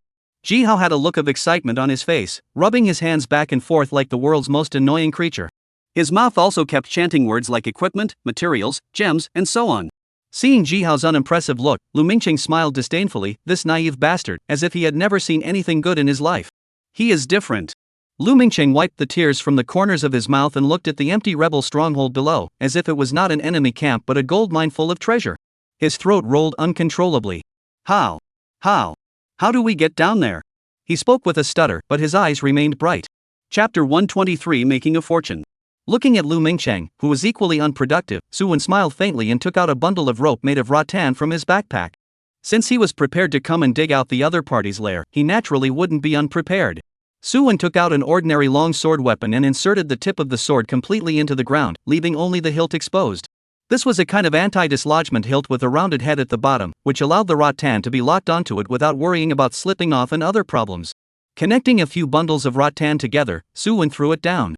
Looking at such a rudimentary descending equipment, a big question mark popped up on the heads of several people. Not buddy, you're trying to make me die. This. Su Wen, are you trying to swallow my share as well? Ji Hao looked at the section of rattan tied up by Su Wen and asked apprehensively. The top of the mountain is at least nearly 100 meters high from below, can you safely go down with this? Ah, look at your dead ass. Su Wen laughed and gave Ji Hao a blow, this bastard has no sense of decency day in and day out. Don't say I don't give you protection. Su Wen called Little Donkey over. With its head raised, a chain of life was formed between Ji Hao and the donkey, capable of sheltering Ji Hao's life in times of danger. Not to let him die too quickly. Old Lu quickly put a soul return status on this Ji Hao guy, look at how scared he is. Lu Mingcheng also heatedly laughed and put the skill on Ji Hao's head before he Yin and Yang said, "Look at someone's lack of talent, obviously craving for something, and now he doesn't even dare to go down a small hill. TSK TSK TSK. Really disgrace the squad." After saying that, his eyes rolled over and his little mouth turned up, and this mocking expression almost didn't make Ji Hao explode in place. Ji Hao blared at Lu Mingsheng, took a few deep breaths, and finally calmed himself down. Can't fight. Can't fight. As the team's pure auxiliary, Ji Hao's combat power has always belonged to the floor tile level. If you let him practice against Lu Mingcheng, you'd be afraid that he'd be able to beat the out of you. Looking at that provocative and arrogant expression, Ji Hao decided to let him off the hook and wait to get his hands on the very best equipment before getting his revenge. He looked at Su Wen, and then looked at the somewhat small flowers and trees below. "I'll make a sample first, don't worry, with little donkey and old Lu around, you won't die." Su Wen laughed. After saying that, he tugged on the rattan and let his body leave the top of the mountain, his hands gathered strength and slowly slid downward. The rattan within the dark forest was quite a bit sturdier than he had imagined, and there was no risk of it breaking at all. In no time at all, he reached the ground without any problems and waved his hand to the few people watching him from above, signaling them to hurry down. Although 100 meters was very high, to a professional, as long as they didn't fall straight down like their heads were stuck in the earth, they generally wouldn't fall to their deaths. Aside from pain and a wild collapse of blood, there weren't many other problems. Ji Hao on the top of the mountain saw Su Wen land smoothly, gritted his teeth and similarly slid down. The process was going well until Ji Hao looked up above and saw Lu Mingcheng placing his hand on the edge of the rattan, the corner of his mouth revealing a smile like the crooked mouth of a dragon king. "Old Lu, wait for me." Ji Hao was startled and slid downward in a hurry. Although he was less than 20 meters away from the ground at this point and would not be in any danger at all, he was still so frightened by Lu Mingsheng that his legs tightened and his entire body shivered. Lu Mingsheng above him hemmed and hawed. After Ji Hao went down, he similarly slid down. Compared to Ji Hao's nervousness, he didn't have much mental burden, and reached the bottom in only 20 seconds. Su Lingyun and Xiang Yuanzhang followed suit. As for the donkey, it was put into the mount space by Su Wen below and then released again, successfully realizing a space travel. "Let's split up, Ji Hao and Ling Yun together, Xiong De and Lao Lu together, collect from the very center outwards, we must be fast. Before the war ends, we have to successfully return to the mountaintop, we can't get wrapped up by those guys here."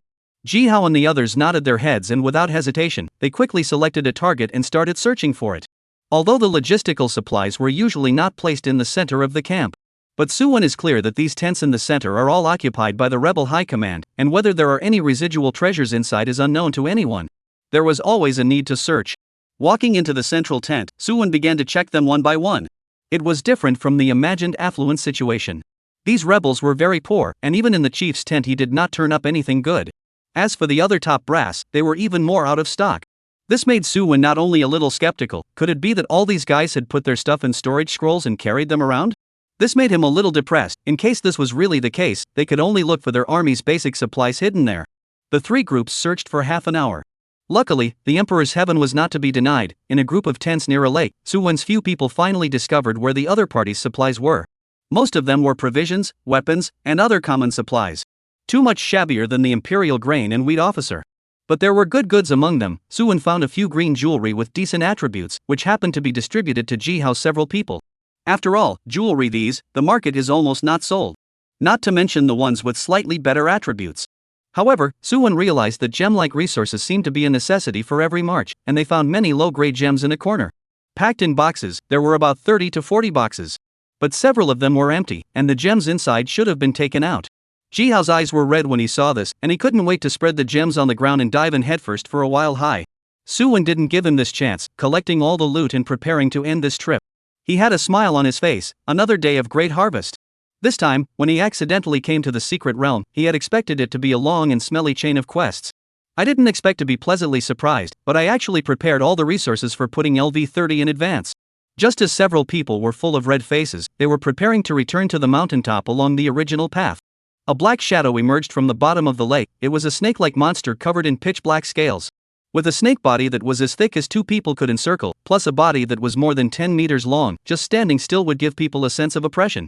The black snake protruded its snake letters and looked at the tent where the gems were originally stored, and after carefully sensing it, it glanced at Su Wen and his group who had already moved away. Its eyes flashed with a cold light, and its huge body climbed onto the shore without making a single sound, swimming noiselessly on the ground. Su Wen's few people were obviously not aware that they had been targeted by a big guy, and were still talking and laughing as they walked towards the rattan. Especially Ji Hao, who had some wealth-crazed attributes, the whole person was a little giddy. If it wasn't for the fact that the occasion didn't allow it, he would have wanted to let out a song and prepare to howl at the rebel stronghold. Looking at the vines falling from the sky, this time Ji-Hao was not as scared as before. Just as he wanted to hold onto the rattan and climb upwards, the urgent screams of the crowd suddenly came from behind him. Look out! Chapter 124 Half-Step Lord. Ji-Hao turned back violently, only to see a huge and unusual python scurrying over from the back of the camp. It opened its mouth and quickly bit toward the crowd. The snake's mouth was so large that several people had no doubt that it could swallow them in one bite. Su-Wen was the first to react. He sidestepped and pulled away from the distances. At the same time, he set his taunt on the other party. He took his weapon and shield out, preparing for this next big battle. Unexpectedly, the plan went smoothly all the way, but there was a change in the last link. Where exactly did this big snake come from? Su-Wen didn't even have time to think about it. He glanced at the panel attributes of the big snake, and while his heart was slightly shocked, a longing also rose in his heart. Black-scaled python Jiao Lord level boss remnant LV36. Blood, 2,405,000 2,405,000. If they could successfully kill this strange snake, the LV30 equipment of the squad would be available. The moment the black-scaled python Jiao shifted its hatred, it threw its head on top of Su-Wen's shield. Even though Su-Wen had prepared for it, the strength of this large-sized monster was just so perverse that it sent him flying without reason. There wasn't even a chance to fight back. 2,475. Under the huge level suppression, even Su-Wen's defense seemed like papier-mâché, moving several thousand damage. He hurriedly rose from the ground, summoned his donkey, and quickly returned to the battlefield. Su-Wen slashed his axe at the black-scaled python Jiao's neck, but the crisp sound of metal clashing made his heart sink. 17,819. Can't even get to 20,000 damage. This guy's defense is sick. Su-Wen spat in his heart, but his hand movements didn't stop at all. Su Lingyun and others are also quickly organized counterattacks, skills bombardment, a time both sides actually fight indistinguishable.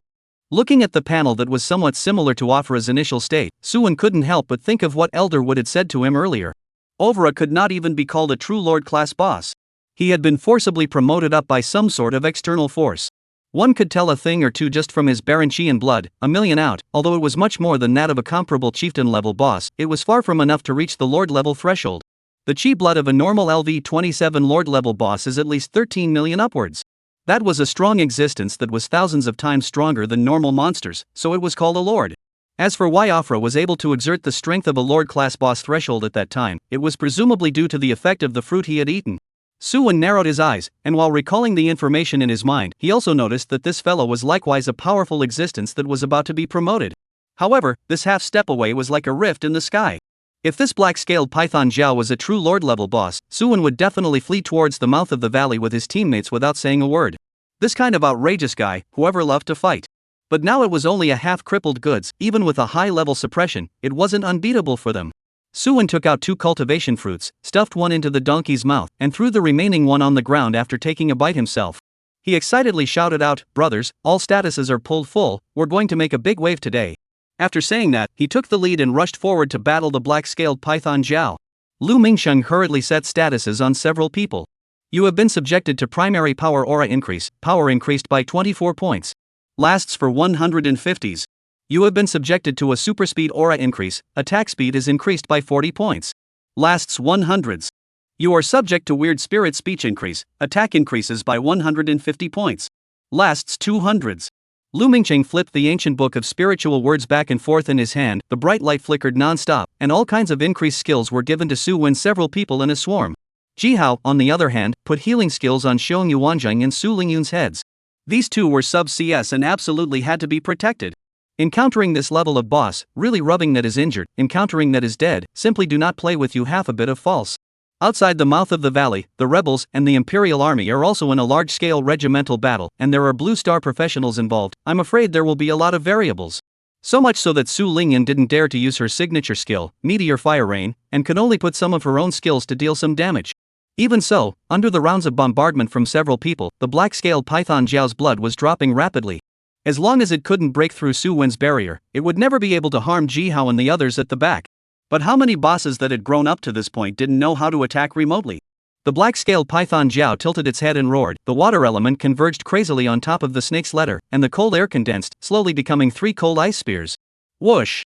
The power of the ice-cold spear gathered to its limit as it directly killed towards Ji-Hao's men. Obviously, the black-scaled python Jiao was not low in intelligence, and knew to first address the stray fish that were constantly harassing it from afar. Ji Hao and the others were startled by the speed of the ice-cold spear, even though they had already proceeded to dodge it during the opponent's skill-forward swing. However, the black-scaled python Jiao still prejudged the route. Xiong Yuanzhang had transformed into a human bear at the moment and was protecting the side of a few people. His reaction speed was extremely fast and he reacted the instant the spear flew out.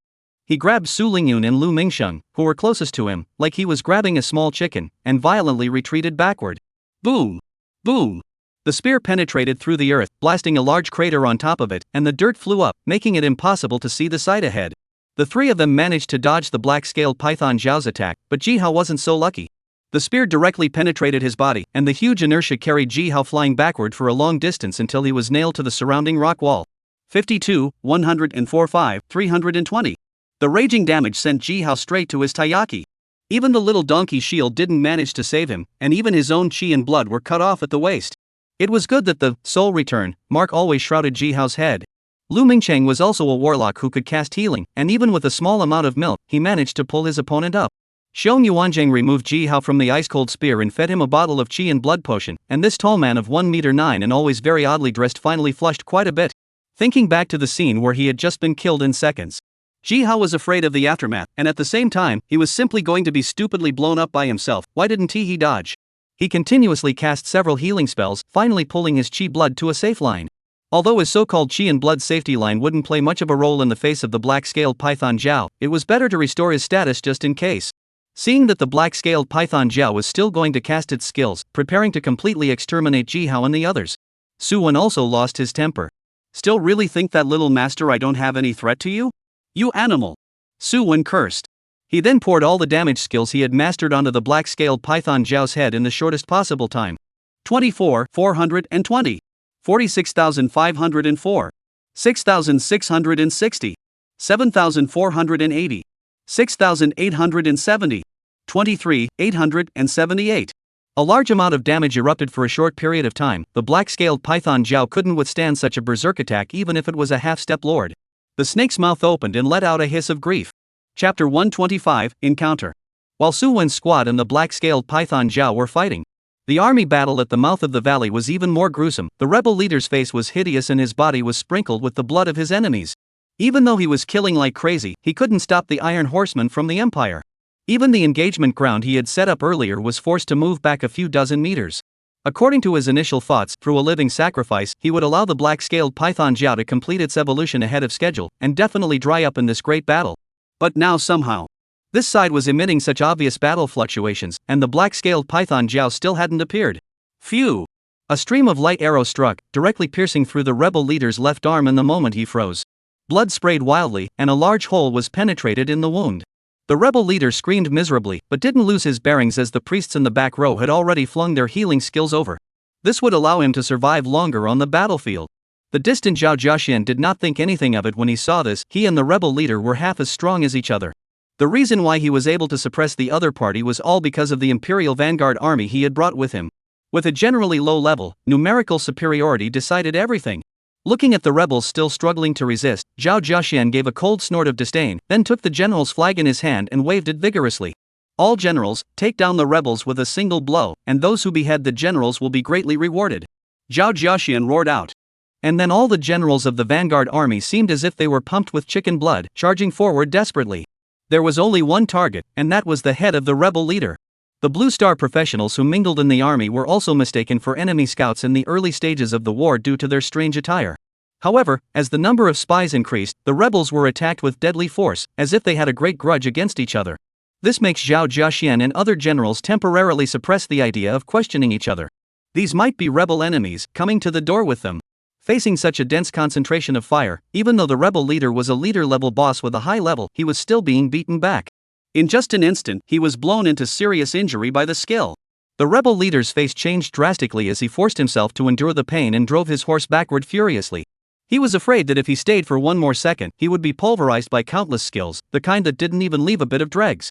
Seeing their own leader fleeing, the remaining rebels had no idea of continuing to fight and retreated after them. How could the Zhao family county give up such a good opportunity? He roared once again, all vanguard troops charge forward, exterminate the rebels, leave no one behind. Zhao Jiaxian was spirited. He didn't expect these guys to be so unforgiving, and with the loss of the grain officer's material supplies, a single hedge could beat the other side into submission. I should take the credit for destroying the rebels. The professionals of the vanguard army also roared with excitement and began to frantically attack the unlucky ones who landed on the rebels' asses. The rebels were already at a numerical disadvantage, and with the negative effects of the rout, the number of survivors plummeted. Before they could escape back to the camp, most of them were shot by the vanguard. When the rebel leader fled back to the camp and was about to call out the black-scaled python Jiao under the great chief to come out and fight, he suddenly saw a scene that made his eyes bulge. A squad of 5 people were fighting the black-scaled python Jiao in a fierce battle. It should be 1 person to be precise. The youth who was holding a shield and carrying a large axe on his shoulder could actually fight head-on with the black-scaled python Jiao? What kind of monster is this? For a moment, he forgot that there were pursuers behind him and just froze in place, looking at the figure that emitted a powerful aura. It was as if he had seen the great chief's young appearance. Phew! Arrows carrying thunderbolts of lightning came, waking him up at once. The rebel leader then remembered that they were escaping and had come to the black-scaled python Jiao for help. But what was the situation now? The black-scaled python Jiao was also fighting someone? Is it someone from the Imperial military?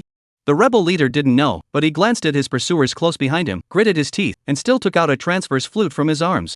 Under the cover of the many rebels, it played a strange melody. The sound was soft, but it magically reached the ears of all present. The sudden sound of the flute caused Su Wen and the others to subconsciously turn around, only to see that at some point, the rebels and the Imperial army had already rushed in front of them. The 2 sides were once again killing each other.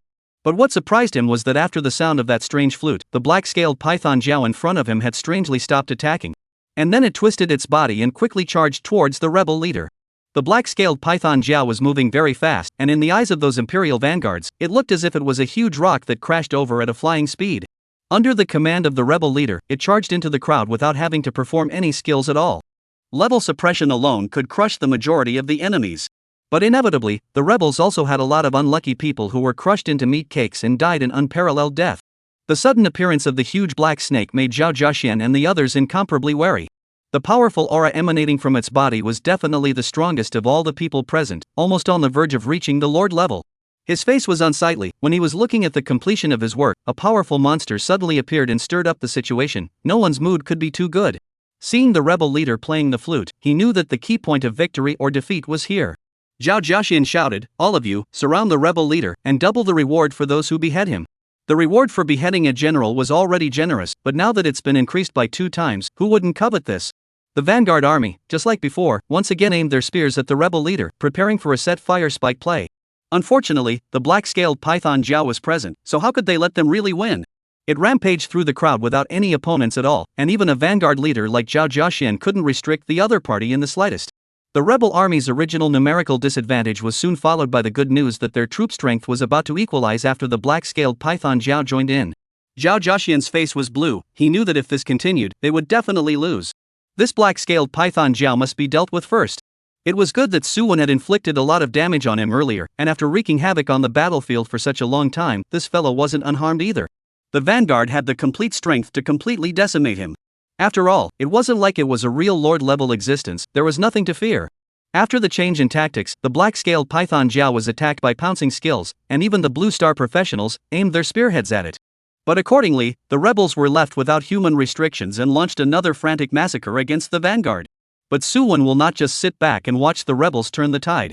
He rode a small donkey and rushed into the battlefield, moving so fast that these ordinary miscellaneous soldiers couldn't see him at all. They only felt a ray of light passing by, and the companion beside them was sliced in half. Chapter 126 Crazy Battle. Su Wen's entrance was akin to a tiger entering a flock of sheep. In his opinion, these soldiers were all experienced babies that could be handled at will. The rebels were not like the knights who had chased them before. They were just ordinary infantrymen with weapons in their hands, waving them around on the battlefield. Although Su Wen similarly didn't know any battle axe techniques, but a force of 10, those who were struck by him would be greatly disabled even if they didn't die. The surrounding rebels seemed like a bunch of weeds, constantly being harvested by Su Wen. Such an exaggerated scene was naturally noticed by the people in the surroundings, who looked at Su Wen in dismay. Where did this reckless man appear from? 1 man and 1 donkey, how could he be invincible on the battlefield? It's outrageous. The surrounding soldiers had wanted to form a battle formation to surround Su Wen, but they had underestimated Su Wen's strength. The strongest freshman of the Divine Martial Academy was no joke. No heavily armored shield warrior, knight, or meat shield druid could stop him with a light axe. Blood was spread all around, causing these rebels who had been clamoring to overthrow the empire all day to show their horrified expressions. They retreated backwards. It wasn't until an attack from the Imperial army came from behind them that they stopped. Looking at the valiant Suwon in front of them, they also looked at the Imperial army that was advancing forward behind them. These people had ugly faces, looked around left and right in a tangled manner, gritted their teeth, and finally decided to charge towards the side of the Imperial army. This bizarre phenomenon made Suwon look blank. He could see his own face through the reflection of the axe blade, and Suwon gazed at it for half a day, but did not find anything scary about himself. As for making the rebels scared like this, Suwon wasn't aware that the way he rampaged across the battlefield, his intimidation was simply comparable to the black-scaled python Jiao. It was too much higher than the rebel leader in Zhao Clan County. It was simply a humanoid killing machine. Those Imperial troops, these ordinary rebels could still handle one or two, but facing Suwon, wherever the terrifying giant axe appeared, people would die. If you looked down from high altitude, you would realize that the battlefield had formed two vacuum-like vortices. One was the black-scaled python Jiao with an incomparably exaggerated appearance. The other was Suwon, who was carrying a huge axe on his shoulder. No one dared to get close at all. But the leaders of both sides have given a deadly order not to retreat. If they retreat any further, there's really no way to survive. Even those Blue Star professionals who participated in the battle were completely swept up by the vortex, with no possibility of getting out. Previously, there were professionals whose chi and blood had been damaged and wanted to leave the battle circle, but they were recognized as deserters by the Imperial army. He was killed directly on the spot. Although this scene was not seen by many professionals at the time, as time passed and more professionals were killed, they slowly learned the rules of the battlefield. The three parties of Blue Star professionals, rebels, and Imperial army continued to dwindle, and it simply wouldn't stop. Nor did they dare to stop. The two major battlefield tumors, Suwon and the black-scaled python Jiao, also received focused attention from the leaders of both sides. Especially the black-scaled python Jiao. It had a huge body and naturally received more skills. From time to time, skill halos would splash across its body. It was good that it had a high-level suppression against the group, so there was no need to worry about the blood for the time being. On the other hand, Suwon, who had the shield-up counterattack enchantment, made these rebels feel what despair was. Compared to the black-scaled python Jiao's steadily declining blood, their side simply couldn't break Suwon's defense. The shield rise counterattack's unique damage avoidance mechanism allowed Suwon to face opponents that were not as strong as him, simply occupying a crushing advantage. Even if some skills were not defended against, Jihao's side would instantly pull him up to full blood, so he didn't need to worry too much about safety. The war continued, and the ground was already shattered by countless skill blasts, completely unable to see its original color. The soldiers on the field were incomparably tired, their chests heaving violently, and the weapons they wielded were not as powerful as before. The rebel leader's side was even having a left arm chopped off, yet he was still fighting frantically with the enemy.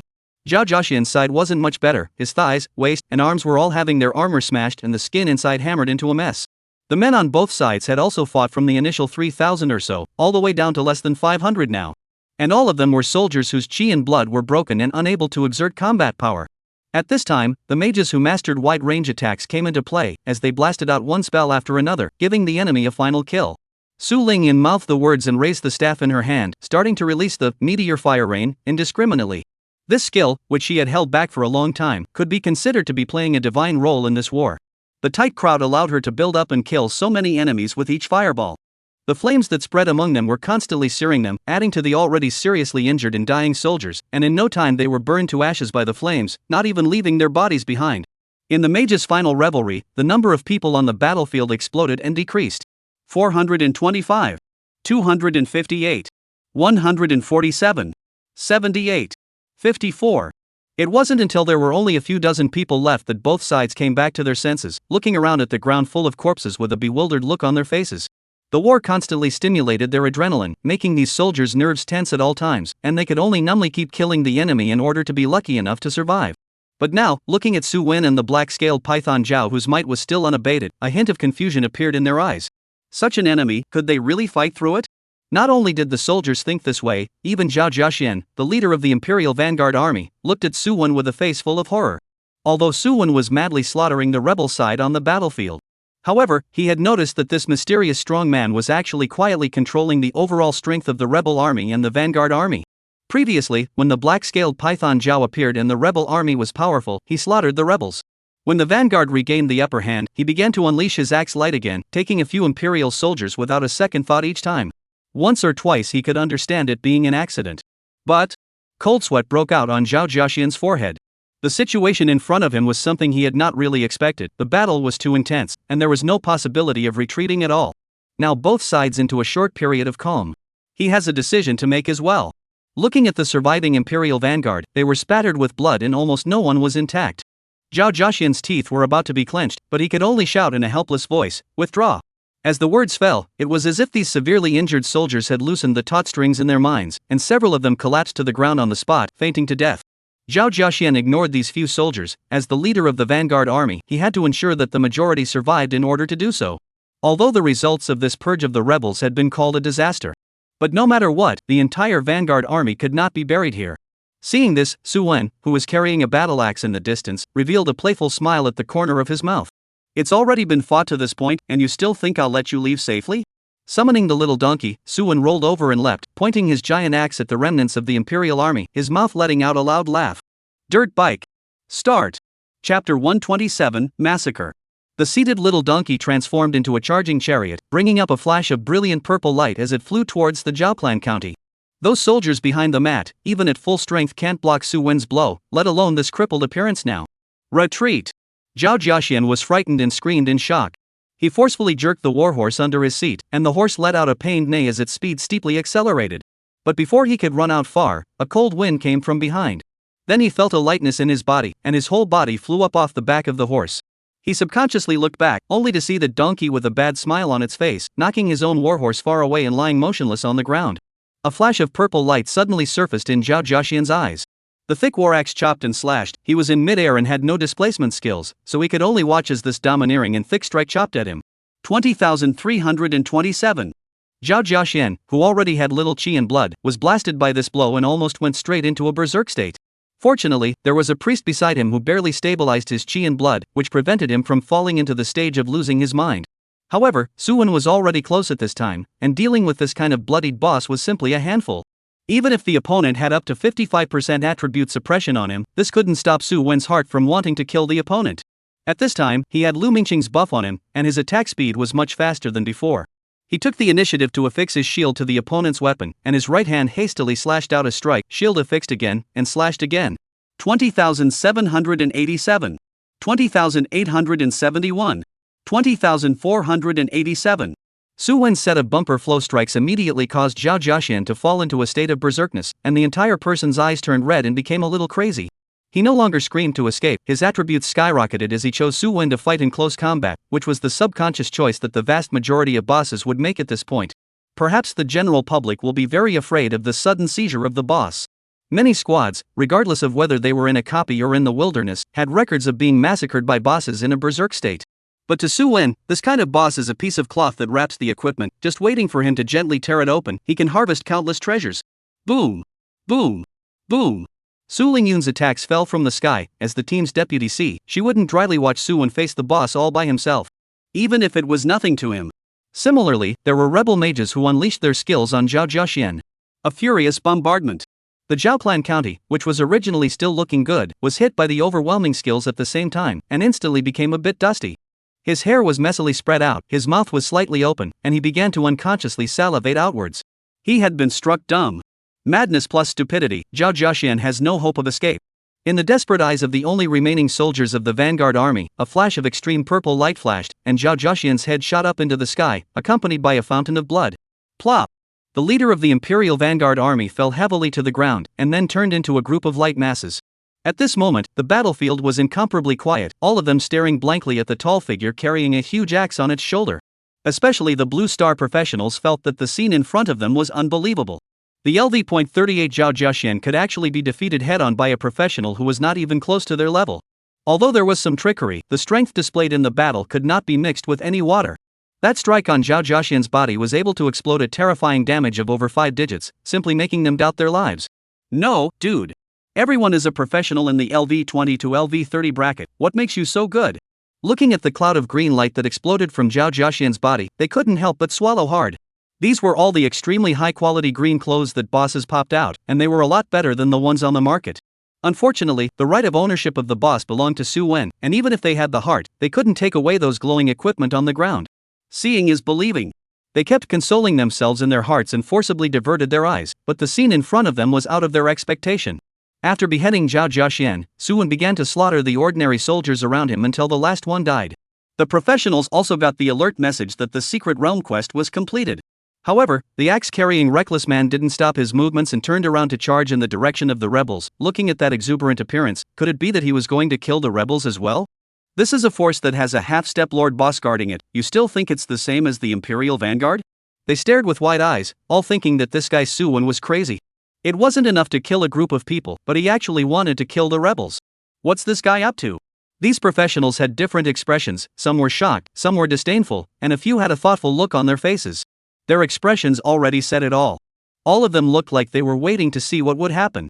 After all, that Black Serpent was a half-step Lord-level superboss. It was not something that one person could beat. And the boss was only one step away from LV40. It wasn't something Suwon could get his hands on. But what they didn't expect was that among their own group of people, a 5-member occupier squad actually rushed out and charged towards Suwon's side. They released spells and continuously removed the rebel soldiers that survived to be present. The only thing that was swept away was the black-scaled python Jiao. This guy was a character not to be messed with. With the strength of their squad, if they encountered this kind of boss in the wild, the only thing they could do was to run away as soon as possible, or send a simple suicide note to their families. Unlike Jia Jiaxian, the rebel leader had been paying attention to Suwon for a long time and commanded his soldiers to form a battle formation the moment the other party made a move, blasting Suwon together. But how many % of the strength could this group of soldiers with broken chi and blood utilize now? Not to mention others, with Su Lingyun and Lu Mingxing's Heavenly Thunder and Heavenly Flame, they would be able to blast this group of rebels to the dregs. Not to mention the fact that a squad of 5 people had now rushed out from the rear to help. Even though these soldiers fought hard to resist, they still couldn't withstand Suwon's rampage. The rebel leader was so enraged at the situation that he hurriedly played his flute and maneuvered the black-scaled python Jiao to counterattack. But at this time, the rebel soldiers had already been killed and wounded. Even if the black-scaled python Jiao joined the battlefield, it could not restore the decline. Most importantly, Suwon saw the black-scaled python Jiao coming over and charged towards his opponent with his shield on top. Under the faces of those Blue Star professionals who were watching from afar with an expected expression, Suwon was sent flying by the top of the snake's head more than 10 meters away. He rolled on the ground for an unknown number of times before stopping. However, the damage on his head that could break through 2,000 made the group of guys stare with eyes wide open and mouths so wide open that they could stuff down an egg. What the hell kind of damage is this? A little over 2,000? Are you messing with me? Chapter 128 Siege of the Great Snake. They had all seen the strength of the black-scaled python Jiao before. Dealing with those ordinary soldiers was no harder than crushing a few ants. Including them, these Blue Star professionals, there were unlucky people who were hit by the black-scaled python Jiao, and their chi and blood directly collapsed, turning into white light and exiting the secret realm on the spot. Moreover, that person's strength was not weak. His equipment had at least 2 grade 4 blue chalcedony inlays, and his chi blood was over 10,000. He still couldn't stop a charge from the black-scaled python scout. But how come this person's blood has only dropped about 2,000 ah? They didn't understand, but were greatly shocked. This mysterious expert who had gathered the professionals from the beginning was actually so terrifying in strength. Seeing Suwon fall to the ground and then quickly get up again, charging towards the black-scaled python Jiao, they knew that this guy hadn't suffered too many injuries at all. Just by looking at the rippling chi and blood, they knew. While Suwon was fending off the black-scaled python Jiao, Jihao and the others were dealing with the rest of the rebels. Without the half-step Lord boss holding them back, these guys were no match for them. In just a few rounds of bombardment, the opponent was reduced to a sieve. The rebel leader was the only one left still playing alone. His entire face was pale, cold sweat seeped from his forehead, and the sound of the flute he played was not even smooth. Looking at Suwon's several people who were gradually approaching, the rebel leader trembled. He blew the unique flute that summoned the black-scaled python Jiao, and the other party hissed continuously, giving him obvious feedback. Nay, unless he was near the black-scaled python Jiao to begin with, no one could save him at this moment. Suwon, who was fighting ahead, glanced back. He only saw that Jihao and the others were surrounding the rebel leader, and without making a move, they were quietly surrounding each other. The rebel leader was staring at him in a cold sweat. Even the sound of the flute was a bit intermittent, and the black-scaled python Jiao almost broke free from its control because of this, which in turn caused the rebel leader to be startled. Now there was a wolf in front and a tiger behind. He cleared that he would not be able to escape no matter what, and that his head could be exchanged for a lot of money no matter where he was, and he did not believe that this group of guys would not act. Looking at the black-scale python augur strike urgently rushed to the rebel leader's appearance. The corner of Suwon's mouth revealed a cold smile. If it wasn't for the appearance of the rebel leader, he still wouldn't have been able to do anything with this black-scaled python Jiao. Before that, it was, in the middle of the fight, said to go away, simply cannot stop. This is still the way it runs wildly on the ground. If I'm not mistaken, this guy was living on the bottom of the lake before. He couldn't even keep his opponent on land, so how should he deal with him when he ran into the water? Other than that, just the speed of movement is a big problem. But now Suwon was utilizing the rebel leader's fear of death and kept calling the black-scaled python Zhao to come to his rescue, so he was able to utilize this idea to grind the boss's blood. Although the progress was slow, the effect was actually presented in everyone's eyes. The 5-member squad that rushed over before, seeing Suwon holding the black-scaled python Zhao alone, came to be shocked and amazed, and was but made to do the hard work by the other party, coming together to face this half-step lord-level powerful boss. With the help of other people, the boss blood dropped more rapidly. This caused the group of people watching from afar to see hope as well, and the entire group dispersed at once when the first person stepped forward to help. In 2s and 3s, they all leaned towards Suwon's side. They want to get a piece of the pie in this big siege. The weaker professionals had already consciously subjected themselves to being around the rebel leader. Those with good strength words were all surrounding the big snake, constantly releasing their skills to bombard the boss. However, the black-scaled python Zhao was worthy of being a half-step lord-level boss, and in the face of so many professionals surrounding it, its attacking posture was not the slightest bit weak. Professionals with long-range attacks were fine, but those bitter melee professionals could only risk their lives to provoke the black-scaled python's scales. The python was surrounded by a bright earth yellow light, and when the melee professionals just wanted to dodge it, the bright earth yellow light quickly spread outwards with its body as the center. Immediately after that, a loud bang came from within the valley. Boom! The bright earth-colored light exploded unpredictably. Its power was even more terrifying than the fire elemental riot. Apart from Suwon, all those who were close to the black-scaled python Zhao were blown up without any bones left. Even he himself was blown away. Luckily, with the support of innate immovable king and Chi and blood as dragons, he didn't suffer too much damage, and stood up and returned to the battlefield with a pat on his ass. The rebel leader's eyes stared unblinkingly at the battle on the black-scaled python Scout's side. Seeing that Suwon was still unharmed under this kind of skill outburst, a faint feeling of powerlessness rose in his heart. The black-scaled python Zhao was a half-step lord life close to LV40. Even it couldn't kill Suwon with a single strike, and it didn't even know what to use to turn the tables. Especially with the help of this group of professionals that had appeared out of nowhere, Suwon didn't even have to bear all the pressure alone. From time to time, green light emerged from his body, restoring his chi and blood. All sorts of auxiliary skills were being applied to him for no money. There was even a circle of red arcane spell formation that slowly rotated under Suwon's feet. Among these professionals, there were even incomparably rare formation masters. This made Suwon come into the spirit. He carefully felt the attribute increase coming from his feet, and only then did he realize that the red spell formation was a magical aid that could change the weapon's attribute attack. The black-scaled python Zhao belonged to water, so that formation master put a layer of fire attribute attack buff on Suwon.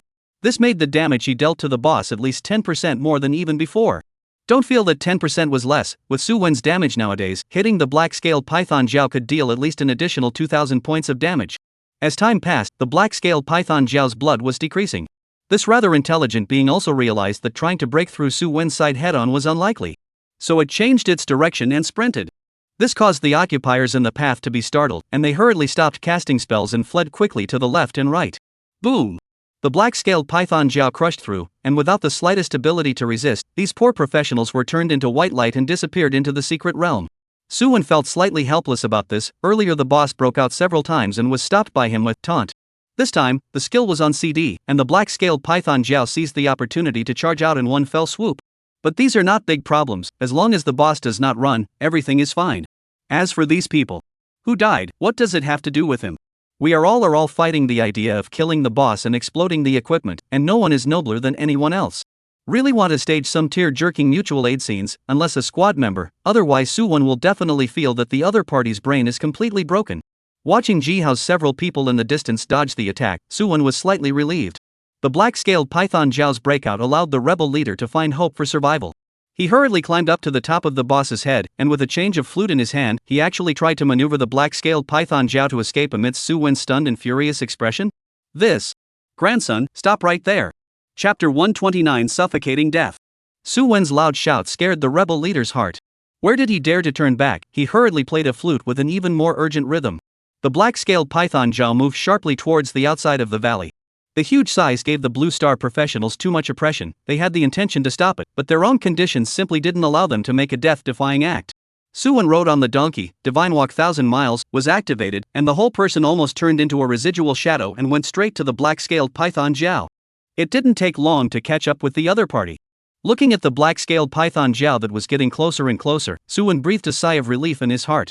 As long as the boss didn't run towards the bottom of the lake, then he still had a chance to decapitate the opponent.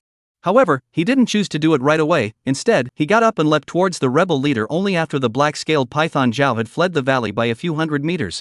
This leader-level boss that could only escape by controlling the black-scaled python Zhao nowadays was not Su Wen's opponent at all. Not to mention his low level of chi blood that was about to enter a berserk state, he was now playing the horizontal flute to control the black-scaled python Zhao, and once he interrupted the sound of the flute, the black-scaled python Zhao wouldn't listen to his commands anymore. When Su Wen's huge axe chopped down, the strong desire to survive still made him instinctively take out his weapon to block. Bang!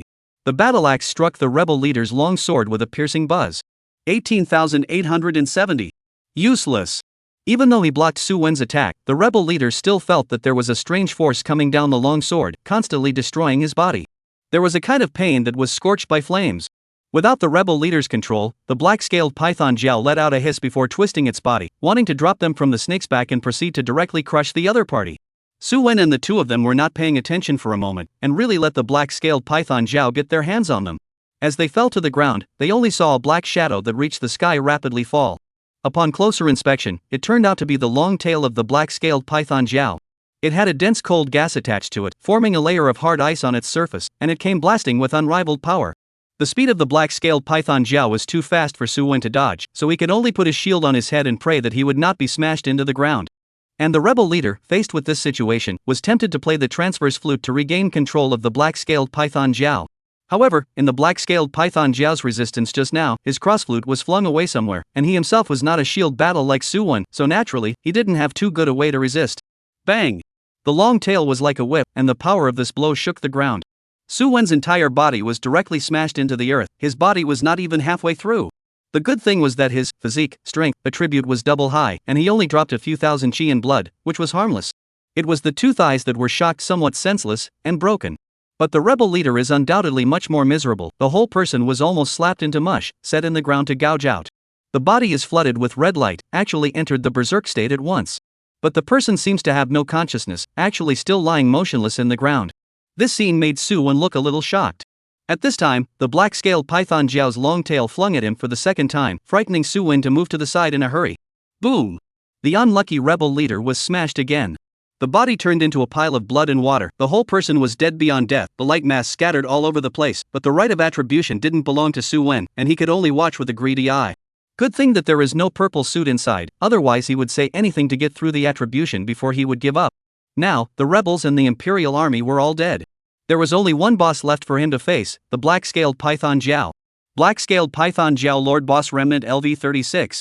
Blood, 1,757,588 2,405,000. The black-scaled python Zhao had already had quite a bit of its chi blood worn down in the previous battle. Now that there was no place around where the opponent could hide completely, Su Wen was quite relieved. And he looked back in the direction of the valley. Several people from Jihao, including those professionals, had also rushed over from the battlefield. They had surrounded the black-scaled python Zhao. Without anyone speaking, they unanimously attacked the black-scaled python Zhao. The multicolored skills ruthlessly smashed onto the black-scaled python Zhao, causing this powerful monster to let out a miserable scream. However, compared to before when it was surrounded by the Imperial vanguard, its current situation was undoubtedly much better. The blood drop wasn't as fast as expected. But the black-scaled python Zhao was only a monster after all, and although it had some intelligence, it wasn't high. The environment it was facing now could be far harsher than earlier. Being on the battlefield at that time, the Imperial vanguard had to keep an eye on the movements of the rebels in addition to preventing the threat of the black-scaled python Zhao itself. That was why it suffered far less damage than expected. When Su Wen and hundreds of them surrounded the Lord-level boss, they were able to beat each other to the final stage. At that time, although the offer was only a remnant, it was one that possessed a certain amount of the might of a Lord-level boss. Although the black-scaled python Zhao was of a high level, it was frankly only a little more powerful than a leader-level boss, far less powerful than the destruction brought by a Lord-level boss. In addition, the black-scaled python Zhao itself only has about 2/3 of its blood left, undoubtedly allowing these professionals to see the hope of victory. Bang! Su Wen swung his huge axe and bullied his way to the front of the black-scaled python Zhao, continuously chopping the opponent's head. This fellow was incomparably nimble, and his previous attacks had already fallen short several times. In order to solve the black-scaled python Zhao faster, Su Wen chose this very risky method of fighting. This gave him the probability of being damaged by the skills of the rear professional. It was good that Su Wen had strong defense. Even if he was mistakenly injured, there was nothing serious after the damage was absorbed by innate immovable king. Under the frantic fire of many professionals, the black-scaled python Jiao's blood continued to drop. Correspondingly, this python Jiao boss counterattacked even more fiercely than before. Every time it unleashed its skills, a number of professionals lost their lives. It was impossible to block even one blow from the black-scaled python. Not to mention ordinary professionals like them, even legendary professions like Ji Hao couldn't carry a single blow. Those who managed to dodge the attack and survive, all breathed heavily and looked at the black-scaled python with a hint of fear in their eyes. This guy. Even though it was surrounded by many professionals, the might it emitted itself was always at its peak.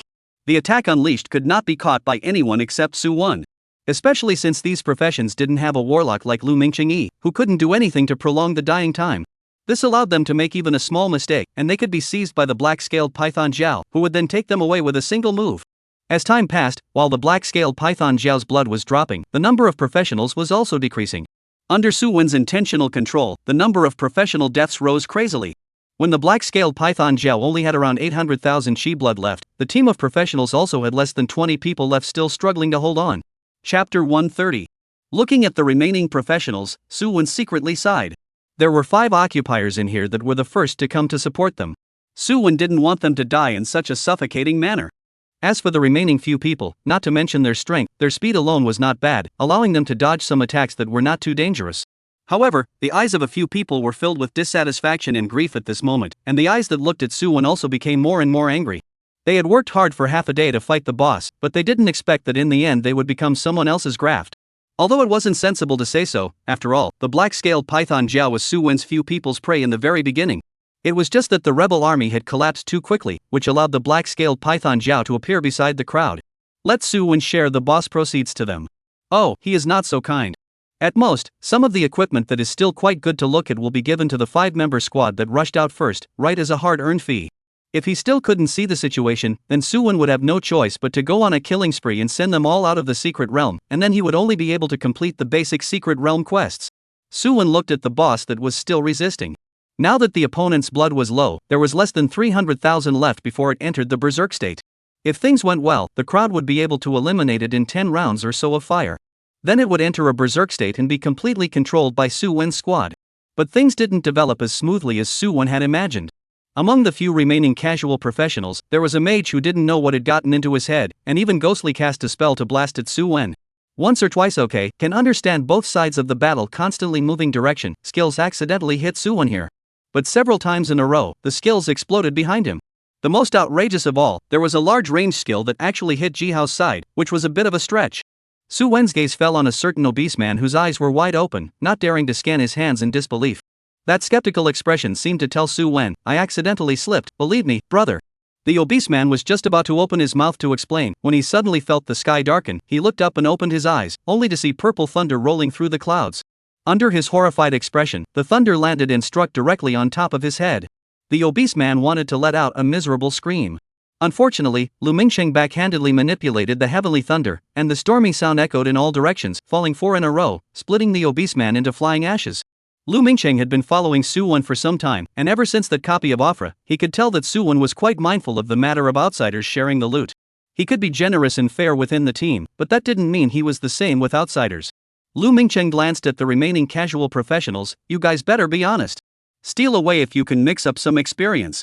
He secretly slandered in his heart that these guys hadn't seen their status until now. Where was the need for them to surround the black-scaled python Jiao? With the 5 members of the squad, they could take it down, and at most it would take a bit more time. Lu Mingqing's hand of heavenly thunder had startled everyone present. Although they had detected the obese man's small movements before, Lu Mingqing had directly killed the other party in seconds. Wasn't this too overbearing? The feeling of a rabbit dying and a fox grieving surged in the hearts of those casuals. They felt that they were a leak labor, and on the eve of the black-scaled python Jiao's death, Su Wen's squad might just find a reason to kill them all. Even though this idea was ridiculous, it was what made them cower in the next battle and didn't injure Su Wen once more by mistake. Fearing that they would give the other party the opportunity to eradicate themselves. If Su Wen knew what they were thinking, he would definitely laugh disdainfully. He just didn't want the output resources to be distributed to too many people. Still, there was nothing wrong with letting them smell the experience. Under Su Wen's torment of shield-up counterattack, over and over again, the black-scaled python Jiao finally couldn't support itself and entered a berserk state. At this time, Su Wen had already waited for a long time. Seeing that the black-scaled python Jiao had finally lost its mind, he also quietly sighed in relief. As long as this guy didn't run, everything was fine. Even if his attributes were strengthened and he became harder to deal with, it didn't matter. In its berserk state, the black-scaled python Zhao became even more dangerous. Skills were released more and more frequently, and its battle sense of smell grew sharper. It is no longer obsessed with sparring with Su Wen. This is not worth it, and it will only boil itself to death by dragging it to the back. So the black-scaled python Zhao set its sights on Ji Hao and the others in the outer circle. Even if Su Wen sensed something strange and cast Taunt to control them, at most, he only controlled them for a few seconds. The black-scaled python Zhao's body glowed with an earth-colored light and quickly went out towards Ji Hao and the others. Su Wen's eyes popped out when he saw this. Isn't this a monster version of a self-destructing truck? If you really let the black-scaled python blow up so a bit, in addition to him, there is one in the room, count one, all have to be GA. Su Wen hurriedly let little donkey rush towards Ji Hao and the others. It dragged the two of them, Ji Hao and Lu Mingcheng, with one donkey, and flew off into the distance. As for Su Lingyun, she was pinched in the hands of Xiong Yuanzhang, who had taken the form of a human bear, and hurriedly fled to the other side. With the divine traveling 1,000 miles boost, their speed wasn't slow. At least it was quite a bit faster than the others. Only leaving behind a group of professionals who also wanted to run, but were too slow to struggle helplessly. The earth-yellow light around the black-scaled python Zhao became more and more prevalent, and in the eyes of the crowd's despair, it rushed straight towards the crowd. Only a loud boom was heard. A huge round pit was blown out around where the black-scaled python Ska was. The radius of the wave was nearly 10 meters. This skill that was comparable to a self-destructing truck directly plowed the ground, splashing dirt and debris in all directions, and the surrounding woods were blown to pieces. Seeing this masterpiece of the black-scaled python Zhao, Ji Hao, who had already fled a long way away, all sucked in a breath of cool air. Such an outrageous destructive power made them all glad that the team possessed Donkey's divine skill of escape, divine journey of 1,000 miles. Otherwise, they really wouldn't have been able to escape this wave. After entering the berserk state, the power of this self-destructing truck was obviously stronger than before by more than one grade. Even Su Wen was blown up as if he had just come out of a coal cave. He spat out a mouthful of dirt and dust from his mouth and looked at the black-scaled python Zhao with a murderous gaze. Marred. Miscalculated. The power of the explosion was so much stronger than before that he was blown out of shape in a moment of inattention. Su Wen looked at the black-scaled python Zhao that still had 300,000 blood left. His battle axe was tightened in his hand. He spat, ran to the other side, and ruthlessly slashed downward. 14,819. The damage became lower than before, which Su Wen had expected. However, the black-scaled python Zhao itself had very little chi and blood left, so how many attacks could it withstand? Su Wen's left arm was attached to the shield, and his right hand was chopping the axe, once again using the bumper porcelain flow method, continuously bombarding the black-scaled python Zhao. Although this powerful boss fought back, it was still no match for Su Wen's ultimate touch porcelain. After more than 20 consecutive blasts, the black-scaled python Zhao let out a reluctant hiss, and the snake's head fell down heavily. Chapter 131: A Great Harvest. Late clue task completion. You have earned the title 1000 Killing Purple. Secret World Mission completed. You have obtained Caramelized Energy Seed Purple X10. You have obtained Random Teleportation Scroll Medium 3. You have acquired Algati's Alchemical Oil Fire 20. You have acquired Algati's Alchemical Oil Ice 20. Successfully struck Black-Scaled Python Zhao Lord Boss Remnant, experience plus 37,000, Cultivation Fruit bonus experience plus 3,700, Team bonus experience plus 51,800, Crossing levels bonus experience plus 53,650. Congratulations on your leveling up to LV28, Full Attribute plus 1, Strength plus 1, Physique plus 2, Free Attribute plus 6. The moment the black-scaled Python Zhao collapsed, Su Wen's ears did not ring with system prompts, and his own level had finally reached LV28. This was a level that made the freshmen of the same level enough to feel despair. Obviously there was not much difference when they enrolled. Why now?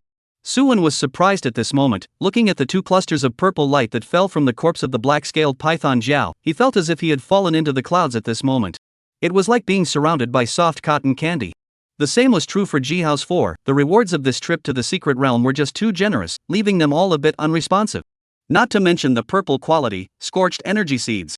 Just the rewarded alchemy oils and rare consumable props like teleportation scrolls were enough to keep them happy for half a day.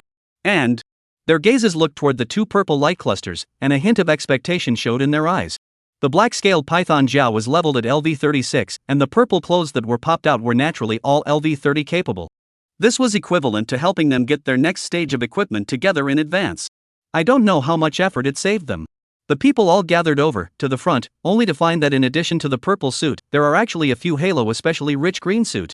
Su and several people first put away the green suit, a scale armor, a ring, a necklace, and 2 handsome staves. Whoever could use it took it. After all, it was the equipment popped out by the Half-Lord, and the attributes were all extremely rare. There were no odd phrases like the additional attribute of scale armor being spiritual strength, agility. On top of that, there were 2 skill books, one being the druid's rare skill, Fiery Eagle, and one was a rare displacement skill used by warriors, Phase Shock. Su Wen's eyes lit up when he saw this, and he brought it on the spot to learn the skill into his hands. Phase Shock ALV1, perform phase shift, sprinting forward at 200% speed for a distance depending on the level of mana consumption lasts for a maximum of 5s, your next strike will deal 180% damage. Cooldown, 100s. Class A rare skills are the highest level skills you can buy on the market. It is also one of the rarest types of materials. When Su Wen saw the first sight of Phase Shock, he knew that it was definitely a great killing weapon second only to weapon mastery. To others, Phase Shock might be precious, but that was all. However, Su Wen already had Shield Rising Counterattack, a skill with characteristics that matched it, all of which were types that increased the damage of the next strike. If the two can be stacked, the power of the outbreak will be incomparably amazing and is expected to directly break Su Wen's damage to more than 60,000. A happy smile appeared on Su Wen's face. With such a harvest from just the edges, he didn't even dare to think about the remaining 2 purple suits. Moving his gaze to the light mass that emitted a purple halo, Su Wen sucked in a sharp breath of cold air as he was surprised to see a weapon whose shape was even more exaggerated than Randy Love's comrade. It was a giant sword. Unlike a weapon in the traditional sense, it was more like a thick and sharp door panel. The overall length was 2 meters, with a hilt of about 20 centimeters and the remaining 180 centimeters being all blade. But its width was a full 40 centimeters. It was also engraved with the scene of a dragon beast prancing in the clouds.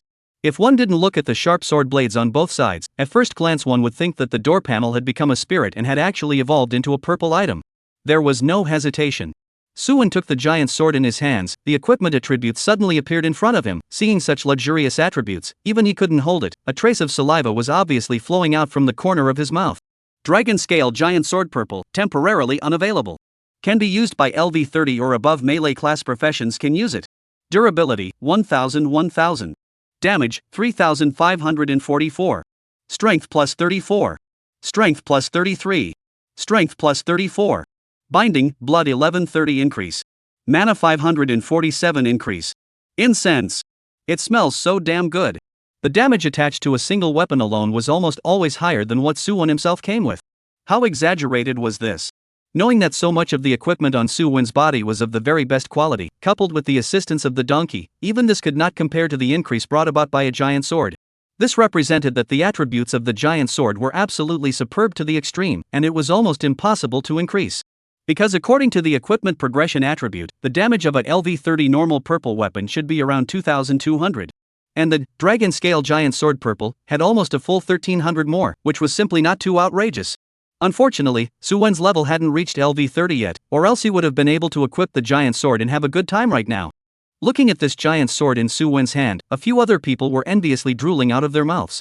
Just by looking at this invincible and able to fight look, one could tell how precious this giant sword was.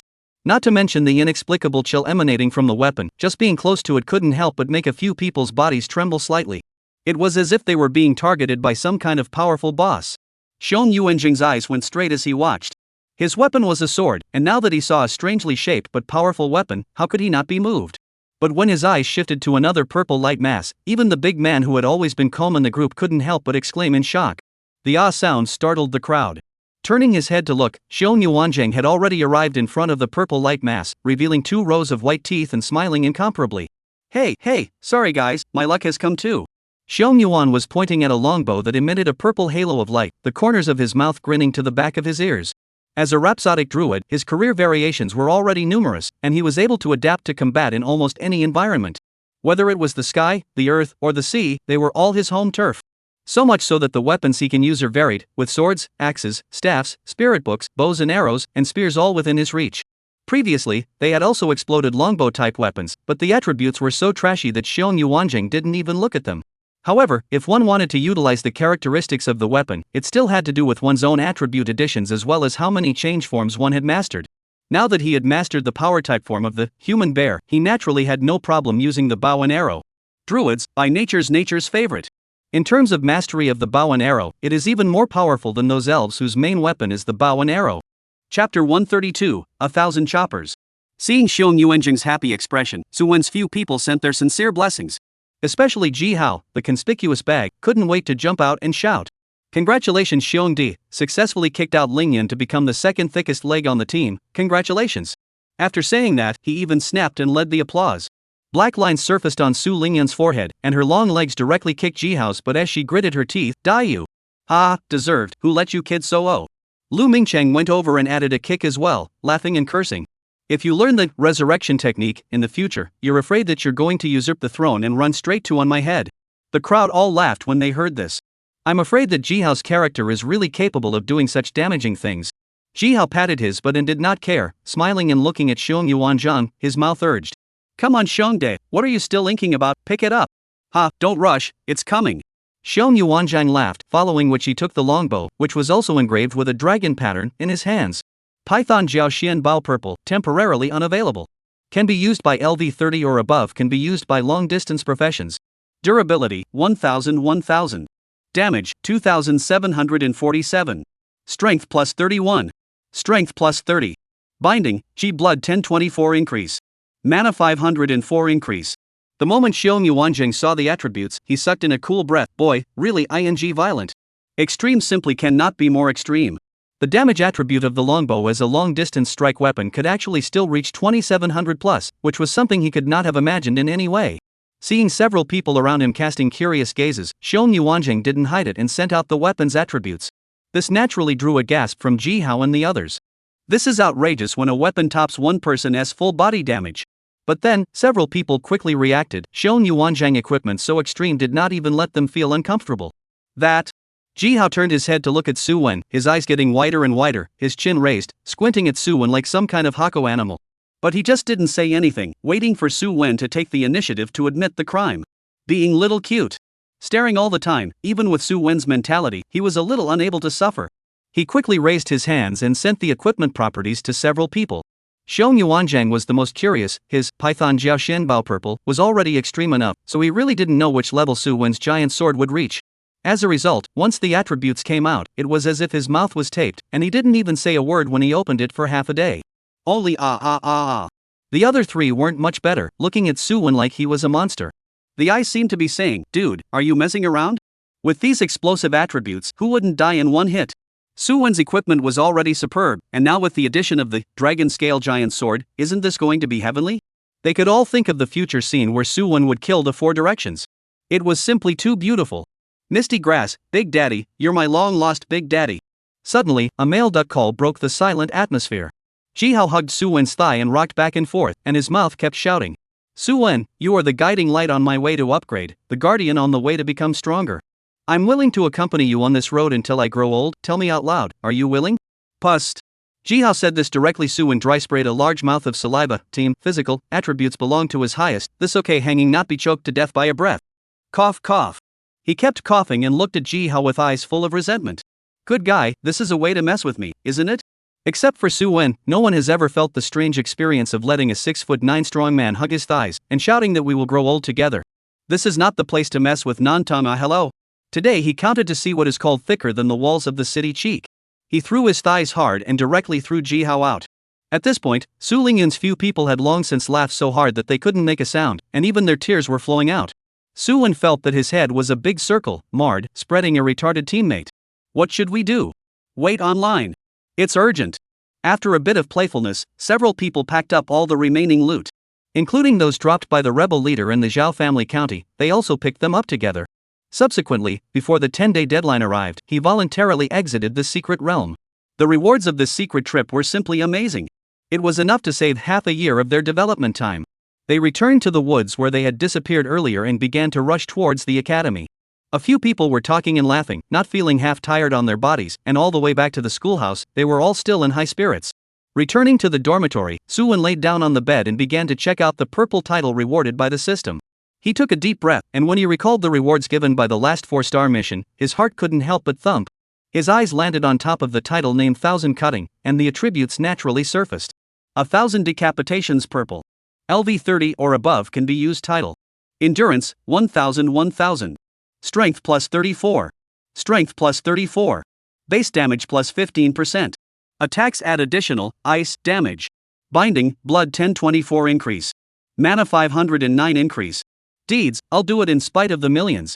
Hiss. This title. Looking at the title that was slightly sketchy compared to the other purple suits, Suwon was in a rather unsettled mood. Because this title was simply beyond his expectations. The double added strength attribute topped out at the extreme, belonging to the highest increase.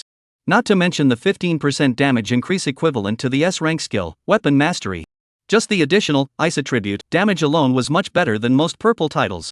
Because this was equivalent to putting a magic damage charm on the weapon, it could allow Suwon to directly change from his original purely physical output to a super shield battle with dual cultivation of magic and material. Thinking of this, Suwon took out the rewards from the secret quest and looked at them again. Algati's Alchemical Oil Ice. Consumable props. LV 20 or above can be used. Effect, lets the weapon attach an ice attribute attack for 600s. The effect was very simple and similar to Suwon's title, but this alchemy potion could be sold on the market at an incomparably terrifying price. Although a bottle of potion, even if it was more expensive, as long as it was a consumable, someone would be able to afford it. But only last 600s can do what, at most in front of the boss burst a little, simply cannot be used as a daily consumables. Continuous use of attribute potion, even if the family mining cannot afford. Now that Su Wonguan was able to do unlimited enchanting with a single title, he had really taken a big step ahead of others on the road to saving money. And the gains don't stop there. He took out another reward and checked the exact attributes. Scorched Energy Seed Purple. Consumable props. LV 20 or above can be used. Effect, immediately increase 20,000 experience points after use. You can choose whether to put it into the experience pool or not, and can be cultivated into Scorched Energy Fruit Purple. Note, Energy Fruit is a consumable item of LV 40 or above. Chapter 133, Hunting Order. Scorched Energy Seed is a special item that can be taken directly, capable of increasing experience by 20,000 points. Although this experience was nothing in Su Wen's opinion, it was still quite good to be able to use it directly without having to apportion it to the experience pool. As for cultivating this thing to a higher level of energy fruit, Suwon said that he didn't have the time. Hell knows how long it would take to raise it to LV 40? At the current rate, it'll be at least half a year before it goes. By then, he would have even more good things in his hands and probably wouldn't be able to look at this so-called energy fruit. Without hesitation, Suwon put the energy seed into his mouth and clicked and chewed it.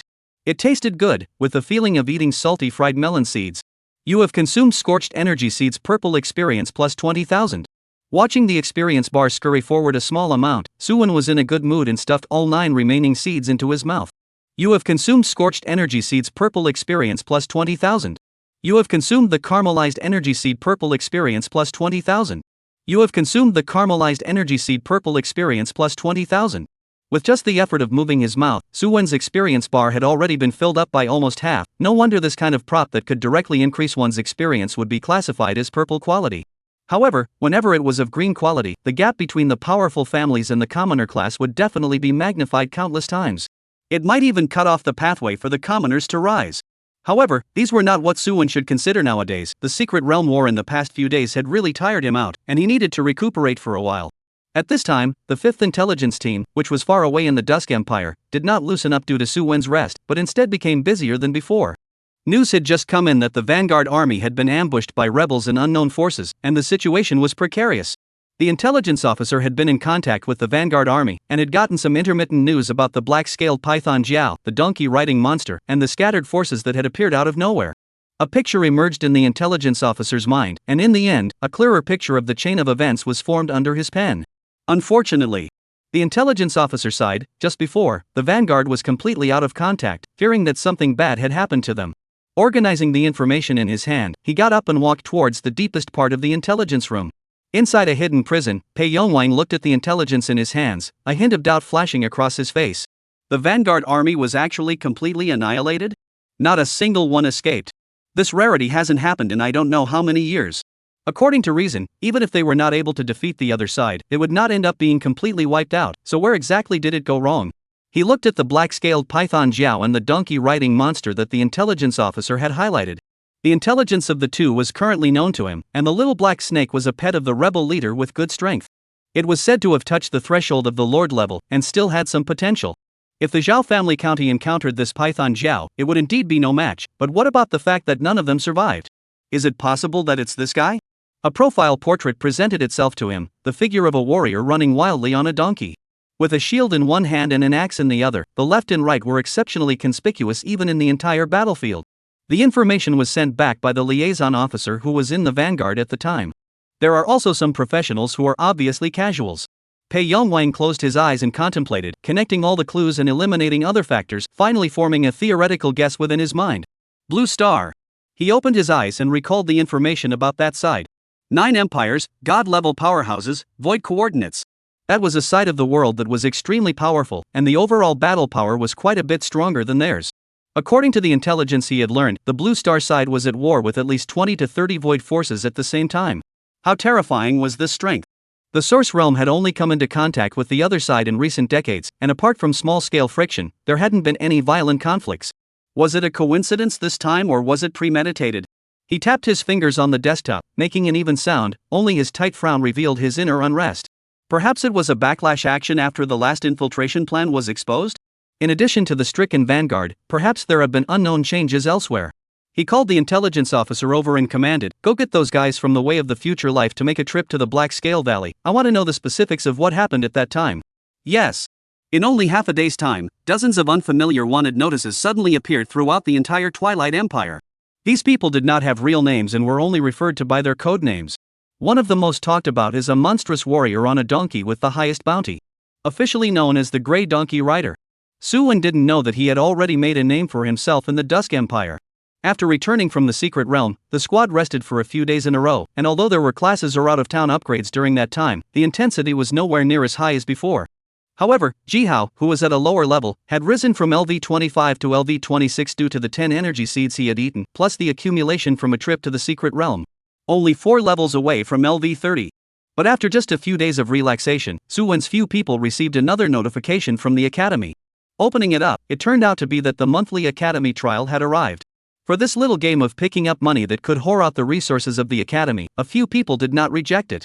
However, they had gained too much in the Secret Realm, and now they were somewhat unable to look at the 3 melons given by the academy. After Suwon saw the text message, he poked Jihao's shoulder and laughed. "What do you say, should we take a vacation?" Jihao was unsure and asked suspiciously, "What to do?"